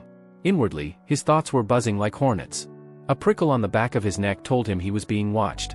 He lifted his gaze. Park Dojin sat across from him, posture straight despite the relentless shaking, eyes fixed on Suho in quiet scrutiny. "You're awfully stiff, Hunter sung Suho," Park remarked, voice level despite the turbulence. Suho exhaled slowly and faced forward. "Just thinking," he answered. A beat of silence, then he added dryly, "Mostly about how the scavenger guild gets to swoop in first." Again. Annoyance flickered through him as the memory returned, Thomas Andre's smug expression, the careless grin, that ridiculous coin toss decided while he wasn't even present. The irritation rose in his chest, but he pushed it down before it showed. Park rested his hands neatly on his knees. "Brooding won't change the order of entry," he said, tone as even as snow settling on stone. "They arrived before us. That's all." "Maybe," Suho replied. "But an S-rank gate is still an S-rank gate. Whoever clears it, the world benefits." That was what he said? What he really wanted was to crush the scavenger guild's pride flat. Especially Thomas Andre's. Across the aisle, Baekhyunho leaned forward with a confident grin. "Relax. They brought a whole mining battalion just to handle resources. Meanwhile, your shadows can clean an entire dungeon bare before their boots hit the snow. We've already got the edge." Park's gaze drifted back to Suho, and something unreadable flickered in his eyes. He could sense it clearly now, Suho's mana had swollen in just a week. Not a mild increase, an alarming spike. Denser. Sharper. Hungry. His eyes then slid toward Ma Wangwook and Lim Taegyu. Their auras, too, had changed, strengthened by the shadow weapons biting into their skin like living tattoos. The conclusion clicked quietly into place. This surge, it all ties back to him. Before the thought settled, Suho reached toward him. "Oh, right. I never gave you anything yet," he said casually as shadows curled from his palm. A ripple of dark mana coiled and condensed, forming a weapon in midair like metal being forged from midnight. The hum of magic prickled through the cabin. Park's muscles tensed instinctively. "Take it," Suho said, offering the shadow item. "Consider it a thank you for your help during the Jison facility mess." Park studied the item, his golden eyes narrowing faintly. "This thing, it doesn't track me, does it?" he asked, voice edged with suspicion. Suho practically jolted upright. "What? No. Absolutely not. If you're uncomfortable, just forget." Park didn't answer immediately. In his mind echoed another voice, Arsha's. "Get close to him. Earn his trust. Then tear it away when the time comes." Her mocking tone scratched at him. "You don't have friends? How pathetic." He looked down at the item again. After a long, heavy pause, he accepted it. "If you're being truthful," Park said quietly, "then I'll use it." Relief flickered through Suho's posture. "Good. Let's aim to finish this raid together." Before their conversation could go further, the aircraft suddenly bucked hard. Choi Jong-in gripped the controls, his voice rising above the shaking metal. "Brace yourselves. We're breaching the gate." The plane surged forward, and the world outside smeared into swirling blue light. A heartbeat later, they burst through. Snow-white emptiness awaited them, a frozen world of razor cliffs and endless blizzard plains stretching beyond sight. The wind slammed against the hull like a living creature trying to rip the aircraft apart. Hunters pressed toward the windows, breath catching. A few whispered curses. The sheer scope of the dungeon was staggering. Before all could settle, the engine sputtered. Once. Twice. Then died completely. The cabin fell into a heavy, terrible silence as the plane began sinking through the storm. Choi Jong-in adjusted his glasses with steady hands. "This is expected. The plane can't fly inside the gate. Move to the descent capsules." He rose to address them, the stormlight flashing across his determined features. "Our mission is simple, clear this dungeon. No hesitation. No retreat. We're the first line of the coming war. Stand together. The hunters answered with a thunderous shout, their fear hardening into resolve. Park Dojin watched them, one by one, their faces set with determination, and something cold tightened in his chest. This squad, they were assembled for another purpose. To counter me. To counter the apostles. A faint golden spark glided across his shoulder. His ability stirred with predatory precision. Without anyone noticing, he slipped his power into Lee. Lightning gathered in Lee's arm, faint but deadly. Park's thoughts whispered with chilling clarity. No one here will disrupt the apostles' objective. Lee moved. His hand slammed onto the cabin floor. A burst of golden electricity roared through the aircraft, rattling the metal like a bell struck by a hammer. Suho reacted instantly, the twist in mana was unmistakable. His head snapped toward the blast, alarm flashing across his face. What was that? He barely had time to ask. A white-hot eruption flared outside. The sky split open in a bloom of fire. The transport aircraft erupted midair, torn apart as a rolling shockwave hurled burning fragments across the blizzard-ridden heavens. Flames spiraled outward like molten petals, painting streaks of orange across the frozen clouds. Far below, the Scavenger Guild's advance team came to a halt. Their boots crunched into the snow as they stared upward, stunned. "Sir! The Korean team's craft, it just blew apart." Thomas Andre tilted his chin toward the explosion. "Well," Thomas drawled, "that's one dramatic entrance." A subordinate approached cautiously.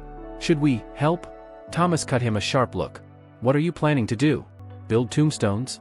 He snorted. S-rank hunters don't die from something that simple. With that, he dismissed the fireball overhead as if it were nothing more than a sparkler at a festival. His focus shifted toward the massive glacier rising in the distance, where monstrous silhouettes lurked between the peaks. "Enough gawking. Move. We start the raid." His guild scrambled after him, their footsteps swallowed by the storm. Suho regained consciousness face down in the snow. The world was a haze of spinning white and drifting black smoke. Icy wind bit through his clothes as he blinked up at the falling debris scattered across the tundra like a shattered constellation. For a moment, he simply lay there, stunned, breath frosting the air. What just happened? He pushed himself upright, shaking loose the frost clinging to his body. The remnants of the airship lay strewn across the landscape, broken wings, twisted steel ribs, and flames struggling against the blizzard before being smothered entirely. Everyone had been scattered by the blast. Thrown in all directions. But when Suho checked his gear, the shadow item strapped to him pulsed steadily. If his item survived, the others should have as well. That meant they were alive. That was enough. He straightened and slammed his hand into the snow. Darkness poured outward like ink through water. The ground trembled as shadows wriggled free of their shallow graves. One by one, soldiers rose, silent, towering, their forms flickering with black flame as they surrounded him with unwavering loyalty. Regrouping crossed his mind. He discarded the idea immediately. The Scavenger Guild had already gone ahead. Every minute he wasted meant the gap widened. Choi Jong-in and the S-rank veterans were more than capable of rallying the survivors without his help. He clenched his hand around greed as cold resolve hardened his eyes. "I'll handle the front alone."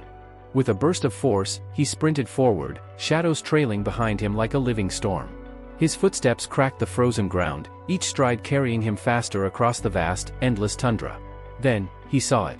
A mountain reared up in the distance, jagged and immense, like the frozen spine of some ancient creature. Every instinct in him whispered the same thing.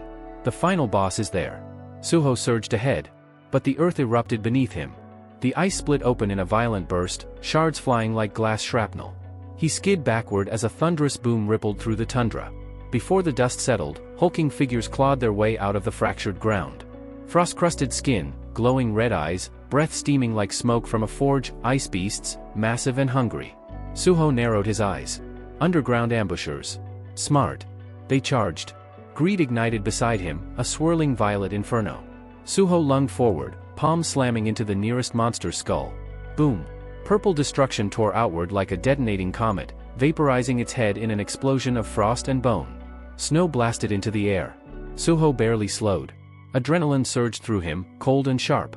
He shifted his stance, greed humming like a predator eager for its next kill. The real raid begins here. He launched himself into the charging pack. Far beneath the tundra, silence blanketed an ancient ruin entombed in layers of ice. Massive pillars stood cracked and half swallowed by frost. The air was so cold it ached. At the heart of the chamber towered a statue, an enormous effigy of the Frost Monarch. Its expression was carved with regal indifference, its presence so immense it seemed to press down on the entire temple. Kneeling at its feet was a small frostborn child. Its translucent hands were pressed tightly together, trembling as it whispered a prayer. "But, what do we do now?"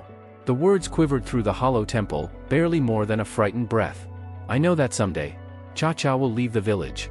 When she does, I'll be the oldest left." The child's blue eyes lowered, anxiety fogging their shimmering glow. "That means, the others will rely on me." Its voice cracked like a thin layer of ice. "But, can I really lead them alone?"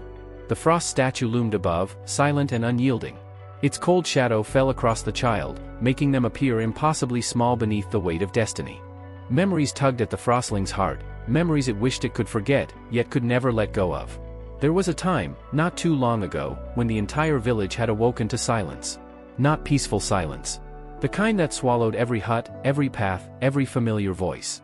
The adults had vanished overnight, leaving only frightened children wandering through the snow-packed streets, calling for parents who would never answer. The cold had felt heavier back then, as if the winter itself mourned with them.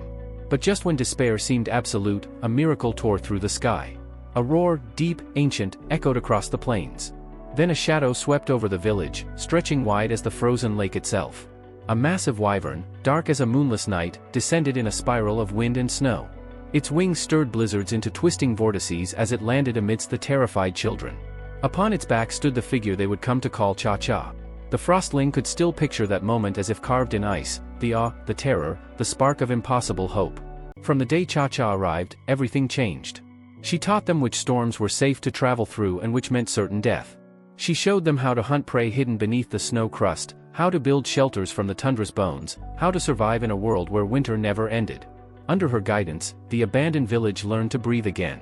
But every time she spoke of her homeland, some distant place she belonged to, the frostling felt a twisting fear beneath their ribs. A fear that one day, just like the adults, she would be gone too. And they would be alone again. The frostling's soft steps echoed through the ancient temple halls as they left their prayer behind.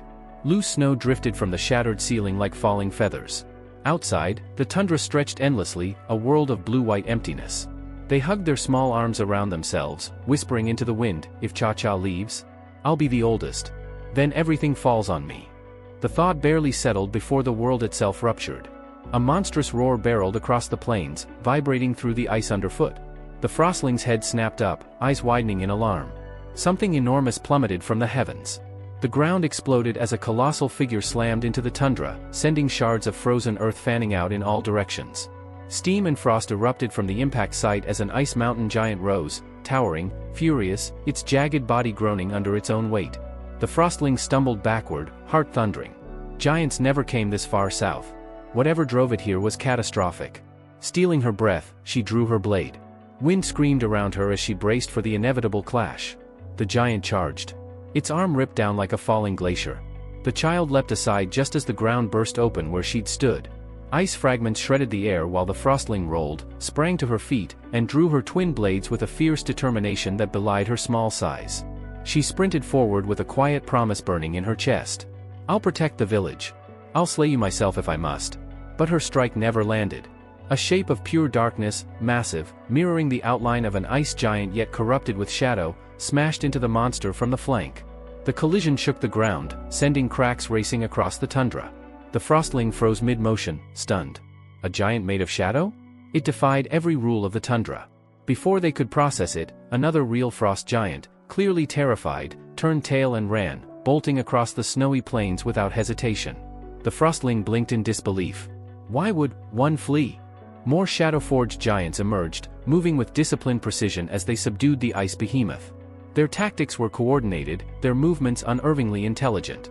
A little distance away, a lone figure watched the escaping giant with narrowed eyes, calculating its every footfall. Suho. There was something predatory in the way he analyzed the battlefield. "That one always runs when things turn bad," he muttered.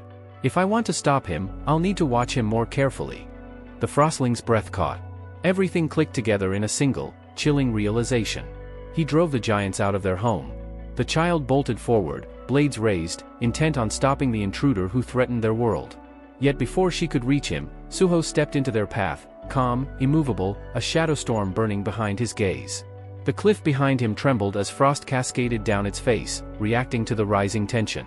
The child lunged with a swift kick. Suho caught it effortlessly, his grip firm as ice. Shadows rippled around him, distorting the cold air with raw, commanding power. His gaze locked onto the young elf, unwavering, deeply probing. And with a voice that cut colder than the wind itself, he asked, "Tell me, are you one of the monsters as well?" The impact sent the young elf skidding across the tundra. Snow screamed beneath her as she slid several body lengths before digging her heel deep into the ice and wrenching herself to a halt. The ground groaned in protest. From that warped stretch of snow, something immense rose. Suho stepped down from the giant's shoulder. He landed without sound, as though the world had gently adjusted itself to accommodate him. The shadow giant straightened behind him, its silhouette stretching long and dark across the battlefield. Suho's attention settled on the young elf. His gaze was sharp, deliberate, stripping away fear, posture, intent. He took in the way she braced herself against the wind, the grip she kept on her blade despite trembling arms, the stubborn resolve buried beneath her terror. "So it's you," he said quietly. A fleeting thought crossed his mind. She was little more than a child. And yet she had faced an ice mountain giant without hesitation. The young elf, Shika, narrowed her eyes and raised her blade again. Suho spoke once more, his tone calm but curious. "I didn't expect to find a child fighting alone out here." He never finished the sentence. The snow detonated beneath Shika's feet. Her form blurred, vanishing in a spray of frost as she lunged. Her strike was precise, ruthless, aimed to kill. Suho did not even turn. The blade cut through empty air, passing a breath behind him. Shika's eyes went wide as she sailed past, disbelief ripping across her face. She had not merely missed. She had been ignored. Suho tilted his head just enough to look back at her, his gaze carrying effortless menace. "So troublesome," he muttered. The moment the words left him, the air collapsed. An invisible force slammed Shika into the ground. Snow exploded outward as she was crushed face-first into the ice, her body driven halfway under as though the sky itself had fallen on her. Suho stepped once. That single movement brought him above her. He pinned her without effort, one knee settling beside her as his aura descended like a mountain. Breathing became agony. Every attempt to move was smothered before it began. His voice remained detached, almost indifferent. "I don't intend to kill you," he said. "Stop resisting, and I'll let you go." A pause. "That is, if you can still speak."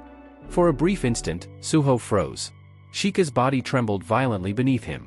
Tears spilled from her eyes, freezing against her lashes as she forced the words out. "Please, spare me." He stared down at her, genuinely caught off guard. Shika pressed her forehead into the snow, her voice breaking as panic poured out unchecked. "I'm sorry. I shouldn't have attacked you. I have somewhere I need to return to. There are people waiting for me." Her small frame shook as she clung to the words, repeating them as if they were the only thing keeping her conscious. "Please don't kill me." The battlefield grew heavier. Shadows rippled beneath the snow. One by one, Suho's soldiers emerged. Four massive shadow frost giants rose in silence, encircling Shika in a ring of towering darkness. Her sobs echoed softly between them. From Suho's shadow, Beru stepped forward, his presence sharp and oppressive. His eyes locked onto the trembling young elf as he spoke with open approval. "The level of presence you have would make anyone tremble. This is just a child, you are becoming a fearsome existence." Suho shot him an irritated glance. "Shut up," he said curtly. Without another word, Suho summoned his system interface. Pale light reflected in his eyes as he navigated it with practiced ease, selecting the system shop. His voice was calm, deliberate. "It's better to confirm the truth first."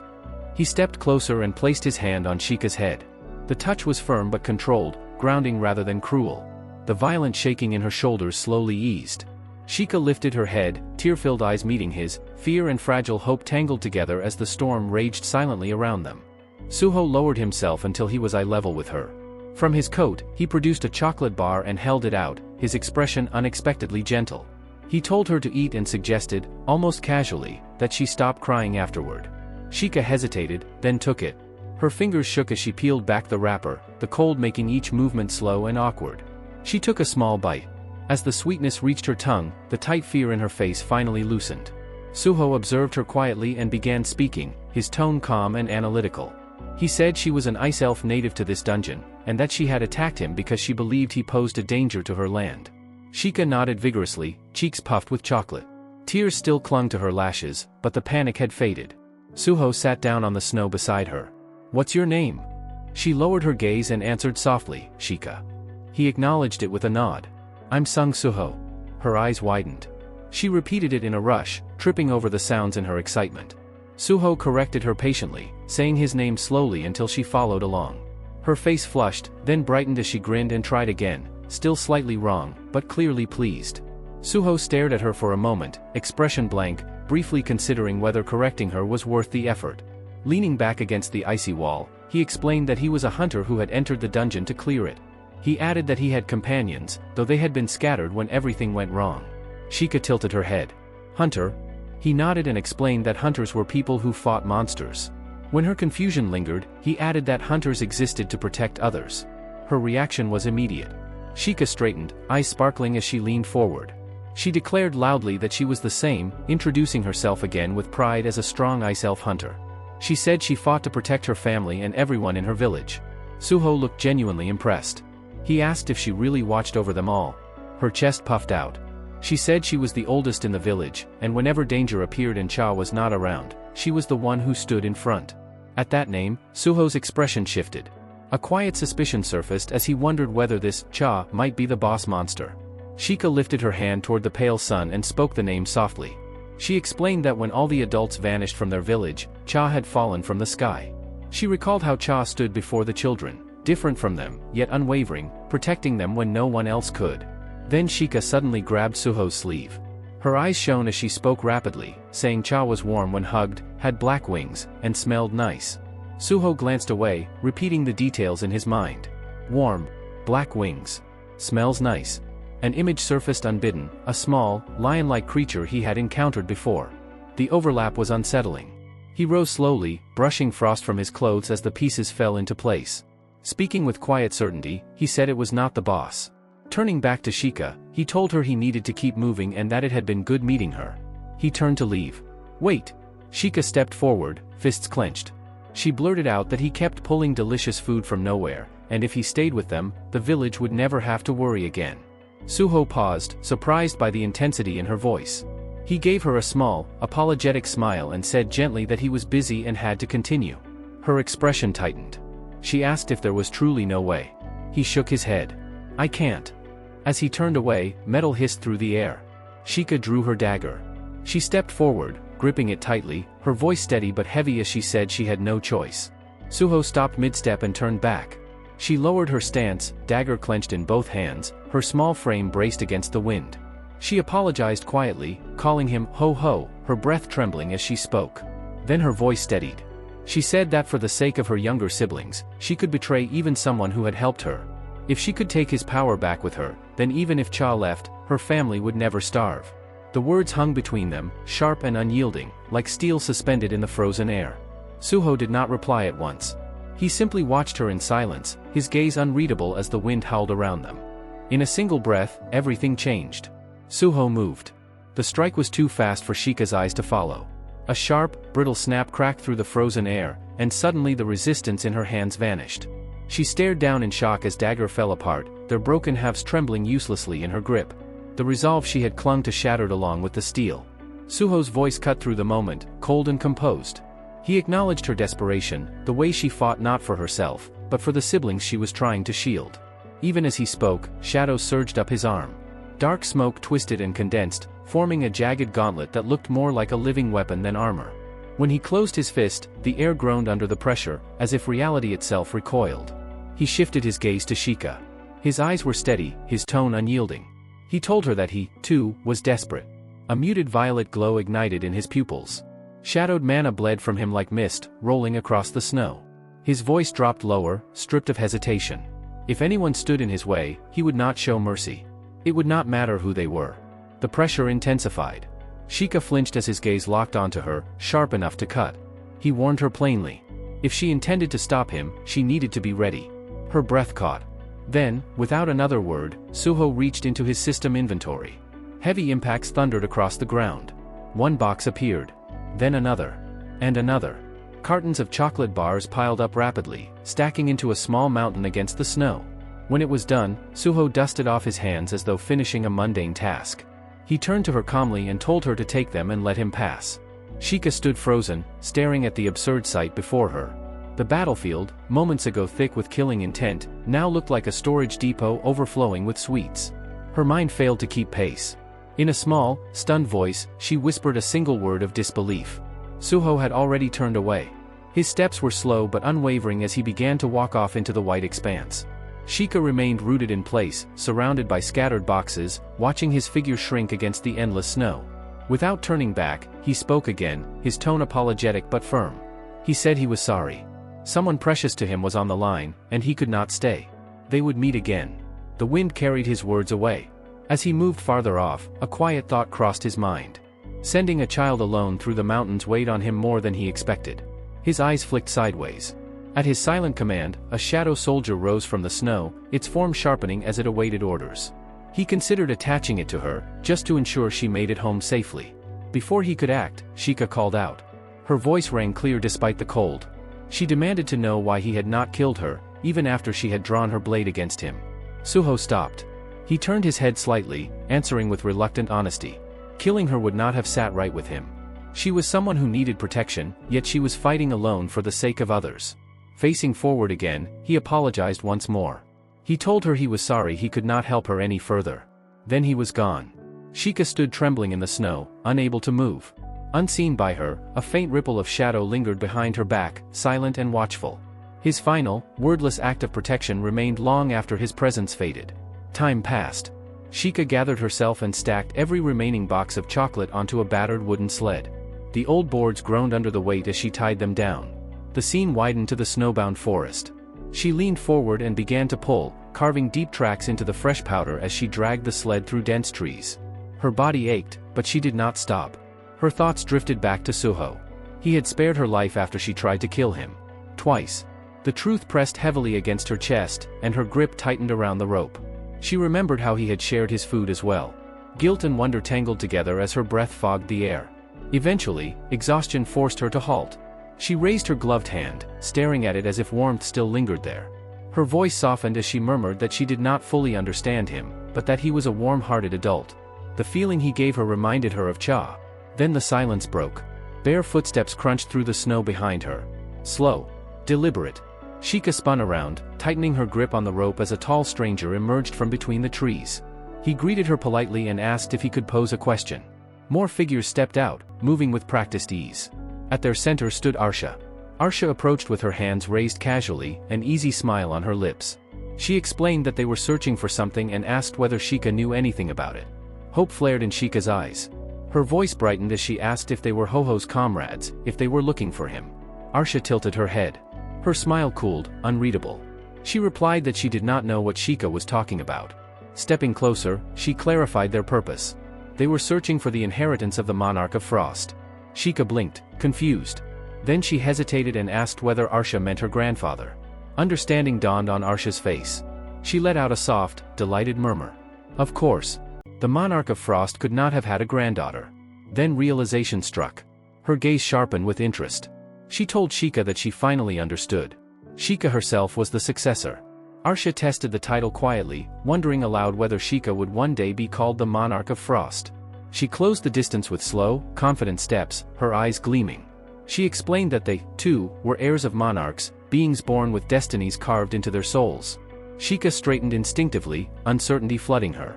Arsha stopped directly in front of her and leaned in, her smile widening as she asked the question that made Shika's heart jolt. Would she become a monarch alongside them? Panic surged. Shika turned away, gripping the sled rope tightly. She said she did not understand and that she needed to return to her village. Every instinct screamed danger. Behind her, Arsha's smile twisted. Amusement and irritation flickered together. Then the warmth vanished. A violent wave of dark energy tore across the snow. The ground exploded beside Shika, throwing her off balance. A split second later, the force slammed into the sled. Wood shattered. Boxes of chocolate burst into the air and crashed down in ruins. Before she could recover, dark chains wrapped around her body, binding her completely. Arsha approached, her voice smooth and dismissive. The quest only required a Frost descendant. There was no need for persuasion. Fear surged as the chains tightened. Arsha stopped in front of her, a faint smile returning. She raised her hand, revealing a glowing green fragment pulsing with sinister energy. Red light burned in her eyes as she leaned close. Her voice dropped, commanding and absolute. Shika was ordered to join them willingly. Scene shifted, Choi's fingers tightened instinctively. In response, a wave of searing heat burst from his palm, flames spiraling upward and wrapping around his arm as raw power flooded his body. At the same time, a translucent system notification shimmered into existence, confirming the shadow bracelet now locked around his wrist. Equipped item, Torch LV.16. Class, Shadow Bracelet. Grade, Heroic. The heat was suffocating, dense enough to make his blood feel like it was boiling. Choi did not hesitate. He drove his hand forward. Fire detonated from his palm in a roaring surge, violent flame swallowing his arm as if it were the core of an inferno. Another system message appeared mid-ignition. Skill activated, Rapid Burn LV.1. Mana cost, 300. Fire attribute casting time reduced by 30% for 1 minute. The blast tore across the battlefield like a furnace unleashed, carving a blazing corridor through the frozen terrain. The opening was instant. Ma and Park shot forward together, sprinting straight through the wall of fire with weapons raised. The flames peeled apart, revealing what lay beyond. Ice giants. They towered over the field, colossal bodies sculpted from frozen stone and hardened frost. Each step they took sent tremors through the ground. The inferno slammed into them head-on. Roars of agony thundered as their bodies cracked and began to melt. Steam screamed into the air. Ice shattered and scattered across the snow as the giants staggered backward, consumed by heat they could not endure. Amid the chaos, Ma snapped his head toward Choi, eyes blazing with awe as he shouted over the roar. He called Choi the ultimate weapon, half laughing as if their involvement had been unnecessary. The flames had barely begun to fade when danger struck. From behind, an ice monster lunged at Ma, its massive claws tearing through smoke as it unleashed a guttural roar. Killing intent crashed down like a wave. Ma felt it instantly. He turned slowly. A feral grin spread across his face as the creature closed in. A system window flickered before him, displaying the shadow equipment he wore. Shadow item, Demon Emperor LV.12. Type, Armor. Grade, Heroic. Ma rolled his shoulders and cracked his knuckles, planting his feet firmly in the snow. He welcomed the charge, shouting that something like this was nothing. The moment he swung, violet energy erupted from his shield. The impact was catastrophic. Shadow and force collided, ripping straight through the ice giant's body. Cracks raced across its massive frame like lightning. Another system prompt flashed. Active skill, Titan's Form LV.1. Mana cost, 10. Effect, a destructive barrier surrounds the user's body. Mana decreases by 1 per second while active. Before the echoes faded, Park descended from above. His massive form fell like a meteor, momentum and shadow converging into a single crushing blow. As he dropped, another system window appeared. Shadow item, Gabbit LV.11. Grade, Heroic. Type, Armor. Shadow reinforcement, 21%. The instant his boots struck the ground, Park's expression hardened. White energy surged along his arm, coating it in blinding light. Just before impact, another system notification flared. Active skill, Attack is the best defense LV.1. Mana cost, 100. Effect, forms an iron-hard defensive coating. Greatly boosts defense prior to activation. Park drove his glowing fist forward. The punch tore through the ice giant like a drill, obliterating it from the inside out. Frozen fragments exploded outward, scattering across the battlefield. Park straightened slowly, disbelief flickering across his face. He murmured that he could actually fight at this level, even in an S-rank environment. Ma stepped up beside him, clapping a hand against his shoulder with a confident grin. He said this was what happened when they used the weapon Suho had given them and stacked every possible buff. Pride colored his voice as he looked over the fallen giant. Then his gaze lifted toward the distance. Through the drifting snow, 2 figures emerged. Ma narrowed his eyes and remarked that it looked like things on their side were finished as well. Park followed his gaze just as another system window appeared. Shadow item equipped, White Fist LV.20. Grade, Heroic. Type, Gauntlet. A moment later, Baek Yunho stepped forward, a broad, confident grin spreading across his face. He clenched his fists as black aura flared violently around him, power rolling off his body in heavy waves. Another system message followed.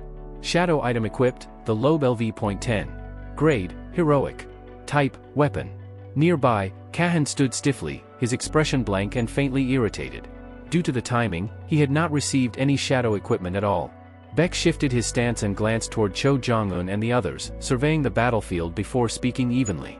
The scavenger guild had moved faster than expected. Choi adjusted his glasses with a calm, practiced motion. They should move as well. Park Jang-soo crossed his arms, noting that thanks to the final decision of the strongest hunter, they had assembled quickly. Still, Baek turned to Cho Jong-un and asked directly what they should do about the remaining 4 hunters. Choi answered without pause. There was no need to worry. An image surfaced clearly in his mind. Suho advancing alone. Hunter Sung Soo-ho had clearly noticed the Scavenger Guild's movements and still chose to go ahead by himself. Choi briefly considered Lim Tae-gu and Park Do-jin before continuing in the same measured tone. The Scavenger Guild was highly independent. There was a strong chance they were already split up. He looked forward again, eyes sharp. Either way, everyone was heading to the same destination. If they continued, they would inevitably cross paths. Their opponent included a national-level hunter, Thomas Andre. At that name, every S-rank hunter snapped their head in the same direction. They would show their strength. The scene shifted. A heavy foot slammed into the snow, cracking the frozen ground beneath it. As the view lifted, Thomas Andre's massive frame came into sight. Muscles coiled beneath his cloak like steel cables as it whipped violently in the wind. High above, concealed within a jagged crevice along an icy cliff, two figures remained motionless. Park Do-jin and Lee pressed themselves flat against the frozen rock, shadows clinging to their forms as Thomas Andre and the Scavenger Guild marched below like an unstoppable army. Park Do-jin narrowed his eyes, a thin stream of white breath slipping past his lips as the frigid air sharpened his focus. There he is. His gaze locked onto the towering figure below without wavering. National-level hunter Thomas Andre. Park remained perfectly still, concealed among ice and shadow. His expression hardened as his thoughts cut deeper, honed by the biting wind. If he were to bring a hunter of that caliber on his side, he reasoned, images of the world's strongest flashing through his mind, he could start a war with powers he held. The implications were overwhelming. The pressure of that realization settled heavily in his chest. Park exhaled slowly and tightened his hand. Energy crackled between his fingers, violent yet disciplined, spiraling tightly around his palm as power gathered. Without uttering a single word, his intent became unmistakable. The energy surged upward, bending to his will as he compressed it into form. A blazing bow took shape in his hands, its outline glowing like molten gold against the frozen sky. Heat rippled outward, distorting the snow beneath him. Park steadied his aim, eyes razor-sharp, ready to release. Below, Thomas Andre continued walking as if nothing in the world could threaten him. Just as Park's fingers tensed to loose the shot, a calm, unwavering voice spoke from behind him, slicing cleanly through the tension. Even if this is a competition, attacking another guild is something you should not do. The words landed with weight. Park's eyes widened. His grip loosened. The crackling light in his hands faltered, then scattered into the air like dying embers. The bow dissolved as he slowly lowered his arms. Snow shifted beneath his boots as he turned. Lim Tae-gu stood behind him. As guild master, Lim spoke with quiet authority, his tone sharp and absolute. He said he would not overlook behavior like that. Then, without softening his gaze, he asked what Park thought he was doing acting without a plan. Park stiffened. He responded quickly, his voice tight as he tried to justify himself. They had spotted the Scavenger Guild from a high vantage point by coincidence and approached first, thinking they might seize the reward. Lim's eyes narrowed instantly. "You are lying." The words froze Park in place. Lim stepped forward, his presence heavy, his voice growing colder. He said he had been watching Park's movements from the moment they landed. Without giving him time to reply, Lim continued, asking whether Park had also lied about stumbling upon the Scavenger Guild by chance. Park Do-jin and Lee said nothing. Lim's gaze sharpened further. He spoke slowly, referencing the explosion that destroyed the aircraft. Then he paused. That had been caused by an ability-type hunter, had it not? Silence answered him. Park finally turned fully toward Lim, his eyes narrowing as a sharp golden gleam cut through the cold. His voice dropped, tense and serious. He asked whether Lim had noticed what they were planning. "Of course you did," he admitted quietly. "Someone like you would not miss it." A faint breath escaped him as he acknowledged the truth. That was the difference with a ranger. Your instincts really are on another level. His tone hardened further as he continued. The same applied to Lee Min-sung. If the two of you had simply stayed silent, everything would have proceeded smoothly. Lim Tae-gu's eyes flew open, shock flashing across his face. "What did you just say?" In response, Park raised the star fragment in his hand. Its golden glow reflected brilliantly across the snow. At his side, Lee's aura surged violently, blue lightning snapping across his body as his power focused. Park spoke evenly. Lim was not a national-level hunter, but that could not be helped. He was still S-rank. Tilting his head slightly, as if recalling a phrase from human culture, Park remarked that when a pheasant could not be caught, one had to settle for a chicken. In the very next instant, Lim raised his bow, movements instinctive and flawless. He never released the arrow. A sharp crack split the air.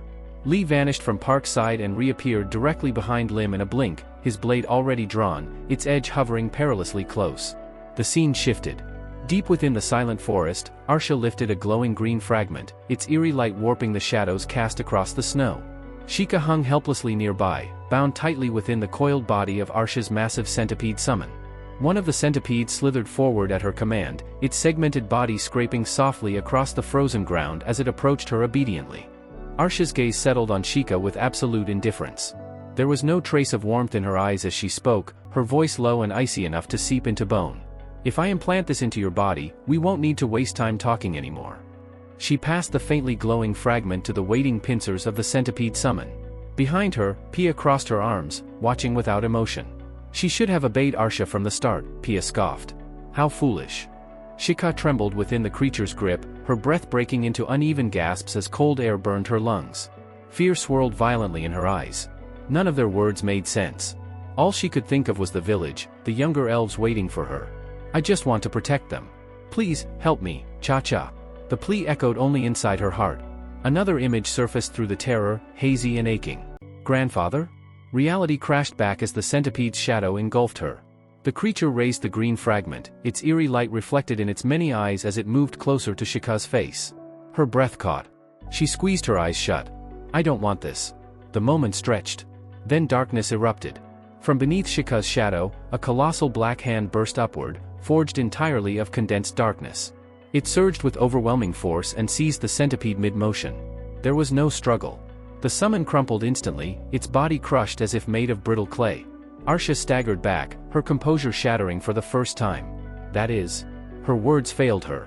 From Sheikah's shadow, a massive shadow ice giant rose into full view. Its enormous form dripped with darkness, one hand still clutching the destroyed remains of the centipede. It positioned itself behind Sheikah, towering protectively. Sheikah stared up at it, her voice shaking as realization struck. A summoned beast? Ho-hos.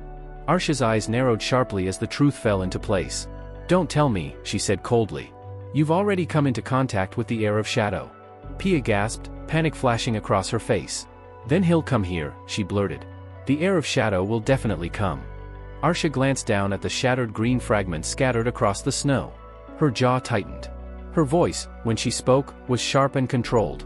"We have no spare star fragments. And I have no intention of facing the heir of shadow while breaking my contract with Iterim." Her aura exploded outward. Red light ignited in her eyes as twisted shadows coiled violently around her body. "We're taking the heir of frost and leaving. Granga, handle it." The ground trembled. The vibration shot straight through Sheikah's body, freezing her for a heartbeat. Fear crawled up her spine. Then she clenched her teeth and forced her shaking hands to steady. "I won't freeze anymore." Anger burned beneath the fear. "They threatened us first. I won't run again." With that resolve, Sheikah lunged forward, dagger clenched tight. Snow sprayed beneath her feet as she charged straight at Arsha, desperation and fury blazing in her eyes. Before she could reach her, something immense crashed down between them. Granga appeared like a wall of iron, his presence slamming into Sheikah with crushing force. She barely had time to react before his weapon swung. The blunt end struck her square in the stomach. The air was torn from her lungs as pain folded her body inward. At that instant, a thunderous roar shook the snowstorm. The shadow ice giant surged forward in rage, shadow spiraling around its massive purple fist as it charged Granga. Granga did not hesitate. His weapon flashed once. The strike cleaved straight through the shadow giant, splitting it apart. The creature's form ruptured, then collapsed into drifting black mist, its fury dissolving into nothing. Granga remained unmoved. With his free hand, he seized Sheikah by the face, lifting her effortlessly. His grip tangled in her hair, forcing her head upward. Pain shot through her scalp, but her eyes remained locked past him, fixed on Arsha. "She's too strong." Fear and frustration tightened her chest. Arsha stepped closer, her expression eerily calm. "Don't move," she ordered. "If you make this any more troublesome, you will regret it." She leaned forward. And the air screamed. A dark blur shot down from the cliff behind her, cutting through the storm with terrifying speed. Its shadow stretched long across the snow. Arsha's eyes widened in recognition. Granga reacted instantly, stepping forward to shield her. His muscles tightened as he raised his weapon, power humming through its blade. Then the figure struck the ground. The impact shattered the frozen earth. Suho stood there. His eyes burned with cold fury as he lifted his head. "Who are you?" he demanded. "And where are you taking that child?" Sheikah's head snapped up.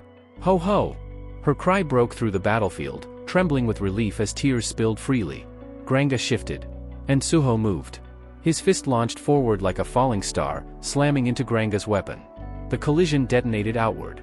A violent shockwave tore through the snowfield, hurling ice and debris into the air.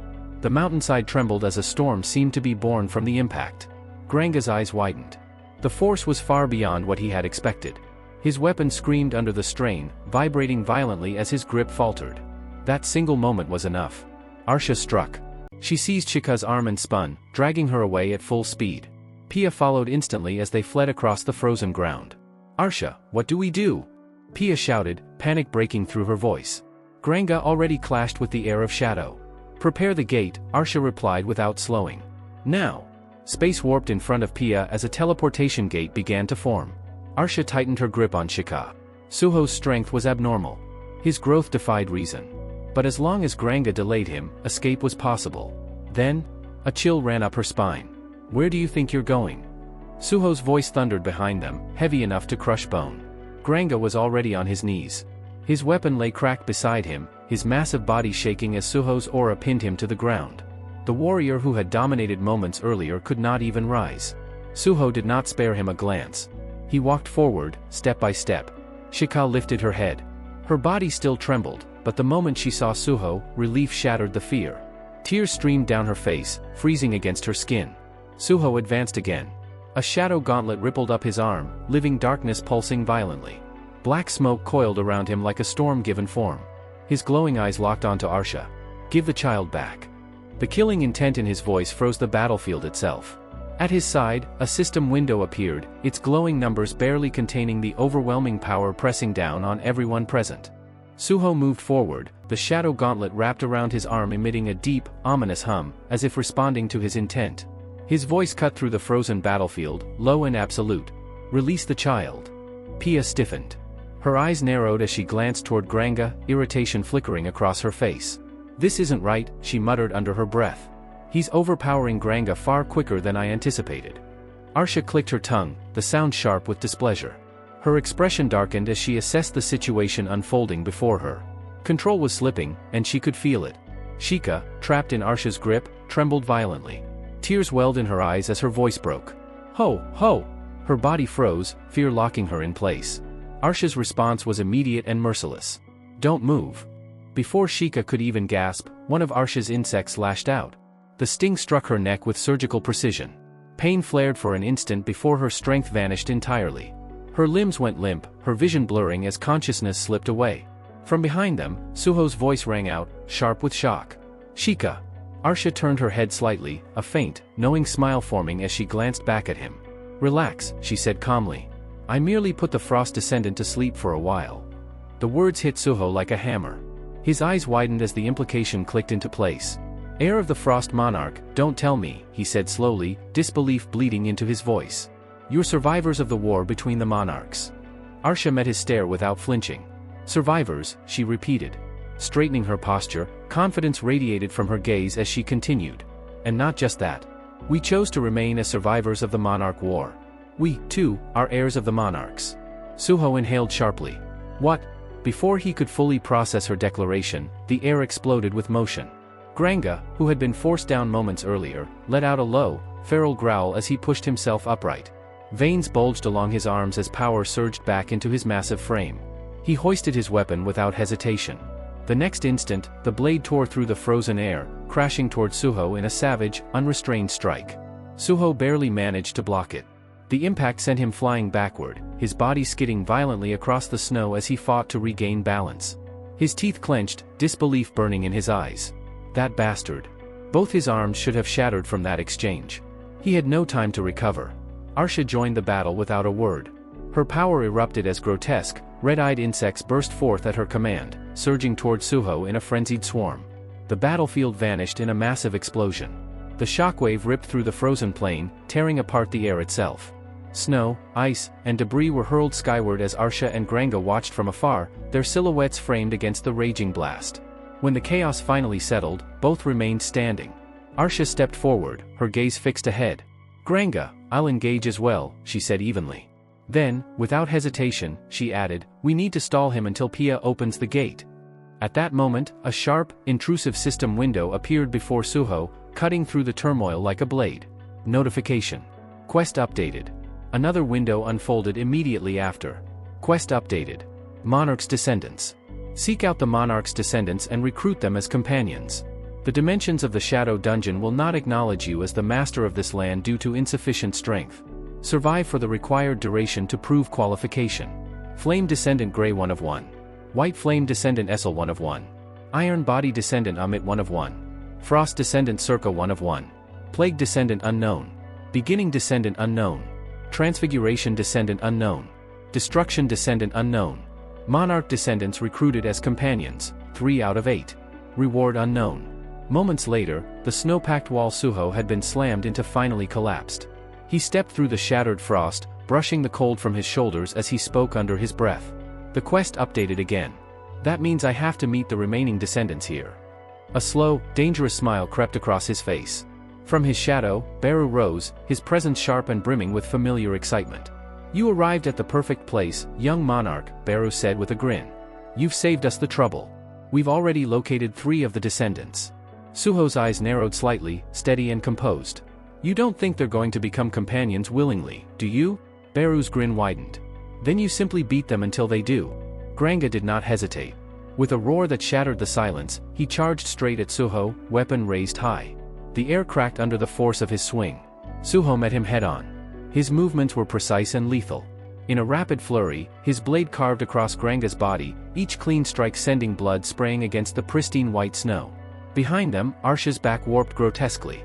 Dark, centipede-like appendages tore free from her form, writhing as they grew longer and thicker, twisting like living weapons hungry for flesh.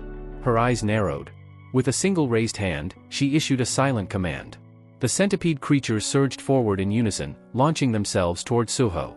Suho forced his way through the swarm without slowing. Shadows ripped and shredded the creatures apart as he spoke coldly. Using insects, that means you're a ranged fighter. His gaze sharpened as he read the flow of the assault. Ahead of him, Arsha did not answer. She simply watched. A slow, sinister smile spread across her face, as though she had been waiting for him to realize it. Then the insects reacted. The air rippled violently as multiple portals snapped open, crackling like fractured shortcuts through space. The creatures vanished into one gateway, and another portal tore open instantly at Suho's blind spot. They erupted from the portals in a violent surge, crashing into Suho from multiple angles at once. He crossed his arms instinctively, planting his feet as the converging strikes slammed into his guard. The impact sent a sharp jolt through his body, rattling his stance. The next instant, his teeth clenched and a strained groan escaped him. Titch!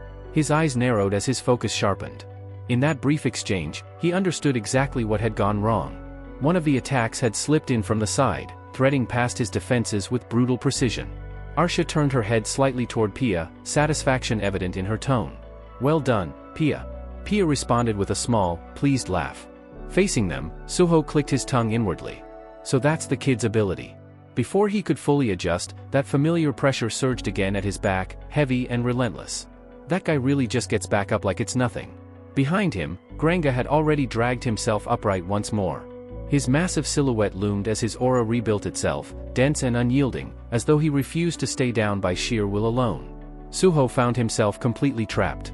Granga stood directly ahead, towering and immovable like a living barricade.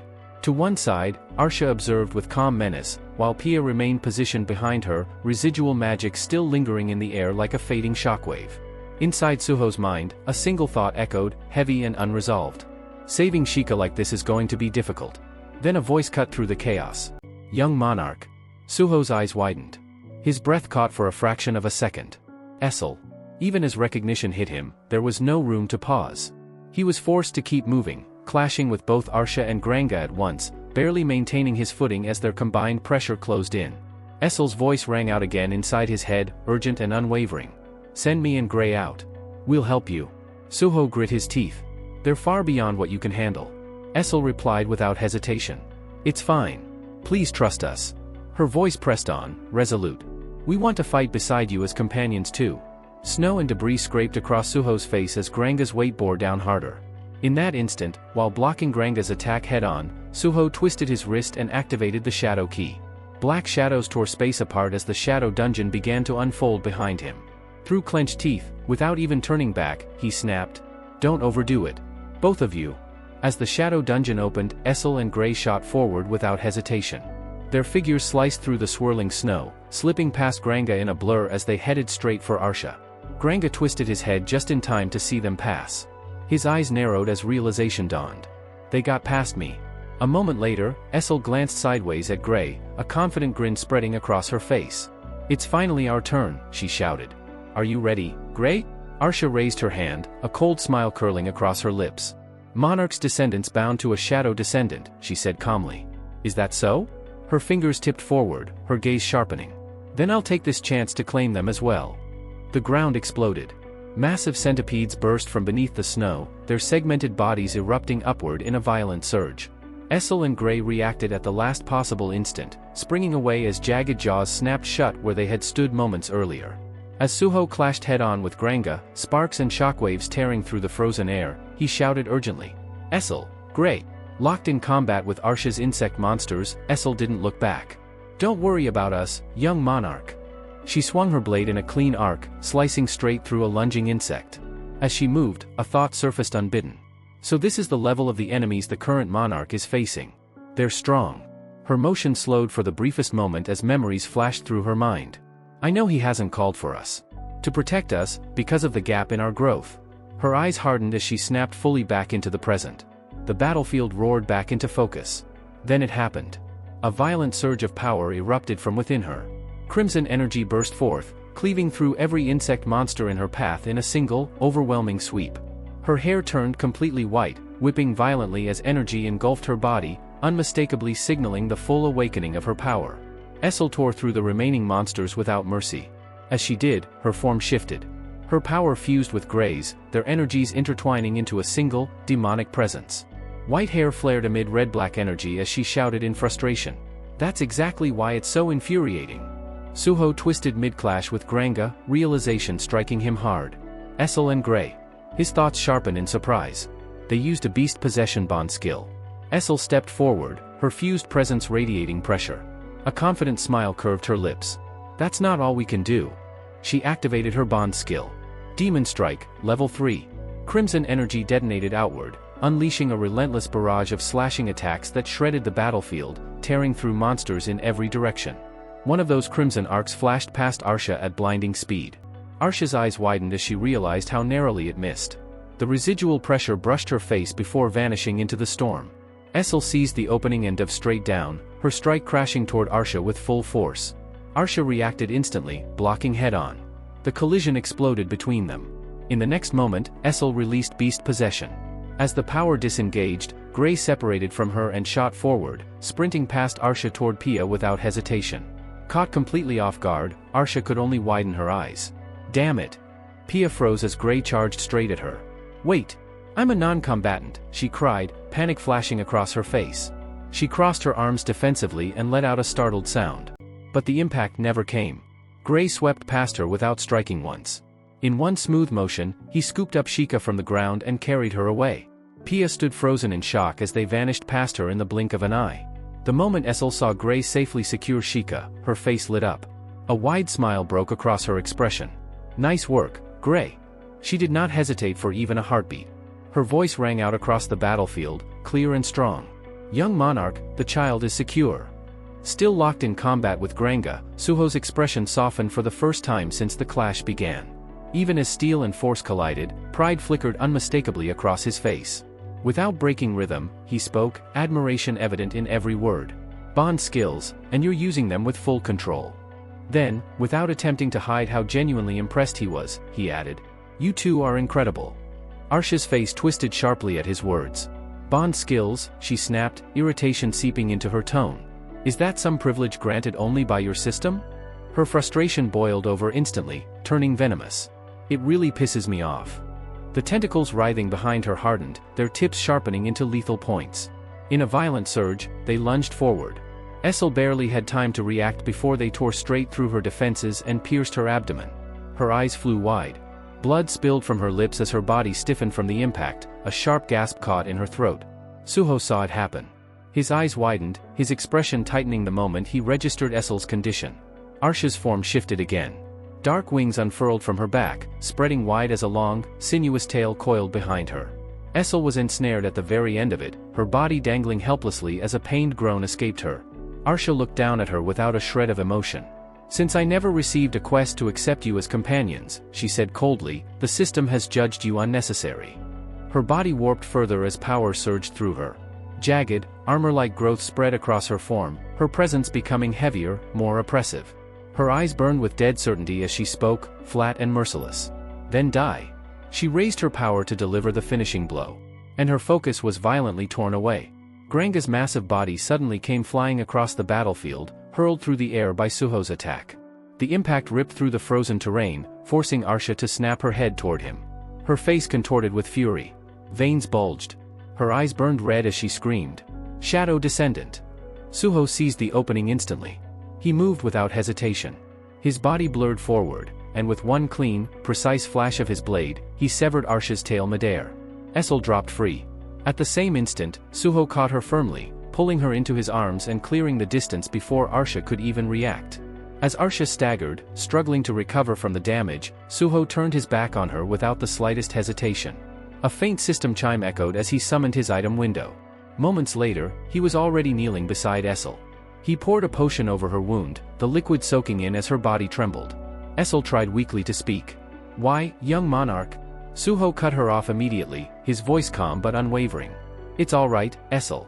Rest."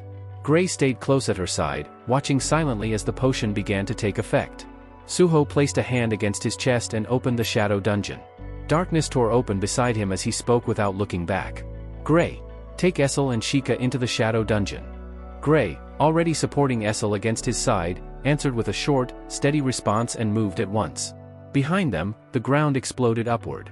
Granga, having recovered yet again, launched himself from the shattered ice. His massive frame surged back into the battlefield as though he had never fallen at all. Snow and broken ice settled as Arsha stood beside him once more. Without turning her head, she called out sharply, "Pia." Pia responded instantly, stepping forward with steady confidence. "I saw the gate already. I've memorized it." As her eyes began to glow with a soft blue light, power circulating through her gaze, the air around them subtly warped, signaling what was about to come. "The cost will be steep," Pia said calmly, her voice steady despite the strain, "since it's an exclusive domain. Still, I can open the gate whenever you need it, Arsha." She turned sharply toward Granga and Pia, authority snapping back into her tone. "Enough. Granga, Pia. Go retrieve the Frost Descendant." The air behind them twisted violently, collapsing inward as if space itself were being crushed. A glowing blue portal tore open, lightning-like currents spiraling at its core. Just as the distortion began to settle into the blizzard, a sharp voice cut through the white haze. "Hey, bug." Arsha halted mid-step. Slowly, deliberately, she turned back. Suho stood there, his gaze honed to a razor's edge, shadows coiling faintly around him. His voice was calm, but carried a dangerous chill. "From the way you're talking, you can see the system too, can't you?" His eyes narrowed. "Are you using the system my father created, Shadow Monarch?" Arsha's lips curved into an unhurried, confident smile. "Not a chance," she replied smoothly. "The system I use is far superior to yours." She continued without pause, her tone unwavering. "And it's already proven that. My system told me Frost's descendant would appear here." Suho exhaled quietly, his gaze lowering for a brief moment. "Good," he said. "That's a relief." Then he looked up again, his eyes turning cold. "It means my father didn't hand his system over to trash like you." The air between them thickened, tension pressing down like an unseen weight. Snow drifted sluggishly as if resisting movement. Arsha's irritation flared, sharpening her voice. "Do you really have time to stand there talking?" she snapped. "My companions just entered your exclusive domain." Suho didn't even blink. "I don't care." Arsha stared at him, probing, her voice edged with disbelief. "What? So you're throwing your companions away?" Typical of the Shadow Monarch's air. Someone who thinks he can do everything alone. Wind began to coil around Suho's feet, lifting thin streams of snow into restless spirals. His expression remained unchanged. "I'm not abandoning them," he replied evenly. The pressure in the air intensified as the swirling wind tightened, drawn inward as if pulled toward a single point. "There's just no reason to worry about them." He raised his gaze slightly. "And as for you..." In the next instant, Suho vanished. The space where he stood collapsed into distorted air and drifting snow. A heartbeat later, he reappeared directly in front of Arsha. Their weapons collided. Purple shadow energy and writhing green insect power slammed together, grinding violently. Sparks tore through the air as the impact shook the surrounding space. Suho drove forward, eyes narrowed, voice calm but cutting. Why don't you worry about yourself instead? Arsha's eyes flared crimson as she met his strike head-on. Her arm trembled under the pressure, teeth grinding as a harsh breath tore from her throat. Ho! The scene shifted. Inside the shadow dungeon, Sheikah lay sprawled across cracked, shadow-soaked ground. Her small body was motionless against the unfamiliar terrain. Moments later, her eyelids fluttered. A faint groan escaped her lips as consciousness returned. Her fingers twitched, and she slowly pushed herself upright. Confusion filled her eyes as she looked around, a trembling murmur slipping free. This place, it's only. That was when she noticed Essel lying nearby, unconscious and still. Standing protectively before her was Gray, his posture tense, body angled forward as he faced Granga and Pia. Sheikah steadied her breathing and fixed her gaze ahead. In the distance, Granga and Pia stood with their backs turned, attention drawn elsewhere. Those people, they were the ones who tried to take me earlier. I need to ask them something. But before she could even shift her weight, an overwhelming pressure flooded the area. Sheikah's eyes widened as the air itself became heavy, crushing down on her shoulders as though the space had doubled in weight. The oppressive presence pressed down on everyone, merciless and absolute. A voice followed, heavy with authority. You may die depending on how you answer. Choose your words carefully. Pia and Granga stiffened instantly, their bodies reacting as though the command itself had struck them. In the next moment, the source revealed himself. Standing atop a towering structure, bathed in a violent crimson aura, was Amit. His power flared like an inferno as he looked down on them from above. From that elevated perch, his voice echoed through the dungeon. Are you the reason that demon woman is in that state? Granga and Pia looked up. Amit's fury detonated the instant the words left his mouth. He slammed his hand into the side of the building, and the structure shattered violently, cracks spiderwebbing through stone as debris rained down. Solo Leveling Ragnarok, Season 2 ends here. That's it for today. Thank you so much for watching. If you enjoyed the video, don't forget to hit that like button and subscribe for more. We'll see you in the next one.